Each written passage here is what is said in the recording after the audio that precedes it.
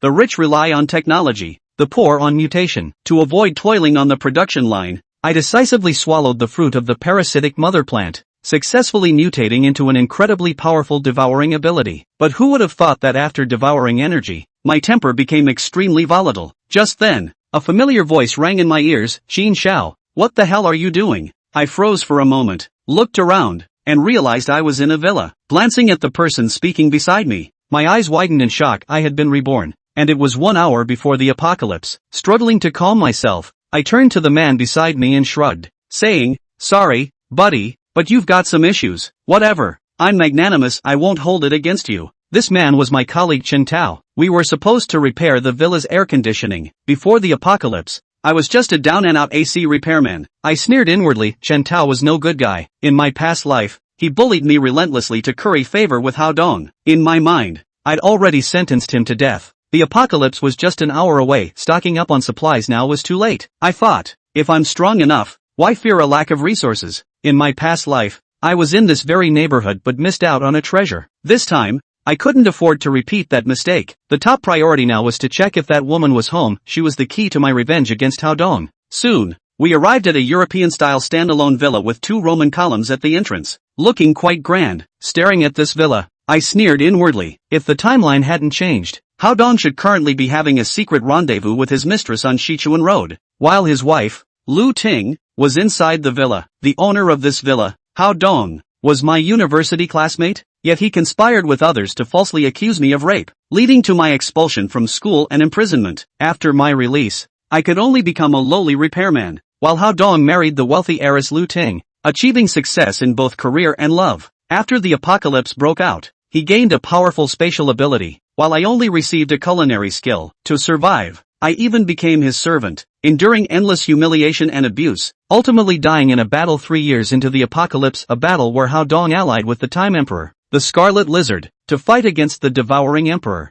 Xia Wuji. I snapped out of my thoughts and knocked on the villa's door. When the door opened, the luxurious yet tasteful interior left Chen Tao in awe. Our attention was quickly drawn to a graceful figure, an exceptionally beautiful woman lounging lazily on the sofa, her tall frame wrapped in an expensive silk robe. However, the look she gave us was full of disdain. What took you so long? I waited 10 minutes. Do you believe I'll file a complaint? Lu Ting's attitude was utterly arrogant. Chen Tao hurriedly apologized. Sorry, ma'am, there was traffic on the way, which delayed us a bit. We'll fix your air conditioner right away. Could you please reconsider the complaint? This punishment is already light, otherwise, we might lose our jobs. Lu Ting cut him off coldly. Get started already. Do you really not want this job anymore? Looking at this arrogant woman, I sneered. Think you're so great just because you have some money? Go ahead and complain. See if I care. The apocalypse is coming soon, and I won't indulge you. In my past life, she had bullied others with her power countless times. How dare you? Who do you think you are, talking to me like that? Xin Xiao, are you out of your mind today? Can't you speak properly? Lu Ting immediately stood up and shouted. Chen Tao glared at me fiercely and hurriedly bowed to Lu Ting. Madam, my colleague isn't quite himself today. Please be magnanimous and forgive him this once. Chen Tao's plea was only out of fear of being implicated. He had already planned to report me to the boss and get me fired as soon as we got back. Lu Ting wanted to continue making things difficult, but remembering that the maid had gone out to buy groceries and she was alone at home, she felt a bit scared. She snorted coldly. Hurry up and finish the job, then get the hell out. Just a repairman. I'll have my husband deal with you and make sure you suffer. I glanced at her, knowing she would definitely pull some strings behind my back, but I wasn't worried. I'd settle the score with her when the apocalypse arrived. Then, I got back to work. Soon, an eerie red glow appeared on the horizon, with rolling clouds resembling flames. The air became unbearably stifling, as if the whole world was brewing a massive storm. I checked the time, only 20 minutes left until the apocalypse. The reason I was lingering here was that in my past life, a down-and-out garbage collector in this neighborhood had obtained the devouring bone, transforming into the terrifying devouring Emperor Xia Wuji. This time, I was determined to claim it for myself. The thought filled me with excitement. The weather seems a bit off. Is a storm coming? Chen Tao muttered, his clothes soaked with sweat and sticking uncomfortably to his body. Lu Ting still wore an angry expression as she sat on the sofa, typing furiously on her phone. Honey, are you done working overtime? There are 2 air conditioner repairmen at home. They're so filthy, and one of them even spoke rudely to me. You must stand up for me. At that moment, Hao Dong was strolling leisurely along Sichuan Road, holding hands with a tall, alluring beauty in a pink floral dress. With one hand holding the woman and the other texting, He replied, "Sweetheart, I'm tied up with something right now. Once I'm done, I'll definitely teach them a lesson. Just bear with it for now. If they get impulsive and hurt you, I'd be heartbroken." Reading the message, Lu Ting felt a sweet warmth. "Love you, hubby. I'll wait for you to come home." The stunning woman beside Hao Dong, however, wasn't pleased. "You're texting your wife while out with me? I'm ignoring you now." Hao Dong quickly grasped her hand. "Baby, I'm just handling things. You know my heart is always with you." The beauty pouted playfully but didn't fuss further. "Darling, the weather today is a bit strange. It's so stuffy and hot. Let's go to the hotel first and see if the clothes we just bought fit." Hao Dong pointed at the bag of clothes and said, "You bad boy. I bet trying on clothes isn't the only thing on your mind." The beauty said this, but her eyes were full of allure. As time passed, the dark clouds in the sky grew as black as ink, and the stifling heat became unbearable. Suddenly, a thunderclap boomed. It sounded so loud it made people's scalps tingle. In the living room, Lu Ting screamed in fright, spilling red wine on her fair skin, staining it crimson. Chen Tao was also nearly scared out of his wits. While I stared fixedly at the sky, the apocalypse had finally arrived. After the thunder, the dark clouds churned, and raindrops began to fall rapidly with a pitter-patter. Mixed with the raindrops were some blood-red specks of light, standing out starkly against the gloomy sky. Countless people noticed this strange phenomenon and started discussing, "What are those light specks? Who knows? They look like they'll land. Maybe you can try tasting them later? If they can make me stronger, I might give it a shot." Overall, the mood was still quite cheerful, as the pre-rain heat had been unbearable, and everyone hoped the rain would bring relief. Some even reveled in the downpour. I looked at the scene outside and sneered inwardly, thinking, these people will soon find out the consequences of getting caught in the rain. Chen Tao said excitedly, "It really is raining. The air conditioner is almost fixed. Let's go and wash our clothes in the rain while we're at it." With that, he ran straight out. I shook my head. This insignificant man wasn't worth killing now. Let him go first. Lu Ting, seeing me still lingering, frowned with dissatisfaction. "Your companion has already left. Why are you still hanging around here?" The maid had returned by then, emboldening Lu Ting, but with the apocalypse coming, I wasn't about to indulge her. I stared at Lu Ting shamelessly. She was undeniably beautiful. Hao Dong was truly living the high life, with a lovely wife at home and a beauty outside. But now, noticing my gaze, Lu Ting's expression darkened as she snapped, "What are you looking at? Get out! Aunt Chen, throw this person out right now." As soon as she finished speaking, Aunt Chen emerged from the kitchen, brandishing a kitchen knife menacingly. "Kid, didn't you hear what the madam said? Get the hell out of this villa right now." When Jiang Chen saw Chen Ma's fierce look, but he didn't have much fear, but laughed, "Auntie, why are you so agitated? I will leave when the rain stops, so calm down, or else, bah, or what? You're not welcome here. Go outside if you want to hide from the rain and get the hell out of here." With Chen's mom to bolster her courage, Lu Ting's momentum also came up. She looked at Jiang Duan with disgust and said coldly, "If it wasn't for the air conditioner breaking down, people like you don't deserve to be in my house at all. Hurry up and leave or I'll call the police." Seeing the ferocious appearance of the two men in front of him, Jiang Chen smiled coldly and was about to give these two women a little lesson when he heard a cry of alarm from outside. "Look, what's going on there?" The three of them looked out of the villa's floor-to-ceiling windows, only to see that outside the villa, a plant had suddenly sprung up on the ground. Its main trunk took on a bizarre deep purple color, and its surface was covered with vein-like raised lines, vaguely glowing with a dark red luster, as if it was slowly pulsing. The plant didn't have many branches and leaves, but each branch was thin and tough, and it was covered with sharp bone spines.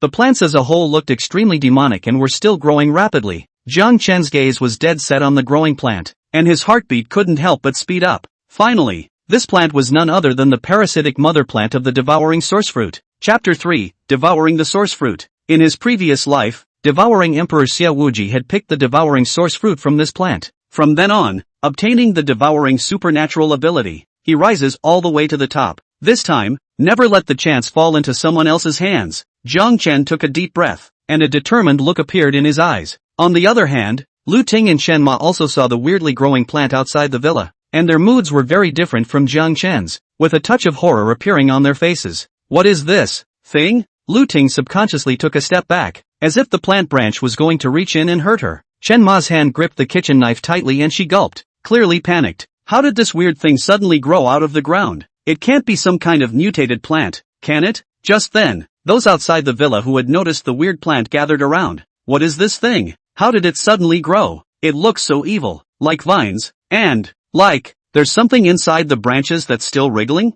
It's not some kind of poisonous plant, is it? Everyone get out of here. Ha ha, why are you panicking? Maybe it's a miracle from heaven and you can live forever if you eat it. The crowd murmured. Some were terrified, while others were greedy and foolish. They were all dignitaries, well-informed, and easily wouldn't lose their temper like that unless they couldn't help it. The fact that such plants were growing in the villa after the rainstorm did surprise them. Only Jiangchen, who was still inside the villa, knew that this was not an ordinary plant, but a strange thing produced by the mutation of heaven and earth after the end of the world. And the fruit it produced was enough to change a person's fate. It's time to act. Boosting his strength first was important. Jiang Chen ignored Lu Ting and Chen Ma and came to the door of the villa, then violently pushed open the door and walked out in large strides. That repulsive thing is finally gone. Lu Ting couldn't help but let out a breath when she saw Jiang Chen leave. At the same time, her pretty face contained fury and said, "Humph, I'll hold back for a while and let my husband take it out on me when he comes back." Chen Ma, on the other hand, was quick on her feet and had already gone over to close the door of the villa's room,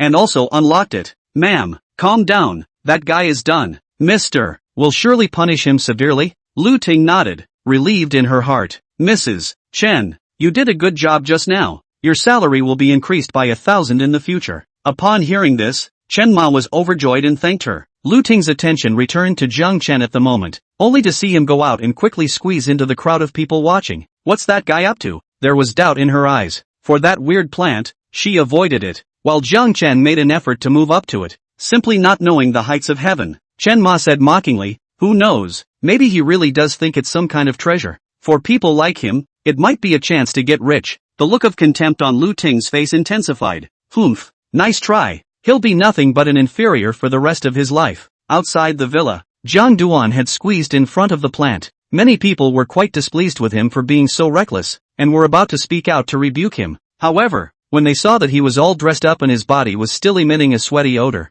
they covered their noses and dodged away, revealing a look of disgust. "Where are the hicks from? So ignorant of the rules. It stinks. What does the property do? How can you let any cat or dog in?" They were cursing and glaring. Only, Jiang Chen ignored these people and stared straight at the plant. By this time the plant was fully grown. It was over 2 meters tall, and its thick trunk was covered with dense vines. Those vines twisted in the air as if they possessed life. The most amazing thing is that in the center of the plant hangs a fist-sized fruit. The fruit took on a disturbing deep black color, and the surface seemed to flow with some kind of bizarre luster, surprisingly emitting a faint fragrance. However, those who were a little closer felt a little dizzy, as if their essence had been affected. Devour the source fruit. Jiang Chen had that same feeling, but he didn't retreat, and there was a strong blaze in his eyes. The group of people around them also noticed the fruit, and they couldn't help but step back a few points when they felt its strange aura, with a scornful look in their eyes. "What kind of plant is this? Look at that fruit. It's so weird. I feel a little chill down my spine."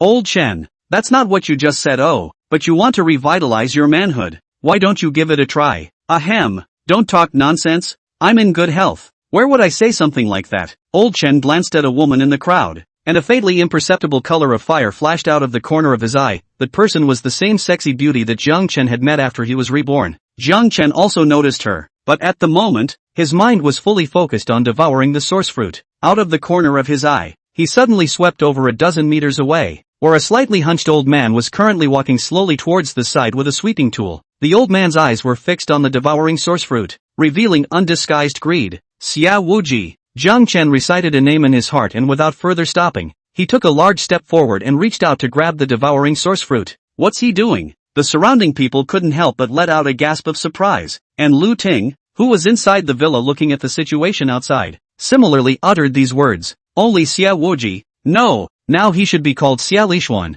had a look of anxiety on his face, along with a scowl. His pace suddenly quickened and he rushed over this way. Jiang Chen's gaze blazed, and without hesitation, he reached out and grabbed that devouring source fruit. Amidst the stunned gazes of the crowd, his palm steadily grasped it in his hand. A strange energy instantly surged into his body. Without any half-hearted hesitation, he directly swallowed the fruit into his stomach. In an instant, a fiery energy exploded within his body, striking the bones and meridians within him like a torrent. His skin faintly glowed with a red halo, and his entire body seemed to be wrapped in invisible power. Ah! Jiang Chen stifled a snort. His eyes were crimson, and the berserk energy surging within his body raged wildly, his body undergoing a shocking metamorphosis at this moment. Of course, this change brought him great pain. His teeth clenched and clattered, his cold sweat was pouring out, and his clothes, which had already been dried, had the appearance of being washed at the moment. The pain didn't last long, however, and soon an ability awakened within him. It was the devouring source power. The people around them backed away when they saw Jiang Chen's terrifying appearance, some with astonished eyes, while others had a gloating look on their faces. That guy actually ate that fruit. Crazy. Such a weird thing. How dare he just swallow it? Who knows what will happen? Damn it. I can't believe he beat me to it. At the same time, Xia Liquang's face was grim, and a flash of anger flashed in his eyes. He was fed up with his current life, and when he saw the heavenly wonders, he originally wanted to put up a fight, but the big deal was that he had to give up this life. However, now it was Jiang Duan who had gotten there first. At this time he was extremely unwilling in his heart, but things have come to this point, only to admit it. There must be more than this fruit. I must find one. That guy ate it alright, as if his body has changed. Xia Lixiang, can't lag behind. After living half his life, he's going to put up a fight this time. Coldly glancing at Jiang Duan, Xia Li stopped quickly pulled himself together from his disappointment. Then he turned and ran in one direction. Jiang Chen opened his eyes and ignored the crowd's comments. Feeling the changes within his body, the corner of his mouth curled into a smile. Finally awakened, he was content from the bottom of his heart. This was devouring source power. In the last life Xia Li Zhui used this ability to fight alone against two emperor-level powerhouses in space and time, both of which were barely able to maintain parity, so it was evident that its power was strong. But it's all reborn, so how can I be satisfied with that? He glanced in the direction where Xia Li stopped to leave and followed straight after. We have to try to collect as many source fruits as possible before the corpse tide breaks out. This thing is a treasure. In his previous life, the reason why Xia Wu rank was so powerful was because the devouring source power was too heaven-defying, allowing him to devour other source powers and turn them into his own. Therefore, he possessed not only one source power. This was also the reason why Jiang Chen chose to devour the source fruit instead of going over to Sichuan Road and grabbing Hao Dong's space source fruit. The idea he had hit upon was to wait for Hao Dong to return and devour his spatial source power. Hao Dong, Hao Dong, when Lu Ting becomes my woman, you'll be my family. Contributing a bit of source power isn't too much. Jia. Well, how could I make that laugh? Overly villainous, haha. With a bad smile on his face, Jiang Chen's footsteps were unceasing, and he had already seen Xia Li stop's silhouette. Chapter 4, Seizing the Source Fruit of Fire. This guy had put up a fight in order to change his fate against the heavens. At this time the waist is not sore, the back is not hunchback, walking with the wind, we're like a 50-year-old bad old man. See, there's another fruit there. Ha ha ha, mine. It must be mine this time. 50 meters in front of Shelley's stop, the same group of people were gathered around, and in the middle of them was a plant similar to the devouring source fruit mother plant. Only, the fruit on it was not the same as the devouring source fruit. Its color was fiery red, with wisps of flame draped around it, and its appearance looked a bit similar to the fire dragon fruit. Obviously, this was a source fruit of fire. Those surrounding it were not ordinary people, so naturally they would not risk their lives to remove the fruit. That's why Shelley Stop is so confident. Just then, a group of 3 people passed by the crowd of onlookers, looking like they were leaving the villa area. They had just appeared and attracted almost everyone's attention. To be exact, it was the one in the lead, like a dazzling pearl, exuding an irresistible charm. At once, everyone present couldn't help but cast their eyes over. It was a stunning beauty wearing a brightly colored cheongsam. Her slender waist was not too thin, but her hips were round and full, forming a perfect curve with her slender waist. Her cheongsam was brilliantly colorful and set off her devilish figure like a burning flame, making people's blood boil. Such a stunning beauty. The aura is even more powerful so that those present who are not rich or noble people are for the side eye. That is a kind of strong female temperament emanating from the inside out, but without losing the feminine softness. Mr. Meng. Apparently, everyone in the room recognized the woman in front of them and greeted her. However, she just nodded lightly and left with the 2 behind her without even looking at the mutated plant. The 2 people behind them were a man and a woman. The man had a sturdy body, looked like a practitioner. His face was solemn. He should be the bodyguard of the stunning beauty, while the woman beside the man was wearing professional clothes and glasses. Her face value was at least 80 points. However, in front of the woman in front of her, who could be described as a magnificent woman, she was completely outclassed.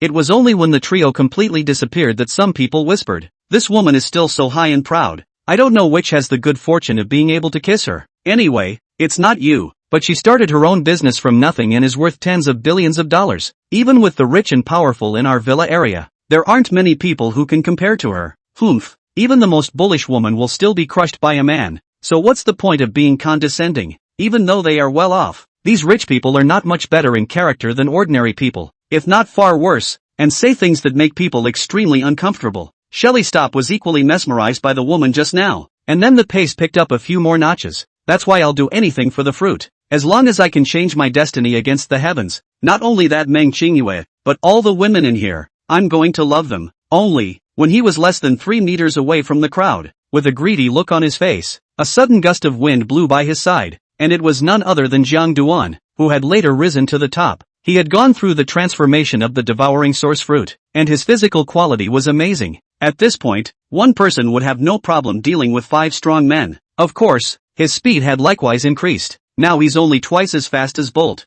Move over everyone, I need to pick up something. Jiang Chen was polite with his mouth, but his movements were rude, and he directly squeezed through the crowd by relying on his brutal body. The men covered their noses in disgust as he approached. In that case, he naturally wouldn't be polite. Kid, what are you doing? That fruit is mine. Xia Li stopped angrily yelling. This voice is full of gas, which is like an old man to send out. Jiang Chen didn't have the time to pay attention to Xia Liquang and had already arrived before the source fruit mother plant, ready to pick the source fruit of fire. However, just then, an untimely voice rang out. Brother, wait, this fruit appeared in the villa. Although it is unowned, but exactly how to dispose of it, we still need to think long and hard. Jiang Chen glanced at the person who spoke. A middle-aged man with an imposing face. Behind him stood 2 burly men wearing sunglasses, which should be his bodyguards. It could be seen that this person's status was not low, and the people around him were clearly led by him. Sorry, this fruit, I'll take it. As the words fell, Jiang Chen reached out and grabbed the source fruit of fire without hesitation, quickly holding it in his hands. Feeling the surging energy in it, a thrill ran through his heart. The source of fire fruit can give humans the ability to manipulate flames. They can't use it for the time being, but they can use it later when their strength reaches a certain point. Besides, they can also give it to their women. As for how the fruit would be preserved, of course it was spatial source power, and Jiang Chen was sure that Hao Dong would deliver it to him with his ass on the line. Oh, brother, reckless, that middle-aged man said with a leathery smile. What Jiang Chen had just done was clearly brushing him off. General Lin, this kid is not from our neighborhood. He already collected a fruit just now and ate it. That's why he was so fast. This fruit can't fall into his hands again. Seeing that Jiang Chen had robbed him of his fruit again, Xia Liquang was furious and couldn't think of anything else at the moment. So he wanted to stir up the middle-aged man's greed and clean him up properly. It was obvious that he knew the identity of the middle-aged man. Oh yeah? Interesting. In that case, brother, the fruit is even more impossible for you to take away. Chief Lin's gaze flickered as he looked toward Jiang Chen. The 2 bodyguards behind him stepped forward, their eyes unkind. Get out of the way. I have an emergency. Don't stop me. Jiang Chen still had to collect the other source fruits, and he wouldn't dare to wander around outside when the corpse tide broke out if he was late. So talk nonchalantly. Jiang Chen's cold attitude completely enraged Mr. Lin. He snorted coldly and waved his hand, signaling the bodyguards behind him to make a move. The 2 burly bodyguards immediately closed in on Jiang Chen, their fists clenched, clearly ready to forcefully seize the source fruit of fire. However, Jiang Chen was not afraid. At this time is precious. If you do not show strength, I am afraid that it will be difficult to get away for a while. Thus, he held the source fruit of fire in his hands, and his gaze was somewhat icy as he looked at the 2 bodyguards who were close by. Since you won't let me go, don't blame me for not being polite. Before the words left his mouth, his figure flashed, his speed incredibly fast. In an instant, he had appeared in front of one of the bodyguards, raising his hand and punching the opposite side of the door. Where did that bodyguard expect Jiang Chen to be so fast? He couldn't even make a block before he was sent flying several meters by Jiang Chen's punch and fell heavily on the ground. Looking at the way he didn't move, he was actually beaten straight into unconsciousness. The other bodyguard's face changed drastically when he saw this, and he hurriedly drew a dagger from his waist and stabbed it towards Jiang Chen. Jiang Chen sneered, his body slightly sidestepped, easily dodging the attack. Then he backhanded a punch, ruthlessly hitting the opponent's chest. Only heard a click sound. The bodyguard's ribs were broken, blood spurted out of his mouth, and he fell to the ground. The people around them all sucked in a breath of cool air when they saw this. No one had expected that this plain-looking young man would have such terrifying strength. Xia Liquang was even more frightened and pale, with fear welling up in his heart along with a strong sense of remorse. This kid is so powerful. It must be because he ate that fruit. God damn it. Why am I one step behind him? He was looking at Jiang Chen at the moment, and his heart was crazy with jealousy. Mr. Lin's face also became unusually ugly. He didn't expect his carefully selected bodyguards to be so unbearable. At this moment, he finally realized that the Jiang Chen in front of him looked harmless, but was actually very dangerous. What the hell are you? Mr. Lin asked with a strong sense of composure. It doesn't matter who I am. Jiang Chen looked at him with a calm gaze. The important thing is that this fruit is now mine, and if anyone else dares to block it again, I will take his life. The crowd was silenced by these words. They were all either rich or wealthy, and valued their lives to the fullest, so how could they easily offend the madman in front of them? Only, mentally, he was playing a game. Humph, not just a mangaka. We'll find someone to clean you up when you're gone. Seeing that no one was talking, Jiang Chen stopped paying attention to the crowd and took a step away. The people around him made away and watched him walk quickly elsewhere, and none of them dared to come forward to stop him again. After walking out of the crowd, Jiang Duan accelerated his pace and headed towards his next target. He knew that time was running out and the opportunity could not be missed, so he had to collect more source fruits as soon as possible. Mr. Lin narrowed his eyes at the direction Jiang Chen left, took a deep breath, and said, "Someone committed an assault in the villa and injured my people. Hurry up and call the police." He said this to the others, but immediately someone nodded and picked up the phone, and Xia Li stopped as Jiang Duan left and ran at speed in the other direction. "Ah, baby, I'm gonna get you." Seeing Jiang Chen's great power after eating the fruit, Xia Li stopped with envy and jealousy in his heart, and he already had a strong obsession with getting the fruit. Of course, he already hated Jiang Chen to the bone, and this scene must be recovered. As for Jiang Chen, he quickly searched the villa at this time and did not find any new fruits. Looks like there's no more here. Gotta expand the search. Lu Ting was still in the villa area. He had made it his home and was waiting to surprise Hao Dong. "So, we'll be back here when the job is done." However, in order to try to get the upper hand, the first order of business was naturally to try to scavenge as many source fruits as possible. Any later in time and official forces intervene and he won't get much out of it. Thinking of this, Jiang Chen left the villa area. Chapter 5, Ransacking. 500 meters away from the villa area, outside of a neighborhood, a group of people were gathered together, talking, and in the middle of the crowd, there was the same mother plant of the source fruit. The source fruit growing on top of this plant was different again. It emitted a blue-white luster,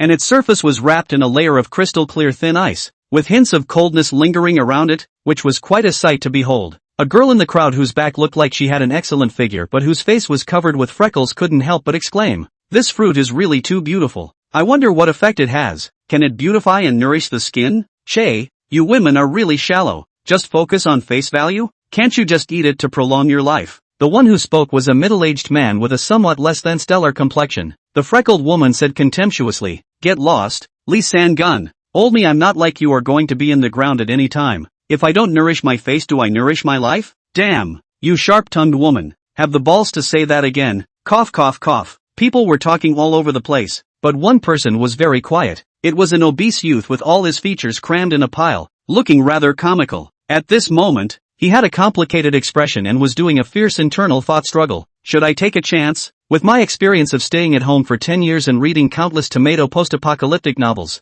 this is obviously a heavenly chance. Grab it and you can change your life against the heavens. My destiny is mine but not heaven's. Fatty couldn't help but steal a glance at the freckled girl as he thought of this. If I can turn the tide against the wind, I won't have to sleep forlornly when I dream at midnight in the future, and all those honorable women in the villa area will have to fall into my hands. Ga ga ga. A lewd smile appeared on his face as he thought of this, and his mouth was on the verge of bursting with harangues. It couldn't be helped that he was born with the holy body of a geek and spent most of his time after graduation in a rented house, except for his job. But his body is difficult to move, heart-throbbing, longing for a good love. After all, the blood is fresh. Fatty knows that love is simply impossible to get just by fantasizing. No way. For the sake of future happiness, the old man put up a fight. Now the bride price is so expensive. With my current salary of less than 5,000, where to get a daughter-in-law? And later on, I will certainly be alone and widowed for the rest of my life. The fat man gritted his teeth and took a few steps forward, then hesitantly stopped. Exactly reliable.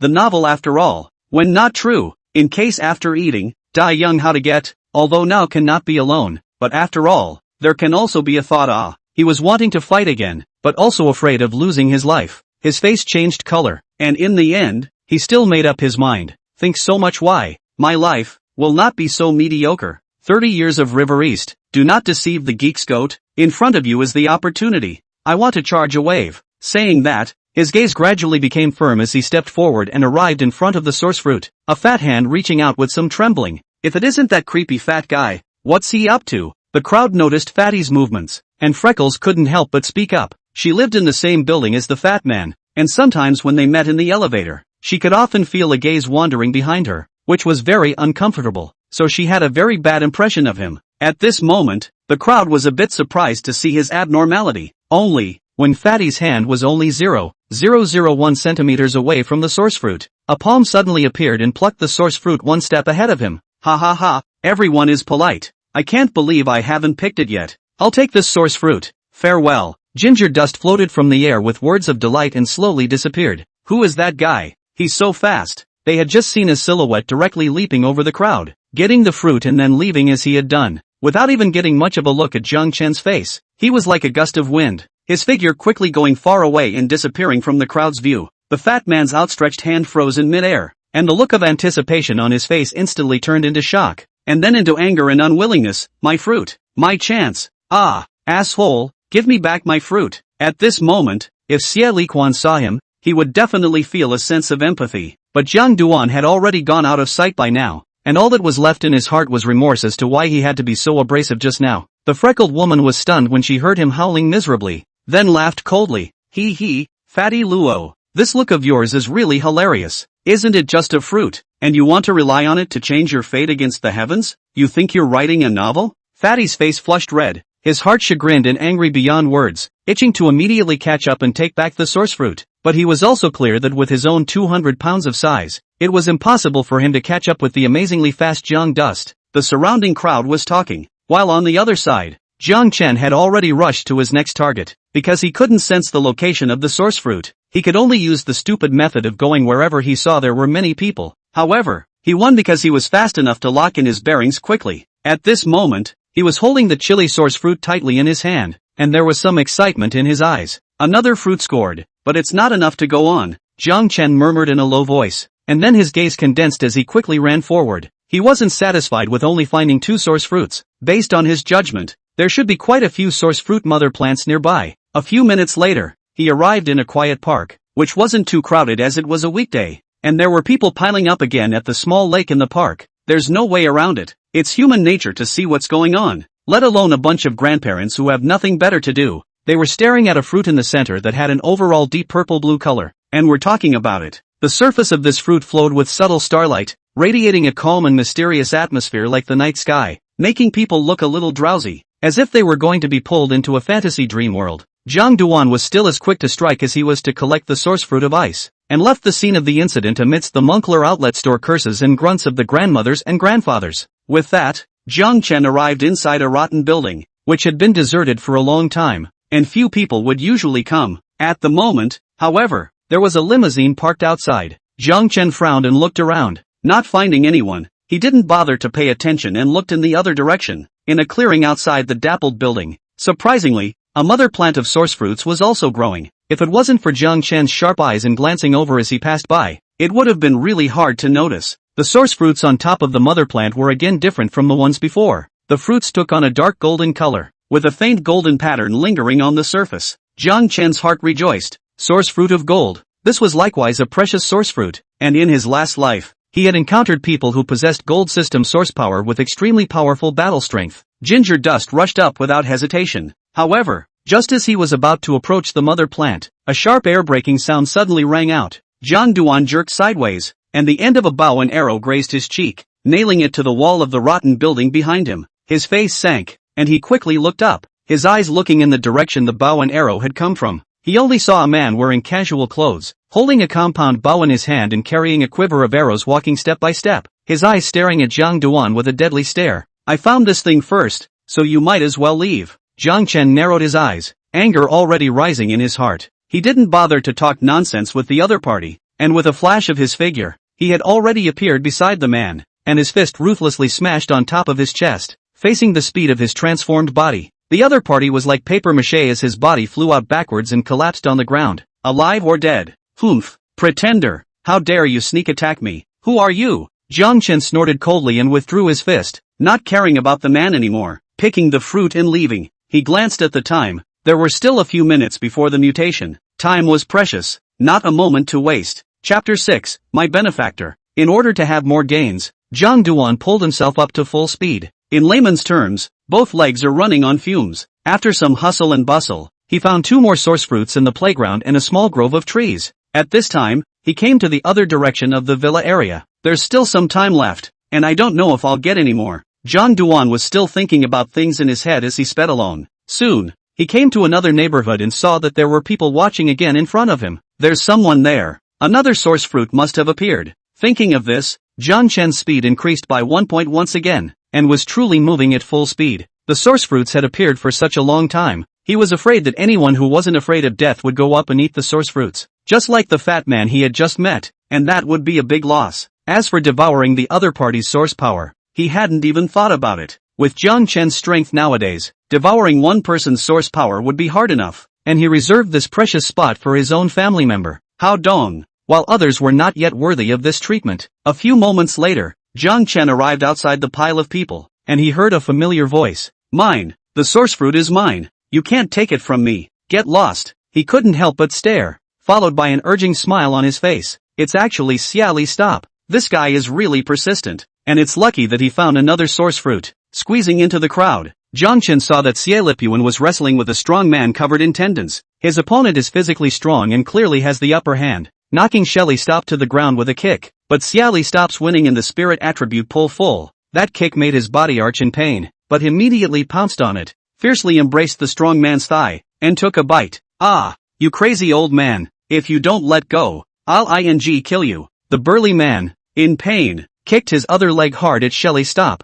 This time, there was the sound of bones breaking. However, Xia Lishuan still refused to let go, and a maniacal look appeared on his face. I said the fruit is mine. What kind of a thing are you bastards? You're not qualified to snatch it from me. At this point, the strong man was only 1 or 2 meters away from the source fruit, but with Xia Li stopping interference, he just couldn't pick the fruit. The onlookers all showed signs of intolerance when they saw Xia Lishuan's miserable state. Zhang Shan, forget about it. This fruit is of unknown origin. It appeared strangely. I still don't know what the hell it is. For his sake, is it worth bullying someone who is an old man? Yeah, if you keep fighting, you'll probably beat him to death. It's not even close. Stop it. Someone has already called the police. I guess they'll be here soon. These people obviously knew the burly man and were still wary of him, so they spoke politely. However, Zhang Shan let out a cry and said angrily, "Shut the hell up. This old man wants this fruit so much. There must be a reason. Maybe it's really a treasure. I'm not afraid of the sky and the earth, but I'm still afraid of this stuff.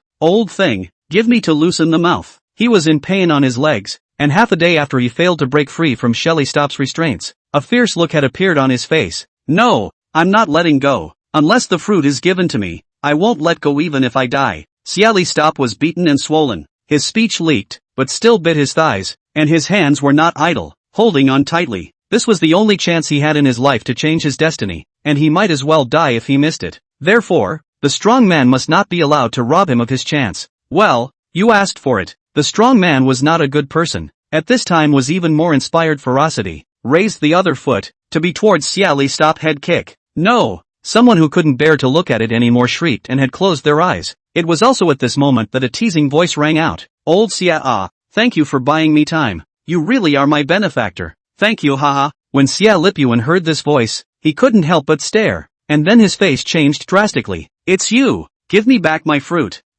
He saw Jiang Chen standing in front of the mother plant, already holding the fruit in his hand, and had the feeling that the sky was falling. Jiang Chen was somewhat pleased to see his heart-ashen appearance. One must know that Xia Wuji was not a good bird in his last life. When he fought with Hao Dong and the others, it was an indiscriminate attack, and he had suffered a lot. At that time, when he saw the other party's big, fierce and unbeatable appearance, he was also envious and jealous in his heart, though he counted on a little help with his own rebirth. But didn't he verbally thank the other guy? He had been generous with this cheap benefactor. "Old Xie, are you confused by the beatings? How could I ever spit out what I got?" After saying that, he left in a gust of wind without waiting for the other party to speak. "Kid, stop right there." When the strong man saw the fruit being picked by Jiang Chen, he couldn't help but roar angrily. Asshole, why couldn't you save one for me? God damn it, I curse you for choking on fruit." Xiali Stop, tears are out. He is an old man. Who invites who? Busy half a day. A fruit did not get. Really some tot.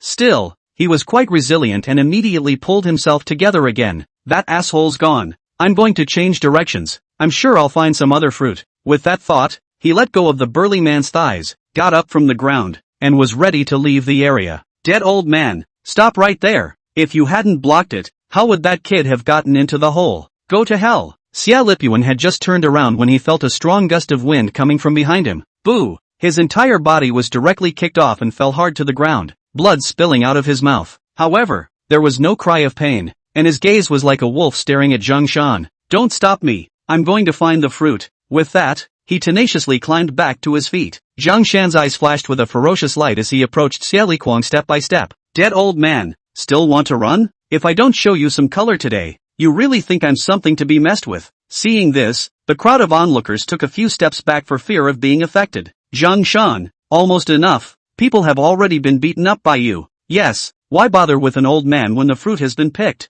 Although some people tried to dissuade him, Zhang Shan's anger had been completely ignited and he simply couldn't listen. Damn, just now it was because this old man was bad that I didn't get the fruit in the first place. It's just right to take it out on him. With that, he kicked hard at Shelly. Stop. Xia Lipuan saw that the other party was not relenting, and his ruthlessness came up. Asshole, old man, I'll fight you. I don't know where he got the strength from, but he once again hugged Zhang Shan's leg and bit down with all his strength. Ah, old bastard, damn you for doing this again? I have to get you killed today. Come on, grandson, if you can't get me killed, you're the grandson of everyone present. Well, you're dead. The two wrestled again. The people around them were numb, too lazy to persuade the fight, and focused on watching the fun. Moreover, if Xia Liquang won the fight, they would still have one more descendant, so why not? Chapter 7, You'll be begging me later. Half an hour later, Zhang Duan returned to the villa area. He had been busy just now after leaving from Xia Liquang's side, and had only found one source fruit. At this moment, the number of source fruits on hand had reached 8.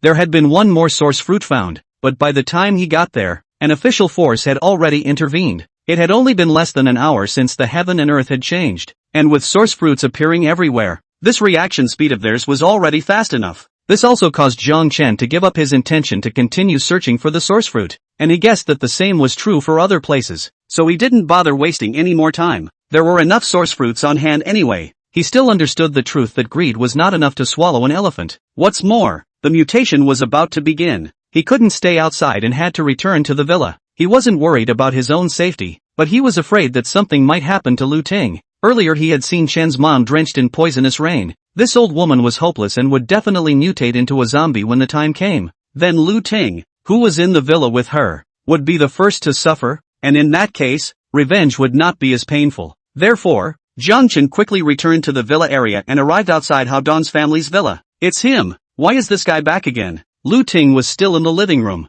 and the first time she saw Lu Jian standing outside through the floor-to-ceiling window, she was a little flustered for no reason. Mrs. Chen, is the door to the room locked yet? Ma'am, don't worry, I've just unlocked it. Mrs. Chen's voice was breathless. She felt a little uncomfortable, but didn't think much of it, just thought it was normal to get a little cold after getting wet. Mrs. Chen, you look a little pale. Is it because of the rain? Lu Ting noticed her abnormality and asked worriedly. It wasn't that she cared about Chen Ma, but if she wasn't feeling well, in case Zhang Chen came in, she could only be slaughtered if she brought a patient with her. It's all right, ma'am. I'm just a little sore. Nothing serious. The two gazes looked outside again, but they did not see Zhang Chen's figure. A hint of doubt flashed through Lu Ting's beautiful eyes. Where did the man go? Didn't he come for us? Only, as soon as the words fell, footsteps came from the stairway leading to the second floor. Immediately afterward, there was Zhang Chen's teasing voice. Mrs. Hao, you seem to care about me. It's not a waste for me to come in through the window just to get a glimpse of you again. As he spoke, his eyes fell on Lu Ting's exquisite figure again. By now she had changed into a dark red silk nightgown with a somewhat low neckline and an amazing career line,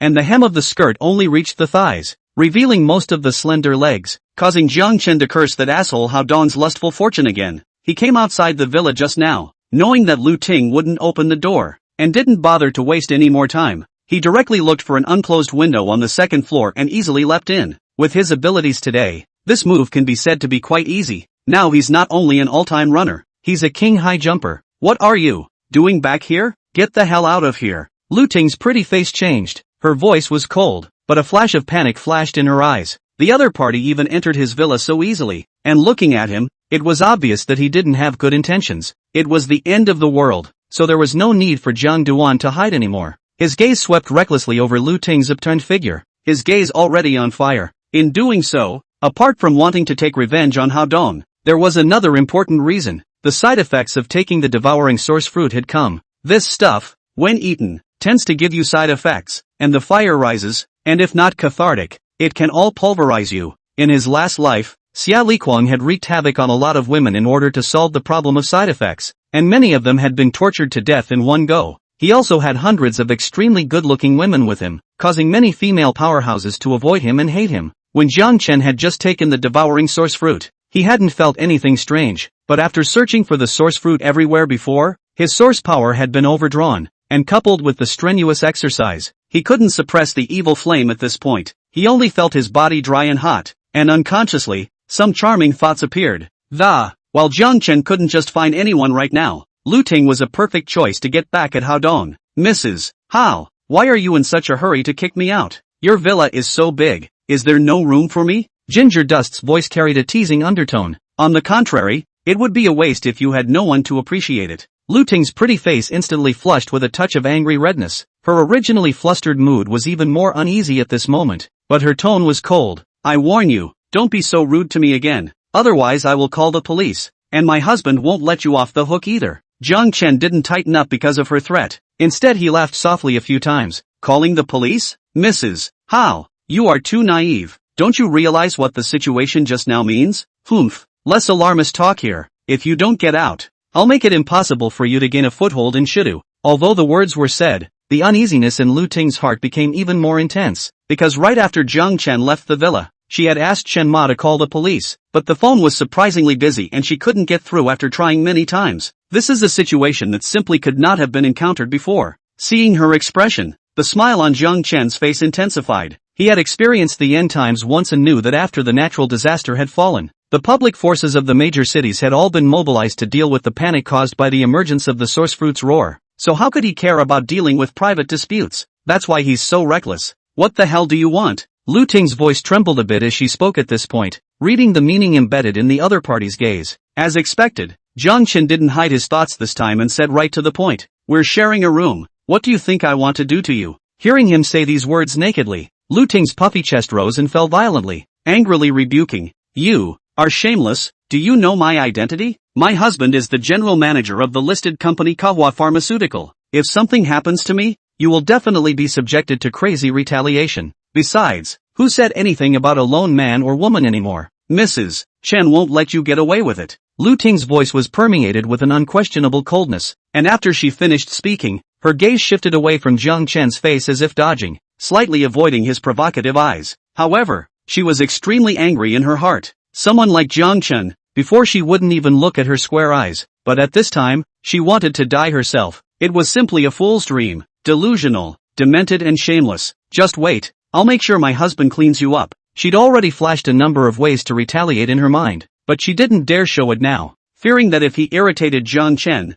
the other party would do something excessive. When Jiang Chen saw her acting like this, he stopped teasing her. He was a decent man and did not care to force himself, but waited for the other party to beg for it. Glancing at Chen Ma, who hadn't said anything, at the moment her body was shaking a little, as if she was forcibly enduring something. The corner of Jiang Chen's mouth hooked into a smile. Oh really? Then I'd like to see how tough you are, and if you'll beg me later, and as for why you say you're alone, you'll find out soon enough. Humph, me begging you? Simply a dream. Seeing that Jiang Chen didn't seem like he would use force on himself, Lu Ting slightly lowered her heart, but the wary look on her face didn't ease. Chapter 8, You're the Devil. After Zhang Duan went downstairs, he went to the sofa in the living room and sat on it with a big strut. On the opposite side sat Lu Ting, who saw the leather sofa she had handpicked being sat on by someone like Jiang Chen. A flash of dislike flashed deep in her eyes, and meeting his naked eyes, she couldn't help but tug at the hem of her red nightgown, trying to cover her long legs from the other woman's overzealous behavior. Jiang Chen didn't pay any attention to Lu Ting's movements, but kept observing Chen Ma. The other party stood right behind Lu Ting, not saying a word, but his face slowly became pale and cold sweat oozed from his fat face. He glanced at Chen Ma with a slightly deeper look. This nanny of yours? She doesn't look quite right. At those words, Lu Ting turned her head to look at Chen Ma. Seeing that her face was pale and her body was trembling slightly, she hurriedly asked, Mrs. Chen, what's wrong with you? She felt a little uneasy inside for no reason. It was early summer now, and although Chen Ma was a bit fatter, she had always been sturdy, so it was reasonable to say that she was just caught in the rain. Not like this. Combined with Jiang Chen's tone, she was a little scared. At this time, Chen Ma felt the soreness in her body become more and more intense. Her head was dizzy, and her body began to shake uncontrollably. It took a lot of strength for her to say, Ma'am, don't you worry, I'll be fine after a little reprieve. Right now, Jiang Chen came uninvited and clearly had bad intentions, and although she was extremely uncomfortable, She thought about her high salary and wanted to hold on. If anything happened to Lu Ting, Hao Dong would not let her go. It was just that she was feeling a little groggy in her consciousness and actually had the urge to bite. The thought startled her when it appeared just now, and she hurriedly forced it down. Now, however, the thought was growing stronger. Jiang Chen's gaze flickered slightly. He had experienced his last life and knew that Chen Ma's body was undergoing a metamorphosis. With his sharp perception today, he could smell the rotting scent on Chen Ma's body. If anything, soon, she'll be a walking corpse. The reason why her mutation was slow was because she had an umbrella when she went out and didn't get drenched much. But those outside the villa who had just been enjoying the downpour to their heart's content were miserable. Just then, a mournful scream broke the tranquility that had been restored to the villa. "Ah, don't come over!" Hearing the scream, many people in the villa area either stepped out of their homes or opened their windows and looked towards the place of the scream. Then, their pupils contracted violently. "Oh my god, what is that? That thing?" Someone made a horrified noise. All that could be seen was a man, covered in festering skin and with white eyes, pouncing on an old woman and taking a bite out of her neck, viciously tearing off a piece of bloody flesh. A low hissing sound came from his mouth, and he could no longer be called human. That old lady had lost her voice at this point, and had obviously died an unfortunate and tragic death under the other party's attack. Ah, that wouldn't be the legendary morning. Zombies. Some people quickly compared it to the image of zombies in movies and TV shows and exclaimed in shock. Everyone was a little incredulous, because that shouldn't even be in reality. Jiang Chen and Lu Ting saw the tragedy that happened outside. No way. They must be acting. This kind of thing can't be real. Lu Ting witnessed everything and mumbled in shock. Only, what happened next horrified her even more. Because at that moment, screams appeared one after another in the villa area. Voices terrified and helpless. "Ah, zombies. Someone's turned into a zombie. Son, what's wrong with you? Ah, help. Somebody help me. No, don't come over here. Honey, I'm your wife." The screams were so loud that even the boldest of people would have chills welling up from the bottom of their hearts. Then, it could be seen that a number of people were fleeing, and behind them were mutated humans, also known as zombies. Their speed was amazing,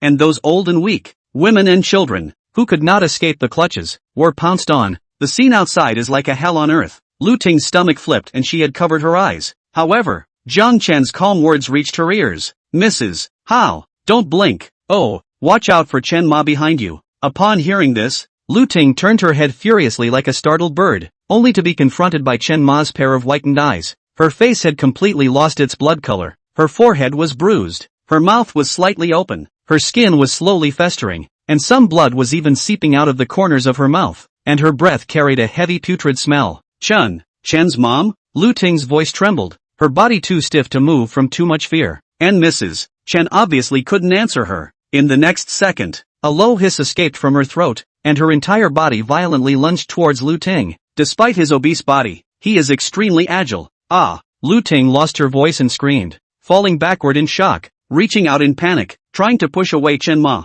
However, Chen Ma's strength was incredibly strong, and had already grabbed her arm in a death grip, her mouth wide open, about to bite hard towards her neck. Just in the nick of time, a figure quickly appeared between the two. Bang! A dull ringing sound echoed in the living room as Jiang Duan kicked Chen Ma's chest, sending her entire body flying out and slamming hard against the wall. Ho ho! Chen Ma fell hard to the ground. Her limbs twitched for a moment, and surprisingly, she quickly climbed up again, as if she couldn't feel any pain at all, and what came out of her mouth no longer sounded like a human voice. His eyes became even crazier and he lunged again, only to be kicked away by Jiang Chen. Seeing Chen Ma completely changed into a different person, Lu Ting said in horror, "What the hell is going on? What's wrong with Chen Ma?" Jiang Chen, however, snorted, "Can't you see? She has turned into a zombie and only knows how to drink blood and eat meat, not a human being anymore." Immediately, he put a bad smile on his face and said, "Mrs. Hao, I saved your life. Aren't you going to give your body in return?"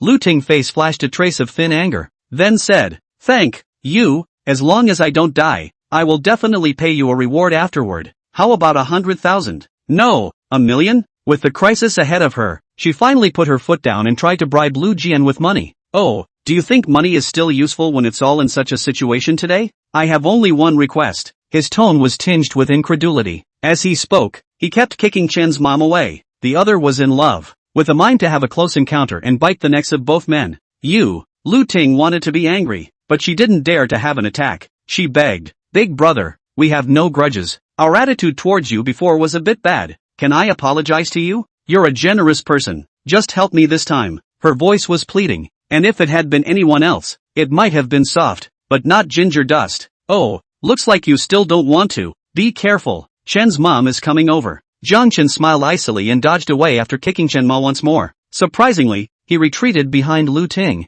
This caused an incredibly complicated expression in her beautiful eyes. Bastard! How can there be such selfish and shameless people in this world? The thoughts that bubbled up in his mind were quickly taken over by feelings of fear, because Chen Ma stood up again, targeting none other than Lu Ting. No! Quick! Help me! She let out a scream, her words laced with sobs. Immediately afterward, Chen Ma flew out backwards again as Jiang Chen struck again. Well, are you promising me? No, me. Before Lu Ting could finish her sentence, Chen Ma rushed at her again, and it turned out that Jiang Duan dashed away in style when she opened her mouth. Ah, I promise. This time, Chen Ma was able to come half a foot away from Lu Ting before she was kicked away by Jiang Chen. She felt deeply that death was close at hand. Seeing Jiang Duan standing in front of her again, she quickly said the words this time. Afterward, crystalline tears flowed from the corners of her eyes as she looked at Jiang Chen's back with a strong sense of resentment in her gaze. You are the devil, and worse than all that filth. Oh, thanks for the compliment, but this is nothing for you compared to what I've been through before.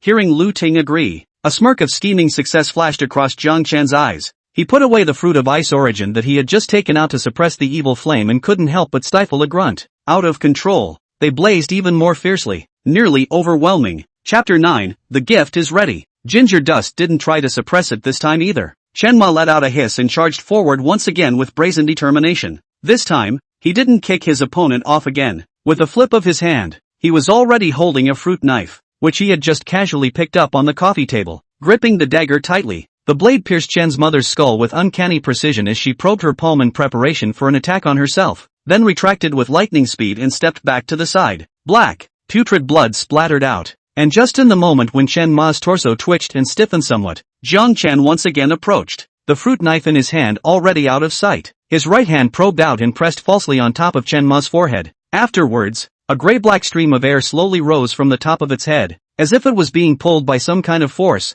and slowly merged into Jiang Chen's body. What the hell is he doing? Lu Ting felt another wave of disbelief as she watched Chen Ma's body gradually turn into a dry corpse and fall to the ground after some of Jiang Chen's maneuvers. Only, Jiang Chen ignored her shock as his body shook and an indescribable feeling appeared within his body. The abilities within Chen Ma's body were pure and furious, containing an aura of death and destruction. However, after entering Jiang Chen's body, it became incomparably gentle, instantly turning into a hot stream that flowed through his body. He only felt that his body was like soaking in a hot spring, cozy and comfortable. At this moment, Jiang Chen could clearly feel that his strength had increased by 10%. His body had become lighter and more powerful, and the acuity of his five senses was on another level. The exhaustion from the previous overdraft of source power was all swept away. However, the side effects were also obvious, as he felt that the fire in his body could no longer be suppressed. Ha ha ha, devouring source power. It's simply heaven-defying. Plundering other people's source power for one's own use. One's ability will definitely improve faster than others. It's just that well,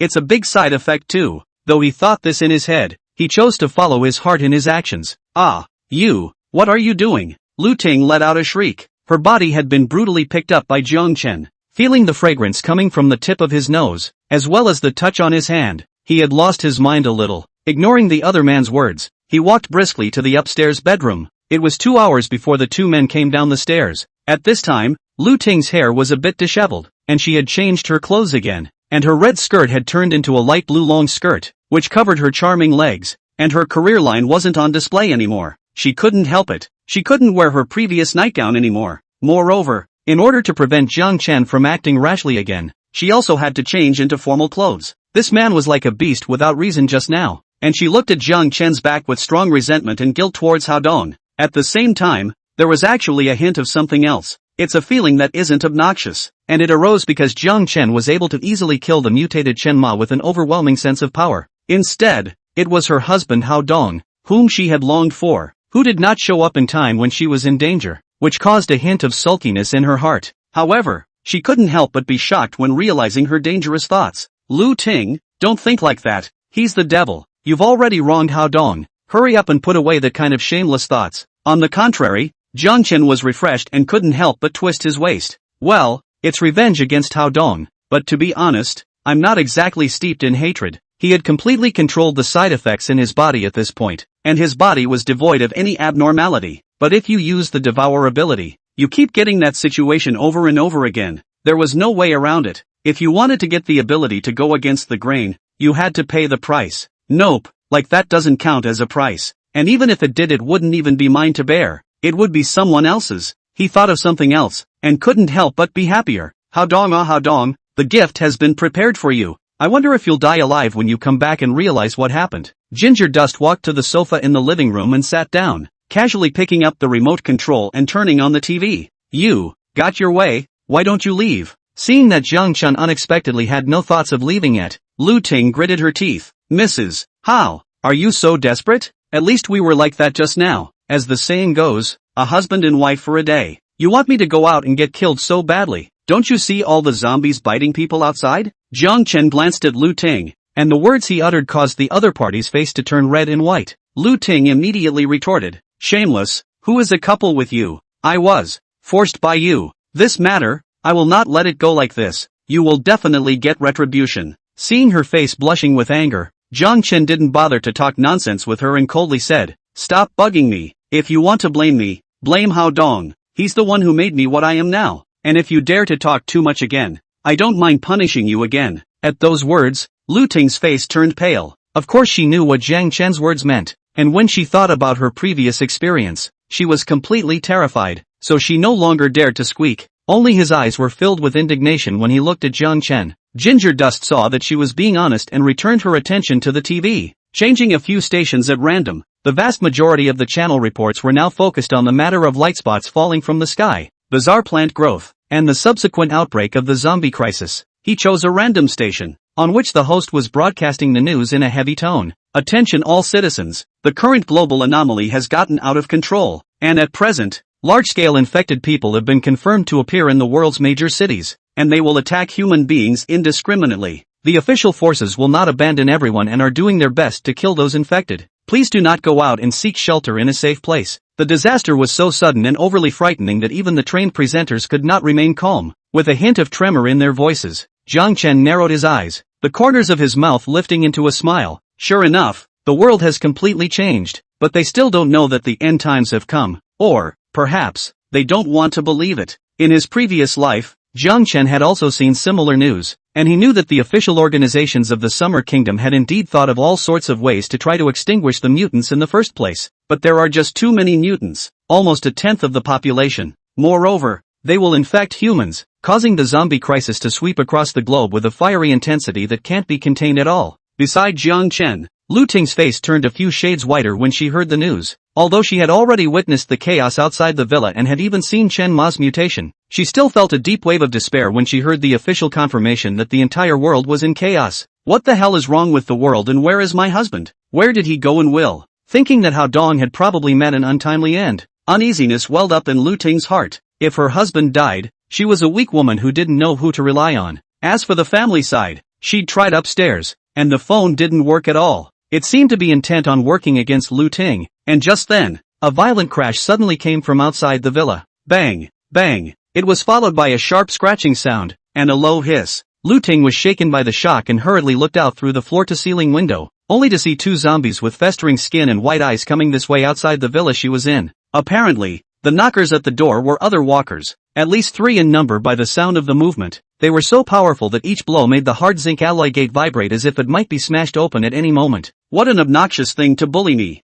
Jiang Chen's gaze was slightly fixed, but a smile appeared on his face. He stood up, stretched, and laughed. But well, with this kind of energy source delivered to my door, I naturally won't push back. Now that he possessed the devouring source power, he wouldn't refuse a gift that was delivered to his door, and he had originally wanted to raise his strength as much as possible before Hao Dong returned. I have to say, the zombies out there were really model zombies, anxious for his needs, and they came to his door of their own accord before he even went out. Thinking of this, Jiang Chen slowly walked towards the gate. Lu Ting saw him like this and said in horror, "What are you doing? Our gate is very hard to block those zombies. Don't open the door of the room." She looked at Jiang Duan like he was crazy. Is this guy out of his mind? It looks like he's actually trying to open the door. It's not much different from looking for death. Although she had witnessed Chen Ma being killed by Jiang Duan, the other party was only one after all. While the number of zombies outside could be quite a lot, and she was afraid that if Jiang Duan couldn't hold back, she would be caught in the crossfire. Jiang Chen glanced back at her, a playful smile on his lips. Stay here and don't move. Don't worry, I won't let you get hurt. Mentally added, after all, you have 2 other roles now. Then he had reached out and opened the cottage door. In an instant, a walker lunged at him. Chapter 10 Ting Ting, you've suffered. The moment Jiang Chen opened the door of the villa, a zombie pounced towards him like a gust of wind. With it came a sickening, putrid odor. It doesn't matter if you beat me up, but now you stink of me. So you. Jiang Chen frowned for a moment, and without the slightest hesitation, he sneered and reached out his hand, swift as lightning, pinching the zombie's neck with unparalleled precision. With a click, the zombie's neck was snapped. At the same time, a warm current surged into his body, causing his strength to increase by another point, and after letting go, the zombie went limp like a muppet off its strings and had become a dry corpse. Almost as soon as that walker fell to the ground, another one pounced. Jiang Chen broke his opponent's neck as he had done, and its energy was devoured in its entirety. At that moment, 2 more zombies rushed in from outside. They were originally devoid of feelings and consciousness, acting on instinct. The only purpose was to gnaw on Jiang Chen's flesh and blood. Chen Tao, I didn't realize it was you. From opening the door to killing the 2 zombies, only 10 seconds or so had passed, and it was only when the new 2 zombies rushed to the front that Jiang Duan could see clearly that one of them was none other than his good colleague Chen Tao. However, at this moment, his body was rotting with blood and flesh, turning him into a walking corpse, so he couldn't understand Jiang Chen's words at all. It was just a frantic lunge at him with his companion. Jiang Chen smiled coldly and moved like the wind. The fruit knife in his hand pierced through Chen Tao's head almost like lightning, and the energy from the other party's body surged into his body as usual. At the same time, he sidestepped and avoided another walker's attack, then another probing grab and another neck-twisting kill. Undeterred, the last zombie out there was not at all afraid and snarled and pounced. Jiang Chen's face was expressionless as he gently raised his foot and kicked the zombie in the chest. The opponent's spine was directly broken by the kick and planted on the ground. With that, Jiang Chen took an arrow step forward and stomped his foot, crushing the zombie's head. Crouching down, he reached down and devoured the energy of this last walker. After devouring the source power of 5 zombies at once, Jiang Chen felt that his strength had increased by 30% from before. Sure enough, it just feels good to raise your strength like this. Ginger Dust was so comfortable that he wanted to let out a wild laugh, but that nasty feeling came back. Watching another zombie running in the distance, Jiang Duan closed the door with a bang. At that moment, the side effects within him began to stir again, burning his chest with an unbearable heat. The searing evil fire raged and churned in his chest. Even his consciousness was affected. However, Jiang Chen wasn't the least bit flustered, and his fiery gaze went to Lu Ting. The other couldn't help but take a step back when he saw his gaze coming. Don't you, come over here. I've returned the favor before. If you're rude to me again, I'll die for you. Lu Ting's voice trembled. She didn't know why Jiang Duan had become that way again, and she was now feeling soreness in her slender waist from the other party's evil deeds before.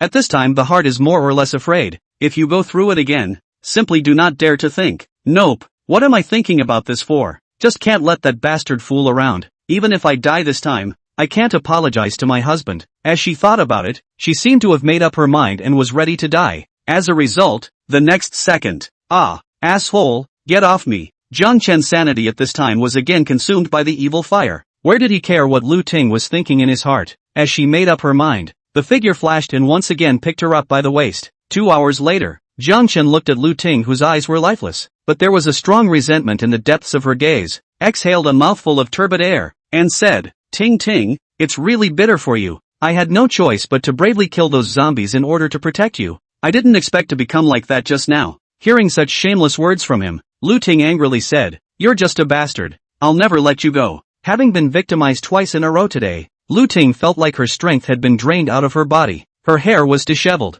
her entire body wrapped in the quilt, her beautiful eyes staring at Jiang Chen with anger, and the look on the other man's face angered him even more. I only saw him laugh. Can you change some fresh words? My ears are already calloused. You.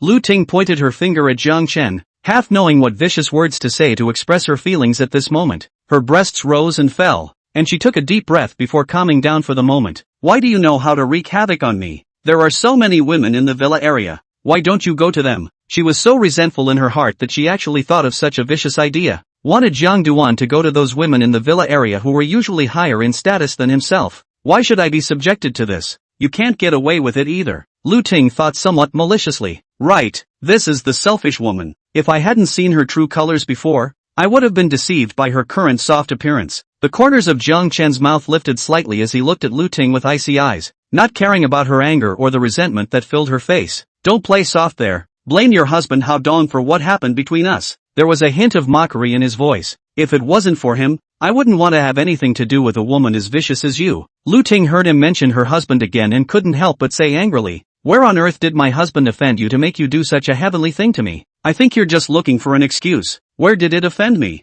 Hey, when your husband comes back, just ask him yourself. Sending him a hat is just my first step in getting back at him. Jiang Chen walked to Lu Ting's side and frivolously hooked her chin with his fingers. The opponent tried to dodge, but simply couldn't and just looked at him indignantly. What are you so angry about? If it wasn't for me having to get back at Hao Dong, you think you could have survived until now? You would have been infected by that fat woman long ago. TSK, although your heart is a bit bad, but your appearance is really durable. Think about turning into those zombies with pus flowing from their mouths, evil or not. Jiang Chen's words caused Lu Ting to stop shivering. Don't. You stop. She couldn't imagine herself as a walker. With that, Lu Ting returned to the topic she had just talked about. What I just said is true. Inside this villa area, there are still quite a few women prettier than me. You're so shameless. Aren't you going to scourge them? Jiang Chen teasingly gazed at Lu Ting, making her feel like her innermost thoughts were nakedly exposed. You are indeed a ruthless enough woman. If those women knew about it, I guess you wouldn't have a good day. A hint of madness appeared in Lu Ting's gaze, and a smile bloomed on her pretty face, so beautiful that it was somewhat demonic. So what if they know?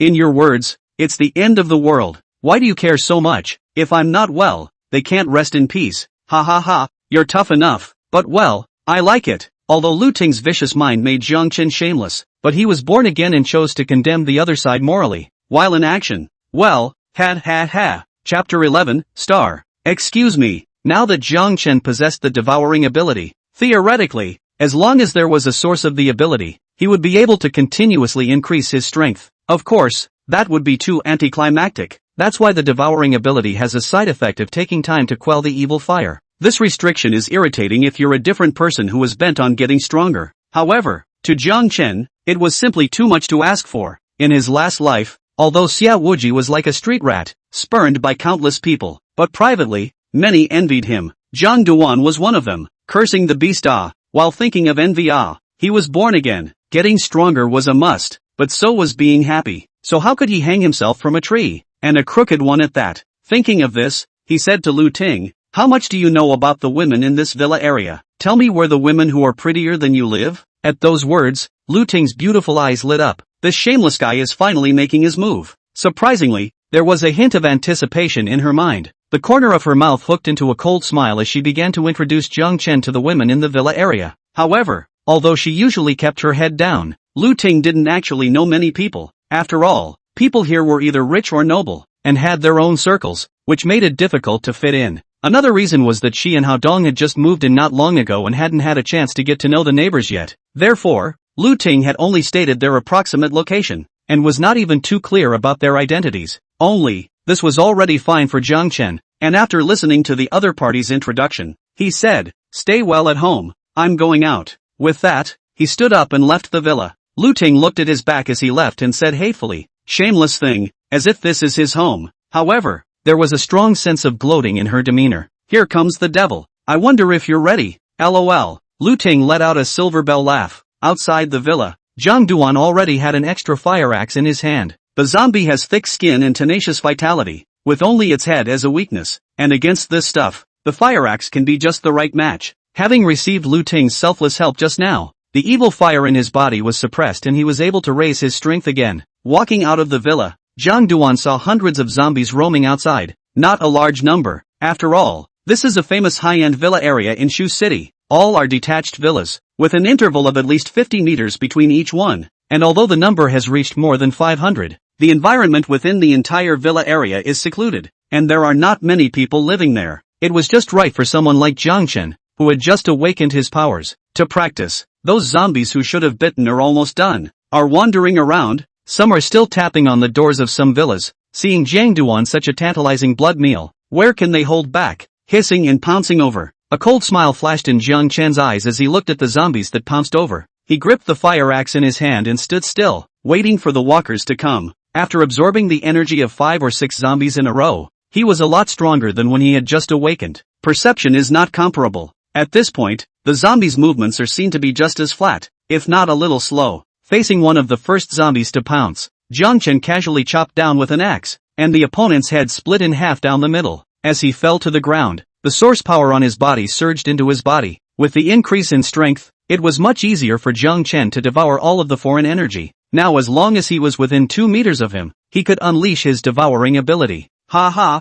cool, it's just so cool. Feeling that his supernatural ability had strengthened by another point, Jiang Chen let out a big, unrestrained laugh. However, the fire axe in his hand didn't stop moving, and come one walker, his head was split in half. Under his strength today, the zombies couldn't even touch his clothes. This time, the side effects only reappeared after killing 15 zombies and devouring their source power. Good. With the increase in strength, the number of zombies that can keep absorbing them has increased. Feeling his body become hot and dry once again, Jiang Chen wasn't the slightest bit alarmed. But well, the energy devoured in the back is obviously much smaller in terms of strength. This was normal. After all, the end times had just arrived, and the ones in front of him were all beginner-level zombies. Realizing this, he had little interest in the remaining walkers. Besides, now that the side effects were back, he had to find a way to suppress them again. This time, he didn't return to Lu Ting's villa, but headed towards another villa. I'm a thick guy. I can't catch people tossing one woman around. I have to save other women in hot water. Jiang Chen arrived at the selected villa, where the door was closed and there were 3 zombies at the entrance frantically tapping on the door. See him coming and have another close encounter. These zombies were already cowgirls to him and couldn't be of any interest. It's not like he had any intention of going through the front door and ignoring the zombies. With a single leap, he followed an open window on the 2nd floor and entered the villa. However, looking at the scene in front of him, he frowned somewhat slightly. This room that Jiang Chen was in was a bedroom, and it was obviously lived by a woman, chicly decorated, emitting a nice fresh scent, and the things used in it were all high-grade goods. However, at this point the room looked a bit scattered and there seemed to be a chase going on. With a flick of his ear, he heard movement outside the house and walked out quickly. Outside the bedroom, there was a long corridor with 4 or 5 rooms on either side. Right at the end of the long corridor, Zhang Duan saw a zombie that was frantically tapping on the door of a bedroom. Despite the mutated body, he was able to tell that it was a female zombie. Jiang Chen was secretly happy in his heart. By the look of it, there must be someone inside that room. With that in mind, he quickly crossed the long corridor and swaggered behind the female walker. The other quickly noticed him and turned around quickly. Only, Jiang Chen was faster and raised the fire axe in his hand to make a chop, and the female zombie's head was instantly split in half and fell down. The opponent's powers were devoured by him again. A mosquito leg was also meat, so of course Jiang Duan wouldn't mind. Only, by unleashing the devouring ability again, the evil fire in his body grew hotter and hotter, and again had a tendency to become uncontrollable. Without much thought, he roughly kicked in the bedroom door. Ah! A woman's shriek rang out from inside the bedroom, sounding crisp and pleasant despite the shock. Jiang Chen looked inside, and a woman around 20 years old had a terrified face, her hands tugging at the quilt as she gazed over. Seeing that it was an unfamiliar man in front of her, the look of horror on her face dissipated for a few moments. You're Kong Shui, the top stream star who set the country on fire? Jiang Chen recognized the identity of the woman in front of him almost instantly. She was a household name in Xia, with a concave and convex figure, but with an innocent and lovely face. 2 very different styles, all rolled into one, making countless people go crazy. Although his face was a bit pale at this time due to the shock, the other party's stunning appearance was still unstoppable. However, upon seeing the other party, Jiang Chen wasn't surprised, but flashed with disappointment. Sorry to interrupt. Seeing that he was about to leave, Kong Shui had a questioning face. What was wrong with the other party? Why this expression? He saw himself, as if he was incredibly disappointed, and there was even a hint of contempt. No, I must ask what's going on. Hey, wait a minute, please. Chapter 12, you told me not to leave. Jiang Chen stopped his steps, turned around, and said with a smile, it's nothing, don't think too much about it. I still have important matters, so I won't accompany you. He was amazed though at the face value of the woman in front of him, supposedly one of the most beautiful women he had ever seen in his life, with a face that was too pure to be true, and a body that was top-notch, simply a combination of pure lust. However, the other party had come through the ranks inside the entertainment industry, and in Jiang Chen's stereotype, these people were not oil lamps. To put it simply, they're too good to play with themselves. The end times came and he learned to take care of himself. After all, the body is what makes the wave. It's not worth losing a large part of the forest for the sake of one tree. Kong Shui didn't believe his bull **** at all. You know, you are usually in the front and back. As long as you appear on the street, you are in the limelight. Having seen the warmth of fans, it was a little hard to believe that the man in front of him was so cold when he saw himself. Despite the horrible things that were happening nowadays, she still had to find out what was wrong with the other person. No, you just had a glint of dislike in your eyes. I saw it. Do you have some kind of preconceived notion about me? Kong Shui's soulful beautiful eyes turned, suddenly realizing something. She was already smart as a whip and had learned to read people's minds in the dystopia that was the fishing community. At this moment, after connecting Jiang Chen's movements, expression and words just now, he figured out everything. Do you think I'm dirty? She had determined what she had in mind, and a pang of aggravation ran through her. At the same time, there was some anger. Jiang Chen saw Kong Shui's icy pitying appearance, but his heart was like iron. I didn't say that. You did. The statement was almost an admission of what he had in mind. Humph, even gave me a pretense. Worthy of being the newest top stream movie queen, the acting piece is not covered. If not for the preconceived notions about you guys, I would have believed it. He used to have a special hobby of reading fishing industry gossip. What short director exclusively favors fresh meat? Teenage girl actress is the king of the sea. Big head male stars rely on the buttocks to become resourceful curiosity.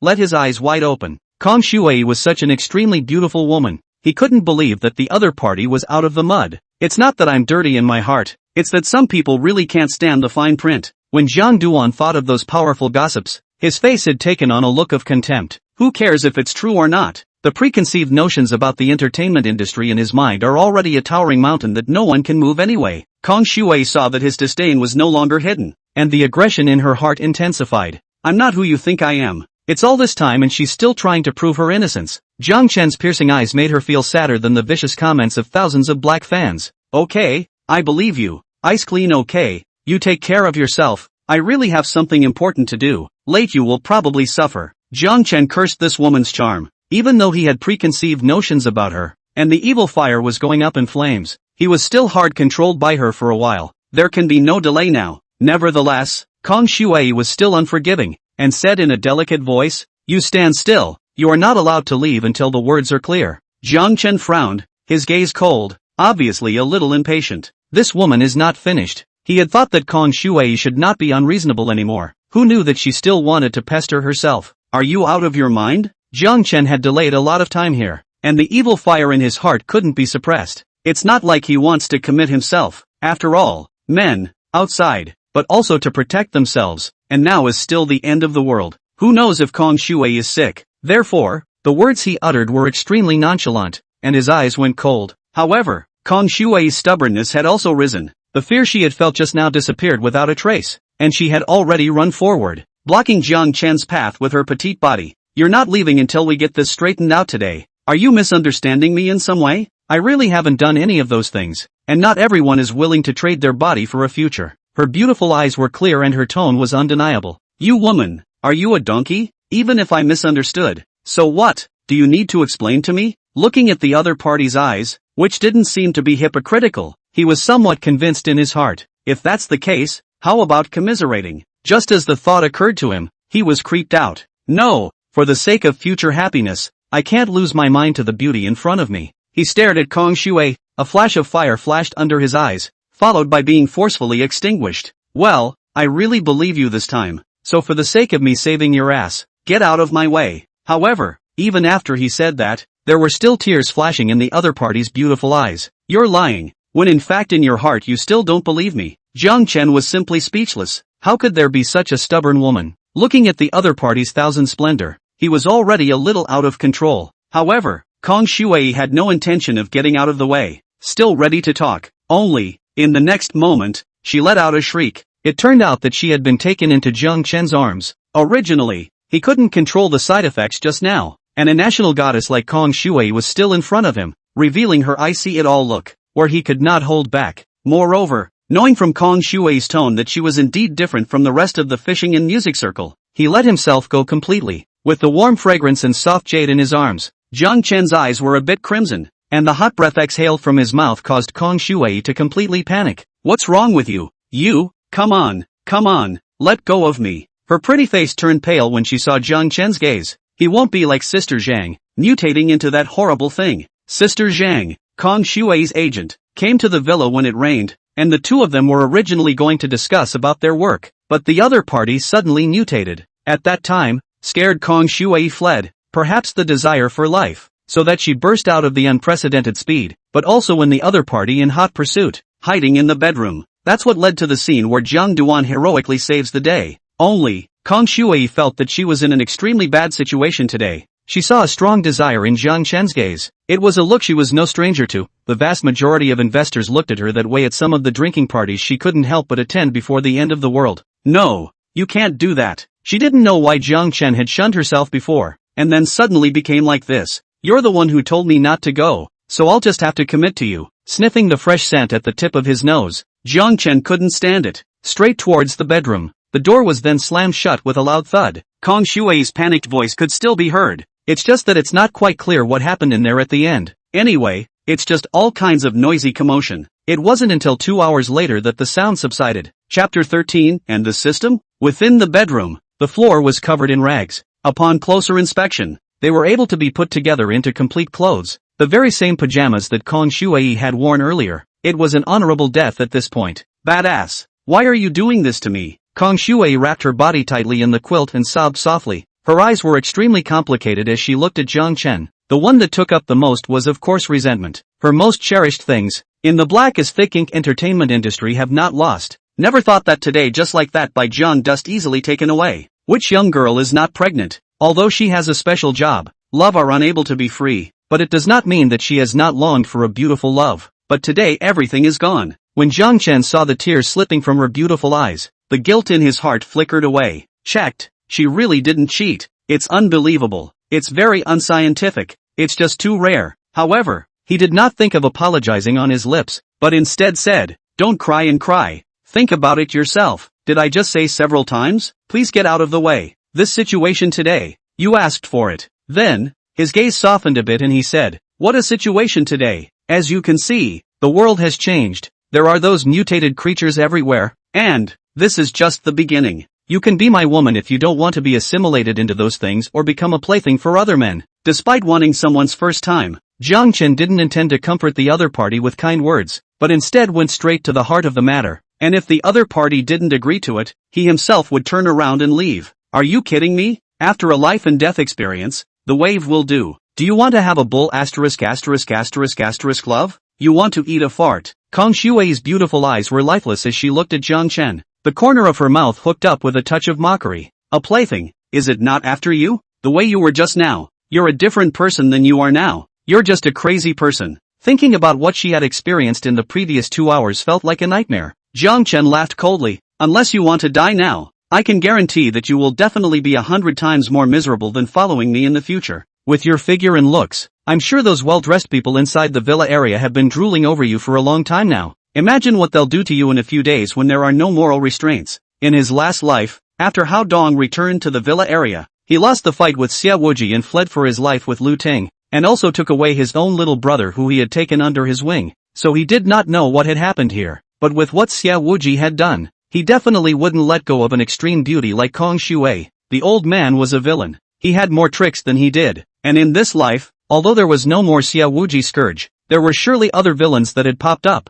And Kong Shui simply could not escape. She was already a smart person, and when she heard Jiang Chen say this, fear instinctively rose in her heart. The faces of those people were clear to her, even if she herself lived deep in the world and did not reveal her identity. Before the end of the world they were still unsuspecting of themselves, and some had even contacted them privately. In today's situation, she, a weak woman, would really be chewed up by those people. Think about it or not. My time is precious and I don't have time to wait for you to think about it that long. Jiang Chen had already gotten dressed and was looking at Kong Shui with a calm expression. If the other guy was still squirming there, he'd really turn around and walk away. Women, well, they were everywhere these days, so he didn't need to waste his time on them. So what if she's a goddess? He doesn't care. It's also the end times, and he's drifting a bit in his thoughts. You know, before swinging his sword at Lu Ting, 2 lifetimes ago, he was still an innocent big boy. It's so true that the good times have forgotten the beginning. Just at this time, a sudden ding sounded in his mind. At first, Jiang Chen thought that it was a hallucination,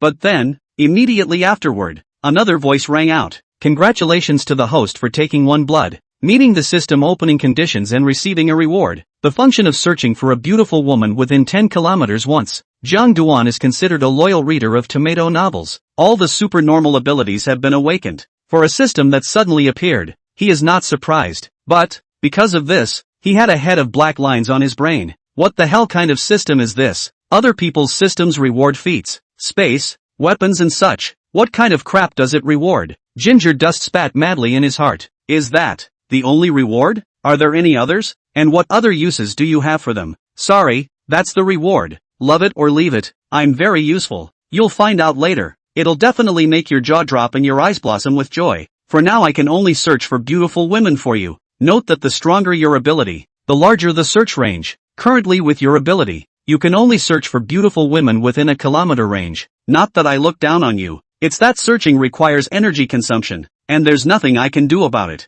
The corners of Jiang Chen's mouth twitched. What's the point of having this chicken system? Does the host need the system to serve you? Or use the granted 10-kilometer beauty search function? Asterisk asterisk asterisk asterisk off. I don't need it. Jiang Chen was furious. He was now much stronger, and with side effects he could always find good help, so he couldn't use the system at all. Okay, thank you host for your polite and courteous reply. Feel free to reach out to me if you need anything. After that, the system fell into silence as if it never existed. Luckily I'm self-reliant and don't have to rely on the system. Or else if I really rely on this crap, I'm afraid that I won't be able to survive for more than a month in this post-apocalyptic world. Screw it, searching for beautiful women, laughing my ass off. This system came out to be hilarious. Jiang Chen couldn't help but secretly rejoice. Then crickets the system a few more times. On the other side, Kong Shui's face was cloudy when she saw Jiang Chen's face after he said those cruel words, and she wondered what he was thinking. She herself had mixed feelings in her heart, and after thinking about it for a long time, she finally made a decision. At this moment,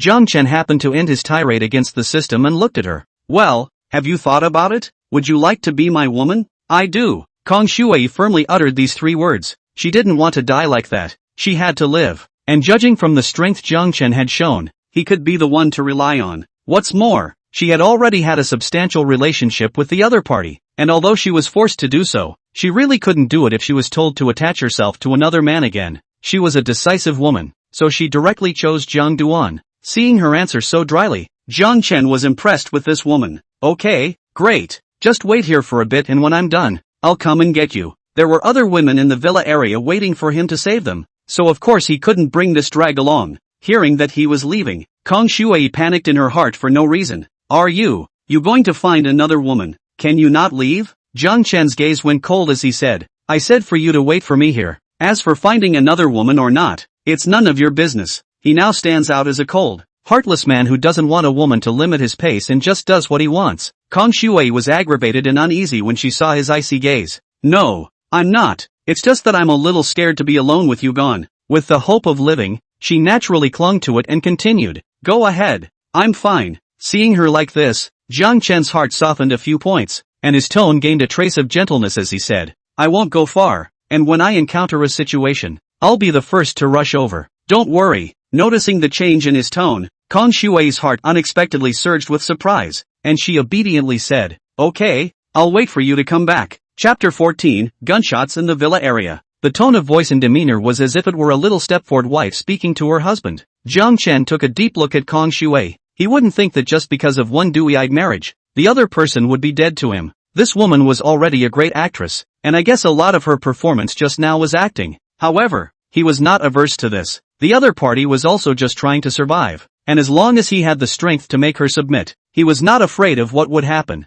Okay, I'll be back soon. After saying this, Jiang Chen left the villa. The side effects removed. He made his way to the first floor and prepared to exit through the front door. Kong Shui watched Jiang Chen disappear before withdrawing her gaze. She muttered, who the hell is he and why does he have the power to be able to kill zombies with ease? It was a question that made her extremely curious. Thought about it for a long time. Didn't have a clue, but was sure of one thing. It's just that it's so dangerous out there that you must hold on to each other. However, as she looked at the rags all over the ground, her pretty eyes couldn't help but knit up. What an insensitive man. She was now resigned to her fate, thinking that Jiang Chen did want to stay away at that time, and it was she who had to leave him behind, resulting in a big loss. Therefore, after such a while, the resentment in her heart had dissipated quite a bit. Wrapping the covers around her, she headed towards the bedroom she had originally stayed in. ready to find a new dress to wear. Downstairs, Jiang Chen had already arrived at the front door, and without the slightest hesitation, he quickly opened it. Almost as soon as he opened the door, 4 or 5 walkers lunged at him. What an annoyance! Go to hell! With a frown, he swung the fire axe out of his hand.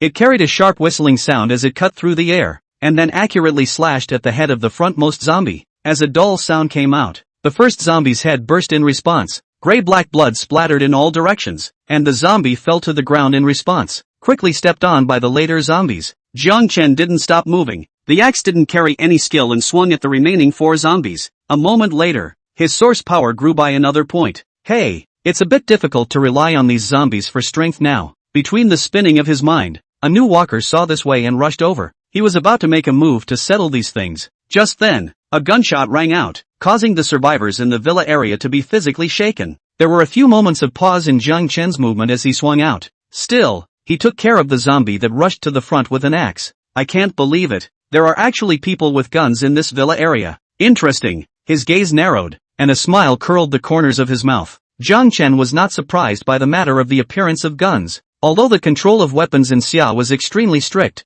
there were always some people who liked to take risks and sneak some weapons back to play with. It's not surprising that there's a madman in this villa neighborhood. He was happy that if he could get the gun, he could train Kong Shui. Although he had a few source fruits in his hand, he didn't want to give them to the other party at the moment. Only a woman who satisfied him absolutely was worthy of a source fruit. Guns would be a good choice. With this in mind, Jiang Chen accelerated his speed. The zombies outside the villa, combined, were only 10, and Jiang Chen didn't want to waste any time, so he accelerated the speed at which he swung his axe. In less than a minute, 10 zombies lay end to end in front of him. This time, he did not devour the energy within its body. Now these walkers had little increase in his strength. Standing in front of a zombie, Jiang Chen crouched down and took out a thumb-sized crystal core from its split head. First, collect these crystal cores and give them to the woman you have decided to use when the time comes. Thinking of this, he quickly took out the crystal cores of those other zombies. After doing so, Jiang Chen walked towards the place where the gunshots had just been heard.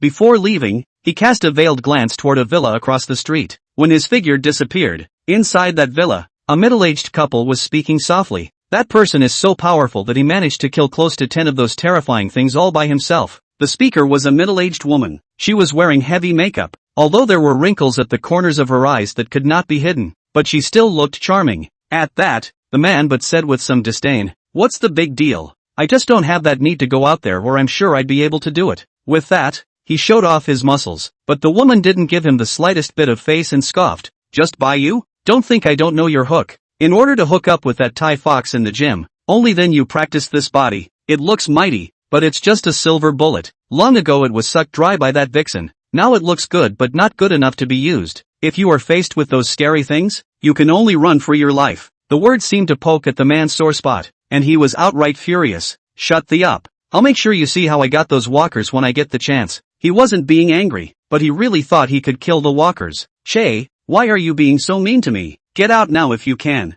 I'm not a fool to go out at this hour." While the two were fighting, Jiang Chen had already arrived in front of the villa where the gunshots came from. Of course, it wasn't all smooth sailing along the way, and he encountered a few more zombies, all of which he chopped his head off and took the crystals. Along the way there were many survivors who asked him for help, and Ginger Dust ignored them all. The villa in front of him, the gate was closed, but there were no zombies roaming outside. Ginger Dust observed the surroundings and still decided to go the old way. With a single leap, he arrived on top of a balcony protruding from the second floor of the villa. Follow the balcony into the interior, which is filled with toys and appears to be a children's room. There was no one inside, so Zhang Duan walked straight out and heard crying coming from downstairs. "Xiao Bao Ah, Mom and Dad are sorry for you, but there's nothing we can do about it." It was a woman's voice. With that, the man's voice rang out. "What are you howling for? Can't you see that he's turned into one of those monsters out there? If we don't kill him, we'll both be bitten by him. Big deal. We'll have another one later." The man was obviously a bit grumpy,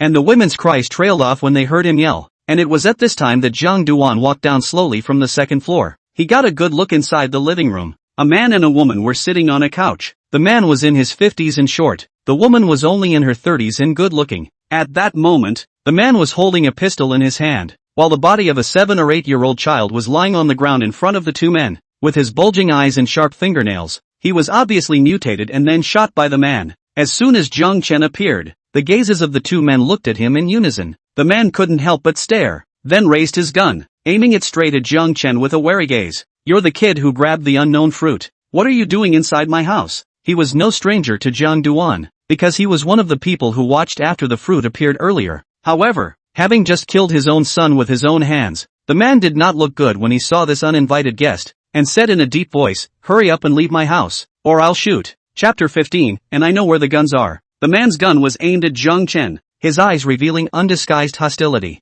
Jiang Chen, however, only narrowed his eyes slightly, without the slightest hint of fear on his face. Instead, he carried a teasing smile. Humph, kid, don't think that just because you've eaten that fruit, you're daring me to be wild here. Get lost, or I'll punch a few holes in you. The man snapped, but the gun in his hand trembled slightly. It was obvious that he was a little nervous and upset inside. A billionaire like him is no cutie pie. Jiang just ate the fruit, and at this time came to his home in a dignified manner, but also from the second floor down. Facing the gun in his hand are razor sharp. It is obvious that there is what to rely on. He only hoped that with the threat of a gun, the other man would have the good sense to leave his villa. Don't panic. I heard gunshots coming from your place, so I came over to take a look. I've got my eye on the gun you're holding. I wonder if I could part with it. Jiang Chen gazed at the gun in the other party's hand and was quite satisfied, already treating it as his own. He could have just gone ahead and grabbed it, and the only reason he was still talking nonsense was because he thought he should be a gentleman. Who knows? The man heard him say his purpose, burst into a rage and said, you dream, now it's so dangerous outside. This gun is my life preserver. Why should I give it to you? With that, he moved the muzzle of his gun, a look of viciousness on his face. I'll say it again. Get the hell out of the villa or I really will shoot. He was not a kind man who was able to amass the fortune he has today. The reason why he was talking nonsense with Jiang Chen just now was because he was afraid that he had some kind of undercard. But if the other guy didn't know better, he'd really shoot him. Having killed his own mutated son, he didn't mind sending Jiang Chen on his way. Jiang Chen still smiled faintly at the muzzle of the gun, but a hint of disdain flashed in his eyes. His didn't even look at the gun in the man's hand. His tone was as calm as if he was having a family conversation. Are you sure you want to do this? When the man saw that he was still indifferent, his face instantly turned icy cold as he gritted his teeth and said, I'll say it one last time. Hurry up and get out from inside the villa. The woman who had just cried her eyes out because she had lost her son, dried her tears at that moment. She coldly looked at Jiang Chen and said to the man, don't talk nonsense with him. The fact that your son was killed by you cannot be known by others. Quickly shoot and kill him. Hearing her words, what little hesitation the man had on his face was gone. He was thinking about how what happened in the villa would be bad for him in case the end times ended. You made me do it, so go to hell. He didn't pause any longer and decisively pulled the trigger when Jiang Chen was about to take a step. Bang! Gunshots rang out again in the villa area. The husband and wife had originally imagined a scene where Jiang Duan fell to the ground. However, that scenario didn't happen. Jiang Chen's body pounced out like a cheetah when the man made a move. Instead of going in a straight line, he dodged to the side first, avoiding the bullets, and then rushed to the man like lightning. At this moment, his eyes were cold, and he grabbed the other party's wrist, then twisted it with force. Ka-ching! The man let out a pig-killing scream, unable to hold his pistol, and was easily caught by Jiang Chen. How did you get so fast? The man looked at Jiang Duan in horror as cold sweat broke out on his forehead. That hit just now broke his palm. With that, he flopped to his knees. Brother, I was wrong. Please let me go. At this time, the pistol was taken. He was the meat on the chopping board. Fearing that Jiang Chen would pursue the matter of shooting, so he knelt down extremely decisively. Being used to crawling around in the mall, he had always been able to give and take, so he wasn't ashamed of his behavior. Jiang Chen looked at him coldly with a hint of mockery in his tone. People like you? Ah, you're really cheap. You only know how to beg for forgiveness when you've been beaten and hurt. The man's face turned white. He knew he had messed with someone he shouldn't have messed with, and said in a trembling voice, don't hurt me, the gun is for you. As long as you can leave the villa, I can give you 100 million. He stated the figure with some fleshiness. Looking at that look in Jiang Chen's eyes, he was completely scared. Compared to money, it was still this life that was more valuable. Honey, you're crazy. Why should you give him so much money? I don't believe it. He dares to hurt us. The woman cried out somewhat hysterically. She had lost her son and had become a bit neurotic, and she still didn't have much fear when she saw Jiang Chen lash out. Results. Bang! The woman looked incredulously at her chest, where a bloody hole had appeared and blood gurgled out. You. It was at this point that a look of horror crept into the woman's gaze. She hadn't even thought that Jiang Chen would actually dare to shoot. Ah! The man shrieked, only to feel a hot stream gushing out from between his legs, and he had peed himself. All that was left in his mind was fear. and he didn't feel much for what happened to his wife. Stupid woman, just looking for death. Deserved it. He doesn't have any feelings for women at all. Dead is dead. You really think I have a good temper? You just wanted me dead. So go to hell. The words fell out, and the woman fell straight back down, with the remnants of disbelief on her face, and a hint of regret. Ginger Dust didn't even look at the fallen woman. It wasn't like he hadn't killed people in his last life, and the way women behaved already had a way of taking their lives, so why waste the food? He then looked back at the man, gun trained on him, ready to send him on his way. As a family, you have to walk neatly. No, don't kill me. I can give you all the money. $1 billion. There are a total of $1 billion. I don't want it. I'll give it all to you. The man's legs were trembling and he could already smell death. Ginger Dust wasn't moved at all and was about to pull the trigger. No! At the moment of life and death, the man suddenly thought of something and immediately said in a trembling voice, "Wait, don't you want a gun? There are still people in this villa area who have guns in their hands, and there's more than one." At those words, Jiang Chen's fingers paused, his gaze narrowing slightly. Is that true? When it's true, at least 90% of it is true. The man saw the hope of living and immediately said, you tricked me? Seeing Jiang Chen's finger about to pull the trigger again, countless grass horses raced through his heart. This guy, can't you ever hear someone finish a sentence? He said sharply. This man is a military fanatic who likes to collect, and many people have rumored that he has several guns hidden in his house, as well as quite a few bullets. I inquired from a friend, and this news is true in 9 out of 10 cases. Ginger Dust put the pistol down. He was going to let the man show him around. It's kinda nice if you can actually get more guns. No need to go out and look for it yourself. And, the further back you go, things like guns just don't work. Now, it's a deterrent. Hey. It would be a time saver to see if I can use this against Hao Dong then. Thinking of this, he said to the man, take me to the man. Okay, buddy, you're coming with me. With life and death in the hands of others, the man was as obedient as he could be, and without even looking at the bodies of his wife and children, walked toward the door. Chapter 16, I'm the boss of the villa. At this moment, inside a villa, a man in his 40s was standing in front of the floor-to-ceiling window of a room on the second floor. This room is kind of big, but it's full of stuff. One wall was covered with a variety of military insignia and medals, some rusted, some still looking brand new. In the center of the wall, a large military map of the world with important military operations and strategic locations marked with pins of different colors. In the center of the room, there was a huge glass display case with various military models neatly displayed. Tanks, fighter planes, and models of naval vessels ranging from old sailing battleships to modern aircraft carriers. On the other wall, there was a row of bookshelves filled with military books and magazines. Everything from ancient art of war to modern war theory, from weaponry to military history. In other corners, there are a number of military-related items, and in front of the floor-to-ceiling windows, there was just a single sofa. In front of the couch, a telescope was set up.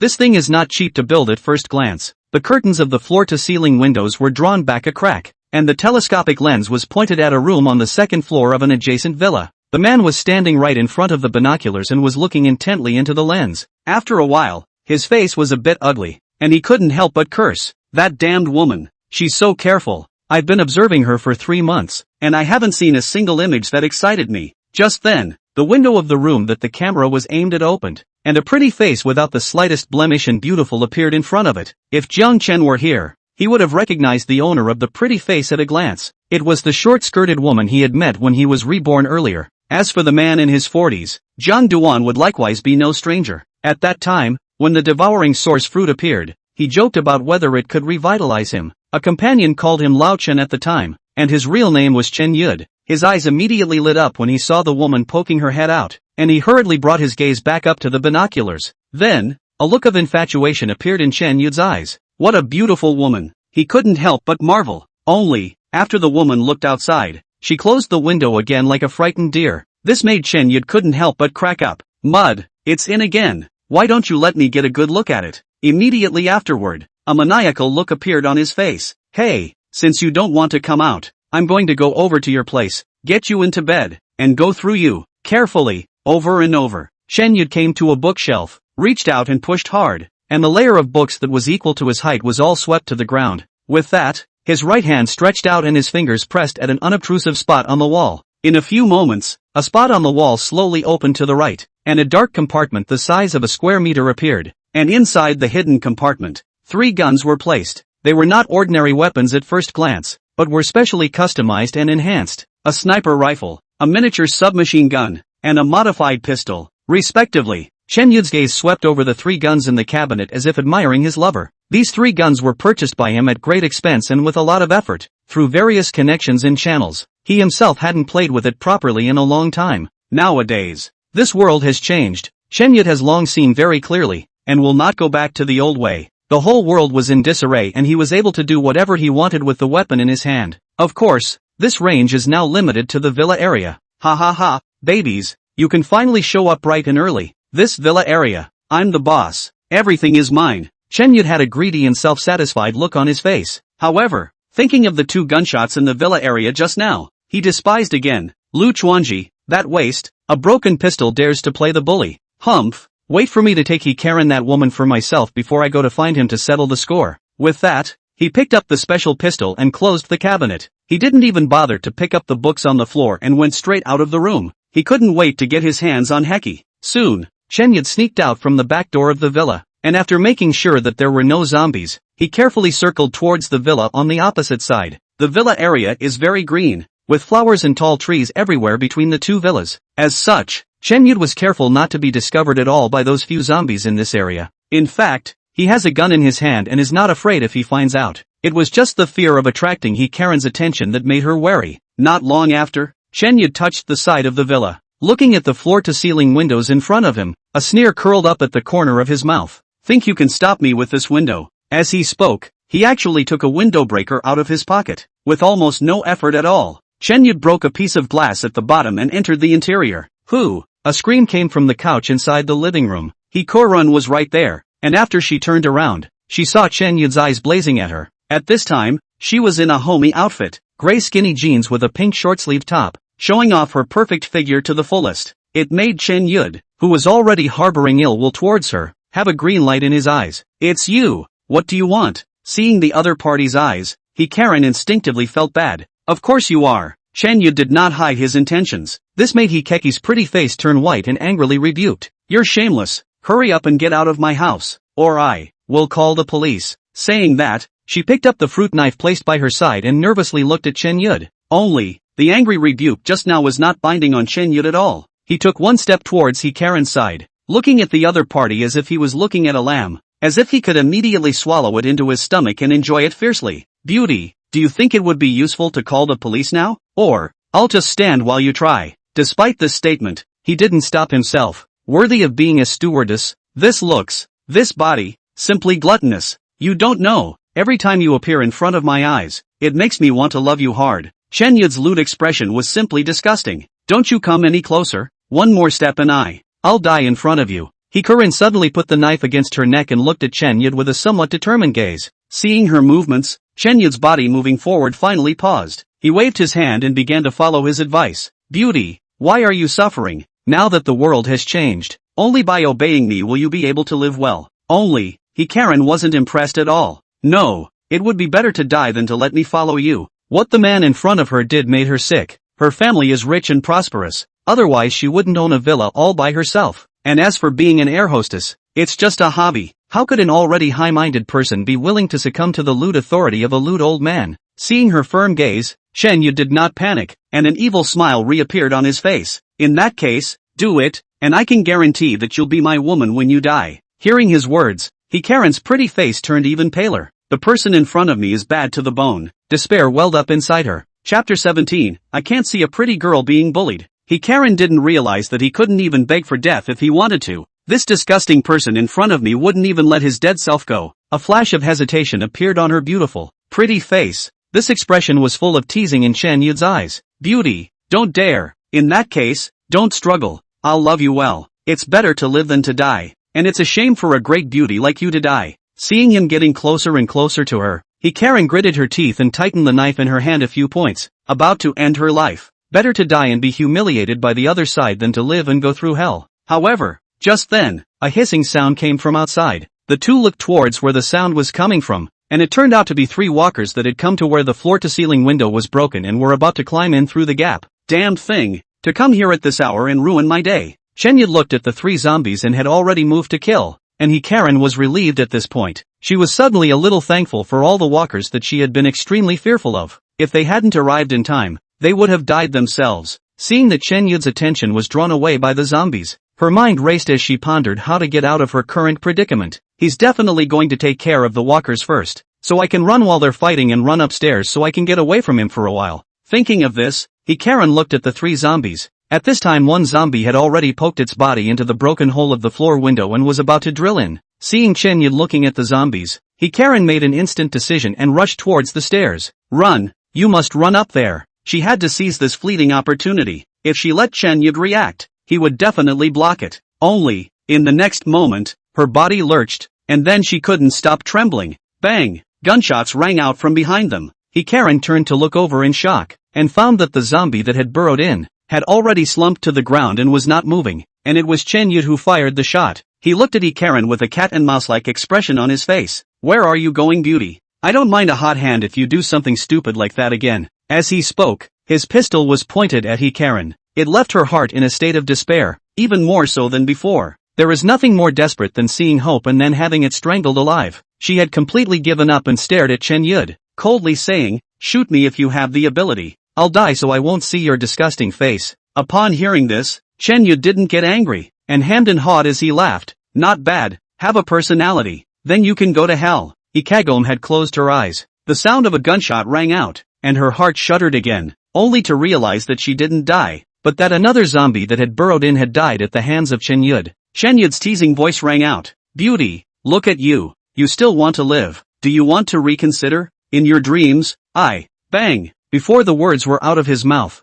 the last walker fell. Chen Yud still had that look of having everything under control. He enjoyed it more than playing with women. Of course, Karen, this woman, he had to get. It was just that it gave him quite a thrill to see her in fear and despair before doing his business. Chen Yud is so horny that he was originally married, but his wife couldn't stand him and ran away, and he's been letting himself go ever since, and as a result, he's almost played himself out physically, and his fighting ability is not as good as it used to be. Therefore, it is inevitable that there is some distortion of the mind. By teasing a beauty of Karen's caliber, it allowed him to find the feeling of indulging in horseback riding when he was young. Well, beauty, with these obnoxious things taken care of by me, nothing should be able to bother us anymore. Well now, let's both have some fun. With that, he once again walked towards Karen, this time at a much faster pace. After teasing each other for so long, it's time to enjoy. He also made a threat. I advise you not to move. I'll really shoot. With a death wish on his face, Karen did not answer this time, but raised the knife in his hand and stabbed it towards his chest. With her last bit of hope dashed, she decides to end herself. Just then, a cynical voice came. Beauty, don't be impulsive. You can still be salvaged. These words caused Karen's movements to lurch. She had just had a death wish, so the tip of the knife had pierced her skin and oozed blood. If she had been one step later, she would have been really fragrant. Looking over at the place where the voice came from, what appeared in her eyes was a figure that wasn't unfamiliar. Who was it if it wasn't Jiang Chen? He was standing in front of that broken hole in the floor-to-ceiling window at the moment, followed by Lu Chuanji. The two were going to go to Chen Yud's house just now, but they heard gunshots over here, so they came over here to check it out first, just in time to catch a glimpse of Karen preparing to commit suicide. Kid, so it's you. Ha, spoiled my good thing. If not properly explain. You. Chen Yud had just played with the gun in his hand, wanting to make Jiang Chen jealous with this thing. It wasn't that he didn't want to shoot directly, but seeing that Jiang Chen didn't seem to be afraid, thinking about the fact that he had eaten that weird fruit, and the fact that Lu Chuanji, who had originally had a gun, was following behind him at this time like a defeated rooster, he didn't rush. As a result, Jiang Chen didn't even have the patience to hear him out and attack without speaking of martial virtues. He was so incredibly fast that he almost turned into a stump and rushed to Chen Yud, swinging a slap on the other party's face. Chen Yud was just an ordinary person, and in front of Jiang Chen's speed, he didn't even have the time to react. At the moment, his face was swollen and hot and painful. I explain a hammer. You old dang good big broken face, do not know that I cannot see the most beautiful girl to be bullied? Still dare to chatter there. Seeing Chen Yud's tragic situation, Lu Chuanji had a heart of gold, and actually sympathized a little with the other party. His hand was still broken now. The pain was unbearable, but because he was afraid of Jiang Chen, he didn't even dare to squeak. And in that scene just now, in Karen's opinion, Jiang Chen was simply handsome, especially when he saw Chen Yud's highly swollen left side of his face. He felt immensely pleased. Dogs, how dare you engage in a sneak attack? Die for me. Chen Yud covered his face and was completely enraged. He couldn't care less. He wanted Jiang Chen dead now. Therefore, The gun was raised and was about to shoot at Zhang Chen. Who knows? Before he could do anything, he was hit hard again on the other side of his face and then swelled up high. The whole thing was dumbfounded. The classic question of who am I and where am I briefly popped into my head. With that, he recovered. But the gun in his hand was gone. Ginger Dust surveyed the snatched pistol and was quite satisfied. Then, looking mockingly at Chen Yud, whose entire face was swollen like a pig's head, he said, "In front of me, you wouldn't even have a chance to shoot." "No, it can't be. How are you so strong? Is that fruit really that amazing?" A sharp pain came from Chen Yud's face, but what hurt more was his fragile heart. Originally thought that with a weapon in his hand, he would be able to roam across the villa area, with women becoming playthings and men turning into slaves, but the result was that his dream was shattered before he could do it for long. He felt his heart break. Only, Zhang Chen didn't care so much, for what he had just done. Dying 10 times would be too little. If he hadn't gotten his gun yet, he'd be a dead man. He looked toward He Karen and said with concern, "Beauty, is it alright?" Chapter 18 teaching you the rules of the end times. When He Karen saw his concerned gaze, it didn't look like he was faking, and a strong look of gratitude appeared in his eyes. "Thank you. If it wasn't for you I'd be dead and there's no telling what horrible things would have happened to me." Thinking of Chen Yud's ugly face just now, she looked at the other party and infinite hatred welled up in her heart. Instead, Zhang Chen had a meaningful smile on his face and said, "This guy has done this to you. Do you want to take revenge?" Hearing his words, Chen Yud's face changed drastically. With what he had just done, He Karen would most likely kill himself. Sure enough, He Karen's gaze looked towards him, the look of disgust and indignation on her face causing an extremely unpleasant feeling to rise in his heart. So, without doing any mental construction, this old den immediately fell to his knees. "Beautiful woman. Not, Miss He, I was wrong. Just now I was just obsessed with ghosts. Lust, beasts are worse than animals, simply deserve to die. But someone like me would only dirty your hands if you killed, so please spare me." Zhang Duan looked at the old man's scandalous behavior in front of him with contempt and handed the gun in his hand to He Karen. "Here, take it. It's the end times now. You can't be soft. Don't look at him like a dog now, wagging his tail and begging for mercy there. But if you let him get the upper hand, he'll instantly turn back to that evil ghostly face he had just made. You can't be soft when it's the end times. Kill him." A single sentence caused the hesitation on He Karen's face to slowly begin to turn a little cold. Thinking about what she had just experienced, she clenched her silver teeth and closed her eyes, her fingertips already on the trigger. "Don't, Ms. He, don't kill me. I really don't want to die." Chen Yud, who had previously sought pleasure from the matter of teasing people, was about to piss himself at this point. He's really afraid of death. After a long time, He Karen was never able to pull the trigger in his hand, although what the other party had done was unforgivable. After all, she was a woman and had a good heart, so she really couldn't bear to do anything about it. Seeing this, Zhang Chen didn't feel much surprise. It had only been less than a day since the end of the world had begun. Although there were already shameless people like Chen Yud who had begun to commit crimes, but more people still have hope in this world,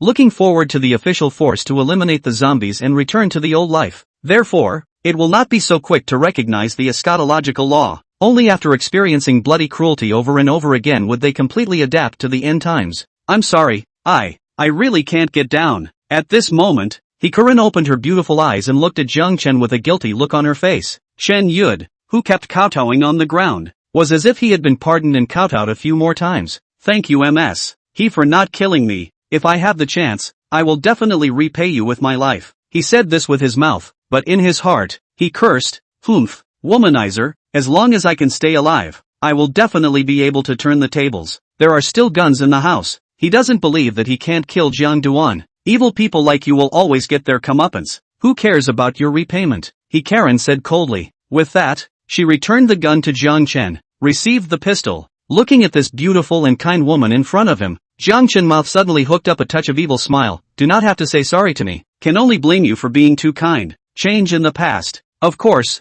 I will be very appreciated. But well," he paused and added, "in this world nowadays, kind people like you can't live for long, so you must change over for me. At least my woman. Forbid her to be too kind." At those words, He Karen was stunned, then looked at Zhang Chen somewhat incredulously. "What do you, your woman mean by this?" She instinctively took a step backward as she said this. Zhang Chen didn't seem to notice her movements and said, "What else does it mean? Of course it's for you to be my woman." He could tell that He Karen actually had a not-so-subtle crush on himself. After all, a heroic rescue had just been staged. Only, this good feeling is nowhere near enough to make the other person give his or her life. And naturally, with his patience, he scoffed at that kind of day-to-day drama. So, get right to the point and say what you're thinking. A woman's got to be pushed. Karen couldn't help but show disappointment on his face at this point. You are actually such a person. Originally thought you and Chen Yud were different, but it turns out that you are just the same. Her original favorable feelings towards Jiang Chen directly dissipated after hearing those words. Jiang Chen didn't care about this at all, a cynical smile still hanging on his face. I say, he de beauty, at least I saved you just now, juxtaposing me with trashy goods like Chen Yud. Are you polite? Are you polite? These words suddenly popped up in the head of Chen Yud, who was still kneeling on the ground. Wasn't he already punished for being trashy and badass? But he still ended up in the crossfire. What's more, you guys are no better. Just now, didn't you say you couldn't see a beautiful woman being bullied? You're good. You turn around and bully others. Although he was slandering in his heart, his face was a bashful and pleasing look. That's right, bro. You're right. I don't even deserve to be compared to you. Ah, Chen Yud let out another scream. It turned out to be Jiang Chen who kicked him in the ass. Who the hell is a brother to you? One more word and I don't mind letting you and Lu Chuanji have the same. One less hand. Lu Chuanji listened and his eyes lit up, but Chen Yud immediately had the good sense to keep his mouth shut. Only, when he lowered his head, there was a strong resentment in his eyes. Jiang Chen wasn't bothering with him and once again looked at Karen and asked, how about it? Being my woman, have you thought about it yet? Dream on. You're so hypocritical. You saved me just now, so this life, I'll give it back to you. Karen had already dropped the knife on the ground a while ago, and picked it up again at this moment. Jiang Chen didn't stop him, but instead looked at Chen Yud. See, this stupid woman is trying to kill herself again. Didn't you just say she wouldn't let go even if she died? I'd like to enjoy it later. Chen Yud saw the look of interest on Jiang Duan's face and thought to himself, you bastard finally showed your true colors. So it's the same as me. Of course he was very happy. Not only did he not have to die, but he could also enjoy the beauty and look at Jiang Chen as if he was a regenerative parent. So, he was busy saying thank you. Thank you, brother. No, thank you, daddy, for making it happen. I will definitely let you have a great time. Karen heard the two conversing without any scruples, and surprisingly, a strong fear arose. She couldn't imagine what horrible things would happen to her when she died, and was surprised that she never acted. She was a little scared. You are the devil. Finally, she let out such a roar at Jiang Chen. Jiang Duan, however, laughed. Someone said this to me just now, and she ended up being married to me twice. Do you want to try it? Also, look at Chen Yud. He was talking about repaying you before. Now have you seen how ugly he is? At those words, Chen Yud's heart thumped. This can't be pretending just now. Right, it's finished. Chapter 19, that's a good boy. However, he was more humble in his attitude and said curtly, Daddy, no, honorable master. I'm one of your dogs now, and I'll do whatever you say. Jiang Chen laughed. No need to be nervous. I was just teaching he to beauty about the end times. I won't even agree if you want to die now. At those words, Chen Yud's heart was slightly relieved. Thank you, master. My life is yours. Feel free to take it if you want. As for how to punish Karen, a woman who doesn't know any better, even if she dies,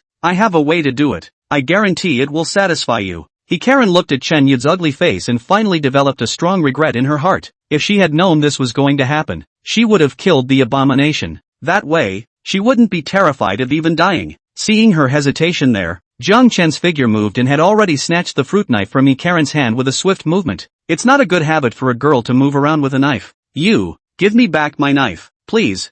Karen surged with a deep sense of powerlessness. Without the knife, she couldn't even die if she wanted to now. She couldn't even think about what was going to happen next. However, Jiang Chen didn't pay attention to her despair and instead looked at Chen Yud. Didn't you just want to do something to that woman? Now that she can't die, just go ahead and do it. He had an evil look on his face. I'm sure the living are much more fun than the dead. A look of ecstasy welled up in Chen Yud's heart, and he squeezed out an obscene smile on his face as he nodded his head repeatedly. Yes, master, you are right. Thank you for giving me the opportunity to fulfill my heart's desire. Honestly speaking, I have been salivating over this woman for a long time. I originally thought that she had the honor of serving you, but I didn't realize that she was so ungrateful. I will definitely fix her up for you. Hurry up and go. I'll just watch from the sidelines. I used to just watch some small movies of the Eastern country. I never thought I'd be able to witness it with my own eyes now. It's really something to look forward to. Ginger Dust leisurely sat on the sofa, ready to watch the show. Master, can you let me have a mouthful of soup too? It's all about making her regret it anyway, and I'm good at this. Seeing Chen Yud stalled, Lu Chuanji on the side began to introduce himself. He's no slouch when it comes to the whole horny thing. Before the end of the world, he had more than just one lover out there. It's just that the deadbeat wife hadn't realized it yet. Karen, this woman. he also often encountered, and in the past, because of sneaking a look at her, he was even scolded by his wife. At this time, to be able to have the opportunity to share on the table, naturally have to fight for it. Jiang Chen's gaze narrowed slightly as he looked at the other party, the corner of his mouth curving up. Yeah, it's even more exciting if you want to. You beasts, I won't let you go even as a ghost. Karen heard the three people discussing how to deal with herself as if no one else was around, and her entire body was about to collapse. Then, suddenly, she sprinted toward the wall, trying to find death. Only, just as he made a move, a strong and powerful body blocked in front of him. Jiang Chen's voice was a few points colder at this time. I said it's hard for you to die without my consent, so stay the hell out of my way. With that, he said to Qin Yud and Lu Chuanji, hurry up and do it, don't make me wait. Hearing his somewhat cold words, the two men's bodies trembled and immediately came to Karen's side, about to extend their claws. The two were almost scrambling forward, like they were grabbing a toy. Karen was controlled by Jiang Chen and couldn't move. Seeing that both of their hands were coming towards their front, she couldn't help but sob. No, don't come over. She then looked at Jiang Chen and said with resentment and begging, I promise to be your woman. Quickly let them get out of the way. It took almost every ounce of strength in her body to say the words. She would rather be the woman of this demon beside her than be tortured by two old men who were like wolves. At this time, Chen Yud's two fingers were less than a millimeter away from the fullness of Karen's chest. However, this minuscule distance was like a heavenly moat, which they simply did not dare to cross. The two withdrew their hands as if they had been electrocuted. Blood dripped in their hearts, secretly hating that they had come up just a little short, but their faces had already piled up incomparably respectful smiles and said, congratulations to Miss He for becoming the master's woman. With that look on their faces, it seemed as if all that had gone on before was as if it hadn't happened. Seeing that the two changed their faces faster than turning over a book, before they were eyeing themselves with lewd smiles, but at this moment, they had become loyal slaves. Karen only felt incomparably ridiculous. Her gaze swept over the two with icy coldness, her voice like 10,000 years of basalt ice. Thank you all, I will repay your great kindness. Chen Yud and Lu Chuanji's bodies couldn't help but shiver after being swept by Karen's icy gaze. Now that Karen was Jiang Chen's person, they no longer dared to think anything of her, or they would surely die a miserable death. But what he had just done had already offended the woman in front of him to death, and at this point, he could only desperately beg for mercy.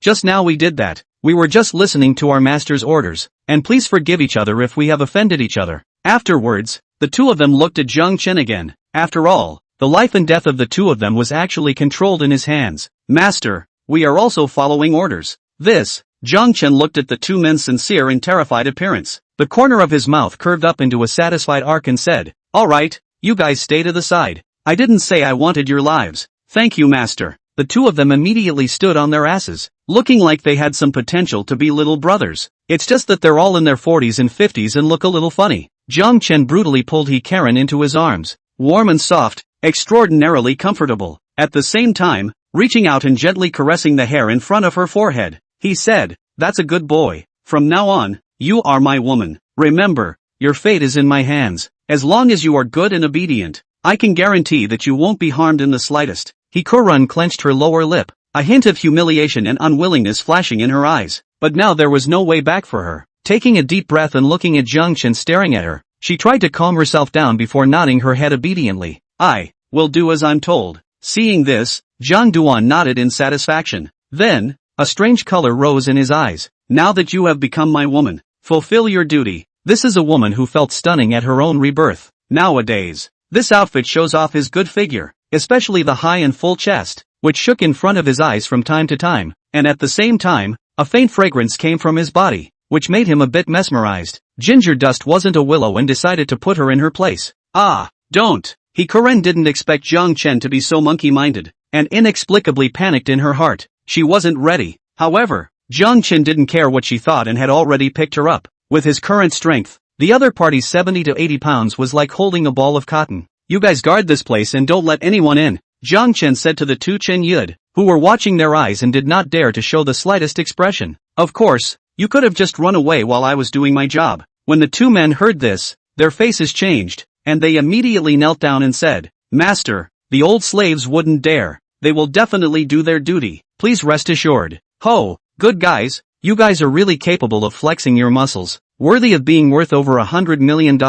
You deserve to make money. Jiang Chen was secretly happy in his heart, nodded in satisfaction, and smiled. Like I said, don't be so scared. I'm very easy to talk to. Chen Yud nodded his head repeatedly and said, yes, the master of the house. Ah, who knows? Before the ass-kissing was over, he took a bullet in the leg. There was a wail of blood. It turned out to be Jiang Duan who had fired a shot at him without warning. This sudden scene caught all three people on the scene off guard.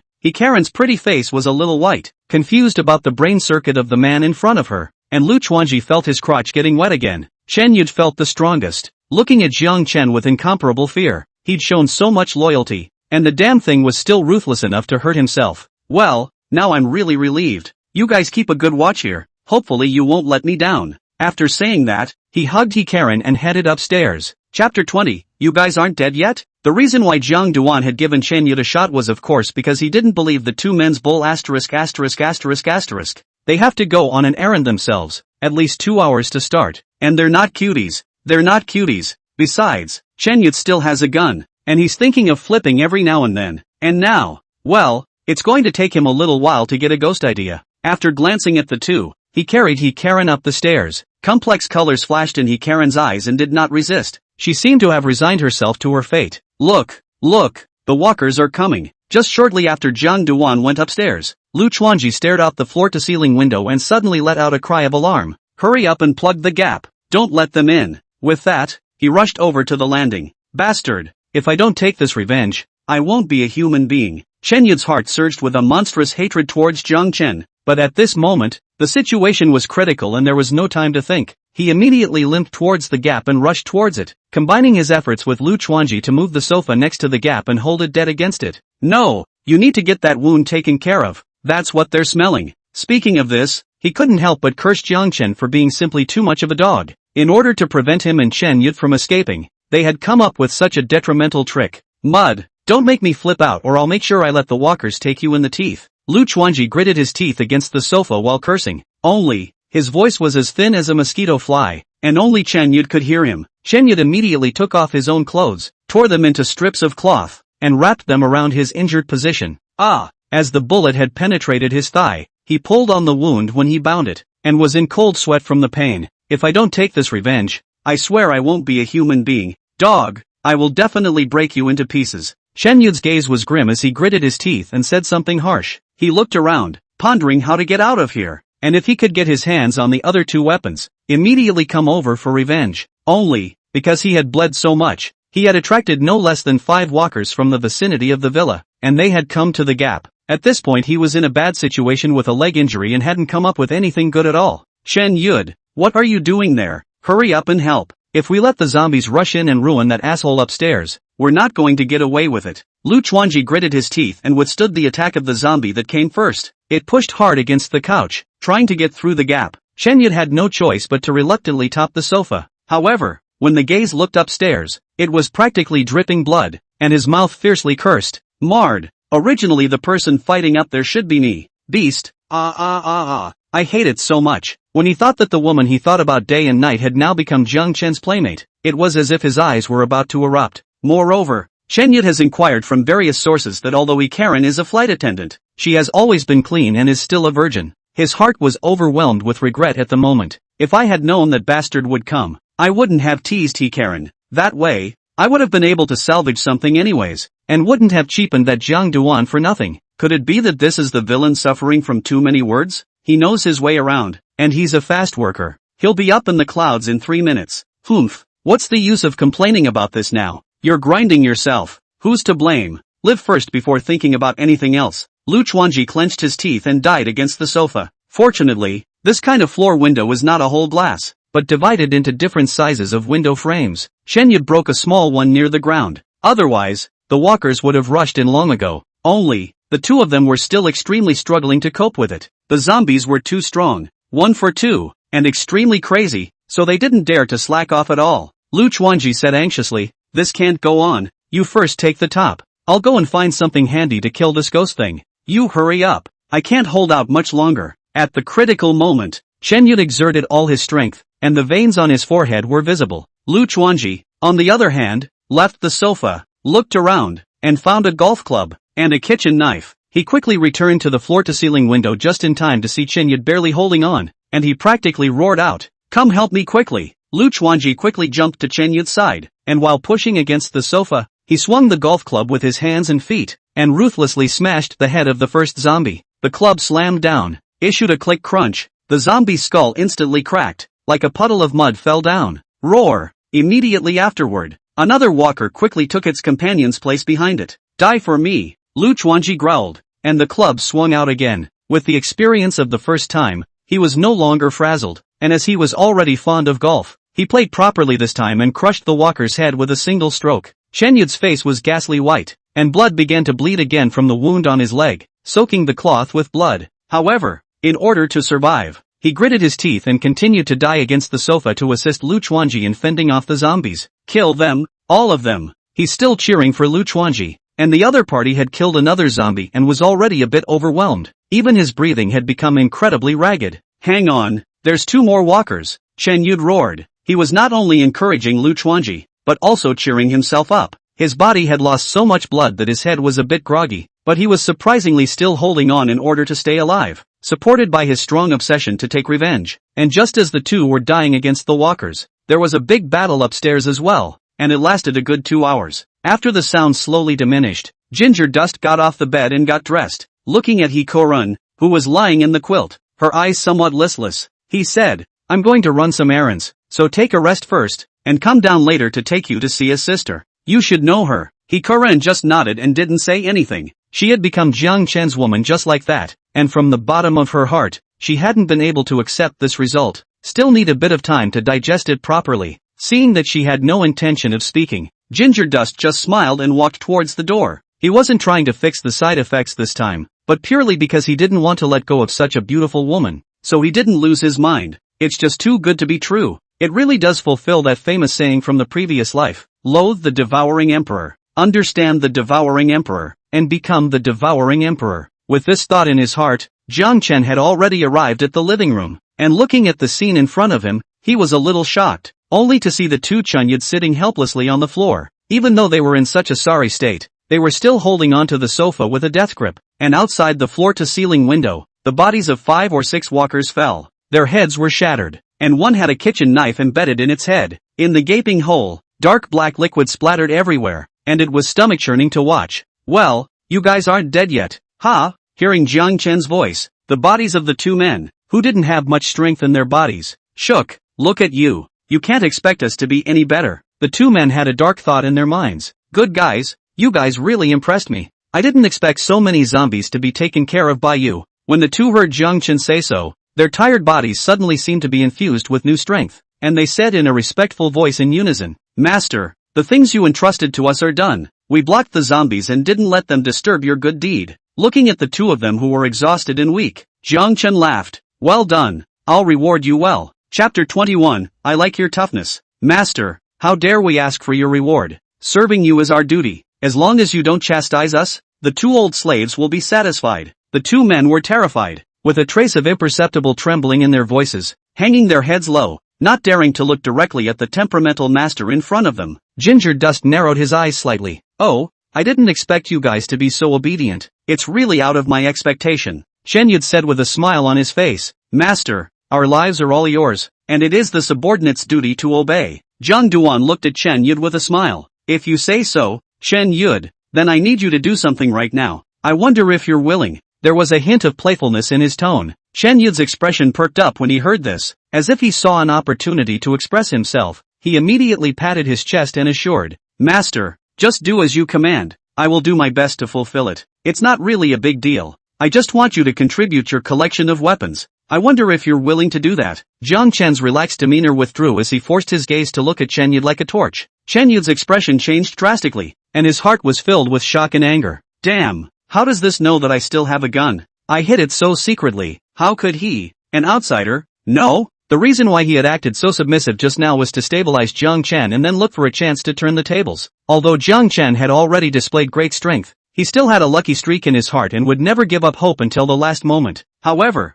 Jiang Chen's words were like a bolt from the blue, causing him to instantly fall into despair. How could he not understand that if the weapon fell into Jiang Chen's hands, he would completely lose his utility and become a lamb to be slaughtered? After thinking about this, he suddenly looked at Lu Chuanji angrily, as if fire was going to spew out from his gaze. Marred, it must be this dog that revealed my bottom line. No wonder they came after me at the critical moment. He could no longer pretend and roared. Lu Chuanji, good for you. Is this matter leaked by you? The voice was filled with anger and resentment. Lu Chuanji spread his hands and nodded his head with an innocent face. Aha! This reply made Chen Yud completely blow up. He looked at Lu Chuanji angrily. His voice trembled and shouted, how can you do this? We have at least fought side by side together. And you betrayed me? He pointed at Lu Chuanji with trembling fingers and was too angry to speak. The wound on his leg ached with anger and excitement, making him feel a wave of dizziness and almost unsteady on his feet. Lu Chuanji, however, was not the least bit impressed and laughed contemptuously.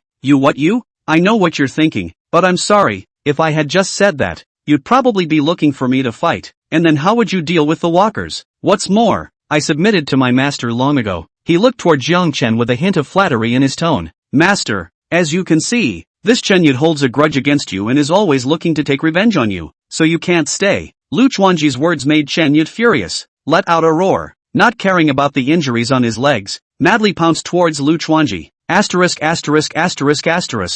fight you. His face was livid with rage, and his eyes glittered with madness. That stance was as if he wanted to eat Lu Chuanji alive. Seeing this, Lu Chuanji did not have the slightest fear on his face, but instead laughed contemptuously. He slightly sidestepped and easily avoided Chen Yud's seemingly ferocious strike. Chen Yud pounced and stumbled, almost falling to the ground, but he quickly stabilized his body, turned around and charged toward Lu Chuanji again, roaring, have the balls to stand there and don't move. Lu Chuanji, however, did not panic and once again nimbly dodged Chen Yud's attack. As he dodged, he also taunted, just you punk. You can't even beat me when I'm standing, without a gun. What's the point of being arrogant? Then stand still and see if I don't beat you to death. Chen Yud roared and lunged towards Lu Chuanji again. Jiang Chen quietly watched the fight between the two from the side, a playful smile on his face. These two men of great worth now look like children at odds. He was as good as watching a monkey show. However, he glanced at the sky and realized that it was already past 7 in the evening. It's almost time. Hao Dong came back just after 9 at night in his last life, so we have to hurry. So, with a flash, he kicked Chen Yud, who was ferociously preparing to fight for his life, over to the ground. The force of this kick was so great that Chen Yud let out a miserable scream and curled his body with a pained expression. Jiang Chen looked at him without the slightest bit of pity, but said coldly, have you made enough of a scene? Where's the gun? Think about it before you say it. I don't have time to bull **** with you. Chen Yud looked at Jiang Chen with a resentful gaze and said through gritted teeth, dog, kill me. Want a gun? No way. Before he could finish his sentence, Jiang Chen's foot had already stepped on his ankle. Exerting a fierce force, Chen Yud let out a miserable scream, his face covered in pain and distortion. However, he still gritted his teeth and let out a maniacal smile. Ha. Is that all you've got? Want me to hand over my gun? Dream on. I'll die before I tell you. Lu Chuanji saw that Chen Yud was still so arrogant at the end of his life, and rushed over to him and kicked him hard, hitting him squarely in the chest. He cursed, mud, what are you yanking for? The boss has ways to fix you. Chen Yud was kicked in the chest, but still refused to submit. Ha. I'm not even afraid of death. I'm not afraid of him. Come on, hit me. He's got a death wish and has completely let himself go. That maniacal look makes you want to kick him when you look at him. Lu Chuanji was so angry that he blew his beard and eyes, and he really wanted to beat Chen Yud to death. I'll hit you with a big watermelon. Pissed me off. Master, I'll help you teach him a lesson. However, Jiang Chen shook his head and stopped Lu Chuanji's impulse. Don't fight. The dog has a hard mouth now that he's thinking about dying. Chen Yud sneered as if he was the one in control of the whole situation. Good to know. I advise you guys to kill me quickly, or else I'll be mad at you all. People are invincible when they are cheap, and he felt like he wasn't afraid of anything anymore. He looked provocatively at Jiang Duan and Lu Chuanji as if to say, what can you do to me? Mud, you think I really don't dare to beat you to death? Lu Chuanji rolled up his sleeves and charged forward again. However, Jiang Chen waved his hand to stop him. Jiang Chen narrowed his eyes at Chen Yud, the corner of his mouth curling into an icy arc. Well, I like your toughness, otherwise it wouldn't be any fun at all. His eyes revealed an unfathomable chill, causing Chen Yud to shiver. He suddenly realized that he might have made a big mistake. Seeing the change of expression on Jiang Chen's face, Chen Yud's sneering expression all but stagnated, instinctively raising a trace of an unpleasant feeling. Lu Chuanji, on the other hand, had a happy face. He saw the playful smile in his master's eyes and knew that his master already had a way to deal with Chen Yud,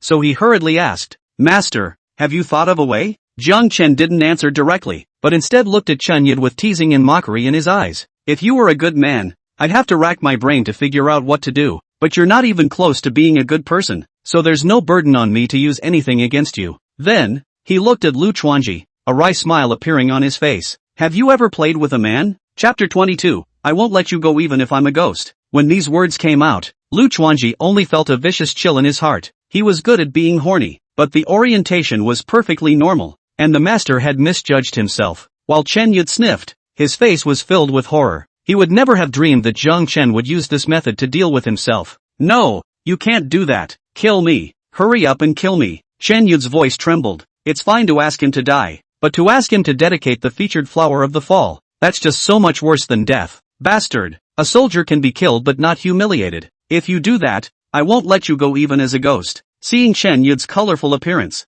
Zhang Chen laughed coldly. Have you said this to my woman before? Do you believe in such things? He then looked to Lu Chuanji. How about it? Want to give it a try? Don't you rich people always play with flowers and like to pursue excitement? Isn't this thing exciting enough? Lord, Master, I really can't. This kind of thing is always too much for me. Seeing Zhang Chen's gaze go cold, the thoughts in his mind turned rapidly and he said, although I can't, someone can. There are a few good at this in this villa area. I know where the residence is. I can get them here. He looked at Chen Yud and said with a clear conscience, although Chen Yud is ugly and has an obese body, maybe they like such goods. Besides, with your orders, they wouldn't dare disobey. At those words, intense interest seemed to appear on Zhang Chen's face. Chen Yud, however, cursed at Lu Chuanji. You this birth son no ass balls. Such a damaged idea can come up. I do. Curse you to break off your son and grandchildren. Originally, he was going to say that he would not let you go as a ghost, but when he thought of what Zhang Chen had just said, he temporarily changed his words to something vicious.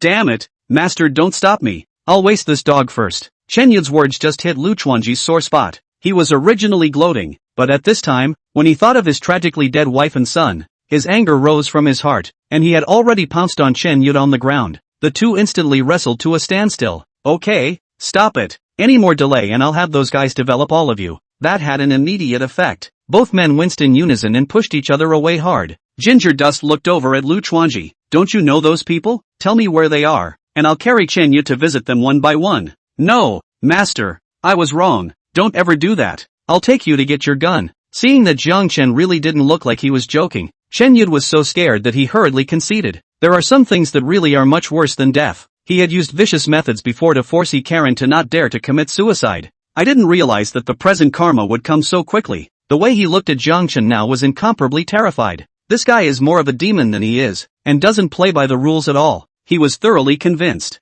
What made his body tremble even more was that right after conceding, he clearly saw the color of disappointment flash through Zhang Chen's eyes. My goodness, what has this guy been through? It's horrible. Lu Chuanji was of the same mind and behaved even more humbly. Zhang Chen didn't care what they thought and urged. Since you've willingly submitted, lead the way in front and go to your house right away to get your gun. Yes, Master. After what happened just now, Chen Yud acted coyly, dragging an injured leg and gritting his teeth to lead the way in front. This time, the trio took the front door, and that breach that was made by Chen Yud was sealed up by Zhang Duan, who found the villa's big items. Just came out and encountered 3 walkers. Zhang Chen quickly settled the place in order to hurry and put away the crystal cores. Seeing him kill the zombies with ease, the two didn't even dare to utter a breath. Soon, Chen Yud led the two back inside the villa to the room where he had spied on Karen. Ho, Chen Yud, worthy of being an animal, you dog is simply too disgusting. Zhang Chen looked at the telescope that was facing Karen's villa and couldn't help but mock. Lu Chuanji immediately echoed, yes, so disgusting. My old Lu, although looking for Xiaosan, package Xiaoxi, but our true love, which is like Chen Yud, will only do this kind of stealing chickens and dogs. Yes, I was wrong. Master, you can scold me any way you want. Chen Yud clenched his hips, not daring to retort, only nodding his head. Master, the weapons are behind the bookshelf. I'll fetch them for you right away. This time, he learned his lesson and didn't wait for Zhang Chen to urge him, immediately running to the bookshelf and opening the hidden compartment like before. The moment he saw the gun, Chen Yud had some complexity in his eyes. He wanted to pick up his gun and kill Zhang Chen, but he was incredibly afraid of his speed. With heaven and earth warring in his head, he finally chose to back away to the side. Master, the gun is here. Take a look. Ginger Dust gave him a deep look, smiled, and stepped forward. He was very pleased to see the 2 guns inside the hidden compartment. That's good stuff. I'll take it for you. With that, he packed the guns and ammo in a bag. Then, in Chen Yud's trembling gaze, he said words that made him crumble and angry. You're very good. So as a reward, let's reward you with a couple of men. No, you went back on your word. I gave you the gun. Why don't you leave me alone? Chenya didn't think that Jiang Chen would be so shameless as to turn his face away when he got the gun. At this moment, fire was spewing out of his eyes, and he had become that angry Chen Yun again. Jiang Chen teased, "When did I say I'm going to let you go? I haven't settled the score with you after being so arrogant before." Yes, master, don't spare him. This kind of person should be taught a hard lesson. Lu Chuanji hurriedly chimed in from the sidelines. Afterward, Jiang Chen ignored Chen Yun's angry roar and walked him outside the villa like lifting a dead dog.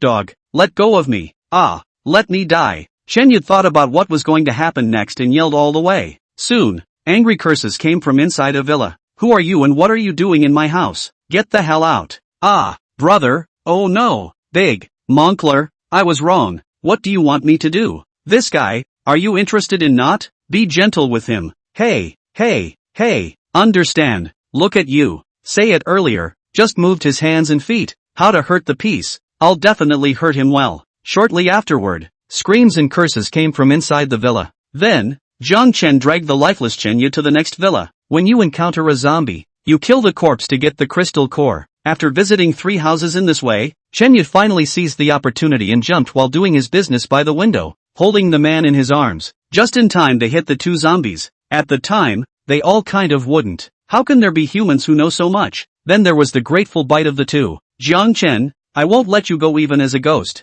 This time, Chen Yu comfortably shouted out that sentence without being refuted again. Seeing Chen Yu's resentful expression as he died, Jiang Chen's heart was ancient. He didn't feel guilty at all about such people. If he went late, Karen would experience a nightmare. Now that she was her own woman, she naturally had to return the favor and help her out. With the guns in hand, it's time to get a few women together and get ready for the return of my good brother. Chapter 23, Lift Up Your Head. Though the villa area hadn't been explored yet, and was certainly hiding a lot of beautiful women, but Jiang Chen wasn't going to look at it at the moment for the time being. The most important thing today is still to welcome his good brother Hao Dong. So he said to Lu Chuanji, "Are you going to be beaten to death by me? Or are you going to stay here?"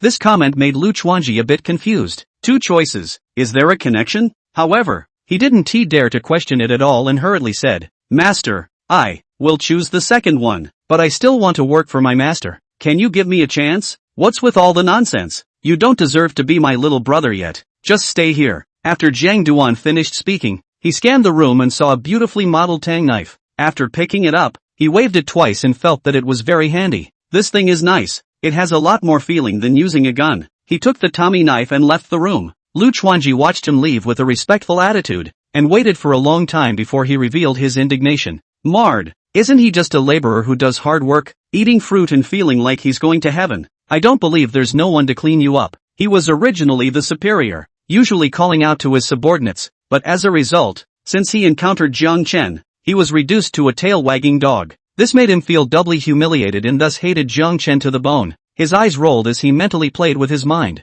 Then, he brightened up and joyfully said, "Isn't that brother-in-law of mine a contractor? So tell him that his sister was killed by Jiang Chen and ask him to bring his brothers over to take revenge."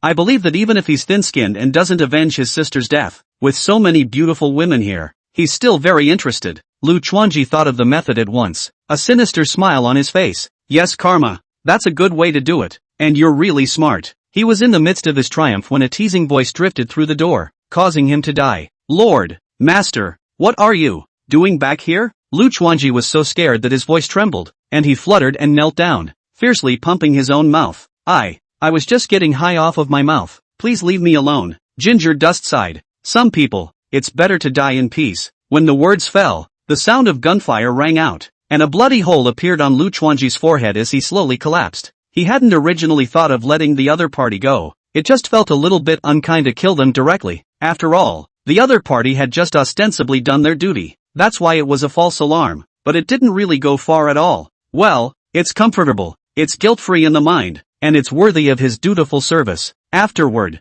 Jiang Chen turned around and left the villa with large strides, returning to Karen's home. Seeing Karen, who had already come to the living room, his gaze was extremely aggressive. At this point, her costume changed again. The previous loungewear that showed off his figure had already died in battle under Jiang Chen's rough movements. Now it's dark blue skinny jeans paired with a black navel-bearing short-sleeve top that outlines the perfect bodyline. Sexy and vibrant. And this outfit, which Jiang Chen had personally chosen inside the closet, after what she had experienced before, she didn't dare not to wear it. What are you doing looking at me like that? Hiko Ren was a little uncomfortable by Jiang Chen's look, slightly lowering her head and unconsciously pulling down the corner of her clothes with both hands. Jiang Chen's gaze narrowed slightly as he stepped forward and lifted her chin. Raise your head and look at me. His tone was undeniable, and Karen instinctively raised her head, with her eyes looking straight ahead. Her cheeks flushed red as she tried to avoid Jiang Chen's gaze. Don't duck. Jiang Chen's words were as if they were filled with magic, making her not dare to avert her gaze anymore. The corners of his mouth curved up in a smile. That's beautiful. That coworker of mine earlier said he'd be willing to die if something happened with you, and I want to try it again. Saying that, amidst Karen's exclamation of surprise, he had already carried him in his arms and came to the sofa. Don't.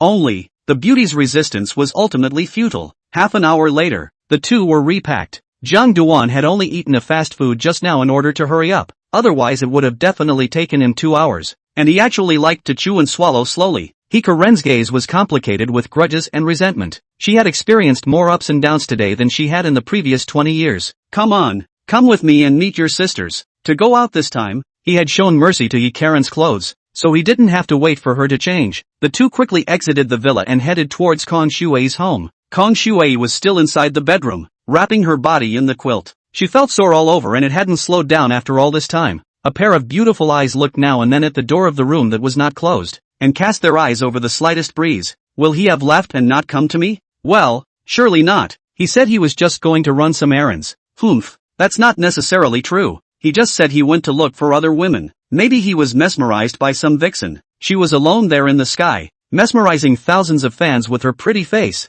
her expression shifting and extremely wonderful. For Jiang Chen, she didn't hate him as much as Karen did, and although Jiang Chen's intentions were impure, but after counting, it was still her own self-inflicted, which made her somewhat hateful. Hearing the hissing of the zombies outside as they passed by the villa, and sometimes these horrible things would slap the door of the room as hard as they could, it scared the hell out of her. For just a moment, she was actually looking forward to him coming back sooner. However, just then, the sound of glass breaking came from downstairs, followed by the sound of a man's rough voice. Hurry up and block the windows. Those walkers are coming in. Asterisk. Zhao Shan, why are you shouting so loudly? If the beauty here hears it and hides, it will be hard for us to find it. Another man's angry curse rang out. Both of them were a bit loud, and Kong Shui could hear them clearly from upstairs. Her face flushed with panic. She immediately got out of bed, ran over and slammed the bedroom door shut, then unlocked it, and through gritted teeth pushed a cupboard in front of the door. When she was done, she was dripping with fragrant sweat and panting slightly. It was just that the heart was overwhelmed with panic. The other party broke into her villa at this time. No need to think. It was from a bad source.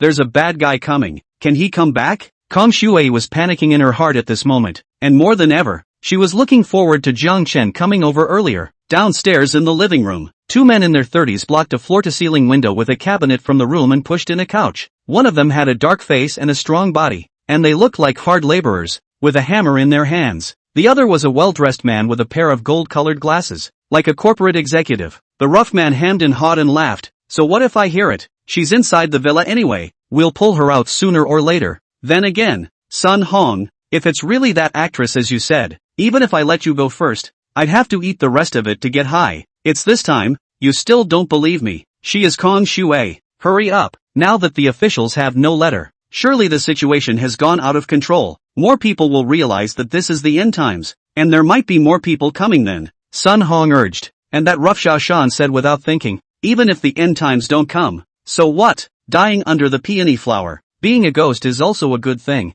I played with a big star. It's worth it to die. The two spoke as they searched various locations on the first floor, without actually losing any time. There's no one here. She's hiding upstairs. Go, check up there. Listening to the footsteps coming from the stairway, Kong Shui's heart became even more flustered and anxious. Why isn't he here yet? If he's any later the bad guys are going to come in. The conversation between the two just now had reached her ears. Let's split up and search, Sun Hong said as the two began to go from room to room looking for signs of Kong Shui. Then came this room outside where she was hiding. Nowhere else. This room is closed and unlocked. She must be in there, Zhou Shan said as he turned the doorknob, and Sun Hong nodded, having knocked on the door of the room. Miss Kong, are you in there? I'm Sun Hong, your neighbor in the district. Maybe you didn't notice me before. but I'm a fan of you, miss. Is it okay to open the door? Sun Hong had an evil smile on his face, but his mouth was very polite. For this actress in his neighborhood, he used to just adore her, looking at her pictures in private to soothe himself, his heart going crazy with love. Today there was a change in heaven and earth, and after observing it for some time,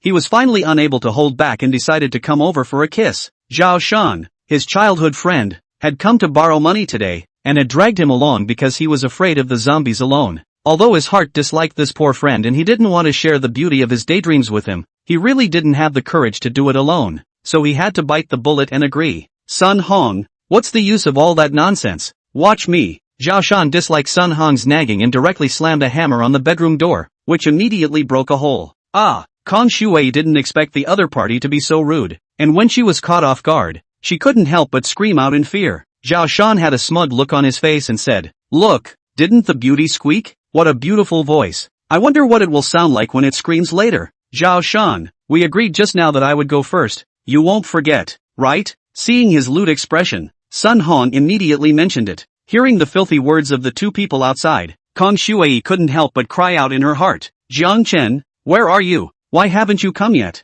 In today's condition, soon the two would have to break into the house, and then she would only have to jump. Now she was still as young as a flower and really didn't want to die. Got it, you just go first, but don't worry about how I treat her afterward. A touch of cruelty flashed across Zhao Shan's face. Just then, a voice came from behind the two. "Oh, what do you want to do to my woman? Tell me." Chapter 24 Hao Dong returns. He's back. He's really back in time. While Zhao Shan and Sun Hong heard the sudden voice from behind them, they were so frightened that they immediately turned around to look, only to see that Jiang Chen was standing not far in front of them, looking at them with a cold gaze. However, when the two saw Kong Shuai, greed immediately surged in their eyes. Zhao Shan was filled with surprise. What a beautiful beauty. This body, these breasts, ha ha ha, Sun Hong, she's mine, don't grab her from me. When Jiang Chen heard Zhao Shan's deathless words, the chill in his eyes increased. However, Zhao Shan was so colorful that he didn't take it seriously. What's more, looking at Jiang Chen's appearance, he was able to knock him to death with a single hammer. Even with the tanged sword in his hand,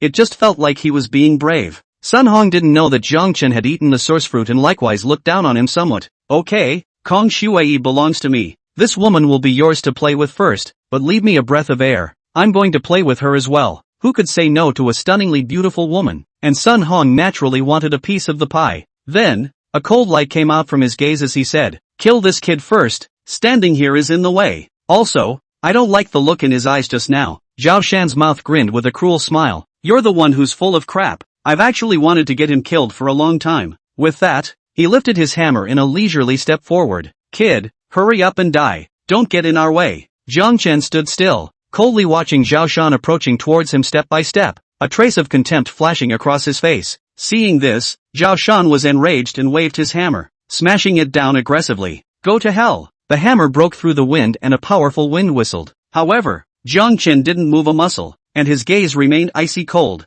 He Koren, on the other hand, had already withdrawn a few meters in a well-behaved manner, not wanting to get in Jiang Chen's way. As for his well-being, there was no concern at all. And hearing the words of the two Sun Hongs, she couldn't muster the slightest bit of pity. It made her think of Chen Yud. Zhao Shan's face was filled with a hideous smile, as if he had already seen the image of the hammer smashing Jiang Chen's head. In the very next instant, Jiang Chen finally moved. His body was as swift as a cheetah, and with a sidestep, he easily avoided Zhao Shan's powerful attack and slashed out with a backhand. The light of the blade was like electricity, and a cold aura appeared. Put! Blood splatters. Zhao Shan's pupils suddenly dilated as he looked down, only to see that his chest had been cut with a bone-deep wound, and blood gushed out. He just wanted to speak, but Jiang Chen didn't give him a chance. The tang blade slashed horizontally and struck again. As the blade flashed, Zhao Shan's neck was directly severed and his head flew out horizontally. Blood gushed out of his neck like a fountain. The headless body shook a few times and fell to the ground with a thud. Sun Hong was dumbfounded by this sudden scene. His legs went weak and he almost peed his pants. How is this possible? He simply couldn't believe that the strong and powerful Zhao Shan couldn't even block a single slash from Jiang Chen, and was directly killed in reverse. Jiang Chen slowly turned his head and looked at Sun Hong with an icy gaze. Those eyes, like death staring. Sun Hong was trembling, his legs were soft, and he flopped down on the ground, kowtowing and begging for forgiveness. Don, kill me. I have eyes that do not recognize Tai, colorful desire. Big brother, spare my life. Jiang Chen laughed coldly. his tone icy. Didn't you just say you were going to kill me, and do whatever you want to my woman? Sun Hong's face was pale and he kowtowed as if he were pounding garlic. I was wrong. I deserve to die. I deserve to die. Please, don't kill me. I'll be a cow and a horse to repay you in the future. Being an ox? Ginger Dust snorted. You're not worthy. He raised his tang sword, its blade chilling. Sun Hong was scared out of his wits and rolled around trying to escape. However, just as he turned around, Jiang Chen had already appeared in front of him. The tang sword swept across the room, cutting out a pike. Put. Sun Hong's legs were chopped off at the knees, and blood spurted out. Ah! He looked pained and screamed as he fell to the ground, his blood staining the ground. Jiang Chen looked at him condescendingly, his gaze icy cold. Weren't you great just now? Why are you like a dead dog now? Show me more arrogance? Sun Hong's face was white with pain, his body twitching and full of despair. Please, please, don't kill me. Jiang Chen laughed coldly and raised his tang sword, pointing it straight at Sun Hong's throat. Begging for mercy now? It's too late. A line of blood surfaced as the blade cut through. Sun Hong's pupils dilated. His throat made a grunt sound. His head slowly slipped from the neck of his erection, and his body slowly fell to the ground. Jiang Chen shook off the blood on his tang blade, his eyes indifferent, as if he had just casually stepped on two bedbugs. He turned to the closed bedroom door. They were killed by me. Come out. Inside the room, Kong Shuai tried to calm her complicated mind for a while, and with a trembling hand, she opened the bedroom door that was already a bit tattered. Seeing the blood on the doorway and the headless body on the ground, her body instinctively took 2 steps back in fear. Jiang Chen stepped forward and swept her into his arms, his voice low and domineering. What are you afraid of? My woman, you can't be so timid. Kong Shuai leaned into his arms, feeling his powerful heartbeat, and finally couldn't help but cry out. In this moment, she fell completely. Jiang Chen patted her fragrant shoulder and said, all right, don't cry. Weren't the bad guys killed by me, and I'll introduce you to a sister. It seemed a bit unsettling for him to do so. Humph, I'm sure it's the big bad guy who doesn't know how a girl's mind works. On the side, Karen mentally grunted. She recognized Kong Shuai as early as when she saw her, and even though she herself was comparable to her appearance, she couldn't help but marvel at the fact that she was indeed a top-stream actress who had collected thousands of favorites, and was simply too beautiful. It was just that, now that she had become Jiang Chen's woman, just like herself, it gave her a sense of empathy. Jiang Chen lazily ignored the mood of the two and said, you guys get along in the future. If you let me know that you're staging some kind of palace fight in private or bullying, get out and feed the zombies. His sentence is not a joke. Now do not want to be annoyed because of women's things. He wants to be absolutely submissive. Not the women pampered and cute a little bit, can ride on his head, must be harmonized to get along. When Kong Shuai heard these unquestionable words, she said with some aggression, one tea.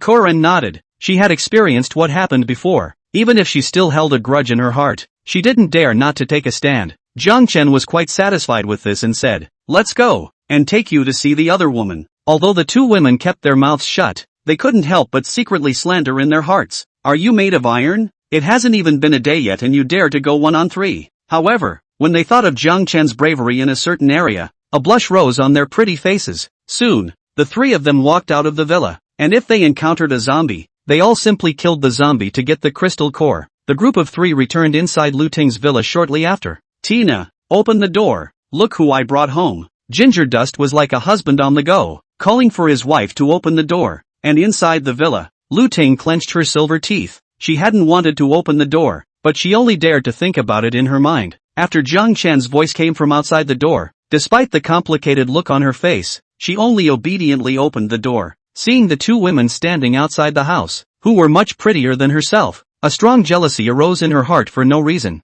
especially Kong Shuai, Lu Ting but often seen on TV, heart surprisingly some inferiority complex, and Karen she had run into a few times inside the neighborhood and had a poor view of her than her own pretty self. However, she didn't move and quickly squeezed out a smile on her face. Jiang Chen, you're back isn't this the famous big star, Sister Kong? And this sister, I'm familiar with her as well. Come in quickly. The three stood outside the door as the walkers were running from a distance. Extremely persistent. After entering the house, several women recognized each other for a while, then there was nothing to say, and the atmosphere was a bit dull for a while. Jiang Chen was not in a snarky mood at this time, as he looked at the time, and if there were no surprises, Hao Dong was about to return. Outside the villa area, a Sky Realm L9 supercar, which had recently become a big hit, came to the front of the gate like lightning, followed by two off-road vehicles. Sitting on top of the supercar was none other than Hao Dong and his lover Dingqian. At this moment, His temperament had completely changed, and his face was filled with a confident smile, while Ding Qian,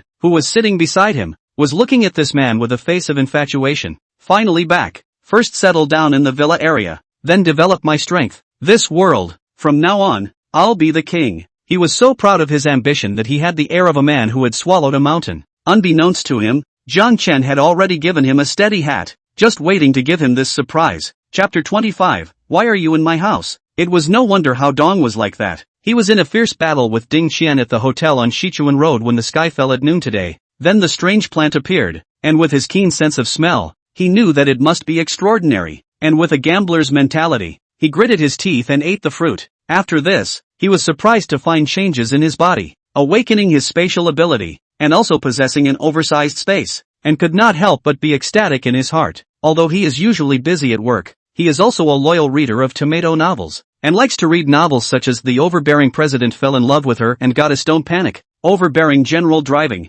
and occasionally condescends to dabble in post-apocalyptic literature. Therefore, he knew what it meant when the spatial ability appeared. That's a PR. Oper led. One wave and it'll take off again. Ha ha ha, the heavens have not been kind to me. Hao Dong, allowing me to taste the taste of dominating the world again after enjoying glory and wealth. He was a little tense. After thinking of this, Hao Dong immediately began to scour Shichuan Road and the surrounding area while others were still in a panic. It was only after the zombie crisis broke out that he returned with Ding Qian. On the way, he changed cars several times to get away from the walkers. This sports car was the one he snatched from an ugly rich love rival, who had almost married Lu Ting before, just in time to get his revenge. It was obvious that the other had been fed to him as a zombie. On the road, Hao Dong also took in 5 minions, who were sitting in the 2 cars behind him at this time. These people were naturally unconvinced at first, but after seeing that he was able to fight 3 by himself, and that he could take out items at will and promise them food and drink, they decisively chose to surrender. Seeing the zombie that the sweeper mom had turned into running out from inside, and a number of zombies approaching inside and outside the villa area,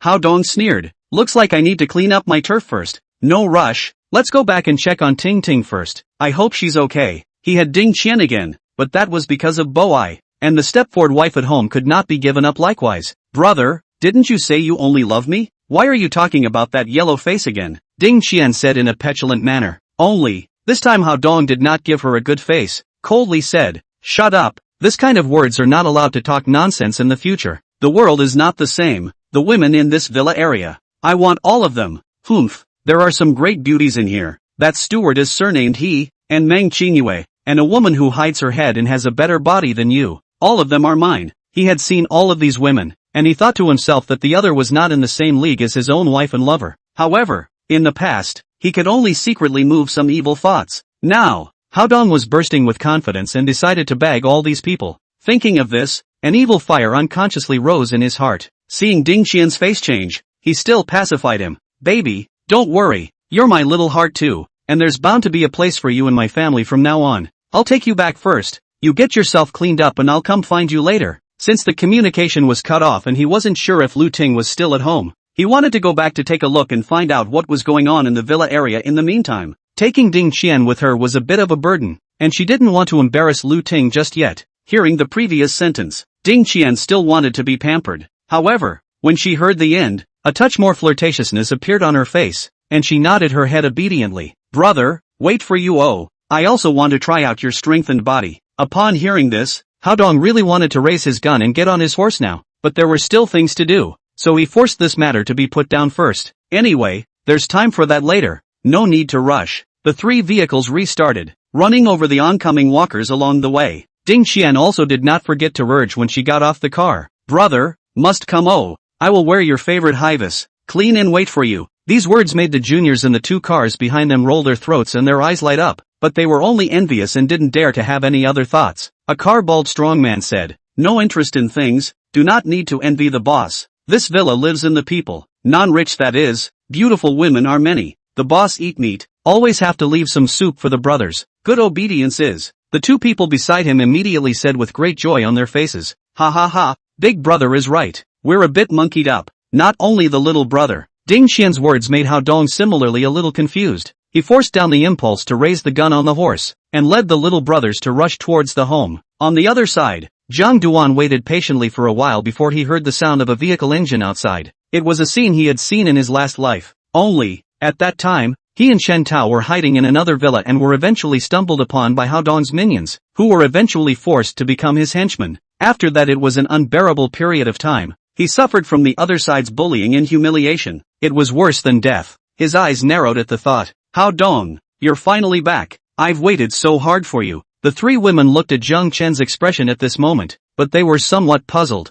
I don't know why he was so nonchalant after hearing the voices outside. Soon the sound of the vehicle came to a screeching halt outside the villa. Lu Ting was first puzzled, then her face showed joy. Could it be that the husband is back? However, her face changed again when she thought of how terrifying Zhang Chen was. No, hubby will only die if he comes in. Stop him. Lu Ting subconsciously rushed to the door, trying to stop Hao Dong from coming in. Only, she simply couldn't be fast enough for Zhang Chen, and in a moment's time, he had already arrived at the doorway, and even turned to look at Lu Ting, coldly saying, "Get back, and stay honest to me. If you say one more word, I'll make your life worse than death." Lu Ting's heart chilled and immediately stopped moving. The two women, Kong Shui, didn't know what exactly was going on and didn't say anything, but instead quietly retreated to the side and watched with slight curiosity. Then, Hao Dong's call came from outside the door. "Honey, are you in there?" He wanted to make sure there was someone alive inside. Lu Ting wanted to answer, but didn't dare. However, in her somewhat alarmed eyes,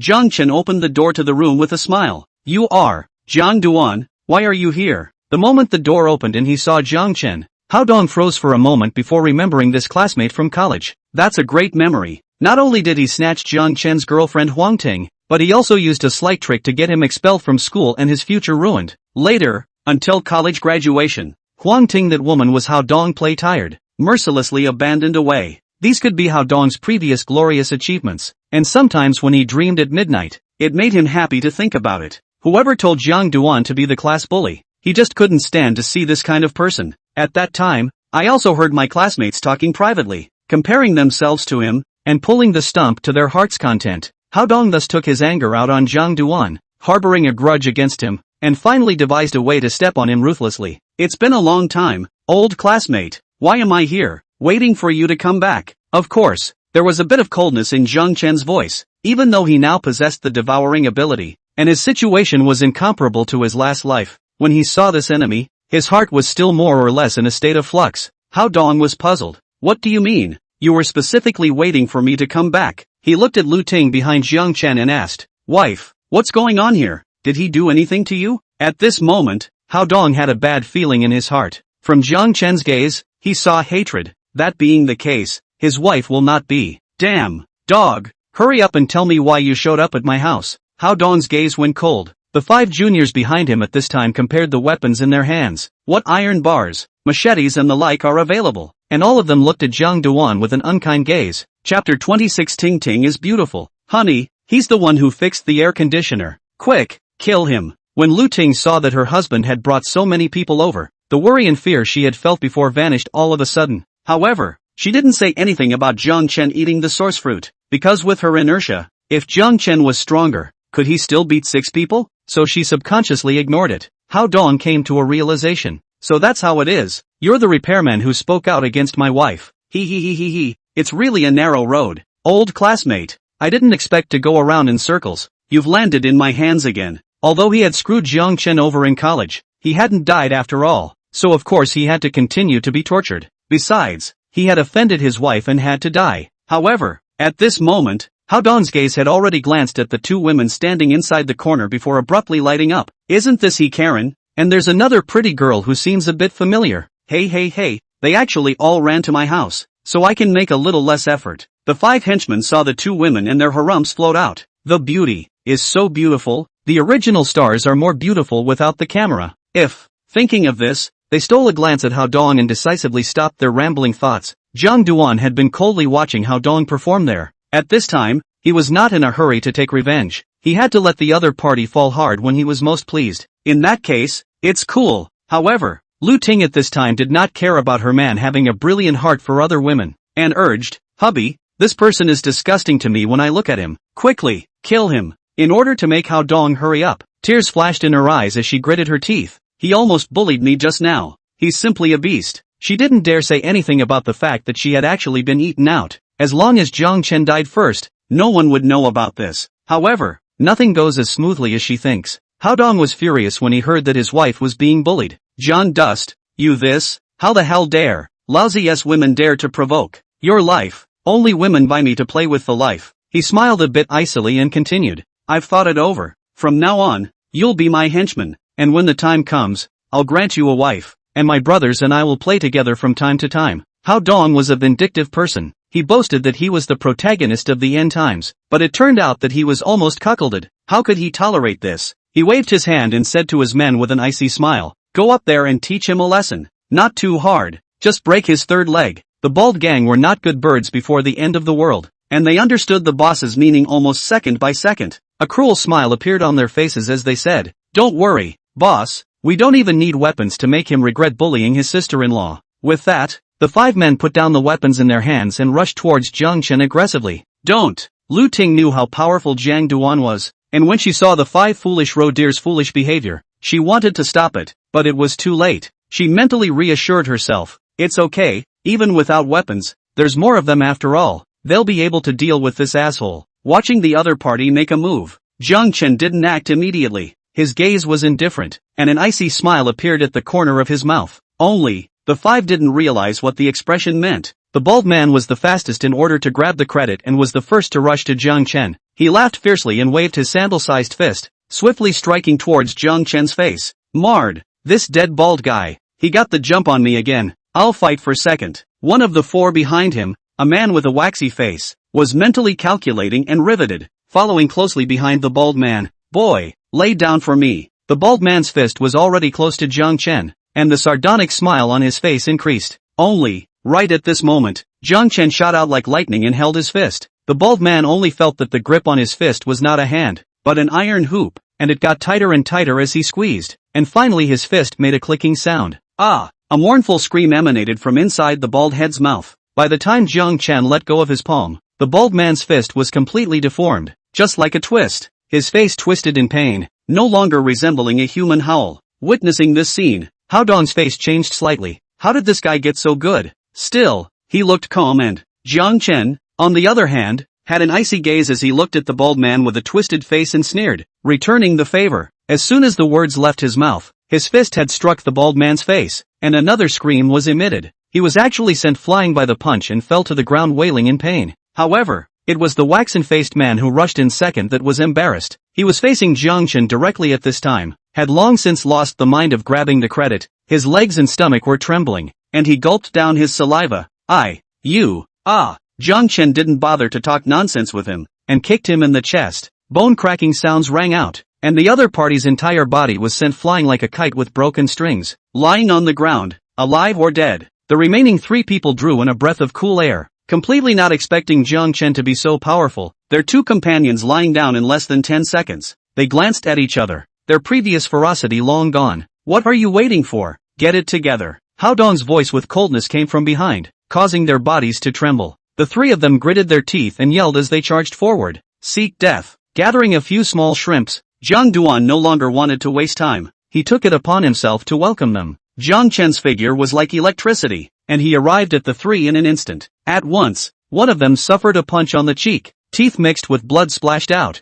and the whole person was thrown aside like a broken sack. The other 2 saw the situation and tried to outflank them from both sides, but it was simply futile. Easily avoiding one person's attack, Jiang Chen backhanded and grabbed the other person's arm. With a slight force, the man's arm twisted and deformed, making a crisp fracture sound. Another heart-rending scream came out. Jiang Chen used his strength to yank, and the man slammed heavily against a sidewall and slid down without moving. Ah, the devil! You are the devil! The last man lost all his strength at the sight of his companion's misery and fell limp to the ground. Only, Jiang Chen didn't spare him and stepped forward to kick and break his neck. He turned his head toward Hao Dong and grinned, then said in a relaxed tone, "Had enough of the drama? It's your turn." Hao Dong's face at this time had long since revealed a color of shock, and at the same time, there was also deep scorn. "How are you? You so strong? Is it?" Thinking of a possibility, he shook his head as if he were deluding himself. "No way. There's no such thing as coincidence." As Jiang Chen looked at his shocked appearance, he couldn't help but be filled with sarcasm. "There's nothing impossible. I ate a fruit just the same and..." His gaze landed on Lu Ting, and the corner of his mouth curled into a playful smile. Lu Ting instantly realized what he was going to do and screamed, "No, you can't say it. Since the moment Hao Dong came back until now, Her mood had gone through ups and downs, and at this moment, she was again overwhelmed with panic. Only, where did Jiang Chen care about her mood? Looking at Hao Dong, he said word by word, "Not only have I awakened my supernormal abilities, I have also prepared a gift for you carefully." In Hao Dong's somewhat confused look, he said word for word, "Tingting is very beautiful and, also, very leaping oh." Boom! When these words came out, a bolt from the blue seemed to ring in Hao Dong's head. Lu Ting, on the other hand, was ashen. Chapter 27, You Can Still Wear One. Hao Dong originally wanted to ask Lu Ting if this was true or not. However, seeing the expression on her face, her heart instantly sank. It's obvious what else to ask a hammer about already. All he felt was green grass growing above his head, with 10,000 alpacas running loose on it, spitting as they ran. "Hubby, I'm the one who's sorry. Boing boing, I was forced by him, and if I hadn't waited for you, I'd have wanted to cut it all off." Lu Ting cried with pearly blossoms, and that look was simply sad to hear and tearful to see. Immediately, her beautiful eyes welled up with infinite hatred, and she pointedly said, "I was forced to do this. He is the devil. Husband, you must avenge me. Chow your ancestors, you beast. How dare you? I'll kill you." Hao Dong roared hoarsely, his eyes red as he looked at Jiang Chen. To say that he loved Lu Ting, he couldn't say how much, but this woman is his explicitly married wife. He was a man who aspired to world domination, and once he had this stain, it was like having a thorn stuck in his heart that could not be removed. Later on, if you stand on top of the world, when you look out of the corner of your eye, some people will talk about it in private. The space monarch is so powerful. It's a shame. His wife is being slept with. What is this? The space monarch is so dominant. But yeah, his wife is being slept with. Don't talk about that. Space monarch is so majestic. And yet, his wife is being slept with. Just thinking about this scene made his heart drip blood and wow. It hurts. It hurts like hell. Hate. A mountain of hate. He was previously afraid of Jiang Chen's stance, and with his awakened physique, he was somewhat unable to defeat him. But, stimulated like this, he couldn't hold back any longer. With a thought, he had two more things in his hand. Holding an electric baton in his right hand and spray in his left, he arrived in front of Jiang Chen with the same speed as before. "Die for me." Hao Dong's eyes were filled with anger as the electric baton struck straight out and the spray similarly swung from the can towards Jiang Chen. "That's it?" Jiang Chen just sneered disdainfully and flicked his side, easily avoiding Hao Dong's attack. However, Hao Dong did not seem to be discouraged and continued to strike at Jiang Chen. Twice in a row, he failed to score. When he struck again, Jiang Chen still dodged to the side, the look of disdain on his face intensifying. However, at this time, Hao Dong, his face did not show the disappointment of returning home and defeat many times, but instead, there was a touch of conspiracy to succeed. "You fell for it." With an ice-cold smile hanging at the corner of his mouth, Hao Dong's figure unexpectedly disappeared in thin air. When he reappeared, he had already arrived behind Jiang Chen. He dodged over just in time to get a foothold, and it was Hao Dong who had calculated his landing point and utilized his hidden skills to launch a sneak attack. "Jiang Chen, watch out!" The exclamations of the two women, Kong Shuai and He Karen, came out. They had been obediently staying to the side before because they believed in Jiang Chen's strength and, moreover, didn't dare to disturb him in his business. But at that moment, seeing that he seemed to be about to be shamed, he immediately warned. They could clearly see the face that Hao Dong revealed when he came back just now. This person was no better than Jiang Chen. They would all choose Jiang Duan when they were short. Lu Ting was in a very different state of mind. Seeing that Jiang Chen was about to be defeated, her heart was filled with pleasure. "Honey, come on, kill that demon." She was selling Hao Dong. However, in the next second, her expression froze on her face.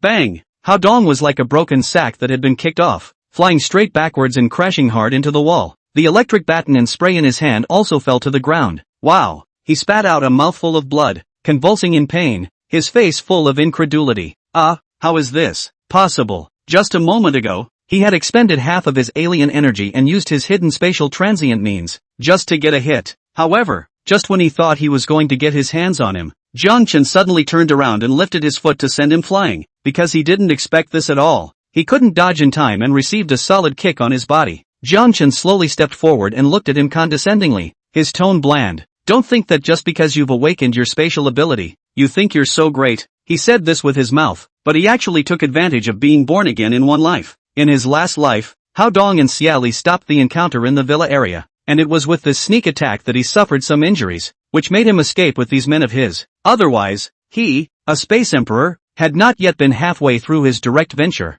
and he had collapsed and blocked the middle path. Therefore, Jiang Duan had been defending himself against his opponent and finally managed to land a hit. It was precisely because he knew Hao Dong well that he had endured for so long. After reading so many tomato novels, he knew that a protagonist who was abrasive would not only get scolded, but could have a change of heart. Unfortunately, Hao Dong didn't have the slightest hope of turning the tables. Impossible. How on earth did you predict that move of mine? Hao Dong curled up on the ground, having forgotten about the pain, and looked at Jiang Chen with a face full of horror. Spatial ability. This was his greatest reliance, and the spatial transient that he awakened from this was even more of what he thought was a great killing move. Even the way he acted before was put on for that moment. However, the former defeated general in front of him seemed to have seen through his moves long ago and easily broke his killing move. How could he not be afraid? Instead of answering his question, Jiang Chen came to its side, squatted down, and with his palm outstretched, pressed it on Hao Dong's forehead. He was ready to devour the other party's spatial powers,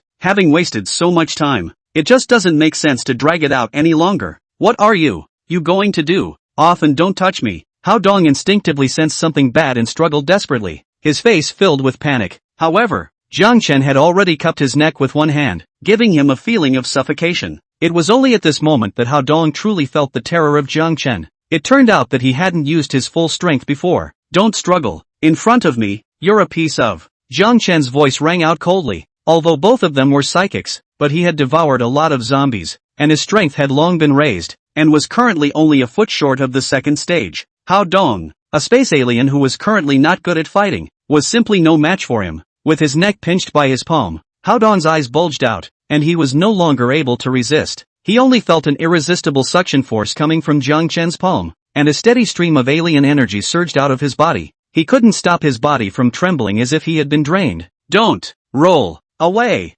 Jiang Chen, you can't do this. I'm a future space monarch. Ah, Hao Dong hissed, his eyes filled with fear. It was a feeling of falling from heaven to hell that made him almost mad. Space monarch? Jiang Chen snorted, his tone disdainful. People like you don't deserve it at all. As the words fell, an even more powerful devouring force violently erupted from his palm. Hao Dong only felt the crazy loss of alien energy in his body, like a river pouring in, rapidly surging towards Jiang Chen. Ah! Hao Dong's entire body trembled violently. His face instantly turned pale, and his eyes gradually became lax. In just a few seconds, his spatial supernatural ability was completely devoured by Jiang Chen. Jiang Chen stood up and slowly closed his eyes, feeling the extra spatial power in his body. The corners of his mouth curved into a faint arc. Not bad, the devouring ability is simply heaven-defying. This spatial ability has finally been obtained by me, and what's more crucial is, he could clearly feel that there was a huge extra space inside his body, just like his own arm. It was incredibly natural and there was nothing uncomfortable about it.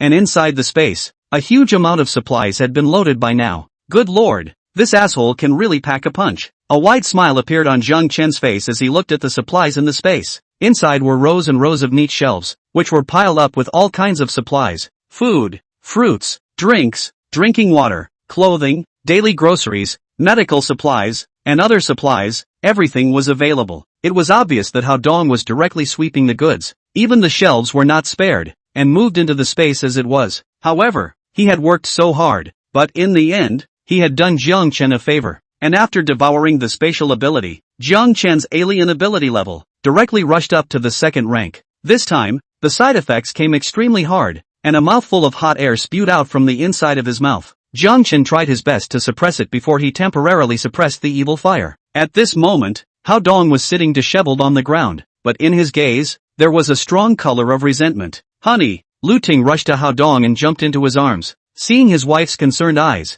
Hao Dong suddenly revealed a victorious smile. Jiang Chen, although you got my wife's body, you couldn't get her heart. After all, I won. He seemed to have found the only way to outsmart Jiang Chen at this moment, and smiled a somewhat devilish smile. He. Back then I not only got Huang Yao's body, even her heart belonged to me, and you were just a spare tire to her. Ha ha ha, that's the reason why you got back at me, isn't it? Because in the future you'll have a shadow in your heart whenever you think about it. Just like me. Jiang Chen was stunned when he heard Hao Dong's words. Is this guy out of his mind? The angle is so clear. Seeing him laughing wildly there, Jiang Chen followed suit. Good, very good. Originally I had lost most of my anger, and feeling tasteless, I was ready to send you on your way. Since you're like this, I'm not sleepy anymore. Then, he looked at Hao Dong and revealed a smile as warm as the spring breeze. Since you're wearing a hat, surely you can't have too many, so I'll give you another one. As soon as these words came out, Hao Dong suddenly thought of something and his face changed drastically. Lu Ting, on the other hand, somehow had mixed emotions. Should she resist or not? Thinking about Jiang Chen's methods, she was extremely panicked in her heart. Obviously, she had misunderstood Jiang Chen's meaning. Chapter 28. Let me explain. Hao Dong has guessed what Jiang Chen meant from his eyes, and his voice hoarsely said, asterisk asterisk asterisk asterisk dog, if you dare to misbehave with her, I will not let you go even as a ghost. Hubby, don't worry, I won't let him get away with it this time even if I die. Guilt flashed across Lu Ting's face. Hao Dong was so deeply in love with her that he had a different mind just now. It was simply too wrong. The two women on the side were both smart people and had already heard the grudge between Jiang Chen and Hao Dong from their conversation. Although Hao Dong was displeased, but seeing the couple's true feelings, his heart was a little intolerant. Alas, with Jiang Chen's virtue, I'm afraid Lu Ting won't be able to escape his clutches again. The two men sympathized deeply, but lovingly. They didn't dare to upset Jiang Chen, and after what they had gone through before, they had already cut off their saintly mother's heart. As for Hao Dong, when he heard his wife's words, he secretly grumbled in his heart. She obviously misunderstood his meaning, but with the atmosphere all baked in, he didn't dare tell the truth. Honey, an embarrassed look appeared on Hao Dong's face. It was just that Jiang Chen being so kind didn't embarrass him for long and didn't want to waste time because the side effects of the devouring ability were about to erupt. So, he laughed and looked at Lu Ting and said, you don't think that the person I want to take revenge on this time is you, right? Ha ha ha, stupid woman, after such a long time, you actually don't know that he still has a lover in this villa area. When these words came out, the three women present looked different. Humph, men really are no good. This was what the two women, Kong Shui, had in mind. Lu Ting, on the other hand, had a pale face and looked at Hao Dong with disbelief. Jiang Chen couldn't wait any longer, and after saying that, he said to the two women, stay here, I'll be right there. The two women looked at Hao Dong and were about to say that they might be in danger when they heard a miserable scream coming from them. Jiang Duan's foot retracted from Hao Dong's trampled leg, didn't speak again, and left the villa straight away. Ah, come back, John Dust, you shall not die. Hao Dong's face was twisted in pain, but he was still hissing loudly. He knew that Jiang Chen must have gone to look for Ding Qian, and thinking that he would have to wear another hat, for the first time he had the urge to end himself. However, an angry voice came from the side, and it was none other than Lu Ting. Hao Dong, what's going on? Jiang Duan said you have a lover. Is it true? Her whole body was going crazy. Today had been one nightmare after another. She wanted to be martyred before, but it turned out that Hao Dong had someone outside. So what was her resistance? She hadn't succeeded in fighting back, but she had tried after all, and this was the result? John Dust, why didn't you tell me earlier? Lu Ting was filled with resentment towards Jiang Chen. If she could have known about this earlier, she wouldn't have been so heartbroken at all when she was forced to do so before. Instead, she would have positively responded to Jiang Chen out of revenge. That bastard must have taken revenge even on me. Damn it! Hao Dong sought his wife's cannibalistic eyes and stammered, honey,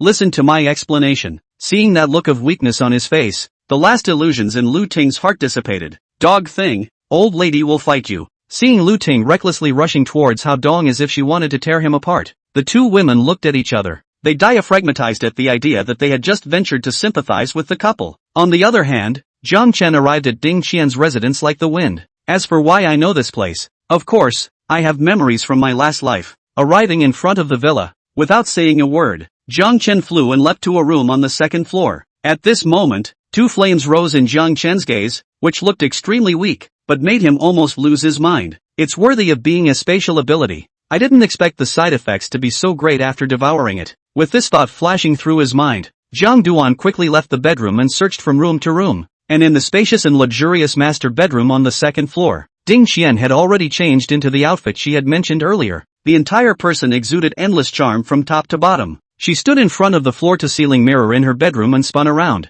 admiring herself with a smug smile on her face. Brother will definitely like my dress. He will be the king from now on. I must please him well. Humph, that Lu Ting is not my match at all. Ding Qian looked at herself in the mirror and suddenly thought of Lu Ting, and was extremely disdainful. Just then, a sound came from outside the door, and her beautiful eyes swirled with a touch of joy. It must be my brother coming. I wonder if his eyes will light up after seeing me. He. Ding Qian quickly came to the door, daintily said, brother, how did you just come? Qian waited for you for a long time.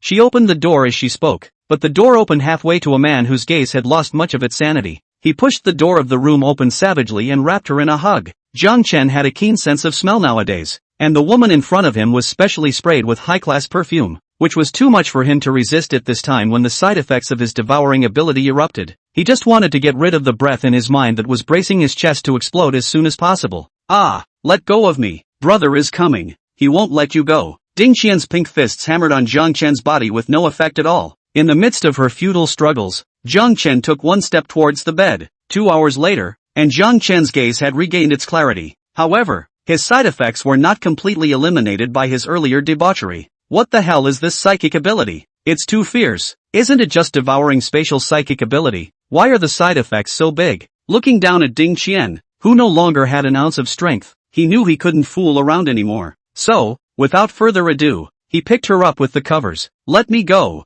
you villain. Brother will break you into pieces. Ding Qian's eyes were filled with indignation as her tears clattered down her face. She couldn't forget what had happened before. It was like a nightmare. Jiang Chen frowned and said coldly, "Be honest, if you keep fooling around, believe it or not, I'll make your life worse than death." The words worked very well, and Ding Qian immediately stopped moving when she heard them. It's like a remote control robot. With this, Jiang Chen hugged Ding Qian and calmly came outside, returning to Hao Dong's villa, because the whole person was wrapped up. When someone on the road saw Jiang Duan, they thought he was holding a quilt. Soon, Jiang Chen returned to the villa. When the two entered, they drew the eyes of everyone in the room. "What's wrong with you, brother?" Ding Qian looked at Hao Dong with an unbelievable face. At this moment, Hao Dong, with a number of scratches on his face and a number on his arms, looked quite wretched. However, witnessing his lover in Jiang Chen's posture, he almost fainted and gritted his teeth. I curse you to not die well.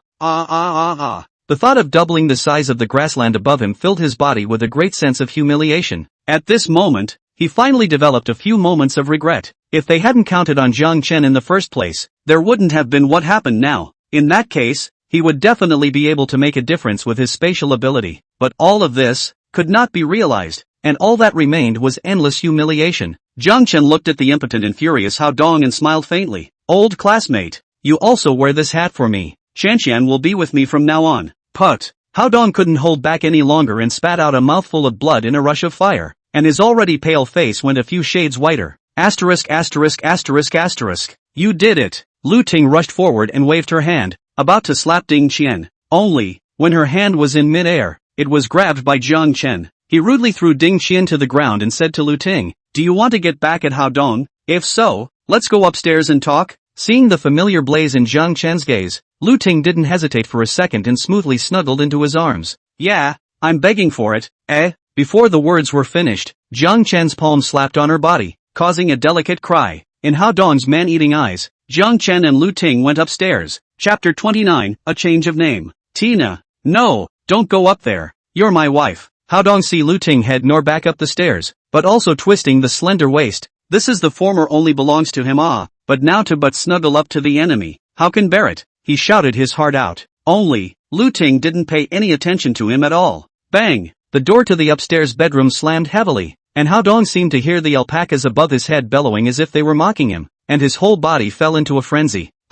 John Dust, dog, I will kill you, kill you. Ding Qian was dazed by Jiang Chen's fall and cursed him in her heart for not knowing how to be compassionate. However, at this point, she had already figured out the situation. Hao Dong was no match for that man. Seeing his impotent rage, if it were before, he would have taken the initiative to go up and comfort him. However, at this point she didn't do that. To be able to be Hao Dong's lover, his own character was not good, and seeing him in that miserable state, he naturally had no value. God damn it, it's not easy for me to find a backer. It's gone just like that. No, I have to hold on to that man's thighs this time. Ding Qian's eyes flickered as she mentally beat her head against the wall. But what do I have to do to be better than those two women? She had long since seen the two Kong Shui girls and guessed that they were not close to Jiang Chen. Her heart was filled with a sense of crisis, and at this moment, she was playing with how to compete for favor. Hao Dong hissed for a while, finally feeling tired. Then, he stopped, looked at Ding Qian, and said emotionally, Qian, it's my fault for making you suffer.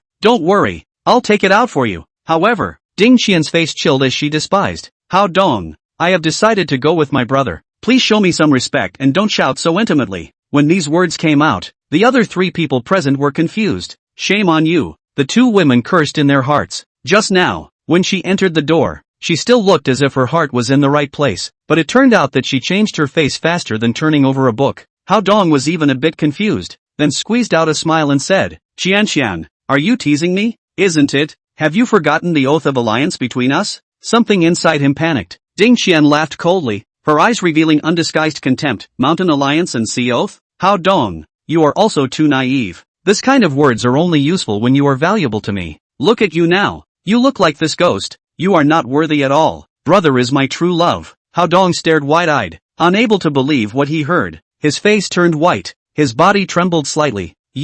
I misjudged you. I will kill you. He's gone completely crazy. The supernormal ability was devoured. His wife's betrayal, and his lover was teased, one by one, all of which made it difficult for him to accept. And at this time, he was about to rush up to teach Ding Qian a lesson. Only, just as he moved, he screamed miserably. Ding Qian witnessed Hao Dong's misery, but she was not the least bit moved. She straightened her hair and said disdainfully, Hao Dong, you'd better stay honest. You're a waste now. You can't do anything. Hao Dong gritted his teeth, clenched his hands into fists, his fingernails deeply embedded in his palms, oozing blood, and hysterically roared, ********, all of you shall not die. However, at this time, no one cared about him anymore. The three women all kept silent and waited for Jiang Chen to come down. Only Hao Dong was still there and couldn't stop cursing bitterly, to the point that at the back, he himself felt bored and snapped to a halt. It was an hour and a half later that Zhang Duan came down from upstairs. As for Lu Ting, she had already fallen asleep. The moment he saw Zhang Dust appear, Hao Dong's mouth was like a sluice gate had been opened, and he began to curse again. Zhang Dust, son of a dog, you'll get what's coming to you. Only, Zhang Chen came to his side and didn't even bother to take care of the other party. Instead, it was Ding Qian who scolded him in order to please him. Hao Dong, if you can't spit ivory out of a dog's mouth again, beware that my brother will kill you right away. Immediately afterward, she looked at Jiang Chen and said, Brother, this guy's mouth stinks. Kill him. There wasn't a hint of guilt in her eyes when she said that. Jiang Chen narrowed his eyes at him and laughed. Oh, he's your old lover. Oh, do you really want to give up? When you were scolding me before, you still kept on thinking about him. Hate it, brother. It's not like I've seen you and can't look at him anymore. And besides, what part of him now is comparable to you? I like strong men. As she spoke, she had already come over and grabbed Jiang Chen's arm, hugging it in front of her body. Bah, shameless woman. Kong Shui and the two girls had these words pop up in their hearts at the same time. Ginger Dust didn't pull his hand away, causing Hao Dong to become stressed. You're not even human, beast. Jiang Chen ignored him, but tenderly said to Ding Qian, Are you sure? You really don't regret it? Ding Qian looked at him imploringly and delicately said, Brother, you're the one who's true to me. He deserves to die. The corner of Jiang Chen's mouth curved up and said, In that case, why don't you kill him? Ding Qian's smile froze on her face as she sniffed. Let her kill people, but really do not have the courage. So angry, brother, you do not joke la. Qianqian good afraid. Ginger Dust ignored her and retracted his arm, looking at Hao Dong condescendingly. He was already too lazy to torture this former and current enemy, having lost interest. Although he was reborn with a great deal of hatred, today had made him fall from heaven to hell, and had already dispelled his anger. He felt a little tasteless. So, crouching down, he just snapped his neck. Seeing Hao Dong's deathly appearance, Ding Qian was a bit scared, then recovered and said, This dead ghost is finally quiet.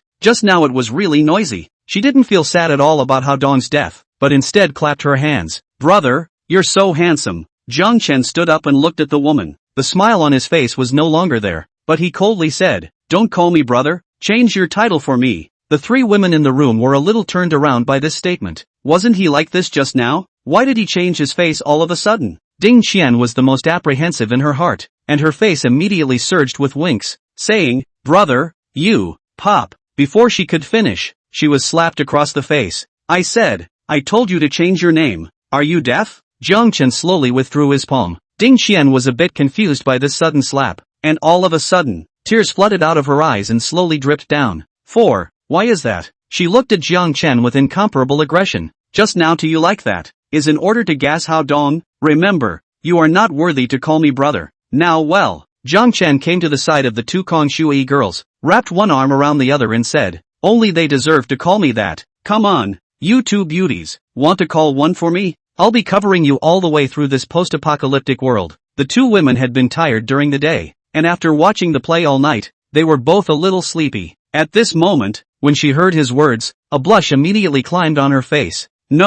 No, or, I'll call another time. Kong Shui wasn't resistant to Jiang Chen in the first place. It was just that she couldn't wipe her face if she had to say it in front of outsiders. Hikorin didn't dare to disobey Jiang Chen, and felt bad about opening her mouth. So for a moment, she didn't strike up a conversation. Chapter 30, Why are you doing this to me? What? You guys don't want to? Then it's better to let Ding Qian call out to me. You guys will call me master from now on. Jiang Chen's gaze chilled as he loosened his palms. Ding Qian over there was originally as if her heart was dead, but when she heard his words, she suddenly sparked hope. Brother. No, master. I would call you that, every day. Looking at her pleasing appearance, Kong Shui's gaze hardened and she gave up. Brother. Brother. Her voice was sweet, and this shy sentence of brother almost sent Jiang Chen away. He was tingling all over. However, on his face, he said playfully, That's right, that's a good boy. As the words left his mouth, he looked at Hikarin again. She met Jiang Chen's slightly playful gaze and was instantly defeated.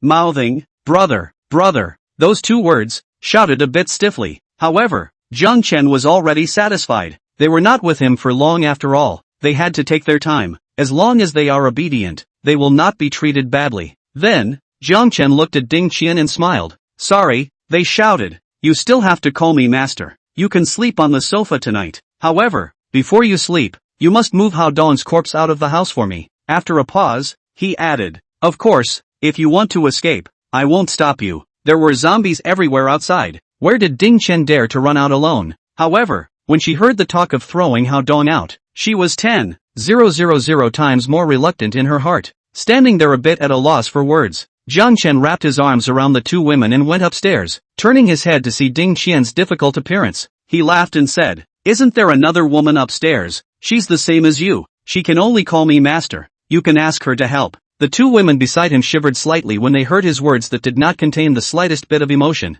Lu Ting had stayed with him for so long before, and now she was probably still weak all over. As a result, the guy is flipping out now. If we're useless to him, will we be discarded like that? This caused a sudden sense of crisis in the hearts of the two women. Just then, Jiang Chen said, Two beauties, you'll accompany me together at night? Any comments? If it was just a moment ago, Kong Shui and the girls would have immediately refused, or even if they had agreed, their hearts would have been incredibly resistant. It was just that what happened to Ding Qian and Lu Ting was right in front of their eyes, and even though they remained reluctant, they did not refuse. Kong Shui nodded slightly and said, Everything is at your disposal. Seeing Jiang Chen's gaze narrow slightly, she immediately changed her address. Everything is at my brother's disposal. I do, Hikarin exclaimed instantly blushing. It turned out to be Jiang Chen who saw that she hadn't made a statement yet and patted her arse. Fearing that there might be some humiliating maneuver behind her, she hurriedly said, I'd like that too. The corners of Jiang Chen's mouth curved up in an arc,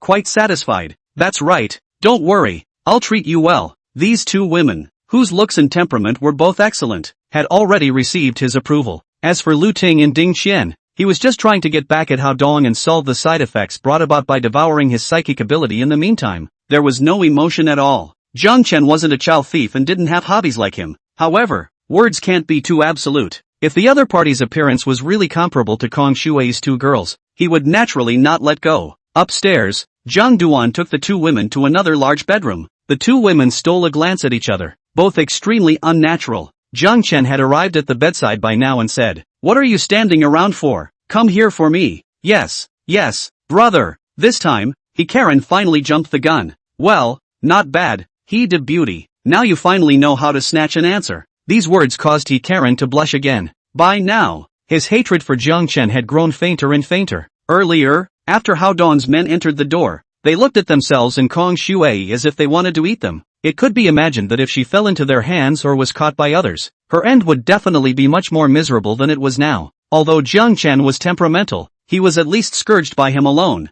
and if she was caught by someone else, she didn't even dare to think about the consequences. The two women obediently came to Jiang Chen's side and sat down on either side of him. Well, it's getting late today. Let's rest. At those words, the two women's bodies trembled once again, and when they thought about what was going to happen next, they were incomparably apprehensive. Downstairs in the living room, Ding Qian peeked at Hao Dong's body and turned white with fear. At this point she was the only one left in the place, and it was so empty that all she could feel was a chill down her spine. No, I've got to go get that woman down here. Why should I be the one to move that deadbeat? With that in mind, she immediately ran upstairs to the master bedroom. Lu Ting was still sleeping at this time. Her hair was disheveled and her entire body was wrapped up inside the covers. Sleeping soundly, Ding Qian looked at the woman in front of her. thinking of what she had done to her before. A ruthless color appeared on her face. Asterisk asterisk asterisk asterisk. You're still sleeping. I'm not going to let you get comfortable. She took a quick step to the side of the bed, then pulled up the covers and yanked hard. Lu Ting, who was originally in deep sleep, was directly awakened by this sudden move. Seeing that it was Ding Qian standing in front of her, her mind was a little confused. What followed was inexplicable anger. Asterisk asterisk asterisk asterisk. Why are you here? Get the hell out of here. She was still immersed in the beautiful dream of becoming Jiang Chen's woman at this moment. And as for Ding Qian, she was just a tool for him to take revenge on Hao Dong. How could Ding Qian not know what she was thinking? Sneering, it seems that you still don't know what you're getting yourself into. The master has asked you and I to go and carry Hao Dong's body out, so don't get up yet. Hao Dong's body? He's dead? Lu Ting's complexion changed slightly, and for a moment it was still a bit difficult to digest this news. Just in the time she had been asleep, the man she used to love had just died. Although he hated him extremely, but at least a husband and wife. Lu Ting cannot do. Ding Qian is desperate. There was still some grief in her heart, but only for a moment. Then, her attention was drawn to the word master that Ding Qian said. The master you speak of, could it be Jiang Chen? Pop. Who knew that just as she said Jiang Chen's name, Ding Qian threw a slap across her face. Lu Ting received a solid slap, and clear blood marks appeared on her face. She looked at Ding Qian. Her beautiful eyes were full of anger. Ah, you, I want to kill you. She was so humiliated that she couldn't care less that she had no clothes on, and lunged towards Ding Qian. Bitch, you think I'm afraid of you? Not to be outdone. Ding Qian also rushed up. The two women wrestled to a standstill. At once, a gurgling scream came from inside the room. However, it wasn't long before Jiang Chen's figure appeared in the room as he coldly said, "Stop, have you guys made enough of a scene?" Hearing this voice, Ding Qian immediately stopped moving, not daring to fight back even though Lu Ting grabbed her hair and pulled hard. Lu Ting thought she was afraid and screamed, "Jiang Chen, this woman even did this to me. Help me kill her." Who knows? Jiang Chen came over and threw a slap on her face. "I said, stop, are you deaf? And call me master from now on. I'm only going to say it once." Lu Ting received two slaps one after another, and in the same spot, and her face swelled up. Feeling aggrieved and helpless, she choked out, "Why are you doing this to me? Why? It was just a nap." And she couldn't figure out what had become of it. Chapter 31, The Conspiracy. Jiang Chen looked at Lu Ting, who had developed a strong grudge against himself again, and his tone remained ice cold. "Why? I'm in charge here, and it's none of your business what I want, so if you don't want to, get the hell out of here. Seeing as you're still satisfying me, I'll say it again. You only get this chance. How about it? What's the choice?" Lu Ting took a deep breath and clenched her silver teeth, forcing herself to hold back the humiliation in her heart. Despite all the reluctance in her heart, she knew in her heart that the only thing she could do now was to obey. That's how you get a chance to live. It was the only way she could get her revenge. So, she gritted her teeth and said in a voice almost suppressed to the extreme, "Master, I understand." Ding Qian's face was filled with smugness when she saw Lu Ting being taught a lesson. "Bitch, let you be arrogant before." Bah!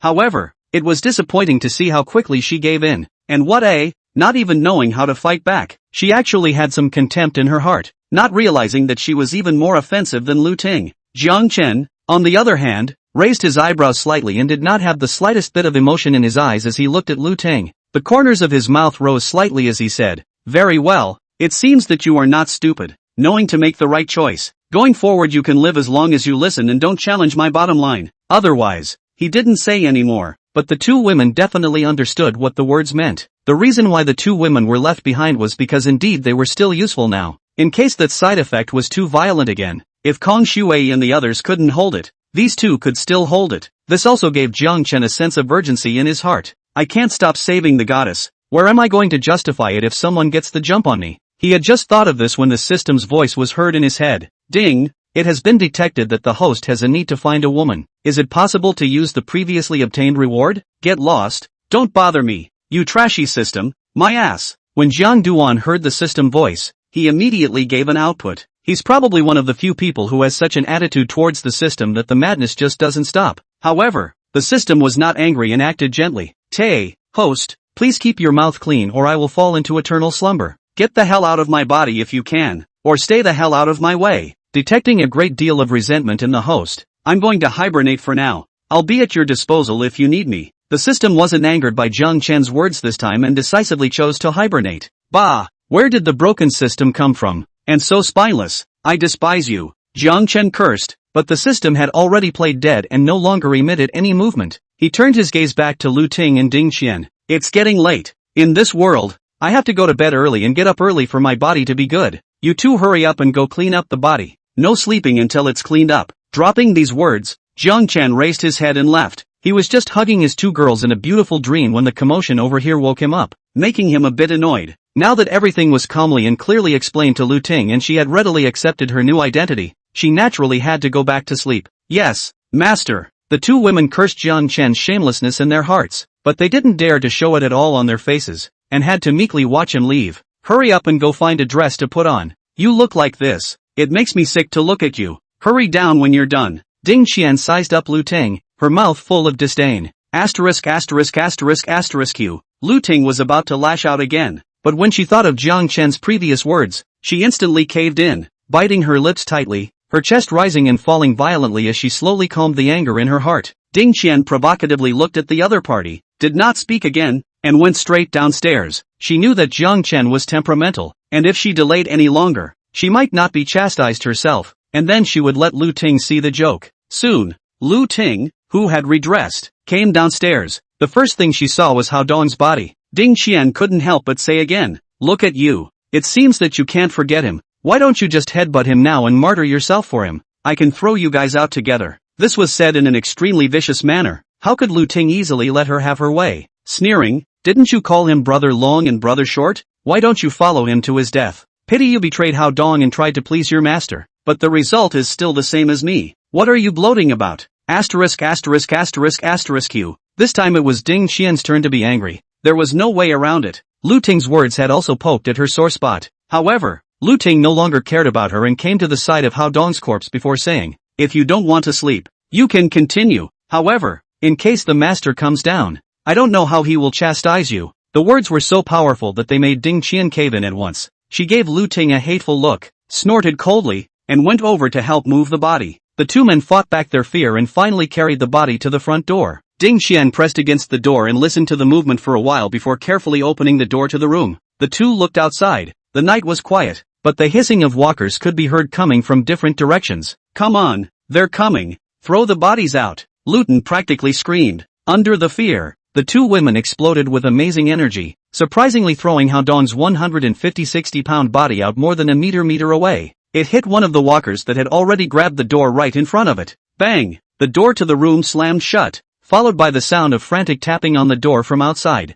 Phew, that was horrible. Good thing the door closed in time. Lu Ting slapped her plump breasts, her face a little pale, and Ding Qian was similarly a little palpitating. The two women slowed down for a while and began to clean up the room. What they didn't know was that Ginger Dust upstairs witnessed everything. They waited until they cleaned up the room before re-entering the bedroom. Tonight is destined to be a sleepless night for countless people. In just one day, the world has been turned upside down. Because of the suddenness of the incident, the official forces were caught off guard and taken by surprise. There's been no news since the news was broadcast during the day. However, because of the short time frame, those who are disillusioned are still waiting for the moment when the disaster will pass. Those who survived in the villa area hoped more than anyone else that today was just an accident. Although communication with the outside world is down, the local area network is still working. Inside a luxuriously decorated villa, about 10 people were gathered. Among them was Mr. Lin, who had tried to stop Jiang Chen from taking the fruit during the day. His real name is Lin Shengtian. His wealth is also close to $10 billion.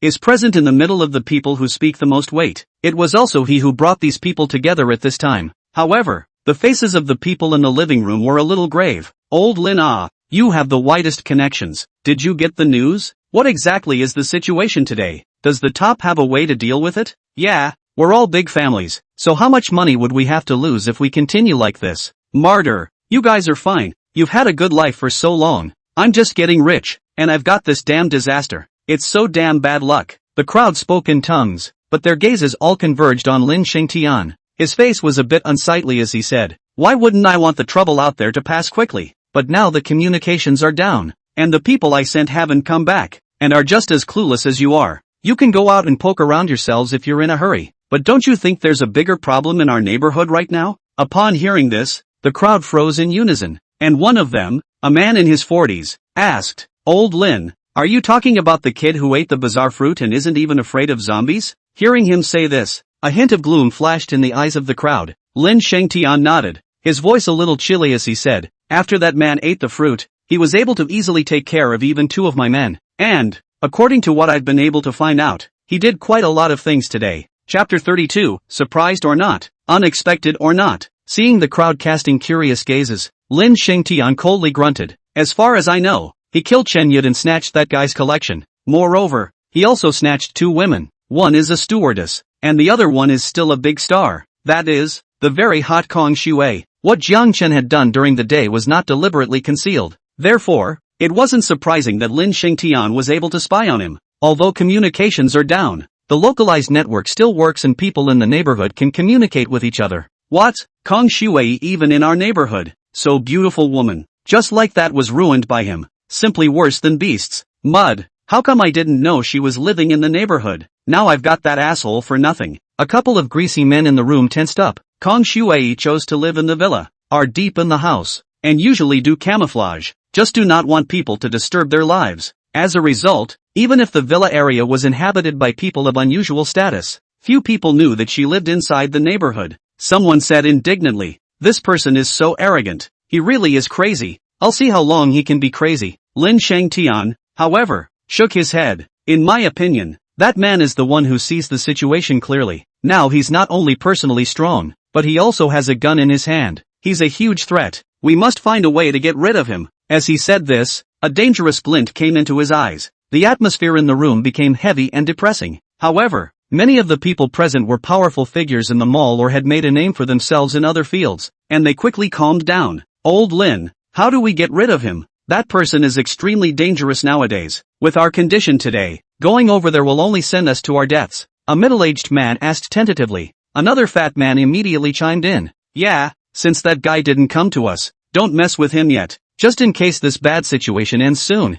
By then, he won't be able to bounce around for long. Lin Shengtian smiled coldly and said in a deep voice, Zhang Feng, it's all come to this, you still want to save yourself. Don't you think it's a bit ridiculous? From the top of that kid not hesitating to kill people, as well as robbing women. He is not only horny, but also extremely ferocious. Moreover, according to the information I've poked around, after he went to Hao Dong's house, he didn't come out. So maybe that Lu Ting is also in a bad way. Many of you have beautiful female family members at home, so if you don't want them to be abused by that brat, you'd better give up your illusions and fight him to the end. When everyone heard Lin Xingbin's words, their faces changed. They weighed them in their hearts and knew that Mr. Lin was not an alarmist. From all indications, that Jiang Chen's behavior is really outrageous. If you let him do whatever he wants, maybe one day it will be the turn of his own family's female relatives to suffer. At the moment, there is no official news at all. They are trapped in the villa area, as if they are on an island. They must find a way to save themselves. But, old Lin, even if we have the intention to fight him, but that kid has a gun in his hand and is so strong that he's not even afraid of zombies. So how can we be his opponent? A svelte man with glasses said with a frown.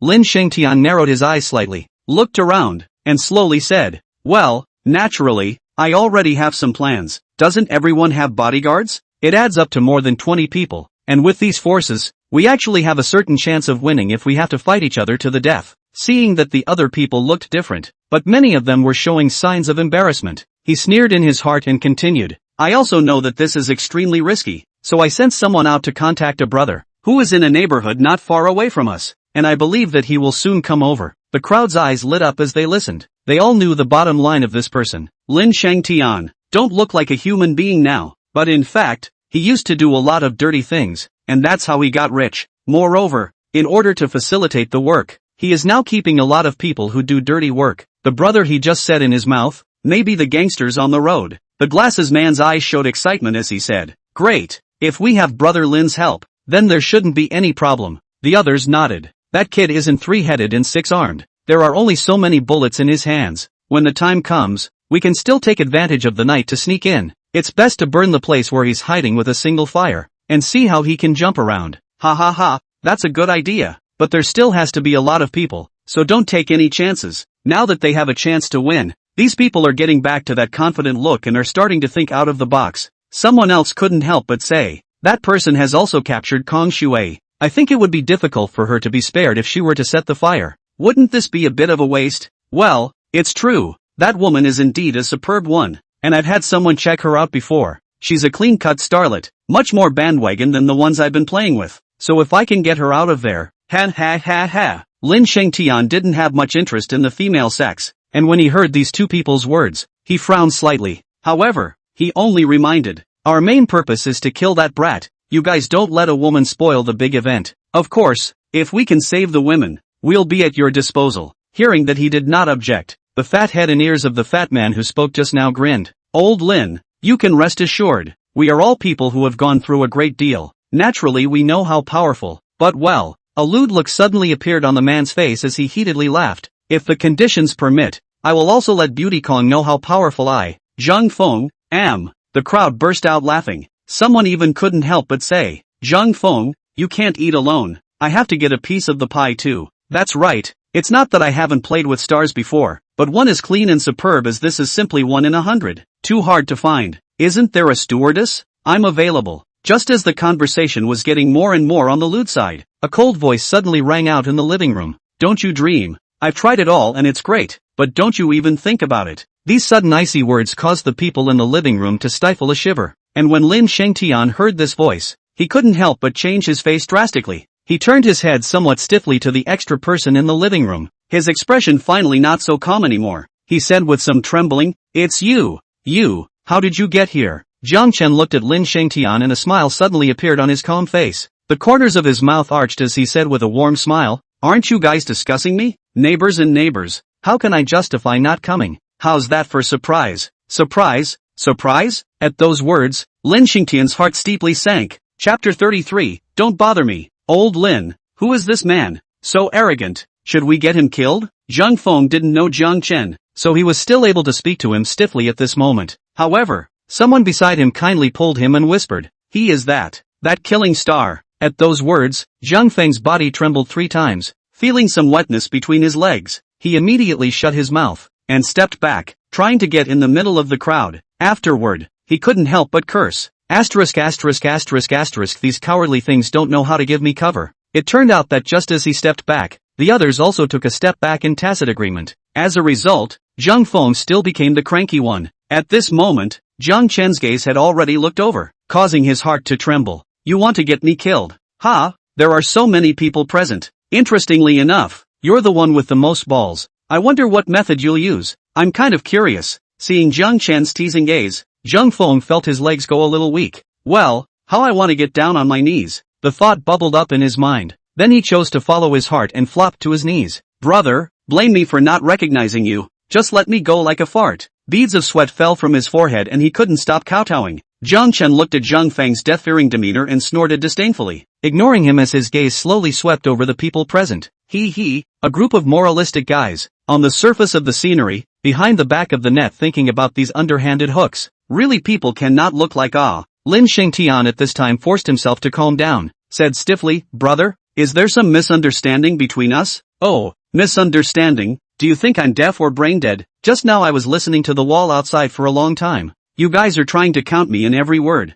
At those words, a look of horror appeared on the faces of the crowd. Lin Shengtian's face also changed slightly, and he hurriedly defended, "Little brother, we are also afraid of your strength, and this is also a solution that can't be helped. Since you're here, let's open up the conversation, and how about turning a war into a peace?" With that, he turned his words around and said, "As you can see, we plus our men, there are so many people. Although you have a gun in your hand, if you come at it hard, you may also hurt yourself. Please think about it more." Jiang Chen's expression moved and he smirked. "Oh, you're threatening me. I don't have many bullets, but it's no problem to kill a few people. Do any of you want to try?" With that, Jiang Chen pulled out a pistol. It was a friendly gift from Lu Chuanji and was placed on his body. As for those collected source fruits, as well as Chen Yu's weapons, they were put away inside his space. Seeing the gun in his hand, the hearts of those present trembled slightly. It was Lin Shengtian who was the first to regain his composure and said, "Brother, there are so many of us, you won't be able to kill them all. Do you want to think about it?"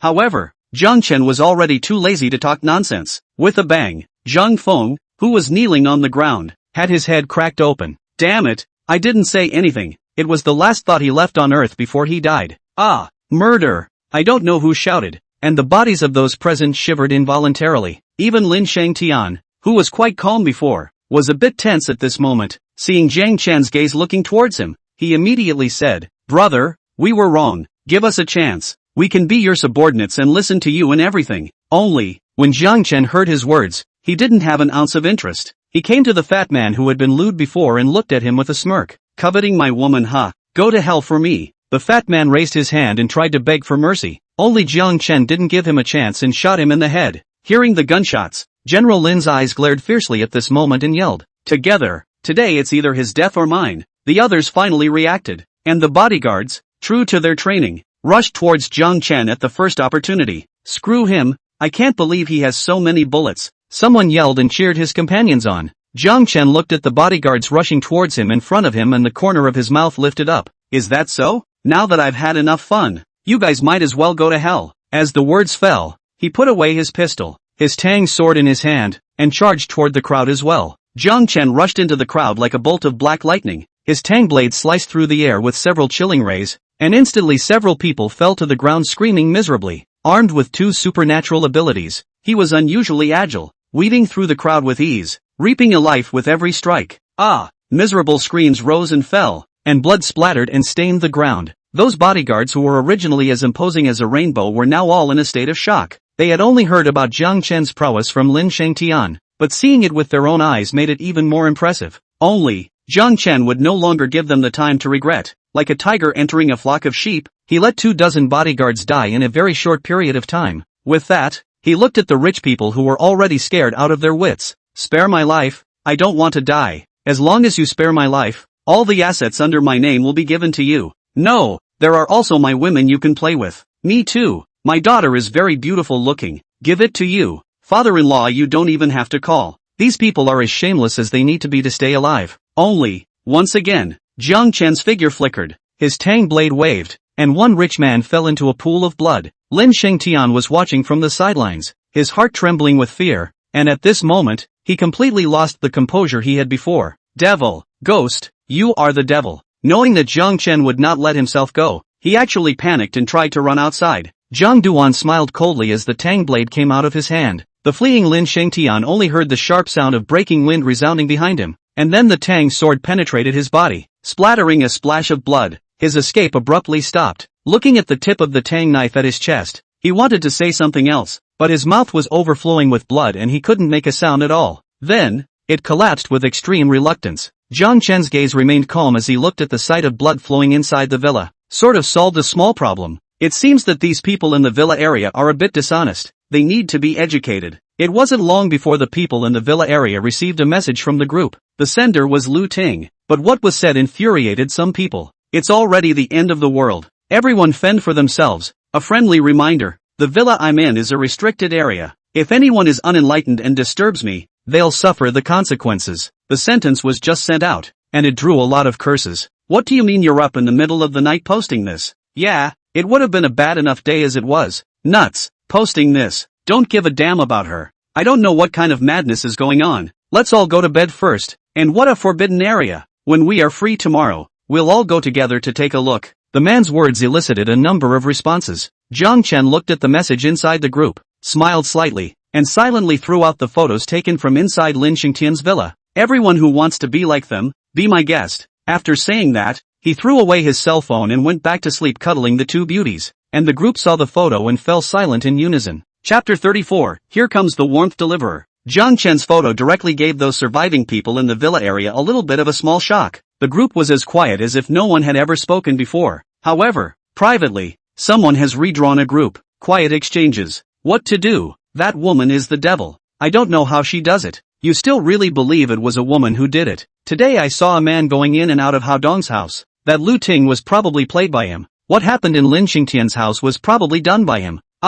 There's still this? That person is too dangerous. Hurry up and call the police. The crowd murmured as panic filled the group. The fear that Jiang Chen brought to them was stronger than the zombies outside. After all, zombies didn't have a mind. They only knew impotent rage. And Ginger Dust might just patronize their house at some point. Only, after half a day's discussion, the people had no idea. Finally, someone said, "Forget it, let's be wise and do what that man says and not provoke him." This statement made many people agree, only somewhat reluctantly. "It's all we can do now." What's the point of being smug? This kind of thug will get justice sooner or later. Who says it isn't? If the heavens wish to bring about their demise, they must first make them crazy. Let him bounce around for a few days first. The group then relapsed into silence. The entire villa area was no longer filled with sounds other than the low hissing of the zombies and the chirping of insects. At 4 in the morning, the villa area was silent. The light from the solar-powered street lamps was all a bit dim at the moment, and the zombies looked particularly creepy as they appeared through the light from time to time. At that moment, a sewer manhole cover was suddenly and roughly jacked open, and a fat black shadow appeared in the hole, leaping out of it with nimble movements. Its eyes glowed an eerie red in the darkness. The dark figure screamed, an extraordinarily harsh sound, and in the dim light of the street lamps, its true form was finally revealed. It was actually a rat the size of a husky. This mutant rat's fur took on an iron-gray color, with roots standing upright as if they were steel needles, and its tail was thick and powerful, fluttering on the ground like a whip, setting off a puff of drifting dust. Suddenly, its ears twitched slightly, as if it had heard something. In the next second, it leapt up, like an arrow off a string, and disappeared under the streetlight. Inside the monitoring room of the villa area, a security guard nibbled on the little bread left in his hand, his eyes staring straight at the zombies at the door that came over from time to tap on the door of the room, his eyes showing fear. Mard, why am I so unlucky to be trapped here and unable to get out? If I continue like this, if I don't get bitten to death by those ghostly things, I'll be starved to death. Looking at the zombie at the door wearing the same uniform as himself, he cursed, Fu Yong, you knock a hammer, dead or not, don't come to wreak havoc on me. The zombie outside was none other than his colleague, who had just returned from his inspection when the zombie mutation occurred this afternoon, and was attacked by the zombie unawares and collapsed 3 meters away from the door of the surveillance room. And this security guard got lucky and immediately closed the door when he saw what was happening and was trapped in the surveillance room. When Hao Dong came back earlier, he had wanted to ask him to help, but when he saw those fierce minions following behind him, he immediately extinguished the idea. He was cursing Fu Yong, yet in the very next instant, his pupils suddenly contracted. Damn, what is that thing? On the screen, a blurry black shadow arrived in front of a villa at an extremely fast speed. Its movements were extremely agile, its limbs exerted force, and it easily leapt more than 3 meters high. Boo! The villa's windows instantly shattered, emitting an ear-splitting sound of cracking glass. Immediately afterward, a mournful scream rang out from within the villa. Even if the surveillance room was some distance away from that villa, the security guards could hear it clearly. Mud! What the hell was that? The security guard shivered, copied his blast shield and electric baton, and huddled in a corner. It was at this point in time, it was impossible for him, a laborer, to save the day. He just hoped that the horrible thing didn't come to him. A minute later, screams rang out from another villa. 2 miserable screams woke up most of the survivors in the villa area, including Jiang Duan. He got up from the bed, his brow furrowing slightly. Kong Shui and He Karen opened their sleepy, beautiful eyes and said in alarm, Jiang Chen, did something happen outside? Jiang Chen's face had regained its calmness by now, and he laughed. What could it be? Don't you trust your own brother? Seeing that he was still joking even at this time, Kong Shui was reassured instead. You guys stay inside the room, I'm going out to check it out. After saying that, Jiang Chen didn't wait for the 2 women to reply, opened the bedroom window and jumped down. With his powerful eyesight, he had already seen a figure as fast as lightning, which was now speeding through the dark night. Shortly afterward, inside another villa, a middle-aged woman collapsed on the ground, panic still lingering on her face. Her chest and stomach hollowed out while the giant rats were still frantically gnawing away. As it fed, its body expanded slightly, its muscles seeming to fill with some kind of explosive power. On the other side of the room, curled up was a young, pretty woman, probably in her mid-20s. Seeing the giant rat at the moment, her eyes were filled with fear and she was trembling with fright. The giant rat seemed displeased that she had interrupted her feeding and gave her a fierce look, daring the woman to make any noise. Suddenly, the giant rat's ears twitched slightly, as if it had heard something, and its blood-red eyes looked toward the window. Jiang Chen's figure leapt up from there and landed firmly on the ground. So it's a mutated stinky rat. It's practically warming up for me. Seeing the giant rat, Jiang Duan was delighted instead of shocked. After devouring the spatial ability, the zombies couldn't satisfy him now, unless he got 30 of them at a time to feel good, but that would be too ferocious. After all, a walker's life is a life. So, he needed a little excitement. And wasn't this mutant rat the perfect object? The mutant rat had no intention of greeting Jiang Chen, and as soon as his words fell, it let out a scream and pounced towards him, even faster than before. Just as quickly, the mutant rat's body bounced back and hit the wall with a dull thud. Jiang Chen slowly withdrew his fist and stared at it playfully. That's it? After the mutant rat was smashed into the air, it unexpectedly rolled over and climbed up quickly, the color of blood in its eyes becoming more and more intense. Realizing it had been slighted, it opened its fangs and let out a low growl deep in its throat. Jiang Chen smiled faintly. You're not convinced. Come on, continue. The mutant rat suddenly roared furiously, its hair exploding all over its body, and a dozen of iron gray hairs actually shot out like arrows, heading straight for Jiang Chen. Jiang Chen's pupils shrunk, his feet stepped down and his body flipped violently sideways, nimbly dodging most of the attacks, with only one hair arriving in front of him. Originally, he wanted to catch it with his hand and have a handsome one, but then his face suddenly changed. Immediately after that, he dodged the last hair's attack at an incredible angle. Asterisk, that's too gross. Ginger Dust regained his footing and couldn't help but burst out. Just now, he saw that the mutant rat's fur was still stained with something unnameable and smelly. It's understandable. It came up from the sewers. It's not normal for it to smell good. Jiang Chen became furious and cursed. Marred, even if you attacked, what's the deal with deliberately disgusting me? The giant rat froze for a second, despite its ferocity. Right at this moment, Jiang Chen stomped his feet violently and rose up into the air, his body instantly approaching the mutant rat, and with berserk power surging above his fists, he blasted his fist at its head. Boom! The mutant rat tried to dodge, but it simply wasn't as fast as Jiang Chen, and his head was smashed hard, grimacing in pain, and his body was sent rolling a few times. It struggled to get up, the color of blood in its eyes growing thicker, having gone berserk. However, Jiang Chen didn't give it a chance at all. Once again getting close, his right leg was violently raised, ruthlessly stepping on top of the mutant rat's neck. Ka-ching! The mutant rat's neck was stiffly stepped on, and its body convulsed for a moment, then completely lost its life. Immediately afterward, a strong suction force emanated from Jiang Chen's body, and a soft power surged out from the mutant rat's body and merged into his body. Closing his eyes, he felt the changes within his body, and after a moment, he slowly opened his eyes, the corners of his mouth lifting into a smile. Not bad, this rat is considered a merit rat, bringing my psychic abilities to the peak of the second order. At the same time, the familiar sensation began to rage through the body again.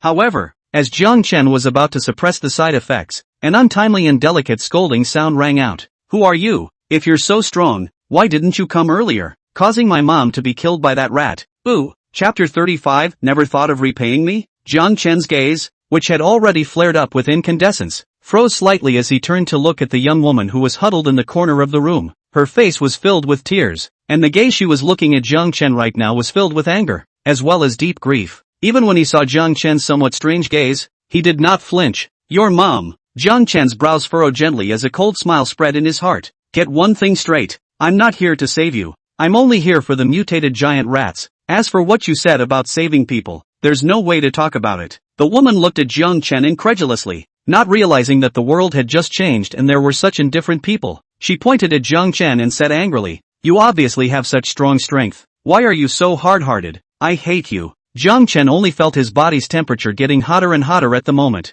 and was already too lazy to be unreasonable with the woman. In his last life, although he was bullied by Hao Dong, he still had some conscience, and initially saved a few people. But in the end, most of them were enmity, which made him completely dead to the humanity of the last world. Therefore, after being reborn, he secretly vowed that in this post-apocalyptic world, he wouldn't be some bull good guy. Therefore, he stopped looking at the woman and was about to leap out of the room. Stop right there and get this straight. You're no different than that ugly rat in my opinion. The woman's words managed to stop Jiang Chen in his tracks. He turned around and suddenly had a teasing look on his face. Only, the woman didn't understand what this expression represented, and her voice said indifferently, what? Your conscience is clearing up, right? It's already too late. You'll live in the shadow of seeing death in your life. At those words, Zhang Duan smiled, smiling brightly. He gave up on the idea of suppressing the fiery flame within his body and letting it flare up unchecked. Instantly, two fires flared in his gaze. This appearance of Jiang Chen made the woman finally feel a trace of panic in her heart. However, at this moment, Jiang Chen's voice came out, unexpectedly containing a hint of evil. I didn't want to take care of you, but since you had to rush up to get in on the action, I won't bother going back to Lu Ting and the others. As he spoke, he took a step towards the woman. Stop. You, what do you want? Why? Isn't it obvious? You're not stupid. You should know. No, I don't know. You can leave. And what just happened? Let's pretend it never happened. When the woman saw Jiang Chen's appearance, her eyes flushed crimson and blazed with lust, and now she was completely flustered. She had some regret in her heart as to why she had just engaged in moral abduction, and now she was in danger herself. However, Jiang Chen didn't intend to leave just like that. The corner of his mouth hooked up as he laughed. It didn't happen? Who do you think you are that I would listen to you? If I remember correctly, if I hadn't arrived in time just now, you would have been killed by the giant rat as well and turned into that. He pointed at the middle-aged woman, causing the woman to blush a little in fear. Jiang Chen continued, so, you're not going to repay me? Self-righteous woman. As the words fell, there was only a glimmer of clarity in his eyes before he dashed to the woman's side. Ah, no, get out of my way. The woman's desperate voice came. 3 hours later, the sky outside at this time had already blossomed into a fish belly white, and another morning had come. In normal times, it would have been Sunday and people would have been able to enjoy another pleasant vacation. Except that it's all said goodbye to them for good after what happened yesterday. After last night's panic, the first thing the people in the villa area did when they opened their eyes was to come to the window to see if they had dreamed. Asterisk asterisk asterisk asterisk, those walkers are still there. I'm really not dreaming. What should I do? That's what's on a lot of people's minds. They tried dialing out again and couldn't get through at all. It shouldn't be. The communication in Xia is so developed. How come the disaster just happened and there is no signal? Is there something hidden here? Some people already have guesses in their minds. It's just that, no matter how one thinks about it, life goes on, especially after witnessing their friends and family turn into zombies, and they realize even more how lucky they are to be alive. It's a good thing the people in the villa area have stocked up on food, enough for a week. Therefore, they are not yet worried about food. Within the villa, Jiang Chen got up and dressed. Previously, because of the outbreak of the evil fire in his body, he did not control it, and even skipped the step of copying someone else and walking towards the bedroom. Directly using the ceiling as a quilt and the floor as a bed drove away the unconscious side effects. The woman's eyes looked at the ceiling listlessly, and when she saw that Jiang Chen was about to leave, she immediately said, "Stop." Her tears had already dried up, and at this point, only indignation remained within her gaze. "You bullied me and just left?" Jiang Chen turned around, his gaze narrowing slightly. "I said that it was for you to repay me for saving my life, and, as I was going to leave before, you were the one who forced me to stay, and if I hadn't been so kind, I would have had to hold you accountable for all of it. You are shameless." The woman never expected that Jiang Chen would commit a big mistake and still be able to be so playful, and the words she said made her outraged. However, as her eyes swept over the corpses of her mother and the giant rat, she forced down the anger in her heart and said, "Although you're not my first man, I'm still single, so you have to be responsible or I won't let you go." She said this as if it were a handout, as if to say, "Since it's all over, I'll begrudgingly accept you." Where Jiang Duan spoiled her stink, he coldly said, "I said, that's what you're asking for. Don't challenge my bottom line, or you'll regret it. Also, I already have 2 women, so I won't commit to you. Stop, I promise to be your woman. Do whatever you want, just now, like that just now is fine, but you must promise me to drive away those 2 women." Seeing that Jiang Chen was about to leave again, the woman said eagerly. However, Jiang Chen had already arrived at the window and waved his hand. "I'm sorry, in terms of figure and looks, you can't compare to them, and even in terms of character, they crushed you, so you're on your own." With that, he leapt out the window without a second thought. "Stop, you come back, I won't let you go." The woman came to the window and realized that there was no longer any trace of Jiang Chen. Her eyes flashed with a strong color of resentment. "Dog, you can't get away. If there is a chance,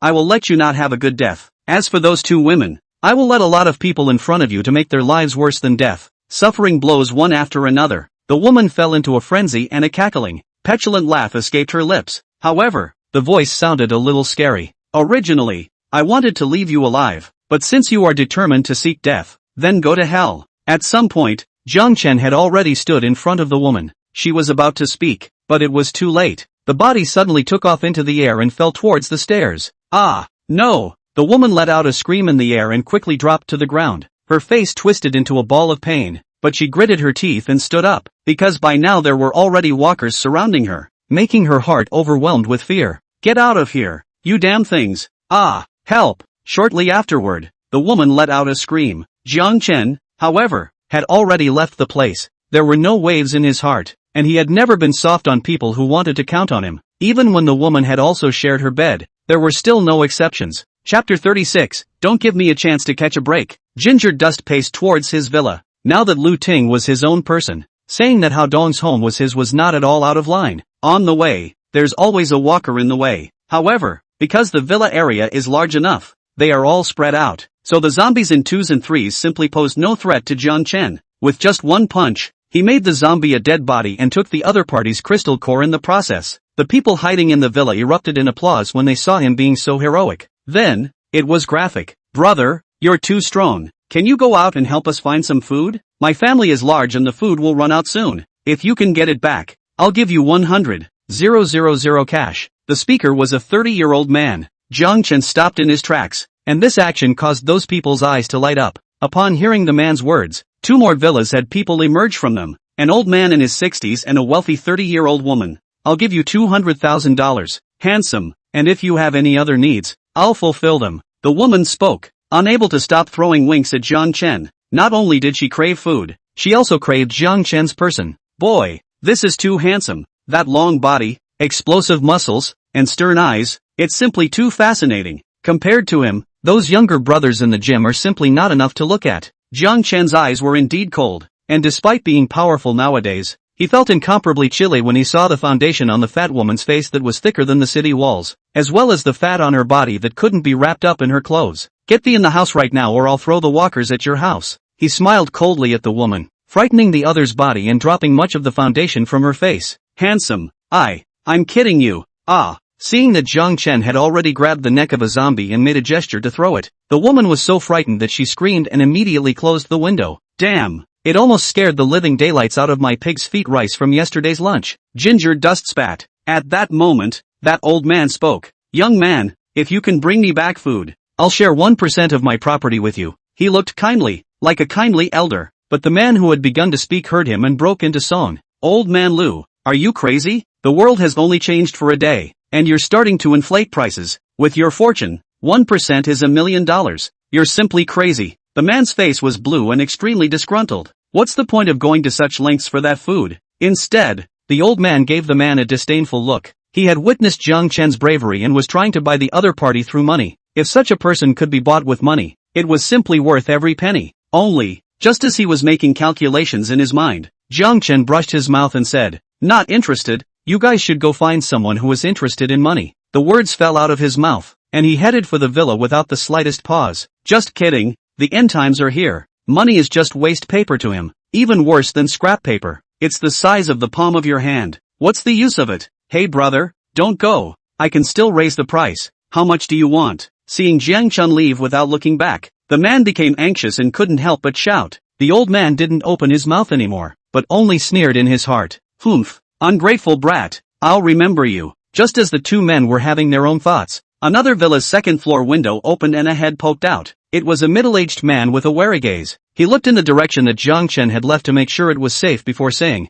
"Chen Gang, shut the hell up. Do you want to die?" The man heard him speak unpleasantly and angrily said, "Lei Dinghua, what I do? It's none of your business. Don't be so damn nosy there." Lei Dinghua was equally enraged and sneered. Hey, fine. Go ahead and scream. See if that bogeyman will rip your head off." At those words, Chen Gang and the old man were both slightly stunned. What do you mean by that? Chen Gang asked hurriedly. He's the killing star who killed Lin Shengtian. Keep screaming if you dare. Damn. Chen Gang's face turned white and his voice trembled as he said, "Are you sure it's him? I lied to you to do hammer yesterday when he killed the zombie. I saw it with my own eyes." You say? This villa area inside, who else is more fierce than him? If there is a long time ago to stand out, it is still his turn to be arrogant. Lei Dinghua asked rhetorically. By now, the old man had silently closed the window, and after Chen Gang said thanks, he hurriedly closed the window. Bah, cowards! Lei Dinghua spat and closed the window tightly as well. He didn't see that after Chen Gang turned around, the look of fear on his face disappeared all of a sudden and was replaced with an evil smile. Interesting, really interesting. I didn't think that there was such a strong enemy hidden inside the neighborhood. I have to find a way to get rid of him.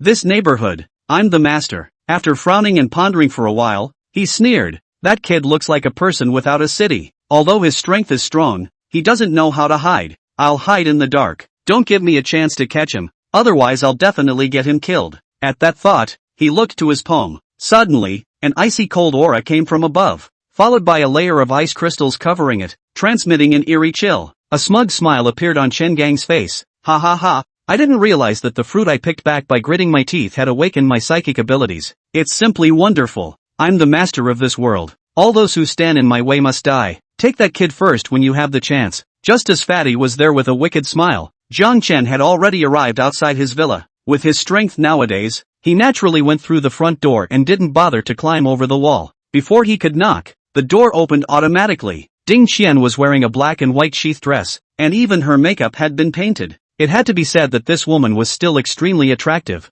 and after careful dressing, she was not much closer to 90 points. If it wasn't for Kong Shui's two women as a comparison, she would have already called herself a ranked beauty in the villa area. Master, you're back. Are you hungry? I prepared breakfast. Come and eat some. Her attitude was humble, as if she had truly settled into her new role. Ding Qian, you're really shameless. Making breakfast also has my share. How come it's your credit alone? Lu Ting walked out of the kitchen. Ginger Dust looked at her and couldn't help but feel happy in his heart. The woman was similarly groomed, wearing black short sleeves on top, the hem of her dress tied into a gray leather skirt, and bright silver high heels on her feet, her breasts full and her hips perky, showing off her figure to perfection. Humph, I didn't say one did, so don't get all bloodthirsty there. Ding Qian were willing to let it go and retorted. However, when she saw Jiang Chen frown slightly, she hurriedly shut up. Lu Ting didn't dare to speak at this point. With Jiang Chen's temper, if they argued any further, they might actually be thrown out and fed to the zombies. Chapter 37, Not a Bad Breakfast. Although the two women now held a grudge against Jiang Dust, they also recognized one thing,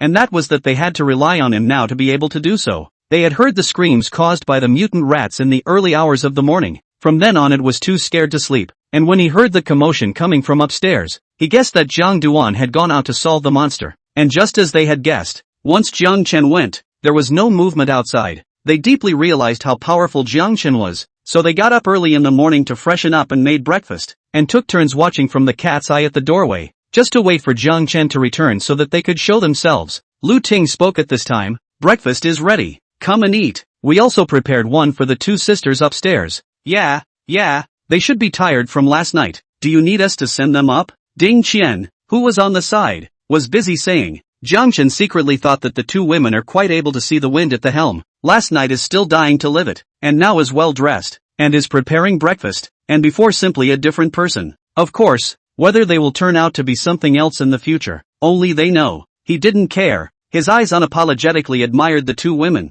not to mention that it was very eye-pleasing. Kong Shui their food. Don't send it up first, let the two of them rest first. But well, the conversation turned, and Jiang Chen laughed. You two can serve me breakfast first. The two women's faces were delighted as they said, Master, please take a seat in the dining room, and we will serve you breakfast. As they spoke, they took Jiang Chen's arm. They had seen the coldness of the man in front of them, and the only way to survive was to please him. Jiang Chen naturally knew what the two were thinking, but didn't break it down. Joking aside, what's not to like about having the wife and lover of a two-time enemy serve and eat breakfast with you? He was somewhat regretting killing Hao Dong so quickly. Just should have shown him. However, Jiang Chen hadn't reached that kind of heartlessness yet, so he thought better of it. Arriving at the dining room, he took a cursory glance at the table, which had a pretty hearty breakfast on it. There's fried eggs, bacon, sausage, toast, and milk. It's this time of the year, and you guys are still so broke. You did get used to the good old days before. There was inevitably a teasing meaning within Jiang Chen's words.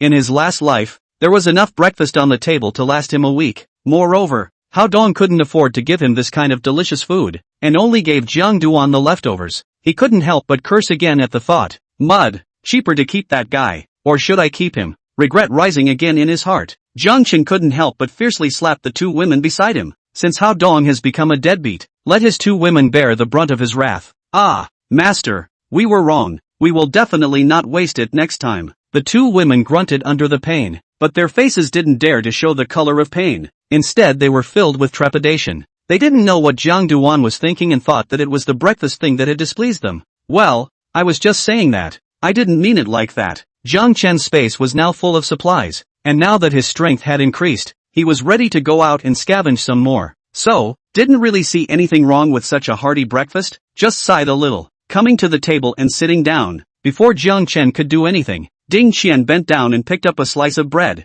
Needless to say, she was just too good at it. The skirt that I was already wearing was still more deliberate when I bent over. If he was still a first-timer from his last life, his nose would be bleeding. Humph, what a... Lu Ting hated it in her heart when she saw Ding Qian's currying favor with Jiang Chen. However, she had always prided herself on not being weak, let alone a strong love rival. She was kind of a flop with Hao Dong, and now she had to make up for it. Thus, Lu Ting picked up the milk on the table and deliberately spilled it on herself as she handed it to Jiang Chen. The first thing that happened was that the clothes on the body were wet. Ah, master, I was wrong, I didn't mean it. Saying that, she didn't know whether it was unintentional or intentional, but in her haste, She even took Jiang Chen's hand and wiped it hard on top of her clothes. Then, as if she realized something, she let go of Jiang Chen's hand again. Master, I didn't do it on purpose. Just now I got my clothes wet by the milk. I was in too much of a hurry, and in the heat of the moment, I took your hand and wiped it off. Lu Ting apologized vigorously, and the way she admitted her mistake was so exquisite that it really didn't look like an act. The corners of Jiang Chen's mouth hooked up as he laughed. It's okay, I'm a person who has always been very good at talking, and you're unintentionally careless, so I don't blame you. Kidding aside, there could be more of these little gestures. It's the end of the world, and with this strength, you can't relax? However, this move saw Ding Xian grit her teeth. Wasn't it against Jiang Duan yesterday? And today it's like this? Humph, I don't believe I'll lose to you. Lu Ting's approach directly provoked Ding Xian's competitive spirit. She was confident that she was able to fascinate Hao Dong before, and now she was also able to press Lu Ting in front of Jiang Chen. The thought rekindled her spirits. This morning meal, Jiang Duan ate with a relaxed and refreshed mind. It had really opened his eyes and refreshed his perception just now. After a breakfast, Ding Xian was still slightly better. In this way, Lu Ting was depressed, and she decided to make a comeback to defeat him. Ginger Dust was smiling with his eyebrows open at this moment, and it looked like he had suffered a lot of aggravation. It's only a few people. It's become like this. In his last life Xia Wuji was afraid that he wasn't living the days of an ancient emperor. No, he still didn't have to go to court and deal with that kind of the dynasty. He probably got away with it a lot more than the emperor even did. Secretly envying Xia Wuji again, Jiang Duan planted a seed to become him. Of course, he wouldn't be that brutal. While thinking about things, Ding Xian said with a smile on her brow, Master, today's breakfast, are you satisfied? Are there any inconsiderate things we did? We will slowly improve in the future. She's winning again this time and wants to expand the battle. Lu Ting snorted coldly, her body leaning close to Jiang Chen and said, if Master wants to punish me, he can do it now. Ting Ting is willing to be punished. She stood right next to Jiang Chen, exhaling like an orchid. Her face flushed. Who wouldn't be confused looking at such a situation? Jiang Duan laughed. I didn't expect yesterday Mrs. Hao still hated me to the bone. Now in order to live on, so well behaved. However, I'm quite satisfied. Master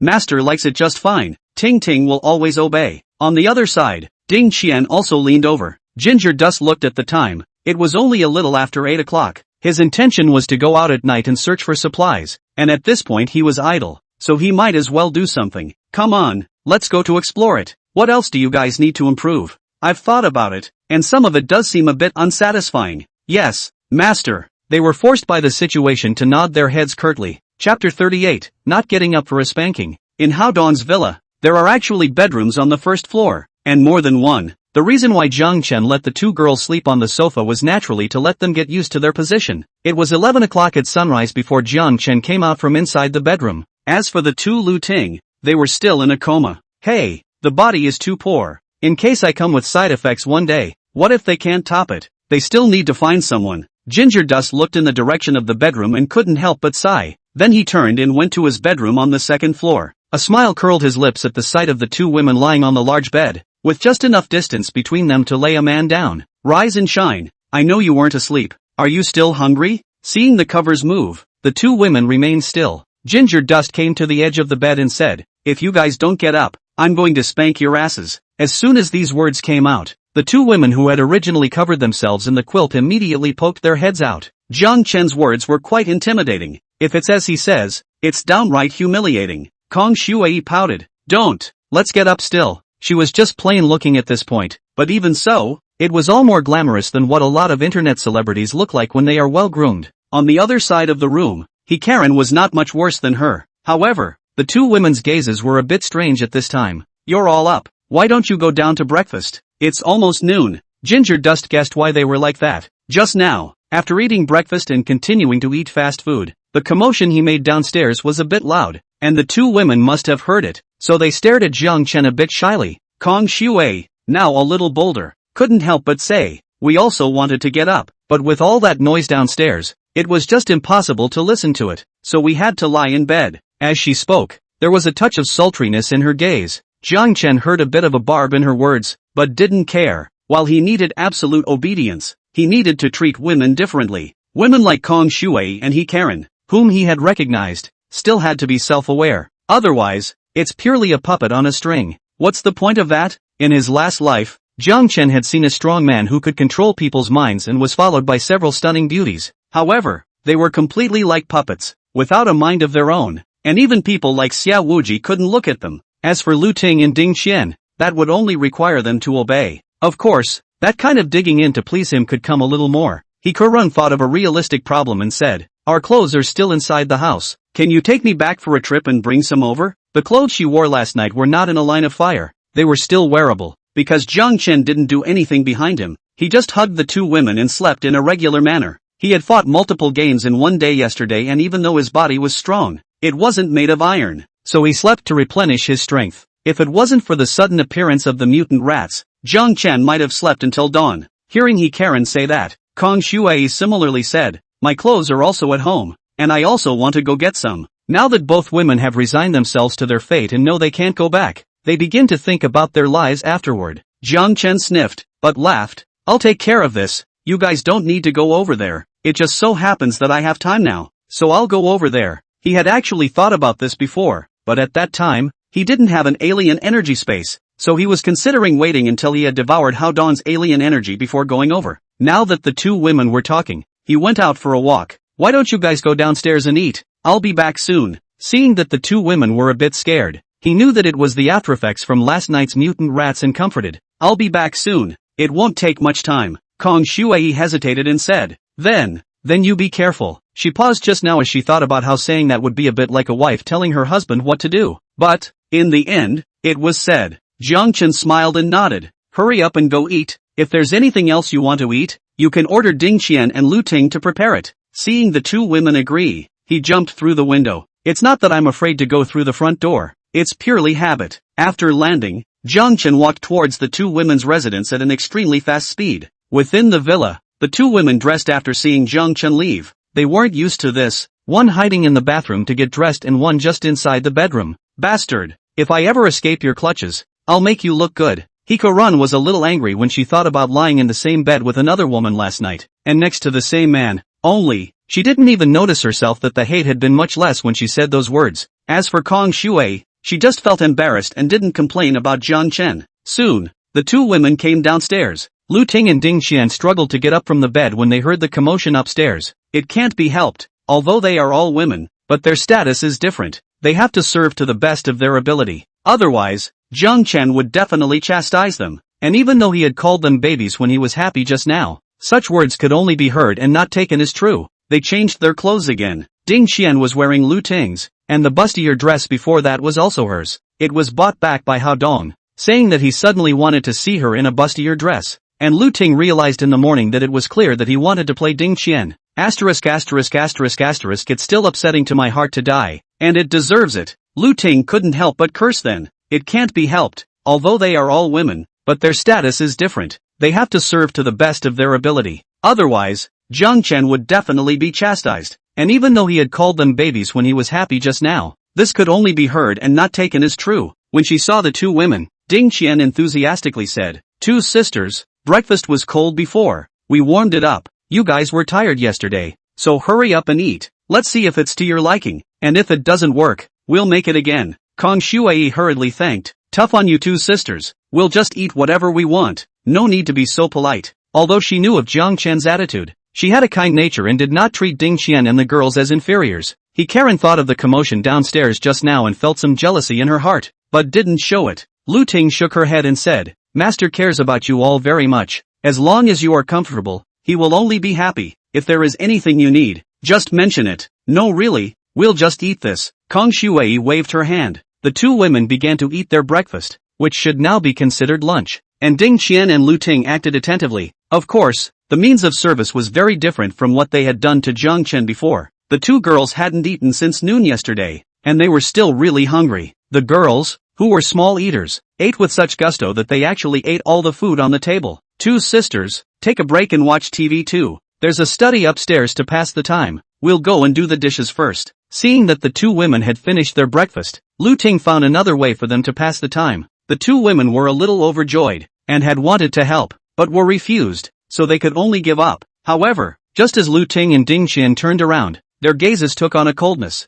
not knowing what was in their hearts. Chapter 39, and a windfall? Jiang Chen had already arrived inside Kong Shuai's house at this time. This time he was still jumping out of the window and made his way to the same bedroom as before, opened the closet and looked at the wide array of clothes. Ginger Dust couldn't help but rummage around a bit and surprisingly found some intimate clothes. Oh, I can't see that. My big Kong star still has this kind of hobby. The corners of Ginger Dust's mouth turned up as he looked at a sailor's outfit hanging on the side. Let her wear it for me later. Imagining what Kong Shui would look like with her clothes on, Jiang Chen couldn't help but feel a stir in his heart. Then another thought occurred to him. I wonder if my stewardess beauty will be able to surprise me. With the space ability, he didn't even have to make a choice and moved everything in the room into the space. With Jiang Chen's spatial ability today, he could only collect items within 10 meters, but it was enough. The large villa, by the time he left, was empty and clean as if it hadn't been inhabited. With the gains he had just made, Zhang Duan hurried to Yi Karen's home in a hurry, and inside his own villa, Kong Shui, who was reading a book, suddenly blushed and said in a delicate voice, "Oh no, forgot about that." Yi Karen was right next to her, and seeing her like this, she couldn't help but ask curiously, "What's wrong with you? Is something wrong?" Somehow, even as she asked the question, she had a bad feeling in the underworld. Kong Shui seemed to have some difficulty in speaking. However, she hesitated for a while and still said, "I have put a set of that kind of clothes in my closet. I don't know if he will find out." Although she was a bit vague and embarrassed to say it all, Yi Karen had read the meaning of the words. Immediately afterward, her face just changed, and then a blush crept up. "Oops, I forgot too. I have the same kind of clothes you're talking about at home." "Ah, you have one too. Ha, I thought I was the only one who had it," Kong Shui said in surprise. "That was a gift from my friend last week. Just tried it on because it was a bit shy and I didn't feel like wearing it. And I was thinking of getting rid of it sometime." Who knew it had appeared out there? At this moment, Yi Karen's face changed, and she had the idea of immediately rushing out to stop Jiang Chen. However, the sight of the zombies downstairs with their mouths and fangs bared, reason overcame shame. Social death is a little better than physical death. Of course, that depends on the person. Thanks to Jiang Chen, if many people knew about it, she thought it would be better to die. So she reassured herself, "Luckily, I hid those things very discreetly. He's just taking a few sets of clothes. He shouldn't find out. Hopefully," Kong Shui replied absent-mindedly. She felt a little ashamed, because after hearing that Heki had secrets too, she was surprisingly much more mentally balanced and relaxed. "I'm just a sailor suit, and by the looks of Kagome, that thing is even more humiliating than mine. Luckily, I'm not the only one who's ashamed." At the thought, she felt unkind again and secretly chastised herself. On his face was the same worried expression as Yi Karen. As someone who had won a movie queen at a young age, her performance was seamless, taking it to the essence, and Yi Karen simply had a hard time distinguishing between the real and the fake. A wave of laughter escaped from inside Heki's villa. After collecting all the clothes hanging inside the closet into the space, Zhang Duan rummaged around for a while and found a gift box inside a small cabinet. Upon opening it, it held a set of cool, close-fitting clothes. As for how cool it is, let's put it this way. You can make almost 5 sets of these out of the fabric of one bathing suit. Being the intelligent readers you are, you have the concept at once. Jiang Chen's gaze narrowed into a slit as he laughed. "Since I bought it all, it's simply shameful to waste it. No, I'll have to find a chance to let he de beauty wear it alone for me to try it on." Although he wanted the woman to listen to him, it was better not to push too hard in this matter. In case Yi Karen couldn't stand it and was really willing to die, it was a bit of a loss. However, Zhang Duan's bottom line was that it had to be worn for him alone. Jia. This is something to try sometime. Why am I making that noise again? Ginger Dust forced himself back from the path of turning into a bad guy and began to collect the items from Yi Karen's villa. This time it was still a good idea to put things through into space. After talking about the 2 women's items, he didn't go back immediately, because things aren't done yet. Walking out of Yi Karen's villa, he arrived inside Chen Yid's house. This guy, as a senior military enthusiast, had some things at home that Zhang Duan could still use. I heard Lu Chuanji say before that Chen Yid had spent half of his family's assets in order to collect collectibles, which was one of the reasons why he divorced his wife. Arriving at that collection room, Jiang Chen once again surveyed the place. Yesterday, because he didn't have the space, he had only made a cursory sweep, but now that he was inspecting it carefully, he couldn't help but be delighted. Chen Yid has kind of done me a favor. Quite a few things here work. The collection room is full of body armor, helmets, goggles, binoculars, utility knives, first aid kits, and all these supplies. There are 5 other military radios in here that look brand new. That's what's working best for him right now. Still, Jiang Chen didn't make a choice and put all the collections in the house into space. Looking at the empty room, he nodded in satisfaction and left without looking back. It was reasonable to say that Jiang Chen's business was almost done, so it was time to go back. However, No, this villa area is not there. A cold female president Meng Qingyue, that day seems to shake a glance. Indeed, 1 in a million, but unfortunately out, the destination is unknown. But well, Jiang Chen's eyes showed a promising color as he thought of this. Hey, let's collect her stuff first, in case we ever run into it. I call it saving for a rainy day. When Meng Qingyue left that day, Jiang Chen only looked at her from a distance, and later still knew her identity from Lu Ting. However, Lu Ting only knew the general location of her house, and was not sure exactly which building it was. Who cares? Go over there first and ask the neighbors later if they don't know. Ginger Dust wasn't in a hurry and slowly walked over. When he encountered a zombie, he didn't kill it, but used his speed to throw it off. Since he's going out at night, leaving those walkers behind will still be of use to him. Otherwise, the zombies in this villa area would have long been cleared by Jiang Chen. He was fast, and in less than a minute he arrived at the location Lu Ting had said he would. After listening with his side ear, Jiang Chen raised an eyebrow and laughed. "Oh, not bad, still exercising at this hour, what a good mood." As the words fell, Jiang Chen dashed to a villa and leapt up to the second floor. Does this look familiar to anyone? No way, he's used to it. Entering the room, the magical symphony filled Ginger Dust's mind. Inside the bedroom were two intertwined figures, one of you and one of me. They were an obese man with glasses and a beautiful 30-year-old woman in high vis. The two were in the midst of a fierce battle, and when Jiang Chen landed on the ground, he didn't speak of martial virtues at all and laughed. "Both of you, it's that time of the day, and you're still in such good spirits." "Ah!" Both men on the bed yelped when they heard the sudden noise. The man instantly caved in and turned his head and cursed angrily. "Marred, who spoiled my good deed?" Chapter 40. You guys go on. The man was furious at being messed up by Jiang Chen and fell from the clouds. Experienced readers should greatly appreciate his anger. That feeling, even if the King of Heaven came, he would dare to break his third leg. Jiang Chen looked at the man sympathetically and spread his hands. "I'm sorry, I'm reckless as I have something 100,000 times more urgent that I want to ask you about." Being a man himself, he knew the pain, and therefore spoke still more politely. "Get out. Get as far away from me as you can. I'm going to try again." In his anger, the man didn't think about how Jiang Chen had gotten here. He thought about how he was supposed to leave, and his words were still full of fire. That beautiful woman similarly glared angrily at Jiang Chen. "Kid, did you hear me? Why don't you get lost? It's that time of the day. Why don't you stay at home and run around?" Jiang Duan laughed. "Sister, I can't help it. It's really quite urgent." However, seeing him still there playfully, the man was so angry that without lifting his pants, he copied the bedside ashtray and made a gesture to throw it. "Damn it, if you keep talking nonsense, I'll teach you a good lesson. Hurry up and leave." Jiang Chen sighed and said quietly, "AI, in this world, it's too hard to be an honest person, so I'll show my cards." "You spread a hammer." "Ah, brother, have a word." "Don't do it. Impulse is the devil." The man was about to start cursing again, and the ashtray almost flung itself out, but he stopped it alive. There was no way around it. Jiang Chen had an extra gun in his hand like a magic trick, and the blackened muzzle pointed over. This instantly taught him about being good to people. Jiang Duan held up his gun and said in a good manner, "Big brother, be brave. Smash ah. Don't let me have a gun and wear out your courage. Be a man and be capricious. Come on, boldly throw yourself at me." Puff. The ashtray in the man's hand fell to the floor, and he himself fell to his knees. "Brother, no, you're the big brother. Let's have a talk. Don't you have business? Tell us what it is. Don't delay." "Yes, brother, just now we have eyes and don't recognize Taishan. You spare us." The woman on the bed sat up straight, all but uncovered in white with panic in her expression. Seeing that the two were finally honest, Jiang Chen had a warm smile on his face. "Right,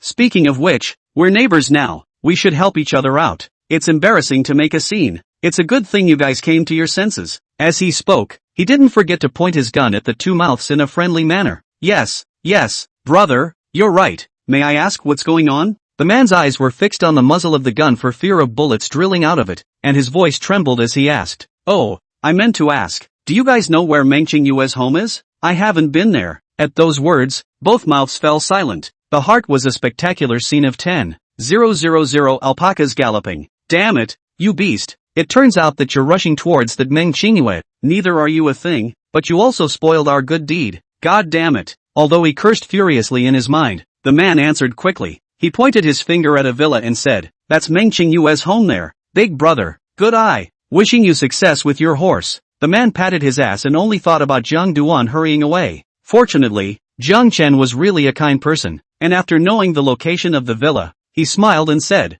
"Thanks a lot. You guys continue. I won't disturb you. With that, he leapt through the window. The man ran over and saw that Zhang Duan was far away before letting go of his heart. Then, his face changed and he cursed, "Bastard, when the crisis is over, don't let me meet you." He cursed and returned to the bed. The woman asked, "Still coming?" The man shook his head. "Not coming." The woman grumbled, "Humph, coming or not?" The man laughed bitterly, "Ugh, can't afford to come." Then, there were angry curses inside the room again, and vaguely, one could hear that the curses were from Zhang Chen, and at that moment, he had already arrived inside Meng Qingyue's house. The place he was in was a bathroom. However, the area was larger than the living room of an average person's home. Inside, there is a fresh fragrance, and the decor is not intentionally extravagant, but very tasteful. Ginger dust casually swept through. Even the toiletries in the bathroom were all limited edition models from around the world. TSK, as expected of a $10 billion female president, just this bathroom decoration is enough for me to buy a suite.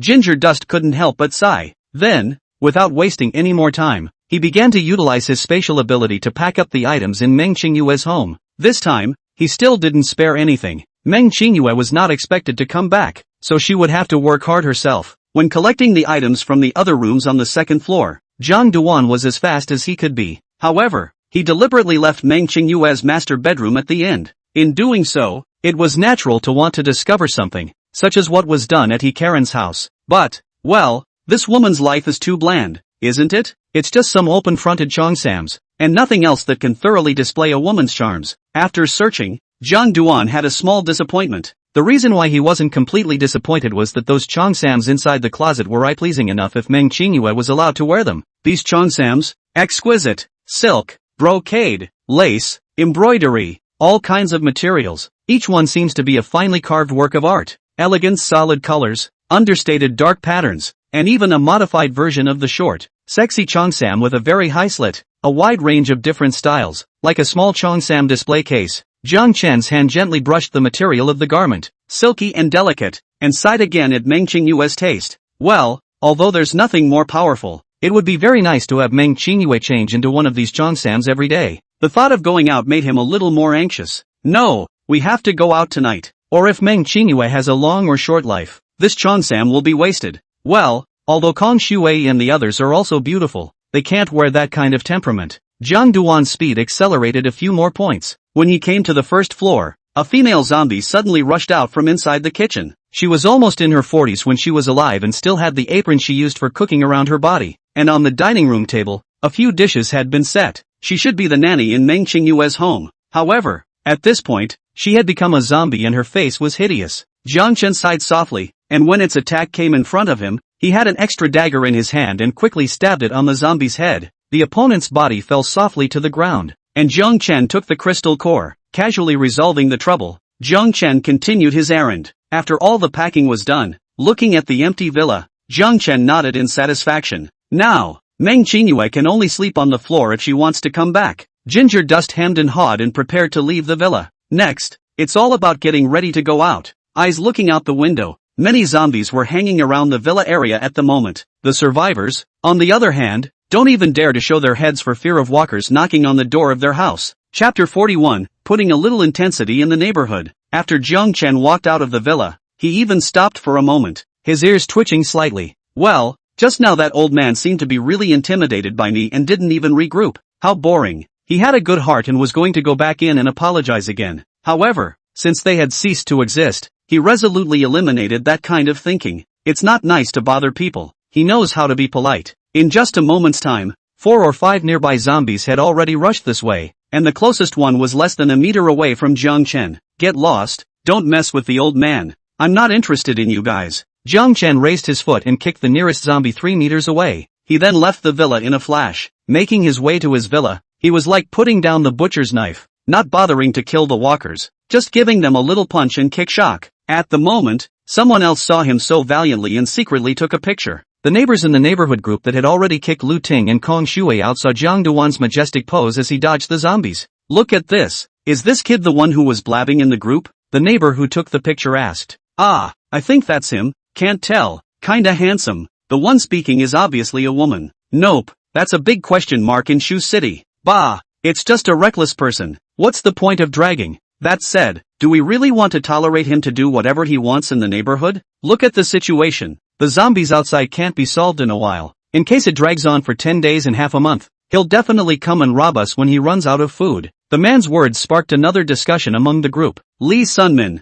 why are you being an alarmist there again? If you're worried about him being evil, why don't you go and fight him yourself? Words can't be said like this. Lee Shanmin's words are not unreasonable. You don't know. Today I was doing things at home. He suddenly broke in and pointed a gun at me. Damn, it's really too scary. Today he dares to point a gun at me. Tomorrow he dares to kill people without any scruples. It's too detestable. Ginger Dust's acquaintance finally made an appearance. It was obvious from the tone of voice that the man was just plain pissed off afterward. Hasn't he already killed someone? Chenya died in his hands. Everyone, we are all knowledgeable people. If we condone such an evil person, I'm afraid we will be doomed. We must find a way to deal with him. Not really. People are telling us to stay out of trouble, so I think it's best to just keep things as they are. Bah! Believe his bull *******, and you won't even know how you'll die when the time comes. Humph. What do you guys say then? Fight him hard? This 100 pounds of meat of mine can't fight the gun in his hand. The group fell silent again after the man finished speaking. Jiang Chen had a gun in his hand and was strong in single combat. They couldn't even handle the zombies, let alone deal with him. The crowd, which had been eagerly discussing the matter just now, ceased to do so. Bah! A bunch of losers, discussing half a day with no result. Chen Gang was eating a steak in the living room and couldn't help but spit when he saw the message from the group. Then, his face was filled with disdain. That kid is really a sand sculpture. He has to flaunt the city, and now he has become a target. Although everyone else is a waste and can't help him, but I'm not afraid of thieves stealing. I'm afraid of thieves thinking about it, and it will always give me a chance to find an opportunity. Right now, Chen Gang's strategy was to stay at home. He had plenty of supplies at home, had awakened his psychic abilities, and had attempted to kill a zombie and found the crystal core from its body. It's 2030, who hasn't read a tomato novel and knows that crystals are common knowledge? And naturally, this made Chen Gang ecstatic, deciding to secretly raise his strength and then find a chance to get Jiang Chen killed. Finishing the last bite of steak, he took a sip of his red wine and smiled grimly. We're almost out of steak, so we're going to borrow some back from a neighboring family for the evening. As the words fell, a cold light flashed in his eyes. Jiang Chen had already returned to the villa by now. Master, you're back. Ding Qian and Lu Ting were originally busy making lunch, and when they saw him return, they immediately shouted respectfully. He nodded and asked, where are the Shuai girls? Gone to bed again? No, the two sisters don't have much to do. They're upstairs reading. Ginger Dust let out a hem and prepared to go upstairs. However, Ding Qian twisted her waist and walked over, her fragrant wind pouncing on her face. It was evident that she had regroomed herself again so that she could be ready to respond to Jiang Chen's needs. Seeing her come over, Ginger Dust asked, what else? Ding Qian pulled out a cell phone from her bosom and said, Master, those people in the district want to do you harm. It's simply too abominable. She had a look of righteous indignation. When Jiang Chen took the phone, he saw the conversation of those people in the villa area just now. How did they know that Lu Ting and Kong Shuai were kicked out from the group? And there was a Ding Qian who was also Jiang Duan's person. Are these people so timid? After discussing for half a day there is hardly a way to deal with me. Ginger Dust commented like an outsider. He still felt a little sorry in his heart. If these people had done something, he could have gotten rid of them all at once. This is the worst kind of situation to be in these days, and if he cleans it, some people will think he's killing people indiscriminately. He himself didn't care about the vanity. Master, should we teach them a lesson? Ding Qian asked tentatively. However, Jiang Chen narrowed his eyes at her and said, you did well, but don't ask what you shouldn't. With that, he threw his cell phone to Ding Qian. This sent a chill down her spine, and she immediately said, yes, Master, I know I'm wrong, and I will definitely not talk too much in the future. Jiang Chen went upstairs while thinking. His eyes glanced at the zombies outside. Always feel that their number is a little too small. With that, he smiled. Since these neighbors are restless, let's put some intensity on them. It's not like they can do exercise every day when they're idle now anyway. Someone will suffer. At that thought, he turned and went down the stairs. Master, lunch is almost ready. Are you going out on an errand? Can you eat before you go? Lu Ting brought out a plate of somewhat fried braised pork from the kitchen and couldn't help but ask when she saw that Jiang Chen was going out again. Help yourselves to the food. I'm going out. Jiang Chen swept a glance at the meal and lost his appetite. With those words, he left the villa. This time, he didn't make a big deal out of it, but tried to hide his figure as much as possible. The villa area was heavily wooded and green, and his speed was as fast as lightning, making him hard to spot. An hour later, at the main gate of the villa area, the security guard hiding in the surveillance room was cheering himself up. Chen Ergu, you can do it. There are only 2 zombies outside now. If you run fast, you can definitely get rid of them. If we don't run out while we have the chance, we'll starve to death here. Chen Ergu secretly made up his mind, gripped the electric baton tightly in his hand, and was about to open the door. Boom! Suddenly, the roar of an engine sounded not far away, and in a few moments, it arrived outside the villa gate. Crap! Zombies! Zombies! So many zombies! Chen Ergo clearly saw the scene outside through the glass window. Behind that car, hordes of walkers appeared. He roughly calculated the number. No less than 500. God damn it! Which sand sculpture is this? How dare he lure the zombies here? I'm not finished with him. Chen Ergu had already curled up in the corner, shivering, afraid that the zombies would find him. However, the mouth is not weak, and it is sorely cursed. The car came to the gate and didn't stop, but drove straight into the villa area. The zombies, on the other hand, followed suit and rushed inside. What's going on? Ah, lots of walkers. Soon, the commotion outside drew the attention of the survivors of the villa area, and they all looked out from their homes. Then a look of horror appeared on their faces. Oh my god, there were already a lot of zombies in the villa area, and now there are so many more, still letting people live. God damn it, who is the person driving the car? It's really a funeral conscience, luring so many zombies here. Goodness, there are so many zombies out there as well. It seems that the official forces couldn't hold out and weren't able to wipe out the zombies. Seeing the zombies swarming outside, some people wailed, others cursed, and still others tasted a little deeper meaning, and their hearts were already calculating something longer term. What intrigued and angered the crowd, however, was just who was sitting in that car. Soon, their eyes widened, followed by a double take. It's him, damn it, it's that guy again. He's just not human. By now, the car had stopped, and Jiang Duan hung back and walked down from it. This time he waved at his neighbors like a big sunny, cheerful boy. Hello everyone. There were so few walkers in the villa area that I lured a little over here so I wouldn't be bored at home. Remember, I don't mind adding a little more intensity if you guys are still trying to get the drop on me. With that, under the stunned and panicked gazes of the crowd, Jiang Chen returned to his villa. Chapter 42, Out Scavenging. When Jiang Duan disappeared, the crowd started cursing again. Bah, uneducated asshole. If the end times can end, I'll be the first to clean you up. A large, thick-bodied man spat a thick mouthful of spit into the pool water below his family's villa and cursed indignantly. Mud,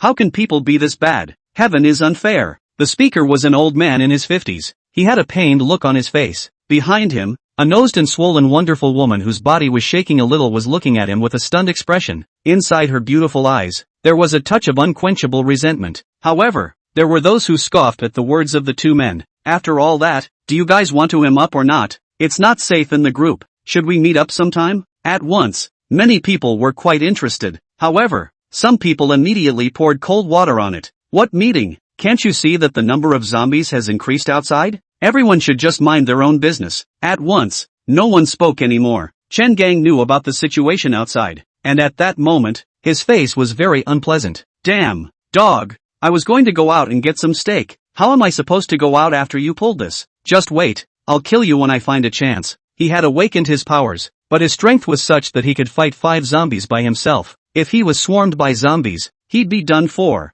Therefore, he decisively cut off his plan to go out and fight the autumn breeze, while cursing Jiang Duan in his heart. Forget it, these zombies can't bite anyone. Some of them will definitely leave on their own accord. Just wait a little longer. The last thing I need right now is time. While Chen Gang was there secretly pondering, Jiang Chen had already returned to his villa. Master, you're back. The rice was left for you. Let's go heat it up. Seeing Jiang Chen return, Ding Qian and Lu Ting immediately came over to serve him. No, your handiwork. I don't have an appetite looking at it, so I'd rather keep it for yourselves. When these words came out, the two women immediately blanched. Lu Ting said in fear, I am sorry, Master, we have not cooked before. So the cooking skills are very poor, and will slowly improve in the future. Ding Qian nodded her head and said, Master, give us some more time, we can definitely satisfy you. To be able to be Hao Dong's lover, she didn't just rely on her beauty, and her efforts were more or less stained. At this moment, being looked down upon by Jiang Chen in such a way, he couldn't help but stir up his competitive spirit. Lu Ting was equally unwilling to lag behind, and hurriedly said, Master, as long as you give us a little time, we will definitely impress you. Jiang Chen didn't expect his words to make the two women so excited. He shook his head and laughed. Since you have this heart, then go and learn, and look forward to your performance. After all, they hadn't made any major mistakes, and he was too lazy to discourage the two girls. The two women were delighted at the same time and said, "Thank you, master, we will definitely not let you down." Jiang Chen didn't care about the two women anymore and walked straight upstairs. However, just as he was about to enter the study, he suddenly stopped in his tracks. After thinking about it, he went to the bedroom, took out 2 bags from the space, and put some more of the two women's clothes into each of them. That done, he made his way to the study. Kong Shuai and he Karen were inside the study, and the two of them each took a book and lazily sat on a chair to look at it. Both of them were rare beauties, and this scene fell in Jiang Chen's eyes, feeling incomparably eye-pleasing,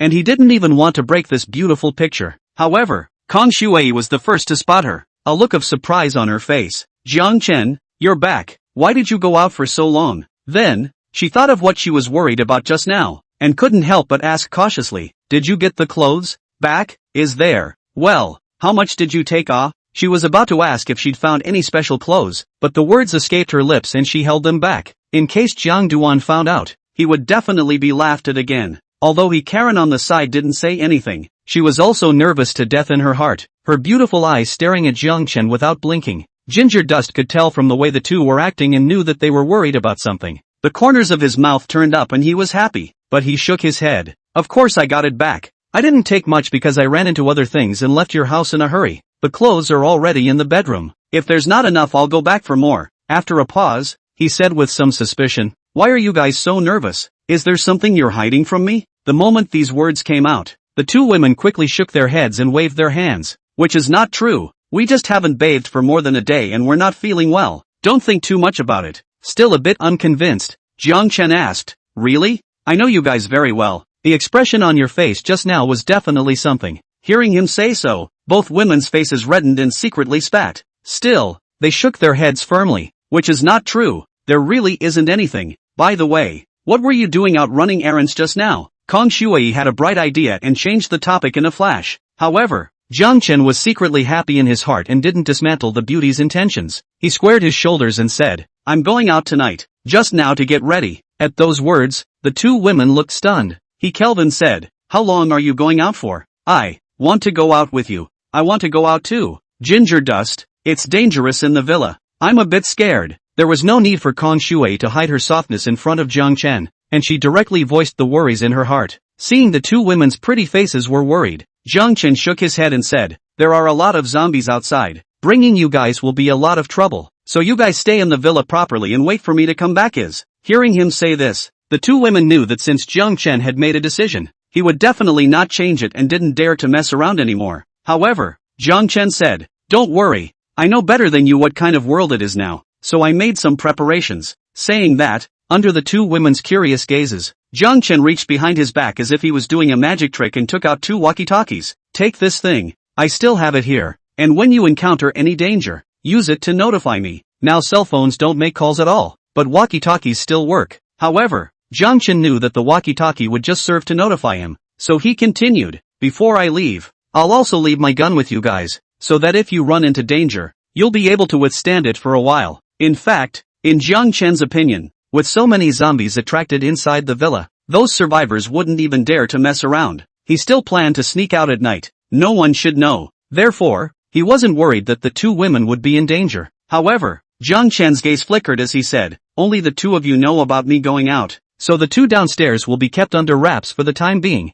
and you all know the laws of the end times. Don't trust anyone so easily, but of course, you can trust my words." At those words, the two women looked aghast. The good thing was that they were already smart women and quickly figured out the key, so the two women dutifully nodded. Seeing that they agreed, Jiang Chen had a smile on his face, very different from his serious expression just now. He playfully said, "Now, well, with the chores out of the way, let's do something else." He secretly smacked his lips when he collected the three women's clothes before, and his heart was still throbbing a little at the moment. He was going on a trip tonight, and he felt like he needed to have a heart-to-heart talk with them. Ah, wasn't that just business? How come they're still? Kong Shuai didn't understand what was going on at first, but she quickly realized it. There's nothing to talk about, is there? Where did he Karun think that Jiang Chen's thoughts would jump so much? She was a bit speechless in her heart, but she didn't dare to refuse. Where was Jiang Chen willing to let them go? He had already come to the side of the two women. What daytime or not? Talking business is not in the daytime at what time?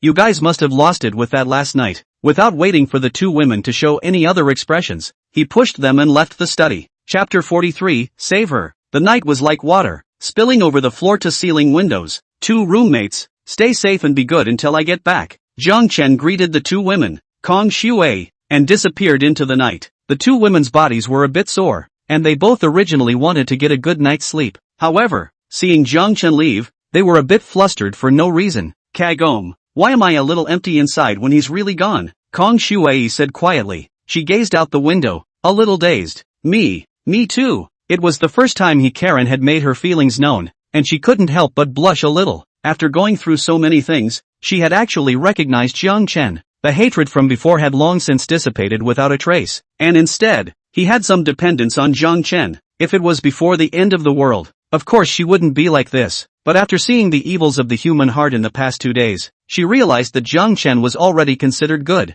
and, having given it back to him for the first time, she just had to resign herself to her fate. Kong Shuai didn't expect her to actually show her true feelings at this moment, and her face showed surprise. She then laughed a bit proactively. You finally figured it out. I thought it would take some more time, but it's good to have it all figured out and not ramble on. Immediately, there was a touch of grudge in her gaze, and she snapped. That guy is not a compassionate person. I'm afraid that you can't pull out that thorn in your heart, and if you make him unhappy, you'll be the one who suffers at that time. Karan thought deeply of this statement. She nodded and said, thank you for those words, Shuai. I've figured it out. I can see that he has recognized us, or else it would have been like the two women downstairs. Kong Shuai said happily. Great. It seems that you did figure it out. In that case, we still have a care together. Then, she said with some indignation, that guy will definitely bring us back new members this time when he goes out. I don't know what kind of people they are. No matter what, let's both take care of each other.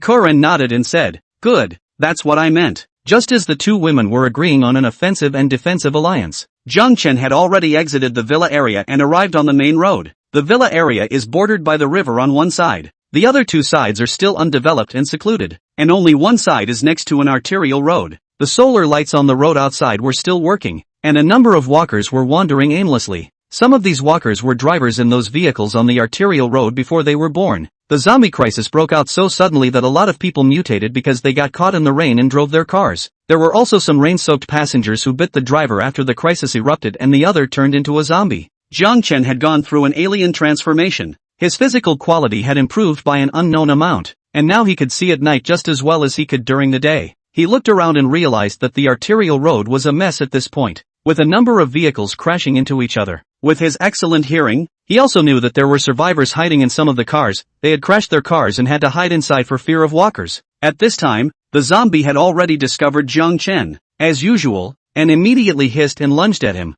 Jiang Chen estimated the number, about 30 to 40, and was not the least bit panicked in his heart. The advantage is mine. The survivors inside those vehicles on the arterial road, sensing the movement of the zombies outside, looked out. At once, they had different thoughts in their minds. There's someone there. My God, is he crazy? How dare he come out at this hour? Where did this sand sculpture come from? I guess it doesn't want to live. Ha ha ha, good man. You run Thaya instead so you can draw the walkers away. There were at least 24 survivors among the vehicles on the dry road, and some of them were already looking forward to Jiang Chen as a guide, simply with a greatly bad conscience. What they didn't know was that Jiang Chen had amazing eyesight and had long ago taken in their expressions one by one. He paused as his eyes swept over one of the cars. There was a white-collar woman sitting up there, youthful and pretty, with a face value that rivaled Lu Ting's. However, the other party didn't have the same eyesight as Jiang Chen and didn't know that he had seen himself from afar. After such a short while, the zombies had come to heel. Jiang Chen glanced at the beautiful woman from earlier,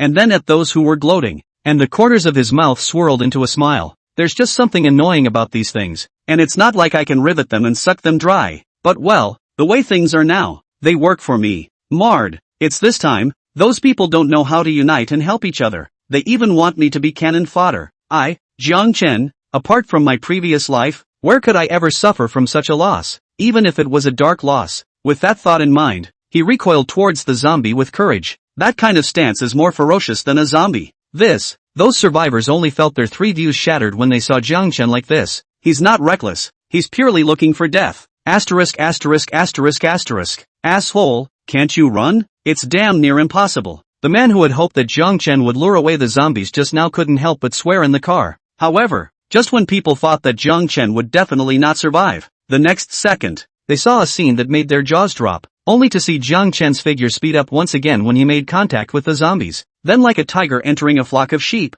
he knocked away 3 zombies in a matter of moments. He moved like electricity, not stopping for a moment, and in just a few moments, not only did none of the zombies get close, but instead, he passed between them and came behind the group of zombies. Ginger Dust had no intention of tangling with the zombies. He was still in some danger if he fell into a siege. Of course, that danger just meant that he could use his devouring powers to suck the walkers dry and have side effects. As for Hao Dong's spatial abilities' instantaneous transfer technique, he did not intend to use it because it consumed too much energy. This skill, as a last resort, is better to hide it first, and save it for saving your life later. Is this still human? What Jiang Duan had just done made the survivors nonchalant, because he simply wasn't capable of the strength that humans could possess, and even well-trained special forces couldn't do that. However, there was no time for the survivors to think about it, as they were treated to an even more horrifying sight. The zombies had turned around by now and repounced on Jiang Chen. Come here, little darlings. Ginger Dust wasn't afraid in the slightest. Instead, he waved his hand at the zombie. Then, seemingly impressed by its sincerity, they attacked again. Crazy. Just crazy. Seeing the zombies coming their way, the survivors all turned into ostriches, balling themselves up into a ball and cowering in their seats, hoping the zombies wouldn't notice them. Only, some people are not destined to get what they want. Ginger Dust arrived at the side of the car of the man who had just displeased him, and with a grin at the corner of his mouth, he shattered the window with a punch. Ah, what the are you doing? The man panicked when he saw the broken window glass and glared angrily at Jiang Duan. Ginger Dust didn't bother with him and had already come to the other car, as it were, and then a third, and a fourth. At once, vicious curses came from inside the car. Bastard, you shall not die. Why did you harm us? Jiang Chen sneered and said, didn't you guys gloat just now? I want to try that feeling too. The moment these words came out, those few people looked at him as if they were looking at a madman. Mud, because of this, you're going to get us killed. Is there any law of the land? They still wanted to curse, but when they saw the zombies come to the car window and their heads drilled inward, they couldn't care about cursing Jiang Chen, and turned to fending off the zombies while cursing Jiang Chen in their hearts. The other survivors, who had originally seen Jiang Duan shattering the glass and attracting the zombies, were all a bit alarmed, fearing that they would be victimized as well. However, after hearing Jiang Chen's words, he temporarily put his heart down again. Someone else bravely opened the window of the car, but only showed a 2-finger gap, and then shouted to him, brother, can you give us a hand? And if you can get us out of here, you will be thanked afterwards. Hearing the man's words, other people's minds came alive. Brother, so am I. If I can get me out of here, I'll repay you in spades. At once, many more people began to plead with Jiang Chen for help. His performance just now had conquered the crowd. However, their words could not conquer Jiang Chen. His heart was like iron when he heard the pleas of these people and shook his head. I'm sorry, I'm not the least bit interested in helping others. And also, I'm not a good person, so I don't mind breaking the glass of your windows if you guys want to morally kidnap me. The crowd was originally about to offer up their moral weapons when they heard the first half of the sentence, but as a result, they choked back before they could say anything. They felt worse in their hearts than if they had eaten a fly. Moreover, it didn't dare to open its mouth again, only joining the army of cursing Jiang Chen in its heart. Just now, Jiang Dust was doing his job while batting away zombies, and although these things were craving for him, they couldn't get close at all. Ginger Dust idly walked to the white-collar beauty's car. The other man saw him coming and opened the window of his car of his own accord. Coming with me or not? Jiang Chen looked at the other party and directly stated his purpose. The woman in front of her looked to be about 24 or 25 years old, with a delicate face, three-dimensional features, skin as fair as porcelain, long hair slightly curled, and red lips. She was wearing a white shirt with full curves in front of her body. It was standard white-collar attire, but on her, the temperament was unassuming. Jiang Dust is to see her is not bad. Field I hear some can. If she can go with himself, as I have a preparation. If he gets annoyed by the walkers, he goes on a killing spree. With her around, he didn't have to worry about side effects. Chapter 44, Do I Have a Choice? The woman nodded without hesitation as soon as Jiang Duan finished speaking. Yes, I'll go with you, she agreed so dryly, which caused Jiang Chen to look stunned. He punched a walker away, then kicked another walker into his companion behind him. Only then did he ask, do you know what I mean when I ask you to come with me? The woman nodded again, her beautiful eyes twinkling for a moment as she said, of course I know that, but, in my current state, do I have a choice? Jiang Chen looked deeply at the woman and laughed. You're really an interesting woman. However, I'll say it in front of you in an ugly way. If you pull any tricks, you'll be just like this zombie. As the words fell, a tang knife suddenly appeared in his hand, and the light of the knife was like electricity, and the head of one of the zombies that rushed over was separated. Seeing him kill a zombie so easily, the woman blanched. Moreover, the sudden appearance of the Tang dagger also made her feel weird. So, she nodded firmly and said, "Don't worry, I won't go back on my word. Quickly take me out of here." A look of disgust flashed in the woman's eyes at the sight of the zombie's ugly appearance, along with a touch of awe.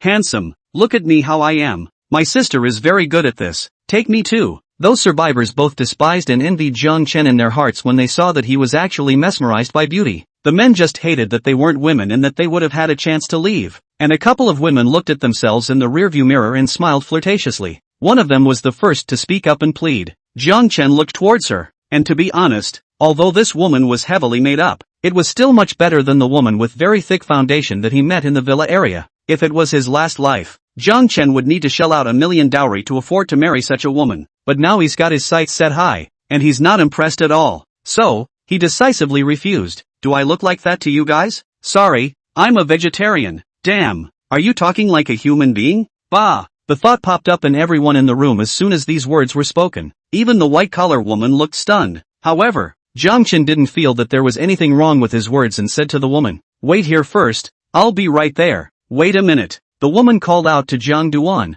Seeing his puzzled face, she smiled and said, "My name is Guan Chang, you must come back." Oh, there was an extra flirtatious look on her face as she said this. Ginger Dust nodded and dashed away from the spot. "Ah, get out, I don't want to die." At this moment, the man who was the first to have his car window glass broken by Jiang Duan let out a terrified cry. The survivors look over toward it, and there's already a walker crawling into the car, with the ones behind it still working their way inside. Shortly after, the man screamed again, and eventually the sound became gradually inaudible. Obviously, he's dead. The scene watched the other survivors for a while. They were somewhat glad that they hadn't gloated over what happened to Jiang Chen before, or else they would have been just like that man. This was followed by a few more screams, which made them feel even better about how kind they were for not falling on their sword. Just then, a large truck came whizzing by from a distance. The crowd took a look and the person driving was none other than Jiang Duan. "It's that guy. Wow, what a big van. Did he get a conscience and try to save us?" There is a renewed hope in some people's hearts. The big van stopped as it approached the survivors' cars. Ginger Dust came down from above, and instead of taking the land route this time, he leapt and stepped over the roofs of the survivors' cars to reach Guan Qing's car. "Let's go. There's been some delays here and I have things to do that I need to catch up on." Guan Qing came down from the car, her white high heels landing on the ground, vaguely flickering with white silk light. However, the woman wanted to remain as elegant as possible, but Jiang Chen didn't care about that and directly picked up the other party. Then, in a repeat of his trick, he swept through the roof of the crowd's car. Despite the hold, he didn't slow down much. Soon, the two made their way to the van and got in. This time, Ginger Dust didn't even give the zombies a chance to get close enough to get things done. Seeing that the van was about to drive away, the survivors were not dead. "Dude, take us with you. The van is so big, we'll just sit in the back." "Ooh, big brother, please, take my child with you. It's okay for me to die, but the child is innocent." However, Jiang Chen's heart was still like iron. "Sorry, you're on your own. I couldn't care less." With that, he started the vehicle and drove off into the distance. "Bah, cold-blooded guys, sooner or later you'll get what's coming to you." When the crowd saw Jiang Duan run away like that, they knew there was no hope and started cursing again. Inside the van, Guan Qing looked at Jiang Chen and said, "You're really hard-hearted. Those people begged you so much and didn't even save them." Jiang Chen glanced at her sideways and laughed. "What? Are you not tolerating it? It's all at this time. A soft heart won't live long." Guan Qing sniffed and said with a somewhat indifferent expression, "I'm just curious. Those people are not related to me. I'll at most sympathize with what they're going through. There's nothing intolerant about it." "Oh, I can't tell. You're adapting to this post-apocalyptic world quite quickly. I kind of like you." Jiang Chen was once again impressed with Guan Qing. He didn't resent the other party's words. After all, it was the end of the world now, and most of those who could survive would be people like Guan Qing in the future. Just as his mind was spinning, Guan Qing asked, "Where are we going? There are so many zombies out there. We should find some food first and then find a place to hide." She offered her thoughts. Jiang Duan laughed. "Of course I'm going to look for supplies. I'm a bit low on supplies. My heart is inexplicably panicked. I have to look for more supplies so that I can feel at ease." Where did Guan Qing know that Jiang Chen's so-called supplies were a sea of concepts? Agreeing, "That's right. I think this change came strangely and won't end soon. You're so strong. If you hoard more supplies, you'll surely be able to survive until the day the crisis ends." The corners of Jiang Chen's mouth rose as he said, "That's natural. I'll definitely be able to survive until the end. That said, since you followed me, you have to listen well, or else. It was said with a strong threatening tone. Guan Chang was mixed up in the workplace. How could she not hear what it meant? She didn't have Kong Shui's kind of blush. Instead, a smile blossomed on her face and her gaze was flirtatious as she said, "Since I dared to promise you, I'm ready for anything. Besides, can I run away?" As she spoke, the shoe on one of her feet accidentally fell off, then reached over to Zhang Chen's side to look for it. This made him shudder. His gaze narrowed slightly and he said, "Beauty, I'm still driving, please leave me alone. You're solely responsible for hitting the zombie?" Guan Ching sniffed, then giggled. "Really? Then you can just not drive." When she said this, she had already leaned over, her red lips coming up to Zhang Chen's ear, exhaling like orchids. "I'll give up anything to stay alive." But as soon as the words were out of her mouth, she let out an ah. It turned out that she had been slapped by Zhang Chen. "Sit the hell down. I've already run over an innocent walker by your mess. Good thing I reacted fast or it would have been a herd. A walker's life is a life." He sighed in his heart. Guan Cheng, this woman he still saved was worth it. The same level as Ding Qian, but more able to see the situation than her. However, after these 2 days of trials and tribulations, he still had this bit of determination. This is not the time to be fooling around. Business is important. Moreover, he thought of a question and immediately said, "Seeing how you behaved just now, did you have a boyfriend before?" Guan Chang was first stunned, then quickly understood the meaning of Zhang Chen's words. Then, her eyes actually slowly filled with watery light inside, and she snapped, "What do you take me for? Whether or not I've been in love, you'll know later, and I can prove it to you." Seeing her like this, Zhang Chen believed a few points and couldn't help but quip, "I'm sorry, because of what happened just now, I almost misunderstood it all." With that out of his mouth, he dropped his heart. Otherwise, he was well on his way to kicking the woman out of the car. Joking, at that time, Kong Shui liked the extreme beauty. He was willing to let go. Anyway, to save people is to enhance the strength, but also to follow the heart. This woman is not a minute to abandon. However, in that case, he dismissed the idea of finding a new replacement for the time being and added, "I will, just not yet." When he finished, he blasted the gas again. Chapter 45, Are You Polite? Zhang Duan stepped on the gas, and the van sped down the somewhat empty road, its wheels running over the scattered zombies with a dull crash. Those accident vehicles encountered on the road were similarly brutalized by the truck. And, of course, there's no shortage of survivors to encounter. Without exception, they all wanted to ask Zhang Chen for help. Only, Zhang Chen had no intention of stopping at all, and sped along. A chorus of curses rang out from the back. Guan Cheng resumed her ladylike appearance and sat quietly in the passenger side. Perhaps a little bored, she gently wrapped her slender fingers around a strand of hair. Her beautiful eyes, on the other hand, glanced at Zhang Chen from time to time with a hint of an unnamable meaning in her eyes. She finally couldn't hold back her curiosity and asked, "Where are you going to find supplies?" "Of course it's going to be a big one. Isn't there a skinny hideaway supermarket nearby? I'm going to check there." Zhang Chen eyed the front and stated his purpose. "Skinny pleasure? Business has been booming there. Yesterday was Saturday. There must have been a lot of people shopping there, and now there could be a lot of walkers there. Are you sure you want to risk it?" Guan Ching said with some concern. Zhang Dust said that supermarket is the rise of the last few years. The model is completely copied from the Central Plains province, a nationally renowned supermarket. Soon after opening, directly dry over Walmart and Yonghui Supermarket, become the leading supermarket in Shu City. If they could go there, they would naturally be able to find a lot of supplies, but in Sekaru's opinion, it wasn't necessary at all. Don't look at Jiang Duan driving a big truck, but with the strength of 2 people, the supplies there couldn't be moved for a year, and it was unrealistic to do so. She thought it would be nice to empty a kiosk. However, Jiang Chen clearly didn't have that kind of idea and laughed. "Of course I know that there are a lot of zombies there, and when the time comes, I will naturally have a way to lure them away, so you don't have to worry about that." Hearing Jiang Chen say this, Guan Qing could only nod obediently and didn't ask any more questions. After the van had driven 5 kilometers, Jiang Chen's eyes saw a gas station through the night. His mind moved. That guy Hao Dong didn't gather fuel for me. The gas station is something to check out. This van is cool enough to drive, but it also consumes a lot of fuel, so if I can get some, I can spare it. Now 70% of the private cars in the summer country have been replaced by trams, and the proportion of oil vehicles has been less than 30%, and in the past few years, the gas station has closed down I don't know how many, and it is difficult to survive. The gas station in front of it was already considered a one-of-a-kind within 10 kilometers of the neighborhood,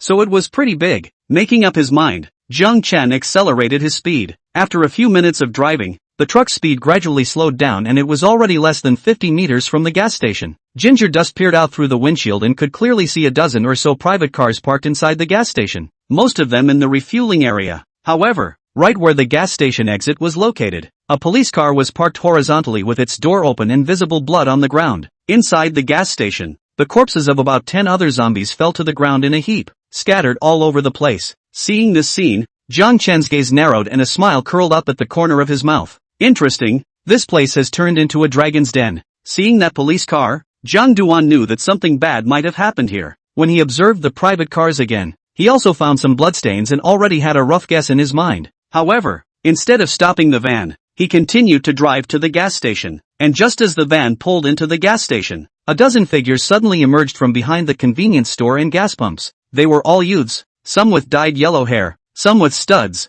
and others with tattoos looming over their bodies. One look at the former delinquent youth of society. At this point they were menacing, iron bars or machetes in their hands, and rushed toward the van. Behind them, a man in his early 30s did not act. He was big and burly and had a scar on his face, was looking at the driver's side of the van with a grim gaze, and exchanged a glance with Jiang Duan. In the man's hand, he was clearly holding a Type 92 pistol. Looking at him, he should be the boss of the group of youths outside. At this time, a dozen or so juniors had already come to the side of the van, and the ones who moved fast all climbed into the cargo compartment at the back. The scarred man kept a safe distance from the van, his gun aimed at Ginger Dust. "Kid, get your ass down from there right now." However, when he saw Guan Cheng on the passenger side, his eyes instantly lit up, revealing undisguised greed. With that, he changed his expression to one that looked as gentle as possible and said, "Pretty girl, come down and have a good chat with me." "Ah, brother won't hurt you." Beside him, a little brother whispered, "Big brother, that woman is much better than those pussies at the gas station. Although she's still quite a bit worse than Huan Huan, but she's still very flavorful. Can you let us have some soup?" Upon hearing this, the big man pooh-poohed and said, "I knew you guys were good at this. Don't worry, there are plenty of women now. I'll reward you when I'm tired of playing with them." "Thank you, big brother. He. We will definitely follow you to the death." The crowd of juniors looked shocked and hurriedly expressed their loyalty. However, the big man's expression chilled as he said to the little brother who had just spoken, "Next time, don't use Huan Huan to compare with those women. They don't deserve it. If there is a next time, I don't mind opening a hole above your head." That little brother's body trembled and immediately said, "Big brother, I am wrong. I will never be like that in the future." Inside the van, Jiang Chen glanced at the big man holding that pistol, his gaze narrowing slightly. Of course he saw where the gun came from, but there wasn't much panic. Guan Xing saw the lewd expressions on the faces of the big man and the little brother. Her pretty face was a little white, and she said softly, "That man has a gun in his hand, and although you are very strong, you can't always be fast enough for bullets. What should you do?" Before Jiang Chen could reply, the big man's voice came back, "Kid, are you deaf? If you don't come down, I'll shoot." While Jiang Chen didn't panic, Guan Cheng became even more scared and gritted her teeth. Should we put up a fight and start the car to rush out? She didn't want to fall into the hands of those people, because it was easy to imagine what would happen to her if Jiang Chen was undefeated, and now that she hadn't gotten off yet, she had a chance. However, Jiang Chen didn't reply and showed his attitude with his actions. He directly opened the car door and jumped down in Guan Qing's dismayed plus speechless expression. "Bastard, you think being fast is a big deal? It's really harming me." Guan Cheng was no longer as calm as before, and her heart was completely flustered. However, seeing the big man's gaze looking towards himself again, this time with one more minute of coldness, she shuddered in her heart and gave up the idea of rushing to the driver's side, opened the door and jumped down after him. The crowd had only seen her face just now, and by the time her entire body appeared in front of them, the restlessness in their hearts became even more unbearable. "What a feisty pussy. Isn't this the secretary who is an officer for the chairman? I didn't expect that it's only been a day and let us meet it. Cool, so damn cool." All of them, including the big man, began to brainstorm about what would happen later, and were not calm. Seeing Jiang Duan who had gotten off the bus, he didn't even want to talk nonsense, and said to his little brothers, "What are you waiting for? Give me to get him killed. Live more in the way." Originally, he could have taken care of Jiang Duan with his gun, but the big man couldn't afford to waste bullets, so he forced him down. Anyway, Jiang Duan was just one person, and it wasn't a matter of minutes for his little brother to solve him. No, it should only take a few seconds, and he'll be a dead man. Chapter 46. Who is Huan Huan? "Boss, don't worry, we'll be quick, just give us 10 seconds. The minions couldn't help but snicker as they rushed towards Jiang Chen. "Look out!" On the other side, Guan Xing couldn't help but warn Jiang Chen when she saw him in danger. Although she had seen his strength with her own eyes, the leader of the other side had a gun. And she didn't have that much confidence in Jiang Chen. Stinky man, let you show off, it doesn't matter if you die. I'll be killed by you. Her mind was overwhelmed with apprehension. However, Jiang Chen's gaze turned cold when he saw the wailing minions rushing towards him. Do you guys have manners when you do it without even saying anything on the spot? In that case, I'm going to get angry. Damn, kid, you are scared silly, dead to the end still pretend. The little brother who rushed in front, Jiang Duan, scoffed at his words and couldn't help but taunt. Only before his words were finished, he felt as if he had ascended to heaven and was actually able to look down on his companions. These guys, why do they have a look of panic on their faces? It was the last thought that flashed through his mind. Ah, where did he get that weapon from? Get together and get him, someone said in a trembling voice. Just a moment ago, Jiang Chen suddenly had a tang knife in his hand, and as fast as lightning, he sliced off the head of one of his companions. This made the people at the back tremble in their hearts, but they still rushed up, relying on the fact that there were many people on their side. I was careless and didn't flash just now, but I won't now. Marred, dare to hurt my brother, chop him into mush. The big man originally thought that his side was a crushing force against Jiang Dust, but the result was that he lost one of his juniors as soon as he came up. He had a gun in his hand and was not afraid of Jiang Dust, he only had anger in his heart. Alas, it seems you guys still don't have a long memory. Jiang Chen sighed and his figure disappeared into thin air.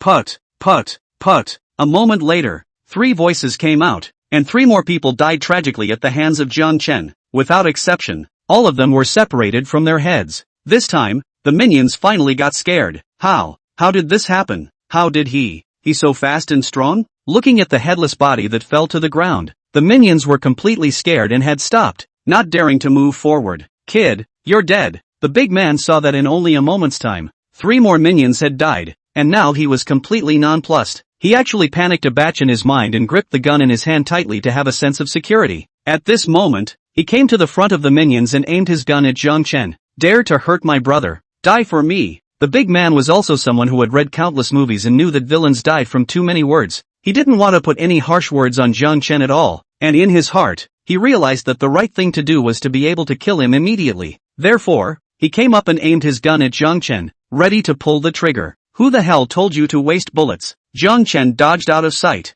The words spoken came from the air, and in the next second, he had appeared in front of the big man, and kicked him hard on the wrist holding the gun. Click! The sound of bones breaking was clearly audible, and the big man howled miserably as his pistol came out of his hand. Jiang Chen caught the pistol in midair and looked at the big man playfully. Didn't you tell me to go to hell? I'm standing right here. Do you want to come over and try? This. The big man covered his hands in pain, and when he looked at Jiang Chen, his previous arrogance had all but disappeared, instead revealing a look of horror. His juniors even dared not even utter a breath. Just now they did not react. Their boss was not only injured, but the gun also fell into the hands of the other party. What a hammer to try. Big brother, spare my life. The crowd knelt down in unison. Even the big man, Guan Qing, came to Jiang Chen's side, a trace of surprise still lingering in her eyes. She simply didn't expect that the situation that she had thought was extremely bad would be turned around by Jiang Chen just like that. Alright, now can we have a pleasant chat? It was all a small misunderstanding just now. You guys were the ones who were rude first, so I gave you a small punishment. Now, I'm going to ask the questions, and I'm going to answer whoever I call. Is that clear? Ming. Got it. The crowd, including the big man, nodded. Fawning smiles piled on their faces. Not nodding is just being a cutie. Ah. Ginger Dust was pointing his gun at them in a friendly manner when he spoke just now. Well, good. First question. Why are you guys here? Scarab, go ahead. The big man swallowed saliva, forehead cold sweat straight, trembling, and said, we were originally wandering around the neighborhood yesterday, the result of the outbreak of the zombie crisis, so we came to the gas station to hide, and happened to meet a police car. The people inside have been bitten by the zombies, and are about to mutate, and we moved a little bit of crooked thinking, finished them off, and took the gun in the car in the meantime. Jiang Chen's gaze flickered, and this answer was pretty much what he had expected. However, this group of people really weren't good birds. They did something that hurt the world on the first day of the end times,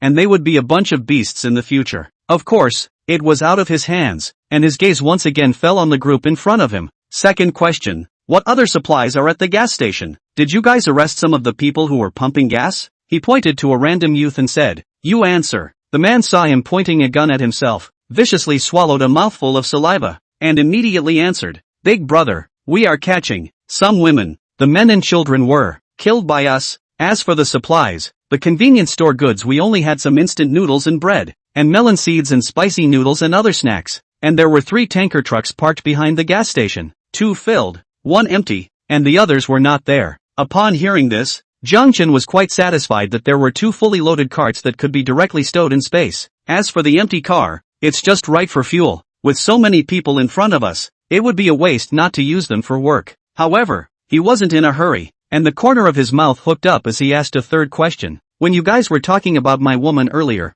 you mentioned a name. Who is that Jubilee? When these words came out, the face of the big man kneeling in front of him changed dramatically. Ginger Dust didn't look at him, but pointed at another junior. That's a question for you to answer. That little brother dared not be slow, said, yes, big brother, Huan is. Yang Su, shut up and don't talk. The big man suddenly yelled angrily, interrupting his little brother. Jiang Chen looked at the big man and his face went cold. Is it polite to interrupt someone like that when they're talking? The big man at this time kneeled and crawled to the front of the Jiang Dust, kowtowed, big brother. I have eyes and do not recognize MT. Tai. Offended you. You want to kill or die as you please is. Huan is innocent. Please, let her go. If you say yes, I'll be a cow and a horse for you. A dog and a horse. The big man's tears came out. Only, before he finished his words, he heard a bang. He looked incredulously at his chest, where blood was now gurgling out. You. The big man pointed his finger at Jiang Chen, but he could no longer speak.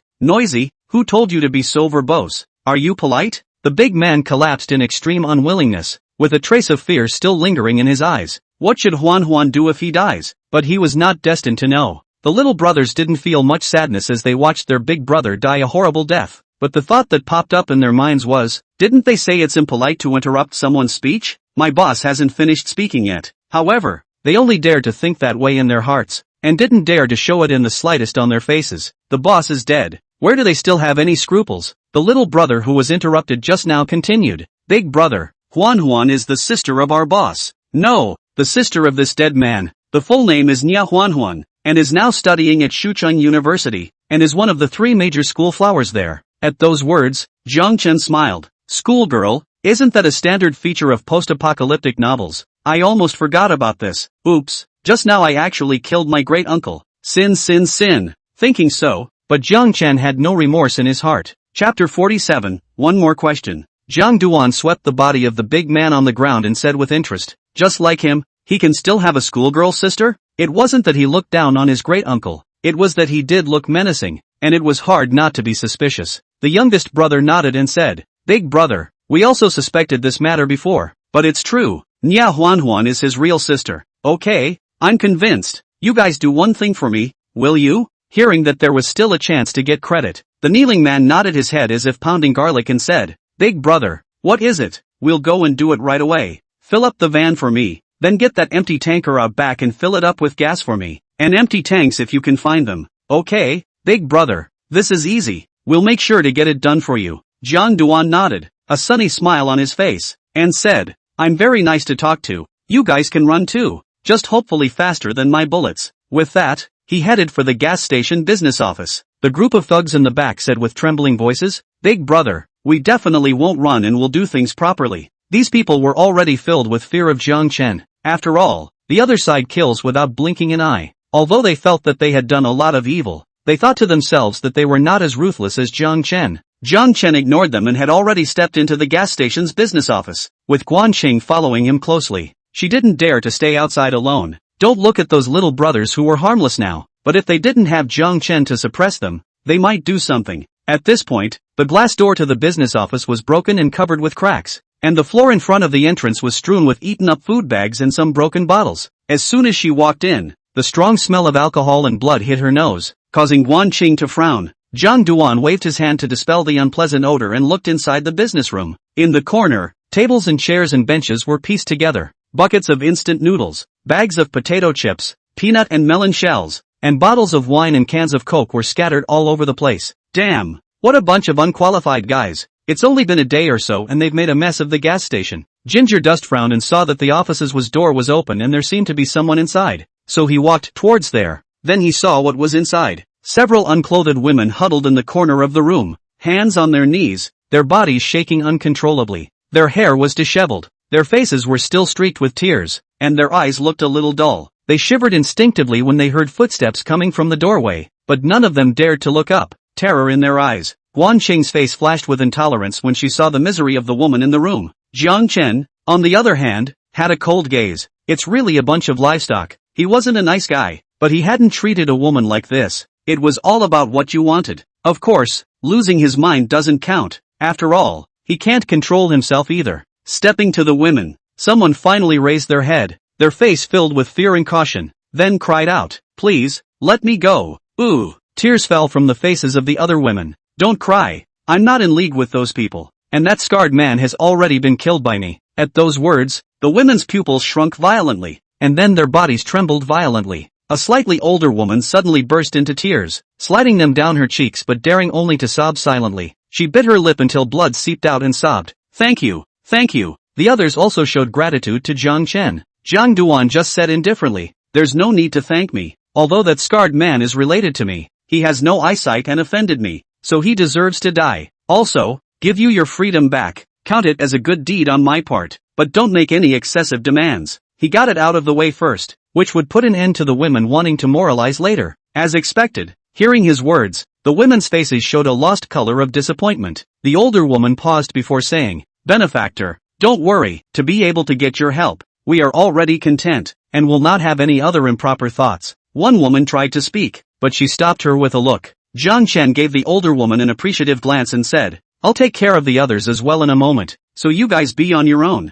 With those words, he walked out of the room. The smell inside made him a little uncomfortable, and it was better to leave early. Arriving at the business room, Jiang Chen looked at the rows and rows of shelves. Some of the things on them had already been consumed quite a bit. He thought about it for a moment and walked over to collect the 4 rows of shelves with the most fully stocked stuff. Originally, he wanted to leave it all for the women, but he felt that he had saved their lives, and if he didn't receive something, the other party would feel bad. So he collected a little bit at least. After all, he was strangely nice. How did this happen? Guan Chang was right beside Jiang Chen and saw that with a flick of his hand, the 4 rows of shelves disappeared without a trace, which was clearly beyond her knowledge. So, the face was filled with shock. How in the world did he do that? Does it have something to do with this apocalypse? Ginger Dust wouldn't care what she thought, and after clapping his hands, he walked out of the business office. Outside, the minions were doing a great job. The tanker had pulled out and was filling the tank with oil. The men had found 5 or 6 large barrels from somewhere and were filling them with oil as well. Although these people are all mongrels, they are not useless, and after the initial fumbling, they are now very skillful in their operation. Seeing Jiang Duan come out from inside the business room, they respectfully shouted, "Big brother." Seeing that it would take some time to load the oil, Jiang Duan wasn't interested in having to supervise the work and went straight into the cab of the truck. Scattered walkers came by from time to time on the arterial road in the distance. However, there are minions who specialize in sentry duty to deal with them. Those walkers couldn't even get inside the gas station. With his little brother working, Jiang Duan simply closed his eyes in the cab. "Kind of tired. Give me a squeeze," he said to Sekaru beside him. Guan Cheng obediently said, "Okay, sir, you take a rest first." Just now, Jiang Duan had refreshed her perception again, and she hadn't regained her senses at the moment. However, she knew that if she wanted to survive, she would have to keep this man happy. Therefore, Guan Cheng leaned over and prepared to give Jiang Chen a press. But, because her body was on its side, she felt a little awkward. Jiang Chen also realized the problem at this moment and simply lay on his back on Guan Cheng's elastic legs. He just felt like he was sleeping on a pillow and it was kinda comfortable. "Press it this way, it's going to be easier for you." He opened his eyes, but his view was just obscured by a mountain peak, so he simply closed them again. Guan Cheng's body stiffened for a moment as Jiang Chen lay down, but she quickly adapted. He began to use his fingertips to gently press the various acupoints on his head for Jiang Chen. Time flies when you have a beautiful person to take care of you. An hour later, Jiang Chen opened his eyes, and when he straightened up, because of the excessive arc of his movements, he also touched Guan Cheng's towering body in front of him, making her face a little hot. Despite her loose talk, the woman is still a bit reserved when it comes to real practice. "Just stay in the car. I'm going to run some errands." After Jiang Chen finished speaking to Guan Cheng, he jumped out of the car. The minions saw him coming down and came over to get back on their knees. "Big brother, the oil is already filled. Look, Their attitudes were extremely humble and even carried a strong flattery, hoping that Jiang Chen would let them off the hook. Jiang Duan nodded and suddenly smiled. "You guys have done a good job, but I still have one more question I want to ask you." The little brothers were delighted in their hearts, only feeling that relief was expected, and hurriedly said, "Big brother, feel free to ask." we will definitely know everything. The corner of Jiang Chen's mouth curved up into an arc as he asked, are you guys sure? Be sure to answer truthfully, and ask and answer quickly. Big brother, just ask. Okay, what I want to ask is, if you were good people and you saw some poor woman being bullied by a mob, what would you do? Of course it kills. Not. A junior immediately grabbed the answer, but just as he opened his mouth, he realized something was wrong. Congratulations, you got it right. Jiang Chen's voice at this moment was as if it came from the 9 hells of purgatory, and he already had an extra tang knife in his hand. Chapter 48, Isn't there a way out? The air froze instantly. The crowd of juniors all turned pale in unison, fear and panic showing in their eyes. Seeing Jiang Chen walking towards them step by step, they quickly kowtowed. Big brother, spare our lives, we did what you told us to do, please spare us. However, Jiang Chen shook his head and said, I'm a person who follows good advice, and you guys have already given your answers just now, so I'll just do it. As the words fell, he stopped speaking in between dodges. He had rushed into the middle of the group of minions.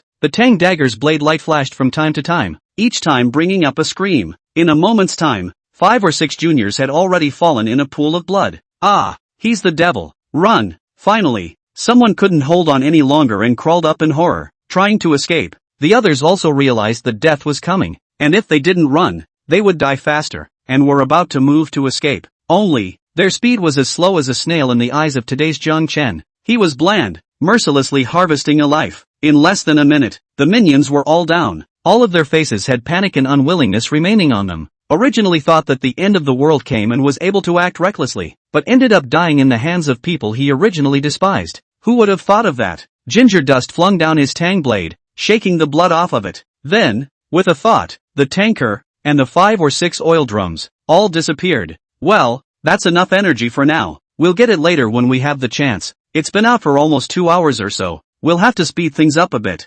Thinking of this, Jiang Chen looked at the cars inside the gas station and simply took them into space as well. Then he got into the van and started the vehicle. Should we go to the grocery store this time? Guan Qing had just witnessed the scene of Jiang Chen's murder, and by the end of the day, she was a bit unable to bear the sight of it. After a moment's reprieve, she opened her mouth to ask, well, there was a little delay at the gas station, so speed up. As the words left his mouth, he stepped on the gas. The train picked up speed all of a sudden and headed in the direction of the city. Zhang Duan knew that there were countless zombies inside the city, but it was good that the Skinny Pleasure supermarket was located at the edge of the city, otherwise he wouldn't have come to take the risk. Although he had a strong confidence in his strength, he was not arrogant enough to swarm the zombies. The closer we get to the city, the more zombies there are. A lot of it is blocking the main road. At this point, Jiang Dust had already given up on loving these zombies, and was rampaging all the way, and didn't know how many zombies he had knocked over. Seeing those hideous and gruesome zombies outside, Guan Qing inexplicably felt fear in her heart.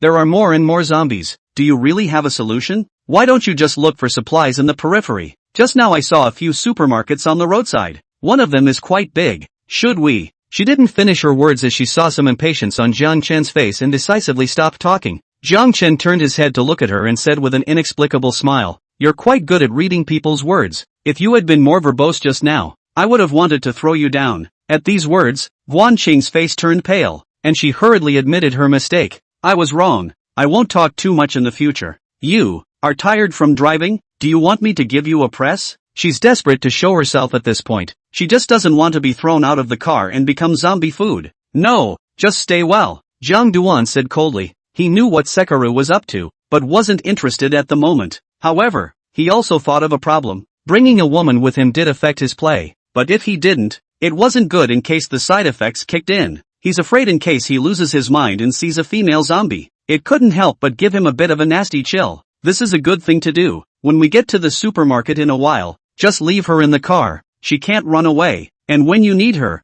you can come over right away. With a plan in mind, Zhang Duan began to drive in earnest. However, as the truck passed outside a resettlement neighborhood, a change of heart occurred, only to see an iron ball with a diameter of 20 centimeters suddenly fly out from the left side of the resettlement area, and its target was precisely Zhang Duan in the driver's seat. By the time Zhang Duan realized it, the iron ball was less than 2 meters from the car window, and it was extremely fast. "Humph, hide the head of a rat." With an icy gaze, Jiang Chen snorted coldly and immediately jerked the steering wheel to the right. Ah! The front end of the car swung around so hard that Sikiara let out a yelp of fright. It was a good thing she was wearing her seatbelt or she would have hit the glass. Bang! As the car's direction changed, the iron ball hit the intersection of the driver's side and the cargo box with a loud bang. It could be imagined that with the sheer force of the iron ball, if an ordinary person was smashed into it, they would definitely die without a body. As the truck's direction changed, the front end struck a railing on the right side of the road and came to a stop. Well, the other side shouldn't be scared off if they behave like that, Jiang Chen thought in his heart. He could have just caught the iron ball, but then what if the person throwing it got scared and ran away? So, he chose to dodge in the most common-sense way. As he thought, right at that moment, in the night, from within the left side of the resettlement area, a dozen or so people suddenly leaped out. The men ranged in age from 20 to being in their 40s, but they were all strong. In their hands they held iron clubs, axes, boning knives, and other weapons. Through the dim light of the street lamp, the eyes looked at Jiang Duan in an unkind manner. However, Jiang Chen's gaze fell on the young man in his 20s in the center. He was ordinary looking, the kind that would be obliterated if thrown in a crowd. But at this moment, a fluctuation of source power appeared on his body. Jiang Chen possessed the devouring ability and was very sensitive to source power fluctuations, and felt it at once. Ha. It's been a long time since I've had meat. I didn't expect to have a fat sheep delivered to my door here. He looked towards the palpitating Guancheng, and the corner of his mouth lifted as he said, "Weren't you asking how to lure those zombies? Now the way is not there." Guancheng was a bit confused, but Jiang Chen had no intention of explaining and said, "Stay in the car. I'll go down." With that, he opened the car door and jumped out. Although the words were spoken calmly just now, he was angry at being suddenly attacked. So well, the effect is serious. After getting out of the car, the group surrounded Jiang Duan. "Kid, you've got some balls to come down here all by yourself. What's all this nonsense? Cut him down. Haven't you read the tomato novels? Villains like him, if we give him a chance to talk, he might kill us back. Hold your horses and listen to what the boss has to say." Jiang Chen turned a deaf ear to the words of the crowd as his gaze fell directly on the youth. The corner of his mouth curved into an icy arc as he asked, "I'll give you a chance to give your name." The youth sniffed and froze a bit. What the hell is going on here? He looked at his men. That's right, he was on the side of more people, and with his powers, he was considered the chosen one. Immediately, he became angry. Asterisk, where did the dog come from? How dare you speak to me like this? Jiang Duan said with some regret. I was going to give you a chance to make a name for yourself in my story, but unfortunately you didn't cherish it, so that's it then. Nameless. As the words fell, his figure transformed into a bolt of lightning. How the did I become a John Doe? The youth was still pondering over Jiang Duan's words, and then sweaty hairs rose all over his body and chills ran down his spine. He tried to dodge, but how could he be faster than Jiang Chen? The tang knife drew a magnificent arc, bringing up a shower of blood. The youth's head flew up, the look of a curious baby still in his eyes. On top of that, there was dismay and horror. Big brother! Changes occurred abruptly. The juniors only saw Jiang Chen's figure flashing, and the powerful boss in their eyes had his head moved, and chills immediately rose in their bodies. At this moment, when he looked at Jiang Chen again, he was like a demon god. However, after killing the youth, Jiang Chen turned on his devouring ability and ignored them for the time being. The source power from the youth surged into his body, causing Jiang Chen to feel a few more points of strength. Almost, it touched the edge of the third order. However, another flash of fire appeared within his body, but fortunately, with the increase in strength, he was now able to suppress it. Looking at those scared, pissed-off minions, he didn't bother to talk nonsense and said, "If you don't want to die now, get in the car for me." Jiang Duan pointed at the cargo box of the van and said coldly, since the group had messed with him, let them do their part in raiding the skinny hideaway supermarket. Chapter 49, The Zombies Are Still Good Liars. Big brother, please let me go. One of the minions was still trying to plead. The others were ready to beg for mercy. As a result, the man hadn't finished speaking. His head had flown off. Jiang Chen flung his tang blade and calmly said, "Looks like you want to die now." Hiss. The rest of them drew in a breath of cool air, glad that they had reacted half a beat slower just now, or else they would be the ones to die. They're always smart for once, and some of them are already running towards the van. "Big brother, I'm going up. Don't do it." The others followed close behind. Jiang Duan had already gotten his hands on the tang blade, and if they didn't act, John Doe would be the downfall. Looking at those terrified juniors, Jiang Duan had no ripples in his heart. From a moment they had just raided themselves and tried to surround him again. These people had been sentenced to death. He didn't even bother to ask where these people came from, what they did, and there was only one thing that could happen to them if they angered him. Of course, if it's a woman, there's another option. Pretty women only. Seeing that the robbers were getting into the car, he glanced at the cargo box and saw that there were ropes in it, and said, "Tie yourselves to each other, and remember, don't play games." The robbers didn't dare to disobey and immediately did as they were told. A few minutes later, the van set off again. The sound of the engine was loud in the stillness of the night. This time, apart from some walkers blocking the arterial road, there were no further encounters with the unwary. This made even Jiang Duan a little disappointed. Now he's hoping for as many people as possible, but it was not to be. 20 minutes later, Jiang Duan drove the van to the place where the Skinny Shilai supermarket was located. The Skinny Joy supermarket is on the edge of town, with undeveloped areas on two sides, and the other two sides only close to the downtown area. For what it's worth, the place is packed with customers every day. Under the shroud of night, through the streetlights, one could see a lot of wandering zombies on top of the street not far away. Guanqing sat in the passenger seat, her face a little pale. How the hell are we supposed to get in there with all these walkers? Her voice trembled slightly, and even though she had thought of this situation earlier, she was still shocked by the sight before her. Ginger Dust's eyesight was much better than hers, and she could see more clearly. The creatures, shaped like withers and moving slowly in the dim light, looked particularly hideous. The putrid stench emanating from their bodies drifted with the night breeze,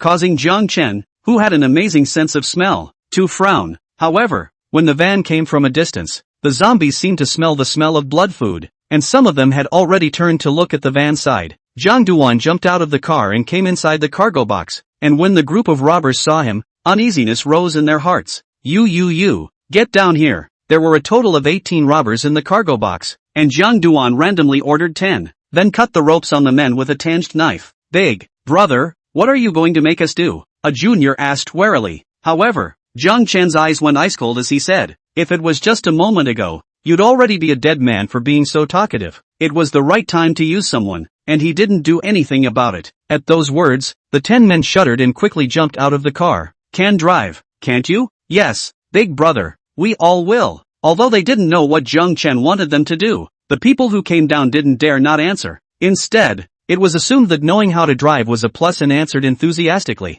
Ginger Dust sniffed and nodded. Then, with a movement of his mind, the crowd saw that 10 more cars suddenly appeared in the open space in front of them. There are SUVs, jeeps, and big trucks. All have high horsepower and stand up to crashes. These cars were just encountered on the road. Jiang Duan considered to come to raid the supermarket, just in time to use, through into the space. The robbers were being shaken around in the cargo box at the time, and with the darkness, they didn't even notice. At this moment, seeing the sudden extra car, all the robbers revealed unbelievable colors. Where did so many cars come from? Everyone's mouths were open to the point where they could stuff down eggs, and as a result, they became even more fearful of Jiang Chen. One of you drive a car and go draw the walkers out of the supermarket for me. And remember, keep your lights on and honk the horn all the time. Jiang Chen's tone was bland, but revealed that it was not to be questioned. Those people looked at each other with fear in their eyes. Isn't that just asking them to get killed? They wanted to beg for mercy, but when they saw the coldness flashing in Jiang Chen's eyes, they gave up the idea of sending themselves to their deaths immediately. Yes, big brother, we will go right away. The men were incredibly apprehensive as they walked toward the car. Behind him, Jiang Chen's voice sounded once again. If you guys want to pull any tricks and take advantage of the opportunity to escape, you can try. I wanted to see if casually conjuring up a car would smash you all to death. You'll survive if you're lucky, but if you don't do what I say, you'll die immediately. At those words, a few people's bodies trembled, and they did think about running away. Now that he was seen through by Jiang Chen, he immediately lost that kind of thought. In fact, Jiang Chen was scaring them. His spatial ability today only had a range of about 30 meters to stow away supplies. It's no less than 100 meters from the supermarket, but no one dares to gamble with their lives. Soon, the 10 vehicles scattered and rushed towards the zombie group in front of them. The group treated the zombie as ginger dust and crashed through it with gritted teeth and curses. Asterisk. Evildoer, I'll run you over. 10 cars with their high beams on and frantic honks crashed into the walkers. Such a big battle managed to draw the attention of the zombies that were going to rush towards the van. Ginger Dust stood beside the van and watched all this with cold eyes. Well, it's not bad, just have to push them a little bit. At this time, the zombies had already moved at the sound, and were pouring towards the car in a steady stream. Jiang Chen looked towards the supermarket, which had similarly rushed out a dense number of zombies. The night was filled with low hissing noises and a sickening, putrid odor filled the air. The robbers who had been scowling just a moment ago were all a bit scared silly at the moment when they saw the countless zombies pouring in. In the panic, as one man rushed toward the corpses, he mishandled the vehicle and flipped it over toward one side. At once, a dense mass of zombies pounced on the car, like ants around food. Off! Don't come in here! Since the car was shunned by Ginger Dust, the robbers had broken the windows in order to drive, and the driver's side window was broken. As a result, a few walkers have climbed in through the car windows. At once, the screams cut through the night sky.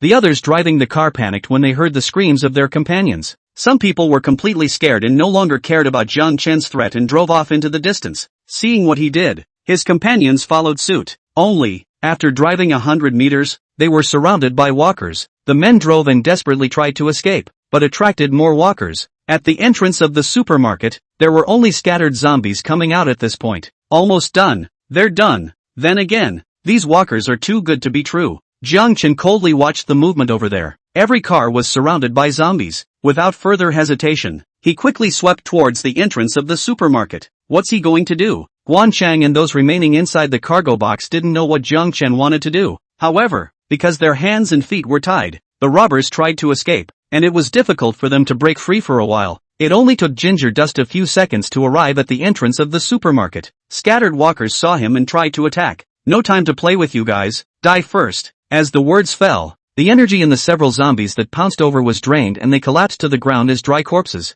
Ginger Dust swept around and realized that the supermarket's front door was open. The roll-up door couldn't be closed, but there was still a glass door that could be used. He immediately went inside and closed the entrance. At this time, hundreds of zombies outside. Some of them had already noticed Jiang Duan, because in the periphery over there, they didn't eat the meat, and turned to rush towards the supermarket again. However, the door was already closed, so they could only show their mouths and fangs through the glass door. Hissing at Jiang Chen. Chapter 50, Will You Scream? Ginger Dust ignored the zombies and looked inside the supermarket. He'd been here before, not to buy anything, but to see a beautiful woman. As a result, he is more familiar with supermarket structures. Although it's a supermarket, Skinny Hideaway is about the same size as Yida Plaza. The first floor is a clothing store. The second and third floors are supermarkets, and the fourth and fifth floors are dining and entertainment areas. Because the robbers did their duty and attracted the zombies, the number of zombies on the first floor was only a few dozen at this point. However, there were still some zombies upstairs that didn't come down because their legs were slower, and Jiang Chen could hear the sounds they made.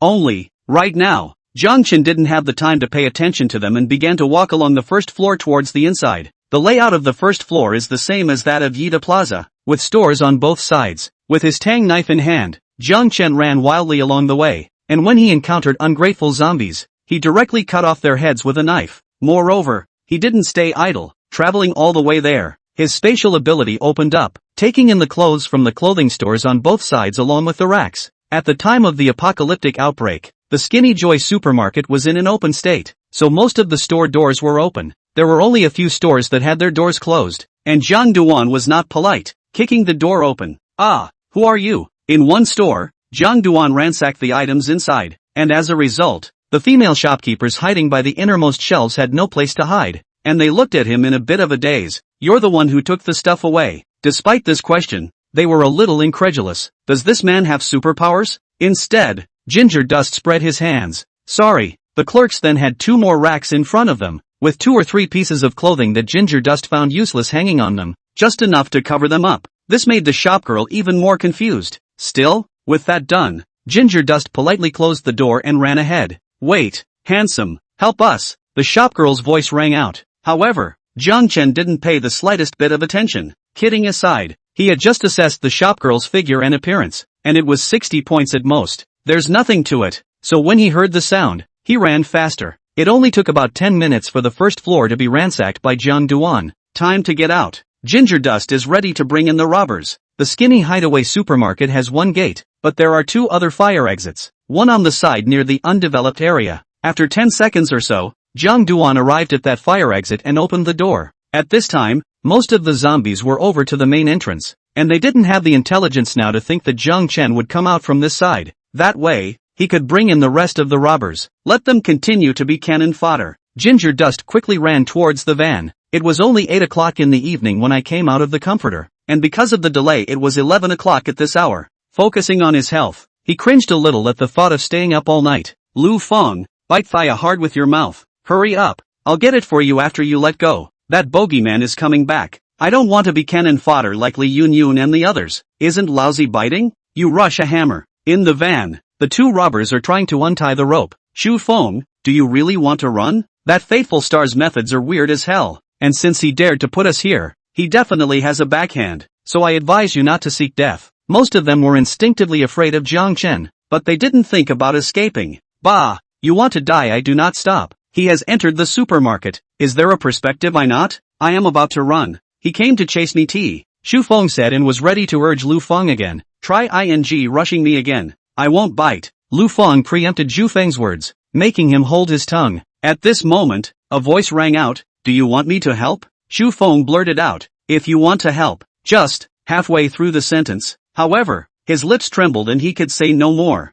Lu Feng had the rope in his mouth, and for a moment he didn't know whether to bite or spit, his body shaking like a sieve. Zhang Duan appeared in the van at this moment, looking at the people in the car with a smile on his face. Those that didn't make a move just felt incredibly lucky. Big brother, spare my life, I was wrong. Lu Feng and Zhu Feng had already knelt down and kowtowed repeatedly. Okay, shut the up, get the ready and come with me later. Ginger Dust chopped off the ropes on the crowd and returned to the cab. When Guanxing saw him come in, she said, are you going to take them in? Can you take me with you? Jiang Chen had just left without saying goodbye, leaving her alone in the car with the robbers, making her so scared that she didn't dare to utter a single breath. Now that even the robbers were leaving, she was even more afraid to stay in the car. Jiang Chen frowned, and under Guancheng's apprehensive gaze, he nodded and said, all right, you can come in with me. He had his own considerations, having devoured Do's psychic ability before. Although it wasn't like Hao Dong's direct deprivation of source power, it still had side effects. It was only suppressed by him for the time being. There were still zombies inside the supermarket, and it was wiser to take Guancheng with him before he could find a replacement. If she had an accident out there, she would have no choice but to go after the two shopgirls herself.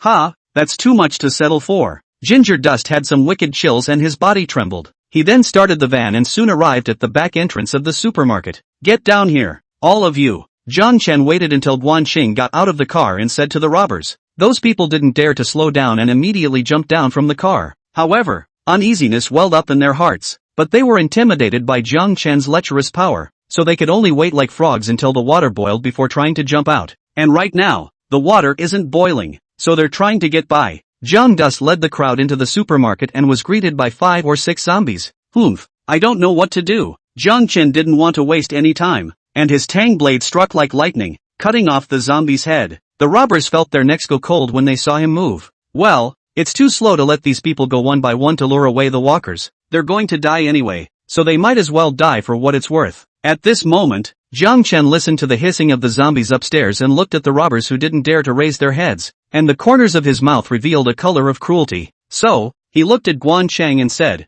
you should go inside the store and hide for a while. Guancheng didn't dare to disobey and entered the store, immediately closing the door behind her, but when she saw that it was empty, she couldn't help but stare. You guys come with me. Jiang Chen didn't care about Guancheng anymore and led the robbers towards the elevator on one side. Both sides of the first floor of the supermarket had access to the upper floors, and he took the robbers to the elevator on the side near the main entrance. Do you guys scream? Arriving at the elevator entrance, Zhang Duan looked at the robbers and revealed an inexplicable smile. Brother, we will. The crowd spoke in unison. No, you won't. Zhang Duan's words fell. The tang blade struck, and in less than 10 seconds, there was a series of miserable screams. He chipped right through the robber's legs. Ah, my leg! There was a heart-rending howl of misery that made one's scalp numb. The strong smell of blood wafted out. The effect of this was immediate, and Zhang Duan heard the hissing of the zombies coming from the second floor. He didn't care about the robbers anymore and ran in the other direction, not even bothering with Guanxing, and went up the other side of the elevator. Seeing the wide array of goods on the second floor and the scattered zombies, Zhang Duan breathed out. Damn, finally got in. The end times with zombies just aren't fun. They'll swarm. Ginger Dust spat out a sentence and started scavenging for supplies. Chapter 51, Scavenging for Supplies. At this time, he was in the place, which is the deli section of the supermarket. Looking around, roast chicken, roast duck, roast goose and other whole cooked food with golden color looks very attractive. In addition, there are various kinds of pork, beef, lamb, marinated, sauced and roasted meat, etc. Meat delicatessen. Of course, there was no shortage of fried chicken, fried fish and kebabs that Zhang Duan usually liked to buy. On the other side are snacks and pastas such as buns, dumplings, wontons and siumai. It's a day in the past, but it's still edible. Various cooked foods emitted tantalizing aromas, causing Jiang Chen to sniff. However, the zombies seemed to loathe the smell and stayed away, and as a result, the place is not contaminated by them. Ginger Dust was originally worried about this as well. However, seeing that there wasn't a single zombie in the deli section, he couldn't help but feel relieved. A little late to the party, he was still a little sorry that something had been sitting there for so long that it made him he was disgusted. But you can give it to Ding Qian and the girls. Who dared them to waste food, not even though it was made for him? In fact, Hao Dong had already collected a lot of cooked food for Jiang Duan. But how could Jiang Duan have too much? Without delay, he quickly swept through the deli section and stowed all the food with the containers into space. He then moved on to the fruit and vegetable section. This area is larger than the deli area, with fruits and vegetables neatly arranged. Within a day, vegetables like potatoes, onions, cucumbers, squash, and folded earrings still smelled fresh and fragrant, except for the leafy greens that had wilted a bit. Ginger Dust swept another glance at the ordinary fruit area. Apples, bananas, oranges, dragon fruits. These fruits had everything and were in all sorts of shapes. Jiang Chen couldn't help but feel some emotion in his heart. In the past, when I was paid a small salary, it hurt to buy this kind of fruit, but now it's... He waved his hand nonchalantly, and all the vegetables and fruits disappeared into his space along with the shelves. That wasn't all, because the fruit and vegetable section was so big. He walked a little way toward the front to the high-end fruit section. It is decorated with famous varieties from abroad such as durian, mango, prune, and snakeskin fruit. Well, I'm not used to eating these, but the women in the house are used to living the good life, so help them collect them. With a wave of his hand, the high-end fruits also entered Jiang Chen's space. After collecting them, he left the fruit and vegetable section without looking back. Further on, there is the meat and seafood section. There were many freezers placed in this area, and to Ginger Dust's delight, they were still working. It is stocked with pork, beef, lamb, chicken, duck and various other meats. Without saying a word, Jiang Chen took them all to the seafood area. See the water inside the still fresh lobster, king crab, hairy crabs, salmon. Jiang Duan is also lazy to see, all collected into the space. He didn't even let go of the fish tank next to him and just took in the live fish plus the tank. However, the space cannot store living things. These things will die when they enter the space, but they will remain in the freshest state and will not deteriorate. Next, it is the grain, oil and rice noodle area, dry goods and seasoning area, mother and baby area, snacks area, tobacco, alcohol and beverage area. Jiang Chen was a bit numb from collecting things, so he didn't even look at the area behind him and directly collected it into space. After the second floor was finished, he went to the third floor. This is the general merchandise section, filled with a variety of household items, from paper towels, toothpaste, and shampoo to pots and pans, cookware, and quilts. There is a wide variety. As he wound his way through, he also saw a row of high-end skincare and cosmetics. This stuff Hao Dong that stuff in Sichuan Road but collected a lot. But who let me ambition? Just can make up the goods. Seeing that there were also shelves full of feminine products here, Jiang Duan looked at them 3 times with disdain. What's all this stuff? Oh, ugh, forget it, don't waste it. He observed it up and down for a long time and did not hesitate to put it away in space. While Jiang Chen had just entered the deli area and was frantically sweeping through the supplies, 20 to 30 survivors were hiding in an employee lounge on the 4th floor of the supermarket, discussing things. They were a mixed bag of men and women, young and old, all somewhat depressed in spirit. The lounge wasn't big, just over 20 square meters, and with so many people gathered together, it seemed a bit crowded. Because of the sudden heat of the pre-apocalyptic weather, they were sweating a lot, making the place smell like sweat. Even with the windows open, the sweaty odor didn't evaporate. They'd been holed up here for a day and a night, since the end of the world. At this time, the room was lit up, and the people were not the least bit sleepy and were discussing things. I think the zombie movement downstairs stopped just now. What the hell is going on out there? An old man in his 50s asked. He was looking at a man in his mid-30s or so. The man was stout, with an angular face and bulging arm muscles that vaguely revealed an explosive power. His name is Hao Dong, and he's a grappling coach. After the outbreak of the end of the world, by virtue of his own strong physical quality, he vaguely became the leader of the place. However, upon hearing the old man's words, he turned his gaze to a woman with a stunningly beautiful face sitting beside him. Lin Yao, what do you think about this matter? The woman had been sitting quietly just now, her eyes lazy and flirtatious, her narrow almond eyes slightly narrowed. She was wearing a tight red low-cut short sleeve that framed her full curves in a way that drew infinite thoughts, and her slim black jeans wrapped around her straight, slender legs. At this moment, the jade legs were crossed, and a pair of red-soled black high-heeled shoes casually swayed with a certain unintentional charm. Even if she didn't say a word, just sitting like that made the men throughout the lounge unconsciously turn their attention to her. Some people's throats rolled and their breathing intensified. Others averted their eyes sheepishly and couldn't resist sneaking another glance at her. and while Zhao Dong's face appeared to be pretending to be calm, there was a blaze hidden deep within his eyes. Humph, Tai Fox, still to be a man's plaything. Some women see the men's eyes and get jealous. Lin Yao's beautiful eyes turned, knowing full well the reactions of those present, but she only let out a delicate laugh. Hearing Zhao Dong's words, she stretched lazily, causing her plump curves to shake violently. Gulp. Some people couldn't help but gulp, and others weren't much better. Even the old man, who was in his 50s, gave her a hard look in front of her. Finally, Lin Yao's red lips lightly opened. Her voice charmingly said, "There's been no movement outside for so long, and since the horn went off and the commotion has been going on for so long, most of the zombies must have been lured out by the incoming people, so my suggestion would be to send someone out to check it out." The group had heard the robbers honking earlier, and they had guessed that the survivors had come over for supplies and then been surrounded by walkers. Only, with all the commotion outside, they didn't dare to go out, and with the loud noise downstairs behind them, they were even more afraid to come out of the atmosphere. It was only now that I heard the movement was gone that I got the idea. Zhao Dong sniffed and quickly agreed. "You're so right, that's what I thought. And hey,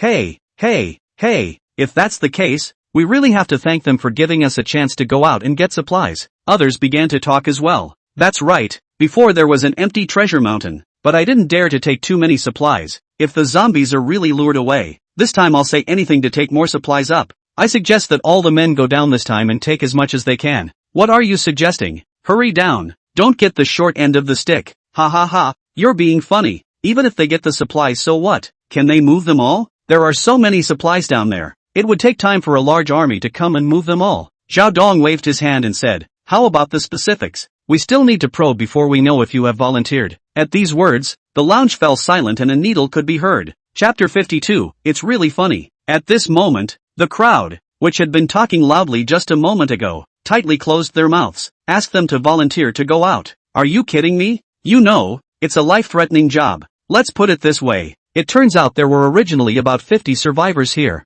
As for the ones that are missing, they went out to get food and died at the hands of walkers." Zhao Dong glanced around the crowd and snorted coldly. "Since everyone is reluctant, let's follow the old rules and draw lots. Whoever catches it goes out, and this time the quota is just 2 people. First things first, don't back out." The crowd nodded as they were scared, but it was better than Zhao Dong naming them. "Brother Zhao, just follow this method. With so many people, I don't believe I'll be drawn." The one who spoke was a triangular-eyed youth who was confident in himself. Seeing that the others had no objections, Zhao Dong added, "This time, women and children still don't need to be smoked, and no one else is exempt." Upon hearing this, some people were indignant but chose to shut up after looking at the tendon meat on Zhao Dong's body. With that, Zhao Dong took out the paper balls that had been available for a long time and let those who were qualified enough to draw them one by one. When he saw that the crowd had finished drawing, he said indifferently, "Open it." Again, no backsies. The person who drew the note was apprehensive, but gritted his teeth and opened the note in his own hand.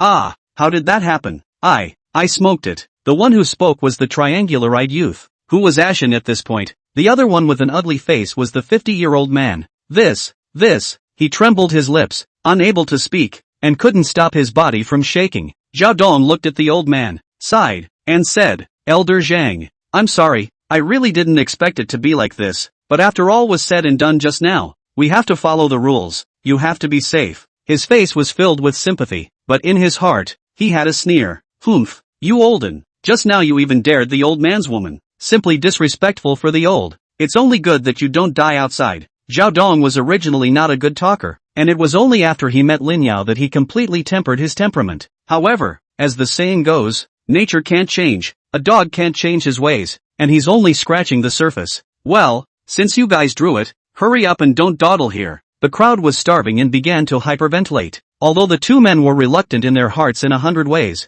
they did not dare to resist when they saw Zhao Dong. So, with only a fire axe in hand, they carefully opened the door to the room and headed outside. Bang! The triangular-eyed youth had just stepped out of the room when the door was slammed so hard it knocked him off his feet. Bunch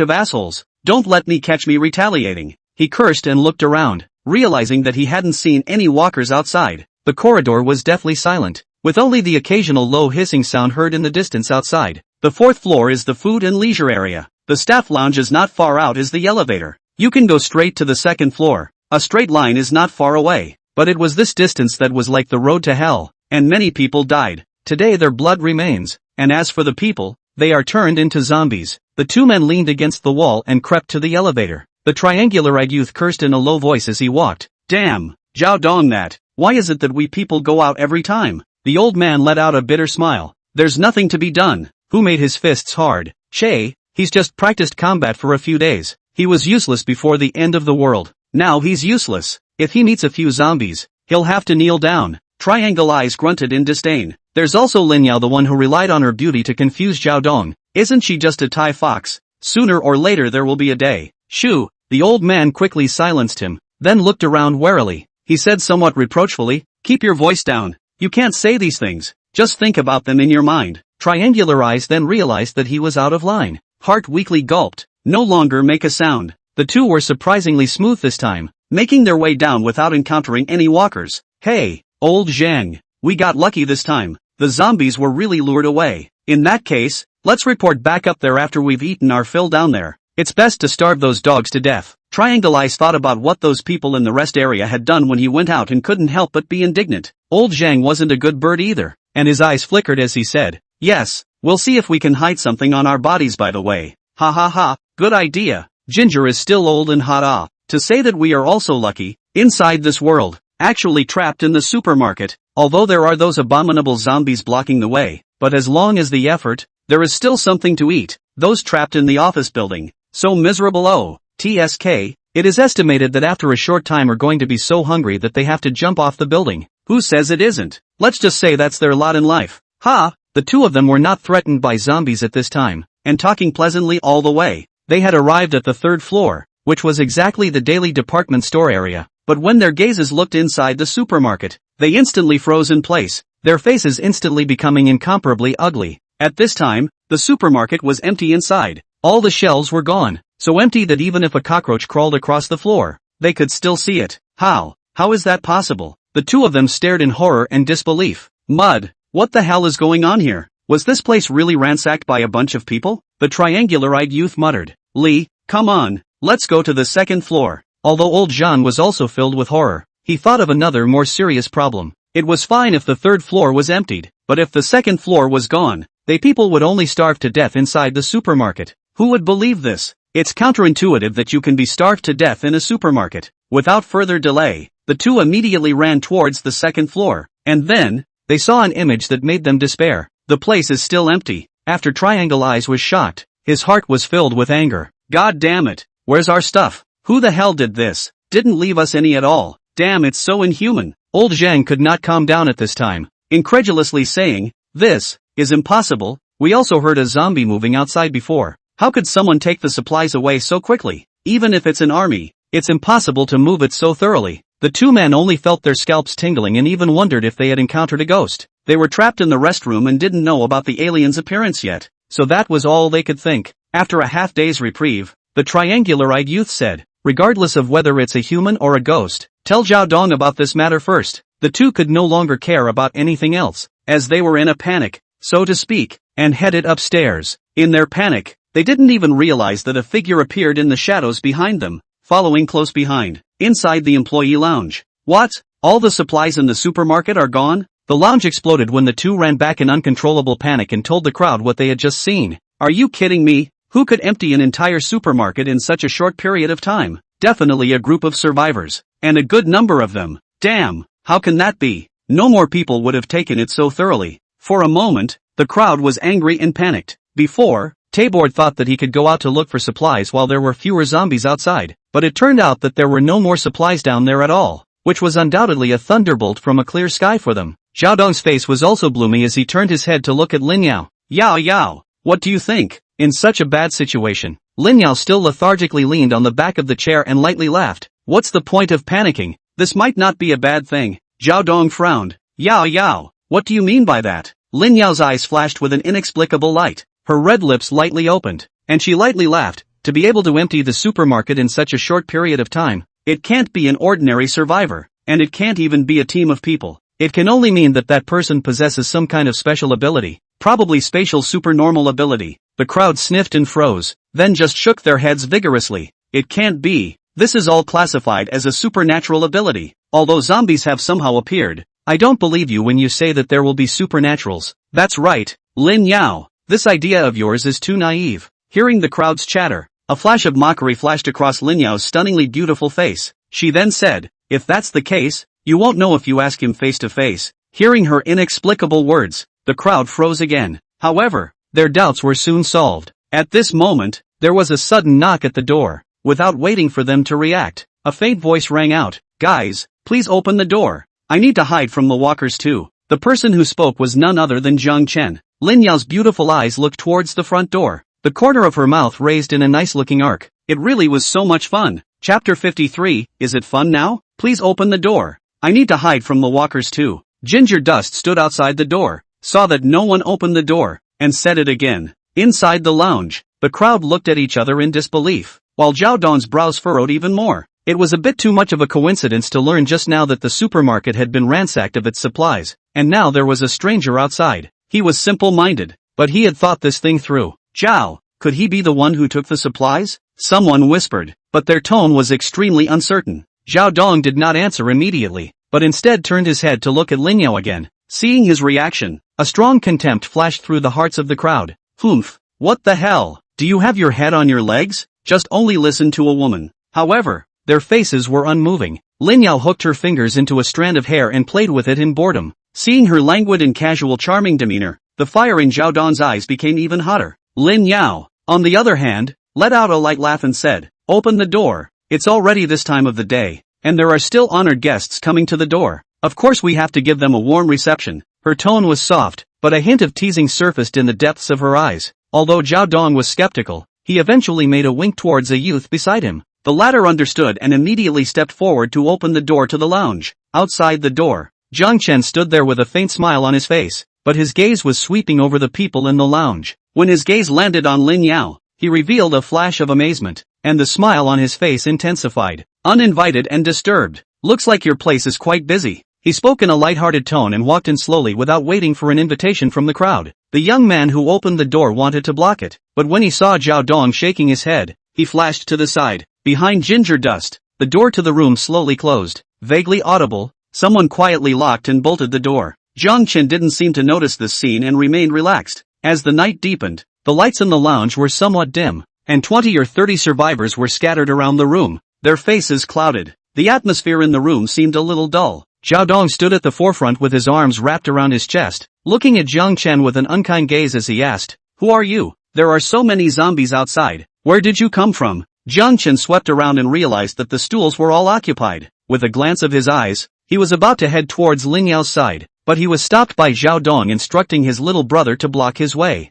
"I asked you a question. What do you want?" Hao Dong's tone already contained a hint of anger. Lin Yao was already regarded as a forbidden domain by him, but it turned out that Zhang Chen wanted to move towards her. How did he, an outsider, dare to do so? However, after Zhang Dust was stopped, just smiled and said, "I am also a survivor inside the supermarket. When the crisis broke out, I just happened to buy things ready to leave. The result is that I saw a lot of people have mutated, so I hurried to run for my life, but fortunately ran fast, found a hidden place to hide. Do not dare to come out. And today I saw fewer zombies, and things to eat. Want to come out to find something to eat?" He looked at Triangle Eyes and Old Zhang and continued, "I was going to go to the second floor to get something, but it turned out that all the supplies there were gone, so I followed them because I saw them." The crowd sniffed and looked at each other. Zhang Duan's words sounded as if they were seamless and really looked like that. "All the supplies are gone?" Hao Dong's face sank as he heard this news again from him. He gazed at Lin Yao and realized that the latter was still in a languid posture,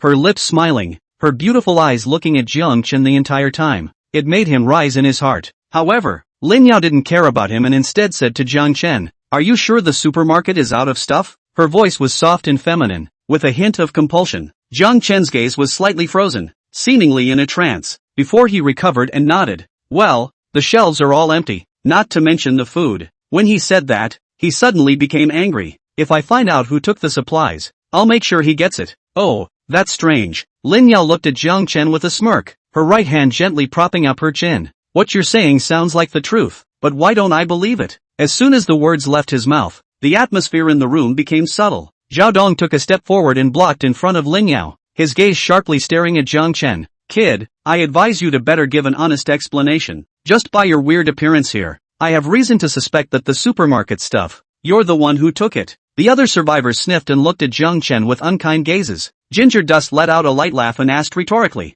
Am I hallucinating or are you just stupid? Even if you think about it with your toes, it's impossible to believe that I can empty the supermarket by myself, right? The crowd was also drumming in their minds. Indeed, even a group of people, not to mention one person, could not have moved so thoroughly in such a short period of time. But just as Lin Yao said, what if the man in front of him was not an ordinary person? Hao Dong subconsciously looked at Lin Yao, whose beautiful eyes were shining. Still staring at Jiang Chen without blinking, he was completely enraged. As soon as Jiang Chen came in, he had that breezy look. Where did he look like someone who had been scared by the zombies and hid for a day? Moreover, looking at Lin Yao's appearance, she seemed to be full of interest in him, so how could he stand it? Even if what Jiang Chen said was true, he wasn't going to let the other party off the hook.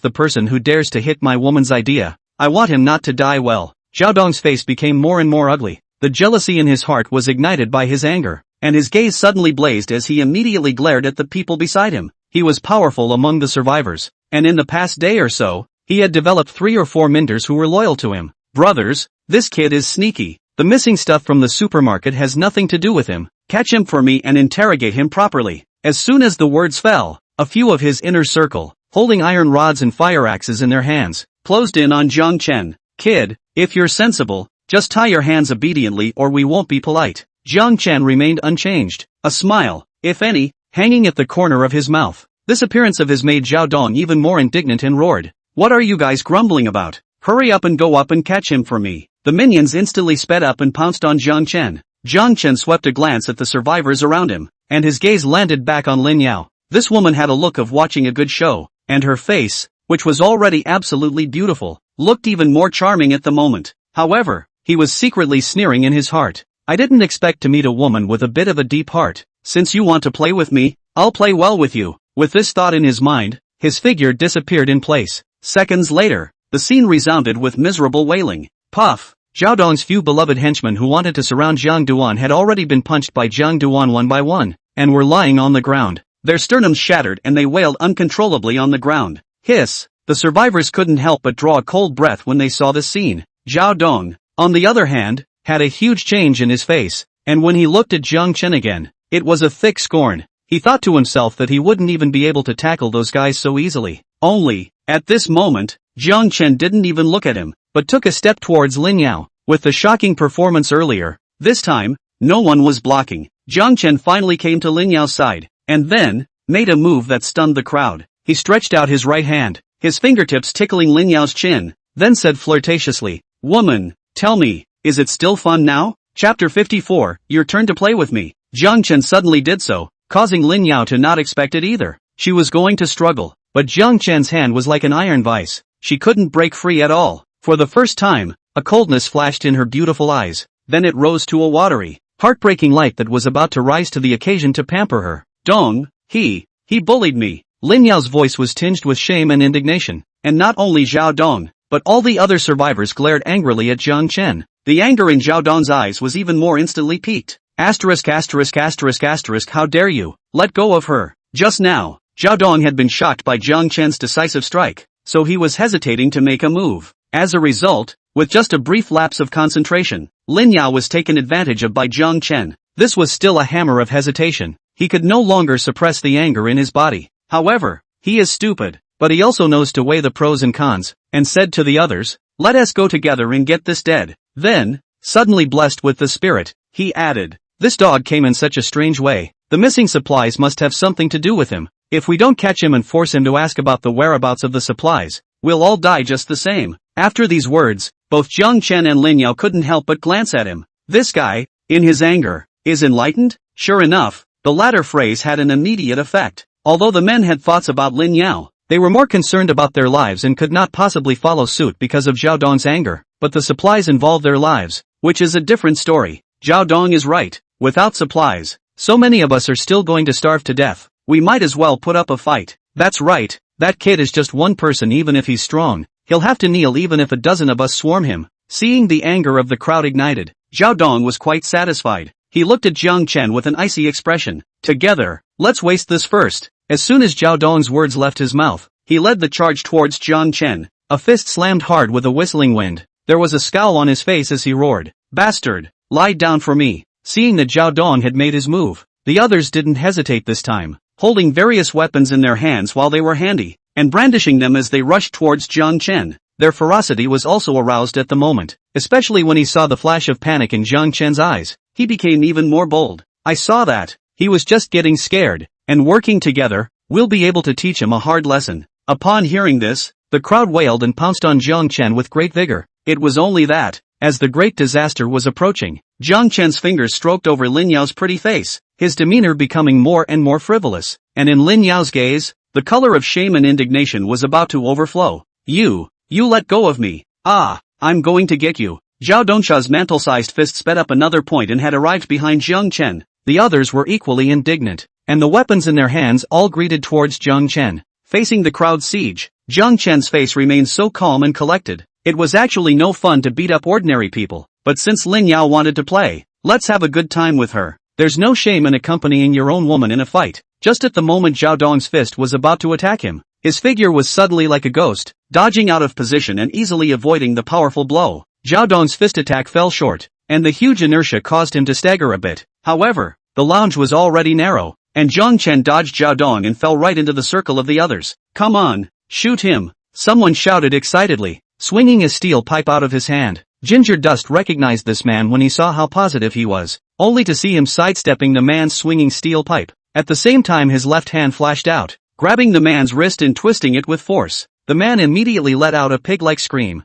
and the steel pipe in his hand came out. Immediately afterward, Jiang Chen's right leg swept out like a whip, directly kicking the two people next to him and sending them flying backwards, crashing heavily into those behind them. There was a lot of miserable howling. Zhao Dong was shocked when he saw this. He roared angrily and lunged towards Jiang Chen once again. Ginger Dust seemed to avoid him on purpose and just greeted towards the others. He had no intention of showing any mercy, his figure weaving in and out. The men's weapons couldn't even get close, but he was able to knock them down with a single punch. The howls of misery were loud and clear. When the other survivors saw this, their faces were overwhelmed with fear, and their hearts retreated. No retreat. He's ruthless and won't spare us if we retreat. Zhao Dong roared angrily when he saw the crowd move back on their feet. The survivors' bodies shook as they gathered towards Jiang Chen again. However, with his amazing speed and nimble figure, Jiang Chen was like no one else. Every part of his body became his weapon. Fists, elbows, knees, beating the hell out of the survivors. In a short while, the ground was already filled with groaning survivors, and none of the people who had attacked Jiang Duan were standing except for Zhao Dong.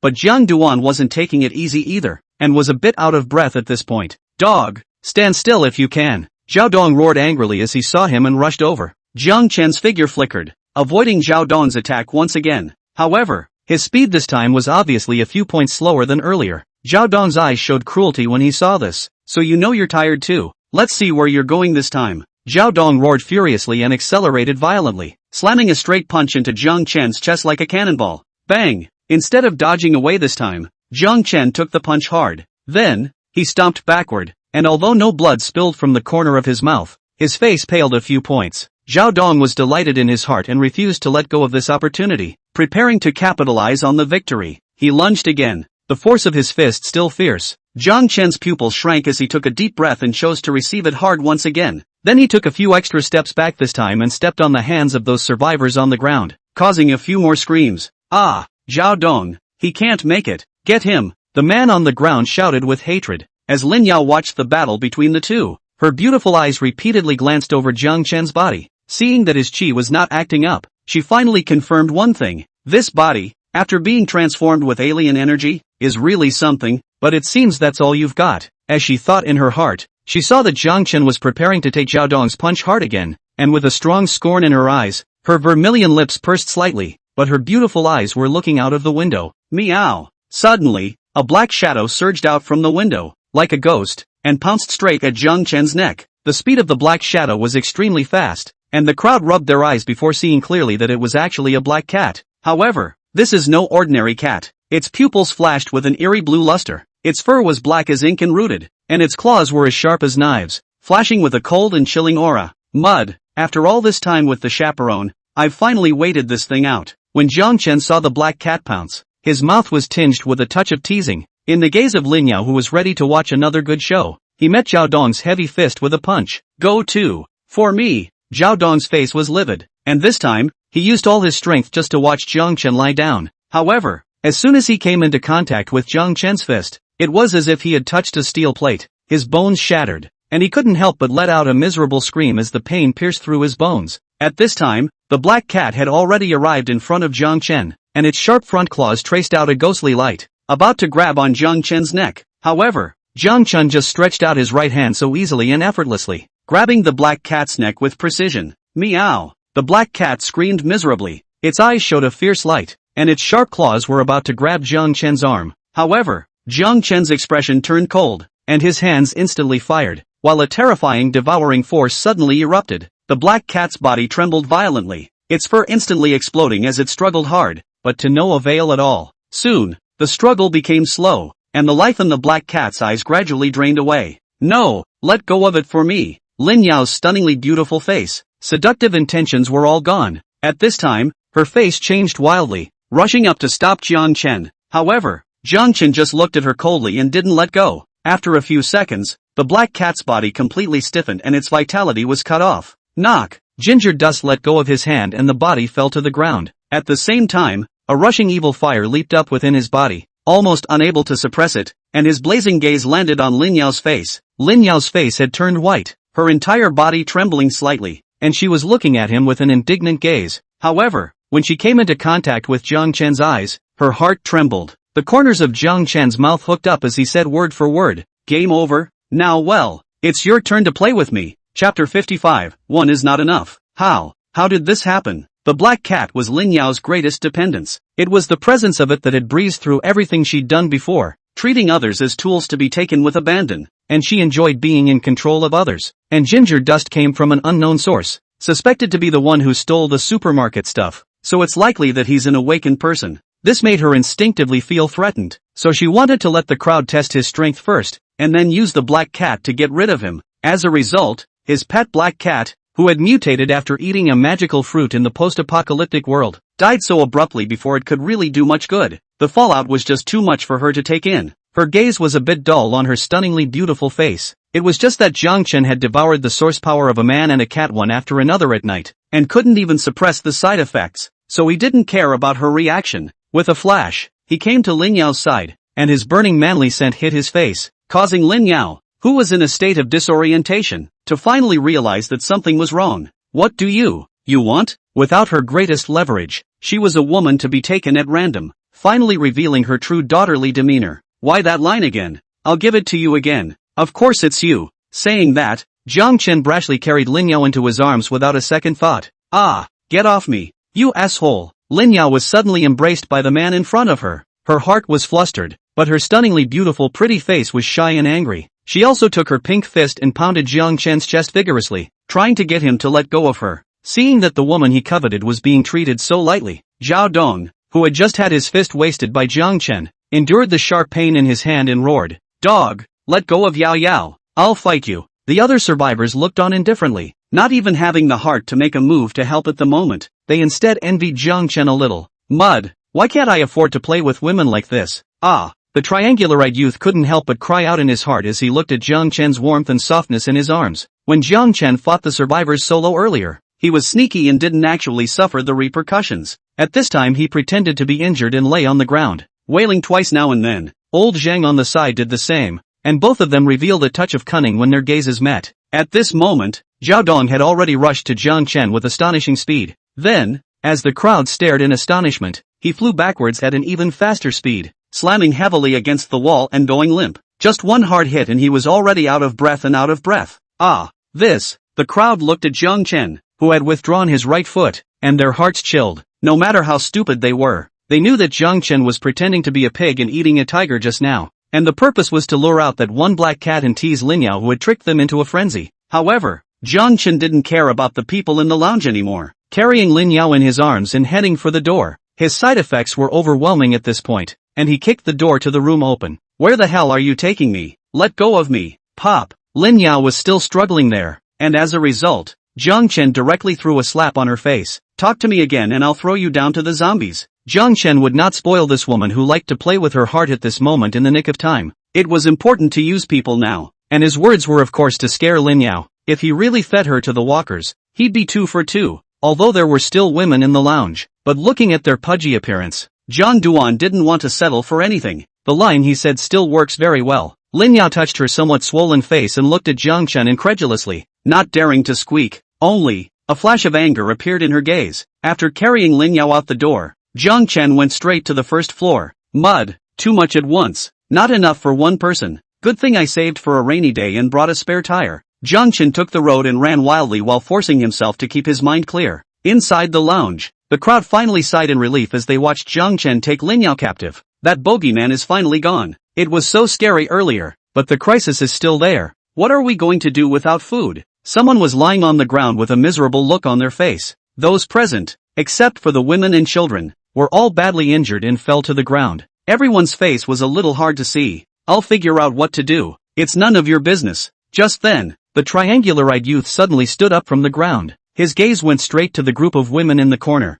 surveying them recklessly before landing on one of them who was not bad looking, at least 70%. But that was enough for him. The woman met his gaze, a flash of panic on her face, and hurriedly averted her gaze. Instead, Triangle Eyes gave a flirty smile. This appearance had a few moments of Jiang Chen's demeanor just now. Gorong, you're not hurt? Someone couldn't help but ask. Triangle Eyes smiled smugly and teased. What do you think? Now that Hao Dong is dying and you guys are injured, I'm in charge here. Now well, let me have some fun first. With that, he looked at the woman once more and slowly paced away. However, just then, the hissing of a zombie suddenly came from outside the door. Damn, why don't you guys go close the door? The triangular-eyed youth Gao Lang's newly revealed lecherous smile froze on his face, and he roared angrily at the people on the ground. The others were looking at him like he was an idiot. Before, the crowd had been scared silly by Jiang Chen's methods, and after he had left, they hadn't realized the problem. And, because there had been no zombies outside just now, it made them let their guard down.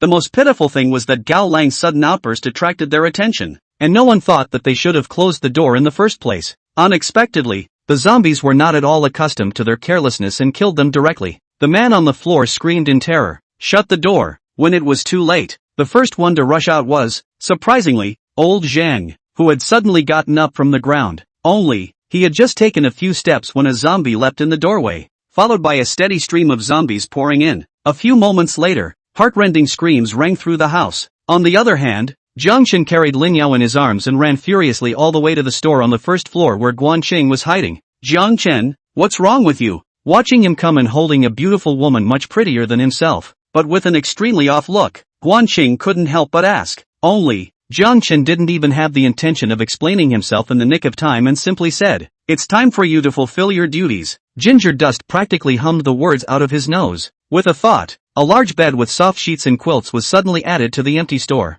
This was the luxurious bedroom set that Hao Dong had previously charged for Zhang Duan. Seeing this suddenly extra-large bed, Lin Yao had everything figured out. Then her heart revealed despair. At the same time, a strong sense of remorse grew in her heart. Why would I want to mess with such a bogeyman? Then, she was carried by Jiang Chen and walked towards the bed. Guan Qing gritted her teeth and took the initiative to follow. At this moment, Jiang Chen had only a trace of clarity left in his eyes, allowing him to know what to do next. Chapter 56, Stop Acting. 3 hours later, outside the store, 3 or 2 zombies wandered about, looking in every now and then. Then, a low hiss was directed right inside the door. Inside the store, Jiang Chen had stood up, feeling incredibly refreshed. That disabling side effect has finally dissipated. Damn, what kind of crap ability is this? It almost turns me into a monster every time, he thought with a raised eyebrow. Then the gaze went to the bed. All that was showing there were 2 loose clumps of hair, and inside the covers, it was faintly visible that it was 2 people. Despite the covers,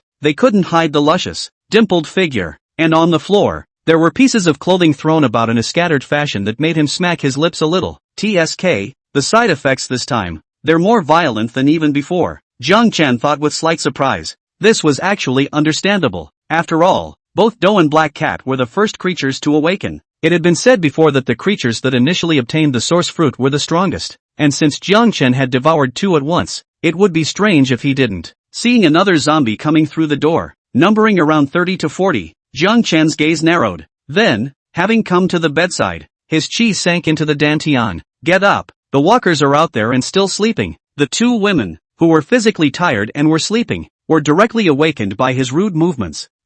Feeling their ears buzzing, they coincidentally looked at Jiang Chen with disgruntled gazes. You asshole. Lin Yao had only felt caught in a shocking wave before, wanting to struggle, but simply unable to resist. and could only go with the flow with hatred. Then the wind and waves died down, and she fell into a deep sleep of endless indignation. Upon being awakened at this point, she was instantly angry and saddened by the thought of what had happened to her earlier, originally thinking that she would be able to tease others, but now she was being played by Jiang Chen. How could she be willing? Jiang Chen just smiled teasingly and said, "Don't you like to play? But I've wasted a lot of time with you. This is the price of playing tricks on people. Now you know it's not pleasant, right? Are you playing? You are." Lin Yao's hate-filled gaze looked at Jiang Chen indignantly, gritting her teeth. Only, Jiang Chen was already too lazy to care about her. With a thought, he took out 2 sets of clothes from space and threw them onto the bed. "Put this on, it's time to get out of here." "Yes, sir." Sekiro nodded obediently. Then, he wore it in front of Jiang Chen,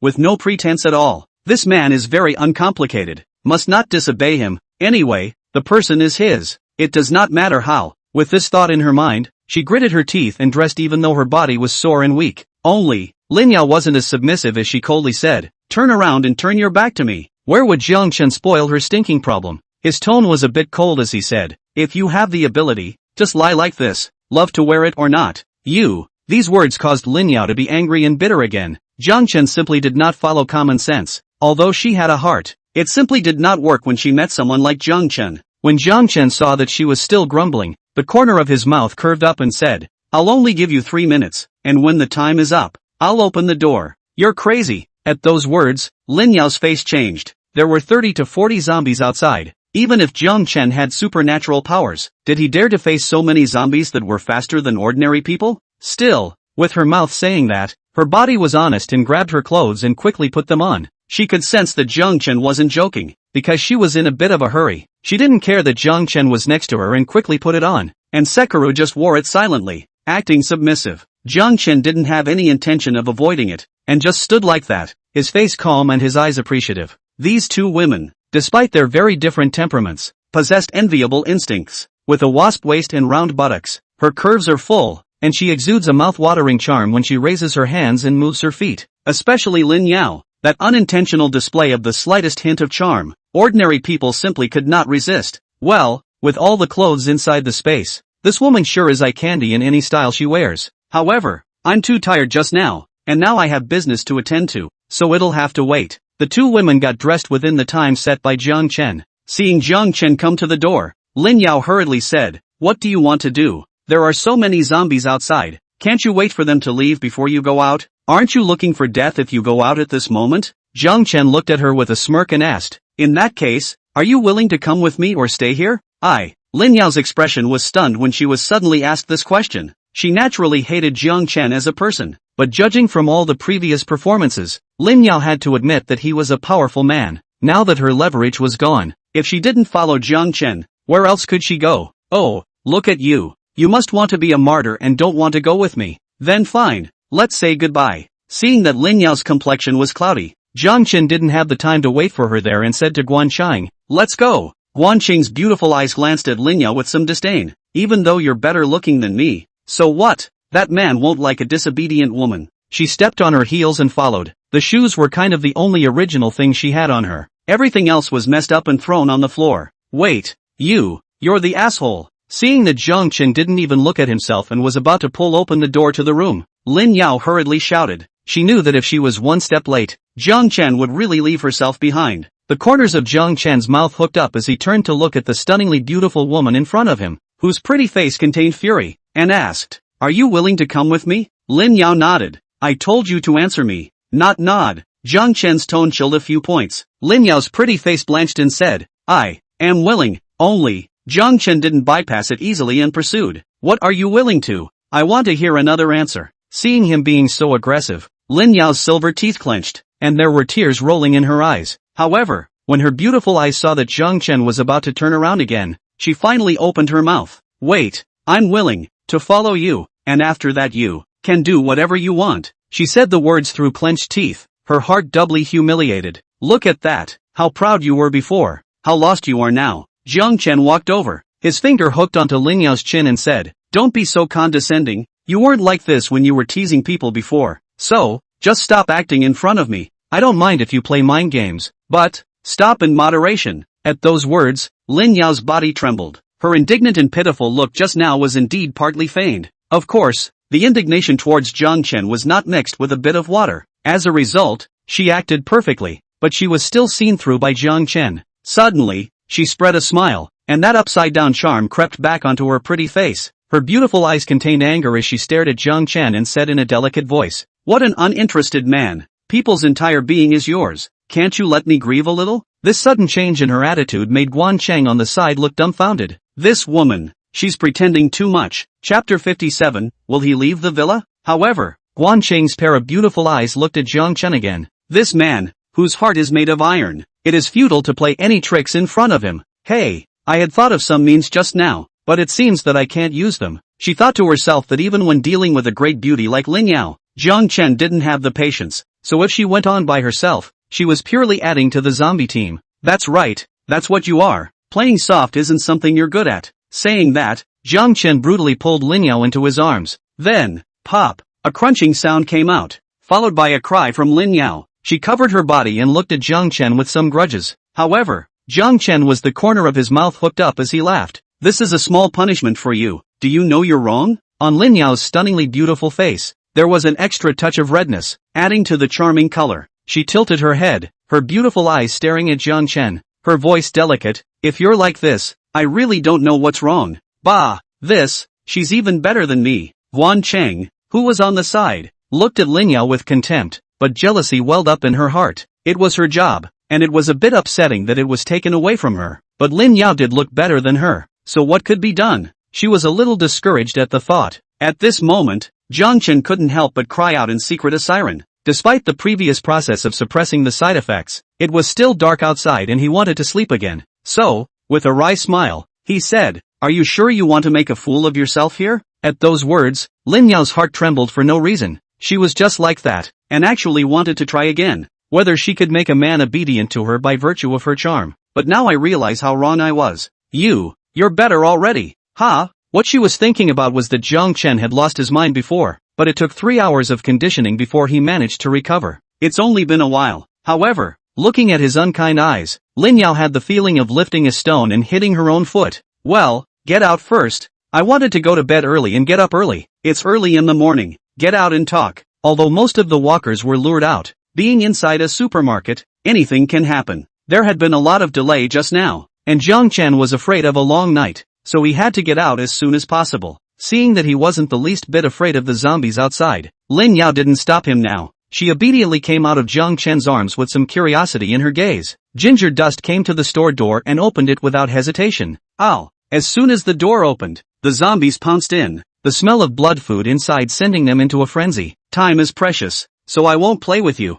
Jiang Chen sneered. And suddenly, source power converged in front of his body, and a whirlpool as black as ink unexpectedly appeared. The vortex rotated rapidly, like an open mouth of the abyss. Subsequently, the dozens of zombies that pounced on Jiang Chen's body seemed to be pulled by an invisible force, and their actions unexpectedly became incomparably slow. Seeing this scene, both Lin Yao and Guan Qing couldn't help but widen their beautiful eyes. This guy, how can he be so powerful? Despite having seen a lot of strange phenomena since the end of the world, they were still a bit shocked. Ow! The zombies were blocked in their movements, frantically hissing and struggling, but to no avail at all. At the same time, a gray energy visible to the naked eye overflowed from the zombie's body, and as the vortex rotated, it was devoured by it. And between the vortex and Jiang Chen, there was an invisible bond, and after the energy entered inside, it immediately merged back into Jiang Chen's body. At once, he had another wave of familiarity. The source power from the dozens of zombies turned into a silky warm current that rushed through his tendons and limbs. However, a dazed look appeared on his face. Sure enough, these low-level zombies are no longer of much use to me. With so many dozens of them, my strength has only grown a little bit. To today's Jiang Chen, the alien energy inside a low-rank zombie was thinner than a mosquito's leg. It couldn't be helped that it only took him 2 days to come to the 3rd rank. Moreover, the ability to devour was strengthened, allowing for the coalescence of vortices that devoured at a faster rate. This devouring vortex didn't just target xenos and xenobiotic creatures. Ordinary people facing it would directly turn into dry corpses. Soon, the alien energy in the bodies of dozens of zombies was devoured. The vortex slowly dissipated, and the zombies' bodies, which were originally shaped like withered bodies, turned into flying ash and drifted away. Jiang Chen looked at the two women and noticed a flash of panic in their gaze. However, Lin Yao reacted quickly and said in a delicate voice, "I was the one who looked away. I thought you would physically fight with the zombies like you did with those survivors, but it turned out to be so simple to kill them. Who knows? When Jiang Chen heard this, his face changed and he said, please pay attention to your words. Who was like that with the zombies? Lin Yao froze, then pouted. You're simply a man. At this moment, Guanqing finally seized the opportunity and came to Jiang Chen's side, saying, Sir, you just absorbed the energy from those zombies. Are you feeling unwell again? Lin Yao looked at Guanqing with some consternation, not expecting this woman to be so good at seeing things through. However, Jiang Chen was very satisfied with this, but still shook his head and said, let's go out first. When the zombies come back later, with a few dozen more, I might actually lose my mind. Guanqing's beautiful eyes shone, and she joyfully said, then why don't we wait? Before she could finish, she received a slap on her body. Jiang Chen didn't have the heart to say, nonsense, what do you take me for? Hurry up and get out. Sir, then go out and you kill some more walkers. Humph, I'm actually fine without killing walkers, the three men said, returning to the van. Then, ginger dust sleepiness hit him and he wanted to sleep. He was really a bit tired after a long night of work, only, some people didn't let him have his way. At 9 o'clock in the morning, inside the villa, a knock sounded outside the bedroom door where the two women were. Master, two sisters, are you up yet? Breakfast is almost ready. It's time for breakfast. Ding Qian's soft voice sounded outside the door. Kong Shuai drilled out a head from inside the quilt. Sleepy-eyed, she said in a daze. Sister, we'll be right down. Jiang Chen, he'll be sleepy for a while. Okay, sis, I'll meet you down there. Outside the door, Ding Qian's voice was still soft, but the expression on her face was extremely cold. She arrived downstairs and entered the kitchen, where Luton was preparing breakfast. Seeing Ding Qian come in, she asked, how is it? Are Jiang Chen and the others up yet? Her eyes flickered as if something had occurred to her. Ding Qian shook his head and hummed, still sleeping, perhaps he was there to catch up on his sleep after a ridiculous night last night. With that, she brought a hint of mockery to her face. Those two women looked innocent as hell, and now they turn out to be even more prodigal than you. Yuck! If you ever insinuate like that again, I won't spare you, Lu Ting said in a somewhat morose tone. This time, Ding Qian only hummed lightly and did not retort again. Now that the two were sort of in the same boat and belonged to the same trench of sisters, she wasn't going to offend the other too badly. At this moment, in Lu Ting's beautiful eyes, a bright light suddenly flashed. She looked at Ding Qian, already saying with some hint of certainty, do you think that he would have left the villa already? At those words, Ding Qian's gaze also had an inexplicable glow in it. That reminds me, when you put it that way, the corners of her mouth suddenly rose, but to Lu Ting, it was an icy arc. Chapter 58, Caravanning Beauties. Lu Ting gently stirred the kanji in the pot, a hint of gloom rising under her eyes. We've all felt it. The bastard's in great shape. He usually comes down early in the morning and will make us eat breakfast with him and then take advantage of the situation to do evil. Asshole. Thinking about all of Jiang Chen's evil deeds made her body a little uncomfortable. It was followed by a flood of boundless hatred. What she hated was not that Jiang Chen had bullied herself to get back at Hao Dong, but that after getting herself, she had turned her back and forced to call him master. This was a great shame for her high-mindedness. That's really unusual. He doesn't sleep in and is constantly talking about going to bed early and getting up early. Ding Qian couldn't agree more with Lu Ting. However, she said, let's test those two women again. That asshole is out of line. What if he's testing us on purpose? Lu Ting nodded and grunted coldly. He's a cold-blooded beast. Fine, just as you said. Probe from those two women in a while. The two conferred and began to prepare breakfast. Bah, I'll make them suffer if I catch the chance. Ding Qian couldn't help but curse. She was originally a lazy person, but she was forced to do a lot of work in the past 2 days, and also had to serve the two women upstairs, exhausting her back, and the anger in her heart reached its peak. Lu Ting is still a golden girl from a young age, is pampered and spoiled, has never done housework, the heart of the same indignation. She said with an icy gaze, there will be a chance. Shortly afterward, the two women upstairs shuffled downstairs. Two sisters, come and eat. At this moment, Ding Qian and the girls exchanged a look and resumed their attentive appearance, and were simply a different person from before in the kitchen. Kong Shuai was a little uncomfortable by the attentive attitude of the two, and quickly waved her hand. Sisters don't need to be so polite. Let's eat together. Karen frowned slightly, but did not speak. Jiang Chen had made her treat the two women like subordinates, and despite knowing that they weren't as simple as they looked, she could never be ruthless.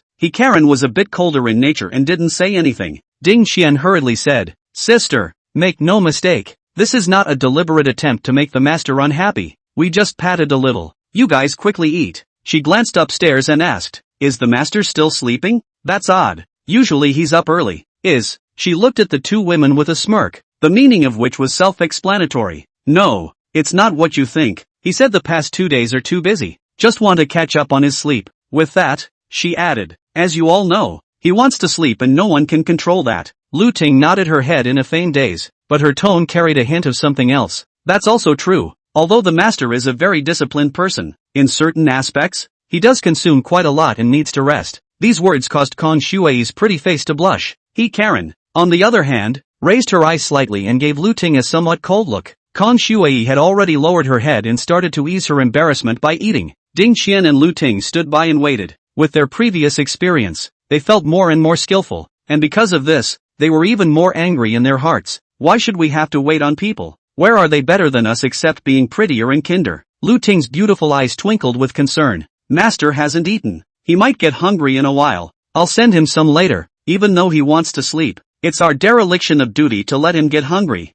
Corin finally spoke, but her voice was obviously a bit indifferent. No need. He said he didn't want to be disturbed. A glint of ghostly light flashed under Lu Ting's eyes, but her face was still smiling. All right, then we'll listen to the master. After saying that, she quietly stood aside and waited, but without moving, she exchanged a glance with Ding Qian. There was a sneer in both women's hearts. After breakfast, Kang Shui and Karen didn't stay downstairs for much longer, but went upstairs one after the other on the pretext of sleeping back to sleep. Only when the door to the room closed did Kang Shui let out a slight sigh of relief, turning her head to look at Karen and whispering, were they testing us just now? Karen leaned against the door and said with a slight frown, well, they should be suspecting that Zhang Chen isn't here anymore, so they're purposely using words to trap us. What should I do? Kang Shui was a little nervous. In case they find out that Zhang Chen isn't here, they'll definitely hit on some crooked ideas. Karen was obviously calmer and said, don't panic yet. They don't dare to act rashly for the time being. They're just testing it out. After all, Zhang Chen has given them too much of a deterrent. And besides, aren't we able to contact him? With that, she went to the bedside table and took out a walkie-talkie from the drawer. Without pausing, she pressed the call button and whispered, Zhang Chen, Lu Ting and Ding Qian have begun to suspect that you're not around. They might make a move. A faint current murmur first came from the walkie-talkie, and then Zhang Chen's unique voice came over. Watch yourselves. Didn't I leave my gun behind? If these two women have to seek death, you guys can do as you please. Zhang Chen's cold and heartless words not only made the two Karen women feel chills in their hearts, but Lin Yao and Guan Cheng, who were beside him, similarly had their bodies tremble. Lin Yao was already looking towards him. This man, really too ruthless for other means to work. Well, you guys be careful around the house. I'll be back after I run some errands. For now, the intercom went quiet. Karen looked at the intercom in her hand in a daze, then said hatefully, stinky man, he must have a new roommate outside again. After experiencing the events of the past 2 days, she knew Zhang Chen by heart, and just now she could sense that there was someone beside him. A woman's sixth sense is strong. However, she didn't dwell on this matter, but said to Kang Shui, just do what he says. If the two women down there really don't know what's good for them, don't be soft. A cold glint appeared in her gaze. It won't be. Zhang Chen doesn't like women who are soft-hearted. I won't let her down. Kang Shui's beautiful eyes revealed a touch of determination. Meanwhile, downstairs in the kitchen, Lu Ting and Ding Qian talked as they washed the dishes. I'm already 80% sure that Zhang Chen isn't upstairs. Lu Ting's beautiful eyes were filled with a confident glow. Ding Qian concurred. My guess is about the same. In that case, the opportunity is rare. What do you want to do? Sneaking that message out. Of course. The corner of Lu Ting's mouth hooked into a cold smile. Zhang Chen is too strong. Let those people in the cell group figure it out. We're just waiting to see what happens. Ding Qian's eyes lit up. Good idea. In that case, if something happens, even if Zhang Chen solves the trouble, we can still clear the air. Of course, it would be even better if they really find a way to get rid of Zhang Chen. She then added, before it's too late, let me send a message to someone I know to get the message out to the group. Because of Ginger Dust's operation, she was no longer in the owner's group, so she could only contact each other by other means. However, Lu Ting shook her head and said, let's wait a little longer. That bastard just isn't human. It's better to wait until there's something to be sure of. Ding Qian didn't have any objections to this, and thinking about how terrifying Zhang Chen was sent some chills down her spine. Yes, take the opportunity to try again in the next couple of days. As it was now, it was just a bit of humiliation, but if they acted rashly, Zhang Chen would definitely come down hard on them. In the van, Zhang Chen was all up, but as a result, he inadvertently revealed his true colors just now, and let the two women force him to warm up a bit. After coming out of the grocery store and sleeping for several hours, he felt like he had to eat something to get some energy. Not long after, Jiang Chen finally escaped the clutches of the devil. Feeling the cramped space inside the van, he couldn't help but frown a little. The van is good. You can crush all the way through a walker encounter. It's the environment that makes the experience so bad. The sense of experience he's talking about is certainly not driving a van, but another form of driving. Who knows? When Guan Cheng, who was on the side, heard this, her beautiful eyes lit up. Sir, speaking of caravans, I have a friend who sells this. At that time she also gave me that a caravan is worth several $100 million. I looked at it. It's really luxurious, and there are caravans that look similar to vans. Are you interested in checking it out? Well, you've got me there. Jiang Chen didn't want to stay in the villa all the time. That wouldn't be effective in improving his strength. Besides, he didn't want to be told that he only knew how to bully his neighbors day in and day out, and had to get out and see the outside world. Of course, the most important thing is to save the women between heaven and earth. So, the RV is quite necessary. So, he said, that's a good idea. But let's go back first. There's something going on at the villa. Guan Cheng, however, said, my friend's company is not far away. It's on the outskirts of South City. It's only half an hour's drive in the past, and it's not in the city. The key is, with that, she said meaningfully, she's also a great beauty, so if she doesn't turn into a zombie, you're just in time to heroically save her. Ginger Dust's eyes lit up, then he tightened them a bit. Well, in that case, go check it out. The RV is important to me. Saving the pretty girl is secondary. Saying that, he looked at the two women and said, I also thought of an important thing. I have to get you some bath water. The Dexing water plant happens to be on the way on this trip, so you can go there to take a look first. He had plenty of drinking water inside his space, but he did have less water for living. The two girls hadn't washed much in the past 2 days, and it was hot and sweaty, so they still had to get them some water. So, anyway, with the house still relatively calm and the two girls having guns in their hands, he decided to take a trip to the south side first. Chapter 59, The Woman Stays. You can go. When the two women saw Jiang Chen's appearance, it was obvious that they resented them a bit. Lin Yao couldn't help but give Jiang Chen a blank look and said, we're like this, and it's not even because you're messing with us, and besides, who would want to be like this if they could take a bath every day? In fact, not to mention Jiang Chen, the two women themselves felt uncomfortable in their bodies. They're both big, beautiful women who usually can't wait to shower twice a day, but we don't have that right now. Jiang Chen heatedly smiled and said, alright, now go and collect the water first, and later on,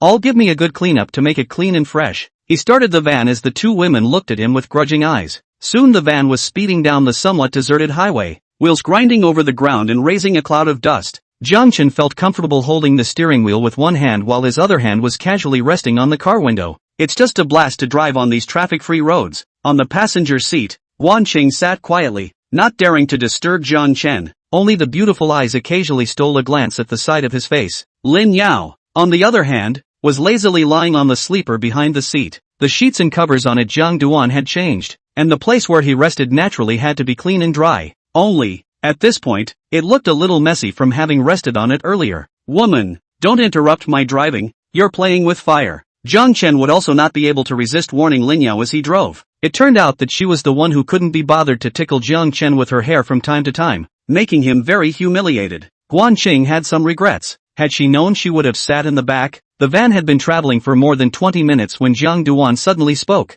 500 meters ahead is the Dexing water plant. Before the end of the world, he had come here to fix the air conditioner, so he was still familiar with the place. The deepest impression at that time was that this water plant was very large, and Jiang Duan also asked the workers inside, knowing that the vats of water produced here every day exceeded 20,000 barrels, and there were still 20,000 barrels in stock in the warehouse. Also for this reason, when he heard Guan Cheng say that he was going to the South City to look for a caravan, his first thought was of the water plant. The place where the water plant is located is on the edge of the town, with some factory buildings nearby. Jiang Chen gazed ahead, where he entered the town. There were a lot of cars parked horizontally, a lot of bloody corpses lying on the ground, and zombies roaming there in 2s and 3s. And Jiang Chen looked his gaze inside the town, where there were zombies everywhere around the buildings. Luckily, the water plant was on the edge, and there weren't many walkers there. The van continued on its way, heading straight for the water plant. At that moment the big iron gates of the waterworks were closed, while screams rang out from the wide open air clearing inside.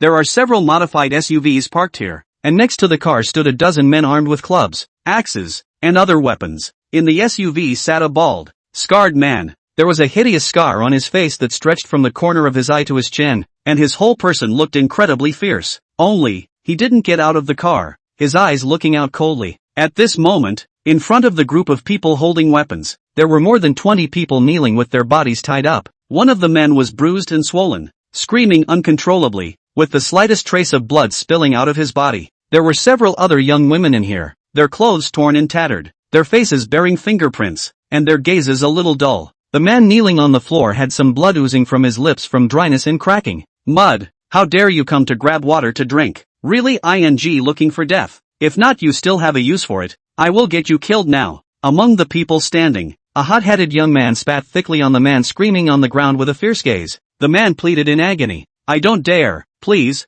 give me a sip of water. The faces of the others looked at the bottle of mineral water held in the youth's hand with the same longing in their eyes. Upon hearing this, the hot-headed youth kicked the man's chest and cursed. What the hell are you? You still want me to give you water to drink? Say one more word, believe it or not, I'll get you killed right away. The man let out another scream. Not daring to squeak, the hot-headed youth unscrewed the cap of the mineral water, then slowly poured the water on the ground and looked at the women with a teasing smile. Hey,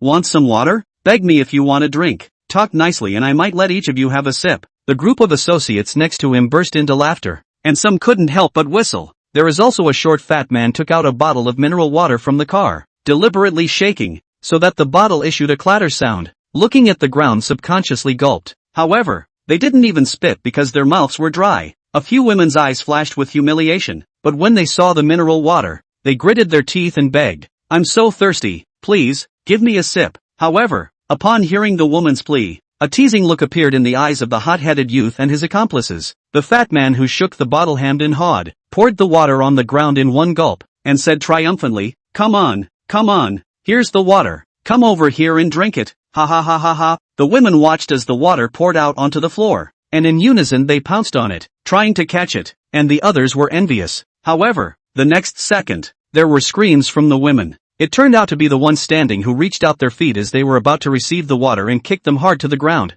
These people let out even more unrestrained laughter and scolded. Want to drink water? With your looks, you don't deserve it at all. Those women inside have this seniority. At this remark, the others let out another roar of laughter and ugly faces. The women's faces, full of humiliation and resignation. The people on their knees were all survivors of the town, who, after holding out for a day because they had no stored drinking water at home, thought that just outside the town was the waterworks and, at great risk, snuck over to try to see if they could get water. As a result, the place was already occupied by the villains in front of them. They were small punks from the neighborhood of the factory district, who originally liked to steal chickens and dogs, and quickly adapted to their new identities after the end of the world. The scarred man in the car, on the other hand, is a man who has been in jail for years and has become the leader of the gangsters after the end of the world. There was no suspense. The survivors of the water extraction were caught, and the good-looking women were even more miserable and humiliated. And the reason they weren't killed was because there was still a use for them. Well, the boss is still planning to use these people to lure away the zombies so he can scavenge for supplies while he has the chance. So let's stop playing for now and have some fun when we catch the new ones. The hot-headed youth, seeing that the fun was almost over, said to his accomplice. The people on the ground sniffed and instantly turned pale, despair welling up in their eyes. No, you animals, it would be better to kill us now if we were to distract the walkers, knowing that they were going to die anyways. Someone couldn't help but roar out in anger. Damn, you want to die, don't you? I'll let you. Hearing that someone even dared to speak out of turn, the hot-headed youth became enraged, and the axe in his hand was about to hack at the man. At this moment, a loud boom came from the gate, and then the gate was brutally smashed open, and debris flew. The crowd fixed their eyes on a large van that rushed through the doorway and stopped in front of them. Afterward, Jiang Chen brought the two women with him and just swaggered out of the car. Seeing the scene in front of him, he apologized. You guys are quite lively here. Sorry for the intrusion. When these words came out, both the gang of villains and those who were caught were a bit confused. Is this guy out of his mind? How dare he get out of the car? Isn't it safer to just drive over us? The villains thought as they did in their hearts. However, when they saw the two women beside Jiang Chen, they couldn't take their eyes off them. Asterisk asterisk asterisk asterisk, where are the pretty chicks from? Damn it, we must catch them. At this moment, even the scarred man was not calm anymore, especially when he saw Lin Yao's upside-down face. His heart was thumping. He felt he had found true love. Yo, look who's here. The scarred man could no longer play it cool, and nimbly got out of the car, grinning, surprisingly revealing a mouthful of large yellow teeth. Come all this way and bring 2 chicks, and I'll forgive you for crashing the gate. Chapter 60, no one will save you even if you scream. Then, with a somewhat grim smile, he said, or else. However, before he could finish, Jiang Chen's figure suddenly disappeared. The scarred man's smile froze on his face when he saw this. In the next second, he felt a sharp pain coming from his chest. Bang! Jiang Chen's fist blasted into his chest like a cannonball, and the terrifying force caused him to instantly fly backwards, directly crashing into the SUV behind him. The sound of bones breaking resounded throughout the room. Wow! A large mouthful of blood sprayed out of the scarred man's mouth, and his entire chest collapsed into a large chunk. His gaze at Jiang Chen had turned into fear. You, only. Before the words were finished, his pupils spread rapidly and he was completely lifeless. Silence, deathly silence. The people present were all wide-eyed, unable to believe what had just happened. The hothead youth vigorously swallowed his saliva, and his voice trembled. Dead, boss, dead? Those other villains only reacted at that moment, and then their legs and stomachs couldn't stop trembling. Jiang Chen just coldly swept them, not even bothering to say anything, and already had an extra tang knife in his hand. Afterwards, his figure disappeared once again, and Lin Yao and Guan Qing only saw the remnants of shadows flashing and the light of the blade appearing before the hot-headed youth and the others became headless corpses. They didn't even have a chance to scream. After Jiang Chen came outside just now, he didn't come in the first time and knew everything with his powerful hearing. He didn't want to be disturbed when he collected the water, so he just let them die. What the hell is he? Those who were kneeling, seeing the evil villain who had done so much evil die just like that, a touch of fear surged towards Jiang Chen as well. However, Jiang Chen just glanced at them before withdrawing his gaze and walked straight towards the inside of the water plant. After the end times, he had seen many such sights, so he didn't feel much. Time was precious, and he wanted to collect the water and hurry away. Since he'd been to the waterworks once, he knew the general construction inside, so he went straight to the warehouse. This warehouse was large and contained a large number of barrels of water neatly arranged. Jiang Chen estimated that there were at least 30,000 barrels. This is still due to the fact that it was daytime on the day of the apocalypse and a lot of barrels of water were pulled. Otherwise there would have been more. With a flash of his figure, Jiang Chen began to travel inside the warehouse, and after only a few minutes, the place became empty. Both women had seen what he was capable of, but seeing so much water disappear into thin air shook their minds once again. Lin Yao's pair of almond eyes were filled with different colors. This man, he really does surprise me one at a time. Jiang Chen finished collecting his things and came to the two women. Seeing that they were a bit lost in thought, he couldn't help but tease. What are you looking at? Hurry up and get out of here Guan Cheng, in case your BFF is in distress, and we go a little bit later, you'll only be able to turn into a zombie and keep her company. You crow's mouth. Meng Dai, she'll be fine. Guan Cheng's best friend was called Zhou Meng Dai, and with her somewhat cold personality, she still had such a best friend, so it was obvious that her feelings were very deep. Jiang Chen just smiled and left the warehouse with the two women. However, when he came to the open air clearing, the group of survivors were still kneeling on the ground, and when they saw him coming over, the man who had been beaten up earlier begged, "Big brother, can you take us with you? As long as we can give a mouthful of food, we can serve you as oxen and horses." Seeing that the others were about to prepare to plead as well, Jiang Chen indifferently waved his hand. "You are free, run for your lives, and don't say such things." When the words fell out, he got into the van and waited until the two women were inside as well, and then the van left in a cloud of dust. A crowd of survivors were left behind, their eyes filled with disappointment. Ginger Dust drove the van towards the RV Forest store in South City. He'd been out all day, and as he looked along the way, the end times had become more and more apparent. The road was littered with ruined vehicles, and even encountered broken utility poles lying upside down in the center of the road, and Zhang Duan even went down to move the poles out of the way. The air, on the other hand, was filled with a mixture of blood and putrid smells. "I hope Monty's not going to be okay," Guan Cheng whispered to herself, her expression revealing a hint of uneasiness. Before, when she was struggling to protect herself, she had neglected her best friend, and now that she had Jiang Chen by her side, she also hoped that Zhou Mengai was also safe and sound. Ginger Dust drove fast this time, and in less than 20 minutes, the RV Forest store appeared in view. However, at this time, the door of the place was half open, the glass window was broken, and you could see that the large exhibition hall was in a mess. Inside there were at least 40 or 50 walkers shambling about, emitting low hisses. Some of them are wearing Forest store uniforms, while many more are men and women either in suits or well dressed. It's just that, whatever they were before the end of the world, they're all on the same path at this point. Their skin festered, they reeked, and they became mindless zombies. No, it's not like that. Meng Dai won't die. Jiang Chen, I beg you. You must find her. Seeing the scene inside the store,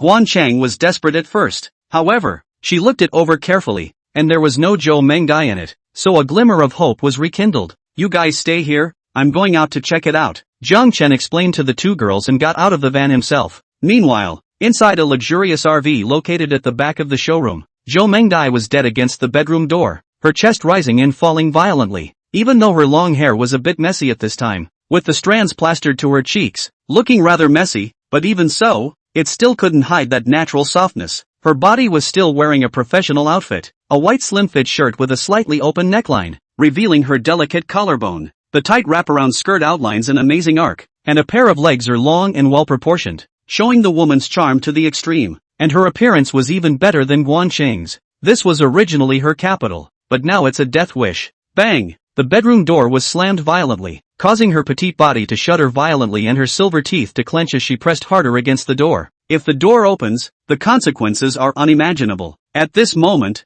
a teasing voice came from outside the door. Miss Shou, are you still not opening the door? It's this time of the day. Instead of being stuck here, why don't you keep me company? What do you think? Listening to the shameless words of the person outside the door, Zhou Mengdia's beautiful eyes were filled with anger. The man's name was Wang Tian, and he was originally a client she had been chatting with for some time. He was usually well-dressed and looked civilized. As a result, when the end times come, the two are trapped in a car with no food, and after a hopeless plea for help, he rips off his disguise and tries to do something bad. Fortunately, Zhou Mengdai was usually used to seeing customers who wanted to mooch off of him, so he was always on guard and escaped to the bedroom when he was about to do it. She tried to calm down and said, Mr. Wang, calm down, maybe someone will save us soon, who knows? Before he could finish, there was a loud laugh from outside the door. Ha ha ha, Miss Shou, aren't you too naive? There are zombies everywhere outside. Who would come to save us? To come would have come a long time ago. Outside the door, Wang Tian carried a fire extinguisher in his hand and approached the bedroom door.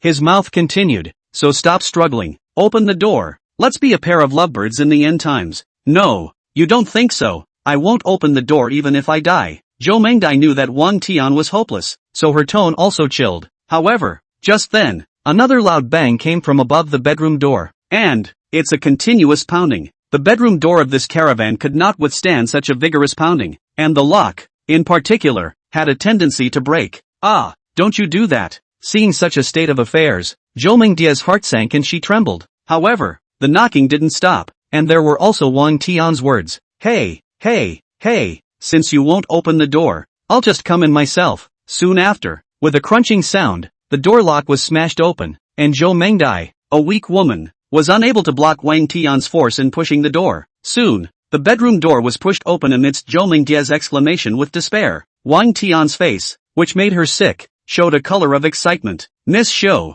where are you going to hide now? Zhou Mengdai bit her lips as endless panic was born in her heart, her body retreating backward step by step. Only, the RV bedroom wasn't big enough for her to retreat. Wang Tian's gaze raked over her dimpled body, the desire in his eyes gradually intensified as he stepped forward. You stay away. Zhou Mengdai was still making a final struggle, and she herself knew that it wouldn't help. Ha ha, in your case, I'm reminded of a classic line from a previous TV series that I didn't even have a chance to try before, and now it's just in time. Then, with a smug smile, he said, go ahead and scream. No one will come to save you even if you scream your throat out. As he spoke, he lunged towards Zhou Mengdai, and when it came down to it, he couldn't wait any longer. In Zhou Mengdia's eyes, a look of despair appeared. Chapter 61, Who told you to break my RV? Wang Tian's face was filled with the color of obscene greed that he couldn't hide, and his entire body pounced on him. Asterisk. Off. Don't you come any closer. Zhou Mengdia's face was pale. Her back was already against the headboard. There was no way to retreat, but she was still struggling and didn't want to let the other party have their way. Between her hands, she looked around for something that could be used as a weapon. Finally, she found a vase on the bedside table, and almost subconsciously grabbed it and smashed it hard towards Wang Tian's face. Bang! Wang Tian was immersed in the joy of his impending success. When he was caught off guard, his face was smashed solidly, only to feel that his nose was nearly broken. He let out a yelp of pain, followed by anger. Bitch, how dare you resist? He quickened his pace and viciously charged up, swinging his right hand. This slap, he had struck out with anger, and if he hit it, Zhou Mengdai would definitely have to suffer some pain. She subconsciously extended her hand, trying to block Wang Tian's attack, but the heart sank to the bottom. Is this really all there is? Who's going to save me? And Wang Tian's face was filled with a hideous smile, as if he could see the sight of Zhou Mengdai screaming miserably in the next second. However, just in the nick of time, a sudden change occurred.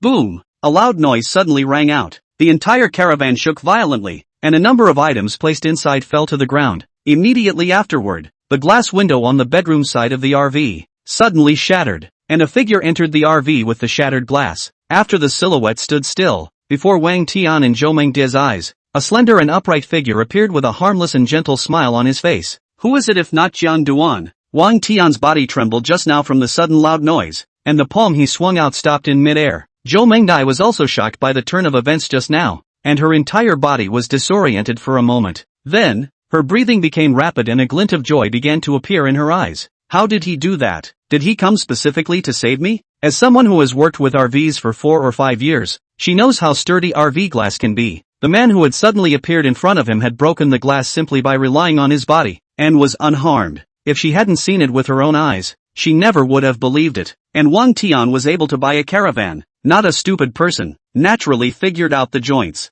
Thus, he looked at Jiang Chen with extreme scorn and said, "Who are you? What are you doing here?" When he said this, he was clearly a little understated. However, Jiang Chen didn't reply, but scanned the inside of the caravan, which was lavishly decorated and filled with the putrid smell of money, making him quite satisfied. However, upon seeing that the lock on the bedroom door had been smashed and that the door to the room had been dented in several places, his face went cold for a few moments. He looked at Wang Tian and said word for word, "Who the hell let you smash my RV? Damn it!" With that, his figure suddenly disappeared, and when he reappeared, he was already in front of Wang Tian. Pop! A crisp slap sounded, and Wang Tian had already been slapped and turned around. All he felt was dizziness and a fiery pain coming from his face. In particular, his nose, which had suffered trauma before, was affected again, and he had a nosebleed. "Ah, asshole, what gives you the right to hit me?" Wang Tian slowed down for a long time before coming to his senses, glaring angrily at Jiang Chen and pointing at him in a loud question.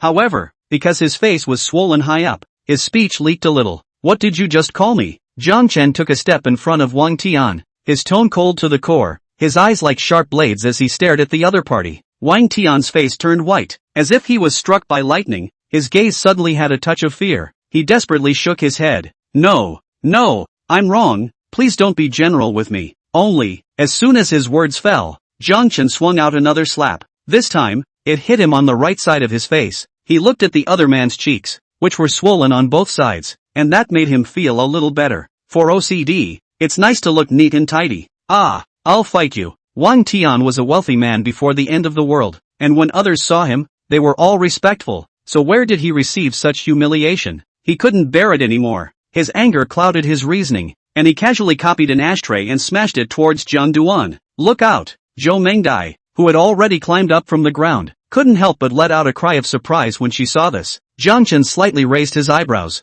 The corner of his mouth hooked into a teasing arc as he violently raised his leg. Bang! He landed a solid kick on top of Wang Tian's belly. Wang Tian only felt a terrifying force spread from his belly and quickly swept through his whole body. His 150-60-pound body flew out backwards like a ragbag, and ruthlessly smashed into the bedroom wall with a loud bang. Ah! A mouthful of blood spurted out of his mouth. Feeling that his internal organs had been displaced by Jiang Chen's kick, the intense pain caused his body to spasm, desperately trying to get up, while he couldn't stop the screams from his mouth. Jiang Chen didn't stop there and arrived in front of Wang Tian. "Ah, what do you want? If you do this, you'll definitely be punished. Get out of my way." Wang Tian's forehead oozed bean-sized cold sweat from the pain, and his eyes were filled with fear when he saw Jiang Chen approaching step by step, while the corner of Jiang Chen's mouth revealed a touch of teasing and said, "Keep screaming. No one will come to save you even if you scream your throat out." Hearing these familiar words, both Wang Tian and Zhou Mengdai froze in unison. The former's heart was so clogged that he spat out another mouthful of blood with a wow sound.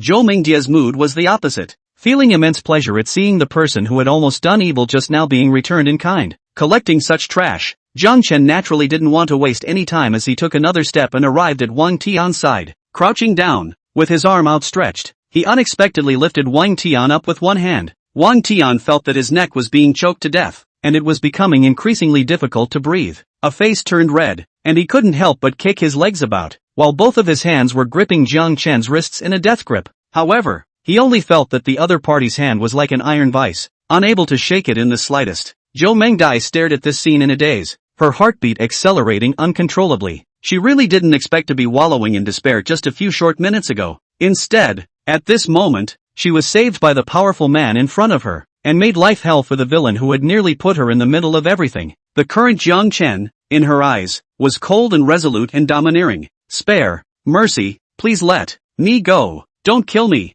Feeling that he was about to suffocate, Wang Tian used all his strength to say these words. Oh yeah, remember, it was you who asked me to let go of you. A smile blossomed on Jiang Chen's face, looking like a kind and great young man. At this moment, a touch of uneasiness rose in Wang Tian's originally relaxed heart. No. Before the words were finished, Jiang Chen arrived at the window like he was carrying a chicken, then flung his hand and threw Wang Tian down. He clapped his hands as if they were dirty because he had squeezed Wang Tian's neck, and outside the caravan, first came the sound of heavy objects falling to the ground, and then Wang Tian screamed in horror. No, don't come over, help, who will save me, the screams tore at his heart. Zhou Mengdai couldn't imagine that Jiang Chen was so decisive and directly threw Wang Tian out. Witnessing a group of zombies surrounded towards him, she didn't dare to look any further. Her beautiful eyes looked at Jiang Chen anew, permeated with horror and intense curiosity. Who the hell is this man? However, Jiang Chen had at least saved her life, so after taking a deep breath, she solemnly said, "Thank you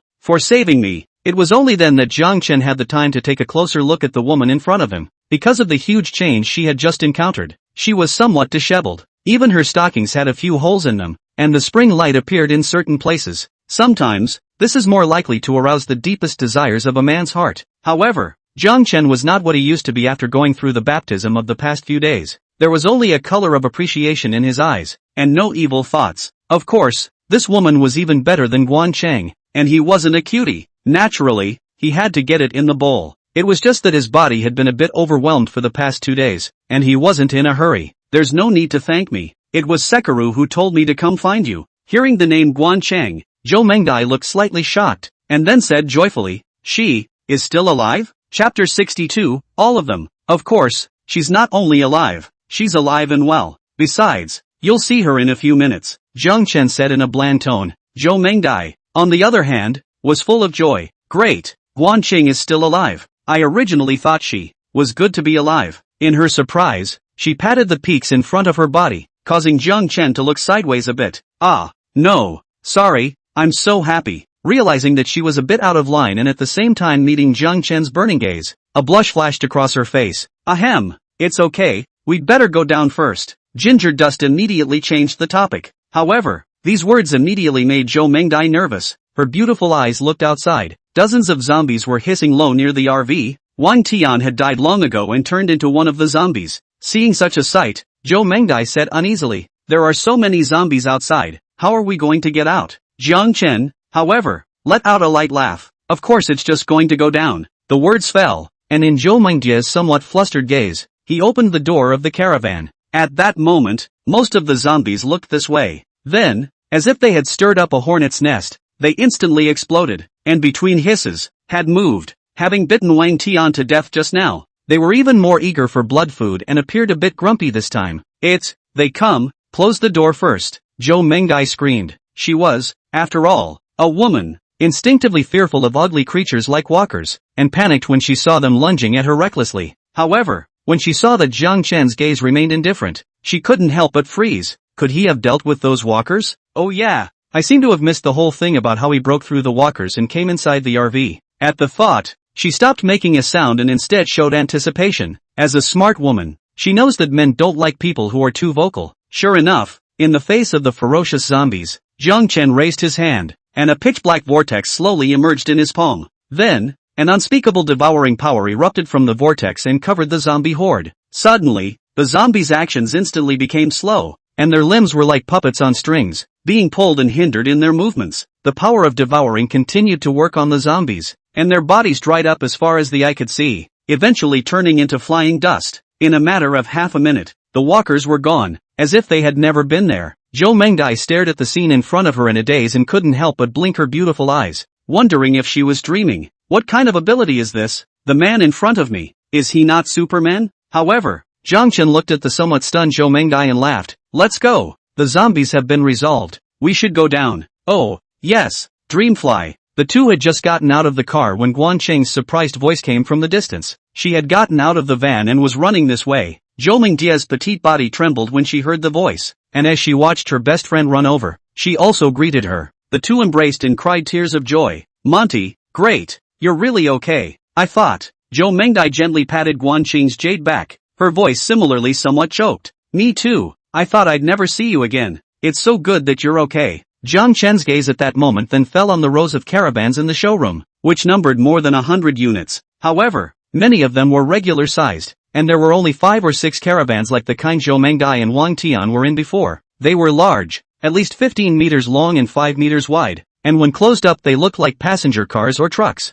Although he didn't know how it was constructed, Zhang Duan took a glance at it. Seeing that the two women were almost done exchanging pleasantries, he said, "All right, you guys can talk later. Miss Shou, can you show me the RV?" Hearing him talk about this, Guan Qing also realized that she had just immersed herself in the reunion with her sisters and had forgotten about the main event. She said to Zhou Mengdai, "We came here this time, besides saving you, we were just going to take a look at the caravan. It's the end of the world now, and it will be useful to us." "Yeah, that would be great, and since the RV is now a no-go anyway, I'll show you guys around." Zhou Mengdai was worried that she didn't know how to thank Jiang Chen for saving her life, and she was naturally very happy to be able to help at this moment. After organizing her thoughts for a moment, she made a pleased gesture and led Jiang Chen and Guan Qing towards the caravans. Lin Yao didn't get out of the van because she wasn't interested in RVing, and because she was too tired from last night and morning, but instead, she was inside catching up on her sleep. Therefore, the only two people looking at the RV were Zhang Duan and Guan Qing. There are many different kinds of RVs here, from those for family outings, to those extreme off-road models, to specially modified luxury custom models. Zhou Mengdai walked while introducing the two. However, the ones that passed by at first were ordinary caravans, and Zhang Duan didn't have much interest in them. Zhou Mengdai, as a sales, was originally good at reading people's words. Her pretty face smiled slightly and said, "These caravans have average storage space and limited configuration. Mr. Jiang, I'll take you directly to see those luxury caravans." "Yeah, just introduce me to those RVs." Ginger Dust pointed to the luxury caravans that stood crane-like in the pile of caravans. Zhou Mengdai nodded and brought the two of them to the luxury caravan. They're big, heavy-bodied, with sturdy tires, and look like they'd be suitable for use even at the end of the day. In front of the trio was an overall black and gold-colored RV. Zhou Mengdai said, "This one is our store's flagship RV, the Emperor X9. She punched in the numbers on the code button on top of the RV and the doors slowly opened, extending the escalator. The three of them went up the ladder, and the interior lights came on automatically, reflecting the extremely luxurious interior space. Good guy, really trenchant. Hao Dong's home's decoration isn't even this luxurious, right?" Ginger Dust was a bit staggered. Where they were was the parlor area, with high-end carpeting on the floor, walnut paneling adorning the walls, and a spacious leather couch and surround sound system. A miniature bar was set up next to it, with a variety of fine wines neatly displayed in glass cases. "Monty, I didn't take it seriously before when I heard you bragging about how great the RV was, but now I finally realize that you're conservative in everything you say," Guan Qing couldn't help but say with some emotion. Zhou Mengdai smiled and went to get a remote control, and all of a sudden, the caravan began to rise higher. Surprisingly, there were 3 floors of space. The 3 of them headed up in turn, visiting as they went. The second level is the entertainment area, equipped with a private theater, VR gaming equipment, and even an automatic mahjong table, making it a completely mobile version of an entertainment center. On the 3rd floor are 3 separate bedrooms with velvet sheets and smart curtains that automatically adjust transparency. The master bedroom is even topped with a panoramic skylight, able to look up at the starry sky. After looking at this caravan, Zhang Duan was extremely satisfied, then said, "Go look at the next one." Zhou Mengdai naturally had no objections and led the two of them to a silver-gray caravan. This one is a Sky F12, with a focus on intelligence and defense. This motorhome has a more futuristic look than the Imperial X9, with a streamlined body with a silver-gray exterior that looks like a mobile fortress of the future. It has an autopilot and intelligent defense system, and the body is made of a special alloy that can withstand ordinary bullet attacks. Zhou Mengdai talked about RVs like they were nothing. On top of that, it's powered by a dual solar and fuel oil power system, so even when the oil runs out, it still has a range of 500 kilometers. Jiang Chen nodded slightly, a look of satisfaction on his face again. Then the 3 of them came back to an RV with a paint job as smooth as a mirror and vaguely metallic. The caravan was still luxuriously decorated, and Zhang Duan was most impressed that there was a soft queen-sized bed inside. And, at the rear of the caravan, there was a small garage for storing vehicles, which he fell in love with at a glance. Seeing Jiang Duan showing his satisfaction again, Zhou Mengdai laughed. Mr. Jiang, is it hard to choose? Do you want me to recommend one for you? She had seen a lot of clients like Ginger Dust before, and they were having trouble choosing after seeing all those RVs. However, the corners of Jiang Chen's mouth hooked up as he laughed. Since the things are so good, what choice do I have to make? Of course, I'll take them all, he mentally added. Including you, I'll stay around. At those words, Zhou Mengdai could not help but be stunned. Chapter 63, how can I say this? Mr. Jiang, are you saying you want all of these cars? For a moment, Zhou Mengdai thought that she had heard wrongly, her beautiful eyes widening slightly as she looked at Jiang Chun in disbelief. She had originally thought that Jiang Duan just wanted to pick a suitable caravan to drive away. After all, there were only 3 of them, and even if they added the woman Guan Qing said never showed up, there were only 4 of them, but there are at least 6 large RVs here, so you can't drive that many. However, Jiang Chen's next words caused her to be even more dismayed. No, I'm talking about all the RVs here. I want them all. When these words came out, Zhou Mengdia's red lips opened wide, feeling that she had heard a joke. It was a good thing that Guan Sheng next to her saw the expression on her best friend's face and hid her mouth and snickered for a moment before coming over to answer her questions. Jiang Duan has spatial abilities and can take supplies in, although it's a bit unbelievable, but you'll see for yourself later. At those words, Zhou Mengdai couldn't help but look at Jiang Chen in astonishment. It's a good thing the other guy didn't sell out and went straight for it. You guys wait here, I'll be right there. After Jiang Chen finished speaking, he took a step forward. The showroom was a bit large, and with his spatial abilities today, he couldn't do it to the extent that the caravan would all go into space with a thought. However, it would just take him a little longer. Arriving at the caravan area, Jiang Duan unfolded his superfast speed and dashed forward. Then, Zhou Mengdai saw that wherever he passed, caravans disappeared in batches. Really? What exactly is his origin? Too powerful. Just as she froze, the last of those voluminous luxury RVs left in the showroom similarly disappeared. And all of this took Jiang Duan less than a minute. At this time, originally full of caravans inside the showroom, empty, if not come here, simply cannot imagine that there have been a lot of caravans here. After collecting the caravan, Jiang Duan casually clapped his hands as if he had done a perfectly ordinary little thing and paced over to the 2 women. Zhou Mengdai hadn't recovered from the scene just now. It wasn't that she hadn't thought about the existence of psychic powers, after all, the end times had come and gone, and there were quite a few strange phenomena around. But she had never thought that psychic powers could be magical to this extent. Monty, do you have any more items here that you can pick up? Guan Sheng pulled Zhou Mengdai back from her disorientation. Hearing her say that, Zhou Mengdai thought for a moment and said, the locker room does have my personal belongings. I'll go and come. With that, she trotted off. Seeing her silhouette disappear, Guan Sheng's pretty face revealed an expression that looked like a smile as she stared at Jiang Chen.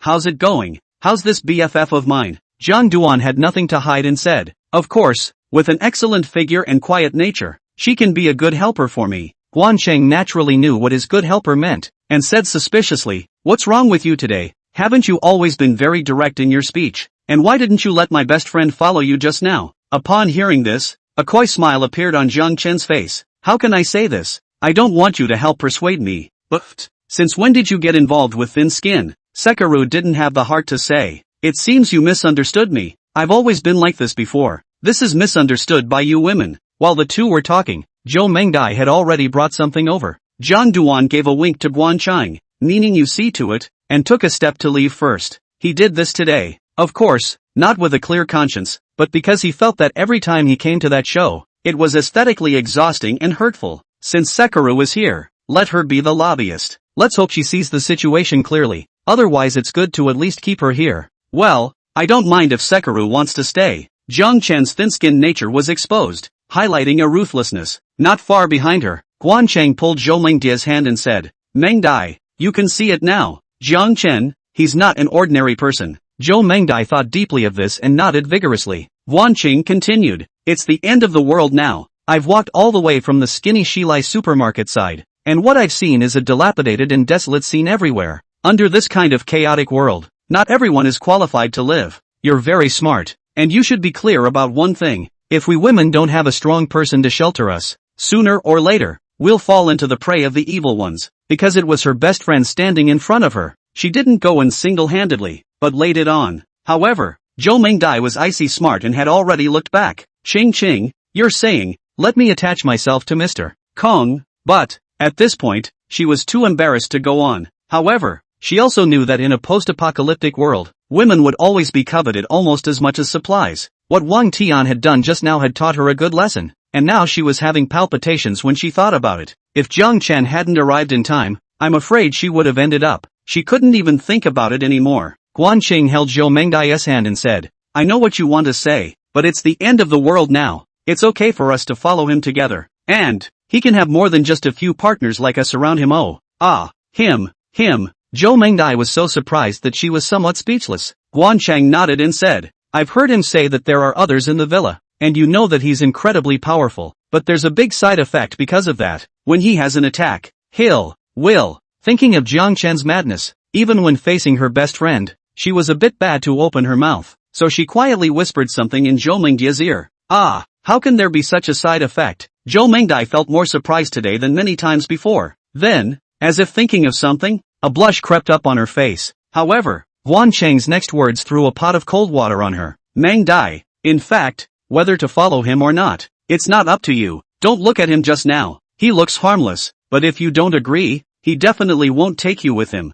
And, probably even I'll be kicked out. There was a hint of dissolving resentment in Guancheng's tone. However, she had figured out this matter before, so she didn't hate Jiang Chen much, just more or less resentful. Zhou Mengdia's pretty face revealed a look of disbelief. She had truly never thought that Jiang Chen had that cold and desperate side. However, when he thought of his decisiveness when he killed Wang Tian earlier, he was relieved again. Immediately after that, she looked at Guancheng with some unkind eyes and snapped, Good you stinking woman. Saying those words, do you want me to have to go with him as well for your sake? From the moment Jiang Chen appeared in time to save her, Zhou Mengdai actually had a good feeling about him. Moreover, seeing the situation today, she could only follow Jiang Chen if she didn't want to turn into a zombie. So, actually, she's accepted that. After thinking about it, she returned to the relaxed mode of spending time with Sekiro. Bah, look at you. You've actually moved on a long time ago, so wasn't I just wasting my breath? No way. I had no choice but to agree because I really pitied you. Shay, you stinking woman. You're lying again. The two women exchanged words for a while and headed towards Jiang Chen's side. On the way, Zhou Mengdai said with a bit of a blush, You just said that he seems to have the ability to devour, and that after devouring other mutated creatures, there will be side effects. So why didn't he have an attack just now when so many zombies were devoured by him? Why? Do you want to see him lose his mind? Sekiro snarked at her best friend again. You stinking woman. I'm talking business. Zhou Mengdai didn't have the good sense to say. Seeing that her face had become a bit more serious, Guanqing said with a straight face, That's because the energy of a zombie is too weak for him, and the side effects after devouring it are minimal. So that's how it is. That's good then. Otherwise it would be a bit scary if he didn't move like that. Woman, why do I get the feeling you're a little disappointed? Not at all. The two women began a new round of sparring. Just then, a sharp barking sound made the two women blanch. With that, Guancheng looked at her best friend with some amusement and said, You woman, you're so lucky. Maybe you'll see him having a seizure in a little while. At those words, Zhou Mengdia's mood was a bit complicated. Chapter 64, It's over, isn't it? At this time, Zhang Duan was still a few dozen meters away from the van because he was pacing over. Hearing a dog barking, he followed the sound and immediately narrowed his gaze slightly, because from the back of the van, dozens of dogs, large and small, came out at once, regardless of size. They looked vicious and covered in undried blood. The one at the head was more than a meter tall and ferocious. Its eyes were crimson, and a strong murderous aura emanated from its body as it bared its sharp fangs at Jiang Chen when it looked at him. Sensing the aura on it, Jiang Chen said with joy at the sight of the hunt, Surprisingly, it's a mutant dog, so I'll just laugh at it. Woof woof woof. That canine king seemed to read the meaning of Jiang Chen's words as a cold aura exploded in the dog's eyes. The wolf team around it, on the other hand, was barking furiously at Jiang Chen. However, the canine king didn't launch an attack on Zhang Duan at the first opportunity, but instead looked at the van. The dog's nose was already very sensitive and he caught the scent of a human in the van. At this time, Lin Yao inside the car had already woken up. She was awakened when the dog barked earlier. Realizing that the dogs were coming, she hadn't dared venture out. However, she wasn't too scared in her heart. After all, Jiang Chen brought her an overwhelming sense of security. What was a few dogs in the area? Man, you have to stub up, or else my old lady will be tired and sore all day, and she will have suffered this sin for nothing. She still had the leisure to ramble on. Just then, there was a loud bang on the van door. Caught off guard, Lin Yao let out an cry of surprise. Outside the car, the canine king landed firmly on the ground. it was surprisingly not low in intelligence. And just now, when it deliberately crashed into the van door, it was actually provoking Jiang Chen. When it landed, its chilling fangs reared up and it looked like it was grinning. That look, as if to say, I jumped so high and scared your woman, have the guts to hit me too. Damn, you're really looking for death. A cold light flashed in the eyes of the distant Jiang Chen when he saw the canine king's movements. The opposite dog king was really disgusting. Not attacking him, but even trying to turn against Lin Yao. It made him grunt in his mind. You guys head back to the RV and come back out when I'm done with the dog. Jiang Chen gave a word of advice to the two women behind him, and his figure had disappeared. Good, good. The two women were still a little apprehensive about seeing a pack of dogs so vicious. But of course, only a little. Like Lin Yao, they had strong confidence in Jiang Chen. Come on, let's go back to the caravan first. Zhang Duan should be able to take care of those dogs soon. Guanxing pulled her best friend beside her and ran back to the RV. At this moment, the mutant dog was not alarmed when it saw Jiang Chen's figure disappear. Instead, he lunged straight for the van's window glass. It wanted to smash the glass and go in first to bite the human inside, because from the way Ginger Dust was acting, he cared about the person inside. Needless to say, the mutated canine kings were all refined and keen on teasing humans. In the place of an ordinary dog, it would have taken Zhang Duan as its first target. Where would there be so many twists and turns? The canine king was extremely fast, and after leaping up, he was at the car window in an instant. Lin Yao in the car even made eye contact with it. Seeing the bloodthirsty gleam in the other party's eyes, she suddenly lost her color. It was also just when the canine king's eyes showed a scowl that suddenly, a foot appeared as if out of thin air and imprinted itself on top of the canine king's doggy face. Its hideous face instantly became twisted and more ugly. Ow. Woof woof. That kick directly sent the canine king flying backwards, and he let out a scream of pain right in the air. It flew out more than 20 meters before it smashed hard on the ground, and after struggling to get up, it barked furiously at Jiang Chen, its eyes filled with a fierce light. At this point, one side of its dog face was swollen into a pig's head, which was comical. Woof woof woof. Seeing that their boss had suffered a big loss, the wolf team screamed furiously while pouncing on Zhang Duan. Ignorant thing, don't you know that I hate dogs the most? Before the end of the world, Zhang Duan once went back to a noblewoman's home to repair the air conditioning. Was her son bites, under the pain of kicking the other side. As a result, he ended up losing a sum of money in turn. From then on, he had a preconceived notion about dogs. With a thought,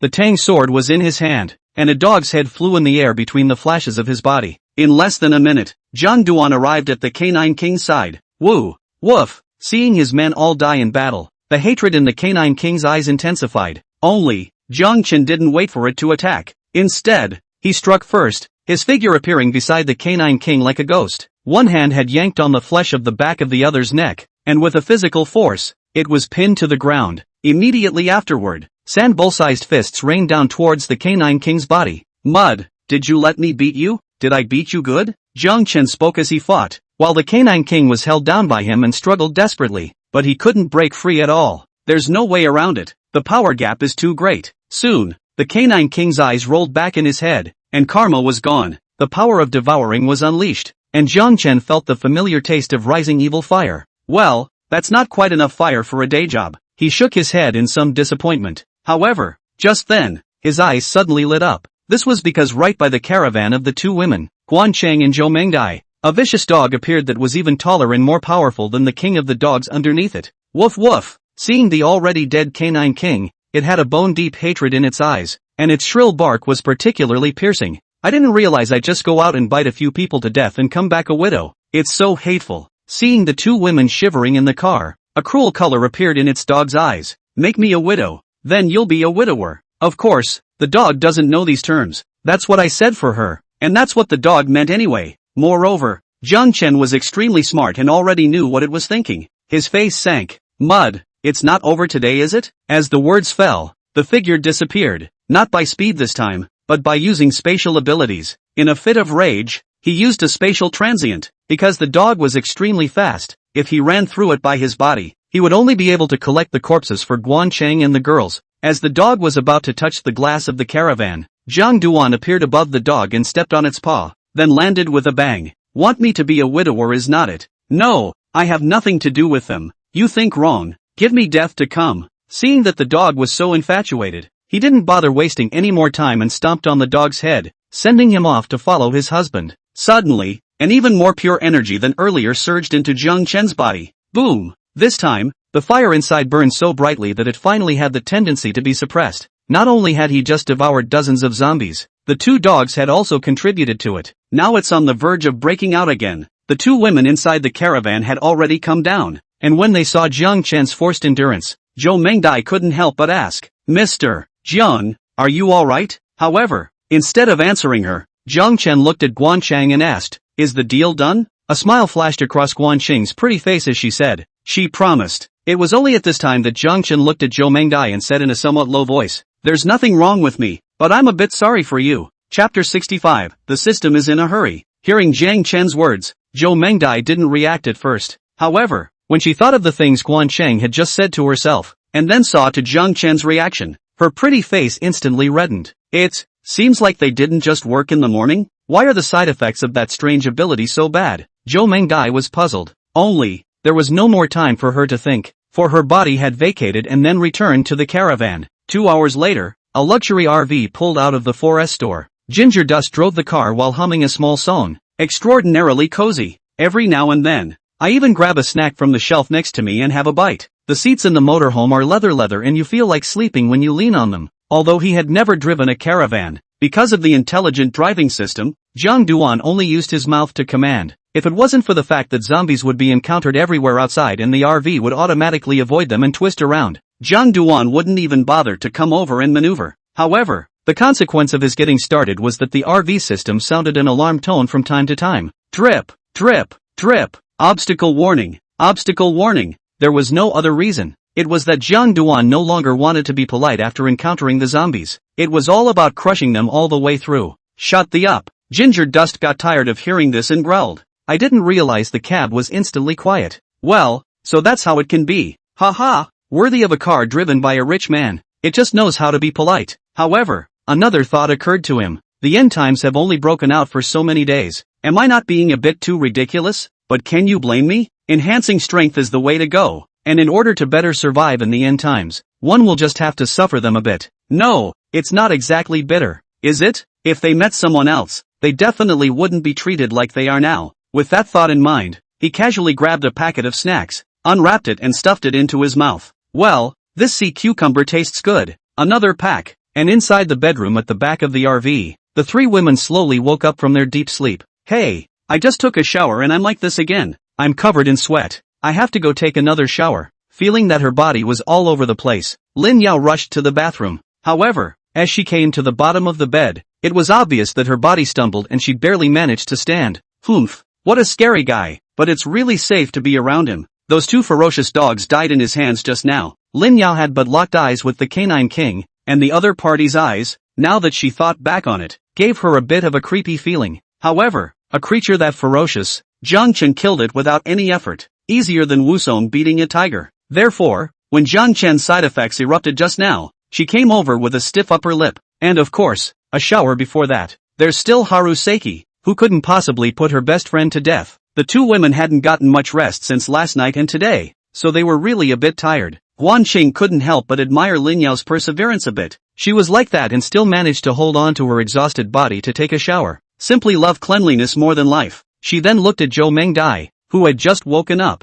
You're awake. How about that? Now you know what I meant by what I said. There was clearly some urgency in her beautiful eyes. Zhou Mengdai said breathlessly, Stinking woman, why do I feel that you are somewhat gloating? Because she was so tired. She just didn't have the strength to even think about scolding Sekiro. Giggle. I didn't. And don't you dare accuse me. I was here yesterday. Then, she changed her words and said, however, this kind of suffering is nothing. You don't know. At this time yesterday, I was still in the car, so hungry that my stomach ached, and I wanted to sleep, but I was surrounded by vicious zombies, and I didn't dare to sleep for fear that after I fell asleep, I would turn into their kind of horrible appearance. When she thought of that horrible experience after the end of the world, there was still a touch of fear in Guanqing's eyes. As in your previous case, when I was on the verge of despair, it was he who appeared, and although he made an offer as soon as he saw me, I agreed without hesitation, because I wanted to live so much. Guancheng reveals her truest self in front of her best friend. Haruka, there's no need to think about those things. Aren't we lying in this warm bed now?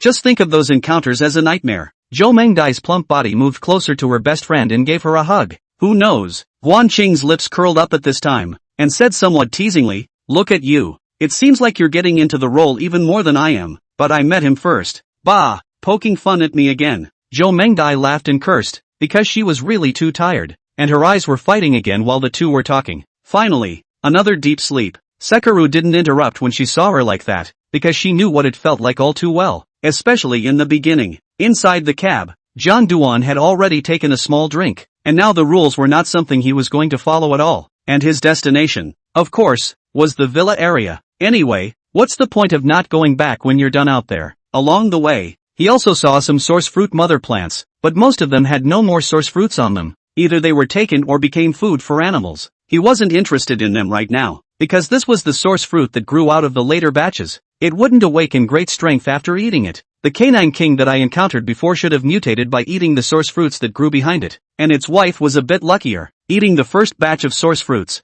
Thinking about it that way, that canine king is probably a rake-eared dog, but it doesn't matter, they're dead anyway. Ginger Dust drank some wine. His thoughts drifted a bit, and the more he thought about it, the more crooked it became. Just then, a voice suddenly sounded in his head, dropping, "Host, I have evaluated your recent performance and found that you are extraordinarily attentive to human females, especially beautiful females. Now that a beautiful human female is about to be harmed, need to use the grant you received earlier to search for her location?" Ginger Dust froze, then broke into a fit of rage. "Scram! I'm happy, don't spoil the fun for me, okay? This broken system of yours, what the hell is the assessment? Am I interested? I have no choice. Okay, and what's with the previous giveaway? What the hell was that taken at first blood? According to your math I'm at 5 kills now and you're just so stingy you don't give more stuff." Every time the system appeared, Jiang Chen was furious at the thought of its incompetence. If it was a little bit more flexible, I wouldn't have to come out all the way to look for supplies. I'd just lie down in the villa. Wouldn't it smell good? Moreover, why did he feel that this system was a bit unorthodox? Is it the same as Windjammer? It's only like this after following him. Aw shucks, where is this going? Sorry, the system is currently in the energy storage stage and can't waste energy, so the giveaway is only one time. This time, without waiting for the system to finish, Jiang Chen opened his mouth again. "So what do you say? I don't use that feature of yours anymore. And pretty women, as pretty as my friends in the RV? Host, that human female's name is Meng Qingyue." Jiang Chen clearly felt that the system was a bit arrogant when it said this. It's like saying, "I'm just going to say a name, so you can experience it for yourself." This pissed him off and said, "So what if Meng Qingyue? Love it." The system was actually fighting with him. The key was a waste system. Say what you will to cure it. Host, don't get excited. Here's the deal. I'll gift you an extra 10 kilometers of search range once. No more. I really need the energy to replenish. You'll know how fragrant it is later. After saying that, it seemed to be afraid of Jiang Chen's refusal as if it had already reported Meng Qingyue's location. Chapter 66, Meng Qingyue's Crisis. Jiang Chen instantly sensed that something was wrong. Mud, you already know that the other side is in danger. You must have used all your searches, and you're still here haggling with me. What kind of crappy system is this? Jiang Chen had the urge to curse his mother. He really couldn't figure out what the system could do besides searching down beautiful human women. What a real scent. My ass. It's weird to believe you. However, with curses on his lips, he had already turned the car around and headed towards the location given by the system just now. Just now, when Jiang Duan and the system were fighting hard, he hadn't really thought about it so much. Meng Qingyue encountered danger just as she had encountered it. There are so many people like that in this world today, how can he save them? However, at this point, knowing where she was, the idea was different again. Meng Qingyue at that time a glimpse, let me amazed, if really dead, indeed a pity. The key is not to let the space inside those Chongsams lose the owner. At this time, inside the presidential suite of a 5-star hotel, Meng Qingyue stood in front of the floor-to-ceiling window, looking out, with an inextricable haze in her eyes. The young bodyguard who had followed her out the door stood beside her. However, the beautiful secretary with glasses was missing. The hotel is located in a secluded area in the suburbs, and the presidential suite is on the upper floors with an unobstructed view of the outside. However, what used to be a beautiful and secluded environment is now a post-apocalyptic scene. Looking down from the floor-to-ceiling windows, there was a wide expanse of grass, with ugly-faced zombies scattered across the site. Unconscious and at the moment unable to find fresh blood food, they could only wander aimlessly across the grass, and in the dense woods in the distance, a large, black-bodied bird of prey suddenly leaped out, and on closer inspection, it turned out to be a thrush. Only, at this time, it was tens of times larger in size. Moreover, from a long distance away, one could feel the ferocious gleam in its eyes. Just as the thrush was about to pierce the sky and spread its wings, the tail of a giant python wrapped around it as fast as lightning. The python's tail was as thick as a bucket of water, and the force was immense. The thrush's massive body was surprisingly pulled down alive. It let out a sharp sound that pierced one's eardrums, and its sharp beak pecked fiercely on top of the python's tail, splattering blood all over the sky. The tail, however, did not loosen, but rather became tighter and tighter, pulling the thrush back into the forest with a disgruntled cry of dismay as the branches and leaves tumbled. Such a terrifying sight fell into Meng Qingyue's eyes, causing the shade on her face to intensify. Is this really the end times? Even though she was always calm, at this moment, her heart was also a little bit in a state of disarray. Hearing her say so, the youth said in relief, "Sister Meng, it's only been 3 days. Maybe there's still hope. Even if it's really the end of the world, I'll still protect you." His attitude towards Meng Qingyue was very respectful, and his eyes showed a look of determination. Thank you, but if it's really the end, run for your life." The youth sniffed, a little sharply, and was about to reply. Just at this moment, a rough and hoarse voice interrupted the two's conversations. "Mr. Meng, I called again just now, and there's still no word. It seems like we're really in big trouble this time." After Meng Qingyue turned around, she saw a bloated, fat-headed 50-year-old man come to her side. The man's gaze was a bit shady, but when he saw her, a smile was piled on his face, quite gentle. However, there was a flash of greed in the bottom of his eyes. Behind him, there were also 3 bodyguards. The aura emanating from their bodies was not as good as the youth's, but it could be seen that they were also a good hand. The youth Xiaoluo saw the person on the opposite side of the room and his eyes showed a wary look. Meng Qingyue regained her calm and self-contained demeanor at this point and looked at the man and said, "General Manager Zhang has taken the trouble, but in my opinion, just wait a little longer and someone will come to the rescue." She had been in the shopping mall for a long time and was used to seeing people of all colors, and the greed that Mr. Zhang had just shown did not escape her eyes. Inadvertently leaning towards Xiaoluo's side, the other party was extremely in tune with her, and there was a little more caution in her eyes. "This Mr. Zhang is from Haichang. Not as simple as it seems. The way he started is not very clean. If it wasn't for the fact that there was indeed a big project to talk about with substantial profits, Meng Qingyue wouldn't have answered the appointment to come to the hotel to talk about things. Only, I didn't realize that after the end of the day, they were all stuck in a hotel. Not only outside the hotel, there were zombies on every floor. Even Meng Qingyue's secretary had mutated and died at the hands of Xiaoluo. Ha ha ha, Mr. Zhang came all the way here. He's not familiar with the place. He lost his temper a bit just now. I hope it's just as Mr. Meng said. Then, he turned his words around and said, however, it's been 3 days, and we don't have much food left, so we'll have to venture down to gather food. Speaking here, he looked at Xiaoluo and smiled. I wonder if brother can come with us. He said it politely, but Lo's attitude was a little worse. I'm going to stay with Sister Meng. This time you guys go ahead and look for food. Next time we'll do it. Koro's words came out loud and clear. Mr. Zhang didn't seem to be angry. Instead, he shook his head and said, I'm just proposing. Naturally, I won't let Mr. Meng take the risk. The food will just be found by us. However, the 3 bodyguards behind him, staring at Xiaoluo, were not kind. Meng Qingyue sensed the other party's dissatisfaction and was about to reply. It was also at that moment that a stirring came from downstairs in the hotel, and the hissing of the zombies was clearly a few decibels higher than before. What's going on? The sudden change made Meng Qingyue turn around and look outside, only to see that on the road in the distance, a huge-sized caravan arrived quickly, brutally crashing over a dozen zombies that blocked the road, and it didn't stop all the way, obviously rushing towards the hotel. It was like stirring up a hornet's nest as the zombies smelled a blood meal and hissed as they converged on the RV. Although Luo was always on guard, she still lost her concentration for a moment. It was also at this moment that a look of ruthlessness appeared on Mr. Zhang's face. What a godsend! The next second, the bodyguards behind him stormed out. 2 of the bodyguards, a short blade slipped out of their sleeves and viciously stabbed towards Xiaoluo's chest and neck. Look out! A sudden change occurred, and when Meng Qingyue turned around, she saw that the 2 bodyguards had already arrived in front of Xiaoluo. Xiaoluo's reaction was extremely fast. The moment Meng Qingyue cried out in shock, his body, out of instinct, leaned back, his right palm braced on the ground, avoiding the 2 deadly attacks. He then fired his legs and stomped on the floor, sliding his entire body out towards the back. With his solid skills, he dodged the attacks of the 2 bodyguards with seemingly ease. At the same time, a cold light flashed in his eyes, and he stood up straight with a carp, surprisingly taking the initiative to attack towards his opponent. A rat who just knows how to sneak attack. What a disgrace! Xiaoluo let out a furious cry from his mouth, his eyes as sharp as knives, and had already arrived in front of the 2 bodyguards. accurately holding the hand of one of the bodyguards holding the knife, while his knee ruthlessly pushed into the other's abdomen.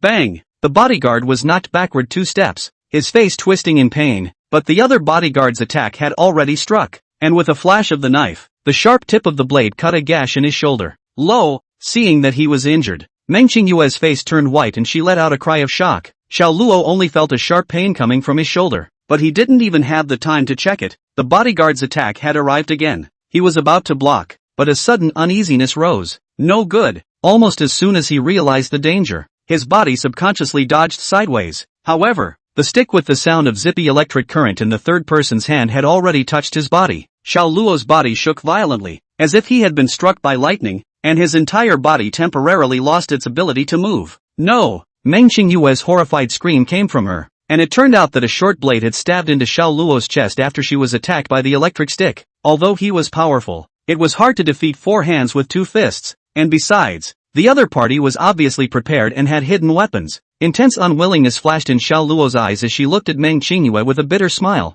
Sister Meng, Meng Qingyue's face was pale and she looked in shock at Xiao Luo, who had already collapsed to the ground before she finished her sentence. Then her beautiful eyes looked at Zhang Song again, filled with anger. Why did you do that, Mr. Zhang's face had long since torn off his previous disguise, and he slowly walked towards Meng Qingyue, his gaze sweeping over her delicate body with undisguised greed. Hey, Mr. Meng, the end times are here, and you're still asking me why I did that. Isn't that a bit ridiculous? Well, since you want to know, I'll tell you. How can I get you if I don't kill that kid? As he spoke, he had already stretched out his hand and touched towards Meng Qingyue's cheek. I advise you, don't resist or I don't mind having my men teach you a lesson. It wouldn't look good for such a pretty beauty to have a few injuries on her body. Meng Qingyue took a few steps back and was already next to the floor-to-ceiling window, clenching her teeth and angrily rebuking. Even if I die, I won't do what you want. Mr. Zhang, however, was not amused and smiled heatedly.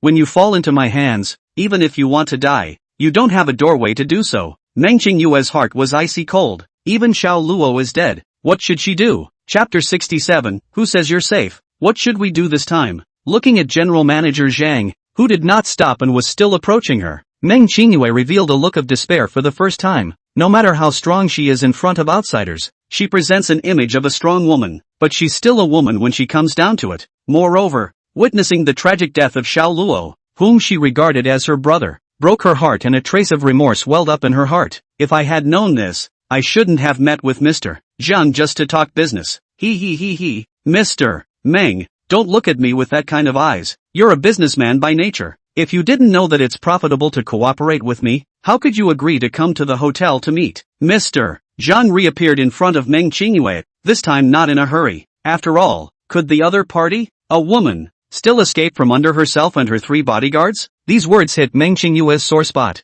She was able to have the stature she has today, and she can't convince people without a bit of an iron fist. Moreover, she valued benefits extremely highly, which was why she decided to talk about cooperation with Mr. Zhang, who had a bad reputation. Seeing Meng Qingyue fall silent, grimly refusing to speak, a smug smile appeared on Mr. Zhang's face. How is it, Mr. Meng? Have you figured it out yet? You're a smart woman. You know how to judge the situation. You won't do business that loses money. The situation in front of you, you should know what to do, right? It's the end of the line anyway. What's there to hold on to? Promise me it'll be a lot less painful. He's still there to follow his lead. It couldn't be helped that the woman in front of her used to be cold as ice, shutting people out except to talk business. It was easy to favor such a person, and it was easy for a man to feel the urge to tear the mask from her body. Mr. Zhang was not a good bird in the first place, and ever since he saw Meng Qingyue, he teared up and pondered on how he could conquer the woman in front of him. Now that we're looking at success, we have to say some nonsense. However, at this time, Meng Qingyue had already regained her cold face. Her beautiful eyes looked coldly at General Manager Zhang and said, I still say that even if I die, I won't let people like you have your way. Bah, boss, don't talk nonsense with her. Let's grab her. Just let go of your hand and exert yourself. Let's see if she's still tough. The bodyguard who had just been kicked in the stomach by Xiao Luo's face was a little pale, and he naturally spoke in a nonchalant manner. Another bodyguard who had just used the electric baton to get credit for his work chimed in. Boss, a car just came in downstairs. I'm afraid there's been some kind of change, so it's better for you to say less and do more. The 2 bodyguards could be said to have realized the essence of villainy. It's not like they haven't read the novels. Often good things are spoiled by talking too much. The corners of Mr. Zhang's mouth twitched as he cursed. Doesn't Lousy know this? I want you guys to talk more. The words fell out of his mouth, and he was running out of patience. Ha. Looks like you're not willing to give in, so I'll just have to do it myself. As he spoke, he closed in on Meng Qingyue again. The standard disgusted grin was on his face. Meng Qingyue was ready to bite her tongue and kill herself, determination showing in her eyes. However, it was at this moment that the door of the room was unexpectedly opened, and a figure flashed in before closing the door once again. The hissing of zombies could be heard from outside. Mud, it's really true that my little brother said it. Why did I just bull **** so much? Mr. Zhang cursed and looked angrily at the door. The three bodyguards looked at Mr. Zhang, revealing an expression of letting you grind. Then, with the same unimpressed gaze, he looked at the uninvited guest in front of him. Meng Qingyue was already prepared to kill herself, but when she saw that there was still a change of heart, hope flared up in her eyes and her beautiful eyes shone brightly as she looked at the visitor. It was a slender and upright youth, very handsome, with a smile as warm as the spring breeze on his face. As for his hand, he was holding a room card. It was none other than Jiang Duan. As for the room card, he met a surviving hotel staff member after entering the hotel and asked her to help him get it. Seeing the crowd inside the room, he said with a slight apology, "Sorry, the zombies chased after me in a hurry just now and moved a bit too much. I didn't disturb you guys, did I?" The room froze at these words. Immediately afterward, Mr. Zhang cursed out angrily, "Kid, you're blind. Of course you're disturbing my old man." As he spoke, he had winked at his three men. The bodyguard understood and slowly leaned towards Jiang Chen. However, Jiang Chen sniffed and laughed. "That's good. Let me guess. Did you just say a lot of nonsense?" The words practically poked at Mr. Zhang's lung tubes. "Him? How do you know? Bah, give me to get him dead." Mr. Zhang's face grimaced as he ordered his men. However, he added, "Catch him first, then throw him out the window for me." It wasn't like he was a little cutie. Already knew that Jiang Duan had deliberately come to pick a fight. The only way to calm his anger was to let him die a horrible death. "Boss, bear with us for a while. We'll be able to take care of this brat in no time." It was the bodyguard with the electric baton in his hand who spoke. "That's right, boss. Even though you made a mistake just now, we'll be able to make up for it with us stepping in." Another bodyguard chimed in. "Mud, since when are you guys so full of crap? Hurry up and do it." The corners of Mr. Zhang's mouth twitched as he let out another angry cry. These three henchmen had been with him for quite a few years, and had done a lot of evil deeds for themselves, and had gotten used to using them. But, as an old man, sometimes he just talks too much. "Don't be angry, boss, we'll do it now." Just as soon as the words were finished, they let out miserable screams one after another. It turned out to be Jiang Chen who saw that they were ready to make a move and had already come to the three like a ghost. The tang knife struck out, bringing up 3 pieces of blood rain, and the 3 bodyguards fell down with their necks covered. There was not even a chance to account for the last words. "If I didn't respect the man who was going to die, I wouldn't bother listening to your nonsense," Ginger Dust said indifferently. If this sentence were to be heard by those who had been killed by him before, they probably wouldn't be able to keep their coffin boards down. Doe, in particular, would have jumped up and hit him. However, Jiang Duan's main fight was a follow your heart. Whatever they thought,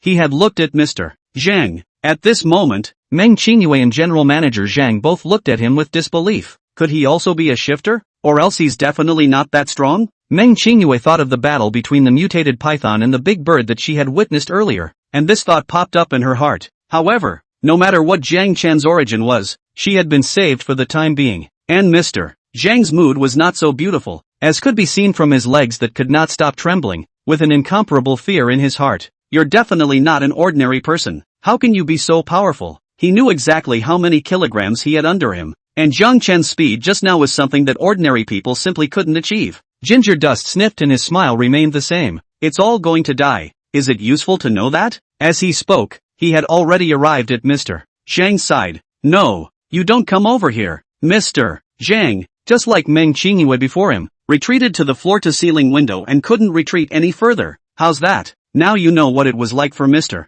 Meng just now. I, Jiang Duan, can't stand to see men bullying women." Ginger Dust had already mentioned Mr. Zhang. "Let go of me. What are you doing? Of course I'm throwing you off. It's your choice to die." As the words fell, he had already carried Mr. Zhang to a window without saying a word, opened it and threw him down. The movement is so skillful it hurts. Ah! The screams were extraordinarily harsh. Jiang Duan just clapped his hands and returned to the door of the room, saying with concern, "Mr. Meng, I didn't scare you just now, did I?" seeing the other party's exquisitely beautiful face. He couldn't help but praise it in his heart. I'm fine, thank you for saving me. I thought I was all going to die, but you showed up at the critical moment to save me. I really appreciate it. As she spoke, she looked at Xiao Luo's body on the ground and flashed a flash of grief. Afterwards, she looked at Jiang Chen and said, "You're the one who got me out of danger. How much do you want? Name your price." A statement that reveals her businessman's face, in which she looks as if everything can be solved with money.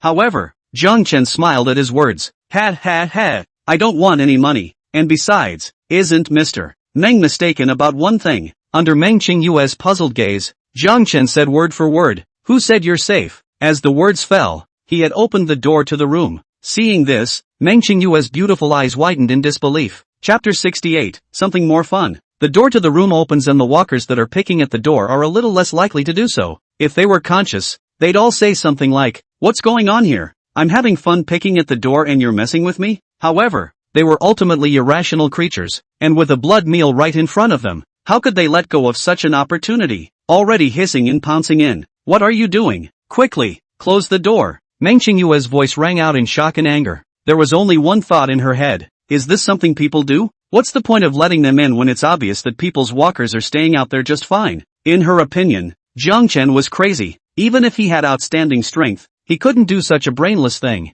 Roar! Zhang Duan was standing right at the door, and the zombies were of course treating him as their first target. However, he sidestepped his opponent's attack with a single sidestep. Then, what happened next was a scene that made Meng Qingyue's jaw drop. After dodging the first zombie, Zhang Duan moved without stopping and lifted his foot to kick at the body of the second zombie. With his strength today, just a simple kick was powerful. The zombie was kicked in the chest and flew backwards, knocking down the zombies that were about to come in behind it. Afterward, Jiang Chen reclosed the door to the room. "Sorry, there's only one spot available, so you'll stay out here for now and come in only when you're needed." As Jiang Chen spoke, he was attacked by another round of that lucky zombie. This time, instead of blocking his opponent, he did a sweeping kick that knocked the walker to the ground. After getting up, he raised his foot and stomped on his opponent. The zombie struggled frantically, but Jiang Chen's leg was so forceful that its resistance was of no use at all. Afterwards, Jiang Chen looked at Meng Qingyue. Seeing that her eyes were full of doubts and incomprehension, he smiled and said,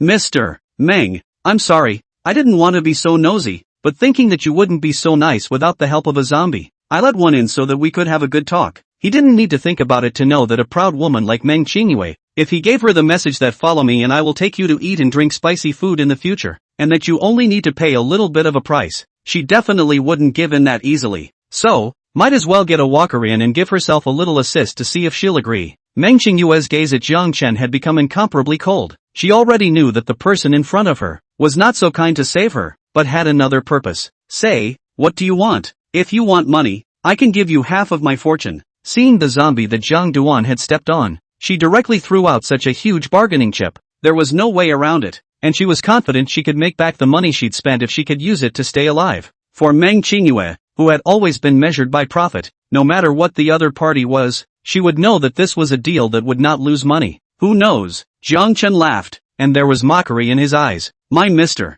Meng, it's been so long, can't you see clearly that this is the end times? Or rather, are you unwilling to see it clearly? Because if it's really as I said, all your previous endeavors will be a passing cloud." Meng Qingyue's body trembled as Jiang Chen's words directly hit her sore spot. Fingernails pinched deep into her palm. She stared at Jiang Chen dead in the face, her red lips trembling as she said, "Shut up. Who are you to say that it's the end of the world now, and that everything will pass, and go back to the way it was before?" In fact, she was so smart that she already realized that the world had changed when she knew that no one had even come to rescue her and that there were a lot of scary creatures. But as Ginger Dust said, she didn't want to believe it. As a woman, from starting from nothing to sitting on tens of billions of dollars in assets, she has put in efforts that ordinary people cannot understand. But in the end, it isn't empty. It would be hard for anyone to accept. Seeing a hint of madness on her face, Jiang Chen sneered. "It seems that I've hit the nail on the head. You're still really unwilling to accept the truth. But that's none of my business. I just want to ask you one question now.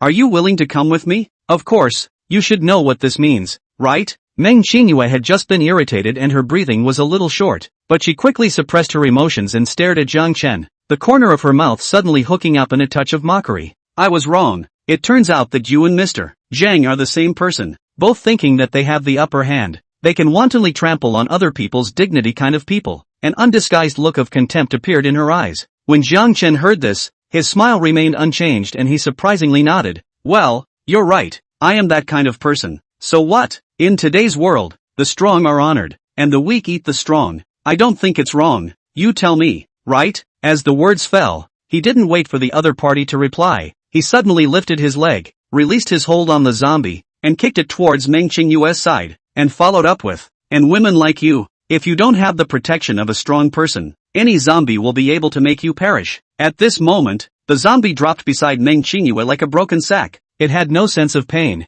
so even though the bones in its body were shattered and its body was unable to stand upright, it looked at the blood food that was close at hand, stood up swiftly and hissed as it pounced on Meng Qingyue. The fishy stench entered her nose, and then her beautiful eyes were filled with the hideous and gruesome faces of the zombies, causing Meng Qingyue to lose her color. At this moment, her previous kind of composure and calmness had disappeared, and after experiencing multiple changes, her heart gradually became a bit fragile. Subconsciously stepping back, she made her way back to the floor-to-ceiling windows. Only, the speed and agility of the zombie was simply not something that a weak woman like her could compare to, and in just a split second, it had already arrived in front of her body, and was about to tear up. Help! Help me! She almost subconsciously shouted the words. Then, in the very next second, the walker took off into the air and fell to the ground on the far side. As it reappeared to pounce, it was again stepped on by Jiang Chen. He looked at Meng Qingyue and said with a smile, Mr. Meng, now how have you considered it?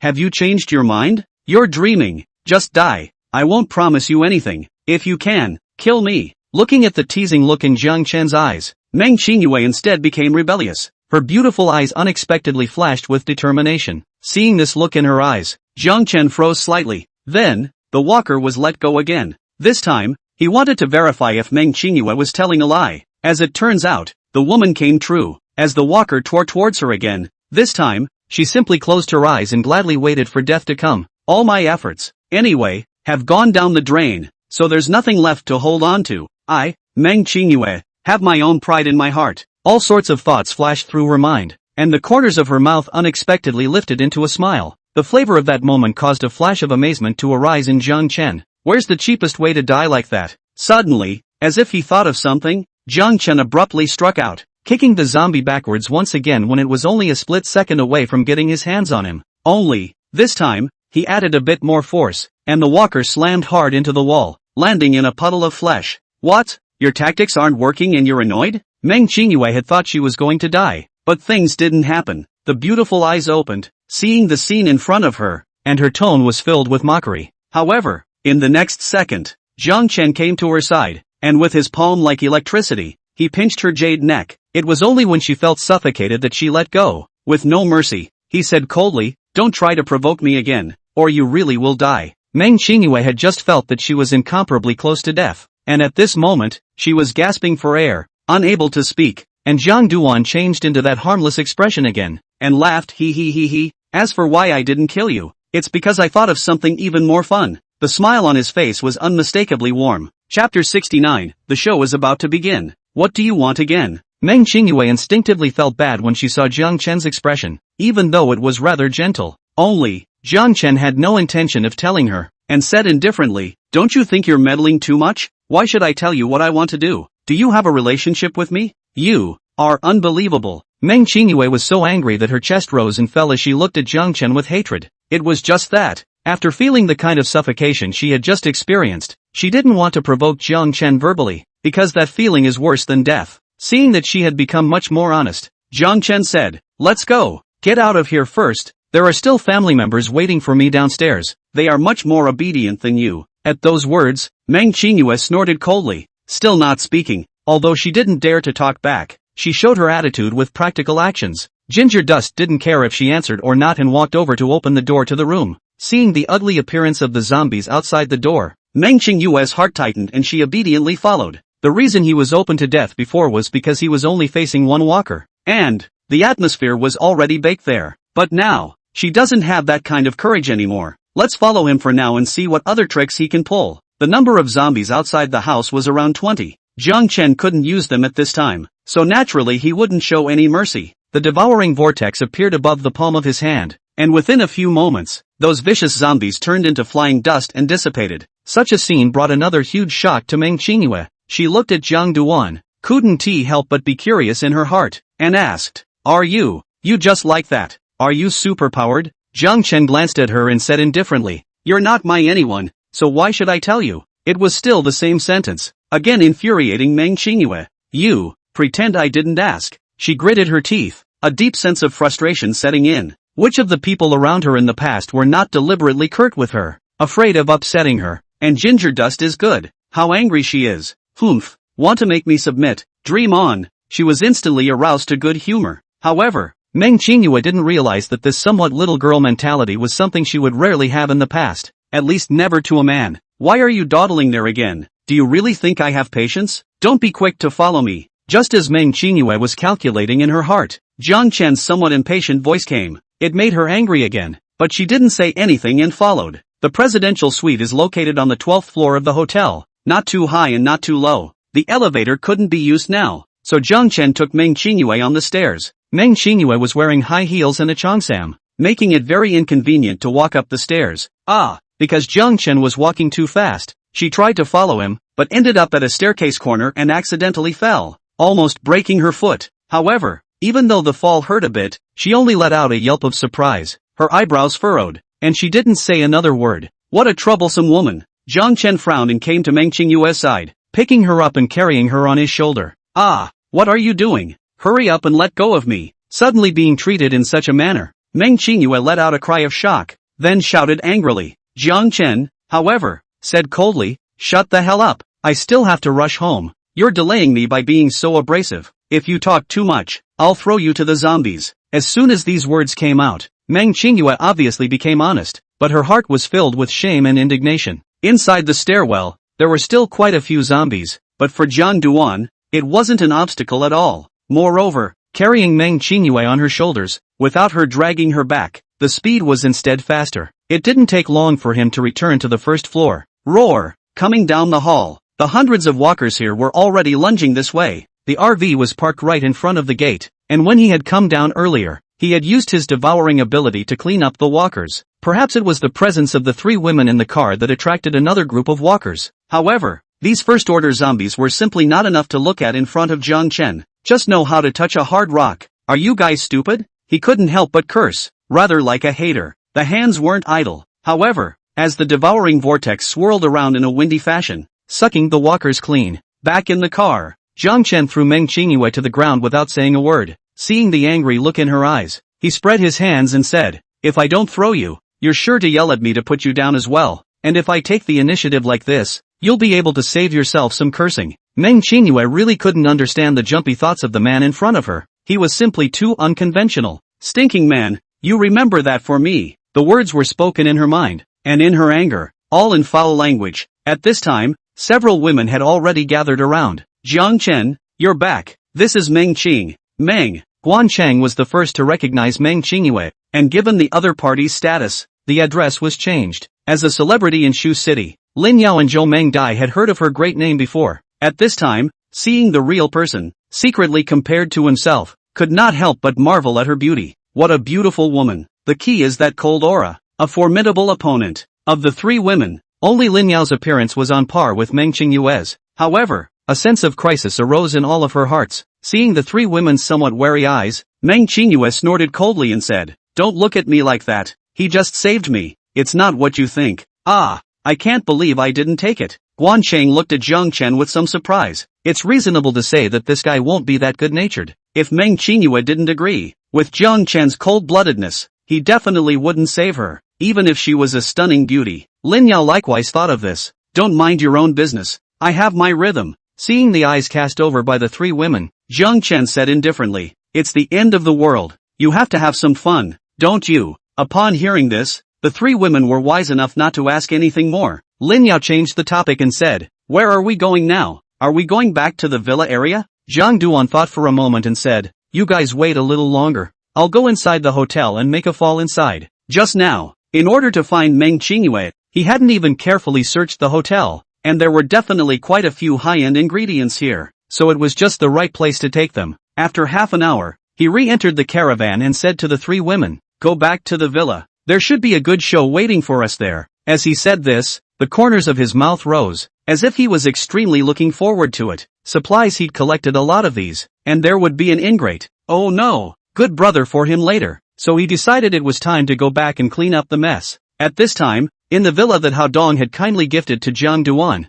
Ding Qian and Lu Ting had started another round of secret talks in the kitchen. I told you, that asshole left a long time ago, and even if those two women don't show their faces, I'm 100% sure of it. Lu Ting's beautiful eyes sparkled as she said, then what are you waiting for? Hurry up and get the word out. Ding Qian was a little impatient. That's for you to say, I've already done it. I just don't know those people in the villa, whether they have the guts or not. Speaking of those people, Lu Ting had some contempt in her eyes, but she also carried a bit of expectation for them. Ha ha ha, there's such a thing. That kid called Zhang Chen turned out to have sneaked out and left two big delicate beauties in the villa. If he wasn't a little cutie, I'm just retarded. Chen Gang ate his steak and admired the photos of Kong Shui and Hikurun attached to his cell phone message with greedy eyes. A stewardess and a big star. Both are superb. Chen Gang, will take them. But well, we still have to wait and see if anyone else does it. It has to be foolproof. As he spoke, he took a hard bite of the steak on his knife and fork. Chapter 70, The Avengers. At the same time, the neighborhood owners of the group inside is also a buzz of discussion. The man's out. Don't you dare break into his villa. He's sure to come back and amuse us anyway. This is indeed an opportunity that will not come again if we miss it. Don't ask us. Dare you yourself? The one who spoke first replied dryly. I wouldn't dare. Then there were a lot of new messages added to the group all at once. All voice. Damn you. Then you say a hammer. You asshole thing. Amuse us? I usually seldom swear. Mud. You've made me break my fast today. Dog. However, after waiting for those people to get comfortable with cursing, that person then said, you bunch of losers who only know how to shoot their mouths off. If I don't dare, naturally someone else will. As soon as these words came out, someone immediately asked, tell me, who is he? The man didn't hide it anymore and said, that man is Lu Chuanji's brother-in-law, a contractor, and I happen to know him and his men. Just a moment ago, he sent someone to come outside the villa area and contacted me. I told his men about what happened to his sister and brother-in-law to add fuel to the fire, and the other party broke into a rage, saying that he would soon bring his big brother over. The man said to the crowd as if taking credit, great, those guys who did the construction work are a force to be reckoned with, and if there's a lot of them, there's a real chance they can take out that guy. At those words, some people felt incredibly uplifted, and others felt much the same as he did. That's natural. I told you that guy is very powerful. Zombies are no match for him. That guy said he would bring 30 or 40 people. At once, the group chatted even more enthusiastically, and they all began to talk about what exactly should be done with Jiang Duan. At this moment, a few kilometers away from the villa area, a fleet of a dozen cars swaggered towards the villa. Inside a large displacement SUV in the center, on the back seat, an old man with a somewhat thin description and a scarred face was talking about things with the youth beside him, and it was clearly Jiang Chen's old acquaintance, Xia Lipue. From time to time, he looked in the direction of the villa area, his eyes showing a cold light. Dog, I hope you're still inside the villa. My grandson will make sure you know how painful it is to be alive. Next to Xia Li stopped was a youth with a robust body and thick, dark eyebrows, with a stern look flashing in his eyes from time to time. The second Grand Master. The ferocious light in his eyes intensified as he shouted out the epithet. Xia Li stopped, his body trembled, realizing that the other parties seemed to hate this name, and shyly said, Xia Dong, it's the end of the world now. Seniority and all that doesn't matter. You don't have to be so courteous to me. Just call me whatever you want. Upon hearing this, the youth named Xia Dong nodded his head in satisfaction and said, Brother Xia, I hope what you said wasn't adulterated. That brat is still in the villa area, and he's also hiding his beauty in a golden house, getting quite a few beautiful women inside the villa. Hearing his name, the corner of Xia Lipue's mouth twitched, but he patted his chest and assured, this matter is not too far from the truth. When I ventured out, he had already wreaked havoc on the big stars and stewardesses. There are still quite a few beauties in the villa area. With his lustful nature, he will definitely stay. When he thought of what Jiang Chen had done, his teeth clenched. That would have been my treat. He and the big man had beaten each other up that day, and each had left dragging no small amount of injuries, needing to fight again in the coming days. Then, back to the cottage area ready to get back to work. During the zombie crisis, he survived with a powerful grudge against Jiang Chen, hid in a villa where the owner was out, and heard quite a bit about Jiang Chen. Just yesterday, he stole the villa owner's car and left the villa area just to try and see if he could find Xia Dong. He lives on the outskirts of the city, and there's a good chance he'll survive. As soon as we find help, revenge is possible. He hated Jiang Chen to the bone, and he would try even the slightest hope And what made Xia Lipue happy was that this eldest grandson had awakened his psychic abilities just like Jiang Duan. So much for that. However, he hid the fact that Jiang Chen had several fruits for fear of scaring his good grandson, and then he used a beautiful woman as a temptation to persuade him to come over and clean up Jiang Chen. That's good. If I can kill him, I might be able to fetch the crystal core. Moreover, Kong Shui that's my dream girl, I must get her. As he spoke, he had an extra crystal core in his hand that he had inadvertently gotten from a zombie he had killed. Xia Dong was quite good at learning by example, thinking that since the zombies had it, there was also the same within the body of the alien. If he could get it, his strength would undoubtedly increase. As for whether or not they could deal with Jiang Chen, how would they know unless they tried? Besides, he's got a bunch of henchmen. Thinking of this, source power surged from his body, and a wind blade flew out swiftly, cutting down a bull-thick tree beside the road. Seeing the effect, he had quite a smug look on his face. Elder brother Xie, what a good tactic. That Jiang Chen will only kneel and beg for mercy when he meets you. Jealousy and hatred inadvertently flashed in his eyes as he said this. If I hadn't been robbed of the source fruit by him in the first place, I would be such a superpower. Where would I still be able to hold back and not even be a second master anymore? Xia Li Stop's heart was as hateful as the sea. Soon after, the convoy was less than a kilometer away from the villa area when it suddenly stopped, because they met another team here.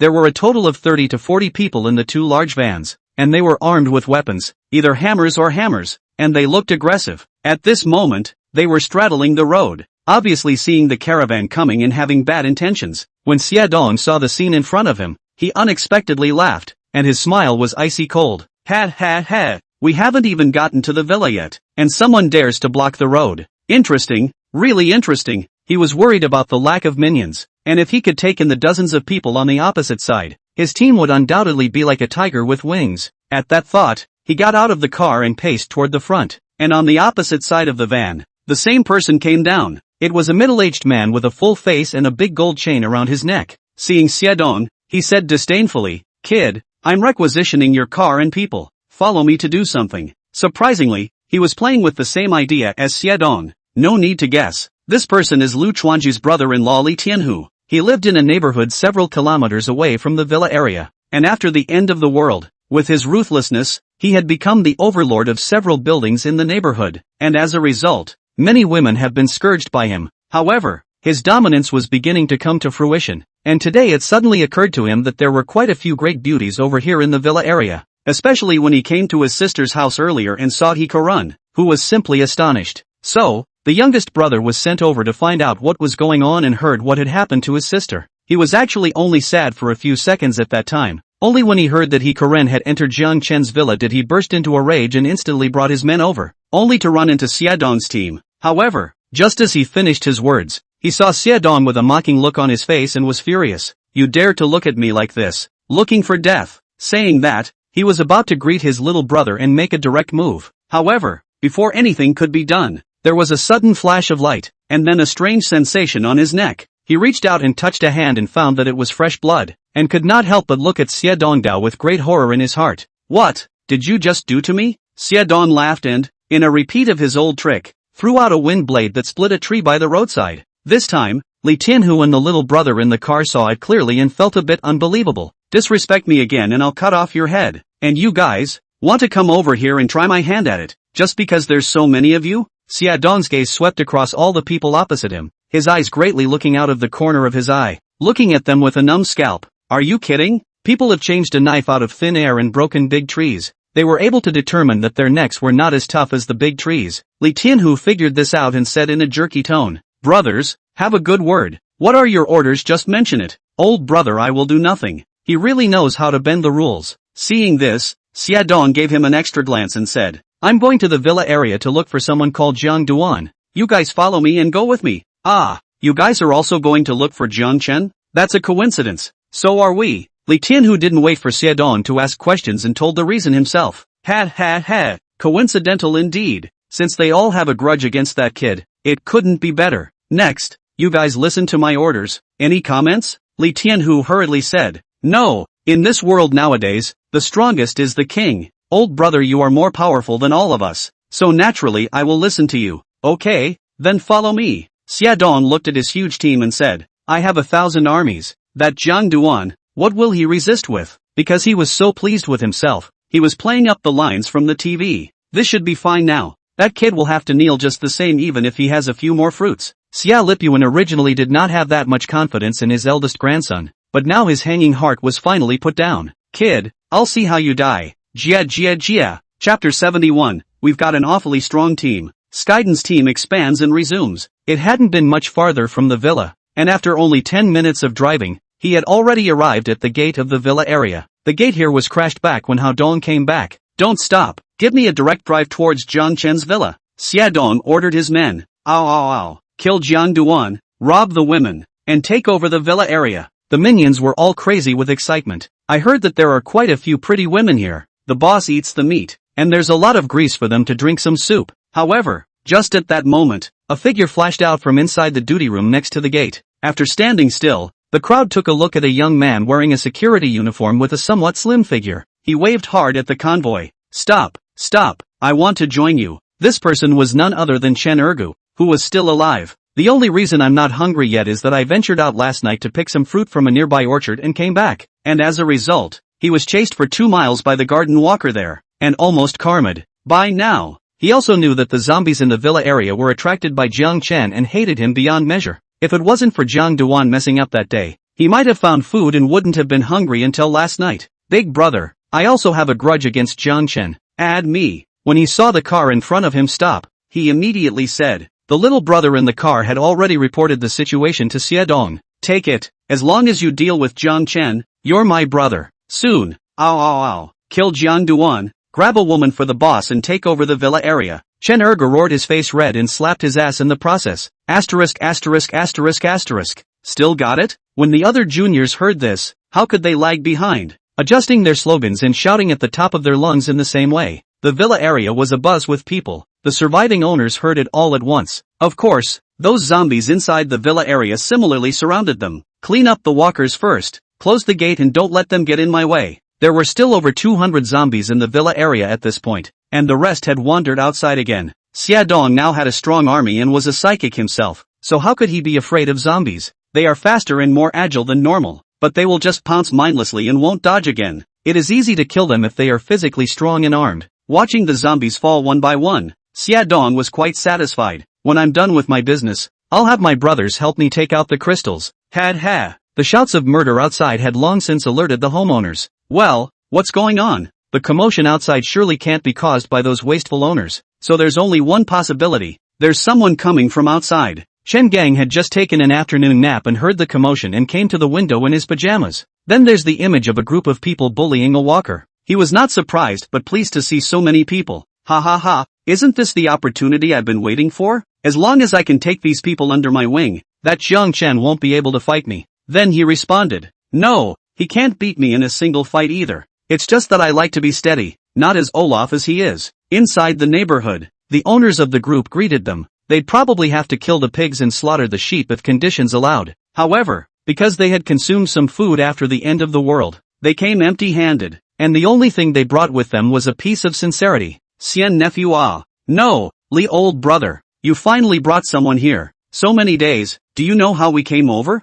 That Jiang Chen, simply not human. This person was the same one who had tipped off the group, and would definitely not be a stranger if Jiang Duan was here. This man's name was Lu Yingda, and it was he and Shen Gang who had requested Jiang Chen to find food for him that day, only to be rejected. As a result, he held a grudge against Jiang Chen, which led to this ventilation. Hearing him say this, the others chimed in. That's right, don't you know, that Jiang dust bullies men and women, takes away supplies, and is a complete bandit. The crowd, with your words and my words, portrayed Jiang Chen as 10 evil demons. As a result, Li Tianhu took a look at them and just said indifferently, I doubt you guys are cursing me because this is something I've been doing every day lately. In a word, it's a juggernaut. Each of those rich and famous people had their mouths open and were rendered silent. At the same time, the body trembled a little. Have they invited another demon? But even then, there's no going back. Well, I didn't come here to listen to your grievances, and besides, you're looking for the wrong person. That's my big brother. You can just call Boss Xia.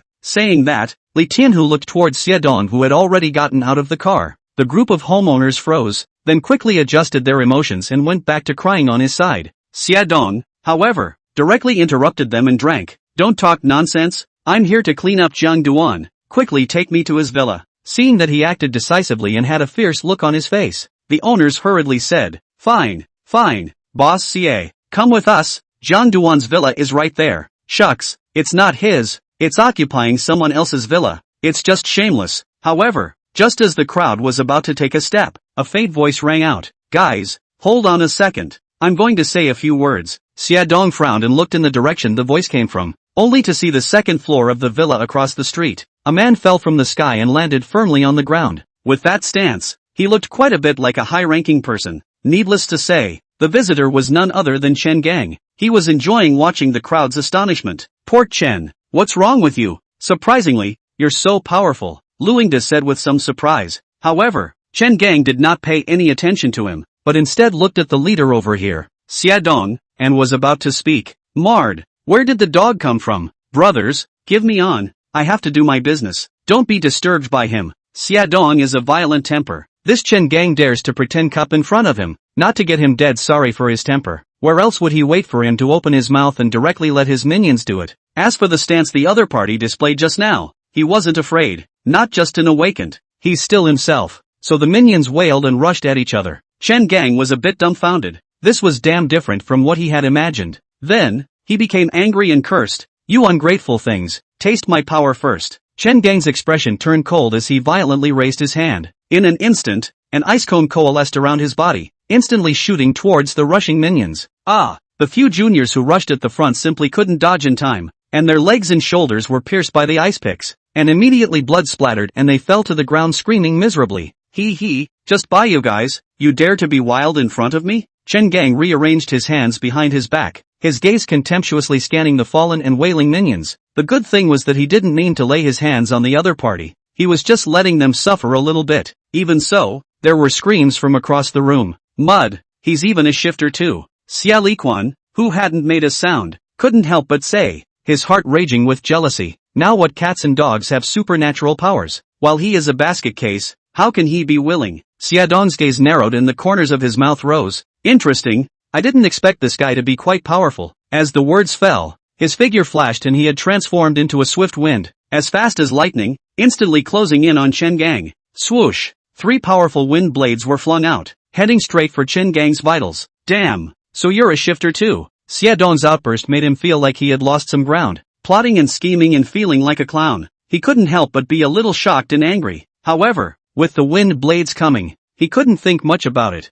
and with a thought, a foot-thick ice shield coalesced in front of his body, completely covering his body. Bang bang bang, the wind blades chopped at the ice shield one after another, stirring up ice shards flying all over the sky, but did not break it open. So you're a wind adept? Chen Gang's gaze was disdainful when he saw that he had blocked Xia Dong's attack. However, a cold smile appeared on Xia Dong's face. Don't be complacent, take another move from me. As he spoke, he waved his hands, and the wild winds churned around him, surprisingly forming a small tornado, and with a finger extended, he pounced on Chen Gang. His complexion changed as he stopped his right foot hard on the ground, an ice surface spreading from his foot to the periphery, covering a 10-meter radius. With that, he leapt forward with the help of the smooth ice, easily dodging the small tornado's attack. The attack was thwarted, but Xia Dong smiled faintly and praised. Good stance. Chen Gang got up and laughed as well. You're pretty good too. If you're coming for Jiang Chen, then we don't have to fight. After the exchange of hands, he had figured out that neither of them could do anything about the other, and although his heart was extremely unwilling, he could only endure for the time being.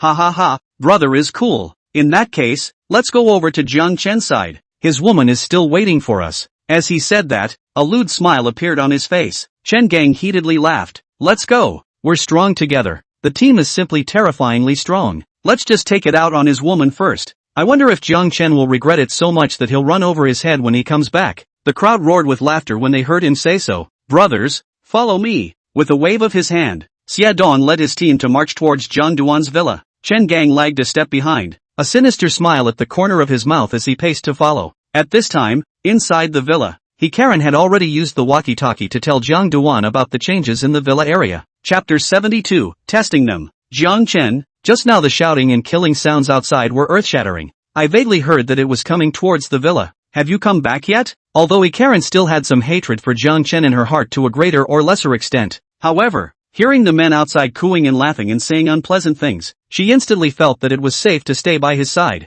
If he fell into the hands of those people, he would definitely die a horrible death. Where are you now? Ginger dust, I won't be afraid this time. If they have bad intentions, I'll make them look good. Kang Shuai already had her gun in her hand, and handed one to He Karen. There was a hint of fury in her beautiful eyes. The two women had put on workout clothes for ease of movement since they realized there was danger. Ginger Dust was currently sitting on a leather seat in the parlor area of the RV, sipping his coffee. Because he felt uncomfortable, he was embarrassed to ask the two girls, Guan Chang and Zhou Mengdai, to help him pound his shoulders. Lin Yao, on the other hand, was grinding coffee in the kitchen area. As for Meng Qingyue, she sat with her legs folded on the other side of the parlor area, her gaze somewhat cold as she looked at Zhang Chen. The end times have come and gone, and it's simply sad to let such people have that much strength. She couldn't help but slander in her mind, but she didn't dare to make a sound. This was because just now, when Zhang Duan started talking to Yi Karen, he said that whoever dared to make a sound would be thrown off the caravan. Kagome, Xu Wei, you have guns, you must hold on. I'm on my way to the villa area. It won't be long before I'm back. His demeanor was relaxed, but his tone was incredibly anxious. With this acting skill, the Guanqing girls could not help but look sideways. However, Zhang Chen didn't care what they thought and continued, "Baby, wait for me, you'll be fine." With that, he ended the conversation. Lin Yao came over with freshly ground coffee and poured it for Zhang Chen, her voice soft and charming as she asked, "Are you really not going in now? In case something happens to the two great beauties, won't you be heartbroken? There's no rush. This is a rare opportunity to test them, and if they don't qualify, it's fine if they die." This sentence, said rather casually, in the hearts of the three women around them, but undoubtedly dropped a heavy bomb. They weren't vases, but were both smart enough to know that Zhang Chen was testing the two girls, but in reality, he was also knocking them down. The heart can't help but feel a little chilled. This man, how on earth can I get him to be sincere and not be on guard?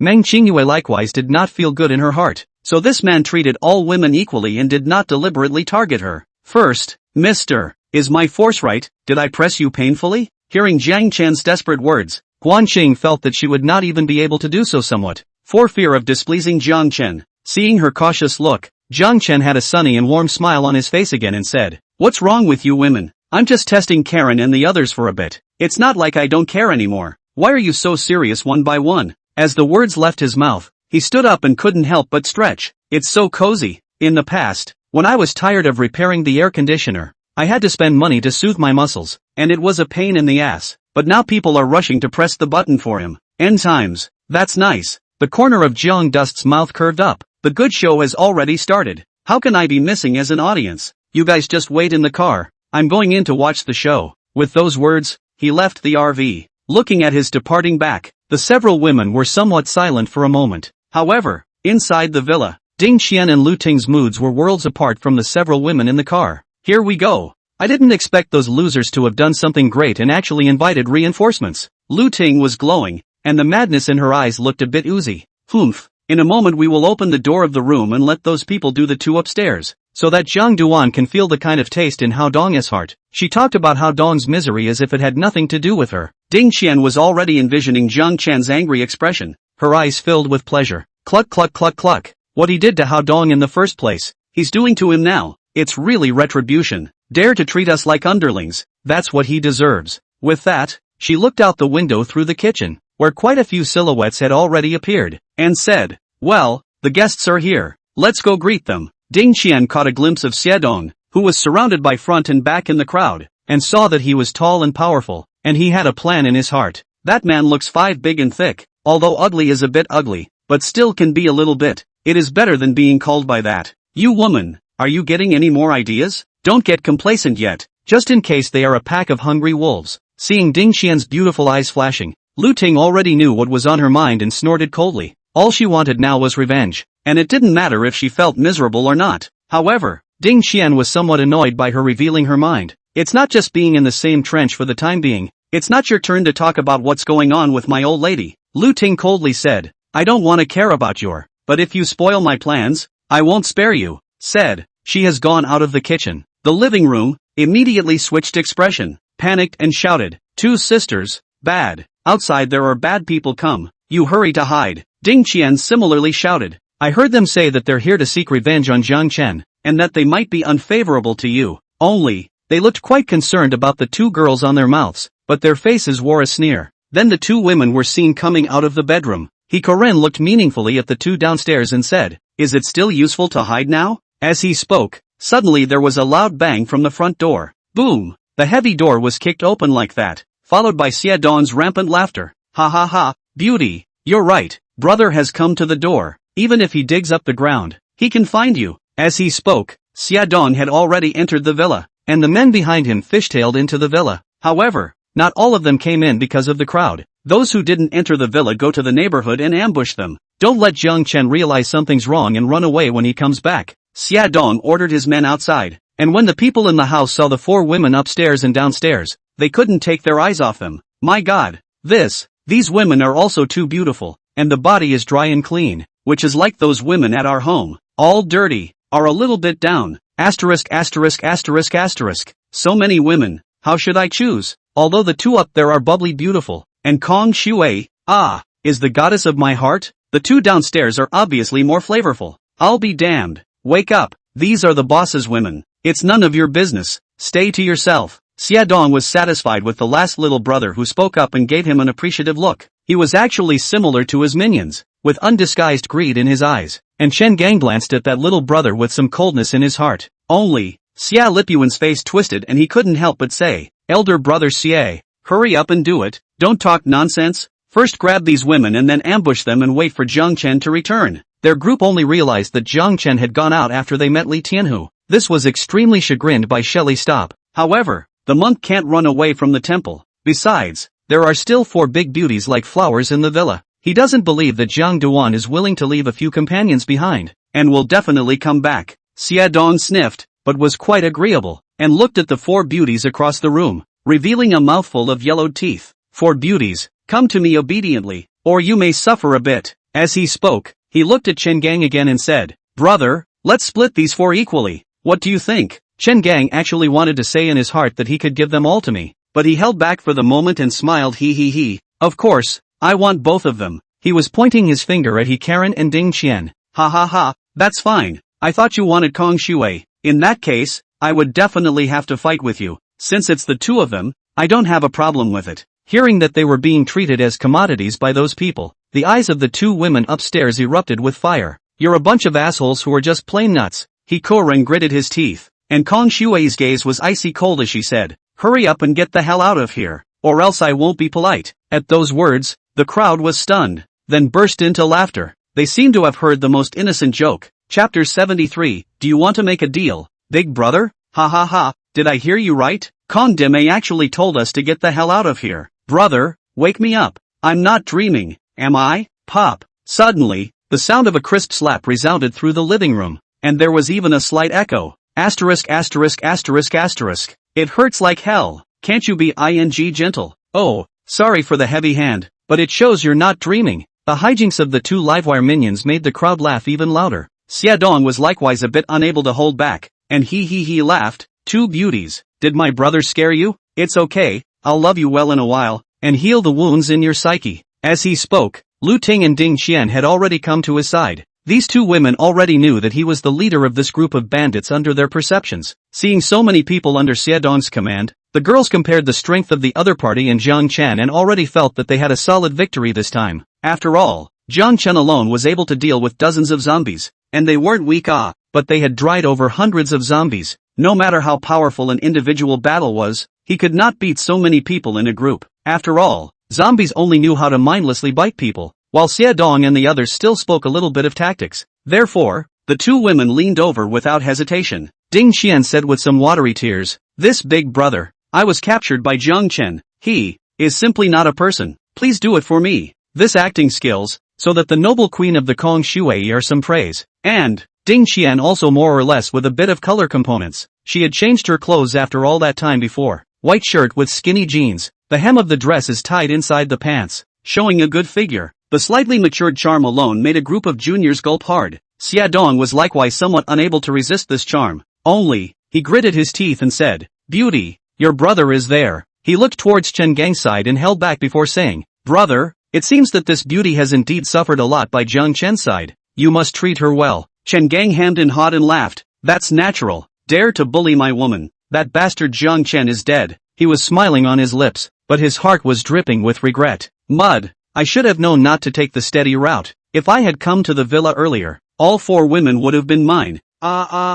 Pissed me off. When Ding Qian heard that the two men had arbitrarily decided where they belonged, the flirtatiousness on her face did not diminish at all, and she had already come to Chen Gang's side. This big brother, people will be your people from now on, so be sure to give me a good out. That tone of voice, coupled with the expression of I see pity, was quite spot on, making Chen Gang a little confused. Well, beauty, brother will do it for you. While at this moment Lu Ting came to Xie Dong's side, she did not deliberately greet him like Ding Qian did, but maintained a point of pride and said, interested in making a deal? Big brother. This cry of big brother made Xie Dong's tiger's torso shake, literally tickling to his heart party. Beauty, don't be polite to me, just say it. He looked at Lu Ting with a burning gaze, as if he wanted to eat her alive. Lu Ting said word for word, as long as you help me kill Jiang Chen, I will willingly be your woman. There was resentment in her gaze, but Xie Dong didn't mind at all. Who could refuse the request of a great beauty? Lu Ting looked like this, without deliberately trying to please, but on the contrary, it gave him a strong desire to conquer. Beauty, I like your dryness. Don't worry, if there's a chance, I'll let you kill Jiang Chen with your own hands. At this time, Lu Ting finally showed her face and smiled, and suddenly thousands of flavors bloomed, making Xie Dong's heart burst into flames. Then I'll thank Big Brother in advance. If it can really be like that, Ting will definitely follow Big Brother to the death. Immediately afterward, her gaze went to the two women upstairs, and instantly went cold. Where was the curt warmth from before? She turned her words around and said, however, before that, I want you to take good care of your two good sisters. They are very important people in Jiang Chen's heart, so I will only feel at ease if I take good care of them. Ding Qian sniffed and said to Chen Gang beside her, Brother Chen, haven't you and Brother Xie discussed the belonging of the two sisters? I want you to go and give that sister he a little bit of pain right now. Fine, Qian, this kind of request, how could I refuse? You wait here first, those two beauties don't seem to be that obedient, but it doesn't matter.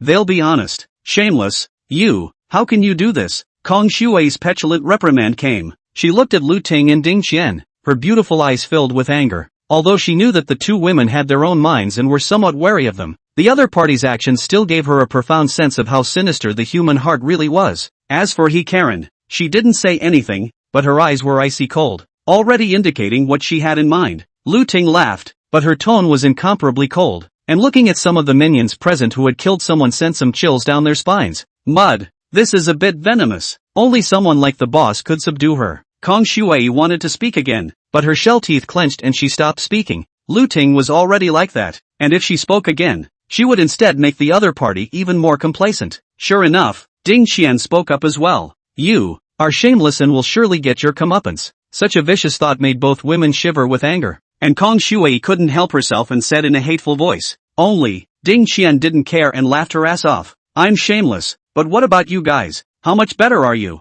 You're still bending over backwards for that Jiang Chen, and the two of you together. I'll be damned, you still have the nerve to talk about me. At these words, there was a sudden gunshot. Ding Qian was scared out of her wits, while the others were also startled. Only Xie Dong and Chen Gang's eyes narrowed, but they were not alarmed. Instead, there was a playful smile on their faces. It turned out that He Karen had just fired a shot in anger. The reason why they had endured until now was naturally not because they wanted to see the bad guys get complacent there, but the two women were smart enough to think that Jiang Chen was on his way back, and were happy to stall for time. However, hearing that the other party was about to act and Ding Qian's words were too shameless, they didn't want to endure it. He Karen was aiming at Ding Qian, but he hadn't practiced his marksmanship and missed, the bullet grazing past his side. It made her feel surprisingly sorry for herself.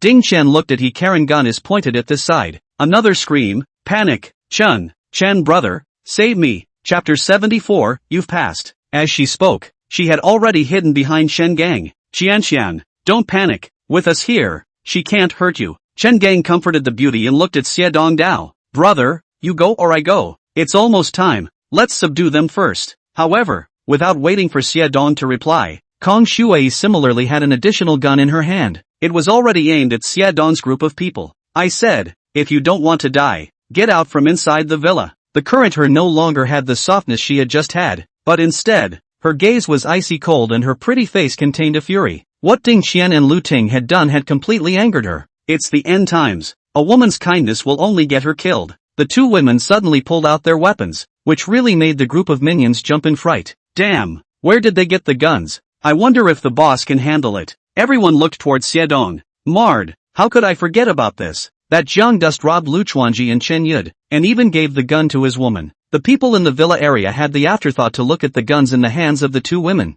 Their necks scrunched and they similarly looked at Xiedong. And at this time, even when he was facing a pistol, he was still calm and self-confident, looking up and down at the two women, and laughing. Beauty, no wonder you guys were so confident just now, so you have a gun in your hand. Put the gun down. It's not good if you accidentally hurt yourself later. Brother, I'll be heartbroken. This was said in an extremely ambiguous manner, and the little brothers laughed again. Seeing that the boss was still so calm in the face of the equalizer of beings, they completely let go of their hearts and were able to laugh heartily again. Yes, MS. Kong, our boss is a fan of yours. Follow him and you won't be treated badly. A junior couldn't help but shout. Hecker spoke this time. Just one sentence. Want us to give in? Don't even think about it. Seeing that they were like this, Xiedong did not get angry, but looked at Chen Gang. Brother Chen, it seems that the two beauties don't know how to appreciate the beauty. Please move your hand. I'm afraid that my ability will hurt the beauties. Chen Gang didn't refuse. Coming in for such a short while, he didn't want to delay. Well then, let's show the two beauties what I'm capable of first. Hearing the words of the two men, the two women instinctively realized that it was not good. They were a bit too calm. So, the gun was aimed at the two Chen Gangs and they were about to shoot. There wasn't a moment's hesitation in laying hands on this one. Bang, bang. The two women each fired a shot, aimed at Xiedong and Chen Gang. They could see that these two were the biggest threat. And, vaguely, there was a familiar feeling from them, an aura that was only found in Jiang Chen. However, an ice shield was already in front of the two when the gunshot rang out. The powerful force of the bullet only splattered a large flurry of fine ice slag on the ice shield, but it was unable to penetrate it at all. How can this be? He is also an alien like Jiang Duan? Seeing that the bullets only had so little effect, the two women's pretty faces changed at the same time, and Chen Gang's teasing voice came over. Beauty, it's not good to play with guns with such a delicate body. Now that you see what I'm capable of, do you still want to resist? If you don't surrender, you'll have to suffer some pain. Xia Liquan, who was on the side, couldn't help himself when he saw that Chen Gang was still grumbling there. He had just hesitated for a moment before and didn't use his full strength in the first place, causing the source fruit to be snatched up by that goddamn Jiang Chen. Therefore, he immediately urged, Elder Brother Chen, there can be no delay. Clean up the mess as soon as possible. If you're late, things will change. Chen Gang still wanted to tease the two beauties for a bit, wanting to see their despair so that he could show how powerful he was. As for whether or not it was bullying a woman, he didn't mind at all, so his eyes glanced at Shelley Stop with some dissatisfaction. If it wasn't for the fact that the other party was Xiedong's second eldest, he would have already struck out to teach the other party a lesson. What the hell? How dare you tell yourself what to do? Shelley stopped for a second to understand the meaning in the other's eyes and couldn't help but feel a little humiliated. But at this time, he needed the other party to help him take revenge, so he could only bear his anger and laughed with him. Elder Brother Chen, I'm doing this for your own good. Such a big beauty. You can get it immediately. Aren't you in a hurry? Upon hearing this, Chen Gang's expression eased up, and his heart was on fire as he looked at Ikarin's flawless and pretty face. Okay, I'll grab them right here. As the words fell, he was no longer prepared to keep his hand, and the two women saw what was happening and fired 2 shots again. Bang! Finally, the ice shield shattered open after taking 6 shots. Just as a hint of joy appeared in the eyes of the two women, an ice shield suddenly coalesced in front of them once again. There was utter despair in their eyes. Hey, two beauties, after all this, won't you surrender? Chen Gang retracted the ice shield as he spoke. Just as the two women thought it was an opportunity to shoot again, a smirk appeared on his face. With that, the two women felt a layer of frost suddenly appear on the gun in their hands, the coldness piercing their bones and spreading towards their wrists. They had no choice but to throw away their pistols. They felt like their palms were going to freeze if they held on to their grip any longer. Kagome, quick, get the other gun, Kong Shuai said somewhat anxiously, having squatted down herself. Jiang Chen took 4 guns from his 2 neighbors, but he gave them all to the 2 women. Just now they used pistols, while the other 2 big guys, they secretly put on the ground. At this point the 2 pistols were frozen and unusable, so they wanted to get them back. However, in the face of the 2 Xenos in front of them, the speed of the 2 women seemed a bit slow. Beauty, do you guys still want to be negative? Brother can't wait to play anymore. Oh, just as they made a move, Xiedong's teasing voice entered their ears. Both women were startled at the same time as the voice came from right beside them.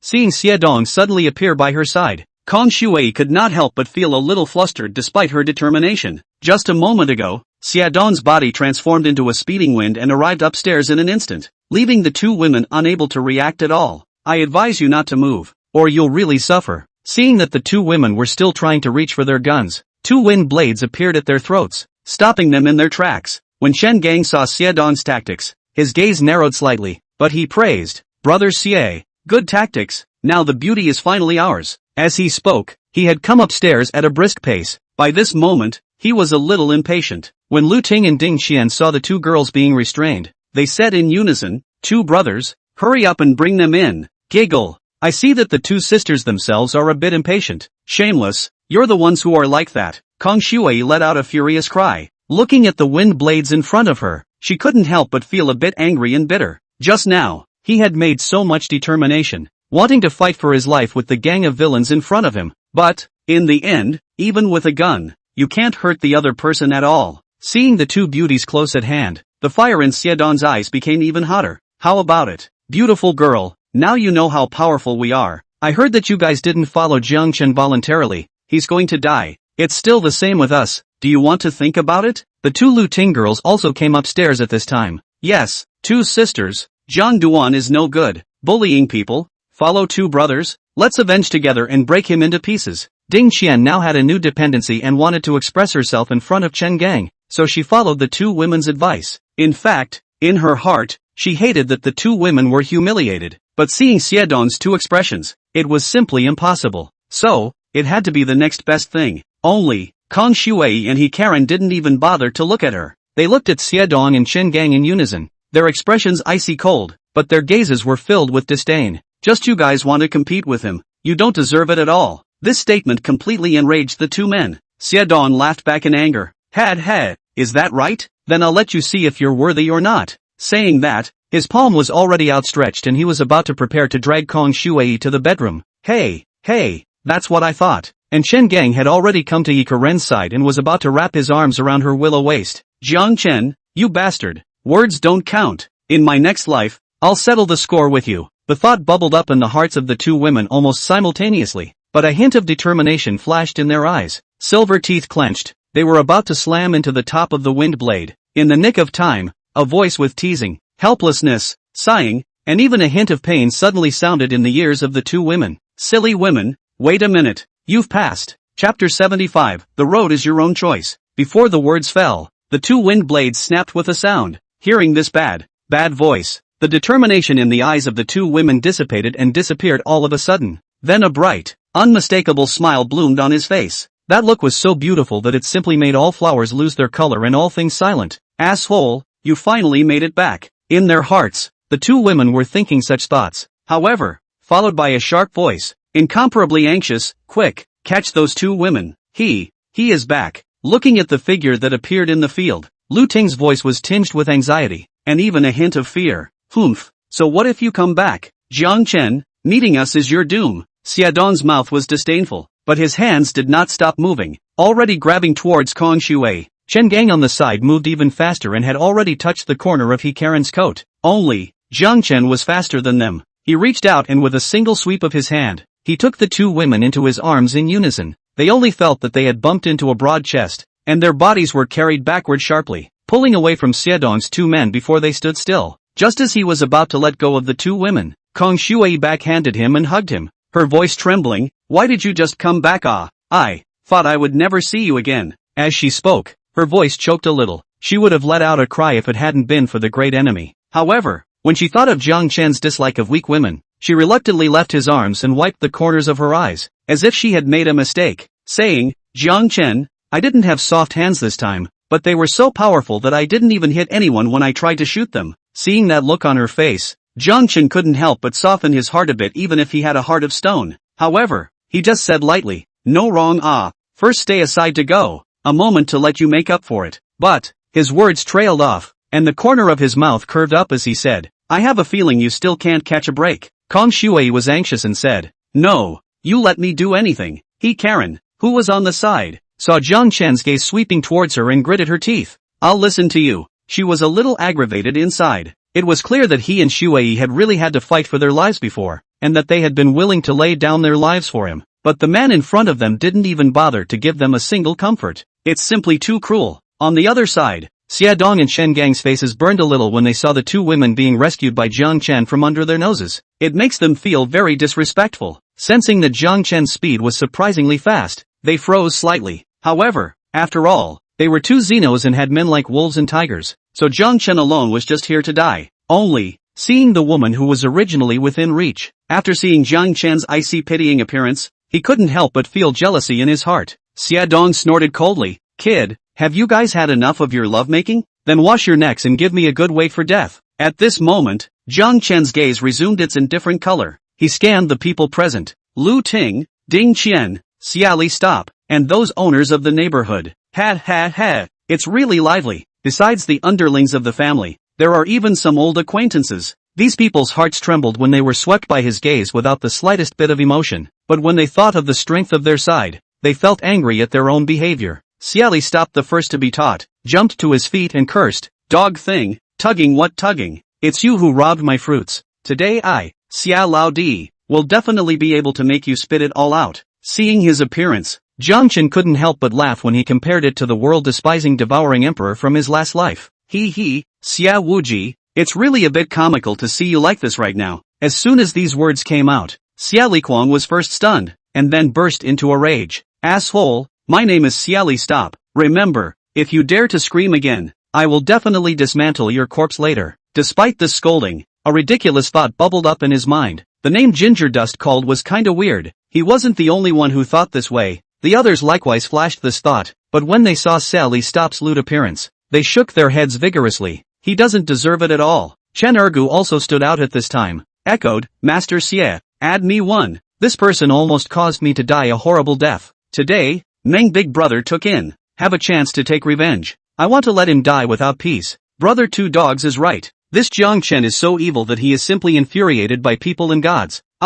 Chief Lin is such a good person. Just for self-preservation, he was mercilessly killed by him. This kind of person is simply not worthy of death." The owners, led by Lu Yingda, began to verbally attack Jiang Duan. Lu Ting's beautiful eyes were filled with hatred as she laughed coldly. "Jiang Chen, you bastard. Today is the day you die. The humiliation that was inflicted on me before, I want you to double it." Afterward, her gaze looked at the two women, and there was actually a hint of jealousy in it. "Don't you care about those two women? With Brother Xia and Brother Chen around, they will definitely heart the two sisters in front of you. Today, I'll also let you feel the endless humiliation he felt at that time." Ding Qian seemed to think of Jiang Chen's rage-induced appearance in a while and laughed so hard that tears came out of her eyes. "Shameless, the thought of sharing a room with you two women makes me sick." Kong Shui's chest rose and fell as she looked at the two women, her body shaking with anger. Jiang Duan rubbed his hands and sighed. "Hey, suddenly my hands are a little itchy. I originally don't like to hit women, unless I can't help it." As the words fell, his figure abruptly disappeared. How dare the dog thief? Although the two of them, Xie Dong and Chen Gang, scorned Jiang Chen in terms of strength, only, they were not the kind of people who were brainless and had been preventing him from storming out. After all, it would be a big loss if two people dealt with one, and he did an extreme 1-for-1. So when they saw Jiang Chen's figure disappear, the two launched themselves at the same time. In an instant, a foot thick, half a foot high wall of ice was erected in front of Chen Gang, blocking Jiang Chen's path, and Xie Dong's dozen wind blades swooshed and shot out, sealing off other directions where Jiang Chen might appear. However, moments later, pop, pop, two crisp slaps rang out across the room. Immediately afterward, the crowd heard the woman's screams. They followed the sound and saw that Lu Ting and Ding Qian had collapsed on the ground, their hands covering their faces and blood showing at the corners of their lips. These people looked horrified, their gazes somewhat dumbfounded as they watched Jiang Chen return to his original position again, their eyelids unable to resist their sudden jumps. How did he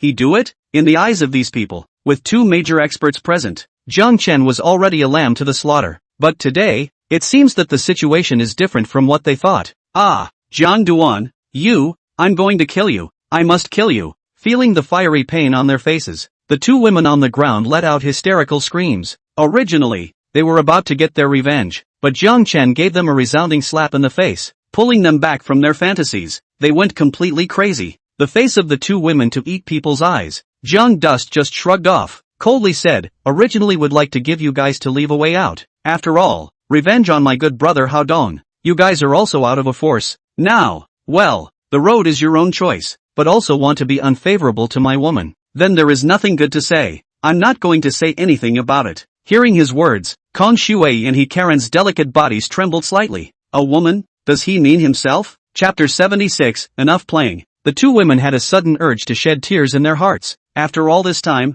has he finally gotten his approval? Just as they were imagining things, with some sweetness in their hearts, those two on the ground were surging with jealousy for no reason. Cluck cluck cluck cluck. What a hypocritical man. Leave us alive and then just serve you tea and water every day? We'd rather not live in that kind of humiliation. Lu Ting's gaze was filled with hatred. However, Jiang Chen only said indifferently, then you guys can go die. Am I stopping you? These lightly written words, which did not contain the slightest bit of emotion, caused the two Lu Ting girls to instantly become taut. Xia Dong, Chen Gang, what are you waiting for? Are you just going to stand by and watch your women being bullied? Are you still considered men? Hurry up and kill him for me. Upon hearing this, the faces of the two Xiadons were a bit cloudy. Just now, Jiang Chen's stance had caused them to have scruples, and witnessing Jiang Chen's stance, Xia Liquan was similarly stunned. No way. He is just a bit stronger in speed. Surely he can't beat my good grandson. Immediately, he looked at Xia Dong and urged, Elder brother Xie, that person is very fast. We must use our full strength. Let the big guys go on together, and finish him off first. After thinking for a moment, he chose to stay honest and said through gritted teeth, this guy got more than one fruit, that's why he's so fast. At those words, Xia Dong's two faces changed in unison. Damn it, old thing, why didn't you say something so important earlier? Xia Dong's eyes spat fire as he looked at Xia Liquan and angrily said, I'll clean you up later. He and Chen Gang glanced at each other, both seeing a strong killing intent in the other's eyes. Together, let's get him killed first. Knowing that Jiang Chen possessed more than one source fruit, they decided to go all out. Kill, there are so many of us. Each of us can trample him to death with 1 foot. Chen Ergu, as a new employee, was eager to show himself in front of his boss and rushed to the front. With him taking the lead, and with the belief in the strength of the boss, the little brothers were actually not afraid in their hearts. Even Li Tianhu, after hesitating for a moment, waved his hand and led his men straight at Jiang Chen. Charge, warriors, kill Jiang Duan and we'll give half of our property to everyone. Lu Ingda, one of them is a pampered master, not accustomed to fighting and killing, can only be there to sell their lives and yell. They were incomparably excited to see everyone working together to prepare to finish off Jiang Chen. It felt like the cloud that had been hanging over the villa area for 3 days was finally going to be dispersed. Xia Dong was very satisfied with the performance of the crowd, and smiled heatedly. Kill, as long as we kill Jiang Chen, the supplies in the villa area can be enjoyed to the fullest, as well as those beautiful women. The brothers can play with them as they please. A single sentence made a group of henchmen look like they had been pumped with chicken blood, and they rushed upstairs even more courageously. Ah, boss's wisdom knows no bounds. Brothers dare not serve and die. However, Lu Ingda and those people were not calm, their old faces turning white. Thank you, boss. We are on your side now. Please be merciful. Yes, boss Xie. Our enemies are all Jiang Duan. The supplies can be shared with you guys, so at least leave us a way out. One by one, the rich and famous were trembling and looked terrified.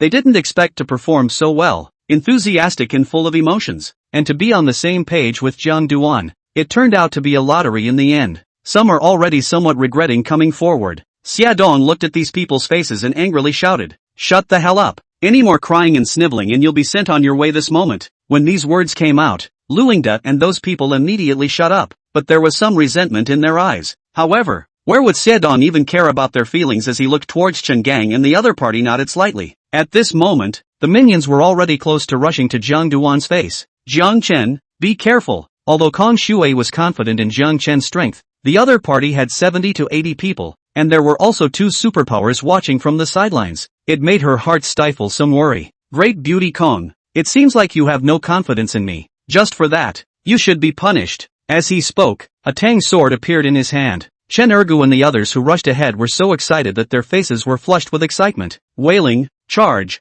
throw your head in blood for Boss Xie, get rid of Jiang Duan. As soon as the words fell, a line of blood soared, and one of the minions at the front immediately fulfilled his promise, his head splitting apart. Ah! Chen Ergu ran right beside the man, and immediately felt his face get hot. After a touch, he let out a fearful yelp. However, Jiang Chen wouldn't care what he was thinking and gave him a slash in passing. Immediately afterward, he revealed a sunny and warm smile and dashed into the crowd. In the field, only a piece of his residual shadow could be seen, reaping a life with every appearance. In just 10 seconds of work, more than 20 people had already fallen. In fact, for today's Jiang Chen, it didn't take that much effort to clean up everyone in front of him. It was just that the group of bandits were too death-defying, and Jiang Chen felt that that would be too cheap for them, so choose to end them with a Tommy knife. Ah, he's the devil. Run! Seeing Jiang Duan like a tiger entering a flock of sheep. A tang knife as if chopping melons and cutting vegetables. Not a moment's effort, companions fell a large number of people. The back of the people finally afraid. Legs and stomachs are trembling. About to escape back. Bastard! How dare you kill my brother? It was also at this moment that Xiedong moved. This time, he used his full strength. His body transforming into a speeding wind, arriving at Jiang Chen's side in an instant. A sardonic smile on his face. Because at this moment, Jiang Chen, from his feet upwards, the frost spread to his entire body. And even 3 meters away from him, he could feel the sense and cold. This was Chen Gang using his freezing skill before Xiedong could strike. Die for me! Seeing that Jiang Chen's movements were blocked and frozen, Xiedong naturally would not miss this once-in-a-lifetime opportunity. Ruthlessness flashed in his eyes as he took a deep breath, his body's foreign energy frantically condensing. Immediately afterward, an extremely condensed wind cone appeared on top of his palm, flashing with a compelling cold light, sharp to the extreme. He didn't hesitate as the wind cone stabbed fiercely towards Jiang Chen's chest, wanting to take his life in one blow. The two of them were poised and prepared for so long, finally able to kill the enemy with a single move. Their hearts actually felt a sense of relief. Enough fun. It's time to end it. It was also at this moment that Jiang Chen's faint voice rang out. Along with that, the frost on his body suddenly disappeared. Immediately after that, he only extended a finger and flicked it on top of the wind cone. Ka-ching! With just a single movement, Xiedong's full strength condensed to the point where the wind cone shattered within an inch. How is that possible? Xiedong and Chen Gang, who was not far behind him, simultaneously let out exclamations of surprise. When he saw the situation, he was about to turn into a speeding wind and retreat backward. The corners of Jiang Chen's mouth hooked up as his figure disappeared at the same time. Put! There was a flash of blade light, followed by Xiedong's heart-rending screams. Ah! My leg! Ah! His legs broke off at the roots and he fell to the ground, unable to stop howling miserably. Seeing his miserable condition, Chen Gang's face changed wildly. His supernormal ability was activated. The ground was as smooth as a mirror. He was about to follow the trend and retreat downstairs. This was knowing that he was unbeatable and was ready to escape. However, only halfway down, the tang blade came off in Jiang Chen's hand, and with a whistling wind sound, he instantly arrived at Chen Gang's side. No! In the midst of his terrified and helpless roar, the tang knife pierced through his body, and without decreasing its momentum, it actually carried Chen Gang down to the living room and rooted him into the hard marble floor. Put! Jiang Chen's figure appeared beside Chen Gang, holding the hilt of the tang sword and gently pulling it out. Chen Gang's chest couldn't stop bleeding. Like Xiedong, he could not help but howl miserably, his face as white as paper while his eyes were filled with panic. How can? Such a cry came from the hearts of the people present at the same time. Why was Jiang Chen so strong? Only, his next words caused a wail of fear to emanate from everyone's hearts. It's no fun playing with you guys for so long. It's time to end it. Chapter 77, One More Chance. Had enough fun? What the hell does he mean? The thought bubbled up in the minds of the crowd. However, next, Jiang Chen answered their questions. Only when he flipped his palm, a swirl as black as ink appeared above his palm. The vortex spun rapidly, emitting an aura that made people tremble. Jiang Duan looked at Xia Liquang. The corner of his mouth curved up and said, Old Xie, let's see if what you have is good. As the words fell, the power of devouring was unleashed, and Xia Dong's group of juniors only felt that they were unable to move their bodies while something seemed to be withdrawing from their bodies. Ah, no, what's happening to me? They sensed that as time went on, they were becoming more and more drained, as if their energy was being drained out of them. Countless fearful voices rang out in the field. No, big brother, please, let me go. I was wrong. They looked at Jiang Chen as if they were looking at a devil. However, Jiang Chen smiled faintly and teased, not bad, since they all know it's wrong, let's use their lives to correct it. As the words fell, the devouring vortex revolved even more violently. Amidst the screams, those juniors slowly became a dry corpse, which then turned into flying ash and drifted away like smoke. In this case, a small supporting character like Li Tianhu did not even leave a word behind, and likewise died tragically on the spot. Jiang Chen's power of devouring wasn't just for dealing with aberrants, it was equally effective against ordinary people, so counterintuitive that it actually makes sense to have that annoying side effect. I didn't use it before. I just didn't think it was that necessary, but these people in front of me deserve a better death. Such an appalling scene caused the scalps of the remaining people in the arena to go numb. Even Kong Shuai and Hikarin's pretty faces were a bit white. However, they quickly adjusted. Those are bad people and deserve to die. It's just that others don't have that kind of mindset. Ah, run, he's the devil. At this point in the arena, the only people that Xiedong had brought with him were Xia Liquang and him. The junior disciples who had scattered everywhere before had all been summoned back when they had surrounded Jiang Chen. It was convenient for him to get it all in one go. As for those owners of the villa area, Jiang Chen didn't kill them immediately. Even when they ran, they didn't go after them. Naturally, Jiang Chen wouldn't be that kind. He just wanted to finish this side of things and wait for them to go back and find their families before going in a wave to take them away. By the time those people had fled, there were only a few important people left in the arena. Jiang Duan, spare me. I'll work with you as an ox and go through fire in the future. I still have a use for it. Seeing Jiang Chen's gaze looking over, the two of them, Xie Dong and Shen Gang, unexpectedly took the lead in carrying on and couldn't stop begging for mercy. They were exalts and were more able to appreciate the difference in strength between the two. And the means that Jiang Chen had just displayed had scared them out of their wits. And at that moment, Ding Xian also woke up as if from a dream, and came back from her fear. And then, there was the endless remorse. Lord, Master, Xianxian is wrong. You can beat me and scold me. Please don't kill me. At this moment, she finally realized what a huge mistake she had made earlier. She was wrong, misjudging Jiang Chen's awesomeness. Lu Ting looked at Ding Xian. In her eyes was a strong contempt. Coldly said, asterisk asterisk asterisk asterisk. All this time, you cannot have a little backbone. Still here to beg. Only, before the words were finished, the tang knife had already penetrated her heart. She looked at Jiang Chen incredulously, and a monstrous hatred welled up in her heart. After serving him for a few days, he didn't even let her finish her dying words. Is this still a human being? I'm sorry, I'm too lazy to listen to all that pre-death trash talk, and those who betray me, simply die. Lu Ting's beautiful eyes opened roundly, her eyes full of resentment, and she was silent just like that. Lord, Master, don't kill me, don't kill me. Seeing that Jiang Chen had killed Lu Ting without hesitation,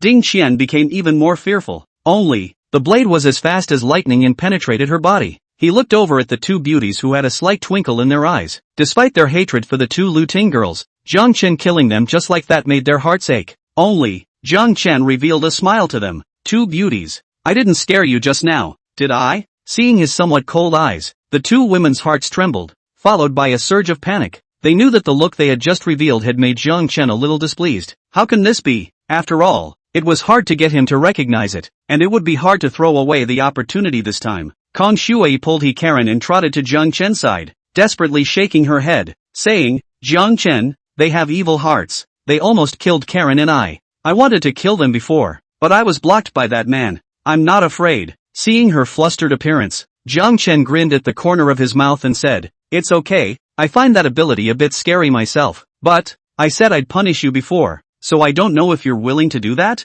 Upon hearing this, Kong Shui nodded her head repeatedly, like a chicken pecking at rice, her beautiful eyes filled with determination. Okay, go ahead. Who do you want me to kill? Hearing her words, the remaining three people on the opposite side of the room fell dead in the water. Sure enough, Jiang Chen had already looked at them. Xialipu stops dead in his tracks, but he's a lot tougher. He was also the only one still standing and not pleading. Dog, even if I die, I'll be waiting for you in hell. As soon as the words were out of his mouth, gunshots rang out. Xiali paused to look at the wound on his thigh, and his body couldn't stop trembling before he looked angrily at He Karen, who was pointing a gun at him. This beauty had just fired decisively, but because of her poor marksmanship, she missed. Jiang Chen also looked at He Karen with some consternation, not knowing what to say. However, there was no expression on her face as the trigger was pulled again and another shot was fired. This time, Shelley stops without suspense and goes down. Seeing the beauty looking at him, a smile swept across Jiang Chen's face. Okay,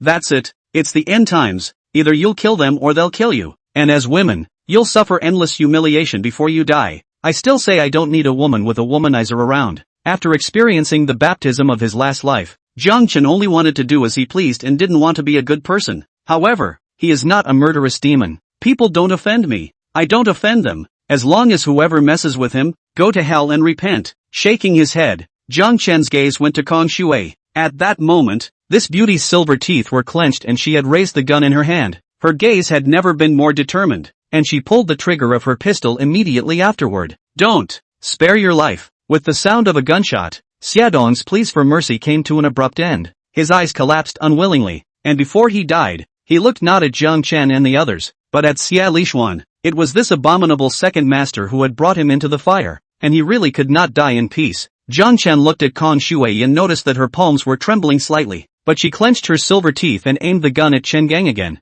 Well, you and Kagome stay to the side and I'll do the rest. Jiang Chen stopped Kong Shui. Everything is too much. The performance of the two girls today has been very good. Let them get used to it first. Afterwards, He came to Chen Gang's side and teased. I didn't expect the villa to still hide you, rat. This villa area is really hiding crouching tigers and dragons. It's worthy of being a place where rich people live. And all the alien powers are a bit piled on top of each other. It's not fair at all. The words fell, and before the other party could beg for mercy, the tang blade swung out. Standing in place, Jiang Chen unfolded his devouring ability and absorbed all of Chen Gang and Xie Dong's power. Well, not much of a side effect this time. Feeling that the energy in his body had increased again, but the evil fire was within the controllable range. Jiang Chen knew that with today's strength, there was no need to be constantly on guard against the side effects kicking in. Then, the next step is that it's time to clean up the villa area and then properly entertain our Mr. Meng. The corners of his mouth unconsciously hooked up at the thought. Chapter 78, Fly Free. Seeing the expression on Jiang Chen's face, the two women,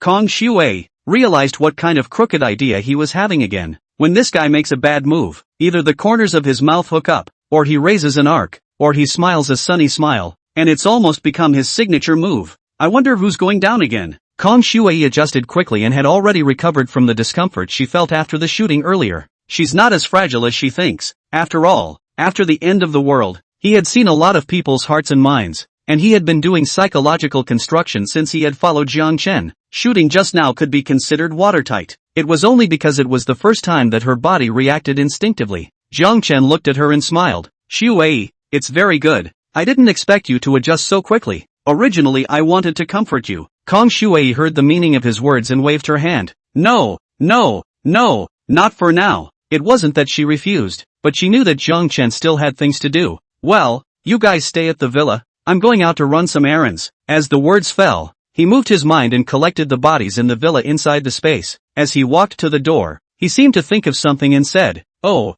I know that you guys like to have a good time. I went out this time and brought back a few companions for you, so get close to them. They'll be here later. With those words, he left the villa. This guy, where is it that we like to be lively? It's his own fear of loneliness, right?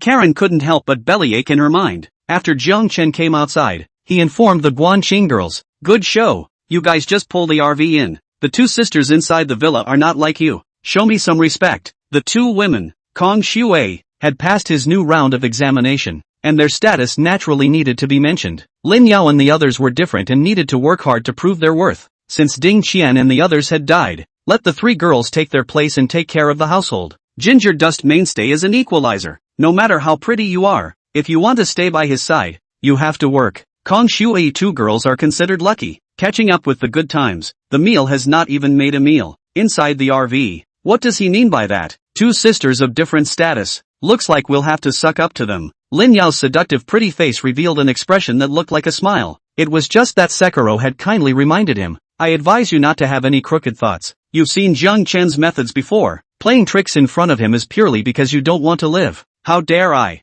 It was really felt to please both sisters. Lin Yao's beautiful eyes flashed as she said. Zhou Mengdai on the side didn't have the slightest change on her pretty face and said, no matter what Jiang Chen asks us to do, just listen well. Although this man is hard-hearted, as long as we don't disobey him, there won't be any problems. Meng Qingyue had been watching coldly, and hearing the women's conversation. There was some disdain in her heart. These women don't look so simple, and now they're moving all kinds of crooked thoughts because of a man. It's really a bit pathetic. Only, Lin Yao noticed her eyes and giggled. Mr. Meng, aren't you looking down on us a little bit? Wait until you feel it for a while longer, then you'll know how wise it is to submit to that man. Humph, I don't care, Meng Qingyue said somewhat arrogantly. When the three girls saw her, they didn't mean to persuade her any further, but rather gloated a bit. Anyway, she had been kindly warned and she had to die, so she had to be respected. On the other hand, Jiang Chen had already carried his tang sword and arrived at Luingda's villa. After this old man came back, he felt unsafe and ran to Chen Gang's house again.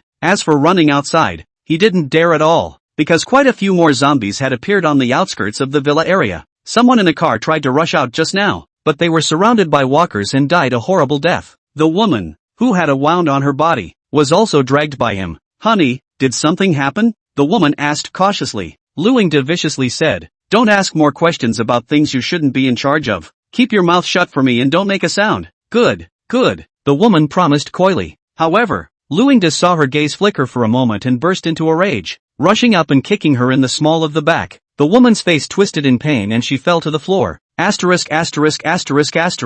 Are you playing some kind of crooked idea? I marry you into the door, provide you with food and clothing, and this is how you treat me? His feet kept kicking and hitting the woman. Each kick was incredibly vicious, where you could tell he was an old man in his 50s. Husband, spare your life. I dare not. The woman couldn't stop begging for mercy, but Luingda was tired of kicking before stopping his movements. Bah, you'd better not play any tricks. That man is ferocious. If he finds us, we'll all die. Only, just as he finished speaking, Jiang Chen had already kicked open the door and walked in. Luingda's pupils contracted violently, and he said incredulously, "How did you find it?" Jiang Chen had a question and said, "Of course I heard it. I forgot to tell you, my hearing is different from normal people." Oh. At those words, Luingda's face turned pale and immediately knelt down. "Little brother, spare my life. As long as I can be spared, the property will all be given to you, as well as, my woman will also be given to you. She is very beautiful if she recuperates her injuries well." The woman's body shuddered and she didn't squeak, but a flash of resentment flashed in her eyes.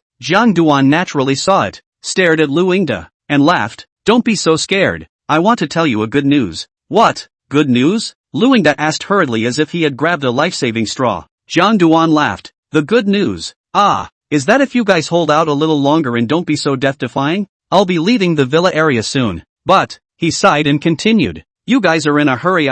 You have to make me angry. So the bad news, well, is that you all have to die." No, I'm wrong. I'm really wrong. Please give me a chance. I'll give you all my supplies, all my women. Just please be able to spare my life." Luingda's heart is filled with remorse. Nothing to provoke this bogeyman. Why? Only, Jiang Chen didn't pay any attention to him, but instead looked at the woman and said, "I'll give you a chance to kill him, or you can die with him." As the words fell, a dagger landed in front of the woman. "Honey, don't. I love you very much." Luingda finally showed a gentle color to the woman at this time. However, the dagger stabbed into his chest without any hindrance, and then she stabbed repeatedly as if she were crazy, her face in a frenzy. Luingda wanted to dodge, but found that his body was unable to move at all. His face twisted in pain, and he couldn't stop his mouth from letting out a miserable howl. After seeing that he had no breath left, Jiang Chen paced away from the place. Soon after, there was a succession of pleas for mercy and screams from the villa. Looking at that big brother who had previously brought Jiang Chen joy,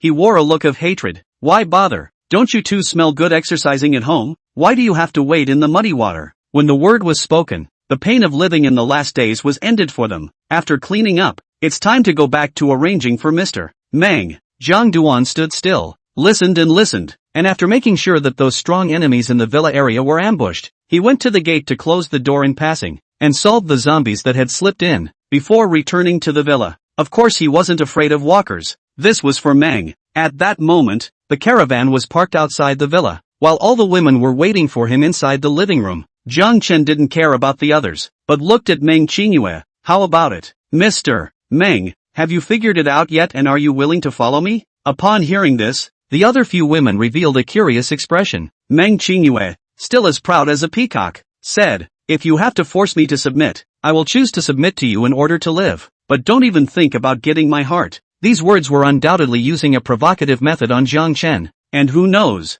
he really took the bait. His face was cloudy, and as his complexion changed, Jiang Chen suddenly made up his mind and gritted his teeth. "Woman, you win. A melon that is twisted by force is not sweet. Since this is the case, I won't force myself on you. So feel free to fly. I won't stop you." When these words came out, the other few women all revealed unbelievable expressions. "What goes around comes around. Is that any of your business? What person in the room wasn't twisted down by you?" They instinctively realized there was a conspiracy. A stunned look also flashed across Meng Qingyue's pretty face. But, no matter what Jiang Chen had in mind, she didn't want to waste the opportunity and immediately said, "That's what you said. Thank you for saving my life. I'm leaving." With that, she didn't want to stay at the villa for a moment, and had stepped on her heels and made her way to the door of her room. "Wait!" Jiang Chen's voice sounded behind her, causing her body to tremble, and after turning around, she said in a slightly mocking manner, "What?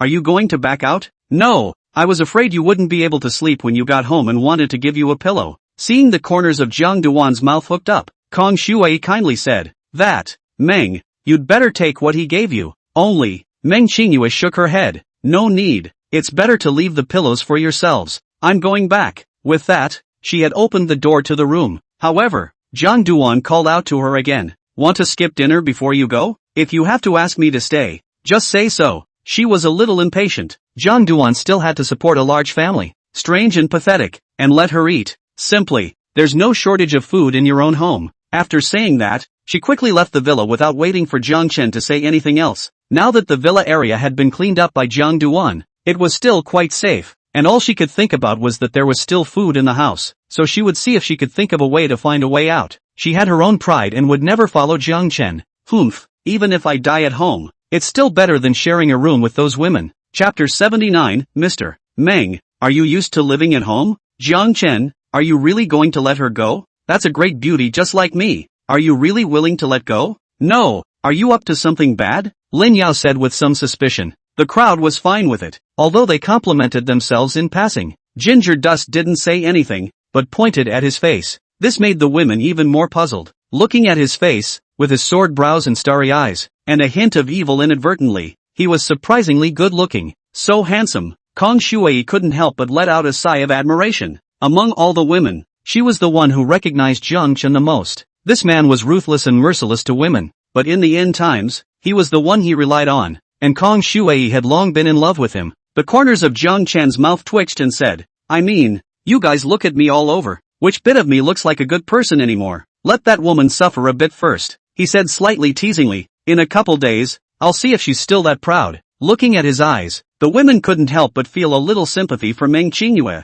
Of course, more than that, it was gloating. That woman really should be cleaned up, with her eyes high above her head, as if she looked at everyone as inferior to her. However, they were extremely curious about Jiang Chen's methods. It was just that by the look of him, he didn't want to say anything at all, so naturally he didn't dare to ask more. Well, it's getting dark. Let's have dinner first. I'm a little hungry after a busy afternoon. With that, he looked towards the three Lingyao girls. Originally there were 2 women cooking inside the villa. Because of disobedience, was killed by me. In the future cooking those chores, will be given to you guys to do it? Any comments? Seeing the look in his eyes, how could the 3 women dare to have any opinions? Only nodding their heads obediently. Joking aside, this man was temperamental, and if they didn't agree, they would surely have to follow in the footsteps of the 2 women they had never met. Well, go ahead and get busy. I've got some work to do too. As he spoke, he was already embracing Kong Shuai and Karen and went upstairs. 2 beauties, you've touched me today by being so determined.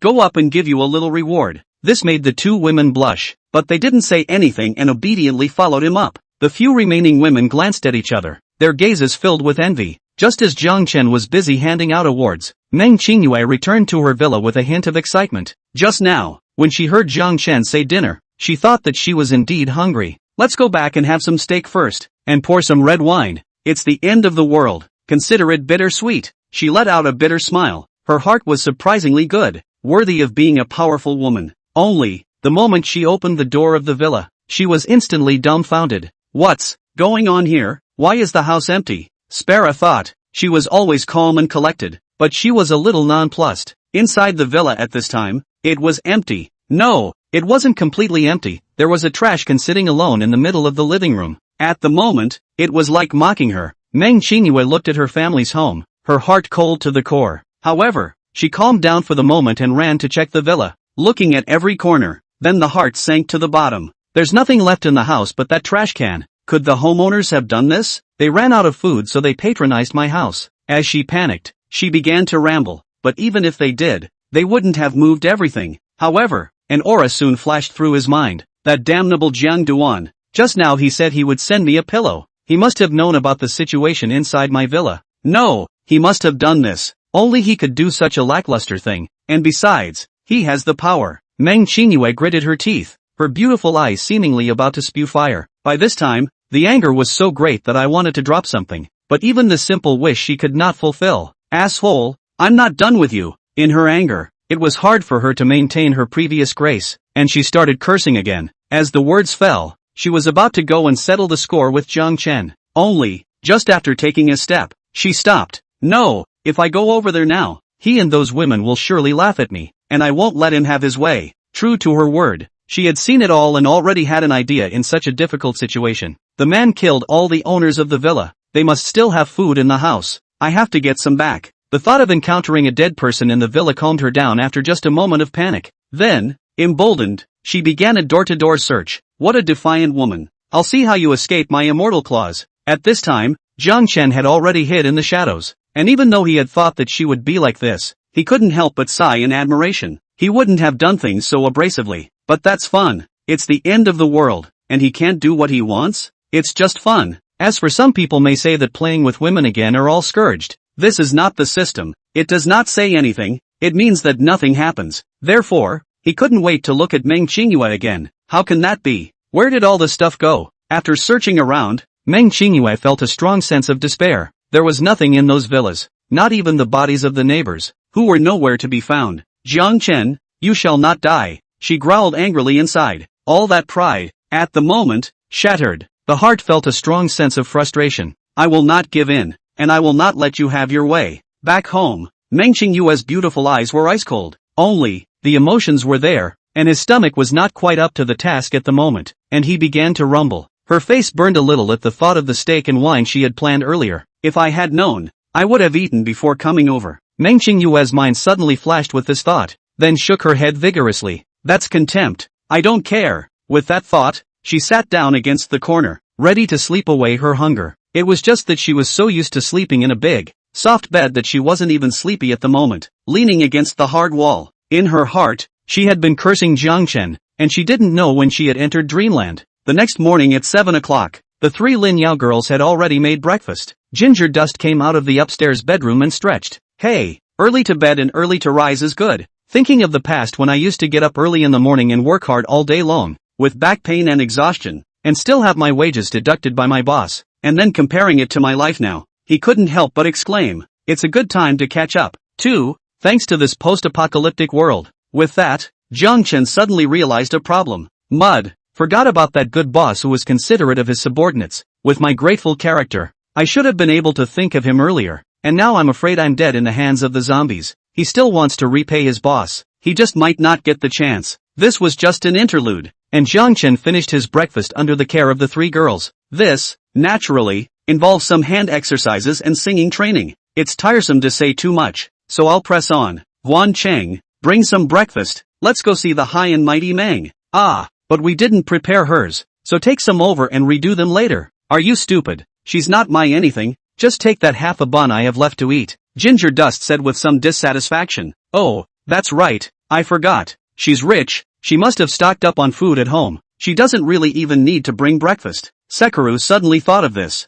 Only, Jiang Chen shook his head. The corners of his mouth lifted, and smiled. No, she needs it. As they spoke, the two of them were already walking towards Meng Qingyue's home. Arriving at the other party's home, Zhang Duan knocked on the door. There was a long knock before the door opened. Then, the two of them saw Meng Qingyue's haggard face. She looked breathless, and when she saw Jiang Chen, her beautiful eyes instantly brought on anger. Only, Zhang Duan revealed a sunny and warm smile and said with concern, Mr. Meng, are you still used to living at home? Is it uncomfortable to not have a pillow? Jiang Chen, you've bullied people too much. I'm not done with you. Hearing these words, Meng Qingyue couldn't hold herself together any longer. Chapter 80, Do you really think I'll spoil you? Meng Qingyue's pretty face was as cold as frost, and her beautiful eyes were filled with anger. You did all this, didn't you, just to see me laugh? If that's the case, you win. I'm really not as much of an asshole as you are. In her anger, she had already forgotten about Jiang Chen's horror. By now,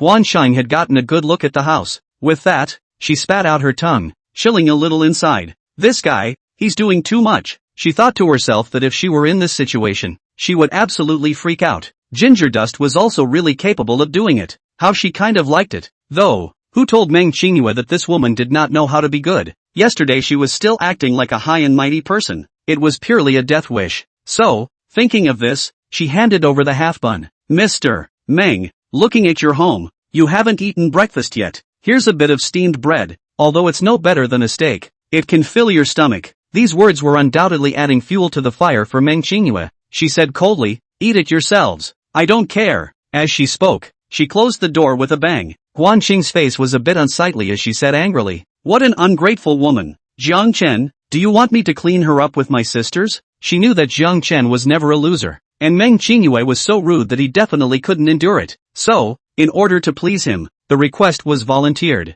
She now knew that the reason why Kong Shui and Karen had gotten special treatment from him was because they had shot and killed the bad guys who coveted them, thus establishing their position by Jiang Chen's side. Only, Jiang Chen's gaze narrowed slightly as he shook his head. Forget it, I'm not that small-minded. She must be in a bad mood after her house was burglarized. Let her be alone at this time. Sekiro choked on the words and didn't know how to answer. The next words left her even more speechless. Well, it occurred to me that I haven't eaten hot pot for a long time. Why don't we cook it here for lunch today? The flavor must be especially strong. Zhang Duan looked at the large piece of grass next to the villa. With a small lake next to it, it was a good location for an outdoor picnic. So, suddenly the idea came to me. This is good ah. I have not eaten hot pot for a long time too. Where did Guan Cheng not know what Zhang Chen was playing at? This was another attempt to irritate Meng Qingyue. It felt a little unkind, but she was actually looking forward to it quite a bit. Well, I didn't used to be like that, and after I was with him, that's how I liked it. She mentally reassured herself of this. After the two of them went back, Guan Cheng told the girls about the preparation of the hot pot for lunch. Of course, they knew about the miserable state of Meng Qingyue's family. Hiss, so he really is holding bad in his heart In the future do not offend this man. Rao Linyao couldn't help but be a little staggered as she made a decision in her heart. A few other women felt a trace of sympathy for Meng Qingyue, followed by the good news of the hot pot. Kong Shuai cheered. Then what are you waiting for? Let's prepare the ingredients first. She looked at Zhang Duan and said, Quickly, bring out the stuff. This woman used to be a big star with a busy schedule and very little time to enjoy life. It's the end of the world now, and with Zhang Chen to rely on, safety is not a concern. Finally being able to live a normal life. She had come to love it. Zhang Chen smiled, and with a thought, the ingredients for eating hot pot appeared in front of the women's eyes. Meat, seafood, vegetables, beverages, seasonings, and hot pot base are all available. Seeing such sumptuous ingredients, the women's beautiful eyes brightened.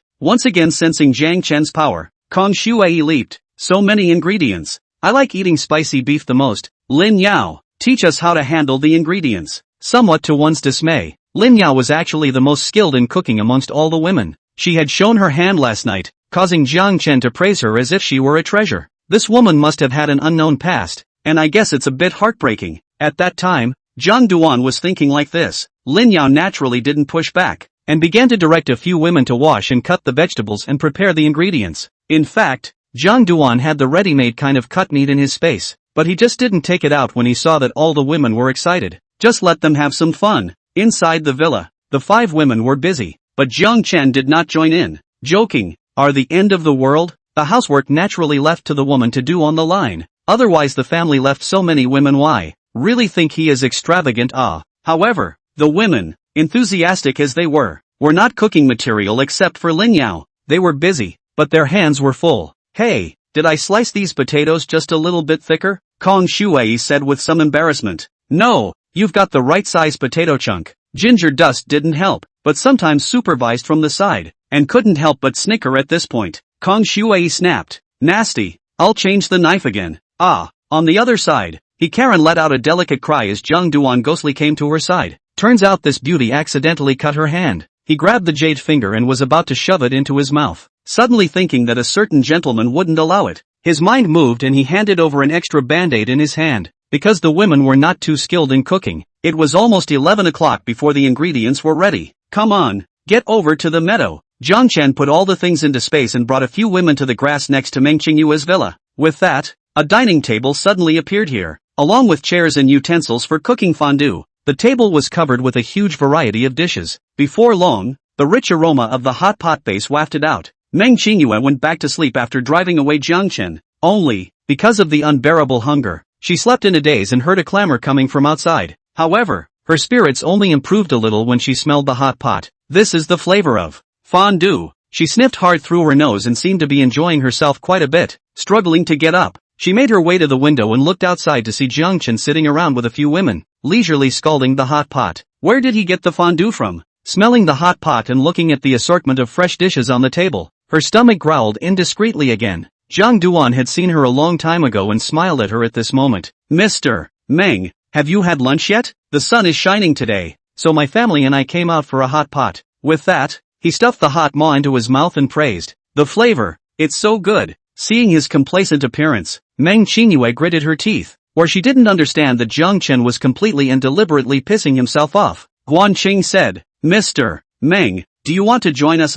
Follow Zhang Chen in order to live well in the end times. She even ate a slice of spicy beef as she spoke, a satisfied look on her face. That's right, it's that time of year, so you don't have to hold out. Zhou Mengdai similarly advised. Only, Meng Qingyue still shook her head and said, no need. You guys have a good time by yourselves. Then she looked at Jiang Chen again, her tone cold. What other tactics do you have? Continue to use them. I will definitely not give in. As soon as the women heard this, they knew it was bad. As expected, Jiang Chen's original sunny and warm smile disappeared, and his face returned to its aloofness. His expression shifted and he glanced in the direction of the villa's front door. Then he looked at Meng Qingyue again, the corner of his mouth lifting up in an arc. Do you really think I'm going to keep spoiling you? Since you're so tough, let me and the family watch a good show. Just then, at the entrance of the villa, 2 large vans drove up. It was loaded with about 20 men, all bloodied and fierce. Looking at the villa area in front of them, a fierce light appeared on their faces. Chapter 81, I'll give you a beautiful job. Without a moment's pause, the van crashed through Ginger Dust's closed door and rushed in. The man at the head was tall, with an inch of hair, and he was holding an axe with bloody remnants on it, which looked rather oozy. However, at this moment, he sniffed his nose and his eyes lit up. Brothers, does it smell like hot pot? A little brother nodded his head fiercely and said, Big brother, it's hot pot. I used to be good at this. There's absolutely no mistake, he said with his eyes glowing. The others gulped and sniffed hard, revealing a greedy look. That boss was no better, and said viciously, Marred, worthy of the villa area, the supplies are abundant. Brothers, go with me to have a good loot, catch the women here, and let's all play together. As the words fell, the minions wailed, their faces carrying suppressed excitement, and the van raced toward the place where the scent wafted from. At this moment, the people who were leisurely eating hot pot all heard the roar of the engine and couldn't help but look over in the direction the truck was coming from. Jiang Duan, someone is coming. This hot pot looks like it's going to be disturbed by them. Kong Shuai took a sip of her drink and said with some displeasure. She wasn't worried about her safety at all. With Jiang Chen around, she was just at ease.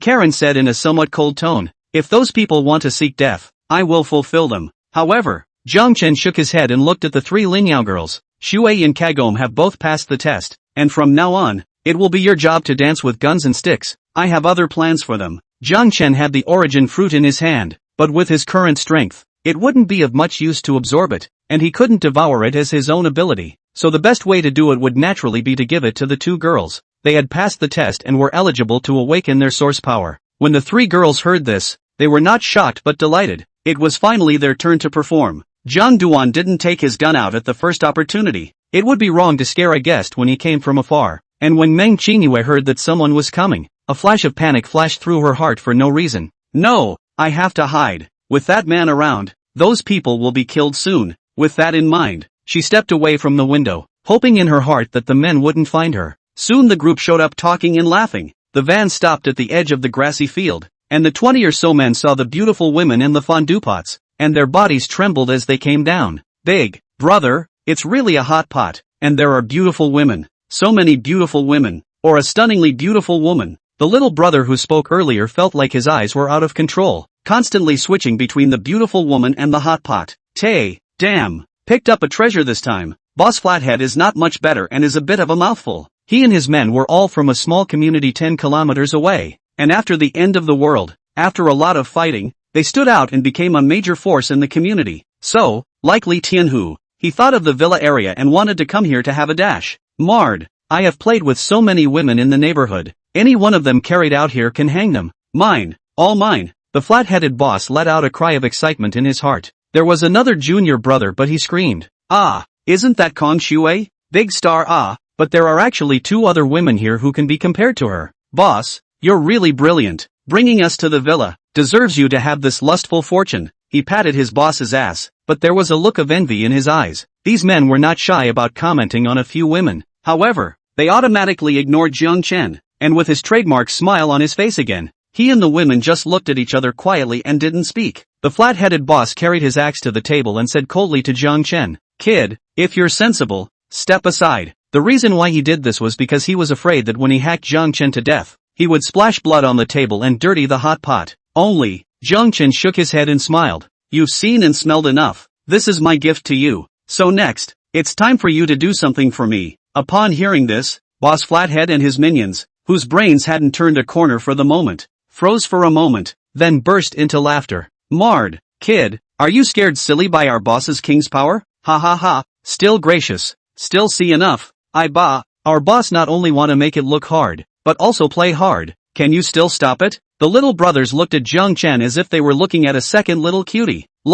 Only, These words caused the pretty faces of the women present to chill. Jiang Chen knew what they were thinking, and with a thought, a gun suddenly appeared in front of the three Lin Yao girls. Lin Yao was the fastest and picked up her gun at the first opportunity, not hesitating to fire a shot towards the person just now. Ah! The little brother was shot in the arm and immediately wailed out. Only 2 more shots rang out next. This time, the little brother was shot once in the chest and once in the leg, and fell down incredulously. Jiang Duan couldn't help but praise. Not bad, Meng Dai, the first time you use a gun. I didn't expect the shooting to be so accurate. There will be a heavy reward for you today.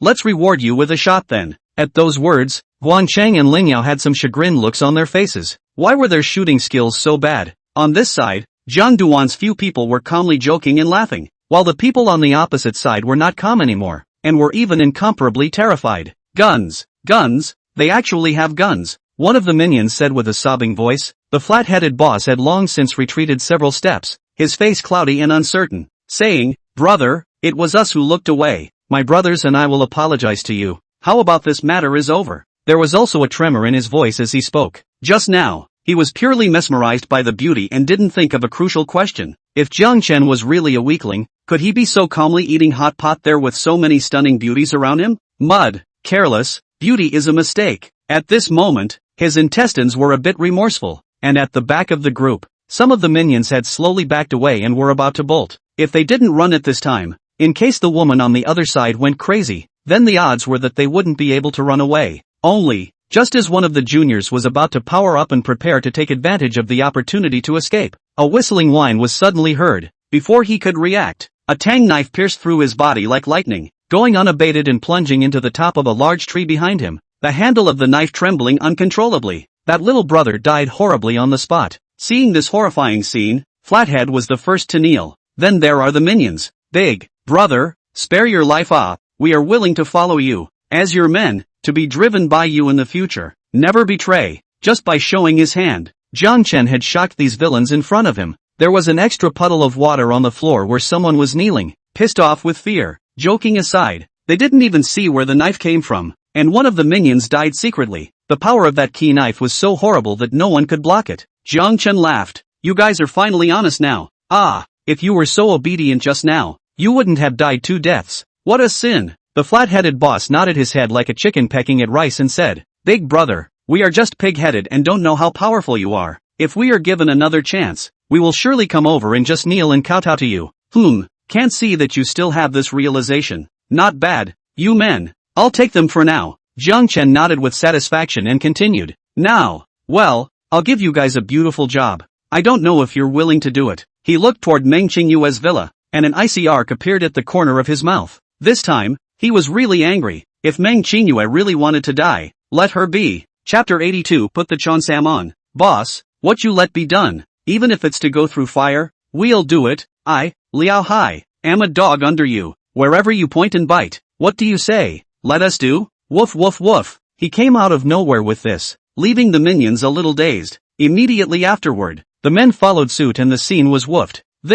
These people can really bend the rules. A few women couldn't help but feel a pang of emotion when they saw the scene in front of them. Only, Jiang Chen snorted coldly. Shut up, don't you know that I hate dogs the most? By his shout, the crowd stopped shouting. Only then did Jiang Chen open his mouth and said, I'm not lying to you guys. If someone doesn't cooperate, it's definitely a beautiful job. Saying that, in the gazes of Liao Hai and the others who were puzzled, his finger pointed towards Meng Qingyue's villa. There's a disobedient woman there. Go and teach her a good lesson. Upon hearing this, the women's beautiful eyes all looked toward Jiang Chen. This man is really angry. If Meng Qingyue still maintains that stupid pride, the end will definitely be tragic. In their hearts, they didn't mean to speak for each other. They're not that stupid. If he begged for mercy, Jiang Duan would definitely let those men in front of him clean themselves up in passing. Besides, Meng Qingyue's previous attitude made it impossible to plead for her. Okay, boss, let me double check. How far do I need to go? Liao Hai couldn't help but ask one more question.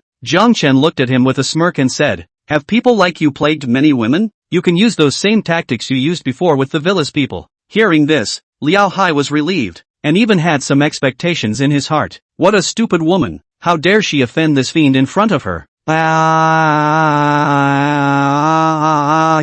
It's cheaper for me. With that thought, he waved his hand at his men. Go, brothers, take it out on the boss. When the words fell, he led his minions towards the villa in an aggressive manner. Meng Qingyue was trembling in her heart just now when she heard the clamor outside. At the moment she heard someone seem to say they were coming to the villa. She hurried towards the stairs. Asshole, aren't you strong? Why can't you even handle these people? Meng Qingyue clenched her silver teeth and actually blamed Jiang Chen. However, she then thought of a possibility. Could I have brushed him off? Could I have let these people come to me on purpose? In the midst of her mind's ramblings, a loud noise suddenly came from downstairs, frightening her to the point that she lost her color. Yoo-hoo, there's nothing in here at all. Brothers, pull that woman out for me and take it out on the boss. Yes, Brother Liao, that woman must have run upstairs. Hey, we'll be able to pull her out in no time. While talking, the minions had searched the downstairs. There's no way. The inside of the villa is too clean to hide anyone, and you can tell if there's anyone by looking into the room twice. Boss,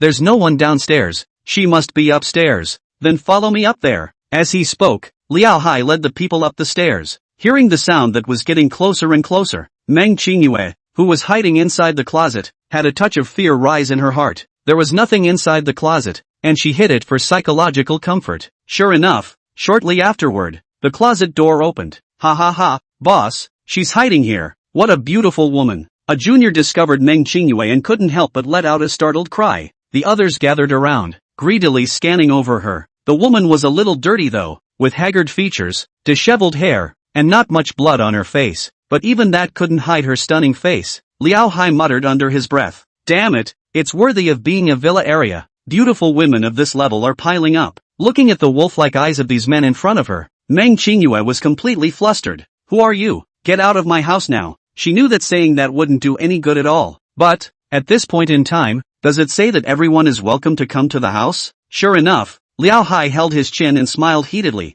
You don't need to care who we are. You just need to know what you want to do to you. Our boss said you upset him and asked us to teach you a lesson. Ha. I didn't believe the boss when he said he was handing us a beautiful job before, but now it seems to be true. Upon hearing this, Meng Qingyue was finally certain that these people were indeed sent by Jiang Chen. Her voice trembled a little as she said, What did he ask you to do here? Of course it's for us to love you a little. The boss said, What we did to women before, we'll do to you now. A junior said for Liao Hai. In the old days, the women who fell into our hands were all taken slowly by everyone next to each other. As the words fell, the crowd let out obscene to the extreme laughter. Liao Hai couldn't wait and said, Don't talk nonsense, such a beautiful woman. The boss must have hated her so much that she would be cheaper for us. Hurry up and do it, in case the boss backtracks, we'll lose a lot of money. Everyone felt that the boss had a point. Drag her out from inside the closet first, two of the minions said, and stepped forward, their faces filled with a return to primitive expressions.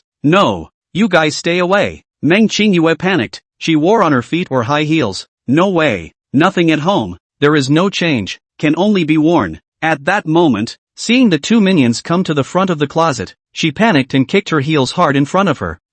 One of the juniors was immersed in the final fantasy, and without defense, he was viciously kicked in the root of his thigh, and immediately squealed in pain. Pop, crisp slaps rang out, along with angry curses from the men. Asterisk. If you resist again, you'll get a severe beating first. The other junior, who hadn't been kicked, broke out in a cold sweat. Instantly, the evil was so strong that she rushed up and slapped Meng Qingyue in the face. These people could all be villains. Don't look at them being well-behaved like grandchildren in front of Jiang Chen, but in reality, they were all villains with blood on their hands. They have a way with women. The fiery pain coming from her face made Meng Qingyue realize a terrible thing. Treating Jiang Chen like that before had made him lose his patience. This time he's getting real, and if he's still stubborn, he'll let himself die of humiliation. The devil, he's the devil. With that in mind, she let out another gasp. It turned out to be the little brother who had been kicked. With a sardonic smile, dragging her from inside the closet. Martyr, dare to kick old me. Big brother immediately play dead you. With that, he said to Liao Hai, Boss, this woman dragged out. You play slowly. Liao Hai had been impatient for a long time and had already come to Meng Qingyue's side, his gaze full of blazing heat. Ha, boss, we won't go out. We'll wait for a mouthful of soup later.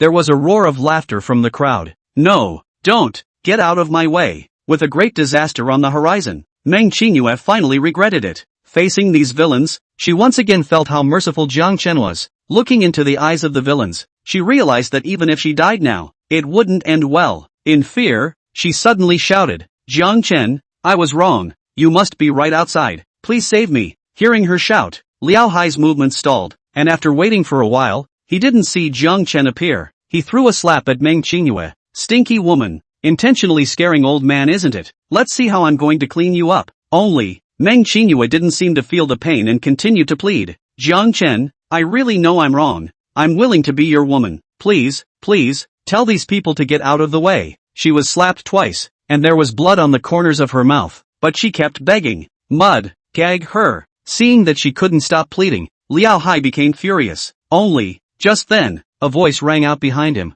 Mr. Meng, what did you just say that I didn't hear? Hearing this voice, Liao Hai and the others hurriedly turned around and honestly made way. In his heart, he was cursing. Damn, this is not going to be fun. Only to see Jiang Chen bring a few women behind them, indifferently looking at the scene in front of him. The first time she saw him, Meng Qingyue's beautiful eyes lit up, and she hurriedly said, I was wrong. I'll do whatever you want me to do. I'm willing to be your woman. After everything she had just experienced, she finally realized that her stubborn pride was ridiculously stupid. Ginger Dust looked at her coldly until the corner of her mouth lifted up when she was incomparably panicked in her heart. Coming to Meng Qingyue's side, he suddenly had an extra cheongsam in his hand and threw it on Meng Qingyue. Go to the villa with Shuei and take a shower. Put the cheongsam on and wait for me to come back. Chapter 83 Issuance of Awards. Hearing Jiang Chen's icy words, where was Meng Qingyue's previous pride? She nodded her head busily. Okay, I'll do anything you want. All of her pride had gone up in smoke at the torment of those men just now. In front of these men, she was a weak woman who could be taken with abandon.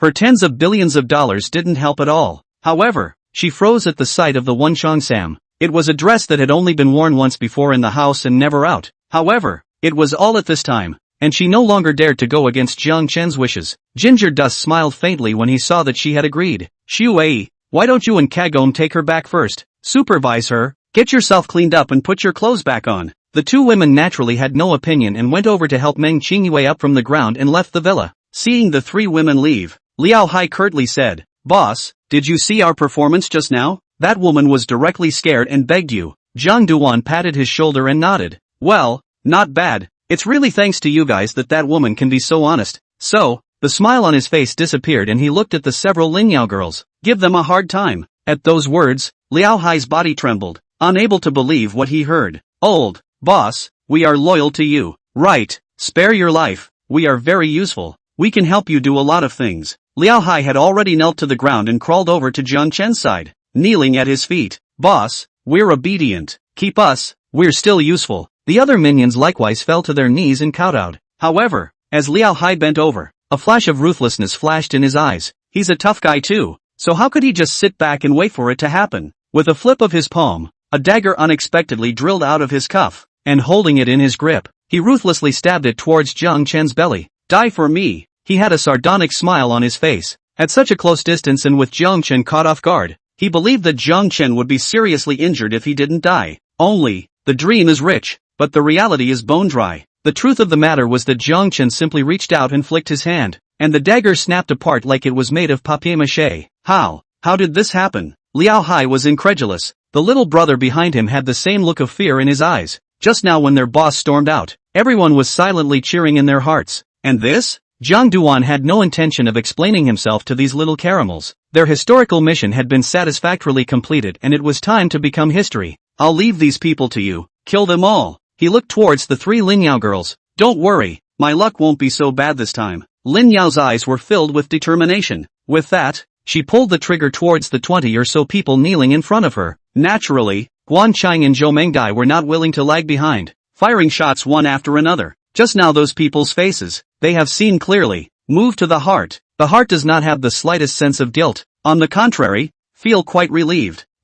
Run! The villains were shot one after another, and some of the lucky ones had already run towards the window. It was better to jump than to feed the bullets. When Lin Yao saw those people, her pretty face contained fury. Still wanting to escape. It's just a dream. As she spoke, she had already shot two of the fleeing men, as her marksmanship was still rusty, and the other few were still alive, wailing on the ground. As a result, it took the three women a few magazine changes to send all 20-odd villains away. Guan Qing couldn't help but frown and said, Hey, my marksmanship is so bad that I've run out of bullets. We're not yet. It's such a waste. Lin Yao and Zhou Mengdai were actually no better. With that, they looked at Jiang Chen. Can you find a way to get some bullets? We've run out. Ginger Dust also felt this need to get some weapons. I didn't get it before because I didn't think it was necessary, and thermal weapons would soon be useless, but now that the three girls were needed to do some dirty work, it was possible to get a little back. And, suddenly, he remembered someone and couldn't help but smile. Don't worry, the weapons will be there, and soon I'll take you to a friend of mine who should have this stuff there. Well, it's done here, let's go back, Lin Yao said somewhat grudgingly. Are you in a hurry to go back to see Mr. Meng and the Cheongsam? Don't forget, you promised to give Dreamfly a reward. At that, Zhou Mengdai waved her hand and said, No, no, no, no, Jiang Chen, you reward Mr. Meng today is fine. I don't need it for the time being. First, save it first. Put. The two women couldn't help but laugh out loud. Only, when Jiang Chen heard this, his face darkened. What? You think you can deal with me with just her alone? Be a good boy and go back to bathe and change. Then wait for me to come over and hand out the rewards. Well, I'll be waiting for you. Zhou Mengdai made a sound from inside her nose. Naturally, she would not refuse. Just as Lin Yao and Guan Qing covered their mouths and snickered, Jiang Chen looked at them again with a cold face. What are you laughing at? Do you think I can't do it? Humph, do you think you can deal with me with just the two of them? Behave yourselves and go back to bathe and change. Then wait for me to come over and hand out the temporary rewards. Ha! How the two women heard it. They felt that the words sounded somewhat familiar. Bummer, is it bad to just say it all together? They said with some heat in their faces. It wasn't because of shyness. It was just the thought of certain elements and some anticipation. I'm happy to. You guys have a problem with that? Ginger Dust asked with narrowed eyes. No, you're happy. Where would they dare to talk back and upset Jiang Chen? Meng Qingyue was a foretaste of what was to come. The four of them talked and laughed back inside the villa. Seeing that Kong Shuai and He Karen were sitting in the living room, Jiang Chen asked, Is Mr. Meng ready? Kong Shuai's pretty face is full of smiles. Said her just inside the bedroom. You quickly go to see it. She is wearing a cheongsam. Very nice. I'm a girl or a little moved. At those words, Jiang Chen was somewhat looking forward to it, but he didn't forget to admonish the several women. It's too hot, and we ate hot pot, so go take a shower yourselves. I'm going to take a nap. The three Lin Yao girls had spoken to him before, so they naturally heard the meaning of the words. Only Kong Shuai nodded her head obediently. Okay, go ahead. Jiang Chen paced to the upper floor and pushed the door in, his gaze falling on the luscious and concave figure on the bed. Meng Qingyue had already changed into her cheongsam and was sitting on the large soft bed. Even at this critical moment, she maintained that elegance, her legs folded and her burgundy satin heels nudging the ground slightly. She slightly lowered her head, her long black hair loose, a few strands of hair falling down on her chest, adding a bit of femininity. On her body was a black embroidered gold cheongsam that outlined her delicate curves perfectly. The cheongsam opened a bit fiercely. Straight legs, skin like snow, dazzling white. At this moment, Meng Qingyue, where could she still see that kind of wretched appearance before, and recovered the coldness and nobility that belonged to her alone. It was only that a pair of once arrogantly beautiful eyes had a touch more submissive when they looked at Jiang Chen. Jiang Chen came to her side, looking down on the woman from above, reaching out and lifting her chin, his gaze locked with it at close range. This caused a trace of panic to finally flash through her beautiful eyes. No ducking away, just look at me. Meng Qingyue's body trembled as her beautiful eyes finally looked straight at Jiang Chen. Good, very good. I hope you'll always be this obedient from now on. Saying that, he had already wrapped his arms around Meng Qingyue's soft and boneless waist. It was all at this time. Jiang Chen was too lazy to talk so much nonsense. He liked to do practical things. Chapter 84, Who's Not a School Beauty? The storm is not enough. An hour passed quickly. Jiang Chen looked at Meng Qingyue who had fallen into a deep sleep. The beauty's nose was slightly wrinkled and there seemed to be a hint of pain. He shook his head and went straight out of the bedroom. Well, all these women have gone to bed just now did not enjoy themselves at all. It's time to fulfill the promise and give the dream butterfly reward to go. With this in mind, he had already arrived at Zhou Mengdai's bedroom. Pushing the door in, he saw Zhou Mengdai changing into a set of blue silk pajamas. Hidden in the background, you can see the infinite beauty. At this moment, was looking at him with shyness. The corners of Jiang Chen's mouth hooked up as he walked over to the beauty and smiled. Mengdai, you've been waiting for a long time, haven't you? There was a bit of a delay just now. No, it's okay, Mr. Meng is cold and stunning. I feel stunning when I look at it, as long as you are happy. Jiang Chen shook his head and said, but she's not even a match for me. Now it's up to you. As he spoke, Jiang Chen had already arrived by her side. An hour had passed this time, and Jiang Chen felt that his body was just too good to be true, and that he had only done a warm-up exercise just now.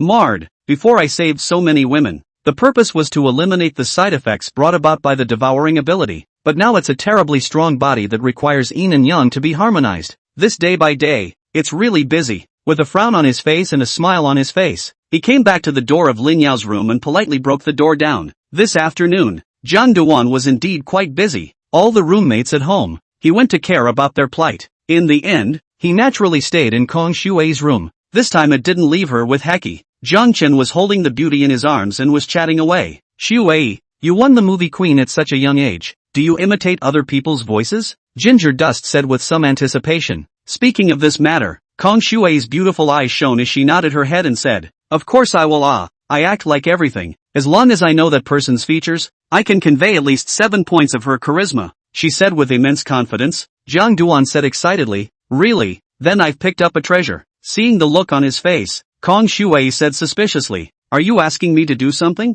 Well, it's dropping. Big Nini no. That's my idol since I was a kid. Now the end of the world. Maybe she's already lost her life to the zombies. What a pity. Ginger Dust had a pained look on his face. Ah, are you talking about that senior? She's almost 50 now. I didn't realize you've been powdering her for so long. Kong Shui looked at Jiang Chen incredulously. It's 2030 now. And the predecessor he's talking about lived for more than 20 years and was still very capable of fighting before the end of the world. Only, didn't Jiang Chen abhor fishing circles, but he even had this hobby. With that, he couldn't wait to say, you can give me an impersonation of her, fulfill my little wish of a pure-hearted fan. Although Kong Shui was a bit jealous, she didn't dare to go against Jiang Chen's wishes, cleared her throat, changed her expression, and said tentatively, Bald Mountain, I cover it. Seeing her exquisite expression, which actually had the idol's 9 points of godliness, Jiang Chen became even more excited. However, he shook his head. Not this one. Lines from another movie where she plays a sad woman. The classic forever bit. Every time I see it I choke on it and just hate that I can't play opposite her. Kong Shui sniffed. Her pretty face reddened, but still continued to perform. Where is my husband? Asterisk. That's too much of a resemblance. Shui baby is really giving me a big surprise. Thinking about it, he decided to sleep a little longer. For an afternoon, Jiang Duan wasted his time inside the villa. By the end of the day, he'd fallen asleep on his own. Joking aside, even an iron body has its moments of exertion. By the time he woke up, it was 7 in the evening. If it hadn't been for the system's obnoxious voice coming through, he probably would have slept for a while. Ding, host, human high-quality female detected in danger. Interested in checking it out. Ginger Dust instantly caught fire. Asterisk. You this broken system. All day long you don't do anything serious. All day long you think about this kind of crap. What about the promised accumulation of energy? Sorry, host. This system will gradually be assimilated into the host's mind after awakening, and will be able to see through the essence of his mind, and thus can't help but act in such a manner. Ginger Dust's face twitched. Martyr, you still blame on the old man. Hurry up and say, which woman suffers again? Collect or not? Forehead. Save or not save her? The old man depends on the mood. The system's voice without the slightest bit of emotion rang out. Her name is Nia Huanhuan. This time it again just reported the name. Not right Nia Huanhuan in Shuchang University. There is more than 10 kilometers away from here. You damn which sentence is true? Ginger Dust couldn't help but question. As the host becomes stronger, the search range naturally increases. This is common sense. Asterisk off. I don't like talking to you. Sensing the sting in the system's words, he nonchalantly drank them back. In his heart, he pondered. Nya big schoolgirl still needs to be saved. My great-uncle entrusted her to me, and now that his corpse is still cold, he must be allowed to die in peace and go in peace. As a man, Jiang Chen naturally had to keep his word. So, he decisively put on his clothes and walked out of the room. At this moment, the women actually struggled to get up. Even Meng Qingyue was chatting with the two Kong Shui girls in the living room. However, her body had obviously not recovered, and her movements were still a bit unnatural. She didn't really want to get up, but braced herself to get down thinking that as a newcomer, she was here to join the family and had to make a good impression on the original owner. Originally, she wanted to help cook, but she was rejected by the 3 Linyao girls. We have a deep understanding of how strong that man's fighting ability is, so you'd better rest. We naturally won't be so polite to you when we get better. One word left her speechless. Soon dinner was on the table. Eating is still relatively simple. Spare ribs in dry pot, boiled sliced pork, braised yellow croaker, steamed egg with minced pork, steamed hairy crab, shredded potato with vinegar, yam and green vegetable casserole. The food was average, but colorful and flavorful. Lin Yao, that's really good. Originally I was looking for a chef. a human high-quality female chef. Since you're up to the job, I'll leave it to you for the time being from now on. You should be willing, right? His eyes burned at the soft and charming woman in front of him. Ah, I do. Lin Yao was naturally not happy in her heart, but she didn't dare to disobey Jiang Chen and only agreed. She sighed in her heart. I didn't expect to turn into a little cook after the end of the world. Is the old lady's charm really that bad? A hint of frustration welled up in her as her beautiful eyes swept over the group of women who each had their own unique characteristics. Seeing that she agreed, Jiang Chen smiled faintly and looked at the ladies. The villa is really lively. How about it? Now everyone doesn't feel lonely, right? Seeing a few women nodding, he added, it seems that you guys aren't very excited. You must be thinking that there aren't enough people. So I've decided that I'll leave right after dinner and go find some more new people to join in. Upon hearing this, the women all had a stunned look on their faces. Kong Shuai said, we don't feel that way. But, if you want it, we raise our hands.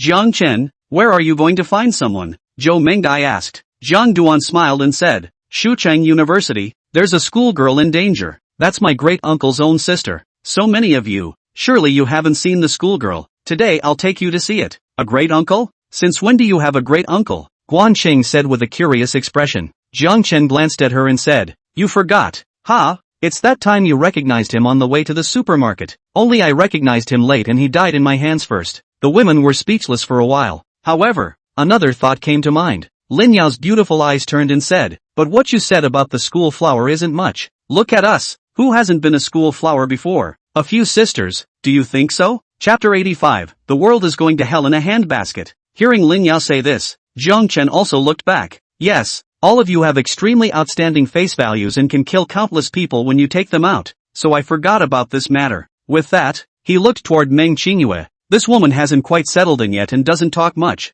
Mr. Meng, did you used to be a schoolgirl? Don, call me Mr. Meng, just call me by my name. Meng Qingyue's body couldn't be bothered now that she heard Jiang Chen call her that. After all, the title used to be a source of pride for her, and now it felt a little tarnished. However, Jiang Chen shook his head and said, why don't you scream? This is how it feels. As he said this, he recalled the words of those owners who had talked about Meng Qingyue behind her back when she had grabbed the source fruits in the villa area earlier. Exclaims, this is very fulfilling indeed. Meng Qingyue could only nod her head and said, I did used to be called that in school, but didn't care. When she was in college, she spent all day thinking about how she should earn money. How could she care about that? Other than Guan Chang, the other few women did not deny it. She said weakly, I wasn't before, just a departmental flower. This woman's appearance was actually not bad at all, but compared to a few other women, there was indeed a slight gap. Jiang Duan snickered. That's good to hear. You can be said to be unique among them. When these words came out, all the women laughed, and Guan Qing gave Jiang Chen a grateful look. I didn't realize the man was quite considerate. Of course, that would have to be based on having his trust. Between jokes and laughter, a meal was finished. When Lin Yao and the girls finished cleaning up, Jiang Chen left the villa with a few girls. I've been here for a few days, but it's all post-apocalyptic, so there's nothing to hold on to. Jiang Chen wasn't going to just stay in the small place of Shu City. He had to wander around the rest of the Summer Kingdom. The world is a big place, and he's going out to see it. Now that Jiang Chen's supernatural ability had come to the third stage, the rapid growth in strength was extremely terrifying. You should know that in his last life, Xiali stopped an operation as fierce as a tiger and only broke through to the third order a month after the end of the world. With his current strength, as long as he didn't encounter an attack from a large group of exalted, he could walk across Shu City. Within Xia, there weren't many people who were his rivals. Still, it's important to finish what's in front of us first. Zhang Duan drove the caravan and traveled towards Shucheng University. The address given by the system was the new campus of Shucheng University, located in the eastern new city of Shucheng, almost 20 kilometers away. That's why he decided to go.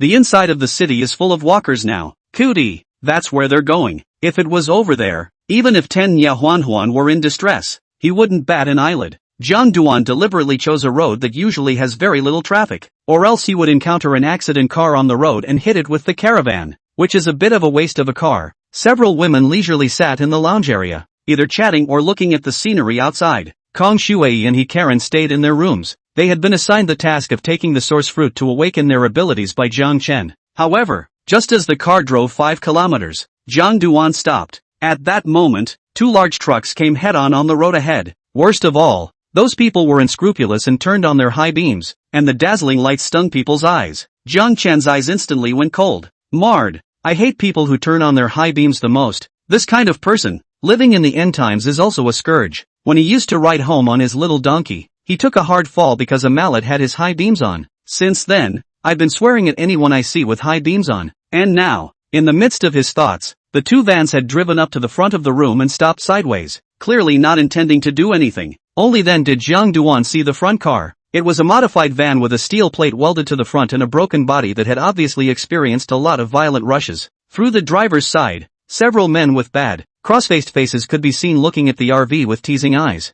They then got out of the car and savagely waved at Jiang Chen. "Kid, get your ass down here." As they spoke, more than 20 people jumped down one after another from the two vans, holding various weapons in their hands, and stood by the side of the vans. "Mud, that's a nice RV, just cheap for us," someone couldn't help but say, and a rough laugh erupted from the crowd. The leader of the group was a bald, burly man. He was wearing only short sleeves with skulls tattooed on his arms and a cigarette in his mouth as he admired the luxury RV in front of him. "It's the end of the world and there are little cuties wandering around in an RV. I'm afraid it's not a cutie bar. Could it be someone inside that villa area we're going to?" Someone couldn't resist. "Who cares? No matter who it is, if he meets us, it will be counted as his bad luck." One of the minions had a sardonic smile on his face. At this moment, Jiang Chen had already stepped out of the caravan holding the tang blade, and when the bald burly man saw him, his gaze narrowed slightly, but with a disdainful smile, he was about to speak. However, in the next second, all that could be seen was a flash of Jiang Chen's figure, arriving in front of him. The bald burly man's reaction was not slow. The smile on his face did not diminish. The dust around his body flew up.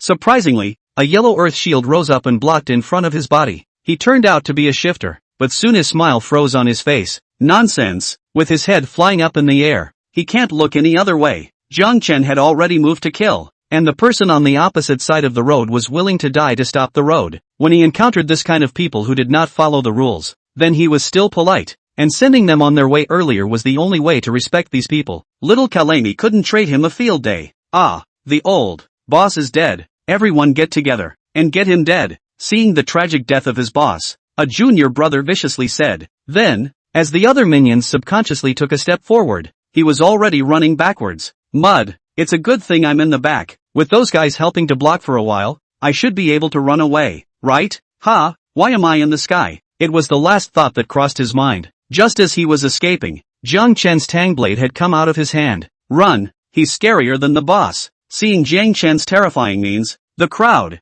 who were already fearful, scattered their legs and ran wildly. Jiang Chen smiled coldly as the devouring vortex reappeared in his hand and spun rapidly. In a sound of fear, the group of villains all turned into flying dust. Jiang Chen went over and opened up the bald and strong man and took out a yellow crystal core. Now that he didn't have much use for absorbing this level of crystal core, he was prepared to leave it to the two Kong Shui girls. With a thought, the two vans entered Jiang Chen's space. He had just looked at it and there were still some supplies inside, so naturally he couldn't waste them. These robbers were just a bit of an interlude in the journey, and after Jiang Duan cleaned up the other party, he continued to drive the caravan on the road. However, the rest of the journey wasn't smooth. He got out of the car and resolved the two sets of bandits that blocked the road, 3 mutated creatures, and collected all of the crystal cores, finally arriving a kilometer away from Shucheng University. To his some consternation, 3 groups of people had already passed his car and were headed for the school. These people were smart enough to know that with the end of the world, those who were able to stay outside were not the ones to be messed with, so they chose to continue on their way when they saw the caravan despite their greed.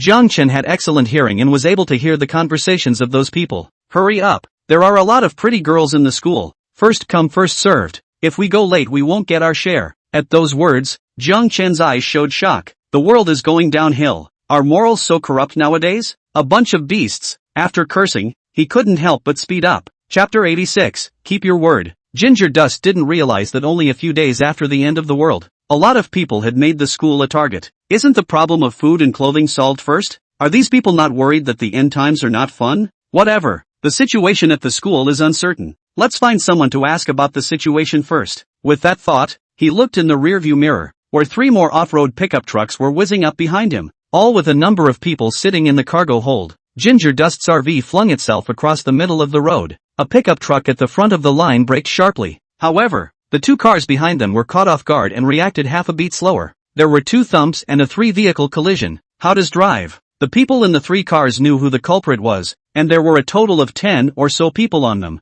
cursing and getting down from the cars, looking at Jiang Duan with unfavorable faces. He had gotten out of the car and said somewhat apologetically, "Sorry, I had something I wanted to ask everyone. I was a bit presumptuous earlier. Ginger Dust has a very good attitude. Only, the person on the other side of the room wasn't so good-natured. Mud, I was almost killed by you, and you're done with an apology?" A square-faced man on the opposite side of the room said with a twinkle in his eye. Ginger Dust said somewhat sheepishly, "What should we do then, big brother?" The big man hemmed and hawed, "Leave your life behind and take your RV. Of course." As the words left his mouth, he shouted, "Do it!" A dozen people laughed and rushed towards Jiang Chen. The square-faced man rushed at the front, only to see a tang knife appear in Jiang Chen's hand out of thin air. Then, his figure disappeared. A line of blood suddenly emerged above the big man's neck, followed by his head flying up into the sky. The scene happened in a flash of lightning. The others still had sardonic smiles on their faces. In the next moment, Jiang Chen's figure flickered, and 5 or 6 more heads were separated. That's when someone reacted, and their body reacted in a physiological way, and they actually peed in fear. Ah, Zhao Feifei is dead, and so are the others, and he is an alien. The crowd chose the wisest course of action and fell to their knees with a thud. "Big brother, spare your life. Ah, we have eyes without pearls. Please raise your hand." The crowd pleaded uncontrollably. Jiang Chen revealed a smile and said, "Everyone, there's no need to be so scared. I just want to ask you all a question. Look at this misunderstanding. All the people are dead. They won't blame me, right? No, they won't. Believe it or not, I'll ask." A man looked toward the one who had died first, Zhao Feifei, and shouted, "Old Zhao, you don't have an opinion, do you?" After waiting for a while, he fawned over Jiang Chen. "Big brother." Old Zhao didn't answer, so he must not have any opinions. Ginger Dust was a relief. "That's good. Now answer me one question. Where are you guys planning to go with this?" The man hurriedly replied, "Big brother, we're going inside Shucheng University. There's a boss there who sent someone, saying that if we can go and help out, the girls inside can be rewarded for everyone to play with." Jiang Chen's gaze narrowed slightly as he heard this. "Interesting, this is all getting help. Ah, tell me, what exactly is the situation there now?"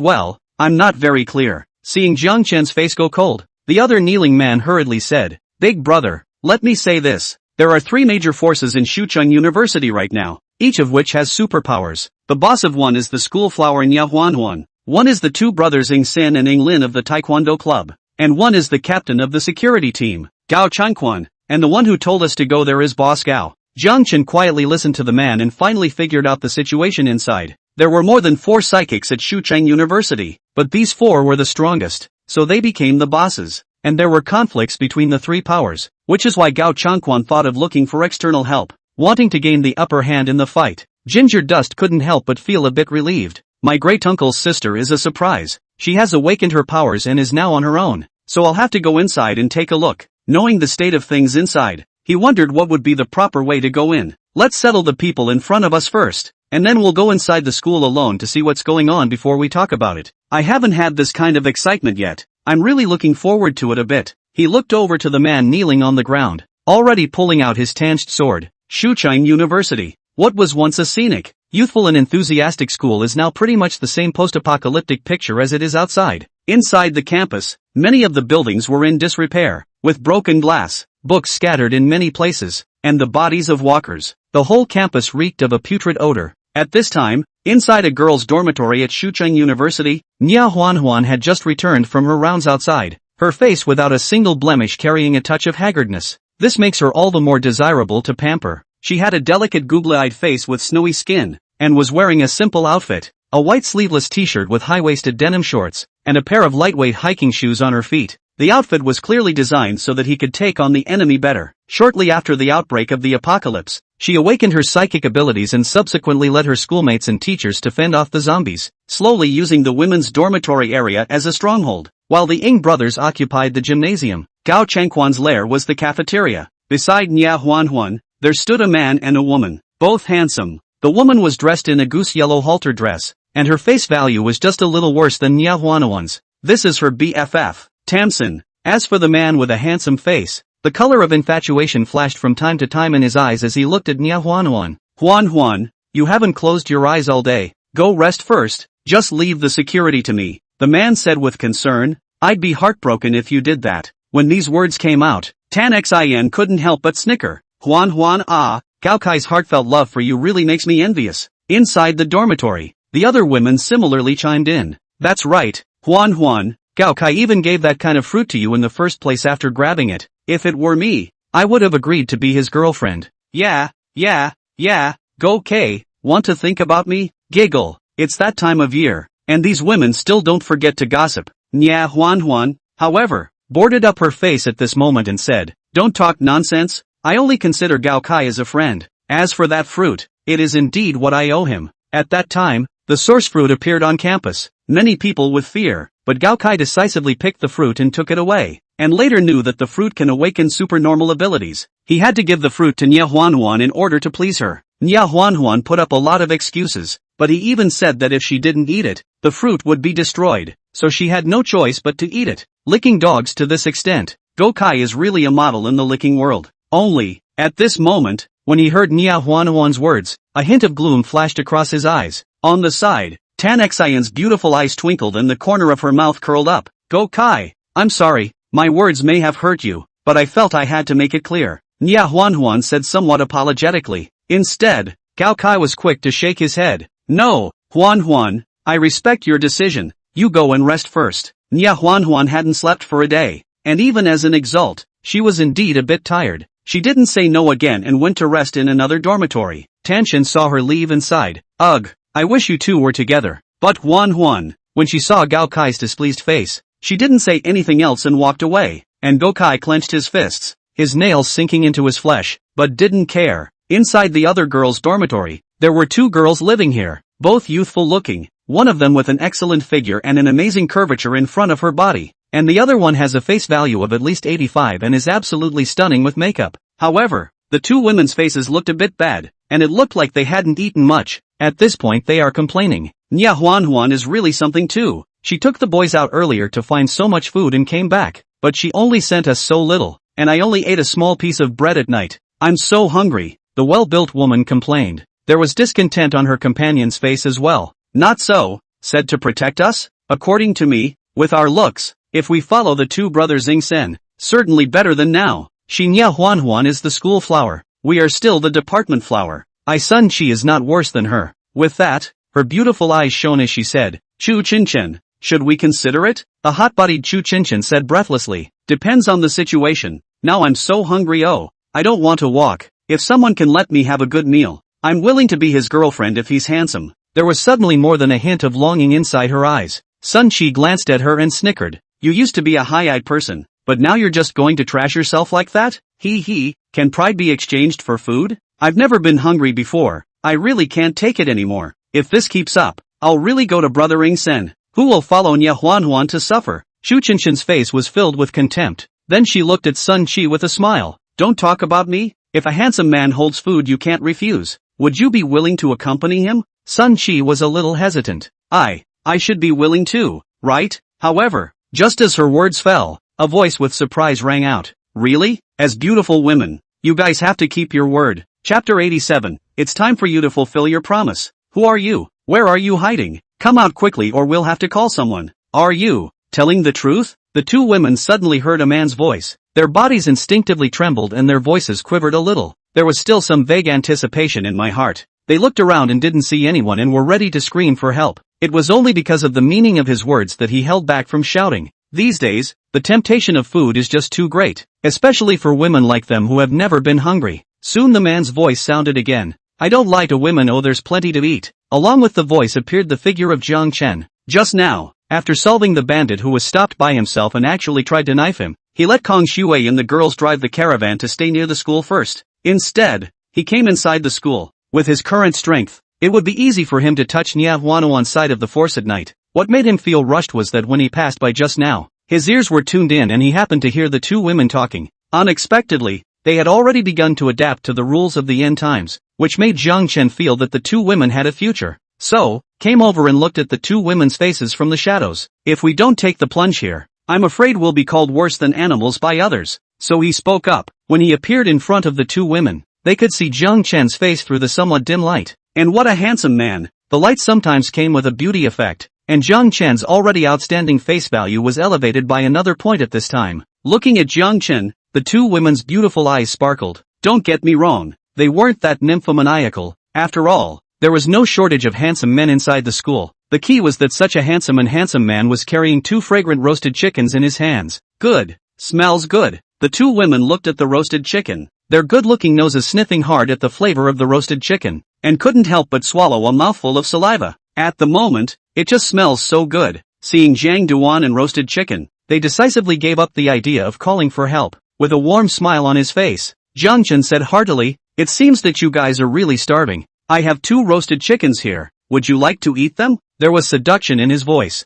The 2 women said almost subconsciously, "Of course I want to." In the pre-apocalyptic world, they might not be very interested in food like roasted chicken, and would even disdain it. The beauty of it is that you can't eat it on a diet. However, it had been several days since the end of the world, and the 2 women hadn't had a full meal, let alone meat. "I just had a little broth 2 days ago and it wasn't enough at all." Therefore, they couldn't wait to snatch the roasted chicken and nibble on it right away. Only, the 2 women also knew that if they wanted to eat the roasted chicken now, they had to pay some price. Surely the other side wouldn't be so kind as to give themselves a handout. As expected, the smile on Jiang Chen's face did not diminish as he said, "If you want to eat it, just do what you guys just said. Is that okay?" Seeing the hesitation on the 2 women's faces, he smiled faintly. "That's not giving enough away." After all, although the 2 women had been starving for a few days, during the conversation just now, they had already thought of a way back and felt that with their own capital, they would get more than that. In this regard, Jiang Duan knew this very well in his heart.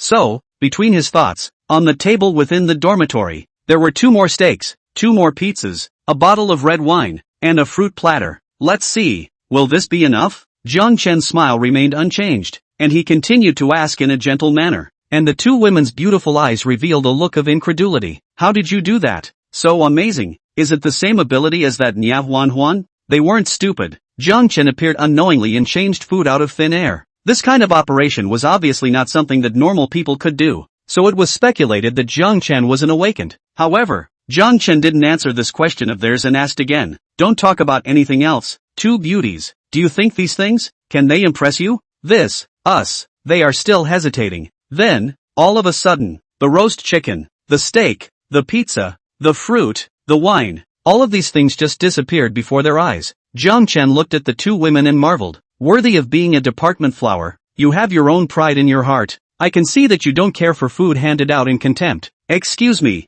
With that, he didn't hesitate to head towards the window and was about to leave. Seeing his movements, the 2 women instantly panicked. "Don't go. Wait." They all had the urge to hug Jiang Chen's thighs, their hearts incomparably anxious with a hint of sulking. "Asshole, can't you just let us be reserved? It's the first time, after all." Just now, the 2 women were thinking that the boys who used to chase after them, time and again, took them to eat a big meal without even touching their hands, and it was too cheap for Jiang Chen to be able to get what he wanted after paying only so little. However, now that there are so many delicious food, how can they refuse? One must know that Nya Huan Huan forces were attacked by the other 2 forces from time to time, and those people would snatch some women every time. Not only had I not eaten enough in the past 2 days, but I had endured mental torture, so how could I not have a good meal now? It was just a wild thought, and as a result, he was so decisive that he just had to go. How dare the 2 women hesitate and hurriedly stopped Jiang Chen. Fortunately, he heard the call, stopped in his tracks, and then turned around.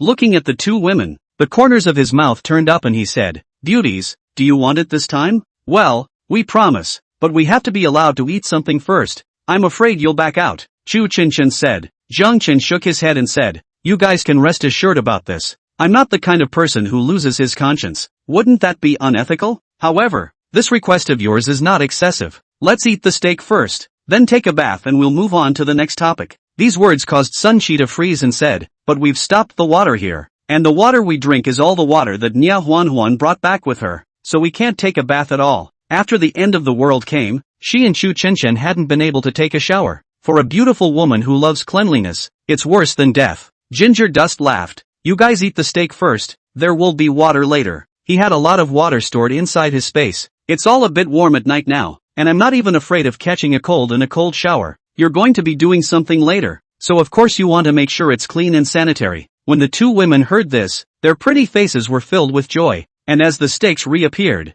they immediately started eating them one by one as if they were afraid that Jiang Chen would back out. I have to say, when a beautiful woman is hungry and anxious, she eats no slower than a man. They barely chewed the steak and looked like they couldn't get enough of it. However, Jiang Chen shook his head and said, I kept my promise. It's your turn. Go wash up together. I'll be waiting. He watched the two women eat their steaks and wanted something to eat himself. However, without them to go along with it, it's a no-object show. Just now, taking advantage of the gap between their meals, Jiang Chen had already put 2 large buckets of bucket water into the bathroom. The two women moved quickly this time when they thought of the roasted chicken and other food that was still available. You know, in the old days, they wouldn't get out of the shower without an hour, and this time it only took about 10 minutes to get out of the bathroom. Seeing them wrapped in bath towels, their hair wet with water droplets, Jiang Duan smiled. Come over here. It's late in the night. Beautiful women need to go to bed early and get up early so their skin will look good. At the critical moment, the two women were a bit shy, but they still took a step towards Jiang Chen. Chapter 88. This is a restricted area. While Ginger Dust was working as a plowing cow, dark currents were swirling within the school. Inside the gymnasium, there were 200 people sitting around. Most of them were boys, and girls only accounted for 30%. Among them there were 3 or 4 good-looking girls with frightened faces. At this moment, a scream and pleading sound came out from the lounge next to him, and vaguely could be heard. It was a woman's voice. Those girls' bodies trembled in unison, but they didn't dare to make a sound, for the women, beside them, had looked over with ill-omened faces, and the men's gazes were blazing with heat. The screams inside just now were from one of their companions. Only, unlike them being snatched over, that person came of his own accord, expecting to be favored by the two brothers, but ended up in a miserable situation. Shortly after, 2 slender silhouettes walked out from the lounge. The two of them were 7 points similar in looks, with cold faces and a touch of evil. 2 bosses. You've had your fun. The crowd greeted them with a hefty laugh. One of the men grunted coldly. Enjoy yourself. Damn, just started. That woman is making a lot of noise. How can I spoil her? You guys go clean up the inside. Good,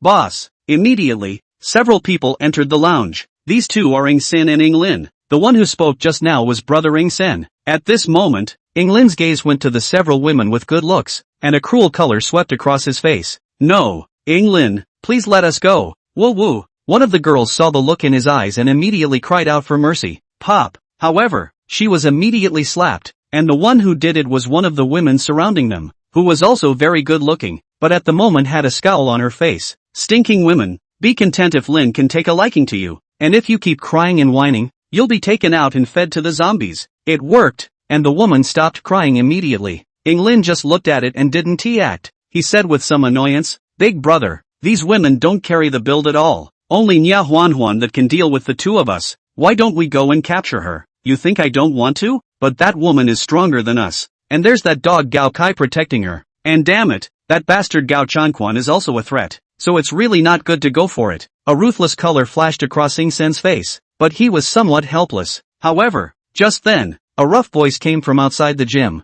Hey, Ing Sen, it's not nice to talk bad about people behind their backs. Hearing this voice, the two brothers' faces changed, and ruthlessness appeared in their eyes. Gao Chanquan, how dare you come to our place? Don't you want to live? As he spoke, the juniors guarding the door retreated into the gymnasium in unison, looking at a robust figure walking in from the doorway with a strong scorn in their eyes. Beside the man, there was also a woman in her 40s, who was charming, and behind the two of them, they were followed by hundreds of minions holding various weapons. Seeing this formation, the two Ing family brothers narrowed their gazes slightly. Ing Sen opened his mouth and said coldly, What are you doing here? Do you want to have a firefight with us? I won't be afraid of you. As they spoke, the source power of the two men bulged from their bodies, clearly ready for battle. Don't. I didn't come here to fight this time. If both of us fight to the death, it will only cheapen Nya Huan. This time I came here, I want to talk about cooperation with you. Gao Chanquan looks big and thick, but not the kind of reckless people, but very calm. Ing Lin coldly grunted. Cooperation? When the hell did you become so good at talking? Are you hitting on something? Seeing his face, Gao Chanquan wasn't angry at all and laughed. Of course I figured it out. We're fighting and no one can help. So we might as well settle Nya Huan first, and then we'll split up the winners and losers at that time. With that, he looked at his brothers behind him and said, As you can see, there aren't enough women right now, and my brothers are firebrands. Nya Huan is protecting 300 to 400 women, and the ones we robbed before were too few. So why don't we grab all those women at once and let's split them equally? Upon hearing this, the two brothers of the Ing family were somewhat moved. However, Ing Sen said, Nya Huan, that woman is not a vegetarian, initiating madness to fight to the death. We 4 alien together. It is estimated that half of the loss. This deal is a bit uneconomical. Previously, Both of their forces had continuously assaulted Nya Huanhuan's side, but they had maintained restraint, and although Nya Huanhuan was enraged, she could only bite her silver teeth and endure it in order to protect more people. This time, if she was completely enraged, I was afraid that it would be very disadvantageous. Gao Changquan, however, said, I already have a way for this. No Gao Kai, he's already made a deal with me. Gao Kai? Isn't he Nya Huanhuan's dog licker, that he would betray her? Ingsen said with some consternation. It wasn't just him. Those present who knew of Gao Kai's glorious deeds all revealed a look of dismay. The faces of those surrounded women showed a look of incredulity. How could Kai do this? No, it wouldn't. Gao Changquan hemmed and hawed and laughed. That goes without saying. Naturally it's love but can't be, so hatred is born out of love. However, that guy is still very dedicated. The condition he offered is that we help him subdue Nya Huanhuan together and all the other women belong to us. How's it going to be? Is this business cost effective? This guy isn't acting, is he? What makes us believe him? And what makes him believe that we will fulfill our promises? Ingsen remained a bit puzzled. Gao Changquan laughed. Whether he's acting or not, let's be careful is all. As for why he's so stupid, maybe he's overwhelmed by hatred. Our appointment is at 12 o'clock at night. You guys give a word. Are you interested? Ginger Dust felt somewhat refreshed after working for almost 3 hours. Just had a little fun. Look at the time. It's almost 12. At this moment, the two women didn't know whether to be surprised or scared when they saw inside his eyes. Jiang, your body is too good. Chu Chunchen leaned on Jiang Chen's shoulder. Her beautiful eyes were colorful. Although her body was sore and her fingers didn't want to move, she still couldn't help but say this. Only, Jiang Chen laughed and shook his head. I've already stayed my hand just now, and just with you guys. You can't even force out my true strength right now. Upon hearing this, both women's pretty faces turned a little white. No, wouldn't it? They were both a little taken aback. Afterward, a flash of hope flashed through Chu Chenshin's beautiful eyes as she said miserably,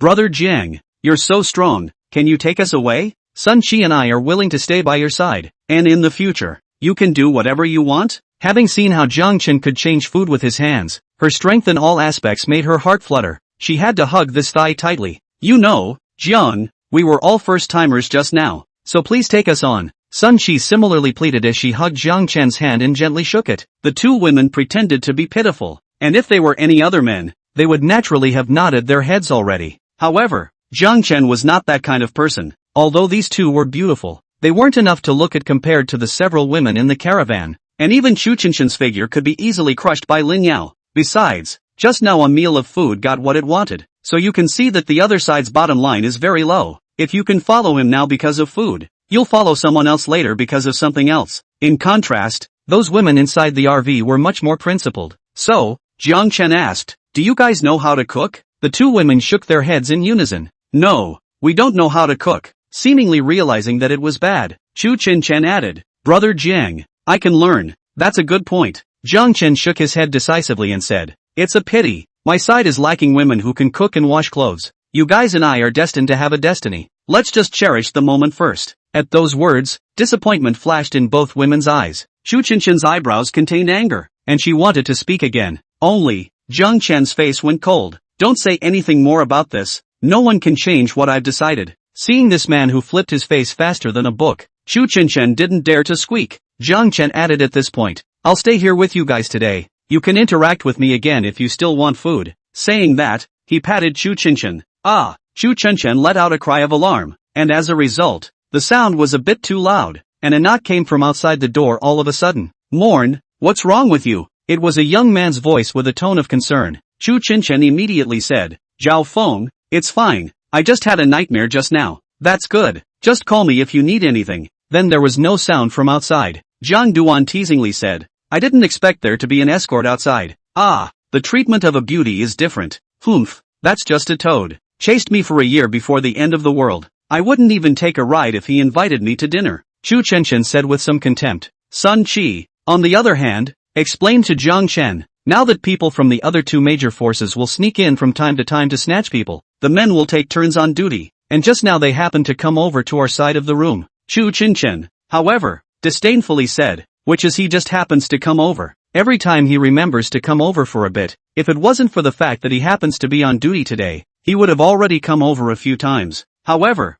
just then, a miserable scream broke the quiet of the night. Immediately afterward, someone could be heard shouting loudly, enemy attack. People from the two major forces are attacking. As soon as the words fell, shouts of murder came from far and near, and there was a sound of fighting from outside. The two major forces were out in force this time, and they were so aggressive that there were screams coming from time to time. Hearing the commotion outside, the two women's faces revealed a look of fear. What to do? Being family brothers and Gao Changquan have joined forces to kill, and Nia Huanhuan is afraid she won't be able to stop them. Immediately, they looked at Jiang Chen and begged once again, "Brother Jiang, take us out of here. Those people are very powerful. It's not too late to leave." Only, Jiang Chen still had a faint smile on his face. "What's the point of panicking? That's what makes it fun. You're safe with me. This is a restricted area, so let's just keep catching up on our sleep." Chapter 89, You Can't Even Die If You Want to. Ah, still coming? The two women's bodies shivered. Chu Chenshin said with some trepidation,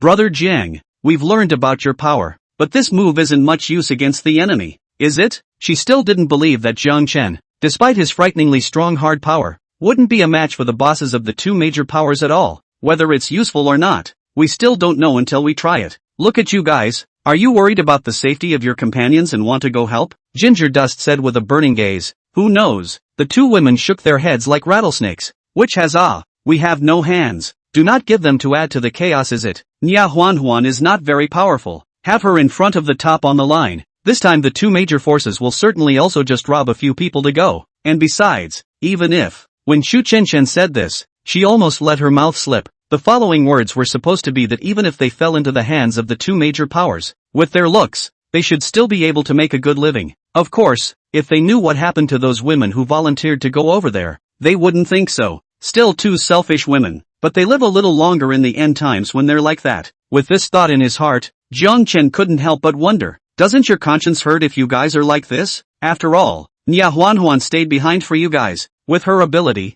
she could have just walked away. Sun Chi bristled and said, "What's so painful about it? Does it hurt as much as what you did to us?" After the stabbing, she seemed to have thought it through and spoke with some boldness, then continued, "If she is really willing to devote all her efforts to protect us, she should go to Ing Sen and the others to fight for her life, instead of tolerating the other party to come over from time to rob our sisters. Bah, she is just afraid of death. We're not the only ones with this idea. Many sisters are privately discussing it." Chu Chenchen likewise concurred. Nia Huanhuan has always been the kind of hypocritical woman. Used to be in school who does not know her brother is a villain, in order to let us not look at her in a different way, only pretending. "Ah, Jiang, what are you doing to shoot me?" Just after the words were said, Chu Chenchen let out a gasp of surprise. "Speak as you wish. What's the point of scolding my great-uncle? He's dead and still wants to be scolded." Sinning, with this thought in his heart, Jiang Chen waved his hand and said, "Sorry, I didn't hold back." Seeing the color of resentment in Chu Chenchen's beautiful eyes, he carried a cold smile in his heart. Nia Huanhuan didn't know what she would think if she knew that these people she was protecting viewed her in this way.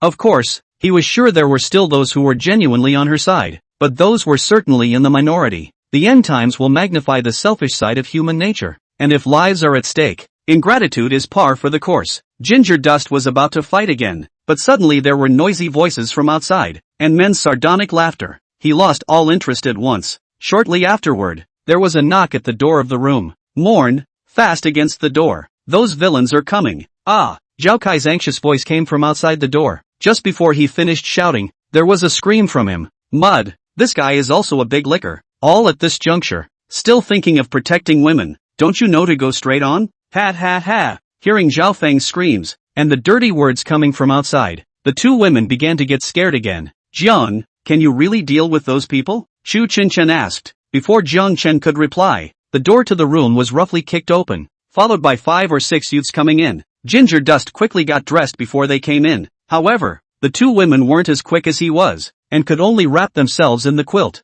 Seeing the scene in the room, how could those few people not understand what was going on? And they immediately had a hideous look on their faces. "Marred, where did the dogs come from? How dare they play with our women? Damn, came a step too late." Someone's face was filled with pain. Chu Chenchen and Sun Chi could both be little-known women. Even those who didn't know about them had already seen their pictures through word of mouth during this period of time. Just now, the people from both sides of the force took advantage of the several bosses holding Nia Huanhuan and Gao Kai back and rushed into the dormitory building. They had already captured quite a few women after a fruitful battle, but when they saw that someone on this side had gotten there first, their anger surged. "Damn, still nonsense, do what? Get him dead. Not, first to waste him before." One of them thought maliciously. The two women didn't have much confidence in Jiang Chen when they saw how many people had come and didn't dare to speak at all. Jiang Chen, on the other hand, smiled at his words. TSK, TSK, TSK, it's really the end times that have arrived, and I can't believe this is coming from the mouths of you people. As he spoke, he was already pacing towards the men.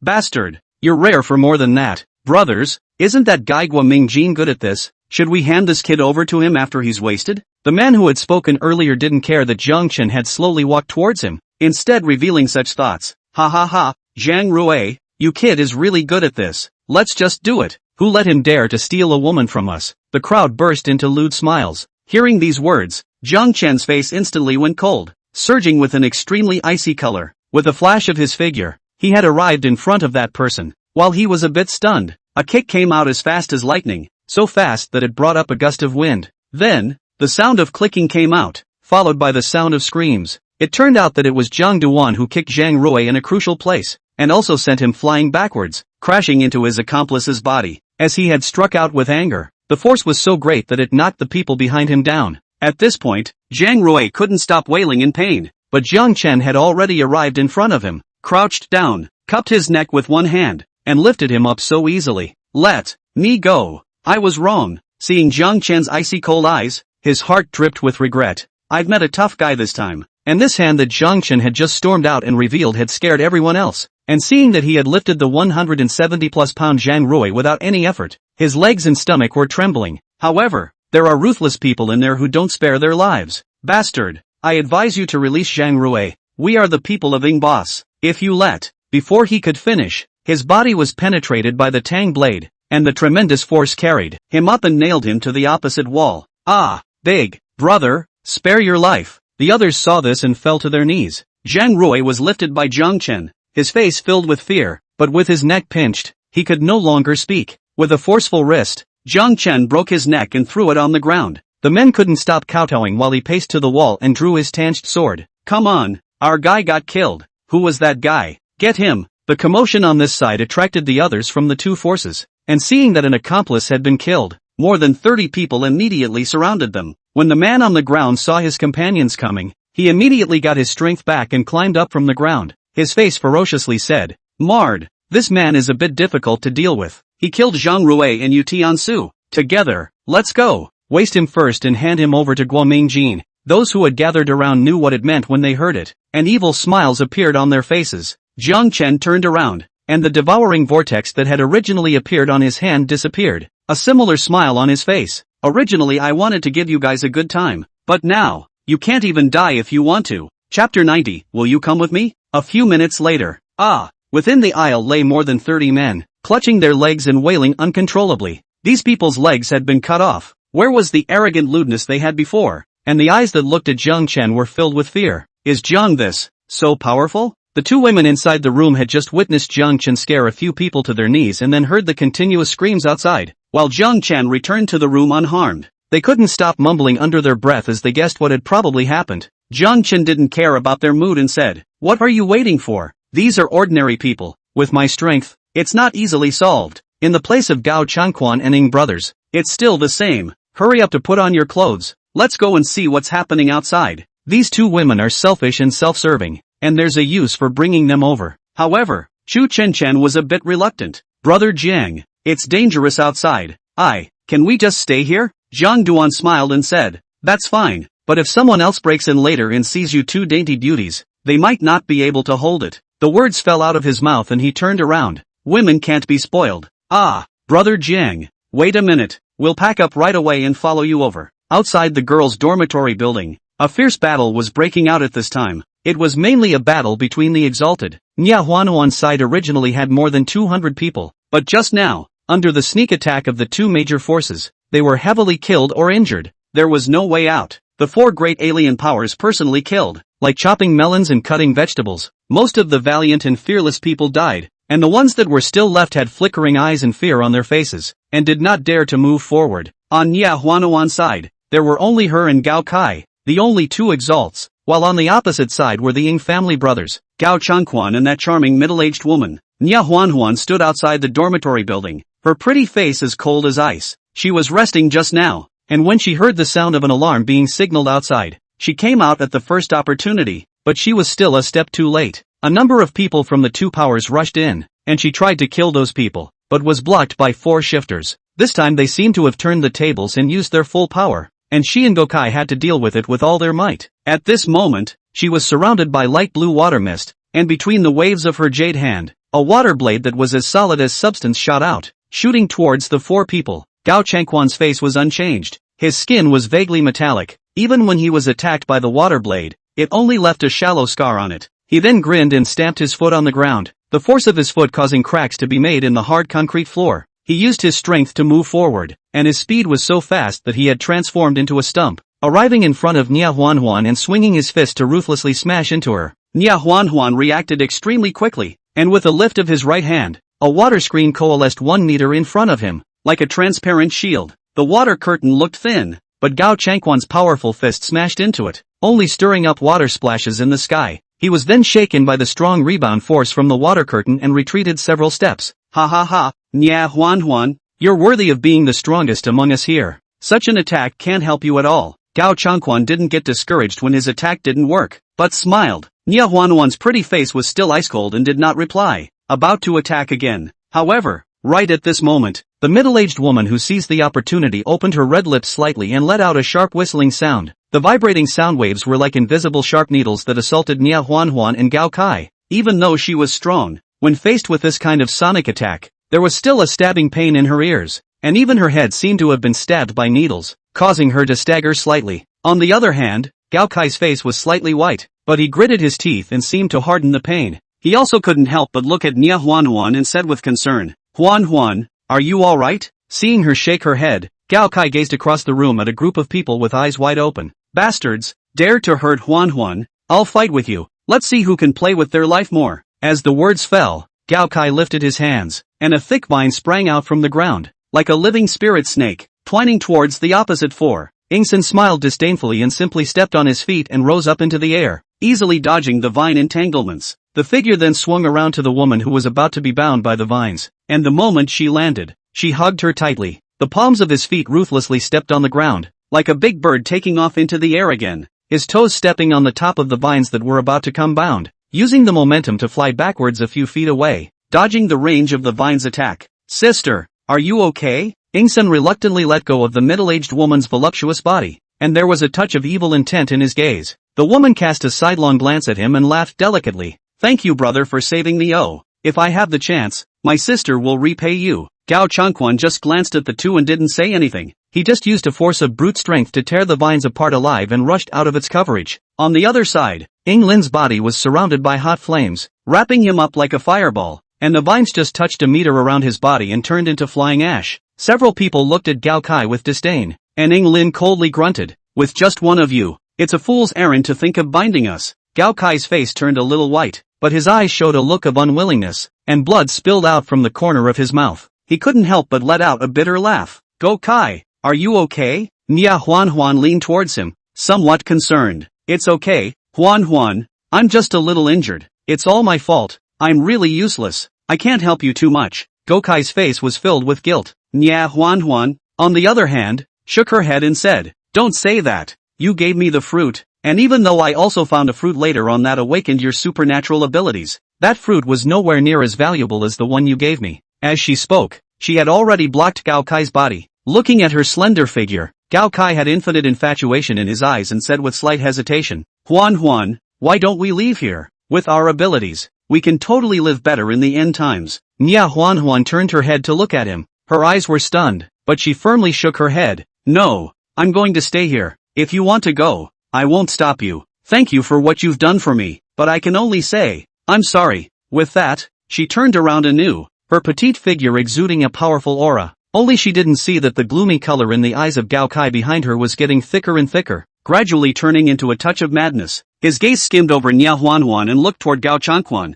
who was not far away, and he gently nodded. The other party understood and said to the other 3, "Do it, it's code for action." When Nia Huanhuan heard the screams within the dormitory, she wasn't going to stay her hand either. Her beautiful eyes had a fierce aura in them, and the source power within her body was working frantically. Her right hand made a slight point in the air, and the surrounding water mist contracted violently in an instant, as if compressed to its limit by an invisible force. Subsequently, 4 crystal clear ice spikes appeared out of thin air, reaching a length of 1 meter, each of them transmitting a cold and stern aura, locking onto the 4 people on the opposite side of the room. However, just as she was about to launch her attack, a sudden change occurred. A flash of viciousness flashed through Gao Kai's eyes, and underneath Nia Huanhuan's feet, vines snapped out of the ground and quickly wrapped around her legs. Her beautiful eyes were filled with incredulity as the ice spikes dissipated and a dozen or so water blades slashed down towards the ground, chopping the vines into inches. Only, right at this moment, the 4 people who had long been poised to attack, their attacks followed closely behind. Roots of bone spikes coalesced above the tall, long,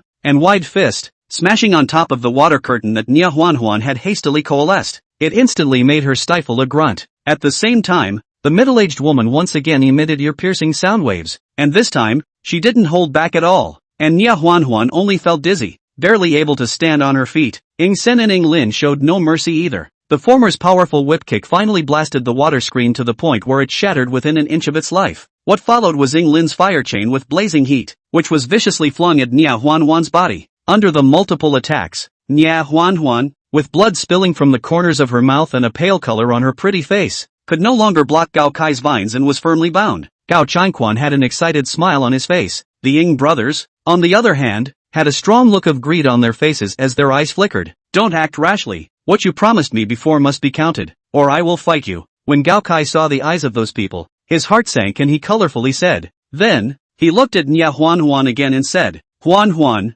I'm sorry, I didn't want to be like this, but if I didn't, I wouldn't be able to get you. Looking at the insanity on his face, Nia Huanhuan's face was filled with disappointment. Go Kai, you really let me down too much. Before she could finish her sentence, the force of the vines increased again, causing her to stifle a grunt. Gao Kai said somewhat hysterically, this is all because you forced me. I have done so much for you. Why don't you want to be my woman? In that case, I don't have the luxury of getting your heart. You are mine, forever. It was also at this moment that a voice filled with teasing rang out. Yoo-hoo, it's pretty lively here. My favorite kind of scene. This person was naturally Jiang Chen. As he spoke, he was already pacing from inside the dormitory building behind him, followed by Chu Chunchen and Sun Qi, as well as numerous women from the dormitory building. As for those who rushed in those 2 major forces, surprisingly, there was not a single silhouette to be seen. Looking at Nia Huanhuan with disappointment and unwillingness on her face, the corner of Jiang Chen's mouth lifted up as he said word for word, Big schoolgirl Nye, are you interested in making a deal? I'll help you kill these people. Will you be willing to come with me? Chapter 91. Do you really think they appreciate you? As soon as Jiang Chen's words fell, the atmosphere around him froze for a moment. Behind him, Chu Chenchen and Sun Qi looked at him in dismay, their hearts unexpectedly surging with jealousy.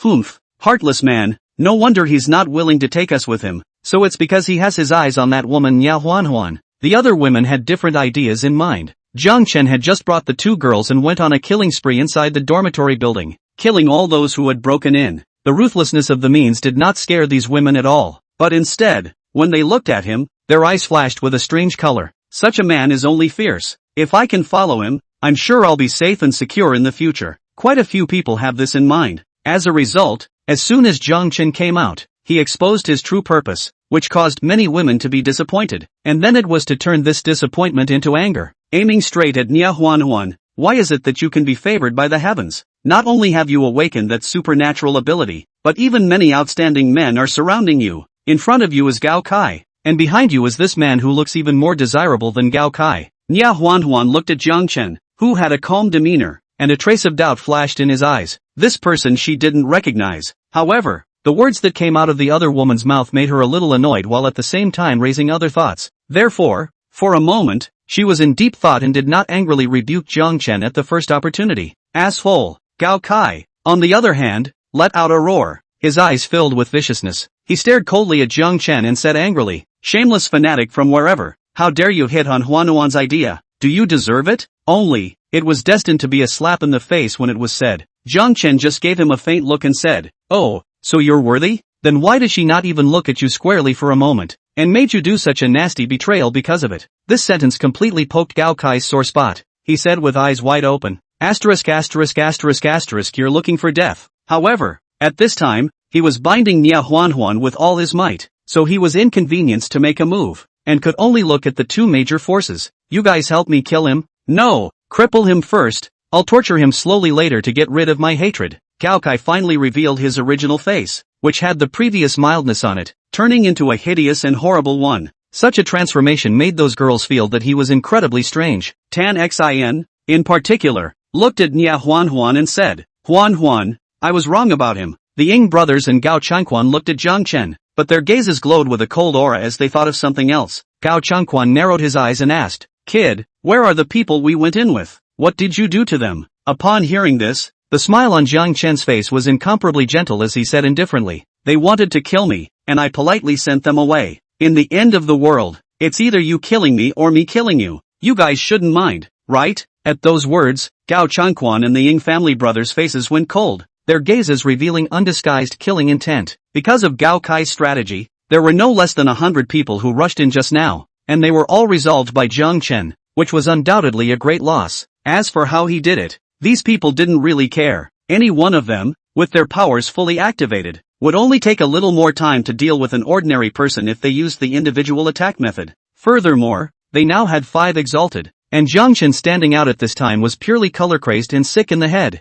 Of course, despite defying Zhang Chen, they still maintained their vigilance, which was the basic quality of being a strong person. How dare you kill our people? Die for me. Ying Lin's temper was relatively hot. 10 plate-sized fireballs flew towards Zhang Chen from different angles, sealing off all his retreats, with only one way to receive them hard. A cruel look appeared on his face. If Zhang Chen didn't have much skill, he would have to shed his skin even if he didn't die. Is that all you got? However, Zhang Chen's voice remained bland, his tone revealing a strong disdain. Afterwards, Ying Lin was the one whose complexion changed drastically, because he felt a powerful wind coming from behind him. The sweaty hairs on his body instinctively stood upright. He tried to dodge, but his reflexes were simply too fast for that incoming attack. Bang! A fist the size of a sand bowl slammed hard into Ying Lin's back, causing him to instantly spray out a large mouthful of blood as his body flew forward and landed on the ground. This happened in the blink of an eye, and Ying Xin and the others were simply too late to rescue them. What Zhang Chen had just used was the spatial ability's instantaneous shift skill, which allowed him to reach the target character almost with a single thought.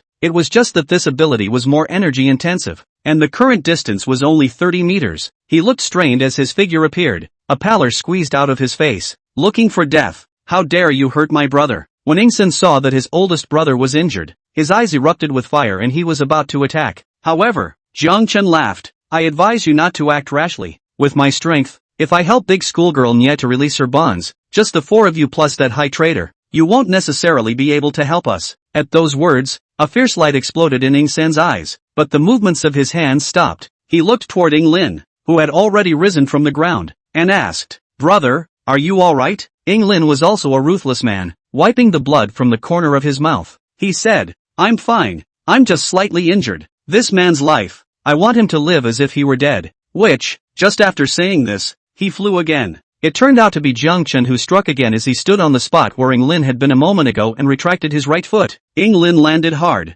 a bit dusty, and his eyes were about to spit out fire. However, looking at Zhang Chen's unkind gaze, his teeth were clenched but he didn't dare to say anything else. Are you kidding me? One more hit and his face is going to be smashed. The other 3 looked at Zhang Chen and all revealed a hint of scorn. This guy is so fast, there's some defense. Ying Lin, come over here, let's huddle up. Ying Xin shouted to his brother and looked at the 2 Gao Changquan, and the 4 of them leaned in close to guard against Zhang Chen's surprise attack. Gao Changquan looked deeply at Zhang Duan, but laughed. Brother, looking at your face, it wasn't easy to use that move just now. Why don't we make a deal? I'm not interested. Don't bother me first. I'll discuss something with Nia Huan first. Oh yeah, there's something else I almost forgot. Who's Guo Mingjin? Zhang Chen didn't even look at Gao Changquan, which caused coldness to flash through his eyes. However, upon hearing his words, the crowd froze. Soon, a somewhat robust-looking man in the group behind the Ying family brothers timidly asked, I am. What are you looking for me for? He didn't know what Zhang Chen was looking for him for, but so many people knew him that he couldn't hide even if he wanted to.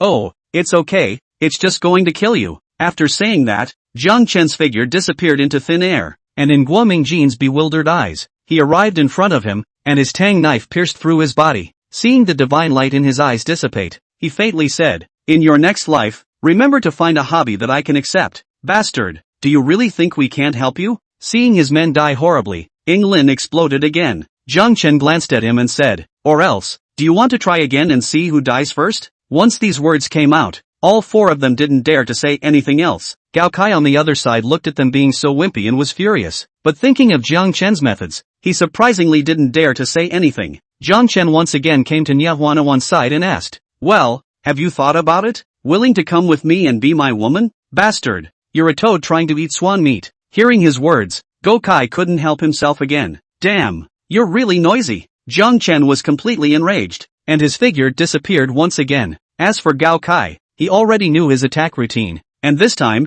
he gritted his teeth fiercely, and unexpectedly withdrew most of the force that had bound Nia Huanhuan, and four shields condensed-like substance coalesced around his body, blocking in front of him. At the same time, vines grew under his feet, covering a 10-meter radius. He was confident that he couldn't attack, but defense was definitely a strong point and could block Jiang Chen's attacks, even if he had the means to instantly move. He was still able to hold him back with his wooden shield and vines. However, it was destined to be futile. Put! The tang knife penetrated his body, splattering a trail of blood. Gao Kai stared blankly at Jiang Duan, who was close at hand, and collapsed unwillingly, looking at Nia Huanhuan fondly before he died. This scene caused a hair-raising feeling in the hearts of the four people in the distance. Seeing Gao Kai die at the hands of Jiang Chen, Nia Huanhuan's face showed a touch of sadness, but she quickly recovered. Ginger Dust looked at her again. "Well, now that no one is bothering us, are you willing or not?" Nia Huanhuan's exquisite pretty face revealed a mocking expression. "If you do that, you're taking advantage of the situation,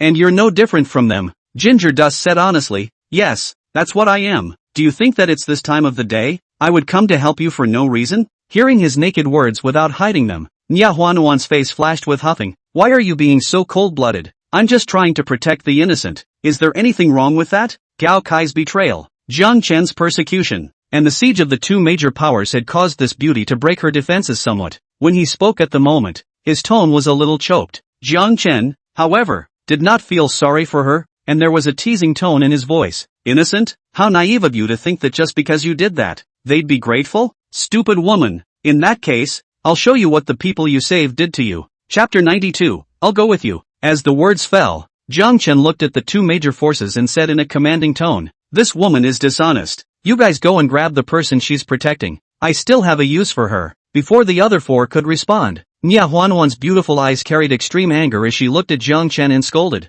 "How dare you? As long as I'm alive, I won't let you harm them." As she spoke, she once again condensed 5 ice spikes and pointed them at Jiang Chen and the other 4. However, because of the injury she had just sustained and the fact that she had used her full strength this time, blood once again spilled from the corner of her mouth. Jiang Chen didn't even look at the ice spikes aimed at him and walked towards Nia Huanhuan with a calm demeanor. "Stop, don't come over, or don't blame me for taking a shot at you." Nia Huanhuan scolded Jiang Chen when she saw him walking towards her. However, her words didn't help at all. Jiang Chen was still walking forward as if he was walking idly. "You made me do it." Seeing him like this, Nia Huanhuan's silver teeth clenched tightly, and in a single movement of her mind, an ice stimulus translucent with eerie cold light shot out, grazed in the air, and stabbed straight at Jiang Chen's chest. The 4 people on the opposite side saw the two fighting, their eyes flickering. In their hearts, they expected that Nia Huanhuan would be able to crush Jiang Chen under her anger-laden strike, and it would be even better if they could get him killed. Though the idea was vicious and beautiful, it was just that the reality was completely out of their expectation. The ice spikes arrived in front of Jiang Chen, and instead of disappearing his figure and dodging the attack as he had done before, he struck out with his tang blade. Between the flashes of the blade, it struck the ice spike as fast as lightning. The moment the sharp blades collided with the ice spikes, there was a crisp sound, followed by the shattering of the ice spikes. The ice spikes were easily cut off by the tang blade, and pieces were splattered in all directions. Jiang Chen's footsteps didn't stop, still calmly walking towards Nia Huanhuan.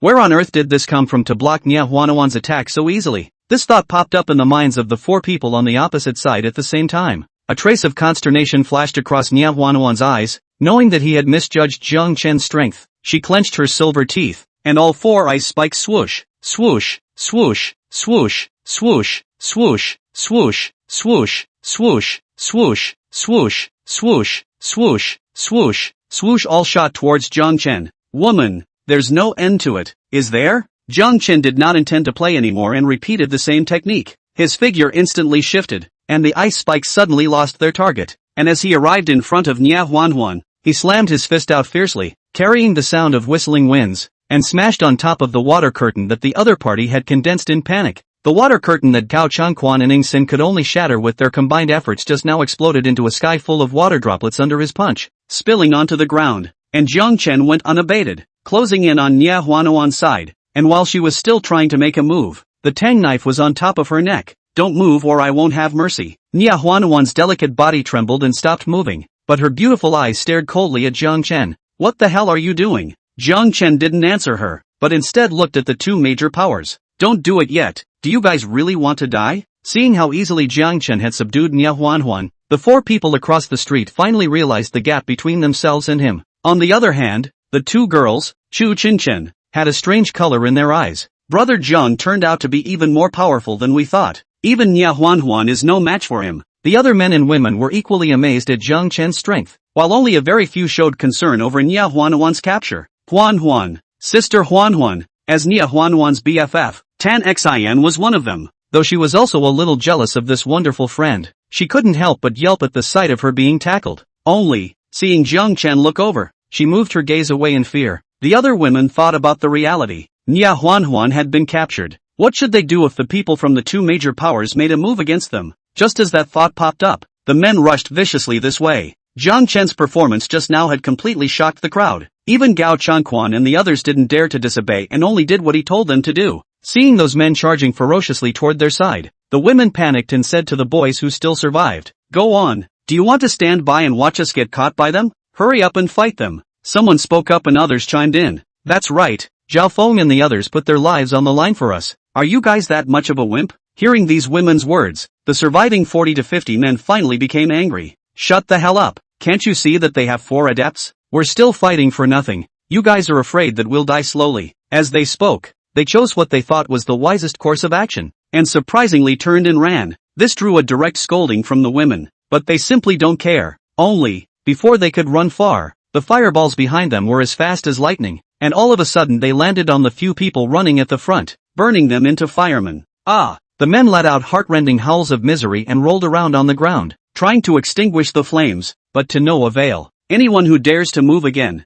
I'll send them to Hades first." Ying Lin's cold voice came out. The people in the back saw their companion's tragic situation. Their bodies trembled and stopped in place. Witnessing such a tragic situation, Nia Huanuan's beautiful eyes looked resentfully at Jiang Chen and angrily said, "Why did you do this? You're practically a devil." Jiang Duan said indifferently, "So many people have said this title to me, but so what? Don't be in a hurry. The best is yet to come." At this moment, the people from the two major forces had already surrounded everyone on Nia Huanuan's side. Gao Changquan looked toward Jiang Chen and said with a pleasing tone, "Brother, we did what you told us to do, so please command what comes next." Jiang Chen looked towards Nia Huanuan's people. In their Chu Chenchen and Sun Shi couldn't stop throwing winks at him, but he turned a blind eye and didn't give a damn about them. With that, he chuckled. "Tell them what you usually do with disobedient people." The Ying brothers could practically answer this question, and Ying Sen said, "Let me say this one." He looked toward the trembling men and women. The corners of his mouth grinned, and said, "If anyone doesn't listen, the men we break their legs and throw them to the zombies. And the women, after the brothers take care of her, then we get her to feed the zombies." At those words, those people's bodies shook even more. Asterisk asterisk asterisk asterisk you shall not die. Nia Huanhuan couldn't help but angrily scold Ingsen when she heard him talk about the evil things he had done and was incredibly proud of it, but the other just hemmed and hawed and ignored her. Ginger Dust continued, "What if they obeyed? What did you do?" At this time, Gao Changquan spoke up. "The men are naturally incorporated as henchmen. As for the women, they can only be of that much use, but as long as they are obedient, we'll still give her food, and if they are those beautiful women, we'll still treat them well." Hearing his words, a flash of hope finally flashed in those people's eyes. However, Jiang Chen only believed 30% of Gao Changquan's words. He can be all too aware of what these people do, but doesn't break it down. With that, he glanced at Nia Huanhuan, then looked at the men and said, "Do you want to die, or do you want to live?" "Big brother, of course we want to live," Chu Chenchen said impatiently. She wanted to express herself in front of Jiang Chen as much as possible.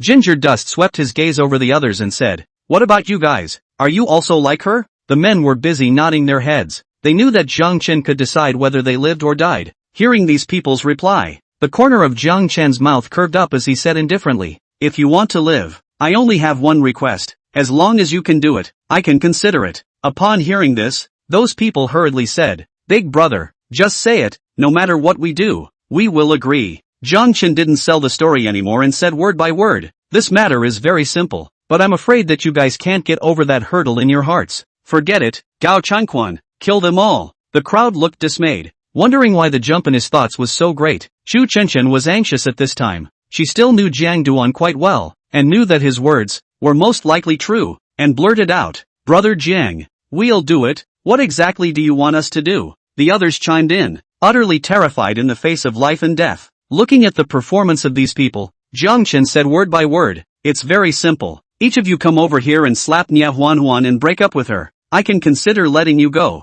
How about it? Can you do it? Hearing his words, the atmosphere in the arena froze for a few seconds. Many people showed puzzled looks, and Nia Huan's beautiful eyes contained fury as she angrily said, You're shameless. Why did you force them like this? Only, as soon as the words fell, Chu Chenchen's urgent voice could be heard. Brother Jiang, so it's so simple. You said earlier not just, I'm willing. In the eyes she looked at Nia Huan, there was actually a touch of anticipation. The others hesitated for just a split second and also said, I'm willing too. Finally, there were a few people who hadn't spoken, including Tamsin. Hesitation and struggle flashed in their eyes, but seeing the tigers gawking at them and thinking of the tactics they said they would use, they gritted their teeth and nodded as well. Tan Xian and those few women didn't even dare to look at Nia Huan's eyes. At this moment, Nia Huan, her petite body trembled. Looking at that familiar face, at this moment felt surprisingly so strange. Tears dripped from her beautiful eyes, but she quickly shook them off. Jiang Chen looked at her and said teasingly, See, these people chose to abandon you before anything else. They were superficially grateful to you before, but only because you would protect them,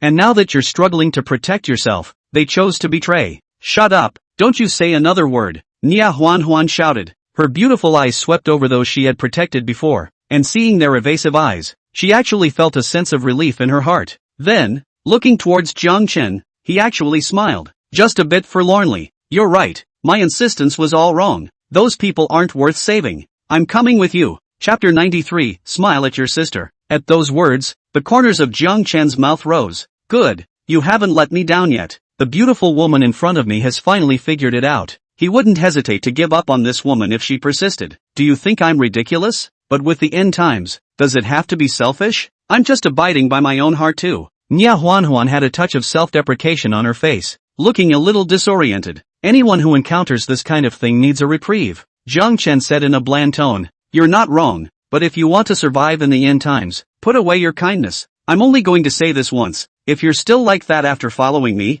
get the hell out of here as far as you can. He wasn't one for preaching and was too lazy to enlighten Nia Huan, uttering words that made the beauty's body tremble. Then, a teasing smile appeared on his face as he said, Of course, you're endowed with supernatural abilities, so you can try to escape, and for the record, if I catch you, you'll be miserable. Nia Huan didn't expect this man to be so cold and act in a way that was even more evil than those of Ing Sen. She snorted coldly, Even though I'm a woman, since I promised you just now, I won't run. Jiang Duan nodded in satisfaction, admiring this woman who was a little too beautiful to be true from a close distance. She had suffered a considerable amount of injuries just now. Her face was a bit pale, and because of her previous encounter, her look was haggard, adding a bit of tenderness. It made him all but pampered. Just as he was about to speak, he suddenly moved his expression and looked into the distance with a slightly narrowed gaze. With that, the corners of his mouth turned up. Interesting, it's quite a night. The night was dark, and lights were surprisingly bright in the distance and rapidly approaching this way.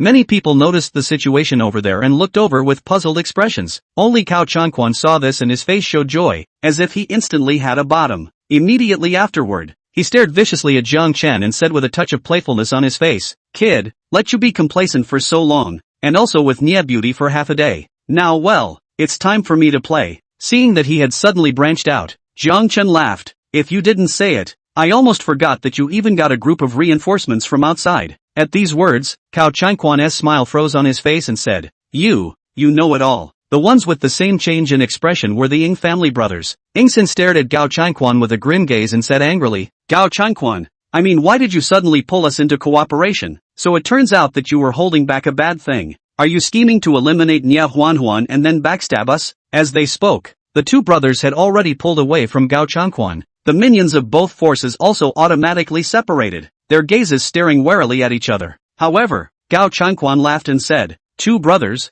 This is not normal. In your place, ask yourselves, if you have the opportunity to eat me we share each other. However, Now that we have that kid as an additional variable, of course the plan has to be changed. This time let's team up to get rid of him first. What do you guys think? He couldn't fathom Jiang Chen's strength, and even with reinforcements, he didn't have the confidence to mess with the other party. Therefore, it was necessary to keep the Ying family brothers firmly tied to their own big boat. Humph, why should we trust you? Ying Sen's tone remained cold, and Gao Changquan had the bottom line, and at this point, he didn't bother to spoil him, coldly saying, so what if you believe it or not? It's too late to leave now. I've put up with you guys for a long time. Now there are more people on my side. If you want to fight for your lives, just come over here. There's still a strong enemy over there. Are you trying to cheapen him? When these words came out, the Ying family brothers looked at Jiang Chen. We just did your job for you. Now we want to leave. Do you agree? Jiang Chen looked at Nia Huanhuan and asked. They want to leave. What do you think? Nia Huanhuan's beautiful eyes looked towards the Ying family brothers, her face covered in frost, and said,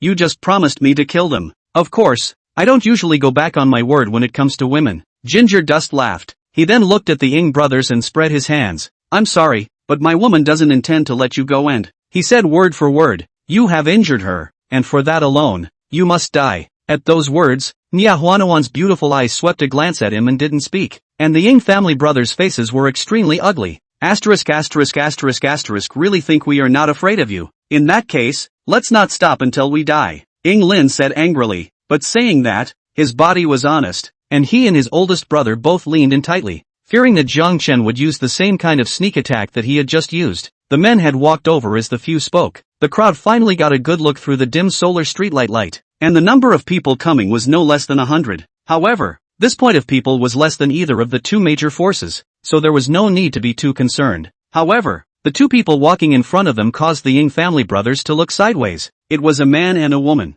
The man was in his 30s with a dark complexion and looked like he did heavy labor, and the female was in her 40s, but couldn't be described as sassy, because she was at least 300 pounds, the flesh rolled off her body as she walked, and because she was a little short, she looked like a moving ball in the night. Between walks, she leaned towards the male's side from time to time. The man had a look of, don't take it from me, and his face was so disgusted that he would move aside from time to time, but the woman was happy to do so. The man was relieved when he came to Gao Changquan's side. Old brother Zhao Ming, sister Shishir, you're finally here. Just now old brother I was bullied badly. When Gao Changquan saw the two of them, he had a smile on his face, but he was complaining. The man named Zhao Ming apologized. Brother Gao, I'm sorry, we just arrived and slightly integrated those people you recruited from different places. There was a bit of a delay, that's why we're only here now. The woman's face, which was full of horizontal meat, was filled with anger. Brother Gao, who bullied you? Tell my sister and I'll take it out on you. Her voice was like a cracked gong,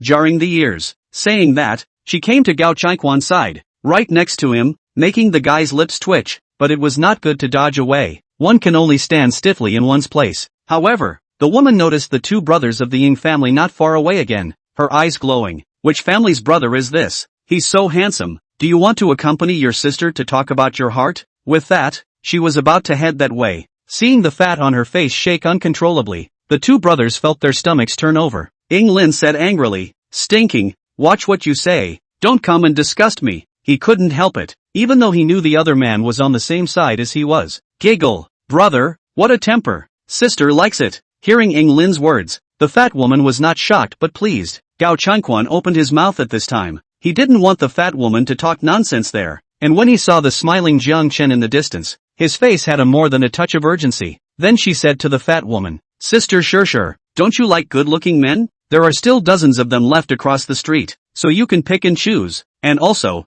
how do you feel about that man? Gao Changquan's face was filled with a smile as he pointed at Jiang Chen. The fat woman was a little disgruntled when Gao Changquan interrupted her play. Her gaze moved away from the Ying brothers' side with difficulty, and reluctantly looked at Jiang Chen. Instantly, her eyes lit up. What a handsome man, that nice sharp face, the hooked-up corners of his mouth, and the evil smile on his face. All of them are so heartwarming. However, then the fat on her face that was squeezed into one piece stretched out, and she smiled charmingly. Handsome boy, smile at your sister. Why don't you smile? Damn it, I shouldn't have watched the fun. Jiang Chen's stomach was turning over at this time, and his intestines were turning green with remorse. A moment ago, he was still old-fashioned and was prepared to wait for Gao Changquan's side to finish assembling his personnel before making his move. After all, it's too much of a hassle to have to go from person to person if there are any leaks. As a result, he didn't expect to be targeted by the fat woman. especially the winks that almost sent him away. He was instantly enraged. Laugh your ass off and die for me.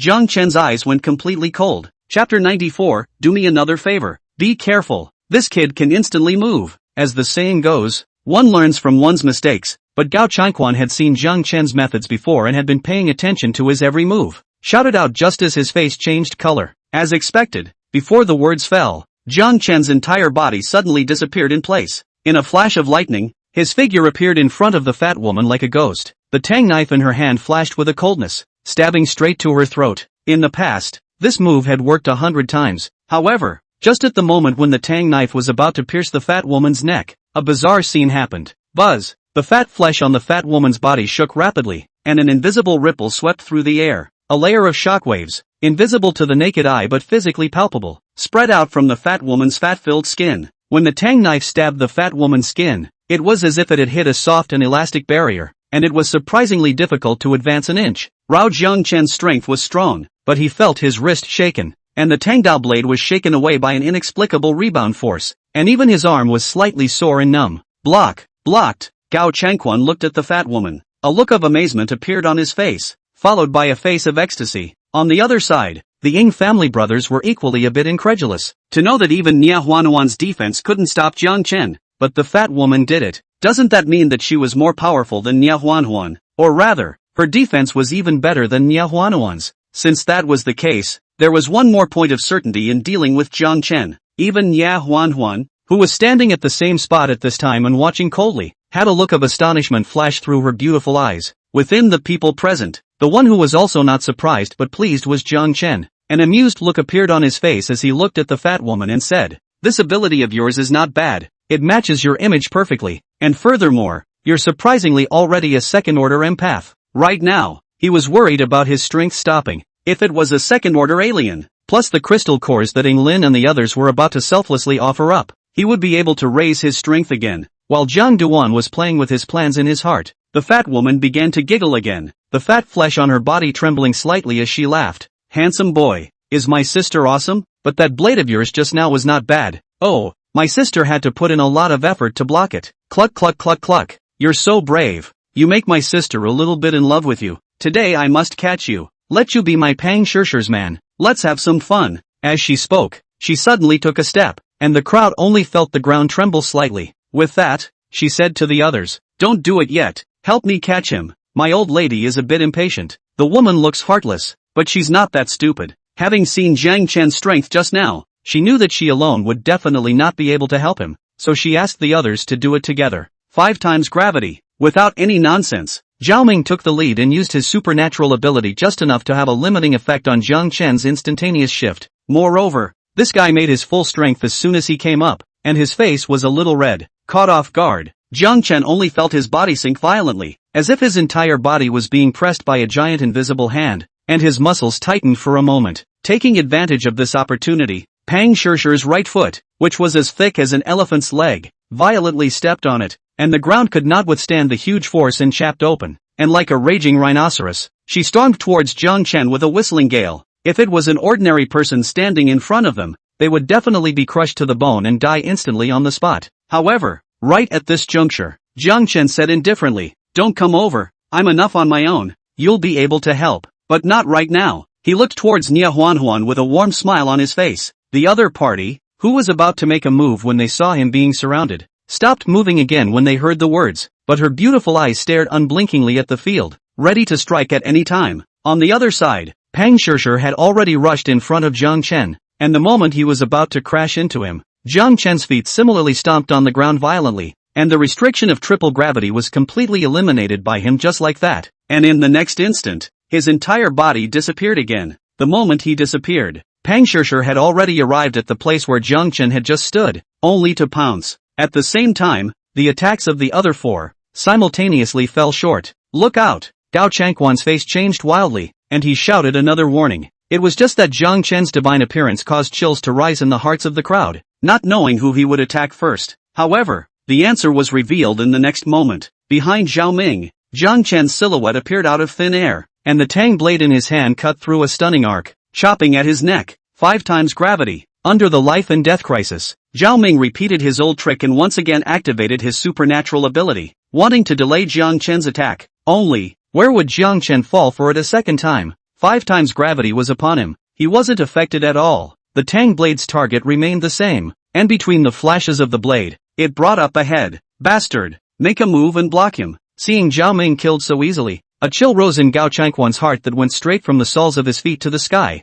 and he couldn't help but shout hysterically. As he spoke, his body muscles instantly bulged as he blasted out with a punch that carried the momentum of a mountain and a sea, already arriving at Jiang Chen's side. This time, he didn't dodge and put away his Tang blade, he also blasted out with a fist, so fast that it actually made the air emit a popping sound. Bang! Ka-ching! 2 different sounds rang out, the first from the 2 fists clashing together with a loud bang, followed by the sound of bones breaking. Gao Changquan let out a heartbreaking scream, his arm hanging down and his body flying out backwards. Before he could land, however, the Tang blade penetrated his body. It turned out to be Jiang Chen who arrived in an instant and killed him with a single move. Damn it! Run! Ingsun let out a furious roar, originally pouncing over the body hard to stop, even with a faster speed in the opposite direction leaped out. He was seeing that Jiang Chen was too fierce and wanted to escape. On the other side, Yinglin understood the situation and also put his feet on the ground. Having run several meters away, he was originally a long-range attacker and was further away from Jiang Chen, so it was more convenient for him to escape. However, an ear-piercing shrill whistling sound came from behind him, causing him to die. Before he could react, there was an extra tip of a knife in his chest that was flashing with a cold light. Blood spilled from the corner of his mouth and he collapsed unwillingly. Brother! Seeing his brother's tragic death, Ing Sen's eyes were enraged. Don't be sad. You'll be there for him. Jiang Chen's cold laughter came from its side, accompanied by a sandy fist that ruthlessly smashed into his head. Bang! Ing Sen's head exploded like a watermelon and he died tragically on the spot. At this moment, the middle-aged woman who had been attacked by the sound wave let out a miserable cry, which turned out to be one of Nia Huanhuan's ice spikes that pierced into her heart. Seemingly afraid that Jiang Chen would blame her, she hurriedly said, I know you can do it. I'm just asking you to spend less time. However, Jiang Chen hemmed and hawed and laughed. It's fine. It seems like you're a bit impatient to wait as well. Hearing these inexplicable words, Nia Huanhuan couldn't help but stare, puzzled. However, Jiang Chen didn't pay any attention to her. The devouring vortex appeared in his hand, and looking at the fat woman who was charging once again, he stepped on the ground hard with his paws, and his body rose up in the air, and between flips and turns, he landed steadily on top of the fat woman's head. As it was about to throw Jiang Chen out with force, his devouring vortex had already slapped the fat woman on the head. Her movements suddenly slowed down, as if she was stuck in a quagmire, constantly struggling, but it didn't help. What kind of power is this? A look of fear appeared on the fat woman's fat face as she felt the energy and life force in her body drain away. Only, Jiang Chen didn't reply as the devouring vortex accelerated once again. Ah, mercy! The fat woman's voice was a little weak, and after 10 seconds or so, her body turned into flying dust. Witnessing this scene, Nia Huanhuan's beautiful eyes held shock, while everyone else present was in awe. Ginger Dust didn't care about the eyes of these people. When he landed on the ground, the devouring vortex was still running, and those dead aberrations, including the source power from Gao Kai's body, all converged towards his side. This time, it only took 10 seconds. However, an irrepressible blazing light once again appeared in Jiang Chen's eyes. He looked at Nia Huanhuan, the corners of his mouth grinning, and said, Beauty, since you're so helpful, I'll ask you for another favor. Chapter 95, Who are you? How can I help you? Nia Huanhuan instinctively felt bad when she saw the look in Jiang Chen's eyes. There was a blazing fire flickering in there, the same way the Ying brothers had looked at her before. Ah, let go of me. Jiang Chen didn't have time to explain to her, and had already come to her side and wrapped her in a hug. This caused Nia Huanhuan to stifle a soft cry and subconsciously make a move. Don't move. Sooner or later that day will come anyway. Are you going to go back on your word? Hearing her words, a flash of struggle flashed through Nia Huanhuan's beautiful eyes. She already knew what was coming next. However, with her silver teeth clenched, she didn't break free. Jiang Chen was quite satisfied and looked at the people present with a flash of killing intent. He had planned to send all these people away, but now in the nick of time, he couldn't care less. Taking hold of Nia Huanhuan, Jiang Chen rose up in the air and swept towards the night. Jiang, wait for me. We want to go with you too. Seeing Jiang Chen leaving without looking back, Chu Chenchen was a bit flustered and hurriedly shouted. She had seen the flickering gazes of the two major powers. Just now, when Jiang Chen fought with a few great exalts, those people couldn't intervene at all. Seeing him kill in a big way, and his own boss dying without a doubt,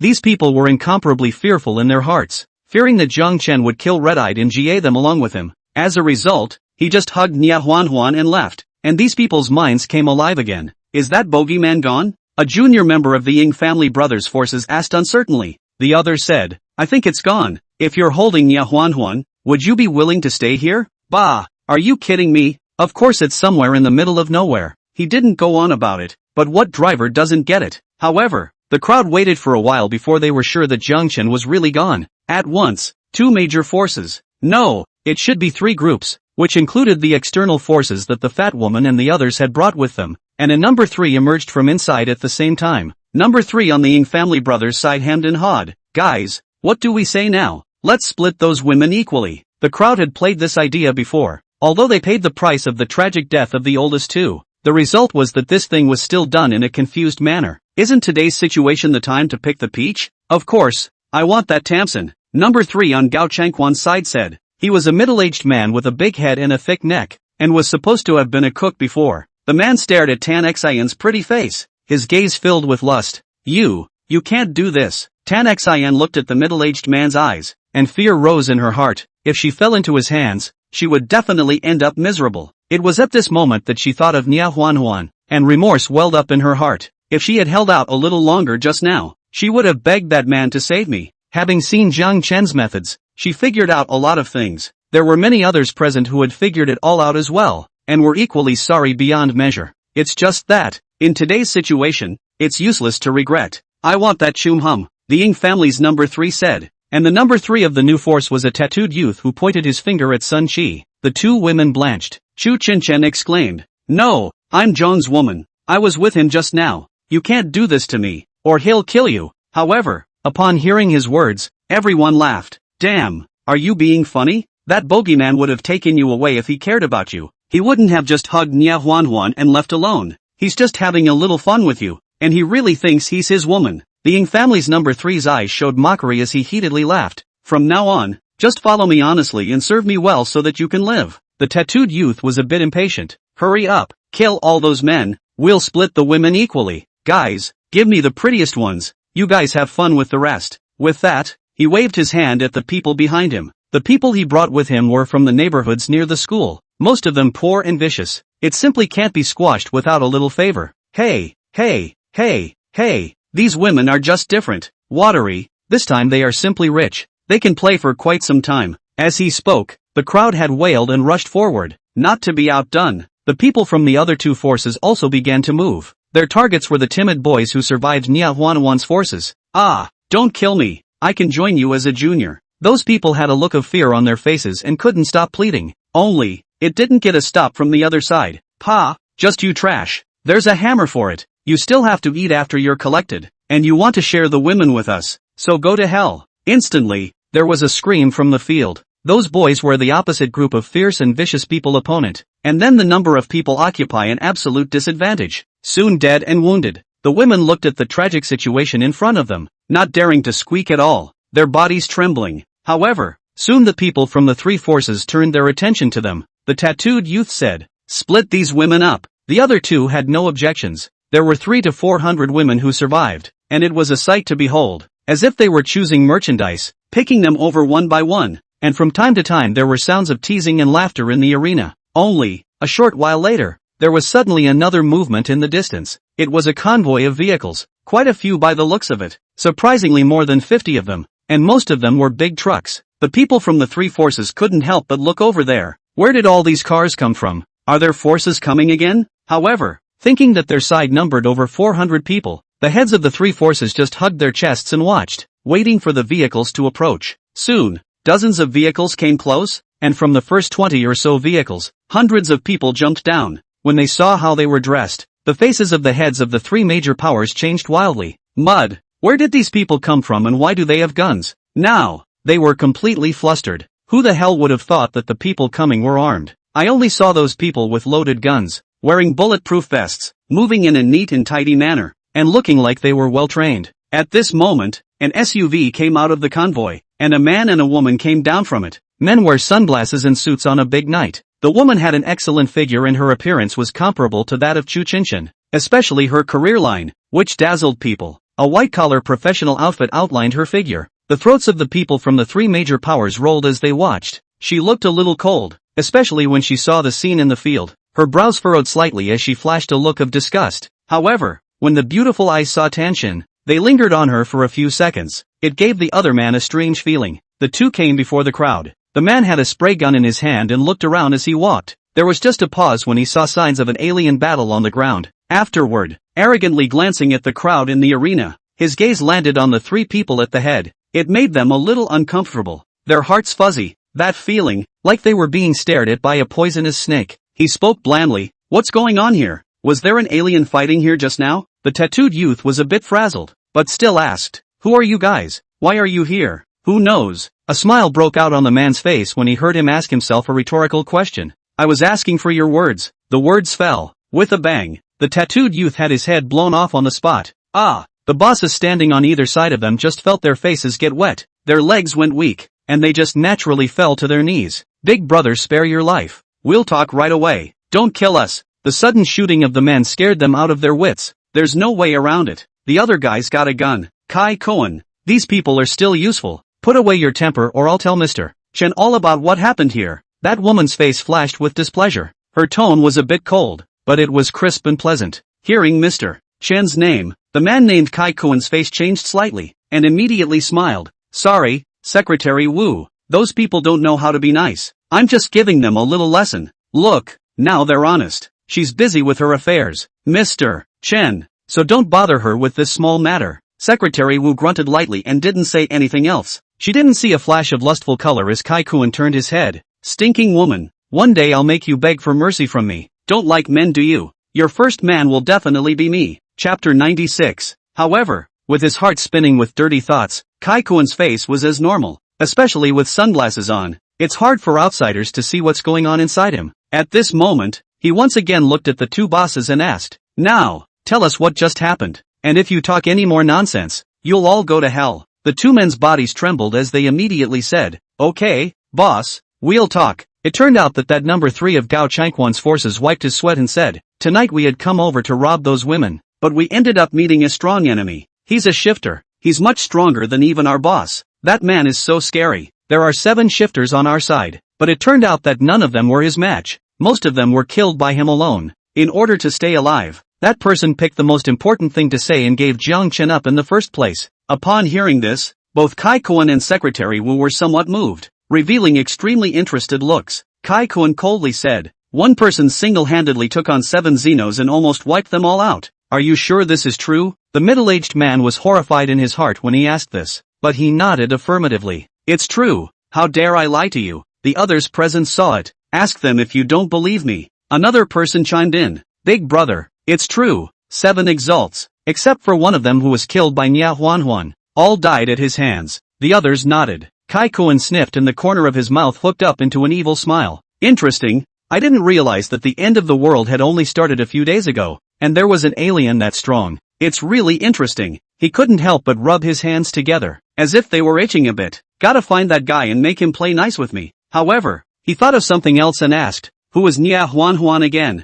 Could she also be an alien?" The thick-necked man nodded. "Boss, you are perceptive. She is indeed an alien. This woman is the schoolgirl of our Shucheng University. After the end of the world awakened the alien ability, those people are protected by her. Only survived until now, or else it would have been snatched by several of our bosses. However, she has been taken away by that person called Jiang Chen." Hearing Nia Huanhuan's school flower, Kai Koen's expression moved slightly, but knowing that she had been taken away by Jiang Chen, his face turned a little cold. "Where is the body of your boss? Is that man so vicious that he won't even spare the body?" Upon hearing this, the thick-necked man thought of Jiang Chen's tactics and revealed a look of horror as he said, "That's the man who did it. He used a very weird ability in front of us. A vortex appeared in his hand, and our dead boss was directly sucked dry by him and turned into flying ash." Hearing Jiang Chen's ability, Kai Koen and Secretary Wu's faces changed slightly as they glanced at each other, but they saw the excitement in each other's eyes. Secretary Wu said, "Hurry up and finish things here. Go back and tell General Manager Chen about that Jiang Chen's information. I believe she will be interested in this person. This is an excellent subject for experimentation." Kai Koen nodded and looked towards the 2 people kneeling on the ground. "You guys did a good job of not being as insensitive as he was." The 2 of them sniffed and laughed. "Big brother, we're obedient. We'll do whatever you tell us to do." "Really?" Kai Koen said playfully. "Really, big brother, we'll listen to you in everything. Then you're all going to die." Kai Koen suddenly had a cruel look on his face. causing those two to be terrified in their hearts and about to beg for mercy. However, 2 gunshots came and they were shot in the head in unison. Only, Kai Koen didn't seem to have any intention of stopping, and fired continuously at the 2 men. As he mumbled, "Bah, 2 scums, how dare you hit the girls. I, Kai Koen, am most unaccustomed to seeing people like you." He didn't stop until he ran out of bullets. He then looked at the 3 powerhouses, sending hairs flying in their hearts. However, Secretary Wu's angry voice came. "Kai Koen, did you take my words for granted? Do you really want Mr. Chen to punish you?" "Oh, Secretary Wu, don't be angry. These 2 I killed were scum, aren't the others fine? Besides, I'm taking it out on the beauties." As he spoke, he had arrived at the group of girls and had taken off his sunglasses. When these people were surrounded just now, they all crouched down honestly and never dared to move. At this time to see Kai Koen's full appearance. Not to mention, the strange mannequin. Surprisingly, there is Jiang Duan 3 points of face value. Has been all handsome. He smiled gently at the girls. "I didn't scare you just now, did I? The ones I killed were all scum, and I hit them a little harder because I was so angry." Seeing the smile on his face, the women's previous fear actually slowly disappeared. "Yeah, he kills bad people. Not to mention, even Nia Huanhuan has killed people. And that Jiang Chen, why can't he kill them? And, looking at him like that, it seems like we're saved." Some women's minds came alive at the thought. Only, they moved a step slower. "This brother, I'm not afraid of it. You killed it well. Those people just now wanted to split us up and capture us back to torture us slowly. If that happened, we would be worse than death. Luckily you arrived in time." The one who spoke was Chu Chinchen. At this time, her pretty face carried a few moments of tenderness, watering her eyes, and looked like she was causing people to pity her. Sun Shi looked at her and a trace of regret welled up in her heart. Why I'm just one step behind her. Kai Koen's eyes lit up when he saw the 2 women's appearance and walked over to them. "Beauty, get up, and this one, don't crouch on the ground." He reached out and pulled the 2 women to their feet. They didn't push back. Instead their hands tightened for a moment, then sweetly said, "Thank you brother, are you really here to save us?" Kai Koen nodded his head and said, "Of course, we're from the Apocalypse Group. You should have heard of us. We've saved tens of thousands of people after the end of the world. Go back with us. You'll never go hungry again, and you don't have to worry about safety." Hearing his words, the women all revealed a look of delight. "Great, it's actually the Apocalypse Group, a world-class pharmaceutical company before the end of the world. We're finally saved. Ooh, I thought I was going to be captured by those bad guys just now, but I didn't think anyone would come to our rescue." Base, so their company still has a base. Look, they even have weapons. We're really safe this time. Many people showed tears of excitement. Kai Koen smiled, and at that moment, he saw Tan Xin in the pile of women again, and was about to go over. Only, Secretary Wu, at some point, twisted her waist and walked past him, coldly saying, "This person is mine. You don't have a problem with that, do you?" Ha ha ha. "How come? It's good that you like it." Watching the other party pass by, bringing up a fragrant breeze, his back sticking out, he said this on his lips, a touch of playfulness flashing in his gaze. Secretary Wu walked over to Tan Xin and stretched out his hand, a rare smile unexpectedly appearing on his cold face. "Sister, get up. I'll get you out of here." Tanshin instinctively felt that there was something wrong with Secretary Wu's gaze, but she could only reach out and be pulled up by her. At this moment, he couldn't help but ask, "Sister, what are you going to do with those people?" As she spoke, she pointed her finger at the people of the 3 major powers, a look of resentment in her eyes. These people had scared her a lot just now, and at that moment, their bodies trembled and their faces showed fear. Secretary Wu said gently, "I know what you mean, but they are still useful to the base, so of course they are brought back together." At those words, Tan Xin was a bit disappointed, and the other women did the same, but they didn't dare to say anything more. Soon the crowds were all on the trucks, and more than 50 vehicles were packed to the brim. However, Chu Chenchen and Sun Shi got into Kai Koen's car, while Tan Xin was invited by Secretary Wu to her car, making the others envious. "Let's go. Go back and tell Mr. Chen what happened here." Secretary Wu spoke toward the intercom. The convoy was soon on its way, and on top of a caravan not far from the school, Jiang Duan's eyes regained their clarity. Seeing the woman beside him with somewhat sultry eyes and a pale color on her face, he spread his hands and said, "I'm sorry, I can't control myself. You'll be fine if you recuperate from your injuries, and I won't let you cook or wash clothes for a while." Ginger Dust had an expression of "what can I do?" This caused Nia Huanhuan, who had just suffered a painful encounter, to glare at him fiercely. Chapter 97, The Cold and Colorful General Manager Chen. "Now where do we go?"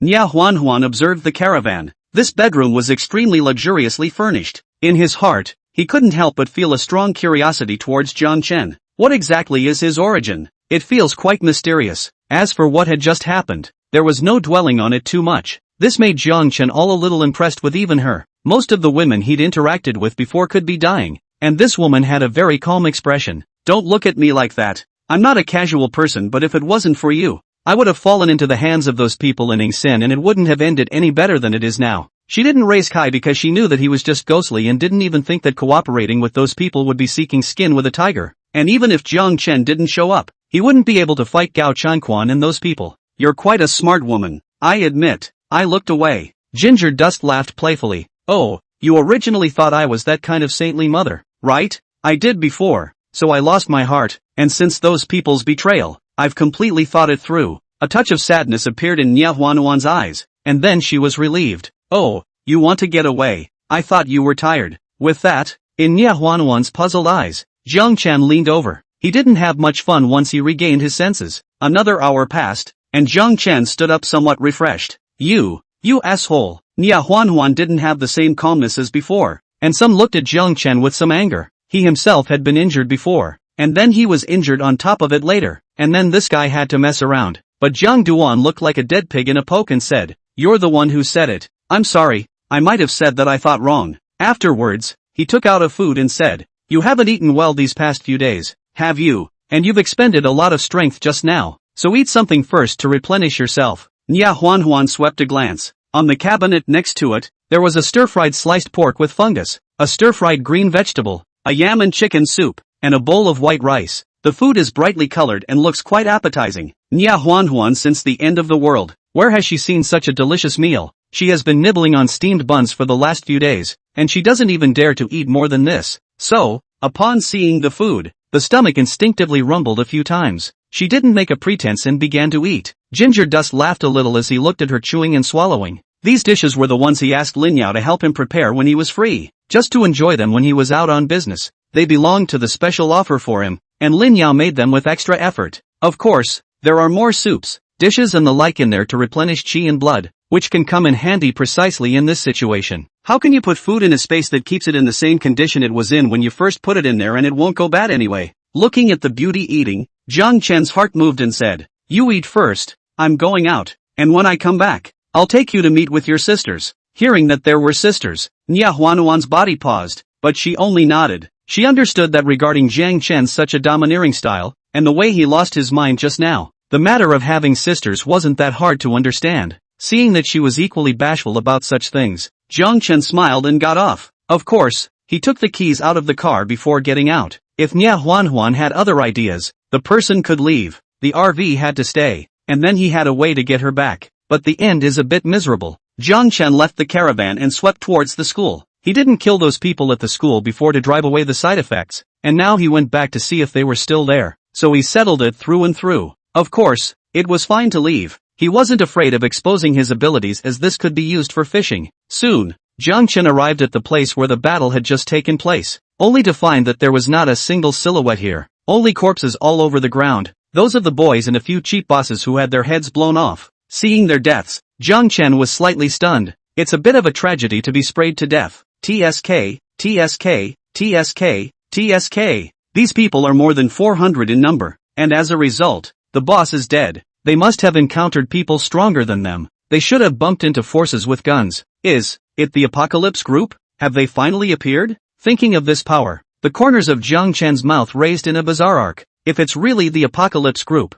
I'll finally be able to meet with that woman Chen Feixiu. In her last life, she was one of the few women Xie Lishuan favored the most, and when old Xie dies, I'll be the one to help take care of her. Thinking of that woman's appearance, Jiang Chen couldn't help but feel some anticipation in his heart. With that, he had some regrets. Just went on an errand and brushed up against these guys, or I would have been able to follow the trail. His heart moved and he took the unprecedented initiative to ask the system. Just now, my strength has increased, so it's good for you too, right? You now help me to see where Chu Chenchen and the others have been taken, or search to see if there is any whereabouts of this woman, Chen Feixiu. The system's voice immediately sounded. Sorry host, the energy I used to recover just now can only retrieve a range of 10 kilometers at the moment. For the time being I don't find the target you're looking for or the person you're looking for is hiding underground. There's nothing I can do about it at the moment. Mud, stay where you are. What else can you do? the system was probably really tired this time, and surprisingly did not weasel out. Ginger Dust belabored a few words and headed over towards the RV.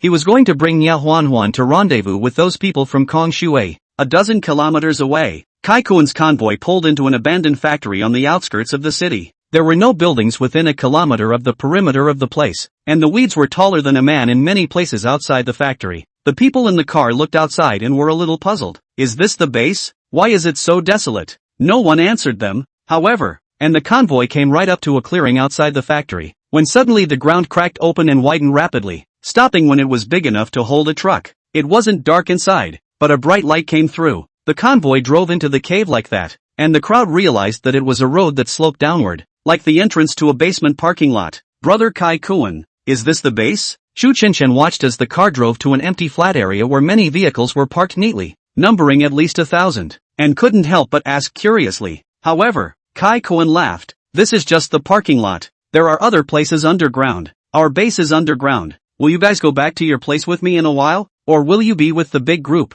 A meaningful look appeared on Kai Kuan's face. The two girls naturally understood the meaning of his words, but were not offended by anything. Shu Qinshan laughed chirpily. Brother, I'm not familiar with life here. You have to take good care of us. With that, her plump body leaned over and naturally snuggled into Kai Kuan's arms. On the side, Sun Chi was naturally not willing to be left behind. Oh, you guys trust me so much, so I will naturally treat you well. In the other car, Tan Xian likewise agreed to Secretary Wu's request and followed her back to her residence. At this point, she already knew what she would be facing, but looking at those outside who had already been taken away in batches, her heart actually revealed a look of celebration. And inside an office on the 4th basement level of the base, there was a woman leaning on an office chair. If Jiang Chen had seen it, he would have exclaimed, what a beautiful woman. The tight black suit hugged her body, the leather pants outlined a pair of long, slender legs, and her feet were clad in a pair of thin black heels. However, from time to time a ray of light flickered through her dainty eyes, which would instinctively make one feel dangerous. The lipstick on her lips was scarlet like blood, making her entire person look extremely cold. At that moment, she was staring at the base's surveillance image on the screen in front of her, her finger flicking the remote control to zoom in on the image there in the lab. On the screen, there is a group of experimenters in white coveralls, an ordinary man locked in a glass room with no shirt and many instrument tubes attached to his body. After inputting some kind of potion, the muscles on his body trembled violently and let out a hiss of pain, and the values on the instrument meter next to him leapt up crazily. Suddenly, the man's body burst apart in a somewhat terrifying scene. Ah, how did it fail again? Among the staff, a man in his 30s said, a bit depressed. Inside the office, the corners of the woman's mouth rose slightly, curving into a cold arc. Rubbish, progress is still so slow after all this time. She pressed a button on the table and coldly ordered, Zhao Tang's group is too wasteful. Take all of them to be experimented on. Chapter 98. Now that's a surprise. Roger, Mr. Chun. Respectful voices rang out from the conference room. This woman who was ruthless in her coldness was none other than Chen Feixiu, the head of Tianqi Group's Shu province branch. Soon enough, there were 10 loaded guards that stormed into that lab and took all the staff members. Mr. Chen, we were wrong. Please give us another chance. We will definitely succeed next time. The man in his 30s pleaded. The same is true for others. They seemed to know that Fei Chen was watching and kept pleading to the camera. However, her face was cold and she didn't make a sound. Soon the men were dragged away with a sound of despair. Shortly afterward, a voice rang out again in the conference room, but this time, it was Secretary Wu's. Mr. Chen, this is Wu Yu. The people from the school have been brought back, and there is an important situation to report to you. At those words, Chen Feishua's Danfeng eyes flickered slightly. Come to the conference room, she just blandly said. Okay, we'll be right there. Secretary Wu replied with an extremely respectful attitude, very different from his previous indifferent image in front of Kai Kuan. After only 2 minutes of time, Secretary Wu and Kai Kuan arrived at the conference room. Looking at the figure inside, Kai Kuan's eyes imperceptibly flashed with a flash of infatuation, then lowered his head, not daring to look more. The two of them walked up, and without any nonsense, Secretary Wu was about to report. Only, Chen Feishua waved her hand to stop her, and her coldly beautiful eyes looked at Kai Kuan. Did you not listen to Secretary Wu again this time out? Kai Kuan was creeped out and glanced at Wu Yu with some dissatisfaction in his heart. Stinky woman, you know how to snitch. Just wait for me. However, he did not dare to slack off, immediately bent down his body and begged for mercy. Mr. Chen, I only killed 3 scum, the others did not move. Subordinates do not dare to deceive you. Ah, before the words fell, Kai Koen suddenly let out a miserable scream. His face twisted, and the muscles on his body actually seemed to be writhing, making him look extremely agonized. Only Chen Feishua's left thumb caressed a diamond ring on her ring finger, her face icy cold. Mr. Chen, I don't dare, please spare me. Kai Koen was in so much pain that he fell to his knees and begged.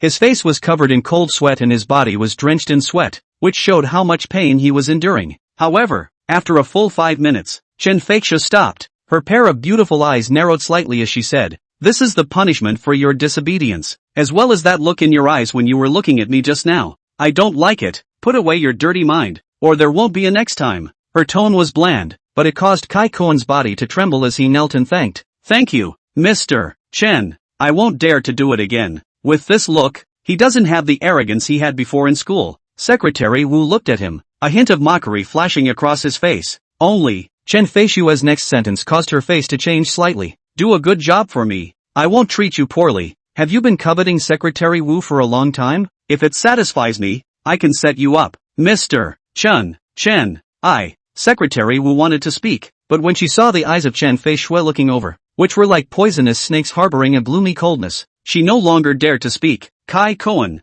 on the other hand, was delighted in his heart. His eyes were fiery as he glanced at Secretary Wu and kneeled down to thank him. "Mr. Chen, I will definitely go through fire and water without hesitation." Chen Feishue nodded slightly and asked, "Isn't there something to report? Speak." It was Secretary Wu she was looking at. "Mr. Chen, this time when we went to the school, we brought back 600 to 700 people, not only students, but also some people from the surrounding neighborhoods. However, before arriving, there was a fight there, and a shifter killed 6 people who were also shifters, and their strength was very terrifying." Secretary Wu paused, and seeing a hint of interest in Fei Chen's eyes, she continued, "I heard from the people present that person can instantly move, and is suspected of using the devouring ability." "Devouring allomancy," Chen Feishue repeated softly, rubbing her fingertips against the ring, and then a small smile finally appeared on her face. "It just still looks a little cold." Secretary Wu carefully said, "Mr. Chen, with our guess, he is a perfect subject for the experiment. It's a pity that we went one step too late,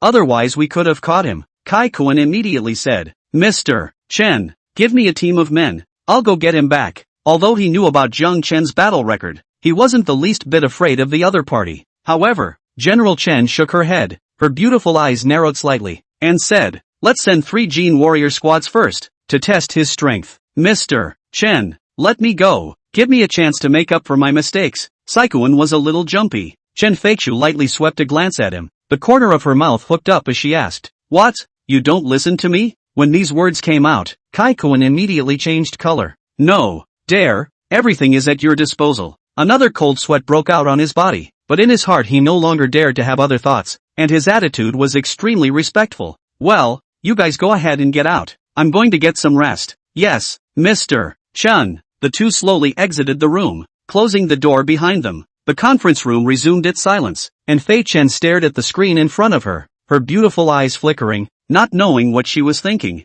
Near the school, Zhang Duan drove the caravan and had already met up with the other 6 women. Their RV was in a very secluded location, so not much happened. Just after meeting, Kong Shui took Karen's hand and said joyfully, "Jiang Chen, Karen and I have both awakened our supernormal abilities. I'll show you in a moment." Jiang Chen nodded, a look of anticipation in his eyes. However, he looked at Nya Huanhuan and said to the women, "This is your new partner. As usual, get along well, and don't blame me for being merciless if anyone dares to trip up." Lin Yao rolled her eyes and said, "How dare we? Sister, what's your name? So pretty." And as Nya Huanhuan swept over the women in front of her, her heart was filled with a sense of amazement. Each of them had their own characteristics, and even Guan Cheng, who had slightly lesser looks, had an equally unique aura. With that, she introduced herself. "Sisters, you can just call me Huanhuan." Looking at the newest addition to the sisterhood, the women loved it. She's like a girl next door. Not only is she pretty, but she's naturally affectionate. So soon they were chatting. Seeing that the women were getting along well, Jiang Chen revealed a satisfied expression, and then he gave Kong Shui a wink. She immediately came to Jiang Chen's side. "Come on, get on top of the other RV and see what you can do." "Ah, won't you look at Kagom's?" Kong Shui was puzzled, and Karen's beautiful eyes over there looked over. "Kagom's will come later. I'm more interested in your abilities." Jiang Chen wasn't being generous, but Karen had obtained the origin fruit of ice, an ability he had seen in his previous life. Whereas he didn't know much about Kong Shui's origin fruit, he had only heard about it. He was going to give Kong Shui the source of fire fruit, that way he could chant the song of ice and fire with Karen. Only, after thinking about it, with regret, he gave the other fruit to Kong Shui. Hearing him say that, Kong Shui naturally wouldn't refuse. She said mysteriously, "It's going to be a surprise for you." Yo! Ginger Dust became even more expectant, and when he saw her still milling about there, he simply slung her over his shoulder and headed for the other caravan. "Gee, I can walk by myself," Kong Shui exclaimed. Only,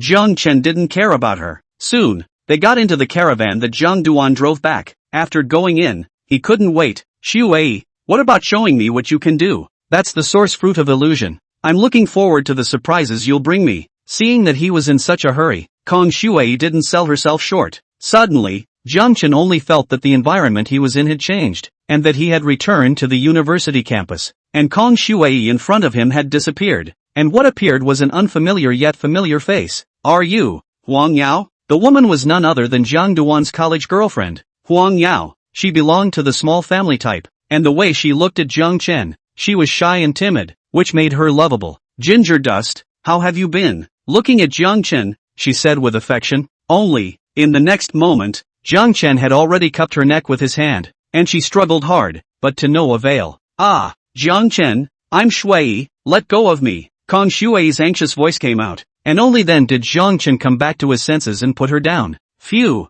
I almost got choked to death by you," she gasped and looked at Jiang Chen with some grudges. Instead, he spread his hands and said, "How was I supposed to know that your illusion was my girlfriend from college? That's not a fond memory. I almost hurt you by mistake." Kong Shui patted the incipient mountains in front of her and said, "My ability can evoke the longest hidden secrets in your heart and then transform into someone you know. I didn't expect you to be so hateful to your girlfriend. Can you tell me about what happened between you?" Jiang Chen was not interested in reminiscing about the past at this time, but his eyes lit up when he heard Kong Shui's words. "We'll talk about that later. Did you just say that your ability can evoke a hidden secret in my mind and manifest into someone?" "Yes." Ginger Dust became even more excited and said, "Then try it by transforming into my idol." Kong Shui immediately looked back. "Is it her?" "It's her." Zhang Duan's words were decisive. Kong Shui naturally wouldn't refuse. And suddenly, the environment around Jiang Chen changed again, and he was already in that idol's drama, and in front of him was the pretty face he knew so well. Jiang Chen's eyes brightened even more, his heart ecstatic.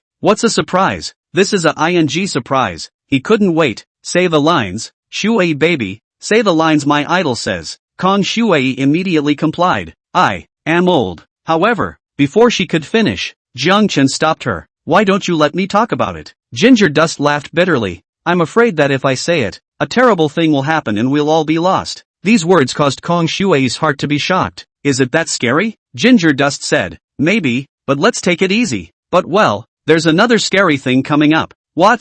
Kong Shui had a puzzled look on her face. However, seeing the look in Jiang Chen's eyes, she instantly understood. Chapter 99, Where does Mr. Yan live? You're not tired? It's almost dawn now. Kong Shui was both expectant and apprehensive. However, there was a bit too much going on tonight, and with Ginger Dust tossing and turning for so long, it was almost time to come to morning. And Jiang Chen shook his head and said, "I killed a lot of alien at school before, and almost lost my mind again, or Huan helped me, but well." Ginger Dust smiled slightly and continued, "You know, she at best restored my sanity. Now that you've awakened your powers, your body should be much better than before, right?" "Yeah, I feel like I've increased my speed and strength so much. So, let me put away the illusion first." Ginger Dust stopped her in a hurry. "Don't. No need. I like it. It's the only way to see my idol now." There was some regret in his eyes.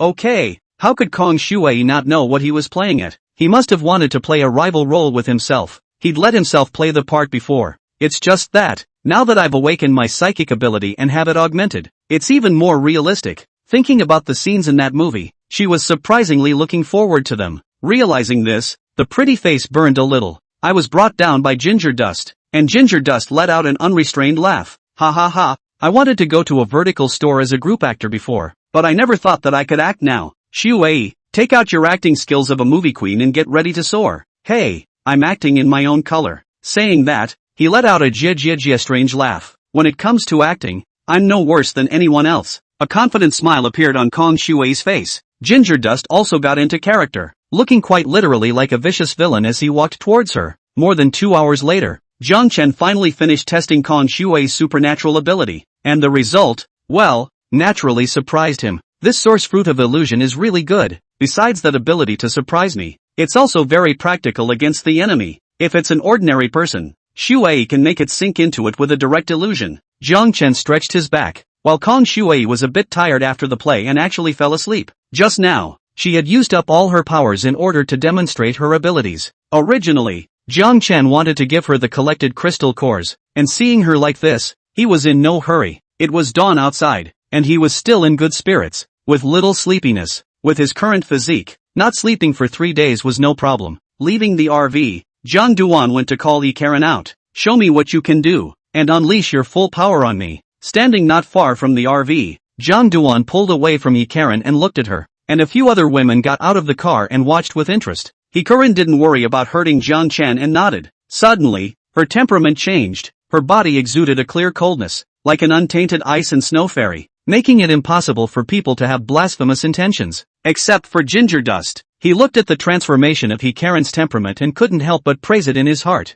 Kagome has become beautiful again. We have to find someone to take the fruit of fire source as soon as possible and feel the song of ice and fire. Lin Yao should be good. While he was rambling on this side, Yi Karen had already moved. Only when she gently waved her arm, the air around her seemed to instantly condense. Wisps of cold air overflowed from her fingertips and quickly condensed into a sheet of crystal clear ice crystals in the air. These ice crystals in the sunlight flashed with a cold light, crystal clear, like countless tiny diamonds floating in the, quite beautiful. Wow! Kagome's powers turned out to be so beautiful. Zhou Mingdia's beautiful eyes glowed with a strange color. She, like several other women, had a look of envy on her face. Then, they couldn't help but look at Jiang Chen. This man could really bring surprises everywhere. Not only did he have psychic abilities himself, but he could also help others awaken their abilities. I wonder when I'll be able to do that. No, I must behave. Several women had this thought in mind. Not bad, this attack of yours should be freezing. Don't worry about it, just attack with all your might. Jiang Chen looked at the ice crystals that Yi Karen had condensed and commented on them. Yi Karen took a deep breath and gave her full attention to maintaining the ice crystal. The temperature of the surroundings also continued to drop with the appearance of the ice crystals, turning from summer to winter all of a sudden. Suddenly, her beautiful eyes flashed as she launched her hands forward. Those ice crystals that were originally floating in the air shot towards Jiang Chen,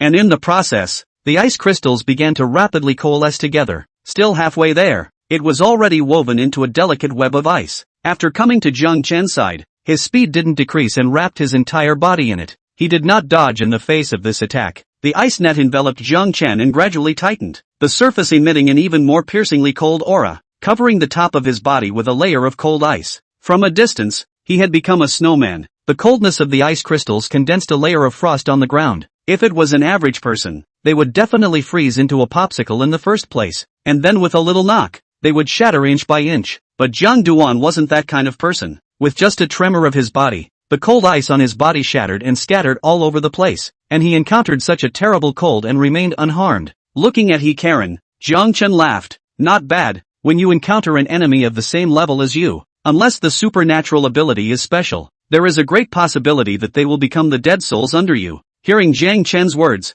Yi Karen's face revealed a smile. It's a bit rare for this guy to finally compliment someone. The women all gathered around and spoke in tongues. Kagome, that ability of yours is so powerful. In the future when Jiang Chen is not around, I will rely on you to protect me. Isn't there still Huan's sister? She has the same supernatural powers. When it comes down to it, women without powers are a little heartbroken. Only, Jiang Chen saw them talking and didn't open his mouth. He still had quite a few source fruits on hand, and he himself couldn't gain new abilities by devouring them now. This he had already tried. With his current strength, forcing an ability to increase, his body could not withstand it at all, and devouring those source fruits to boost his strength was of little use at the moment. He still had to go and devour an awakened, or a mutated creature, and a high-level mutant's ability, to have any hope of advancing. Or, there are other ways. However, this Jiang Chen was not in a hurry. Someone would be delivered to his doorstep soon. Well, now that it's light, let's get out of here. He looked at the women and said.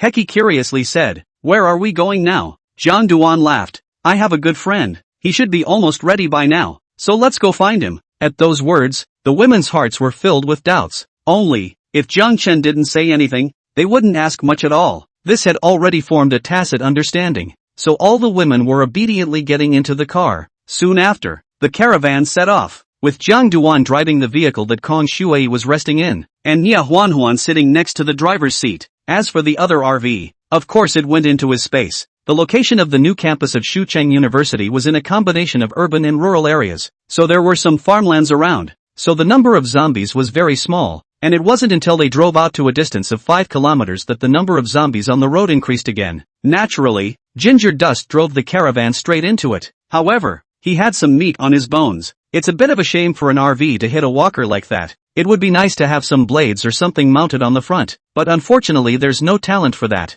Nia Huanhuan, who was on the side, looked out the window a bit out of her mind. She hesitated for a long time before saying, I have a teacher not far from here. Can I go there to see Ah? She had thought about saying this for a long time before saying it, because she knew that Zhang Chen wasn't the nosy type. Sure enough, Zhang Chen just glanced at her with his eyes and coldly said, Did my previous words fall on deaf ears? You still don't remember after suffering a loss at school, and now you're overflowing with sympathy? Zhang Chen felt that he would teach Nia Huanhuan the rules of the end times when she was better, and she wasn't surprised by Zhang Chen's words. After thinking for a while, she said, Ms. Yen is really nice. She was like a sister to me before the end of the world. Inside the school, besides Tan Xin, she's my only friend. Although Nia Huanhuan was the school flower, she didn't have many friends inside the school because of her withdrawn nature. However, Jiang Chen remained indifferent. Look for yourself. How many days has it been since the end of the world? According to you, that teacher of yours is a good person. If he was more beautiful, the person would have been long gone. Don't delay me to go and meet up with my good brother. Nia Huanhuan's body trembled, murmured, Yes, Ms. Yen is very beautiful. She was originally the school flower of our last 2 classes, and then stayed in school to become a teacher. That's why she came together with me. As he was talking, Zhang Duan suddenly stopped the car and asked, Since it's on the way, let's go and take a look. Where does Mr. Yen live? Zhang Chen certainly didn't break the brakes after hearing that teacher Yen was pretty. He just thought that letting Nia Huanhuan feel the sinister nature of the human heart one more time would be the only way for her to completely metamorphose. This schoolgirl, she needs more practice. Chapter 100, Something's wrong with this woman. Nia Huanhuan couldn't help but look stunned at Zhang Chen's sudden change of heart. However, she was smart and quickly came around. Do you have something in mind for Ms. Yen? The corners of Zhang Chen's mouth hooked up as he glanced at her and asked rhetorically, If she really is still alive and I want her to follow me, what would you do? This question caused Nia Huanhuan's delicate body to tremble. I don't know. Zhang Chen smiled coldly and said, Then I'll help you make your choice. I won't take in a woman who is of no use to me, and she's a person with no hands. What do you think will be of use to me? He said this in a naked manner, not hiding his intentions in front of Nia Huanhuan. That would be hypocritical. To say that in the beginning, Zhang Chen had brought a female companion by his side, or to solve the side effects of devouring supernatural powers. Then now he was enjoying the end of the world. Nia Huanhuan's face changed, but she didn't hesitate for long as she looked at Zhang Chen and said, You can see for yourself. If she's alive and hasn't changed, as long as she can follow you, she'll definitely live a better life than she is now. Ginger Dust nodded in satisfaction. This woman has some sense. However, he added, just to be clear, I will show no mercy if this lucky living woman doesn't behave. Nia Huanhuan's face went white, but she didn't say anything more this time. The RV continued on, heading towards the neighborhood where Mr. Yen lived. This neighborhood Jiang Duan is not unfamiliar. After all, his original job before the end of the world is to repair air conditioners, and he has been running in Shucheng for a number of years, and he is familiar with a number of places. That neighborhood was within a new city in a busy urban area, and the more you got inside, the more zombies there were. In the back, Zhang Duan was all fired up and crushed his way through. At times like this, he wasn't heartbroken about the RV. It's broad daylight and hot, and the zombies don't like the weather and mostly hide in the shade. So by the time he reacted, Zhang Duan's car had already driven past. Moreover, Teacher Yan's neighborhood wasn't the most bustling part of Prosperity City, and the new city wasn't big, so there wasn't much danger if he went in. Otherwise Ginger Dust would have turned around and left, so the number of zombies he crushed was actually small. Moreover, if he encountered zombies that numbered more than hundreds, he would open the devouring vortex and suck the zombies into flying dust. Well, it's been a while since I devoured a zombie. Haven't these things evolved yet? Hundreds of them are of no use to me nowadays. Zhang Chen absorbed the energy of a wave of zombies and felt some emotion in his heart. Not long after, the caravan came to the outside of the neighborhood where Teacher Yan was located, and Zhang Chen saw through the window that the gate here was closed tightly, and there were even guards at the entrance. Interesting, this neighborhood doesn't look as if it's been overrun by zombies. Your Teacher Yan is afraid of a bad outcome if nothing happens to her. he still felt a little sorry for himself when he said that. After all, a woman on the same level as Nia Huanhuan belonged to the category of scarce beauties, and there were fewer than one dead. He's been working so hard for so long, and he's only got this much around him. Forget it, what do you care? It's only a slight shame to die. Jiang Chen smiled and looked at Nia Huanhuan. Let's go inside. She had actually guessed the ending, but was still a little undeterred. At this point, the guards had yelled at the RV. What's up? Get the hell out of here. Don't lead the walkers this way. They clearly had bad faces and were ruthless. Not good people at first glance. Upon hearing this, Jiang Chen heatedly smiled and said to Nia Huanhuan, sit tight, we'll go in from here. As the words fell, the speed of the RV accelerated once again, surprisingly crashing towards the cell gate. Damn, where did that dog come from? Go inform the boss. There are enemies outside. Seeing that the caravan crashed into the gate regardless, those guards' faces were extremely ugly, revealing undisguised killing intent, and someone had already gone to call the boss. At this moment, in a room somewhere inside a building in the neighborhood, inside the living room, a woman with extremely beautiful appearance was lazily reclining on the sofa. Behind her, a young woman was pounding her back, gently. The woman had a red dress that was exceptionally dazzling. However, there was a touch of demonic color in her beautiful eyes. On the opposite side of the couch sat a man of about 30 years of age, quite handsome. Looking at the woman across the table, he spoke somewhat cautiously. Sure Yoon, did Yu Peng send someone to force you again?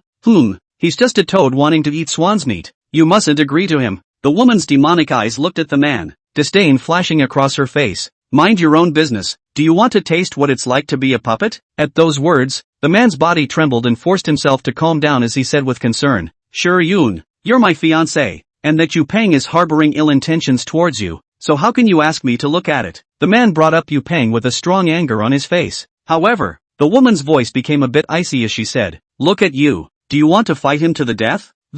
Sure Yoon, he is an alien. I can't kill him at all. But aren't you almost as strong as him? Let's think of a way to screw him. The man's tone was menacing. Get the hell out of here. It's not your turn to meddle in what I want to do. If you were a bit more useful, I wouldn't have been pushed into that situation by Yu Peng. Hearing her words, Zhang Yuan's body shivered slightly. His face was a little pale as he looked at the woman in front of him with a stunningly beautiful face and said painfully, Sure Yoon, how did you become like this? The old you was not like that. Only, the woman scoffed at his words and teasingly said, if I was still the same as before, I would have been eaten by Yu Peng to the dregs by now. Do you think you're capable of protecting me? With that, she waved her hand, signaling Zhang Yuan to leave the room. He stood up and said, Sure Yoon, no matter what you've become, I love you and you'll always be my fiancé. The words fell before he left the room. Only, after turning around, a flash of resentment appeared on his face. The woman looked at his back. Her face shifted in color, then returned to a cold look.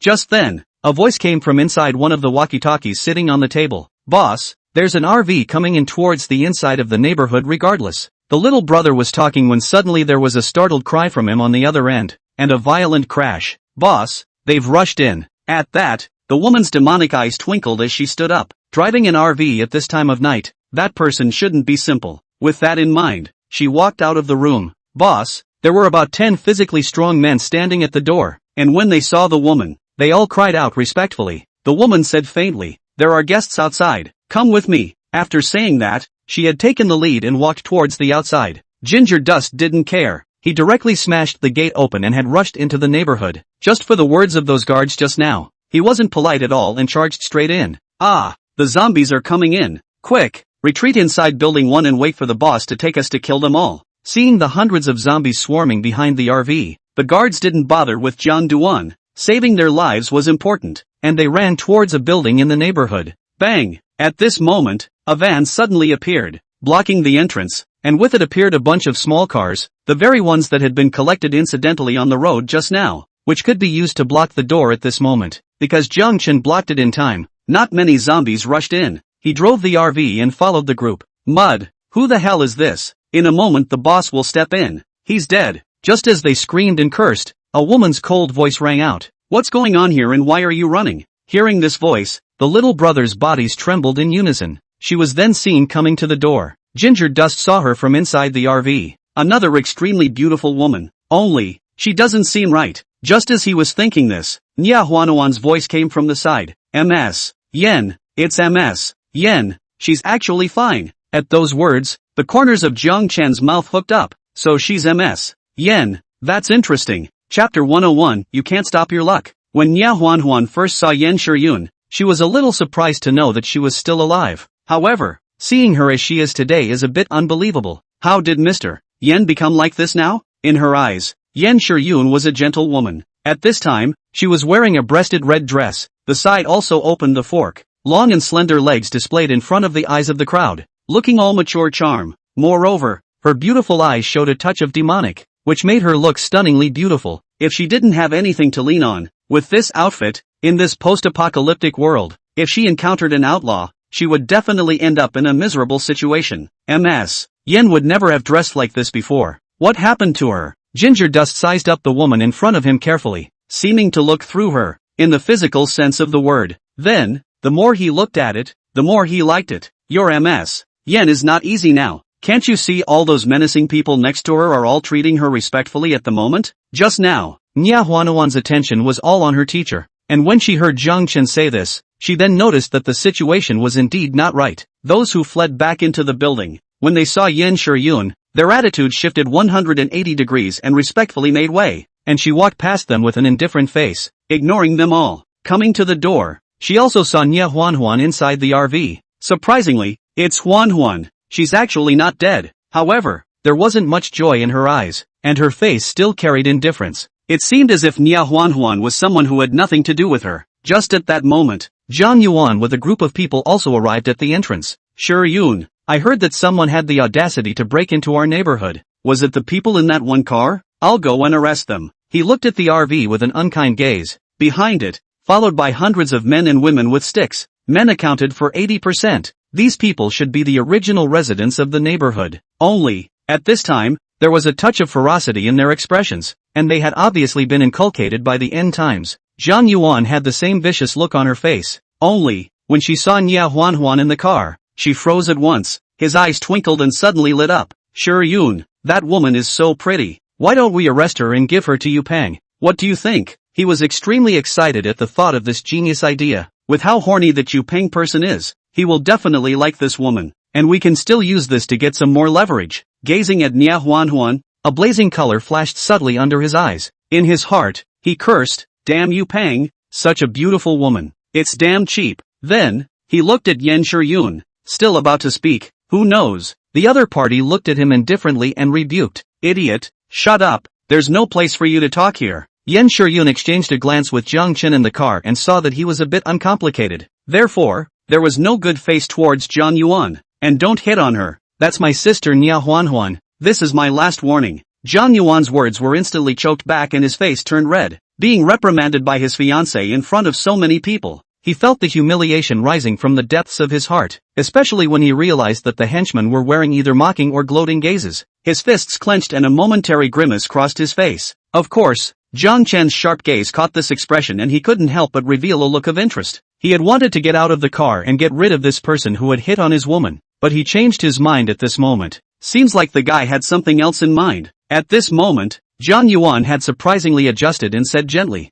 Yun, I was wrong, don't be angry. Of course you're in charge here, so she is the Huanhuan you mentioned before. I really didn't know. Forgive me this time. This time, he didn't bother to look at the eyes that looked down on him, and admitted his mistake with sincerity. Zhang Chen didn't rush to get out of the car. He had amazing hearing and heard the words of the two clearly. A trademark smile surfaced on his face. Come on, go down and meet your teacher. You have to be prepared. She's not the same person you used to know. This time, Nya Huanhuan had gathered her emotions. Just now, she also noticed the way Yen Shiyun looked at herself. If it had been the old her heart would have been absolutely overwhelmed. But after everything she'd been through in the past few days, she'd become strong. And perhaps the reason why he came to see Yen Shiyun was to say goodbye to his past self once and for all. Therefore, she nodded to Zhang Chen. I know, now that I'm your woman, everything is up to you. At those words, Zhang Chen was quite satisfied. He is more and more like this woman. Before taking the time to ask about his great uncle, why not go to him? Nya Huanhuan said that with his brother's character, after the end of the world, perhaps did a lot of evil things. Moreover, Zhang Chen learned from her that the reason why this brother was kind to her was because he had a nasty agenda. This asshole really deserves to die. At that time, when he heard this, he even cursed in his heart. At this moment, the other women in the caravan were all gathered together, and as Zhang Chen looked at them, the corners of his mouth arched wider and wider. Let's go. Follow me down to meet Huanhuan's teacher before the end of the world. Next. It should be very fun. You guys hold back for a while. Don't spoil my fun. A look of anticipation appeared in his eyes as he led the women out of the car. When they appeared in front of the eyes of those people in the neighborhood across the street, they felt their breath catch. So many beautiful women. My eyes did not see wrong? Look closely. They are clean and dry, as if they bathe every day. Is this still the end times? Isn't that Kong Shui? Beautiful big star. She's even in there. The appearance of the women caused a commotion. The men admired the women with impunity, while the women of the neighborhood looked at each other's beauty, untainted by dust, and showed signs of jealousy. Zhang Yuan's eyes had been dumbfounded. The fact that there was only one person in the car, Nya Huanhuan, made him a bit surprised, but he didn't expect 6 more to come out at once. His gaze fell on Zhang Chen, and he became intensely jealous of him. Even Yan Shiyan's beautiful eyes narrowed for a moment when she saw the stunning crowd of women in front of her. Then she glanced deeply at Zhang Chen. Only then did she drop her gaze on Nya Huanhuan and squeeze out a smile. Huanhuan, I didn't realize you were still alive. Seeing the teacher, who used to be like a sister to her, seeing herself so coldly, Nya Huanhuan froze slightly and said, yes, there was a necrotic wave in the school, and I was lucky to survive. But if I hadn't encountered Zhang Chen, I would still be dead. Her beautiful eyes gazed tightly at Yan Shiyun as she asked, Teacher Yan, what exactly happened to you to become like this? It was the biggest question in her mind and she couldn't wait to ask it. Only, upon hearing her words, a hint of gloom only surfaced slightly in Yan Shiyun's eyes, followed by a quick return to indifference. After the end of the world came, the neighborhood was in turmoil. Some thugs turned on me and killed my parents. I ran to the roof of the building before they were killed, and after I ate a fruit, I accidentally gained the ability to kill all of those people who killed my parents. And after that fruit was eaten, it affects a person's temperament, so I became what I am now. Yan Shiyun didn't hide her experience. Her tone was bland, as if she was talking about something other than herself. On the side, Zhang Yuan's face showed a look of remorse and said, Shiyun, it's all my fault. I went out to look for food that day and didn't arrive in time before letting my uncle and aunt die tragically. You can blame me however you want. He had a pained look on his face, but he couldn't get a bit of a good look from Yan Shiyun in return. Shut up, did I tell you to talk? Yan Shiyun said as she coldly looked at Zhang Yuan. Instead, he smiled and said, Fine, I'll shut up, don't get mad. After he finished speaking, he retreated to the side and glanced at Yan Shiyun again, his eyes glowing fiercely, as if he had made a great determination, and slowly retreated towards the back of the crowd while their attention was attracted. Nya Huanhuan was also a bit moved when she heard what happened to her teacher. Mr. Yan, you, however, it was then interrupted by the other party. There's no need to sympathize with me. And, speaking of those things, I don't seem to be sad at all right now. Perhaps it was caused by eating that fruit. She then asked, Did you come here this time, specifically to see me? Nya Huanhuan nodded. Yes, we were passing by and thought of you, so we came to take a look. Upon hearing this, Yan Shiyun laughed softly and said, What do you want to see? To see if I'm still alive? Or have I become a zombie? There was a hint of mockery in her tone. Nya Huanhuan wanted to say something, but couldn't. Yan Shiyun didn't look at her anymore, and her beautiful eyes swept over Zhang Chen, as well as a few other women. This is the person who saved you. He has so many beautiful women around him, he shouldn't be simple. Zhang Chen had just listened quietly, and now that he saw her looking at him, the corners of his mouth curved up. Mr. Yan, whether Jane is simple or not, you'll know later. We've been standing here for so long, won't you invite us in for a cup of tea? At those words, Yan Shiyun's beautiful eyes flashed with a strange light, but she looked toward the door. I'd invite you in, but I'm afraid I can't go for a while since we have guests. As soon as the words left his mouth, a teasing voice rang out from outside the cell door. I say, Yan Beauty, why are you blocking the door when your guest is here? Hundreds of silhouettes then appeared at the gate, and they crossed over the vehicles blocking the entrance and came within the neighborhood. The person in the lead was a young man in his 20s, only he didn't look sunny, with a pair of eyes revealing an evil aura, looking like he gave people a sense of frivolity. When he saw the women beside Zhang Chen, his eyes revealed an undisguised desire for possession. Surprisingly, there are so many beautiful women. Did Yu Peng, burn incense when I went out today? I can't even block my lustful fortune. He. Chapter 102. Your teacher Yan is off her game. The little brother behind Yu Peng similarly had both eyes glowing. Big brother, so many beautiful women. Do the brothers have a share? If it wasn't for the bad timing, they really wanted to rush up and grab the ladies. Kidding aside, the prettiest woman they've ever caught inside the neighborhood. Any one of them here could take seconds. Even so, Yu Peng liked it a lot. It can't be helped. What's the saying? They're uneducated and it took them half a day to think of it. It's called the odd one out. Looking at the younger brother's monkey anxious appearance, Yu Peng scolded, what is the hurry? Wait for me to have fun and then give you. But, Huang Yao and the other 5 women on the reward to you. Lao Zi anyway, have played enough, and now immediately want to enter the new goods. Those pussy Lao Zi cannot see. Upon hearing this, the little brothers let out a hungry wolf-like light in their eyes and excitedly said, thank you, boss, we will always be your loyal henchmen. On the other side, Jiang Qin couldn't help but stare when he heard Huang Yao's name. With that, the smile on his face grew stronger. What a coincidence to hear that name. I just don't know if it's that woman. At this moment, Yu Peng had already led his men to the crowd in a big way. His gaze swept recklessly over the several women beside Jiang Chen, his face filled with a frivolous smile, as if he was admiring an exquisite work of art. Only, the gaze imperceptibly glanced at Jiang Chen, and the hint of vigilance that flashed in the depths of his eyes was rarely detected. While the people on Yan Shiyun's side looked at Yu Peng, there was a strong look of scorn on their faces. A junior brother said boldly, Yu Peng, what are you doing here with us? Get the hell out. Yu Peng's gaze looked at that little brother grimly, causing him to feel as if he was in an ice cave. His body chilled, and he couldn't help but take a step back, not daring to speak again. Yu Peng no longer paid any attention to that person, but looked straight at Yan Shiyun and spoke with a smile. TSK, Yan Beauty, you're putting up such a big show here today? Is it to welcome me? Yan Shiyun looked indifferent.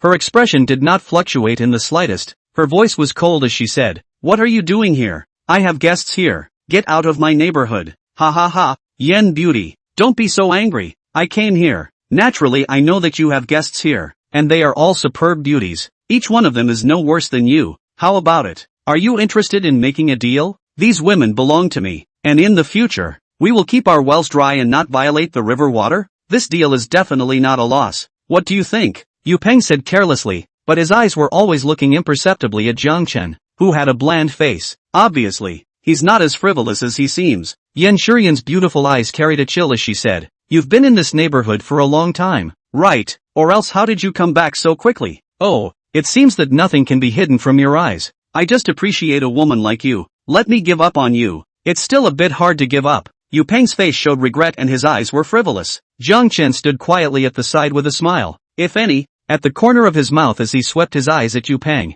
A few women's gazes, on the other hand, were incomparably cold. The look in Yu Peng's eyes and his men's eyes just now made them feel disgusted, especially the words that were said afterward. At this moment, they were again treating themselves as if they were objects and bargaining, and if it wasn't for the fact that they saw that Jiang Chen hadn't said anything, they would have gone ballistic. Seeing Jiang Chen's playful expression, they knew that this guy was starting to play again, so they wisely chose to wait a little longer. He's not a loser, and the reason why he didn't do anything about it is that he must still be holding back. Sensing the anger of the women, Jiang Chen implicitly glanced in Jiang Yuan's direction and chose to continue to watch coldly. When Yan Shiyun heard Yu Peng's words, she didn't pay any attention to them. Her beautiful eyes swept over one of her men, who all lowered their heads and shivered their bodies when they came into contact with her icy cold gaze. One of the youths, with a slightly alarmed face, suddenly knelt down. Old boss, I was wrong. My wife is in Yu Peng's hands. He forced me to leak the information. Yan Shiyun looked indifferent and slowly came to his side. The nearby minions subconsciously made a space, seemingly fearful.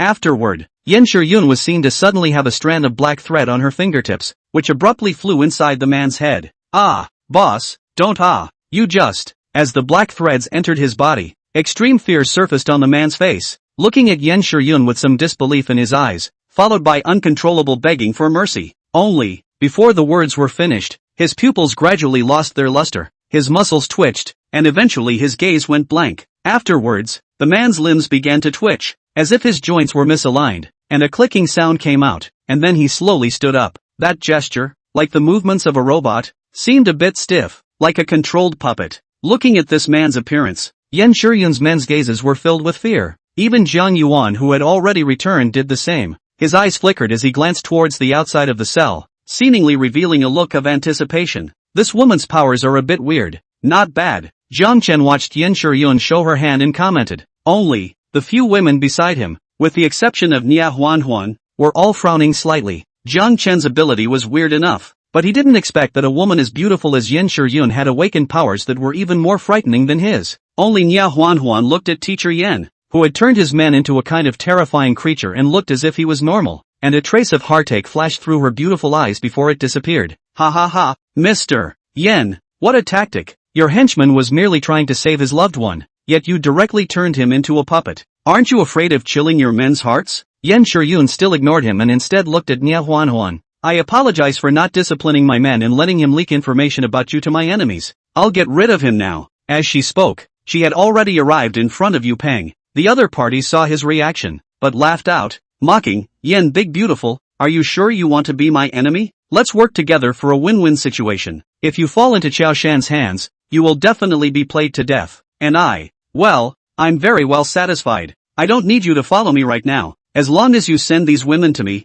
we can team up to deal with Qiao Shan. Only, just as the words fell, another voice came from outside. Kid, with such a big mouth, you're not afraid of flashing your tongue. I'm here now. Let's see how you guys can work together to get me killed. This voice was extremely wild, and then the crowd felt the ground shaking, and a figure leapt up from the doorway, like a big bird. No, I should say a fat bird, flipping in the air and landing steadily. Zhang Chen fixed his eyes on this person. This person was over 50 years old, only 1 meter 5 tall. His body was obese, naked, his round belly was full of flab, while above his thick arms, it was muscles bulging and trembling, as if it contained explosive power. The man had just landed on the ground, and behind him, more than 200 minions with weapons appeared one after another, quickly coming behind him. Afterward, the crowd's eyes were involuntarily drawn to the thousands of beautiful women in the arena. It's not hard to understand that if you're a man, you're surely the first to look at the beautiful women in the crowd as well. Of course, in case you're not interested in women,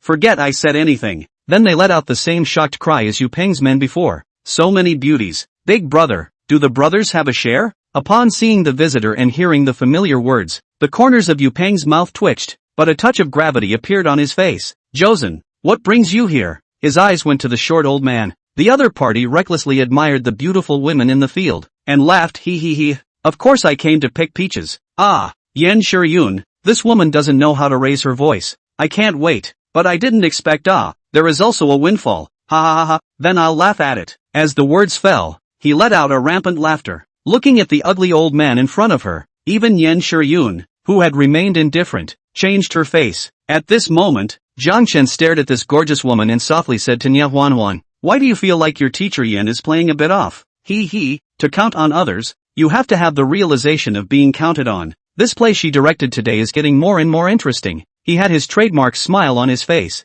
The women around him know that this guy is at his most dangerous when he's smiling. Chapter 103. Nia Huanhuan looked at Yen Shiryun and let out a bitter smile. I didn't expect her to become like this now. She's really changed. She's become so strange. The corner of Zhang Chen's mouth hooked up. Didn't she say that after the tragic death of her parents, she awakened her supernatural abilities but was affected by her temperament? However, these have nothing to do with me. I'll make my move later. All the characters should have made their appearance this time. The show is a little bit boring when it comes down to it. It's this woman, on the contrary, that interests me more and more. As the words fell out of his mouth, he looked at the field again. Yen Shiryun's entire mind fell on Qiao Shan. This was the one who was her strongest enemy. However, there was a man in the field who had already greeted Qiao Shan with a smile on his face when he saw him arrive. Brother Zhou, you're finally here. Look at those women, they're all superb. I didn't lie to you, did I? The person who spoke was surprisingly Jiang Yuan. Just as Qiao Shan had appeared just now and attracted the attention of the crowd, he took the opportunity to break away from the group and was the first to greet them.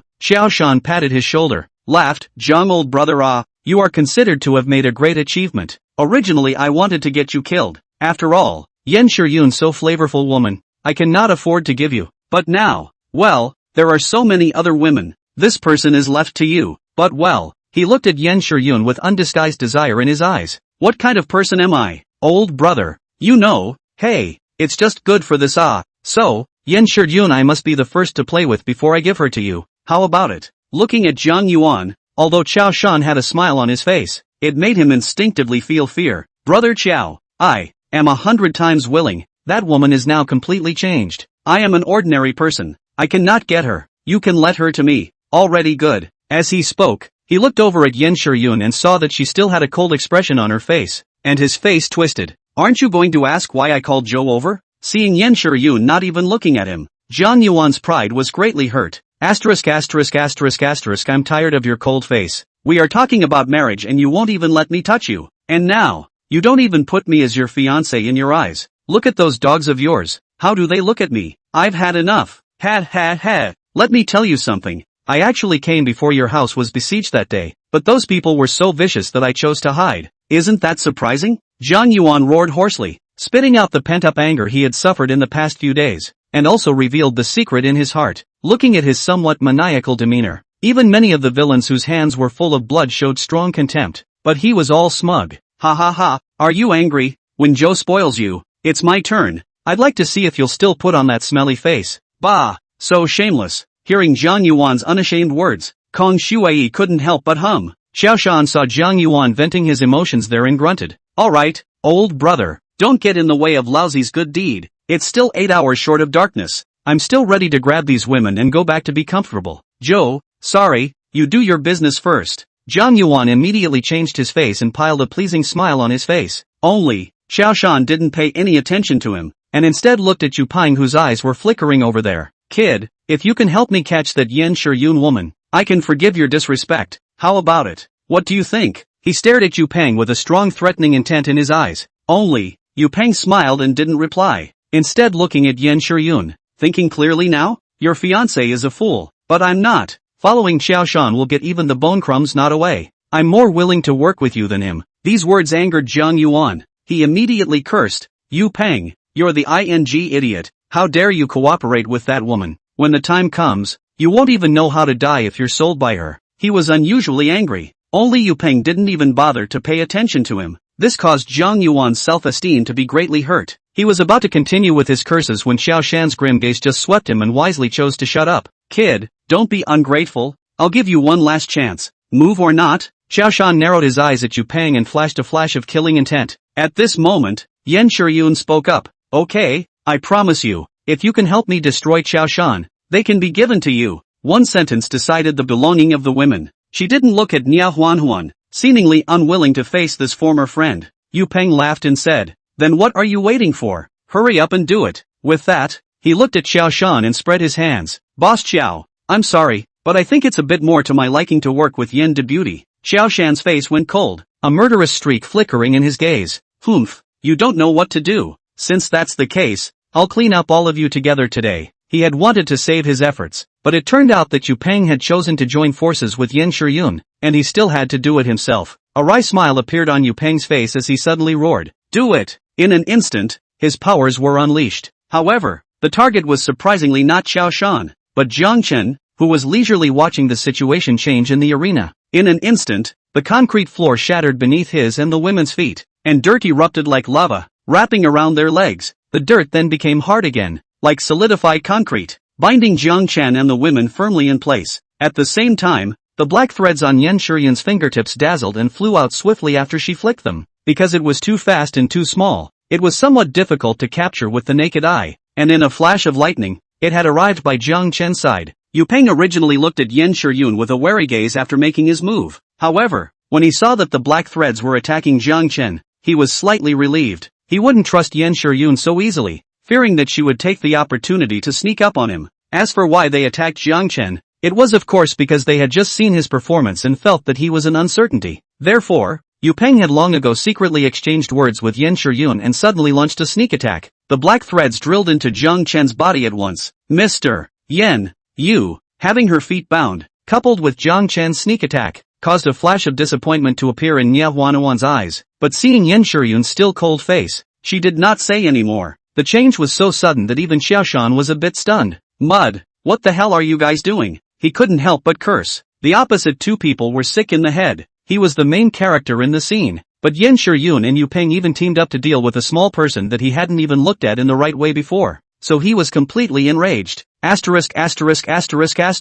Don't take old me seriously, do you? You guys wait to bear my wrath. Xiaoshan was furious and ready to do it immediately. He couldn't wait to enjoy the ravishing. However, right at this moment, a strong sense of uneasiness flooded his heart, and his sweaty hair stood on end as he sensed the danger coming from behind him. The combat experience he had accumulated over the past few days made him instantly alert, and his entire body snapped to the side, his supernatural energy surging throughout his body as he was about to cast a defensive skill. But he was a step too slow after all. Put! A sharp dagger ruthlessly stabbed into Xiao Shan's back. The force was so great that it caused the blade to slant directly from his back into the side of his waist. This was still the result of him dodging sideways. Otherwise the dagger would have plunged straight into his heart. Ah! This strike came out of nowhere, causing Xiao Shan to be instantly injured. He could not have imagined that he would be sneak attacked, and the person who stole the attack was actually Jiang Yuan. He had some horror in his eyes at that moment, as if he felt great horror at what was happening. "Get thee out of here!" Xiao Shan roared out, an uncontrollable rage surging through his heart. Immediately afterward, a berserk power violently gushed out from his body, and a greenish-black color emerged above his skin and shone as if his body had turned into a steel material. At the same time, an invisible shockwave spread out from his body. Bang! Jiang Yuan's entire body was directly shaken out until it flew 20 to 30 meters away before it fell hard on the ground. And when it landed, the sound of bones breaking could still be heard. He spat out blood, his expression extremely painful, and said in some panic, "Brother Qiao, it wasn't me. Just now my hands didn't obey me. It must have been that woman who did it." Jiang Yuan looked towards Yan Shiyun while her cold eyes looked over similarly, the corner of her mouth raised in a morose arc. "Now that you're of no use alive, become my puppet completely." As the words fell, he saw the same situation as that little brother before appear within Jiang Yuan's body. He was used to seeing this kind of scene, and at this moment, his face was filled with panic and he was completely abashed. "No, Shiyun, don't do this. I'm your fiancé. Please spare me." However, Yan Shiyun simply ignored his pleas. Jiang Yuan's eyes gradually lost their vigor and began to become wooden, but at the last moment of losing his mind, a flash of resentment flashed across his face. "Yan Shiyun, you won't end well either." Ah!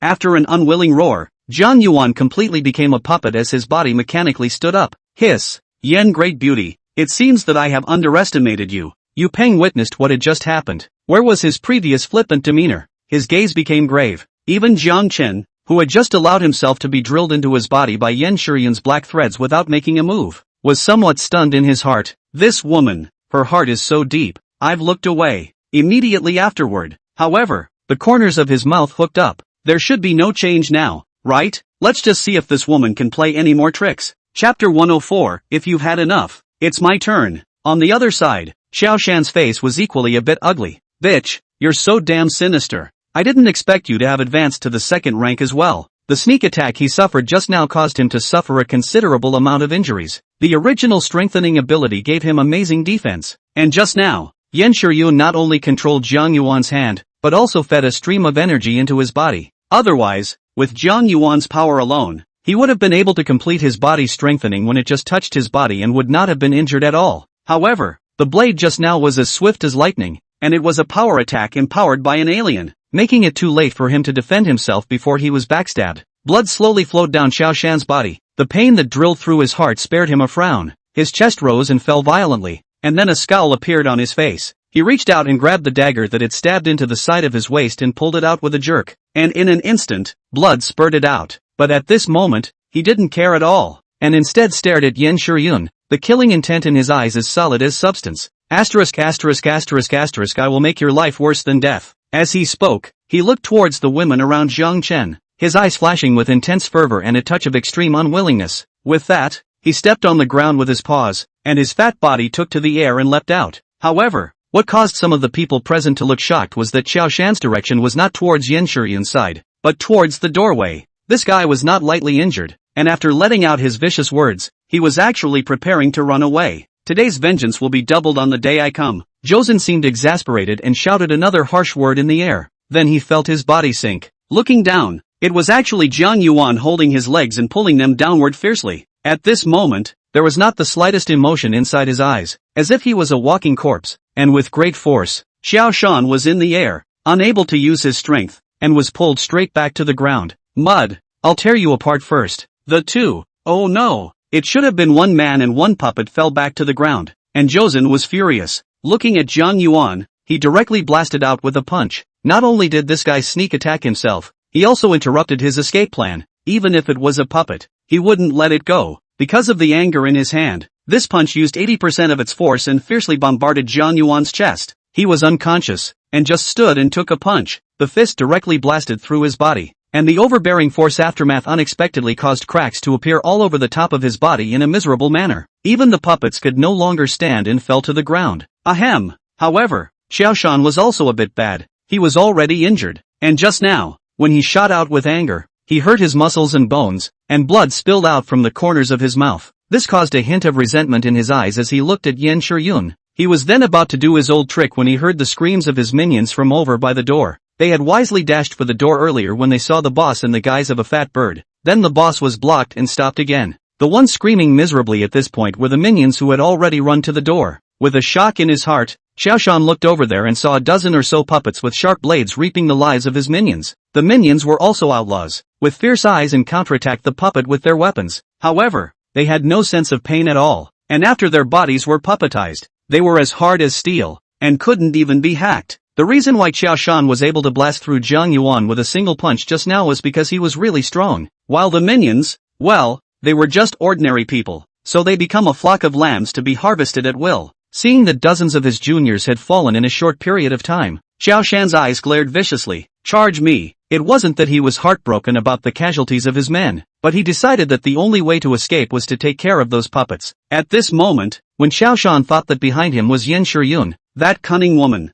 a trace of fear unexpectedly rose, only wanting to escape as quickly as possible so that he could have a chance to take revenge. Seeing his minions hesitate, he gritted his teeth and his skin instantly hardened, a bronze-colored sheen glowing above his skin. Afterward, he stamped his paws on the ground, like a maddened bull, and sprinted towards the puppet. The obese body unexpectedly flooded with residual shadows and slammed into a puppet, causing it to fly out directly backwards, while the weapons in the hands of the other puppets slashed at Xiaoshan's body in passing. They only left a shallow mark. Josen didn't care, he just barreled forward. Only, the puppets suddenly changed their tactics, just like Jiang Yuan before, swarming up and holding his hands and feet, surprisingly stopping his speed alive. Asterisk asterisk asterisk asterisk off. Xiaoshan shouted angrily, but for a moment he was simply unable to shake out the puppet that was like a root in his body. Yu Peng saw Xiaoshan, who was caught in a bitter battle, and a strong look of scorn rose in his eyes as he looked at Yan Shiyun. I didn't expect you are really a good tactic. I understand. Today this is all a setup by you. I really looked away. Originally thought that I had already overestimated you, but I still underestimated your mind.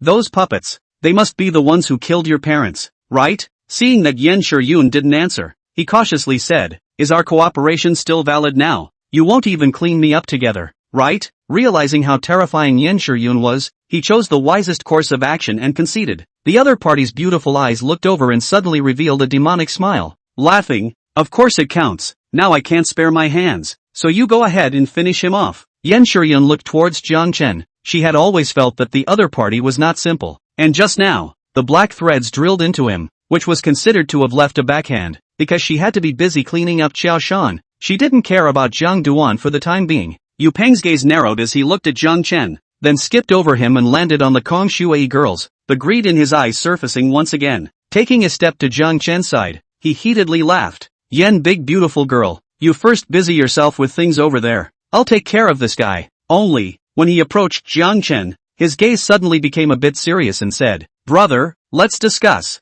How about we join forces to deal with that woman? As you can see, she has an evil heart. We only have a chance of winning if we join forces. Jiang Chen said indifferently, can't you see? I'd been backstabbed by her. The slightest movement will turn me into one of those puppets. This deal isn't cost-effective. Upon hearing this, Yu Peng then hemmed and hawed and said, I have a way to help you lift the mark she left in your body. However, it requires a huge price to pay. So, he purposely paused, his gaze smilingly looking at the women. A look of surprise appeared on Jiang Chen's face as he hurriedly said, oh yeah? You really have a way. So what? Seeing how eager he was, Yu Peng's smile grew even more intense. You see, I have paid the price. You naturally also have to show a little You have so many women, or not to share a few to me. With our ability, what women are not good to find? This deal is not bad, right? A smug look appeared on his face. However, in the very next moment, his face changed, filled with fear, because a hand suddenly squeezed his neck and lifted him up like he was carrying a chicken. Seeing that the person who made the move was none other than Jiang Chen, his pupils suddenly shrunk. How did you break free of me? Not only him, but Yan Shiyun's beautiful eyes in the distance revealed a flash of color. Then, her face suddenly changed between her thoughts. It was because she felt that she simply couldn't turn Jiang Chen into a puppet like she could control others. Jiang Chen looked at her with a teasing gaze and said, Ms. Yan, have you had enough fun? Now, it's my turn. Lin Yao by his side glanced at him, thinking that this guy was finally going to make a move. She had heard this sentence from Jiang Duan, only she knew the gold content of this sentence. It was simply too pure. She was in a state of remorse. Now it's time for Yan Shiyun, a woman with a deep heart, to suffer. Thinking of this, Lin Yao's stunningly beautiful face revealed a gloating color. Chapter 105, Die or Submit to Me. Jiang Chen looked at the women and said, "You should have endured this for a long time as well. Yu Peng and his men will be left to you. Leave someone behind. I still have something to ask." As he spoke, he threw Yu Peng out like a dead dog. The opponent landed on the ground, breathing heavily, his eyes filled with fear. He almost died just now. However, in his heart, he was wondering why Jiang Chen didn't just kill himself when his eyes suddenly glazed over. Damn, how is that possible? At this moment, not only him, but many people's gazes fell on the ladies, Nia Huanhuan and He Karen to be exact, only to see He Karen incarnate as a frost fairy. Radiant ice crystals coalesced around her body, which then landed on top of Yu Peng's condensed bondage, a layer of frost instantly covering it. Instead, 7 water blades floated around Nia Huanhuan, chopping down towards the ice. Ka-ching! The bindings under the 7 women's feet instantly shattered apart. Yu Peng and his men were a bit incredulous. How come there are still 2 other psychics? Are these kind of people wholesale nowadays? He cursed, and as he watched the women staring at him with unfavorable gazes, he felt a little bad. Just now, he and his men were talking without any inhibitions, and at that time, they showed their anger. Thinking of this, his eyes flickered and he chose to do the same thing as Qiao Shan, about to retreat backward and take the opportunity to run away. However, just at this moment,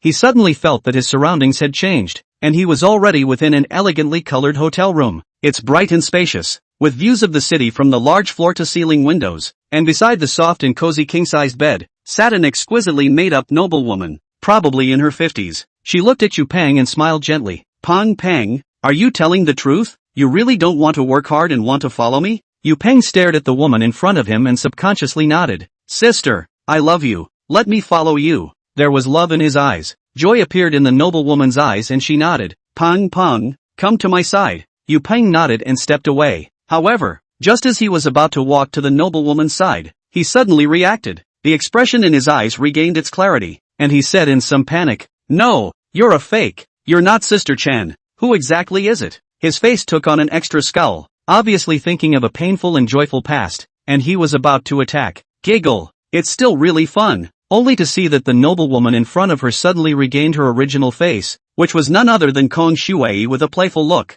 "How could it be you?" Yu Peng was a little afraid. Originally thought that these women were lambs, but it turned out that each one of them was not simple. He was somewhat regretting coming over to wade through the muddy waters at the moment. However, just as the thought rose, a net of ice containing a piercing coldness covered his body, and sensing that his body was about to be frozen, he let out a hiss of despair. No, how could Yu Peng be willing to suffer death? Using all his strength, he condensed an earth-yellow armor on his body in a vain attempt to isolate the icy cold air. Only, an ice spike gradually enlarged in front of his eyes and stabbed into his throat. The 3 women struck at the same time, with one in charge of confusing, one in charge of binding, and one in charge of harvesting. Yu Peng, as a first-rank alien, were a match for them. He then died at the hands of the 3 women without even leaving his last words. Other than Nia Huanhuan, the 2 women's experience against the enemy was basically zero. Therefore, the 3 women chose to join forces so that they could practice their experience. Otherwise, Nia Huanhuan could have killed Yu Peng alone. Seeing their boss simply die like that, the other minions let out cries of fear. The boss is dead. Run! Someone led the way and leapt towards the rest of the neighborhood. Others followed in panic.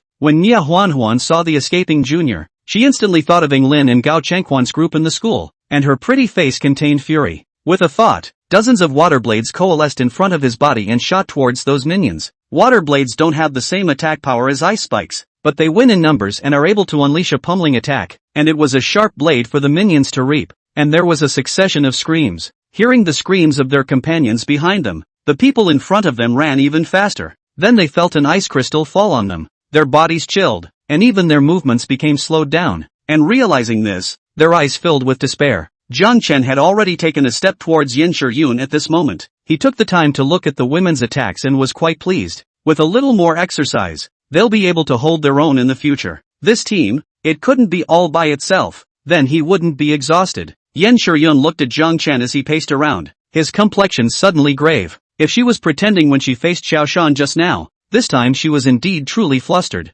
Even though she knew that Jiang Chen was not simple, she still looked away. I didn't expect it. Huan met someone as powerful as you. She's really lucky. A touch of self-deprecation appeared on Yin Shiyun's pretty face. Then, it turned to resignation. Jiang Chen noticed the look in her eyes and said in a mocking tone, "Is it because you think that your calculations were a bit hasty, so you revealed quite a few cracks? Or else I would have been played to death by you just like those people in Qiao Shan?" You've been calculating since the moment you saw me, right? That little brother that you turned into a puppet actually got your authorization before tipping off Yu Peng, and you wanted to use him against me because you felt that I posed a threat to you. And the reason why Qiao Shan is here is also within your calculation, with the aim of getting rid of this person you consider to be the biggest threat. Oh, it's really a good calculation. Yan Shiyun didn't say anything, but the flash of pride that appeared on her face expressed everything. Oh, in that case, let you die completely. Jiang Chen sneered and his figure abruptly disappeared. This caused Yan Shiyun's beautiful eyes to stare and she was on full alert. However, what caused her some consternation was that Jiang Chen appeared beside Qiao Shan,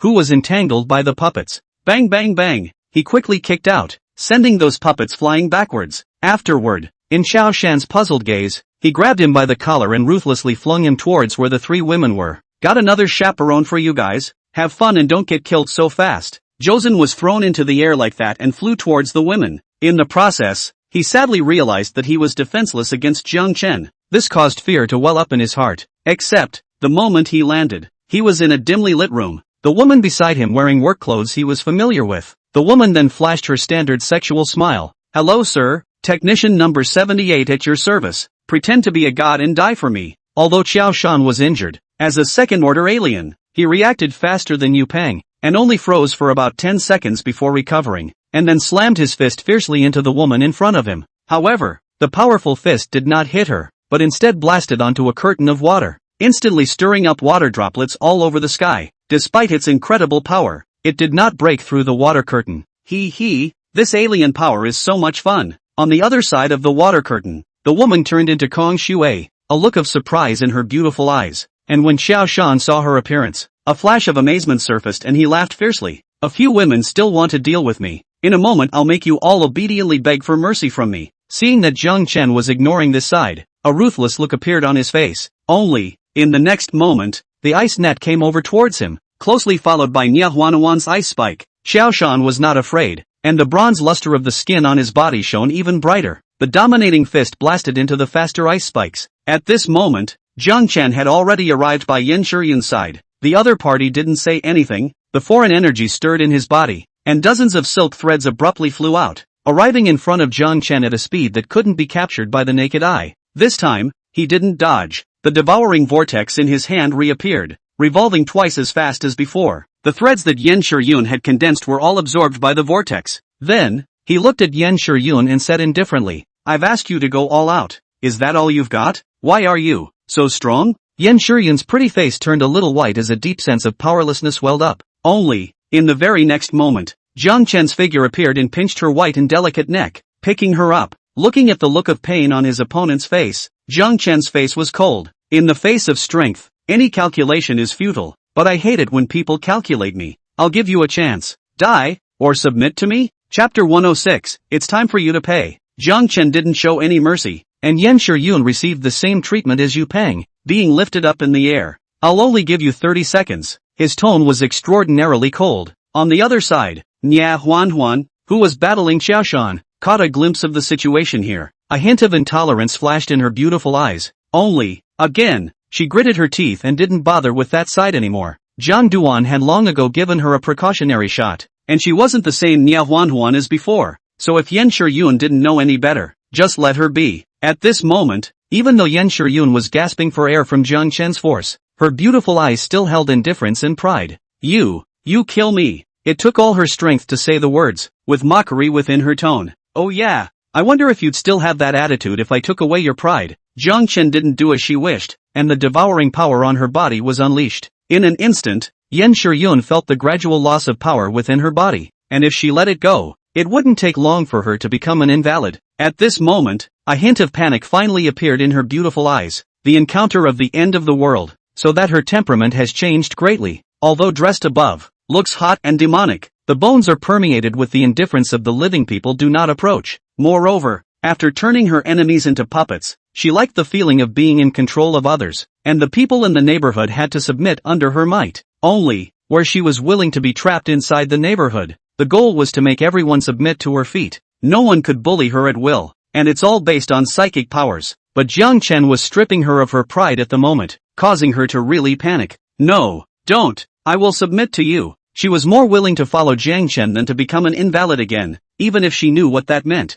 Oh yeah, why don't I believe that? The corners of Jiang Chen's mouth hooked up as he locked eyes with Yan Shiyun's beautiful eyes, but he didn't stop. To her horror, she realized that the rate of her alien energy loss had accelerated quite a bit instead. Sensing this, she hurriedly said, "Really, I am willing to be your woman. Don, let me become like before." At this moment, she tore off all her hard shell and looked like the soft and gentle woman she was before the end of the world again. Jiang Chen looked straight into the other party's beautiful eyes, as if he wanted to see through her completely. Stop, I swear, telling the truth. Yan Shiyun's face was filled with pleading. Finally, that feeling of losing power in his body disappeared completely. Although she had lost most of her energy, she would be able to recover if she was given time. This caused her to let out a sigh of relief while at the same time, a touch of fear from the bottom of her heart was added to her eyes when she looked at Jiang Chen. Jiang Chen threw Yan Shiyun to the ground and looked down on the beauty in front of him. "Remember one thing, I can let you keep your powers now, or I can make you an invalid at any time.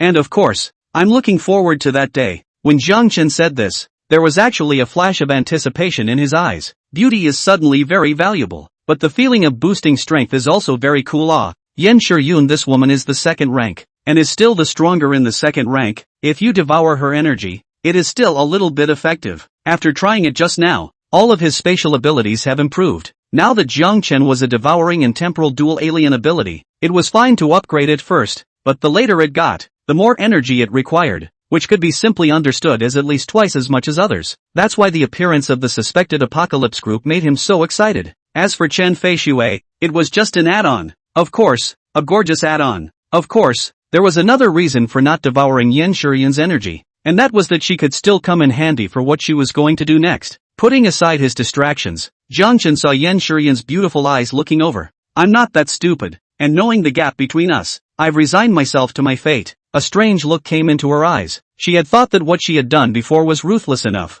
but she hadn't expected Jiang Chen to be even more devilish than her. Jiang Chen naturally understood the meaning in her eyes and laughed. "Don't look at me like that. I'm very gentle when it comes to treating obedient women. Of course, if they don't listen, go reflect inside hell." Seeing Yan Shiyun's delicate body tremble slightly, his gaze narrowed slightly as he continued. "Don't you have ambitions? If it satisfies me, I might consider letting you let go of it in the future." Upon hearing this, Yan Shiyun's beautiful eyes lit up and she said with some uncertainty, "Are you telling the truth?" Ginger Dust nodded. The women around him, like Meng Qingyue and Lin Yao, were not oil-saving lamps, staying by his side, looking like vases. Might as well give them the chance to show off their talents. Of course, in their condition today, going out would be giving away food, so of course he couldn't afford to give it up. So now is not the time. As he spoke, there was a scream from Josen over there. Jiang Chen's gaze looked over and a smile appeared at the corner of his mouth. Interesting, they're really feeling out the door a bit. At this moment, Xiao Shan was a bit miserable,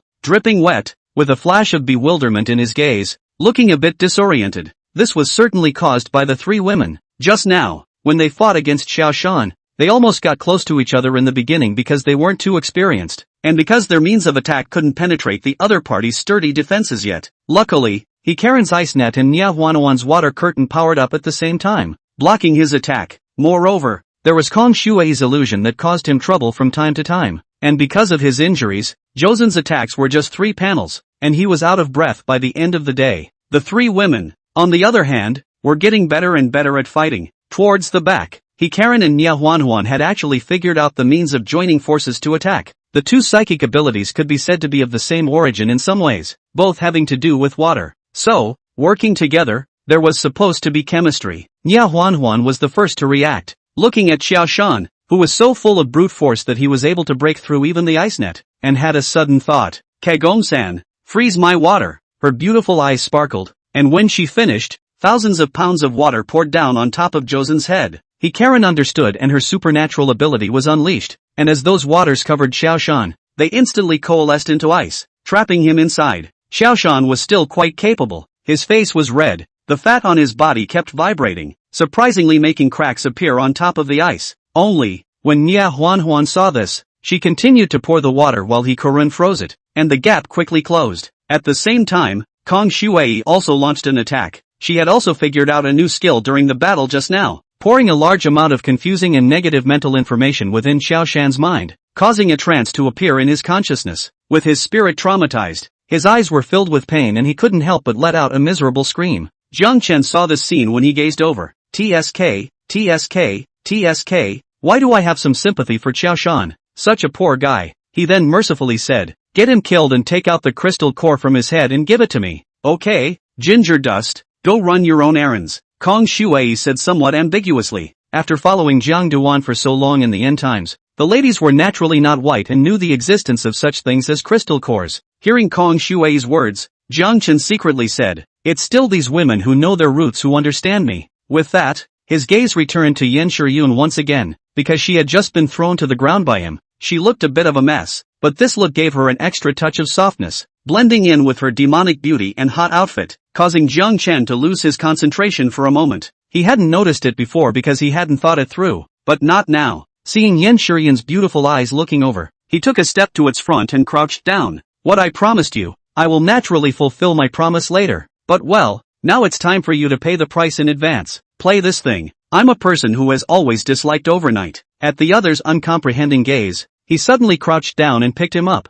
Ahead, there was suddenly an extra caravan, and Jiang Duan walked straight over to it. Yen Shiyun finally knew what was going to happen next. The beautiful eyes revealed an extremely complicated look, but they didn't dare to make any movements. Jiang Chen's frightfulness had already made her desperate to resist. Chapter 107, Let her vent her anger. Lin Yao and a few other women looked this way with smiles on their faces. Looking at that guy's gaze, I'm afraid we won't be able to leave for a while, so let's go back to the RV and cook dinner first. It's almost noon, Guan Qing helplessly said. That guy is getting stronger and stronger now. I'm talking about all aspects. Sisters, we still have to perform well, and strive to be able to get a source fruit. Right now with my body, I'm really a bit afraid of him. That's right, Qing, it's good that you help me out every time, or else my body would really fall apart. Zhou Mingdia's face turned a little white when she thought of certain things. Then, she looked at Lin Yao and Meng Qingyue and said, you guys should have that feeling as well. Lin Yao nodded, the expression on her pretty face extremely complicated. Hey, I finally understand what the phrase pain and pleasure means. Luna, don't you think so? It was Meng Qingyue she was looking at. Ever since she joined in, Lin Yao liked to call her that. In fact, Meng Qingyue was a bit older. It was just that she was somewhat happy to be able to address the formerly powerful woman in Shu City in such a manner. Meng Qingyue, as a newcomer and at the same time knowing that she didn't mean any harm, didn't count on it. At this moment, hearing Lin Yao's words, she recalled something, and although she was too embarrassed to admit it, the expression on her face betrayed her. The women just talked and laughed their way back to the RV, and on the side of the three women, it was nearing the end. Stinking women, I won't let you go even if I'm a ghost. Josen let out the last roar of his life and just calmed it. Physically trapped, and with his heavy injuries, he was trapped there suffering from the persistent attack of the ice spikes, which he couldn't withstand even with his body reinforcement. Finally, his defenses were breached and an ice spike went into his heart. Phew, this guy was too resistant to beat. Good job getting him sorted out, Kong Shuai said somewhat staggered. The three women's beautiful eyes scanned around. The people Yu Peng and Xiao Shan had brought with them were dead or injured. Not many had escaped. Yen Shiyun's puppets and henchmen had similarly joined the fight just now. After all, the three women were too energized to deal with Xiao Shan to spare their hands.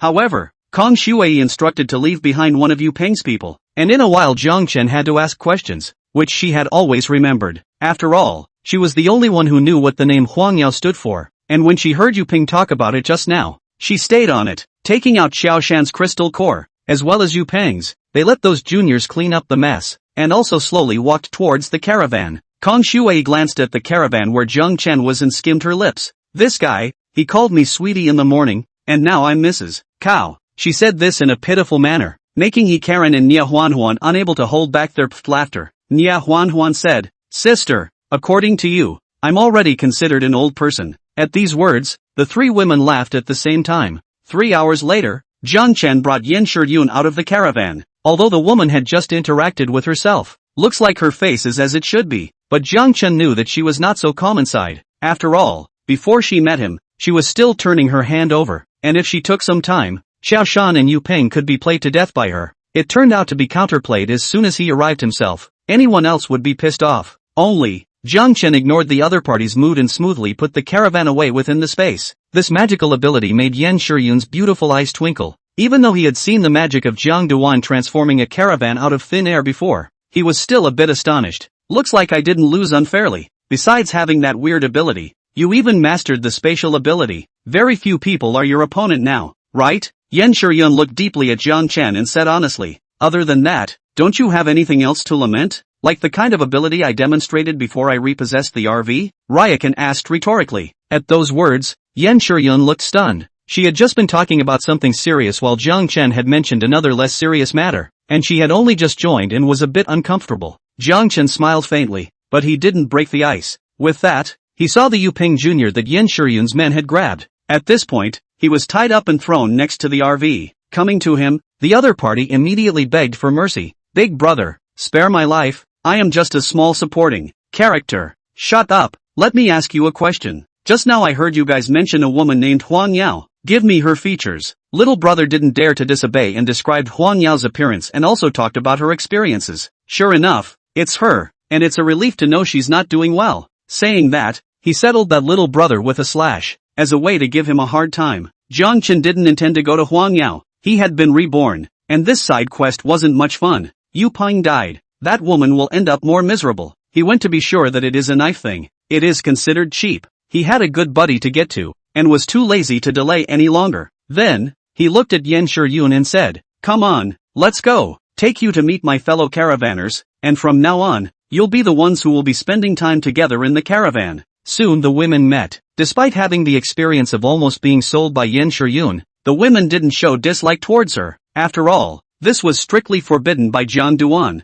Mr. Yen, welcome. Nia Huanhuan saw her former best friend, but it was a bit unnatural, because of what happened before. It would take a while to repair the relationship. Yen Shiryun was not as cold as she was before at this moment. Pulling Nia Huanhuan's hand, she said, Huan, I was wrong before. I apologize to you. A man has to bow down under a roof. This woman is smart. Jiang Chen secretly commented on it before saying, we've delayed some time. Let's leave this place first. Lin Yao, however, said, don't you want to eat before you go? You've been working day and night. You should replenish your lower body's internal strength, she said with a wink of her beautiful eyes. Hey, no need. I'm in very good spirits. Let's set off first. It's a bright spring day out here, so I can enjoy the scenery. The end times erupted in March, which was originally the time of spring, but now there are human tragedies everywhere. Right now, only Jiang Duan was in such a mood, and the vast majority of the survivors were still struggling with how to survive each day. Jiang Chen,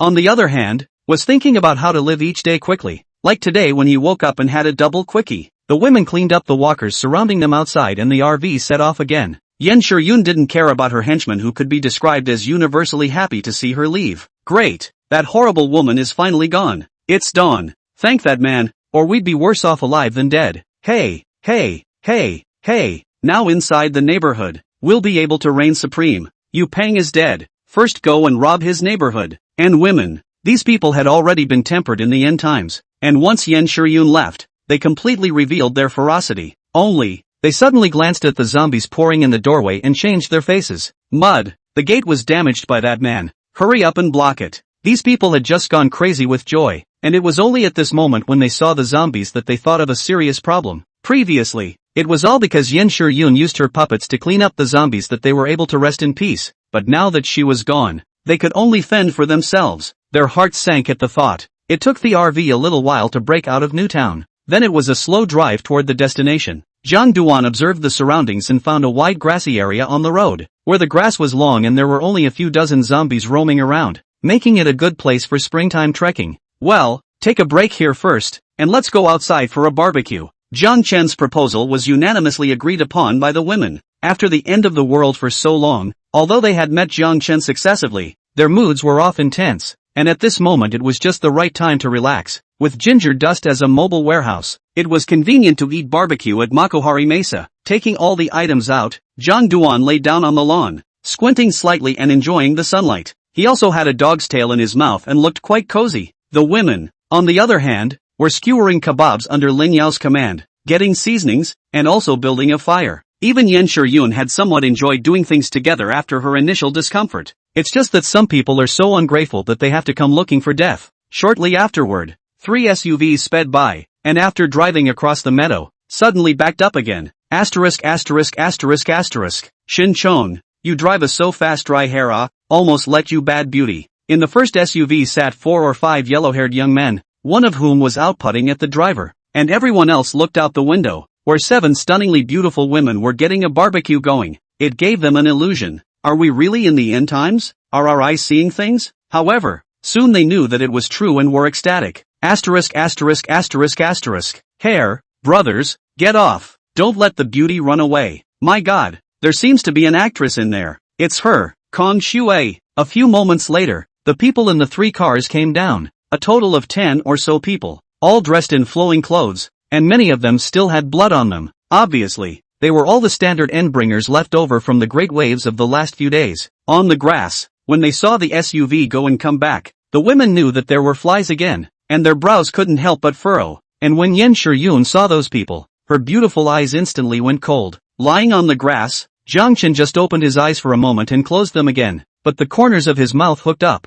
Isn't that woman Yen Shiyun still a bit depressed in her heart? These people are just right for her to vent. Only, those youths didn't realize that after getting off the bus, they ran towards death, and at the moment, their faces were full of blazing heat. Chapter 108, My Good Brother. The ignorant youths whistled and walked quickly toward the women. Their mood was full of eagerness. Brothers, there are so many beautiful women. Will there be a problem? There are still zombies in the neighborhood and they're not scared at all. There are still sober people in the ranks who have survived this long. But, after all, it's only a minority. Someone immediately retorted. What's there to be afraid of? With Brother Zhao here, what can't be covered? As the words fell, everyone looked at a nondescript inch-haired youth in the group. He was wearing a white shirt, torn jeans, and was a bit of a hangdog. Seeing the crowd looking over, he said arrogantly, keep a low profile, if something happens, I will step in. The others seemed to be used to his routine, and said with meat in their hearts, okay, Brother Zhao, the old rules for a while, women 7 and 3, those 5 prettiest ones, it's for you. The youth looked at the women across the room and nodded, but his footsteps couldn't help but speed up a few points. Soon, they arrived in front of a few women, and seeing their eyes, they always felt a bit strange. Damn, how come these women aren't scared when they see us? Instead they have some anticipation in their eyes. Is it because they see us being majestic and want to take off? The thought had just popped up in these people's minds when Yen Shiyun had already spoken. Let me do it, quickly. With that, she had struck before anyone on the other side of the room had a chance to talk trash. The black threads on his fingertips were dazzling and shot out. This time around, there were so many black threads that they were able to ensure that everyone had a share. In just an instant, it burrowed into those people. Asterisk asterisk asterisk asterisk, this is fierce. Zhao cursed angrily, his face incomparably grave. Because the other minions could not get rid of the black line when they encountered it, they could only watch as it burrowed into them, followed by screams of misery. Ah, what the hell is this? There were sounds of panic. Zhao is different. He's a shifter. So, when he saw the black line coming, he immediately unleashed his ability. His body turned into a residual shadow, weaving around the crowd, and the black threads were unable to catch up to him at all. This guy was actually a speed-type alien. Only, just as he was about to go through the crowd and escape, he realized that his body was being held and he couldn't move. He turned his head to see that it was none other than his own little brother. And there's more than one. They looked wooden, without a trace of emotion. This brought a look of horror to his face, because with that delay, the black threads had already burrowed into him. Ah, what have you done to us? Without his previous calm and collected demeanor, Zhao stared at Yen Shiyun and asked in a panicked manner. Some of the junior brothers panicked when they saw that Zhao couldn't even cover them. Just now, Yen Shiyun had only controlled a few juniors around Zhao, and the marks on the others hadn't been activated yet, so they are still their original selves. Yen Shiyun's eyes were cold, and she had no intention of answering Zhao's question. With a thought, those remaining people felt the changes within their bodies, and their faces immediately revealed panic. What's going on here? Ah, my body. The voice of the man who had previously said that women were 0.7% trembled. The others begged, Beauty, spare our lives, we are willing to be your dogs, don't kill us. At this moment, Zhao had similarly produced a mutation within his body, and he was a speed-type alien, flat out. So, feeling that he couldn't cover himself, he decisively uttered those plain and simple 4 words, Beauty, spare your life. Yen Shiyun still didn't withdraw her hand. Only, just then, Zhang Chen spoke. Keep that alien, turn the others into puppets. I have a use for it. Zhang Chen's faint words came over, and Yen Shiyun nodded. Only then did Zhao notice that there was still a Jiang Duan lying over there, and looking at Yen Shiyun's demeanor, he was the boss here, and he couldn't help but feel remorse rising in his heart. It was just a matter of time before his minions became puppets with no luster in their eyes. This made it so that he could only stay where he was, not daring to act rashly. After fixing these little party dishes, the girls' barbecue was almost ready. It wasn't long before the tantalizing aroma of barbecue was in the air. This made Zhao gulp. Of course, he didn't just smell the barbecue, There was also the fact that he was looking at the many stunning beauties hanging around. That craving that couldn't be described in words. Lucky bastard. Why don't I have that kind of lust? He looked at Jiang Chen, who had already arrived at the sight of the women, and his heart went crazy with jealousy. Only, the other party seemed to notice him and gave him a faint look. Just this glimpse made him feel like falling into an ice cave, his body shivering. Mud. Where the hell did these people pop out of? Every one of them is a pervert. Mentally slurring, he wisely closed his eyes, not daring to look again. Jiang Duan, try the potatoes I baked. Is it good? Kong Shui offered a bunch of potato chips to Jiang Chen's mouth as if offering a treasure. Hiss. Bold and wicked girl, do you want to murder your own husband? It's so hot, just give it to me to eat. How could it be? I was being kind, Kong Shui said aggressively, instantly attracting a burst of petulant laughter. And Karen and Nia Huanhuan had already moved the cold beer and placed it by the table. Now that the two women had awakened their psychic abilities, not to mention beer, even the 140 plus pounds of ginger dust could be carried single-handedly. Only, they were afraid to try. Zhou Mengdai opened the beer and just fiercely dazzled the bottle. Her beautiful eyes revealed a color of satisfaction. It's so cozy, and now there's beer. She used to be in sales, and she can drink surprisingly well. Of course,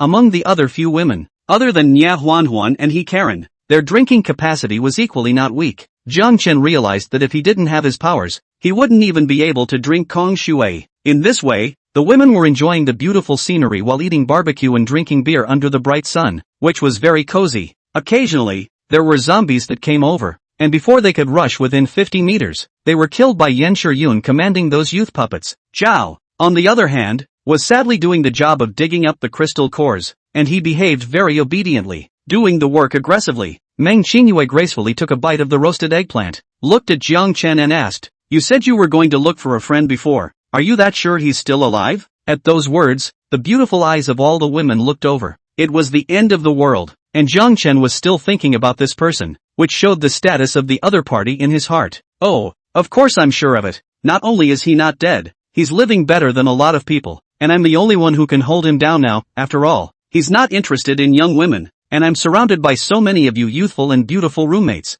At this point, he can't compare to me, but he has his own happiness. Kong Shui's pair of beautiful eyes shone brightly as she asked, he is really that powerful? In my eyes, you have everything. That person is actually like that. How on earth did he do that? Moreover, where did you know about him from? This question, in fact, was also the question in the hearts of all the women. Of course I took advantage of the rebirth. Jiang Chen thought this in his heart and naturally wouldn't say it out loud, but instead stared at Kong Shui with a burning gaze and laughed. This is certainly a tacit understanding between good brothers. Humph, I don't believe it. Lin Yao said with some sighs, it seems that between you and that person, the relationship is really good. Hearing her words, the corner of Jiang Chen's mouth curved up. That's natural. I can't wait to get him killed right away. But unfortunately there's no hurry. As the words left his mouth, the corners of his mouth turned up and his trademark smile appeared again. Chapter 109, Why are you panicking? When the women saw Jiang Chen's expression, their faces were stunned. What kind of operation is this? They really thought at first that Jiang Chen was going to go and drink with his brother, but they didn't realize that he was going to karma each other. Kong Shui was as curious as a cat scratching in her heart and asked,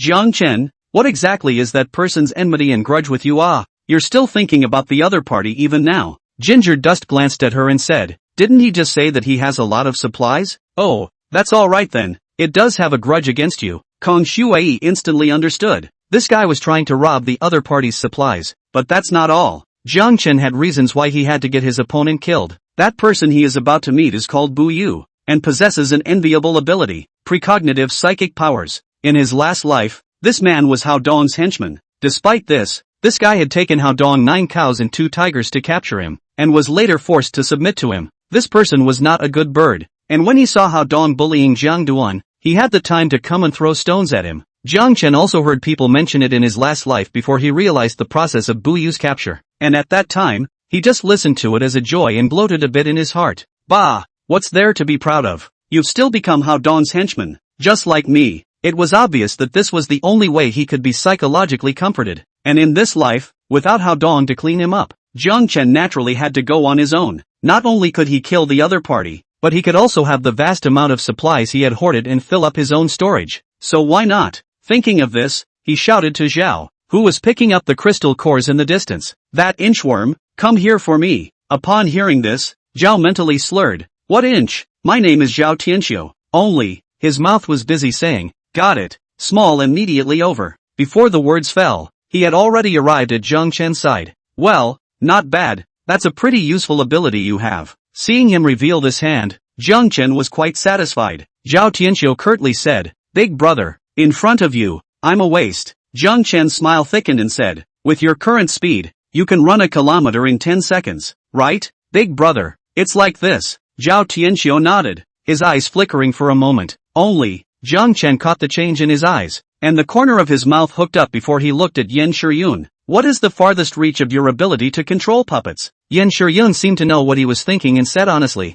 "At the moment, it can reach 2 kilometers. "Oh, so, it's not too far," Zhang Chen said with some disappointment, looking towards Zhao Tianxiu, whose face was a little white. This guy is not an honest master. He had been thinking of escaping before, and finally endured before he dismissed this horrible idea. However, Zhang Duan said to him sincerely, "Inch head did you try to run away just now? Do you want to try it? I'm a woman who likes to cheat. Maybe you really have a chance to escape. I'll try a hammer. When the time comes it's not a try, it's a death. You're a bad asshole." Zhao Tianxiu couldn't help but bellyache in his heart and shook his head in a panic. "Big brother, I still want to live longer. Do you have something to command?" "I won't run." "Really?" Ginger Dust asked, a hint of regret still clearly showing in his eyes. This made Zhao Tianxiu's heart thump, and the last trace of doubt dissipated. "I should have looked at the yellow calendar. How did I meet such a devilish bunch?" Seeing that he was honest, Zhang Chen then said, "In a moment, you will go to the frozen warehouse of the Beijing West Group,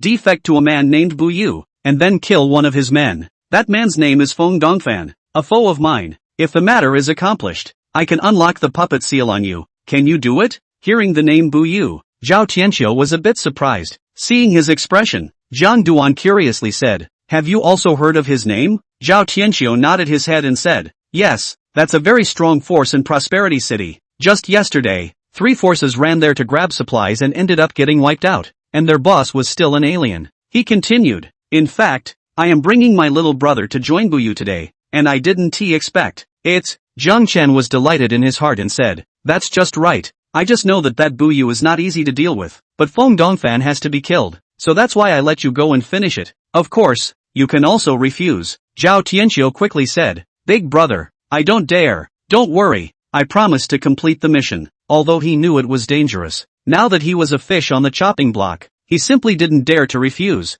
Jiang Du, and kindly reminded, "Actually, you could have confessed these things to Bu Yu and asked him to help you deal with us, so perhaps you would be relieved." Hearing his words, Zhao Tianxiu's body trembled a bit and he hurriedly said, "Big brother, I really don't dare, so you don't have to test me." He let out a howl inside. "Mud, are you a roundworm inside my stomach? How come you know all this?" "Forget it, I'll just get you killed and go grab another guy to work for me later." Ginger Dust changed his mind again. Zhao Tianxiu knelt, was really kneeling down, kowtowing, "Big brother, I was wrong, I really don't dare this time." For Jiang Chen, he was truly afraid. This guy really did look like he knew everything, and even though he was joking, the icy coldness that flashed through his eyes just now made his heart tremble. Jiang Chen nodded and said, "Well, it seems that you really do know that you're wrong, so let's set off for the day without delay." The barbecue was almost eaten, and with a wave of Jiang Chen's hand, everything went into space. This hand surprised Bu Yu. No more resistance could be borne. Soon after, the crowd set off. Bu was in front, alone in the SUV. He suddenly felt a little heartbroken.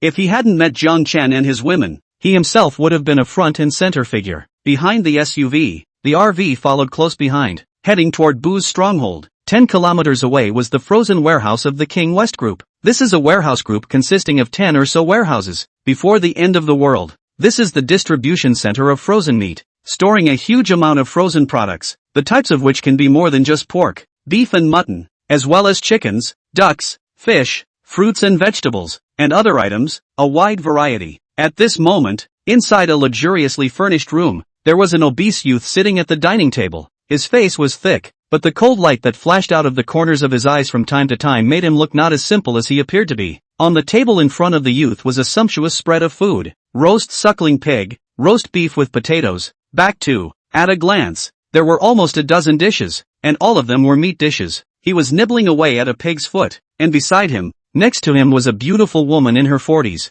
who was mature, charming, and extremely attractive. At this moment, the beautiful woman was pouring wine for the youth with a careful look on her face. "Beauty, you eat, I think you're hungry too. We'll have to communicate a bit later. Replenish your energy first. The youth let out a hearty laugh and cupped the woman's chin. Or maybe you don't want to? As he spoke, a coldness appeared on his face. The beautiful woman immediately got up from her seat and knelt down. No, I'm willing, young master, everything is at your disposal. Upon hearing this, the youth's face eased and returned to a smile as he said, there's no need to be so scared. Get up. He was none other than Jiang Chen's good brother, Bu Yu. This guy is a rich second generation. Before the end of the world accidentally took the source fruit, knowing that the zombie crisis is about to break out, with a group of henchmen came to the cold storage side. After the outbreak of the zombie crisis, he took his men to occupy the cold storage, recruiting talents, and then went on to rob the surrounding places with weapons, and his power grew bigger and bigger. And then, a life of pride and luxury.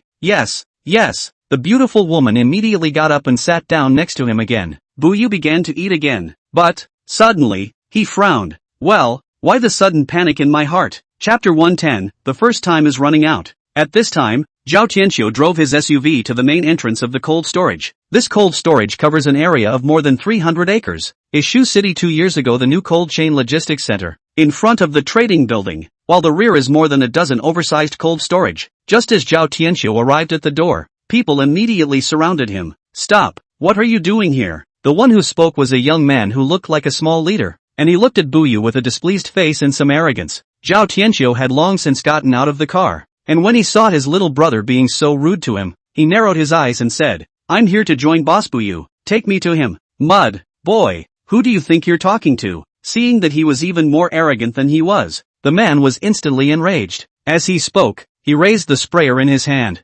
Kneel down for me, call out to your father, and I can give you a pain in the ass. With that, his companion behind him raised the gun in his hand as well. Only, in the next moment, Zhao Tianqiu's body transformed into a residual shadow and pinched the man's neck when he couldn't move in time. Snap! He slapped the other man hard several times, knocking the man off his feet. How dare you ask me to call you father, you piece of? Zhao Tianqiu had suffered from Jiang Duan, and after beating up the man, his mood had finally calmed down a bit. You're looking for death. The others raised their guns when they saw their companions being beaten. Zhao Tianqiu's gaze was stern as he coldly said, want to make a move? You guys can try and see if the bullets in your own hands are faster or my speed is faster. The reason why he dared to do so was because Bu Yu was good at this, and if the people who defected to him acted coyly, they wouldn't be valued by him instead. The junior brothers also realized that the person in front of them was not an ordinary person like them, but a psychic. Thinking of the boss's delivery, the man who had been beaten to a pulp could only concede despite the anger in his eyes. Brothers,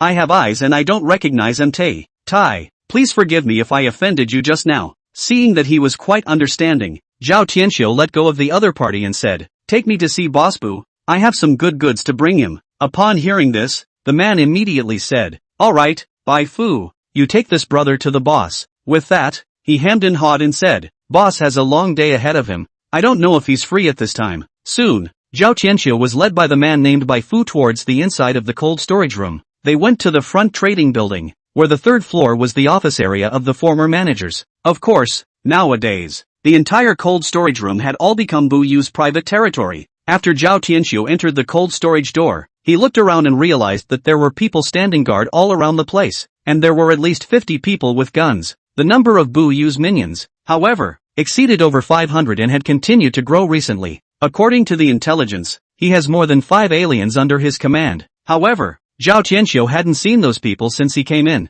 It is assumed that these people are of a higher status and will not come out to throw their weight around. Zhao Tianqiu followed that junior to a room outside the building. There were 20 physically fit minions guarding the entrance here, including a middle-aged man in his 40s. He looked thin and small, but standing there, he gave off a sense of calmness like a mountain. Bai Fu brought Zhao Tianqiu to the man and respectfully said, Brother Feng, this brother is here to join the boss. Is it convenient to see him at this moment? Zhao Tianqiu looked at the middle-aged and his eyes flickered. Could this person be Feng Dongfan? Forget it, let's stabilize it first. A killing urge welled up in his heart, but he quickly put it away. The middle-aged swept Zhao Tianqiu with a stern gaze. However, Zhao Tianqiu politely nodded his head in greeting, and the other party faintly said, go inside. The boss shouldn't have started yet. With that, he knocked on the door. Boss, there's a new shifter who's defected to see you. Bu's voice came from inside. I'm not available. Come in 20 minutes. Okay, boss. The middle-aged man named Feng respectfully returned. Then, Zhao Tianqiu heard a commotion coming from inside the room. He was a person who had been here before. He pricked up his ears and listened for a while, then he knew what was going on. I have to say, Bu Yu timed it well, and his voice came out when he arrived. You can come in now. The door to the room then opened and Feng led Zhao Tianxiu inside. Inside the room, Bu Yu and the beautiful woman resumed their sitting positions, only that the woman's face still had a blush on it, while Bu Yu's face was flushed, and it was obvious that his breath had only just been taken. He looked toward Zhao Tianxiu and asked, "Is this the brother who came to join me?" As he spoke, his black eyes suddenly turned light blue and flickered with light. When Zhao Tianxiu saw the other party's appearance, his body stiffened and he was about to speak. "Stand here and don't talk." Fang's cold voice came from beside him, and he immediately stopped moving. However, that state of Bu Yu didn't last long, and soon his eyes returned to normal. At this moment, he laughed out loud and said, "Brother, I'm sorry, it was routine just now. You have withstood my test. Welcome aboard." What? Zhao Tianxiu had this thought pop up in his heart, feeling that Bu Yu was a bit godly. It was just that he was a bit surprised to pass the examination so easily. "Thank you, Boss Bu. I, Zhao Tianxiu, will definitely bow and scrape for you in the future." He immediately began to show his loyalty and then said, "Boss Bu, I'm a bit of a lousy mixer and don't have much to offer you, so I've inquired about your hobbies and want to show you one thing." With that, he pulled out a cell phone, unlocked it and handed it to Feng. This was of course given to him by Jiang Chen, who had lost his own one somewhere because it had run out of battery. Seeing that he didn't step forward on his own, Feng revealed a rare flash of appreciation. He glanced at his cell phone, his eyes flickered, and he couldn't help but look deeply at Zhao Tianxiu. Then he walked up with his cell phone. Bu Yu said with some lack of interest, "Oh, I wonder what brother Tianxiu has brought me." Then, he took the cell phone, and when he saw the screen, his face changed, and he hurriedly came over to take a closer look. With that, his body suddenly shook. "Is this her?"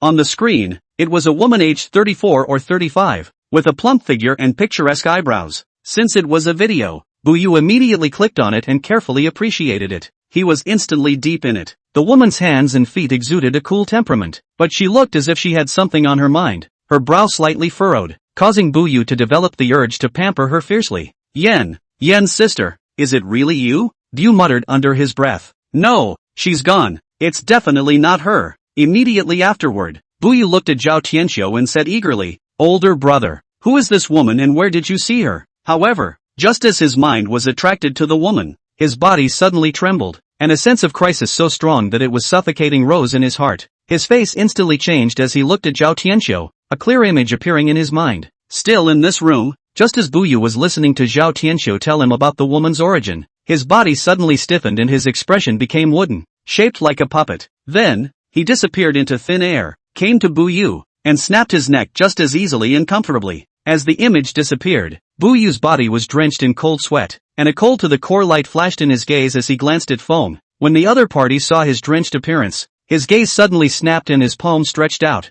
instantly transforming into a tiger's claw. The tip of the claw as sharp as a knife, swiftly and incomparably stabbing into Zhao Tianxiu's body. At the same time, his other hand pinched Zhao Tianxiu's neck and yelled, "Someone come, soon!" 4 figures came in at the door. Looking at their speed, they were clearly also exalts, 2 men and 2 women respectively. Seeing the person in Feng Dongfan's hands, they immediately asked, "What happened?" Meanwhile, 2 kilometers away in the caravan, Yan Shuyun's tightly closed beautiful eyes suddenly opened as she looked at Jiang Chen and said, "Zhao Tianxiu has been discovered." Doubts flashed in her eyes, wondering why Jiang Chen was doing this. As for Jiang Chen, his smile grew wider after hearing this, and he muttered, "His first precognition ability has run out. Next, give him a little more force." He had a smile on his face, but a cold light flashed in his gaze. Chapter 111, 4 Girls Attack. Afterwards, Jiang Chen looked towards Kong Shui, He Karen and Nia Huanhuan, whose beautiful eyes had just opened. "You've all elevated to 2 orders, right?"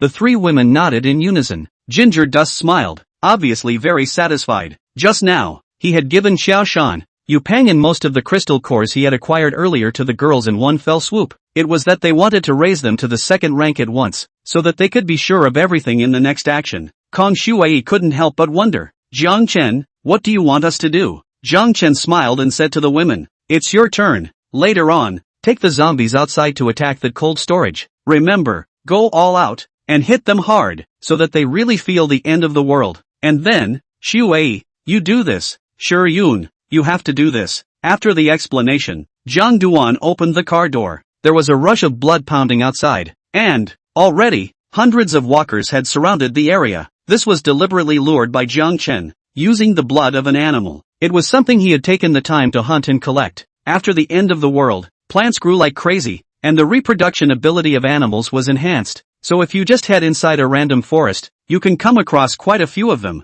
Lately on the road, they've all been able to come across packs of animals. Looking at the hissing zombies, Jiang Chen made an instantaneous move to 100 meters away, looked at the caravan surrounded by zombies, and no longer paid attention to it. Jiang Chen didn't join Ye Huan and the girls. He had other things to do. 500 meters or so down the road, he saw another RV parked here. In this car were the women of Meng Qingyue, who had some apprehension on their faces. Hearing the hissing of the zombies outside just now, and even some of them tapping on the door, made them truly feel how reassuring it was to stay by Jiang Chen's side. With Jiang Chen around, they hadn't experienced this kind of uneasiness in a long time, and it was as if it was back to the beginning of the end times. Even Meng Qingyue had a dependence on Jiang Chen in her heart. Zhou Mengdai said with some concern, "When will Jiang Chen come back?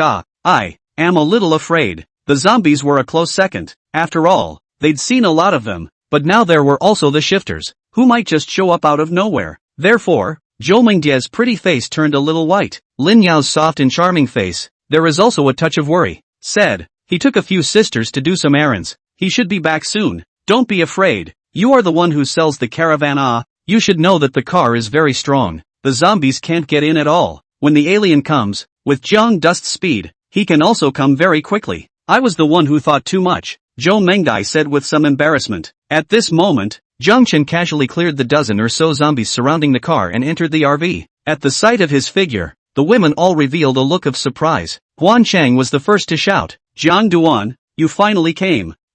We are all a little scared." She had rushed into Jiang Chen's arms, looking at the other three women with a wave of chagrin. Jiang Chen patted Guan Chang and said, "What are you afraid of? It seems like you guys still need to exercise." He joked, "Well, I've made arrangements on Shuwei and the girls' side, so I'll take you to the other place first." Shortly afterward, Jiang Duan drove off in the RV. Inside Bu's room, Zhao Tianxiu watched as he was pierced by the tiger's claws and roared in pain. Severely injured, he was bleeding profusely from the corner of his mouth, and his eyes were filled with incomprehension and despair. "Boss, why are you doing this?" And the gaze that Bu Yu looked at him, which was not as kind as before, looked a bit hideous. "Why did you do that? I'll have to ask you, scumbag, mud, for causing me to expend my ability once. You deserve to die. Tell me the truth. Who sent you? If you don't tell me, I have the means to make your life worse than death." Bu Yu's heart was blazing with rage, and he had already thought of hundreds of ways to torture Zhao Tianxiu. Only, he couldn't use it at all, because Zhao Tianxiu had already reacted.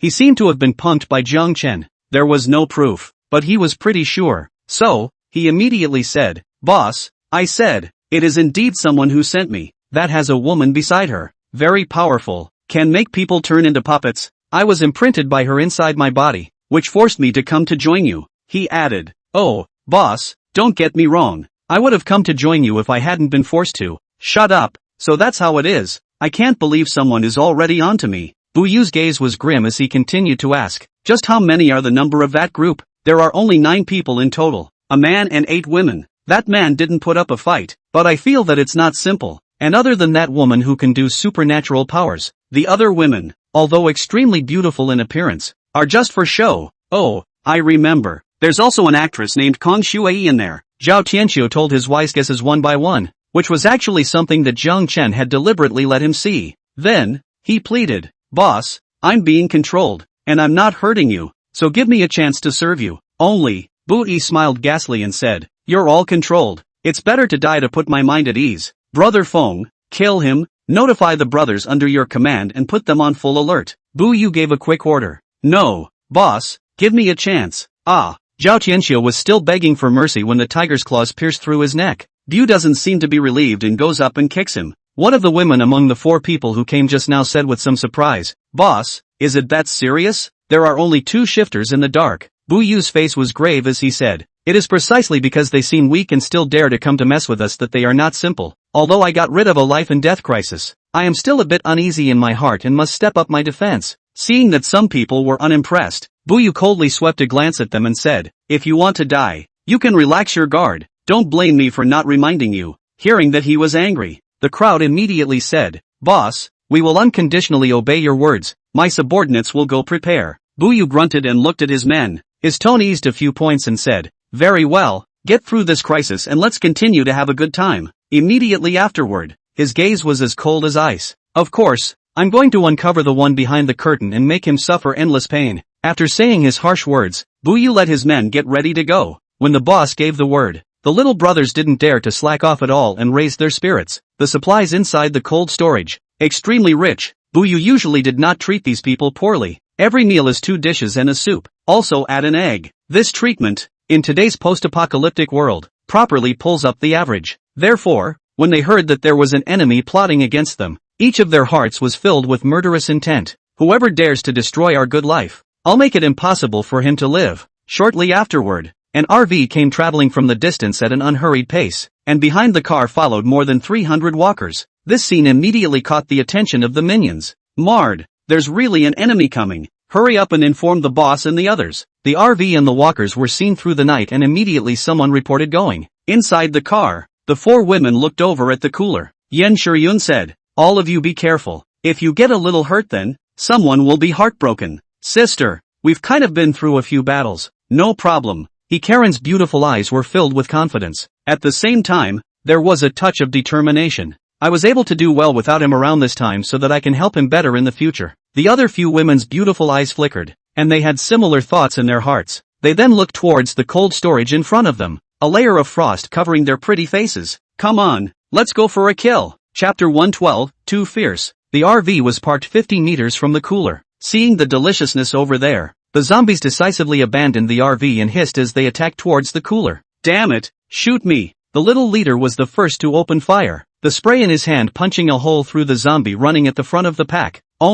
The zombies only have their heads as their Achilles heel, and as long as they don't hurt here, they can jump and jump again. The zombie did just that, just took a few steps back and gathered itself again, hissing and charging. Damn, it missed. The man continued to fire, and on this side of the gate, there were 10 men with guns, and in fact the fire coverage was not too great, except, these guys have more than guns to deal with walkers. The zombies were a little too numerous and soon rushed to the front door of the cold storage facility. "Get these disgusting things." Across the retractable door, the minions stood in a line, a total of 10 people in a row, machetes and axes in their hands greeted towards the heads of the zombies. They had a lot of experience in dealing with zombies, so they didn't panic at all. Every move these men made was a killing move, and very few of the zombies survived the first attack, and when those men got tired, they were replaced by the minions behind them to take the top spot. Soon, 40 to 50 bodies of zombies lay outside the retractable door. These contraptions were fearless, and the zombies behind them continued to charge forward fearlessly, knocking the telescopic door a little out of shape. However, behind the door, a lot of heavy objects had been placed to hold the door dead against it, and even though the zombies were stronger than normal, they still couldn't push it. At this time, Buyu had already brought his men to the gate, followed by 5 Xenos. It could be said that all of the top management of the cold storage had come, and these people surrounded Buyu tightly, protecting him. He frowned at the sight of the zombies in front of him. Then, the eyes looked grimly at the RV behind the herd of walkers. "That's the people who came to make trouble in there, isn't it? I'd like to see what kind of people they are." Inside the RV, Shuei, as planned, "You stay in the car and come down later." Yen Shiryun finished speaking and brought the other 2 women out of the car. The walkers rushing towards the cooler smelled the food behind them, but moved forward without hesitation. After all, the flavors ahead are much more enticing. Of course, there were a few walkers who broke away from the group and lunged backward, aiming at the very 3 women who got off the bus. Before they even got close to them, they were frozen into popsicles. At this time, the sky was already dim, but the people inside the cold storage on the opposite side were still able to clearly see the 3 women's appearance. Many people let out a murmur. Beautiful women. 3 big beautiful women. If you can be with one of them, the thought bubbled up in many people's minds. Bu met to the 3 women, but there is not much feeling. That is to say, he feels beautiful, but he is not very interested. The 3 men around him weren't so calm. Even Feng Dongfan's originally composed face showed a greedy color. He was an expert, but he was also horny. There was no contradiction. The other 2 had their eyes wide open as they looked toward Buyu. "Boss, what should we do with these 3 women?" Where did Buyu not know what his men were thinking? He faintly said, "I don't care. If you guys can catch them, take them back and play with them as you please." A glint of doubt appeared in his eyes. "I thought there was a man. Where did that man go? And also, the number of women doesn't add up." However, he didn't care because his body didn't signal the alarm. "Catch 3 women and you'll know where the men went." and upon hearing his words, all three men had a look of joy on their faces. Feng Dongfan was the first to speak. I want that one woman. He was pointing his finger at Nia Huanhuan. The other party's appearance is pure and beautiful, and Feng Dongfan, the old man, likes this. The other two naturally wouldn't argue with him. After all, he was the person Bu Yu trusted the most. One of the men with glasses pointed at Yen Shiyun and said, "She's mine now. Wan Hai, how about that last one is yours?" Wan Hai looked at Karen with a fiery gaze and nodded fiercely. However, he revealed a lewd expression and said, "I only have one request. If I get tired of it later, we can switch." The other man met his eyes, hemmed and hawed, and said, "Deal." These guys looked cocky as they had already established the right to belong to the three women before they even caught anyone. But in their minds, it was justified. They both felt that the other couldn't run away anymore. Feng Dongfan couldn't wait any longer and said, "Huang Hu, you do it, trap them first. Du Qian, you cooperate with him," he said to the man with glasses and a woman with short hair respectively. The two nodded and looked over to the three women. Then, energy fluctuations appeared on the man with the glasses, and he smiled grimly. And all the people could see was that where the three women stood, the ground suddenly became wet, as if it had been drenched by a rainstorm. Moreover, the ground soon turned into a pool of mud, and the three women instantly fell into it. At the same time, dense kudzu-like plants with many thorny leaves grew out of the ground and wrapped around the three women's feet. From the time the two struck out to trapping the three women, it took less than a few seconds, and the three women didn't even seem to be able to make a reaction before they were trapped. "Alright, done, Joanna. You put some more poison in them to knock them out and get them back when you're done cleaning up these walkers." Upon hearing this, another woman whose hair was spread out in front of her forehead and looked a bit creepy, a sorrowful voice came out of her mouth, saying, "Don't worry, I'll ensure that I'll make their bones soft and numb." As she spoke, a cloud of gray-black gas surfaced in front of her body, emitting an intoxicating fragrance that gave people a feeling of drowsiness. The surrounding companions saw the gas and scattered to the side. The woman let out a strange laugh, and the mass of gas floated towards the three Yen Shiyun women.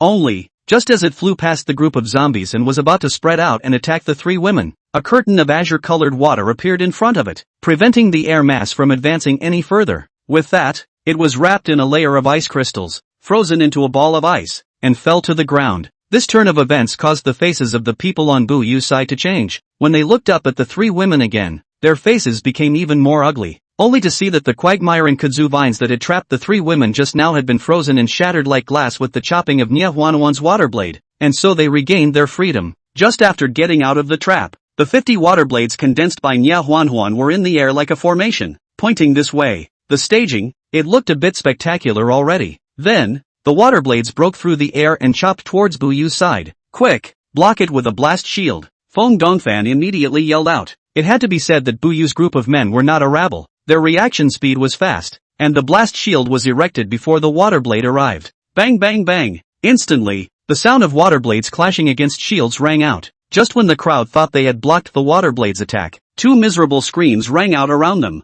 The crowd fixed their eyes on it, and a trace of fear arose in their hearts for no reason, only to see that Huang Hu's chest was exposed to a splinter of ice, and he had already died of gas. On the other hand, Yao Na, who had just released the toxin, was frozen into a popsicle, with wisps of cold air coming out of her body. The people in the surrounding area felt their bodies shiver and involuntarily took a few steps back. At that moment, a blade of water attacked the ice stick, and it immediately fell apart in pieces. Two shifters, dead just like that. This was of course the work of Nia Huanhuan and Karen. The former's water blade is a general attack, as there are too many of them to control the direction, while the ice spike is a kill move that allows you to manipulate its flight path as if it were your own. However, with Nia Huanhuan's ability today, he could only control one. She was going to kill Bu Yu just now, but the man was surrounded by layers of minions, so she couldn't even lay her hands on him.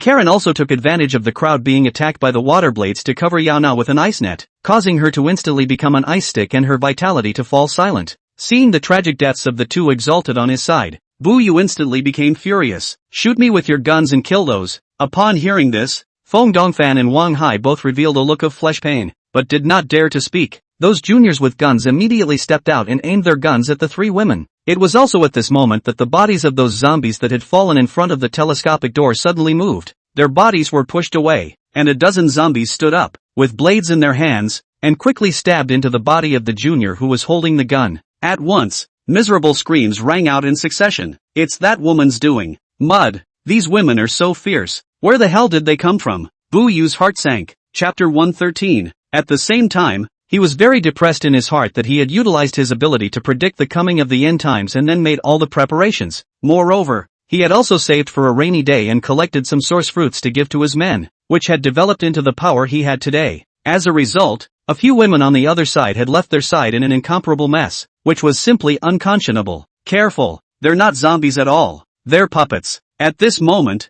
Feng Dongfan was shouting. He thought of what Zhao Tianxiu had said earlier and immediately spoke out to remind his little brothers. The crowd looked closely, and only then did they see that these things were quiet, and not flailing like walkers. Feng Dongfan guessed correctly. They were exactly the puppets controlled by Yan Shiyun, those of Zhao Tianxiu's men. Just now they had mixed in with the zombies, waiting for an opportunity to attack. Ah, get these things! Seeing the tragic death of his companions, the man with the gun aimed his gun at the dozen or so puppets and pulled the trigger without hesitation. Only, the bullets hit them with a crisp ring, like steel, and did not harm them. Ah, there were a few more screams, but it turned out that the puppet had taken advantage of the crowd's daze and harvested the lives of 5 or 6 more people. At this moment, Du Jiao shouted, "Bound!" Kudzu vines grew out of the ground once again, binding all the puppets and temporarily restricting their movements. On the other side, Wang Hai softly droned, "Decimate!" In the air, there was suddenly an additional long knife that glowed with a golden yellow luster, with a sharp edge that emitted a palpitatingly cold aura. Wang Hai pointed with both hands, and the long knife cut through a static shadow, chopping at the leg of a puppet. The torso that bullets couldn't help was cut off as hard as tofu.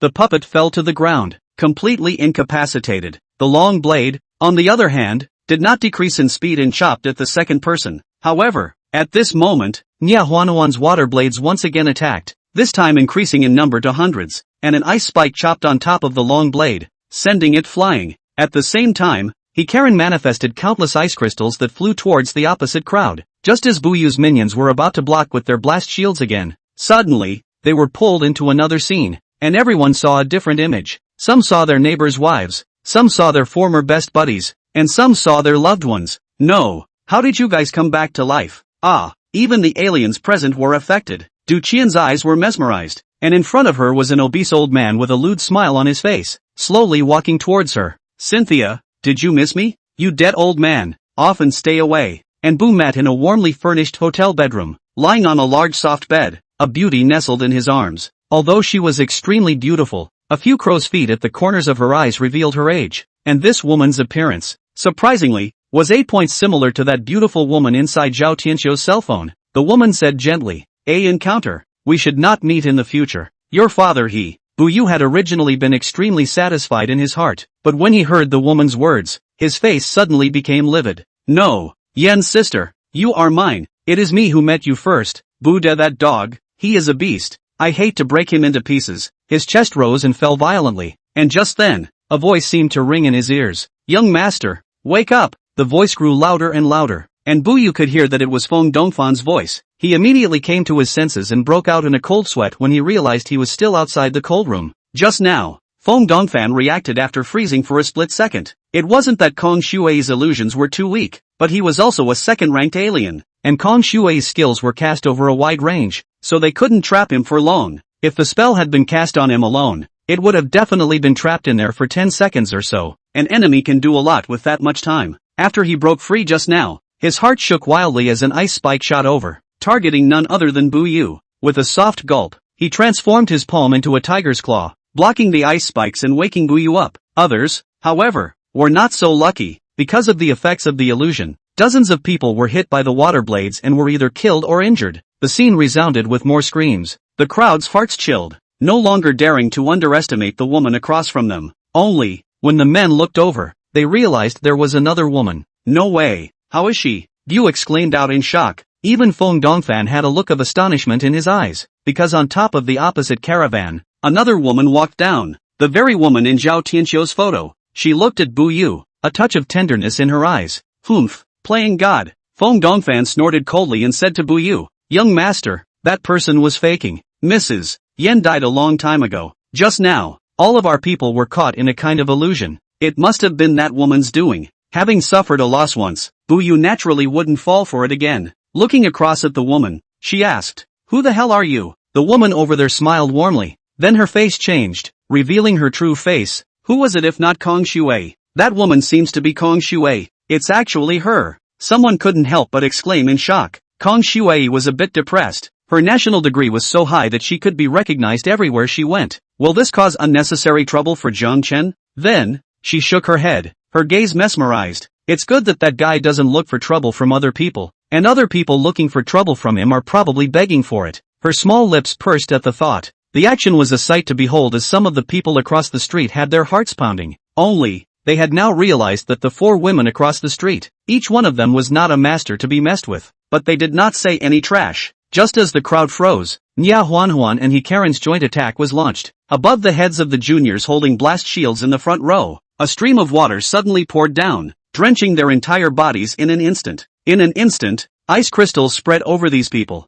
freezing them, along with the blast shield, into a large ice cube in no time. The people beside him felt the biting and piercing coldness, and at the same time, a gust of coldness rose in their hearts. The woman on the other side of the room had endless tricks up her sleeve, and they were completely terrified. Young master, we can't stay here anymore. You head towards the back and evacuate this place. Wan Hai, you take the men and escort the young master out. I'll break your back. Bu Bu Gu is a person who cherishes his life, and did not refuse, and immediately prepared to take Wang Hai, and the 20 men with guns ready to leave. His eyes flickered as he thought about what he was going to do next. However, just then, his body trembled again, and that bizarre image reappeared. The footage shows him and his men heading for a secret exit in the back. Just on the way, a dozen gun-toting henchmen suddenly stiffened their bodies, turned their guns, and shot at him without hesitation. Bu Yu didn't even react before he was beaten into a sieve.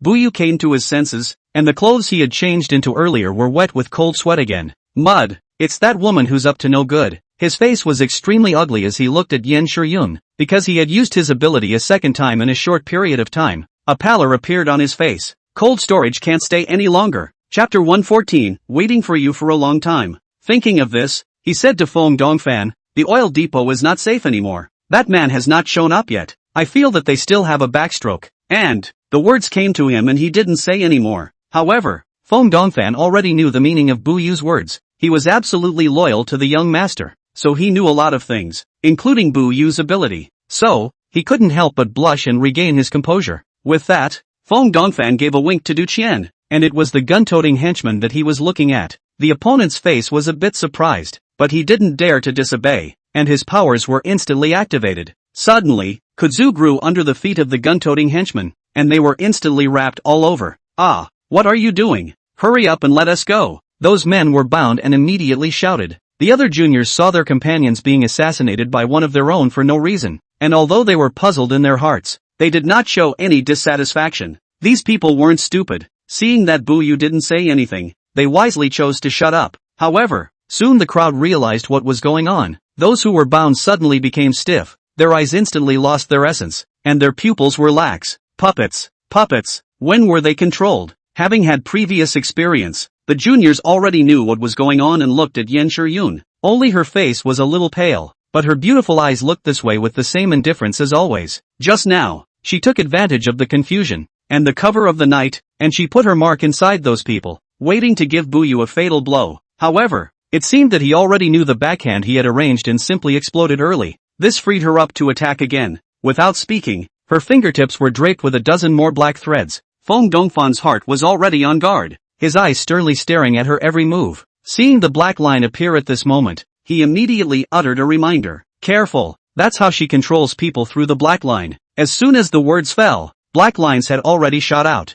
Humph, really think we can't help you? Wang Hai sneered. Shoo, the long golden blade he had manifested cut through a golden light and instantly approached the black line. Immediately afterward, the long blade abruptly exploded into dozens of even tinier golden streams of light, chopping down on top of the black line. 7 or 8 black threads were cut off just like that, turning into black smoke and dissipating without a trace. The remaining black lines moved as Feng Dongfan came to the front of the crowd. With the sound of whistling wind, the tiger's claws swung out a trail of shadows in the air, hitting those black threads with unerring precision and cutting them off. At this moment, the guns in the hands of those puppets bound by the kudzu had already been swarmed by the other minions and grabbed in their hands. They aimed their guns at the 4 women's side. This time, they didn't venture the stupid idea that it was all too much of a waste for a great beauty to die. Their eyes glazed over and they didn't hesitate to pull the trigger. There was a great deal of gunfire. At the same time, Du Qian's kudzu vine grew out under the feet of several women. This time, she used her full strength, and a pale look appeared on her face.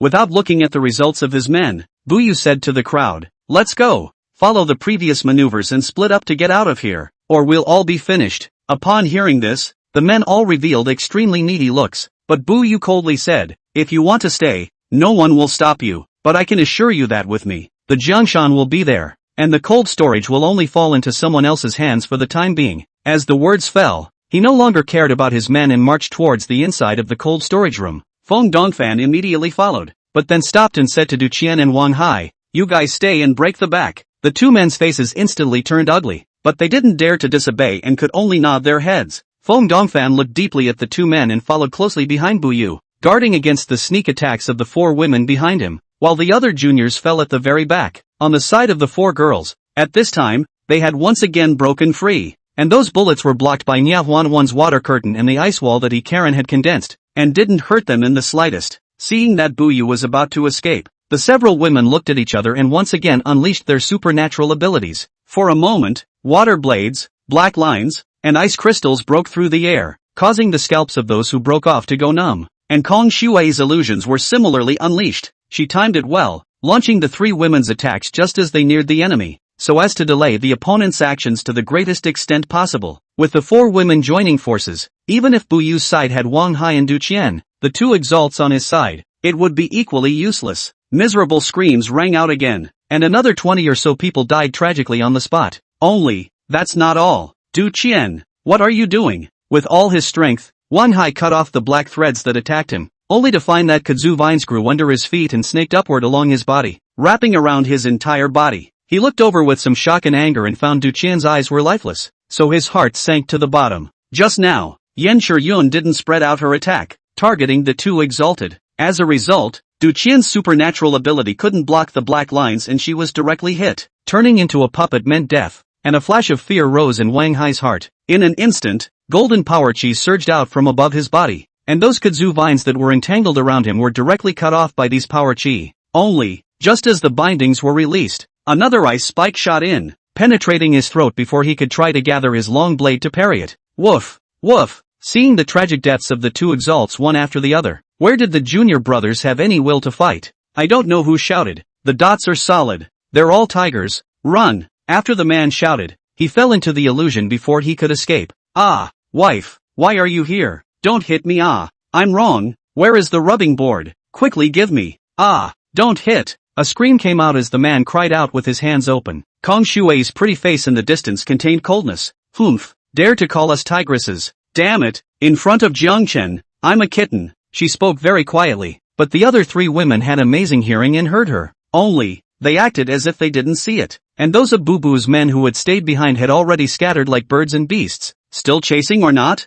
Karen looked to Yan Shiyun. The other party shook his head and said, we've almost exhausted our powers, and Jiangchen said that we'll just force Bu Yu away, so we'll just stand guard here. The four women's battle just now seemed easy, but in fact, they had already utilized their abilities to the extreme, and at this time, their faces were pale, and their beautiful eyes all showed a touch of fatigue, making them unsuitable for pursuing the attack. After saying that, she took out a walkie-talkie and told Jiang Chen about the situation here. Across the room came Jiang Duan's cynical voice. Well, not bad, a few babies. When I'm done, there's a reward for all of them, more than 1,000 gold. Oh. Upon hearing this, all the women knew the meaning of each other's words, and their beautiful eyes flickered, not knowing what they were thinking. At this time, the back door of the cold storage, hundreds of cars whistled out from it, traveling in different directions. If one looked closely, there were at least 10 cars with a person shaped like Bu Yu sitting on them. They were obese and had a beautiful person wrapped around them. It could be seen that Bu Yu was still quite knowledgeable about escaping,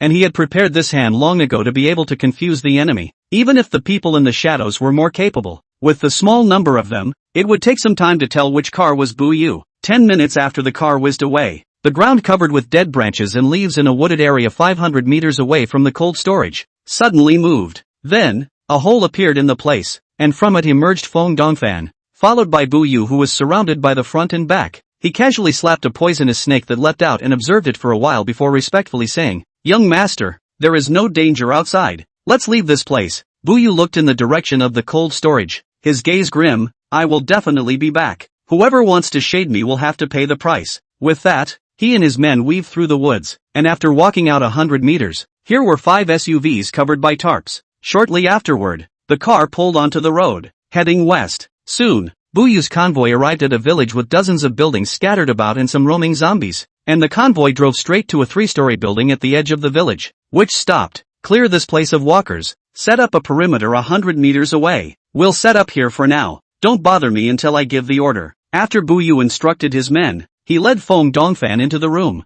He swept the empty room, an icy chill on his face. It looks like this place has been patronized by the neighbors, and when we get through this crisis, I'm going to make them spit out everything they own and get out of here first. 10 minutes later, within a forest 500 meters away from the village, the same scene happened. This time the only ones who came out were Buyu and Feng Dongfan. Tiger Claw easily got rid of the 2 pouncing boars and the 2 left the cave. Shortly afterward, another car pulled out and headed west away from the village. Then, it came inside a large, deserted farmland. The car sped on and drove to a deserted, dry well. Seeing it, a smug smile appeared on Buyu's face. Before the end of the world from the hands of Yang Shuang that dish a bag to buy the bunker. I did not expect to really come in handy. I do not believe that person can still find this place. When I slowed down, I must pull him out. An intense killing intent flashed in Buyu's gaze. However, right at this moment, his face suddenly changed drastically. Quick, old Feng, get into the bunker. Someone's coming. At this moment, Buyu's voice was filled with unprecedented panic. Only, just after taking a step, a voice with a teasing tone suddenly came from behind him. Oh brother Buyu, you're finally here. I've been waiting for you for a long time. The owner of this voice was naturally Jiang Chen. Chapter 115, Another Bumper Harvest. Buyu and Feng Dongfan turned around at the same time and saw Jiang Chen staring at them with a teasing look in his gaze. Although he was only one person, he made Buyu's body tremble. Because from Jiang Chen, he felt a strong sense of malice. You're the man who's been counting on me behind my back. What have I done to offend you? There was a questioning tone in Buyu's voice and a glint in his gaze. When Jiang Chen saw the other party's expression, he skimmed his lips and said disdainfully, it's this time of the day and you still want to play tricks. So let's get you killed first. Young master, go! Feng Dongfan saw Jiang Chen's figure disappear after he finished speaking and immediately blocked in front of Buyu. At this moment, his body suddenly changed. Muscles quivered under the skin and bones clicked and crunched. On his cheeks, a layer of fine tiger stripes emerged. His mouth protruded forward, and between opening and closing, he was able to see that his teeth had turned into sharp fangs, and his eyes revealed a beastly light. His clothes were violently split, the joints of his limbs creaked, his nails grew wildly and turned into sharp claws, and his back rumbled, surprisingly turning into a vicious and abnormal tiger. The change, which seemed long, was accomplished in a flash. With a low roar, his hind legs stepped on the ground and pounced on the dodging Jiang Chen, his tiger claws carrying sharp wind sounds and grabbing at his neck, a bloodthirsty and cruel look in his eyes. Bu had by now run towards the dilapidated well. Only, just as he took a step out of the run, he heard an object fly past him and land heavily in front of him. When he saw what it was, his liver broke, because that was none other than Feng Dongfan who had arrived at the water well even faster than himself. He looked extremely miserable at the moment. His tiger claws were broken, there was a deep bloody hole in his chest, and his originally bloodthirsty eyes were filled with fear at the moment. How is that possible? Bu couldn't believe it. Feng Dongfan was a second-order alien, and had previously faced another second-order alien and had achieved crushing. Transforming into a fierce tiger was his strongest fighting form.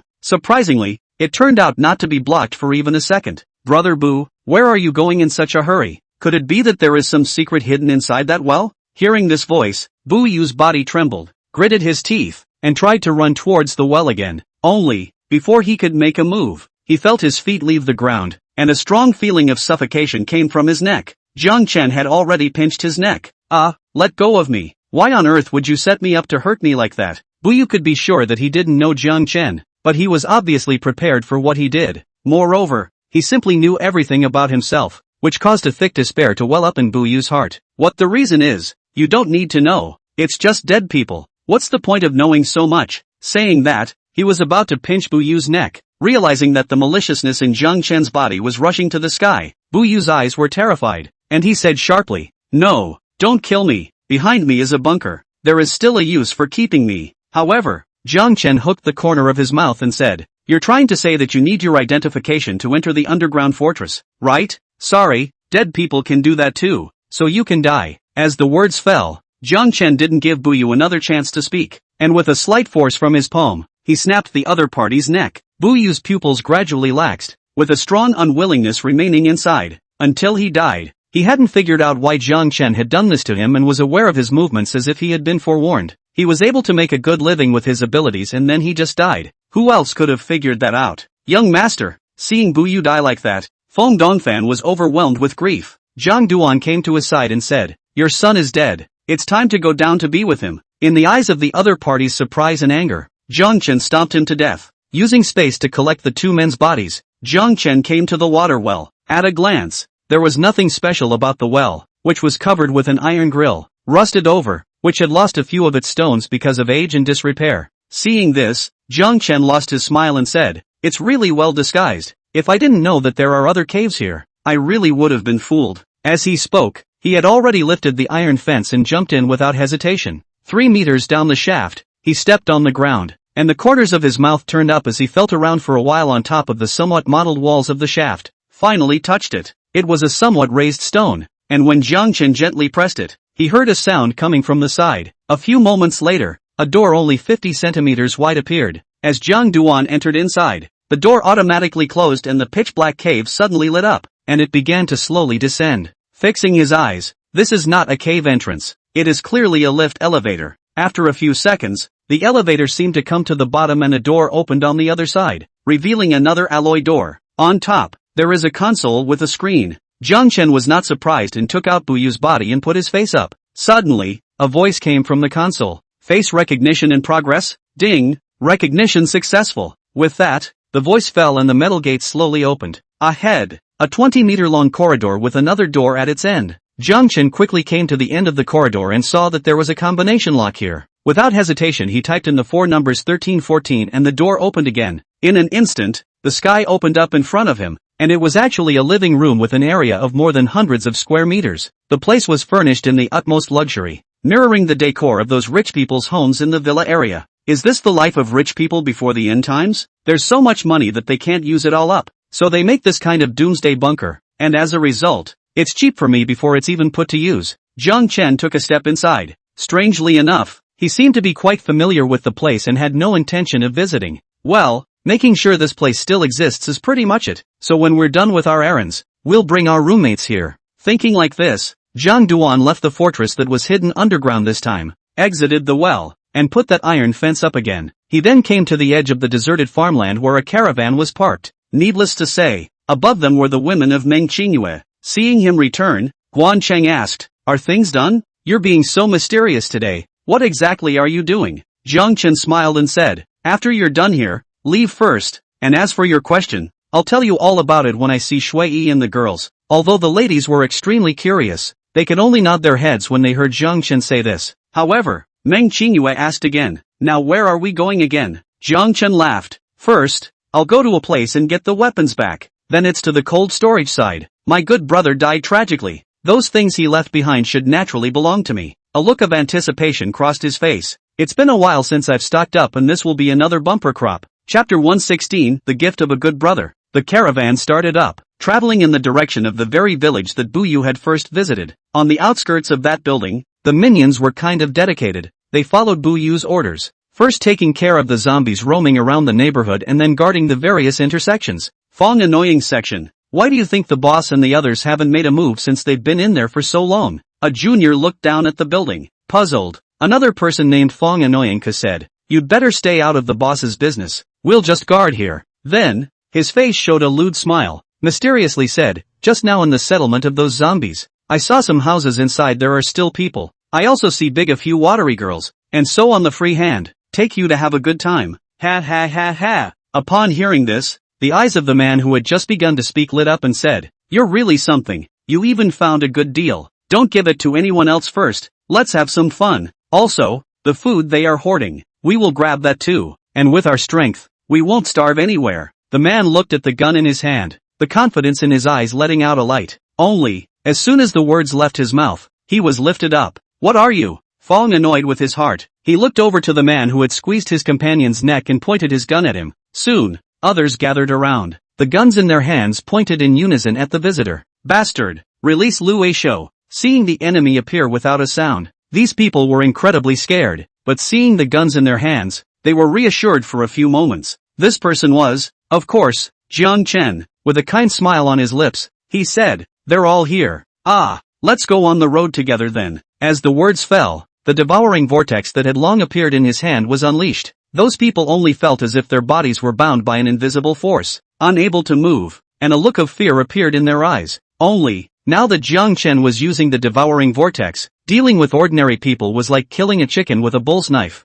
and after only a few seconds, they were reduced to flying dust. Putting away the gun left on the ground, Zhang Duan entered inside that building. After walking around and realizing that there wasn't much here, it seemed that Bu Yu was just using this place as a staging area. Besides, even if there were supplies, I'm afraid they were all purchased by the villagers for $0. Without lingering here, Zhang Duan returned to the caravan parked outside the village and drove to the cold storage. Half an hour later, Kong Shuai and her girls' caravan was in sight. However, because of the deaths and injuries of those minions of Bu Yu, the zombies lost their target and surrounded the caravan again. The four women inside didn't pay any attention, knowing that Jiang Chen would be here soon. Seeing the 100 or so zombies outside the caravan, the devouring vortex in Jiang Chen's hand reappeared. Soon, the walkers were cleared. With his strength nowadays, after absorbing the energy from more than 100 zombies, the evil fire in his heart only slightly leaped up and he was still able to suppress it. Moreover, his strength was still stuck at the peak of the 3rd rank and hadn't improved. It seems like the only way to see if we can rise to the 4th rank is to try absorbing the crystal cores of Bu Yu and Feng Dongfan.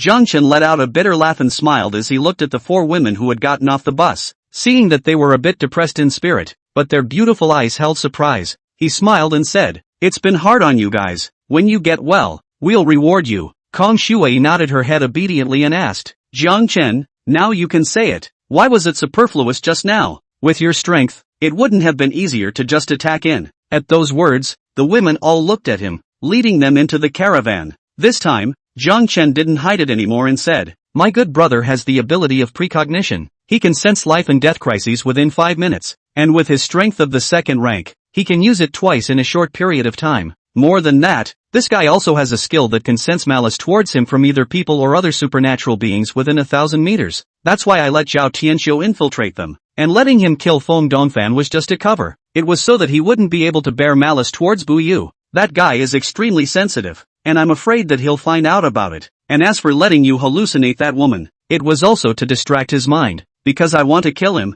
I can't show up yet until the other party has used up his precognition ability, or else that guy sensed me and must have run away. Why don't I just let you guys force him away and give him a fatal blow when he lets his guard down?" The woman in Zhao Tianxiu's cell phone was named Fan Shuian, and in his last life, Bu Yu loved that woman the most. However, Jiang Chen had heard that the woman was also just a substitute, and that Bu Yu had an earlier lover who had later died. Fan Shuian became Bu Yu's most favored woman because she looked so much like her. As a result, she was expropriated by Hao Dong. Bu Yu dared to be angry and therefore often drank mulled wine. It's strange to say that this guy is a rich kid, but his tastes are just so unique. Did he have some difficult past as a child? This was the answer that often came to Jiang Chen's mind when he belabored the other party in his last life. Of course, in this life, because he had met Jiang Chen in advance, Bu Yu had yet to meet Fan Shuian. Hearing him talk about Bu Yu's ability, the women realized why Jiang Chen had gone through so much trouble. Kong Shuai spat out her tongue and said, "That talent is only of the 2nd order. It's that hard to deal with. If the strength goes upwards again, isn't it even more difficult to catch him?" Ginger Dust nodded without hesitation. "That's natural. He's as slippery as a loach. In his previous life, Bu Yu only met Hao Dong when he was at the 4th rank. The other party could already predict 4 life and death crises in a short period of time at that time, and the range of malicious perception is within 5 kilometers. Hao Dong could be said to have lost his troops and his spatial abilities and special means to catch Bu Yu. Because of his anger at Bu Yu's cunningness, Hao Dong not only beat him up the other guy severely, but also snatched Fan Shuiyan away from him. Jiang Chen had understood the process clearly in his previous life, which was why he was able to calculate step by step and get Bu Yu killed. As for why it's so familiar with the bunker, that's because Hao Dong commandeered the place and himself, the cook, spent a few days in there. Later, Hao Dong resented him for getting in the way. After all, he was not comfortable with the guy's 20 or so women hanging around in there all day. These things, Jiang Chen naturally wouldn't say to the ladies, but smiled. "Well, things are still relatively smooth.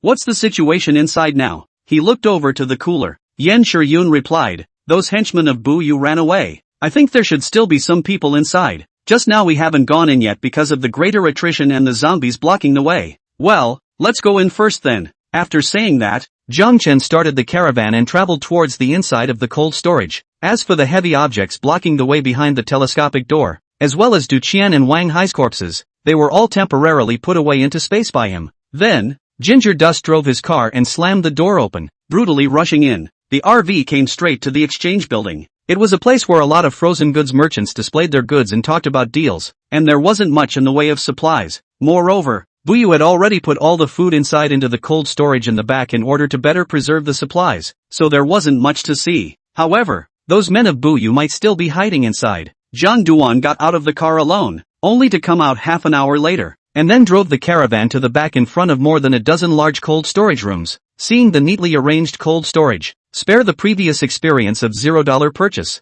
he was a little excited at this time. Come on, let's go see what our good brothers have gifted us. It's going to be a bumper day for sure. The women all revealed a flash of anticipation when they heard this. Chapter 117, is there such a good thing? However, just as Zhang Chen was about to take the women to take a look inside the cold storage, his expression moved and the corners of his mouth rose. It seems that good things really do come in threes, and there's another trouble seeker coming. Upon hearing this, the women revealed a puzzled look on their faces. What do you mean? But soon they knew. A few moments later, lights appeared over the cold storage entrance, and more than a dozen cars drove towards the cold storage side in great numbers. The reason why they were here was because the RV had its lights on, which made it extremely visible in the darkness of the night. It's hard not to be seen. Ginger Dust stood still and quietly watched those cars drive closer and did not make a move. When the women around him saw him like this, they didn't say anything. A dozen cars stopped in front of Zhang Chen, and more than 50 people immediately came down from them. At the head of the group was a middle-aged man with a gentle face, followed by two young men. One of them had a tiger's head and was almost 1 meter 9 in height, and looked like he had a thick face, and the other had small eyes,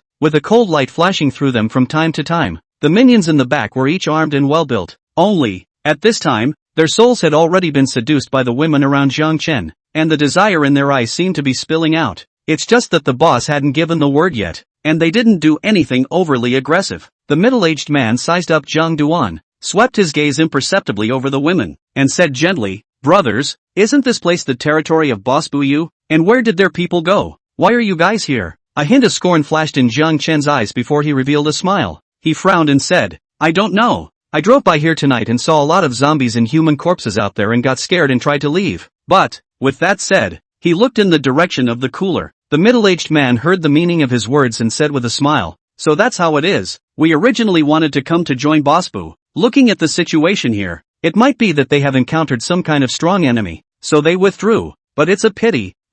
We rushed all night long, but we still missed it." The smile on his face grew thicker and thicker, and this time, without hiding it, he looked at the women behind Zhang Chen. Then, with a puzzled look on his face, he said, "Brother, you have brought so many beautiful women with you, going out at night, but it's a bit unsafe. Older brother, I have something to discuss with you. I don't know if you're willing to do so?" Upon hearing this, Zhang Chen's face changed, forcing out a smile and said, "Older brother is joking. Tell me what it is first. Everything is negotiable." Seeing his expression, the middle-aged man's smile became more and more gentle and said, "Seeing that you're only one person with so many beautiful women around you, it's really a bit of a waste. Can you share a few of us? Although it's a bit unkind, but the brothers under old brother can't walk when they see a beautiful woman. I can't stop them a bit." With that, he looked at the men behind him and said, "Brothers, do you think so?" Immediately a little brother echoed, "Boss, these women are all superb. One less is a loss. Hurry up and get that man killed.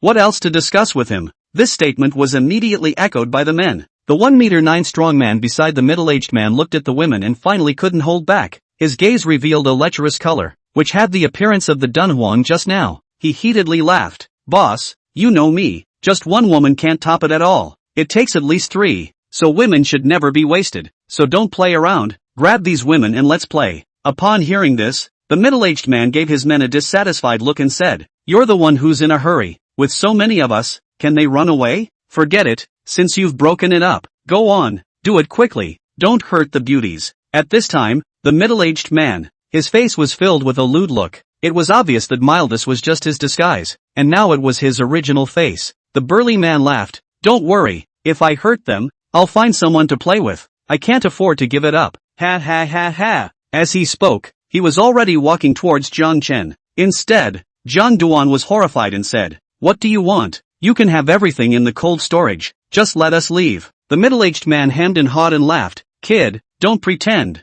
Dare to come here so late at night, surrounded by a group of women. Little cutie, only then will you believe what you just said. Want to fool us? You are still tender. I didn't expect today originally came to join Buyu, but as a result, their people disappeared, and met these women who can be called special, and such a good thing, we can't even laugh at it. Afterwards, he said to the small-eyed youth, Feng Gao, you go along and give Li Tai a hand. I'm afraid that kid is playing tricks. As the words fell, the figure of the youth beside him disappeared, and a gale swirled around Jiang Chen, and he was in the center of it. If it was an ordinary person, they would have already lost their footing and fallen to the ground. Instead, he smiled coldly and stood steadily in the gale, slowly extending his palm. When the hand retracted again, it had already grabbed the person's neck, and the gusts of wind around his body then dissipated without a trace, as if it had never appeared at all. The one Jiang Chen was carrying in his hand was naturally Feng Gao. The other party's little eyes were full of fear.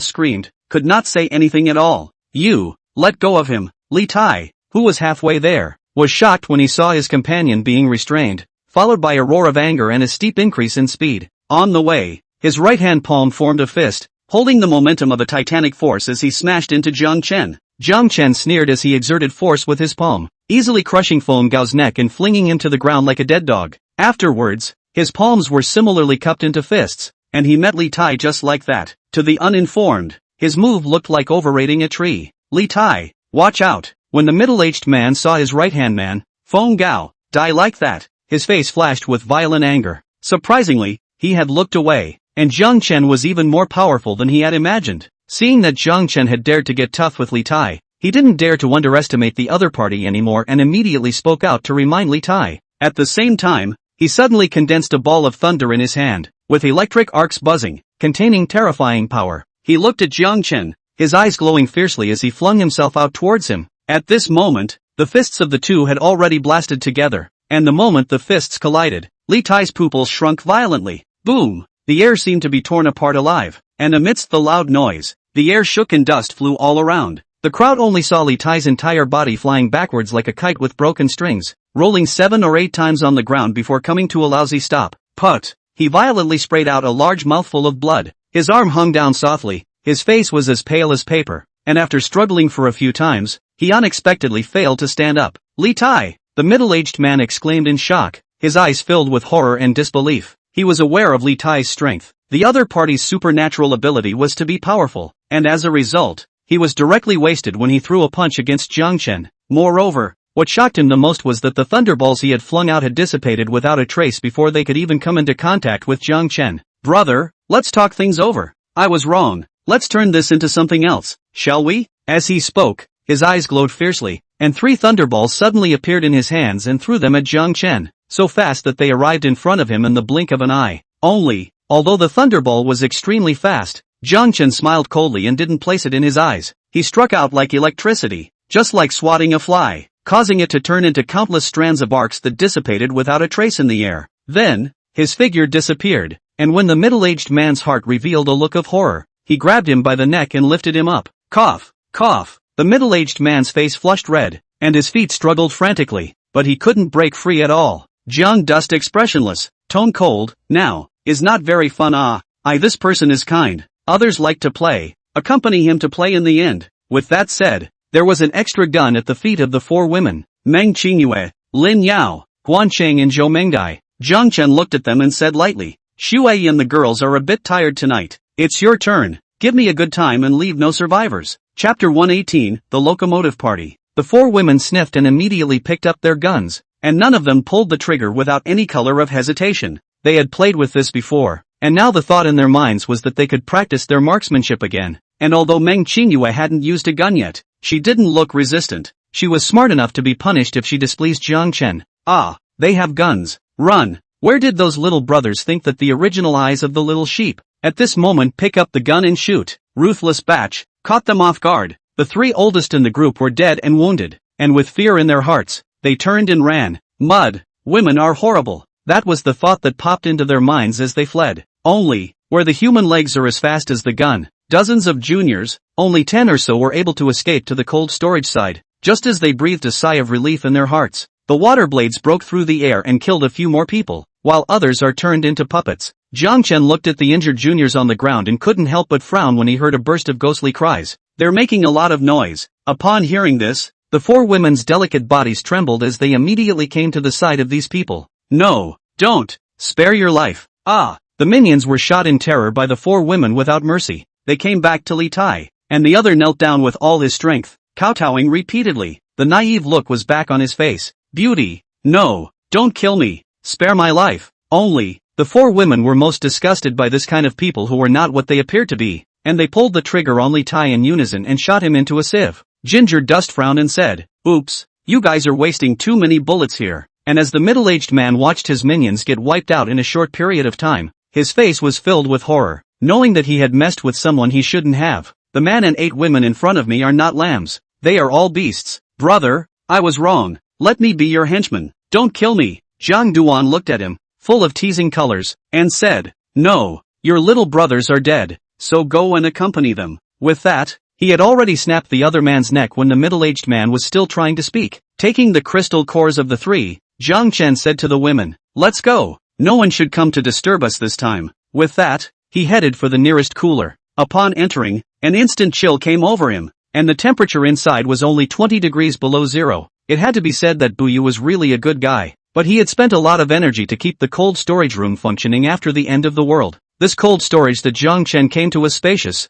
with an area of more than 3,000 square meters, and hundreds of large shelves with a height of 10 meters were placed inside. For ease of storage, the goods are placed on top of large pallets, wrapped in cardboard boxes of varying sizes and neatly stacked. Zhang Duan led the women around and realized that pork was stored inside this cold storage. Not only quality pork products from various parts of the country, but also famous brands from abroad. Things like Iberian black pork and fairytale land crown pork ribs are available. Of course, there are pig byproducts like pork belly, liver and lungs in there. Zhang Chen walked around and was quite satisfied, while the shelves inside the cold storage room disappeared row by row as he moved his feet, and all of them went into his space, where they were placed inside the space as they were. Wow, Zhang Chen, this ability of yours is simply too heaven-defying. It was the first time Kong Shuai had seen him use his spatial ability, and she couldn't help but marvel at it. The expressions of the other women were similarly no better. However, there was an additional inexplicable meaning in the eyes of all of them as they looked at Zhang Chen. Although this guy was sometimes unapproachable, following him,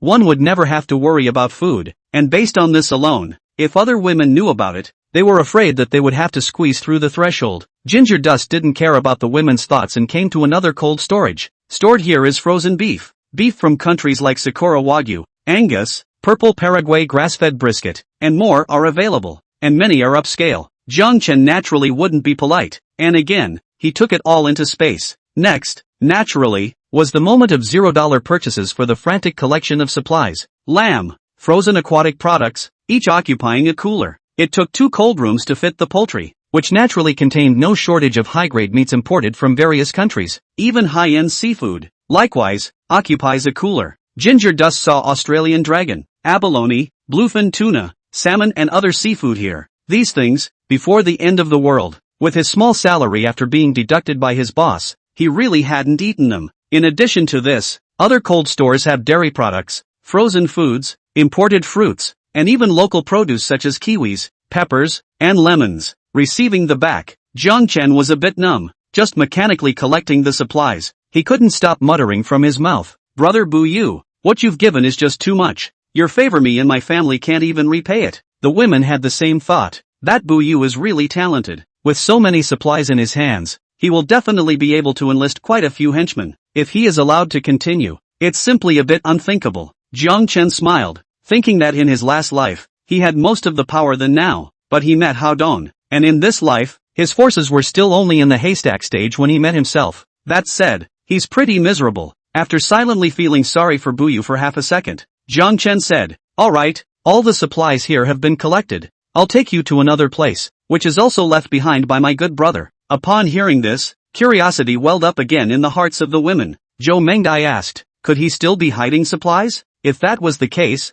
Buyu was really a great benefactor. Zhang Chen, however, shook his head and said, "The supplies are there, but not this. You'll know when you guys go." With that, he led the women out of the cold room. Soon the RV was headed in the direction of the bunker. Zhang Chen looked at the time, running around all night. At this time it was almost dawn. A splash of fish belly white appeared in the sky. It made him sigh a little. Ever since the end of the world, he had been working day and night, and he hadn't taken a good break yet. Of course, the sight of the women inside the RV relieved him again. It's kind of painful and happy. The next thing is the Apocalypse group is probably going to come looking for trouble, and I don't know when they'll be able to find me. Just as he was driving and thinking, there were several sudden pops from behind the RV, and the roar of the engine came from far away. Jiang Chen raised an eyebrow as his eyes looked through the rearview mirror, only to see a dozen or so motorcycles speeding up from behind. One by one, the riders on the car wore skull helmets and leather jackets, with various tattoos visible on their exposed skin, looking wild and violent. Of course, what made Jiang Chen a bit surprised was the motorcycle under their seat. They've all been modified to be more post-apocalyptic in style. A red motorcycle at the front was the most conspicuous, with an alloy serrated disc mounted on the front that could turn at high speed. On the road, if a walker got in front of it, it sliced that walker to pieces like a lawnmower. On either side of the car, there were metal bone blades that could be retracted and retracted, zapping the zombies that were lunging on either side, their bodies being chopped right off as the car moved forward quickly. Other motorcycles have similar modifications and are simply zombie harvesters on post-apocalyptic roads. Jiang Chen's gaze fell on the woman on the red motorcycle. She wore a red helmet so that her features were invisible, but the long hair that showed through was blue and fluttered in the wind. Black leather pants outlined a pair of tight and slender jade legs, and her feet were wearing a pair of short black boots. The most appealing part is the explosive curvature of the front of the body, with its high peaks. Only, less perfectly, it was encircled by a pair of hands, which was a bit of a buzzkill. The owner of the hand was a man also wearing a helmet. The motorcycles roared up to the RV, and two of them threw out barbed metal chains that attached themselves to the top of the RV's tires. The red motorcycle, and the three cars behind it, had crossed over to the RV and thrown out blocking spikes in front of it.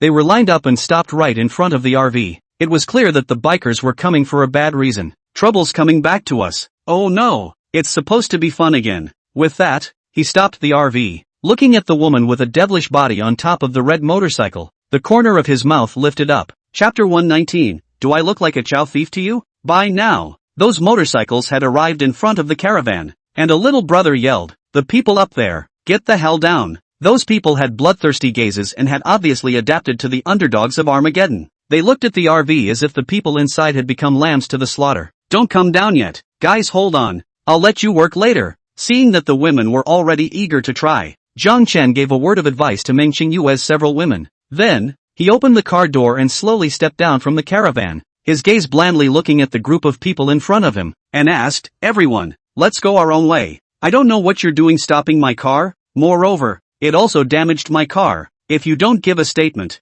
I will be angry." As a result, the comment drew a wave of ridicule. "Ha ha ha, am I deaf? I'm afraid this person isn't stupid, daring to speak to us like this. Don't say that. Don't you see he's not afraid of us at all? He might actually have something to lean on. That's what they say." But the man himself doesn't believe it. On the opposite side of the red motorcycle, the blue-haired woman took off her helmet, revealing a cold and playful face, but with stern eyebrows and an icy smile on the corner of her lips. The man behind her moved his hands and said behind her, Meng, hurry up and get this man killed. That RV is nice. Grab it so we can play in it." The man had spoken such shameless words in front of his companions, without avoiding it, and had elicited a wave of lewd laughter. "Hey, Peak, Dream Sister, after you guys play, we want to try it in there too." These people were paired with men and women, and each pair looked like little couples. However, a woman on a motorcycle giggled. "Brother Peak, what's the hurry? I think this man has a lot of flavor. He's quite handsome. Why don't you grab him first, and my sisters and I will have a good time first." At those words, the other women's gazes scrutinized Jiang Chen and they all agreed.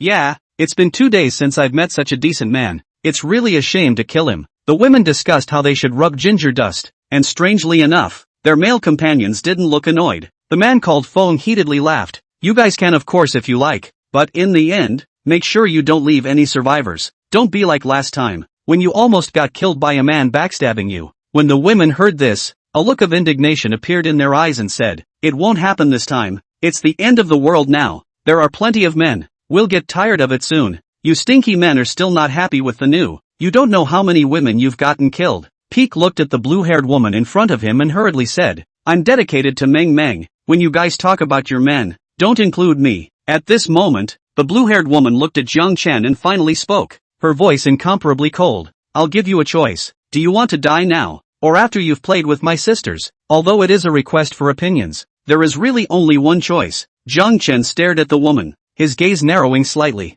Then, with a sunny and warm smile on his face, he asked, choosing, I'm not all dead. Can there be a third choice?" The woman said in a mocking tone, Letting you live for a while longer is already our gift to you. Do you choose or not? Everyone looked at Jiang Chen as if they were looking at a clay figure that could be taken and pinched with abandon. I can see that they are very good at it, and I guess a lot of people have suffered from them before. Only, Jiang Chen shook his head and asked, I want to know, who modified your car? Handsome boy, seeing so many beautiful women among us, why are you asking such irrelevant questions? This is making the sisters sad, but I can tell you that these are all the work of Sister Dream. Well, make your choice and we'll treat you right. The woman who spoke removed her helmet, revealing a heavily made-up face that looked like it had been touched in the face. Not natural at all. Zhang Duan just swept her a glance and hurriedly moved his gaze away. Used to eating mountain delicacies and seafood, this kind of coarse chaff was a bit appetizing to look at. He smiled and said, don't be in a hurry just yet. Beauties, wait for me.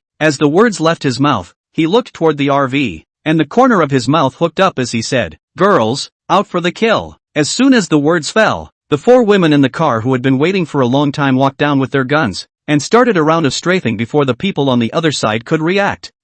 The originally incomparably arrogant biker gangs let out a miserable scream at this moment, either dead or injured. After all, the 4 women had not practiced their guns for long, and their accuracy was not good enough to let them die a clean death. After a round of strafing, most of the people, except for the blue-haired girl and the man behind her, lay on the ground, and there were those who reacted quickly and hid behind the motorcycle, dodging a bullet for the time being. When the 4 women fired just now, she was ready to unleash her own abilities as the foreign energy stirred within her body. However, Jiang Chen was faster than him. The Tang sword in his hand came out of his hand and arrived in front of her like a bolt of lightning. Between the woman's expression, she actually made the Tang blade deviate slightly, while the bullets that were shot at her landed on the ground. Only, being blocked by Jiang Chen like this, she could only defend herself, ignoring the bullets that were blocking the bullets fired at her companions. Moreover, with blood spilling from the corners of her mouth and her chest rising and falling violently, it was obvious that she had just used her full strength. At this moment, when she looked at Jiang Chen again, a look of anger appeared in her eyes. So you were all pretending just now.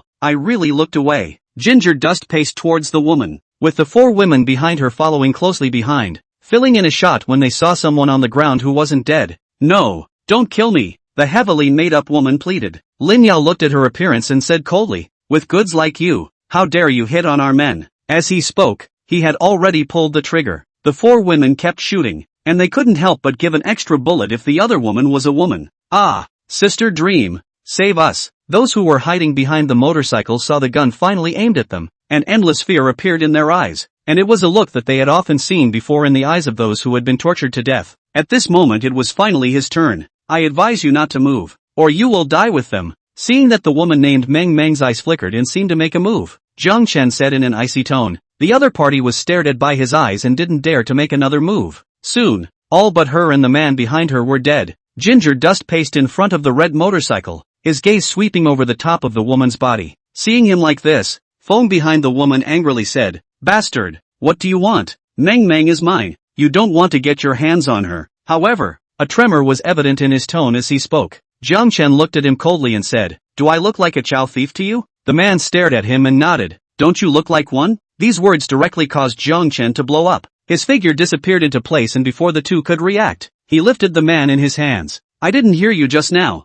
Say another ing word. The man's neck was pinched, his face flushed and his eyes filled with fear. Let me go. And the woman's voice came and said, Let him go. Do you have something for me to do? If I hurt a hair on his head, I'd rather die than work for you. However, as soon as the words left his mouth, the man's scream rang out. It turned out to be a bullet that had penetrated his left leg, splattering a trail of blood. Jiang Chen looked at the woman and said, Really? I'm a person who hates threats. Do you want to say it again? Chapter 120 gives you 2 choices. Peek, how are you doing? The blue-haired woman's eyes were filled with heartache when she saw the man was injured. Then, she looked at Jiang Chen angrily and said, If you hurt him again, Meng, swear that I will make you pay. As a result, just as the words were finished, there was another scream. The man's other leg was also wasted, and the howl of misery became louder, roaring the animals out of the woods along the road. In a moment, 3 boars and 2 wild dogs leaped out and rushed this way. Only, just before they got close, the Tang blade drew a wonderful arc and killed them all.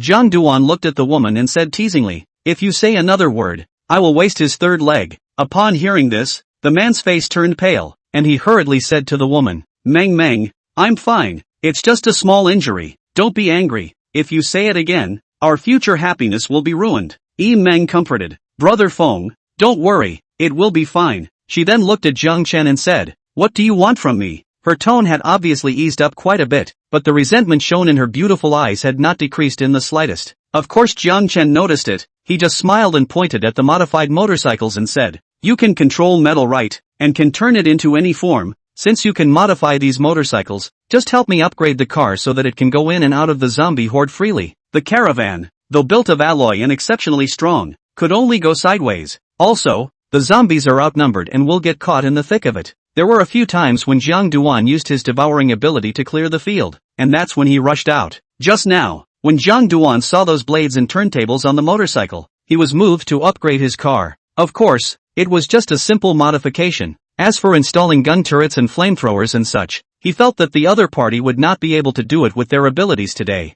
Hearing Jiang Duan's words, the woman looked at the caravan and said, I can help you modify this car, but I have one condition. Only. The corners of Jiang Duan's mouth hooked up, shook his head, and smiled as the other party's face changed. No, you're wrong. It's not this caravan. As he spoke, 4 more RVs, 3 large trucks, and 2 sports cars suddenly appeared on the road. He thought about it for a moment, gave up the urge to put out some more cars, and said, just these cars, all of them, help me remodel them, and you can name your terms. Seeing the sudden extra vehicles, Yi Meng and that peak were a bit dazed. This came out of nowhere. Yi Meng looked at Jiang Chen and said coldly, with so many cars, with my ability today, it will take me 3 days to complete it. Moreover, I need some crystal cores to replenish my energy before I can do so. The crystal core can not only be absorbed to enhance strength, but can also be used to recover the consumed psychic ability, which can be said to be a necessary item for the end-time psychics. Yi Meng continued, after all this, you have to let me in Feng go.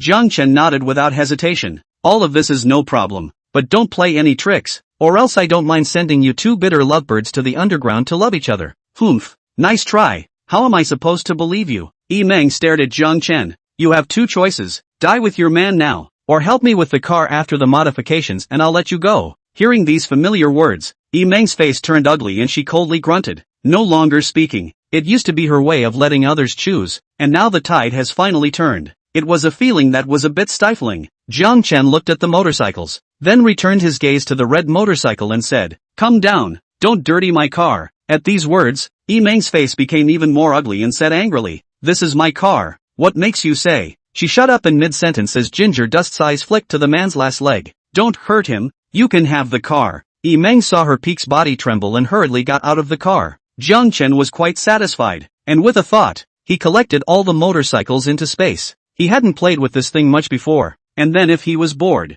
he could play a little drag race with the ladies, which was quite fun to think about. After a pleasant discussion, the group continued on their way. This time, Jiang Duan drove the van, and Yi Meng and her man Chen Feng were placed in the passenger seat tied up. The RV followed and soon arrived at the bunker. The women got out of the car in unison, seeing 4 more stunning beauties that he didn't recognize coming down from the car. That Chen Feng secretly envied them, but he just didn't dare to show it in front of Yi Meng. Looking at the dry well in front of them, the women's faces were filled with doubt. Jiang Chen, what are we doing here? Is there something hidden here? Meng Qingyue's beautiful eyes wrinkled slightly as she asked in confusion. Jiang Duan smiled faintly and said, it's still our general manager Meng who's smart. He complimented, then took those cars out of space, flung Yi Meng some crystal cores, and said, start working as soon as you've recovered. Don't be lazy, I'll come out to check. With that, he lifted Chen Feng and headed towards the dry well. What do you want? Put Feng down. Yi Meng shouted hastily. Jiang Chen just coldly said,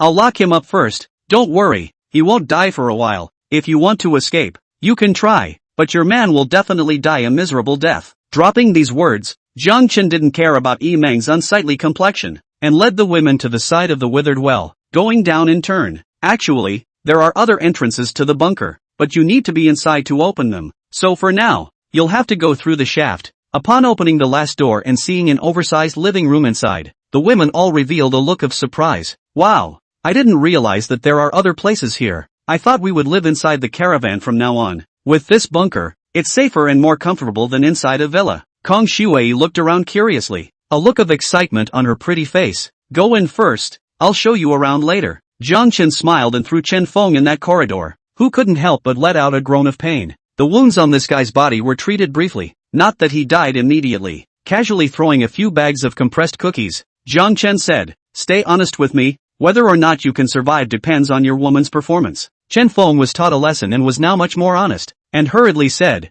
Meng Meng loves me very much, don't worry, she will definitely satisfy you. With a glance at him, Ginger Dust closed the door. The women surveyed the oversized living room. The place had a marble tiled floor and a set of plush leather sofas in the center, and although it hadn't been inhabited for a long time, it was spotless. Apparently, Gu had been here before and cleaned up a bit. On the ceiling, embedded with a circle of warm yellow light strip, the switch is turned on, can also be normally lit. Soft light will be the whole living room reflected warm and pleasant. Ginger Dust knew that the source of energy here was underground. Underneath the bunker, there is an underground river that is capable of generating electricity using hydroelectric power, just enough to meet the bunker's daily energy needs. In his last life, he couldn't help but sigh after learning about the construction of this place. As a result, the place belongs to you now. Come on ladies, let's go. I'll show you around. Chapter 121 A Rare Leisurely Time. To the left of the spacious living room is a separate kitchen. It's connected to a ventilation system, so you won't have to worry about fume odors wafting around. Inside,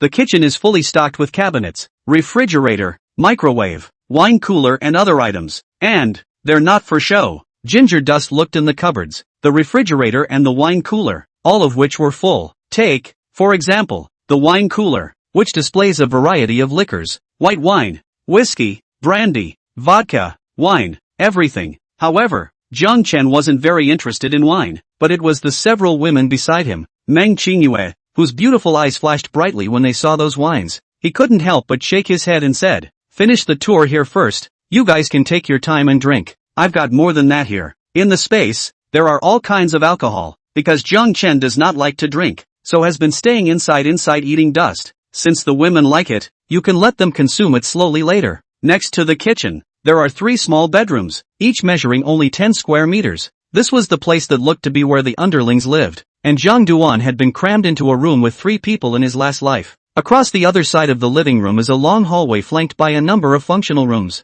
Of these, there are 10 bedrooms combined on either side as you head down the hallway. This was a place that Jiang Chen didn't even dare to step foot in his last life, so it was only now that he knew what it was like inside. After entering the bedroom to visit, Ginger Dust sighed again. Rich people really know how to have fun. Each bedroom, with a different style, has a different style, but there is a common feature that fits the female aesthetic. For example, one bedroom is a light pink romantic style, which is filled with shades of light pink and cream. The cool and noble style bedroom, on the other hand, is filled with shades of inky blue and silver gray, and the bedding is made of silk. In addition, there are simple cherry blossom style, fantasy star style. Jiang Chen couldn't help but look at the girls and said, with so many styles, if you have your eye on any, you can choose for yourselves. Kong Shuai was the first to say, I want that pink room. Meng Qingyue, on the other hand, was a bit surprised that she chose a fantasy star style room. Lin Yao's beautiful eyes lit up as she said, little you, I also have my eye on this room. Can I stay with you? Yeah, well, the bed's big enough in here anyway. In a different situation, before the end of the world, she naturally wouldn't share a room with another woman. It's just that times are different now, and now even the man she relies on is the same. So where is the pride she used to have? Soon, the women chose their own rooms. Jiang Chen naturally had no problem with their choices, and in the future, every room, which was his battlefield, would be able to go in and experience it. It's a feeling that's kinda nice. He was getting a little longing just thinking about it. Behind the second bedroom, next to it, is the gym and small theater. The size of the theater was over 50 square meters, with ultra-high-definition holographic curtains embedded within the walls, occupying the entire opposite wall. Instead of individual seats, the seats are stepped smart sofas that automatically adjust the angle and temperature, and have a press and knead function. The starry sound-absorbing overhead light creates a special ambience that pulls in the immersion. Good lord, it should be pretty unbeatable to put some action blockbusters on top of this big screen when you're free. Ginger Dust rested his chin on the sofa that could be pressed and rubbed, and fell into deep thought. What are you thinking about? Feeling like you can't suppress a smile? Kong Shuai's beautiful eyes shone and she couldn't help but ask. No, let's continue the tour. Zhang Duan took the ladies to visit the gym again. The area here was also more than 50 square meters, and there was a wide variety of fitness equipment inside, many of which he hadn't seen before. And at the end of the corridor, behind the heavy alloy door, was a master bedroom measuring over 70 square meters. Above the main bedroom door, there was another combination lock, and Jiang Chen entered the same combination as the main entrance outside, and the door opened. These were naturally known from the previous life, which was the exclusive password for Bu Yu and his Yen sister. However, Hao Dong changed it later, pushing the door in. A light aroma hit the bedroom. This is the natural essential oil scent released by the automatic scenting system that instantly soothes the mind. The master bedroom is spacious and airy, with a thick dark gray wool carpet on the floor that is soft and bouncy to the touch. In the center of the bedroom was an oversized leather round bed, and Ginger Dust studied it and realized that there was also a thermostat adjustment system installed within the base. And of course, the press and neat function is missing here. At the head of the bed, there is a smart control screen that controls the lighting, sound, temperature and ventilation systems throughout the bunker. Directly across from the king-sized bed was an entire projection wall that, in addition to being able to watch movies and play games, was connected to a surveillance system that was able to view real-time footage of the entire bunker, both inside and out. Well, that's a pretty good design. Ginger Dust nodded. The more he looked, the more satisfied he became. On the ceiling, there are concealed starlight lamps that simulate starry sky images to create a romantic and cozy atmosphere. The corner of the master bedroom also has a built-in check room. Jiang Duan is not too interested in this. Instead, the bathroom on the side of the bedroom. Let him stop and watch for a long time. The entire bathroom is tiled in beige marble and features sensor-activated mirror lighting and an automatic defogging system. Ginger Dust spent the longest time in the master bedroom. After all, this was where he would rest in the future. Seeing the luxurious arrangement inside, he couldn't help but look at Meng Qingyue and said, "Mr. Meng, it seems that you're not as good as those rich second-generation people who would enjoy themselves. Look at the decoration of this bunker. It's a bit better than even your villa." Meng Qingyue skimmed her mouth and said, "It's just a bunch of misfits. I don't care to compare myself to them. And besides, I don't like these things." She did not lie. Before the end of the world is a workaholic, often stay in the office. The villa cannot live a few days a week, naturally, and will only enjoy the rich second generation cannot be compared. Behind the master bedroom, there is the heart of the bunker, the energy room. There is not only a hydroelectric system, but also 2 backup diesel generators that keep the bunker running. Zhou Mengdai sighed. That Bu Yu is really good at enjoying himself. I really admire them for thinking of building such a bunker in the last days. Jiang Duan shook his head and said, "It's not his, but he bought it from another rich second generation, but now it's cheap for me." Kong Shui, on the other hand, said with some impatience, after enjoying the bunker, "I want to take a hot bath. It's hot outside, my body is sweating." At those words, the women's beautiful eyes lit up, clearly having the same idea. Jiang Chen, on the other hand, also had a bright gaze, a faint smile on his face, and he didn't know what he was playing at. For the next 3 days,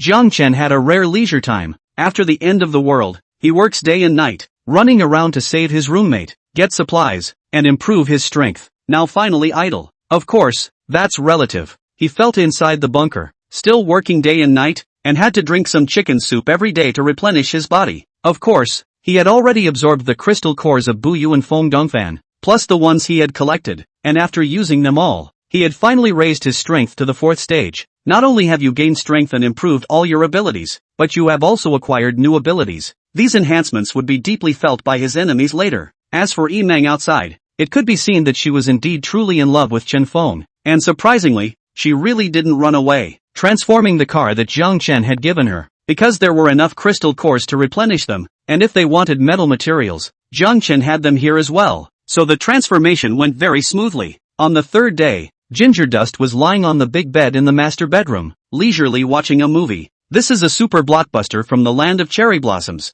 As to where it came from, of course, it is the collection of the former rich kid.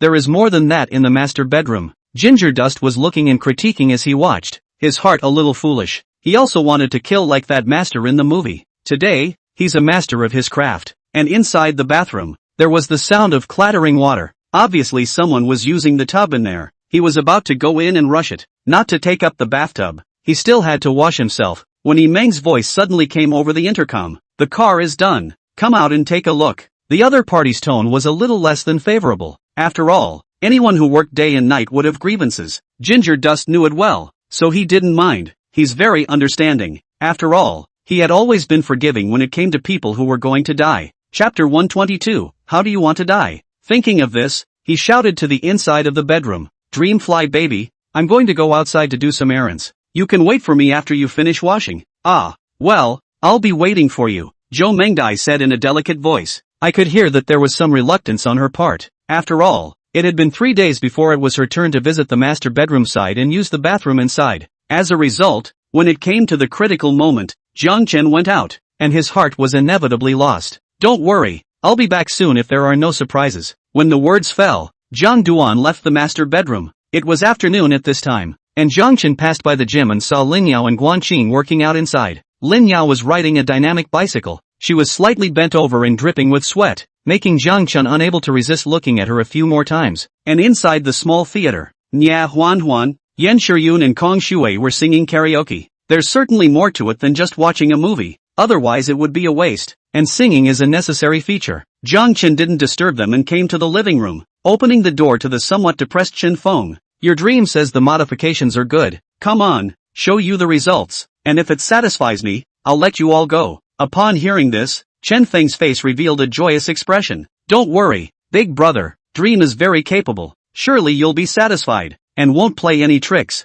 She cares about me a lot. He couldn't stop praising his girlfriend. Seeing his face full of currying favor, Zhang Chen thought to himself that he didn't know where this guy got his magical power to make a woman like Yimeng die. Could it be? He glanced somewhere in the eye and seemed to understand a little. With that, Zhang Chen carried Chen Feng's collar to the ground. Dream on! Chen Feng saw his lover and cried out in some aggravation. Peek, how's your injury? Seeing Chen Feng's somewhat shriveled expression, Yimeng was incomparably distressed and stared at Zhang Chen, coldly saying, I've worked my ass off day in and day out, and this is how you treat him? Zhang Chen wouldn't spoil her, and said in a cold voice, if it wasn't for me treating his injuries, your lover would be a dead man by now, so don't make a stinky face with me there. I don't eat this. You. Yimeng gritted her teeth, her beautiful eyes flashing with a dangerous cold aura. Seeing that the atmosphere between the two was a bit saber-rattling, Zhang Chen's face was cold, and Chen Feng's body was shivering. He couldn't help but blame Yimeng a bit. Stupid woman, I'm still in this asshole's hands. Can't you be polite? He squeezed a smile on his face and said, Meng, I'm fine. Big brother is very good to me. I've eaten well in the past 2 days. It's just that I'm not in the best of spirits because I miss you. Yimeng saw him blink vigorously. Killing intent flashed imperceptibly in his gaze as he looked at Zhang Chen and said, the car is ready. Check it yourself. Seeing that she was honest, Zhang Chen put down Chen Feng and said, take me to see it. Try the function. I'm afraid you'll play tricks. He looked at the woman across from him, tall and slender, with a slim waist and a pair of straight and slender long legs wrapped in black leather pants. Extremely hot. It was just that he wasn't much interested in this woman. At all. Let's put it this way. Ginger Dust, although he was rolling in poverty in his last life, said something when he was longing for the house he would buy in the future in his rented house. I will never buy a second-hand house. So, even though Yimeng was considered a big beauty, much better looking than those pre-apocalyptic biker internet celebrities, he was still emotionless. However, Chen Feng wouldn't think that way. Seeing that he was sizing up Yimeng, he curried, big brother, don't you want to see a car? Meng, quickly take big brother there. Yimeng nodded her head tenderly and said, brother Peek, just wait, we'll be free soon, she said with a firm gaze. Immediately afterward, when he looked at Zhang Chen, his tone was not so gentle as he said, follow me. With that, she walked ahead and led Zhang Chen to the caravan. The front end of the RV has a ring of metal crash guards for you, and with my abilities today, I've coalesced the metal so that it won't be damaged even if you hit a big truck. Here in the front bumper, there's also a retractable rotating spike that you can use to break through if you're surrounded by walkers. Then the two came to the side. On both sides of the car, I've added chainsaw blade arrays that can be popped up manually or automatically, which have great lethality against walkers. Zhang Duan looked at it. Each blade of the knife array had sharp inverted teeth, and the caravan could easily crush the zombies that came crashing in on both sides as it traveled. In addition to this, the caravan has been further reinforced with a layer of Easy Dreamer reinforced sheet metal covering the top of the body, and it blends in with the original caravan body without detracting from its aesthetics. Zhang Chen came to the car and manipulated the release of the rotating spikes in the knife formation a few times as Yimeng said, and found no problems. Seeing his cautious appearance, Yimeng had a sneer in her heart as she asked, the other 4 caravans were modified similarly to this one. Do you want to take a look? No, go check out the van and the sports car again. After the two of them got out of the car, Zhang Duan put all the caravans into space. This was followed by a look at the van and the sports car, led by Yimeng. The front end of the van was fully reinforced, exceptionally strong, and 3 rotating spikes were installed at once, which was a zombie's nightmare. The sides of the wheels, on the other hand, are fitted with steel spikes, which are also capable of killing zombies. As for the sports car, because of its small size, while retaining its lines, the top of the body was all covered with a layer of alien alloy, upgrading the protection by more than 1 grade. Meanwhile, the front of the vehicle was similarly retrofitted with bumpers that concealed retractable double-edged scimitars capable of rotating at high speeds to harvest zombies. Ginger Dust nodded frequently as he watched. He tried those functions introduced by Yi Meng over and over again, as if he was afraid that she would pull any tricks. The other didn't say anything and let him toss it around. Well, that's not bad. It did take a lot of effort to do that with what you can do today, and if you give it time, you're afraid you'll be able to build cannons out of thin air on top of my caravan. Zhang Duan couldn't help but say after confirming that there was no problem, and in the face of his compliments, Yi Meng didn't appreciate it at all, and came to another RV, saying, "You think that's it? Come see this car. You'll be even more surprised." Upon hearing this, Zhang Chen immediately became interested and quickly stepped to Yi Meng's side, and right at this moment, an icy cold and piercing light suddenly appeared in her beautiful eyes. Just as Zhang Chen arrived a meter in front of Yi Meng, a sudden change occurred. On the ground beneath his feet, two metal chains broke out and instantly wrapped around Zhang Chen's legs. The chains were grayish-black in color, and Zhang Chen was unable to break free after struggling hard. Seeing his furrowed brow, Yi Meng's beautiful eyes revealed a conspiratorial smile. "I let you get carried away for so long and finally caught you. Now, how do you want to die?" Chapter 123, At last, I've waited for you. Zhang Chen's complexion chilled and said, "You're really intentional, to set up a trap here and wait for me." He stomped his paws and the dirt tumbled, revealing a metal plate on the ground. The two metal chains were sticking out from inside this metal plate. Obviously, there is something fishy underneath the metal plate, possibly a block of metal embedded in the ground. Yi Meng looked at Zhang Chen and laughed coldly. "How can I trap you without this, knowing that you have speed? Of course I have to bind you first." The corners of her mouth turned up, and she looked incredibly cold. "I've been holding out for a long time to catch you." Zhang Chen narrowed his gaze slightly and said, "I took precautions for half a day, thinking that you would make a move in the car, and checked it over and over again, but I didn't realize that you were waiting for me here. Humph, you think I'm as stupid as you are. I just want you to let your guard down before I suddenly unleash it, so that you don't have a chance to roll over." At those words, Zhang Chen was instantly relieved. At this moment, Chen Feng, who was lying on the ground over there, was in a state of bliss. He looked at Yi Meng with love in his eyes. "Dreamy, you're awesome, you finally caught this asshole." Hearing this, Yi Meng said with some heartache, "Brother Feng, let you suffer. These days when I think of you being tortured by the bad guys and being alone and helpless inside, my heart feels like pins and needles." Afterwards, her face turned cold as she said, "I promise, it won't be in the future, and anyone who bullies us won't have a good ending." Chen Feng nodded heavily. "Dream, I believe in you. When I left my wife and children, I wanted to be with you. That's what I fell in love with you for." Peak, me too. Yi Meng had little pearls flowing from her eyes, leaving Zhang Chen practically without eyes. He felt a little ruined. However, at this moment, Chen Feng had already looked towards him, intense hatred flashing in his eyes. Meng, I've suffered so much in the past 2 days, all thanks to this bastard. You must let him suffer and die, so as to eliminate the hatred in my heart." Zhang Chen's face changed and said, "Dog, you're really ungrateful. If it wasn't for me giving you a mouthful of food, you would have starved to death a long time ago, and just now you were thankful to me. I'll be damned. That's commiseration. What do you know?" Immediately afterward, a lecherous look appeared on his face as he said, "Since you said so, I really have to repay you a bit. Aren't there 8 women like flowers down there? After you die, I will take good care of them for you." He heatedly laughed. "With my dream here, those organs won't be able to stop us at all." Yi Meng nodded confidently. "Brother Feng, I can do it, as long as it's something you like, no matter how difficult it is, I'll get it for you." Seeing her imploring look, Chen Feng showed the same love in his eyes and said, Meng, I've changed my mind. Let's waste that man's third leg first, and then I'll torment his woman in front of him." "Okay, Peak, just wait, it's almost ready." Yi Meng nodded tenderly, and when she turned her head to look at Zhang Chen, her gaze returned to indifference. She flipped her palm and 3 orbs appeared on it. Afterwards, the corners of his mouth went ice cold as he said, "Didn't you want to waste my brother Feng before? Now I'll let you have a taste of that." With that, she threw the orb towards Zhang Chen. The ball broke through the air,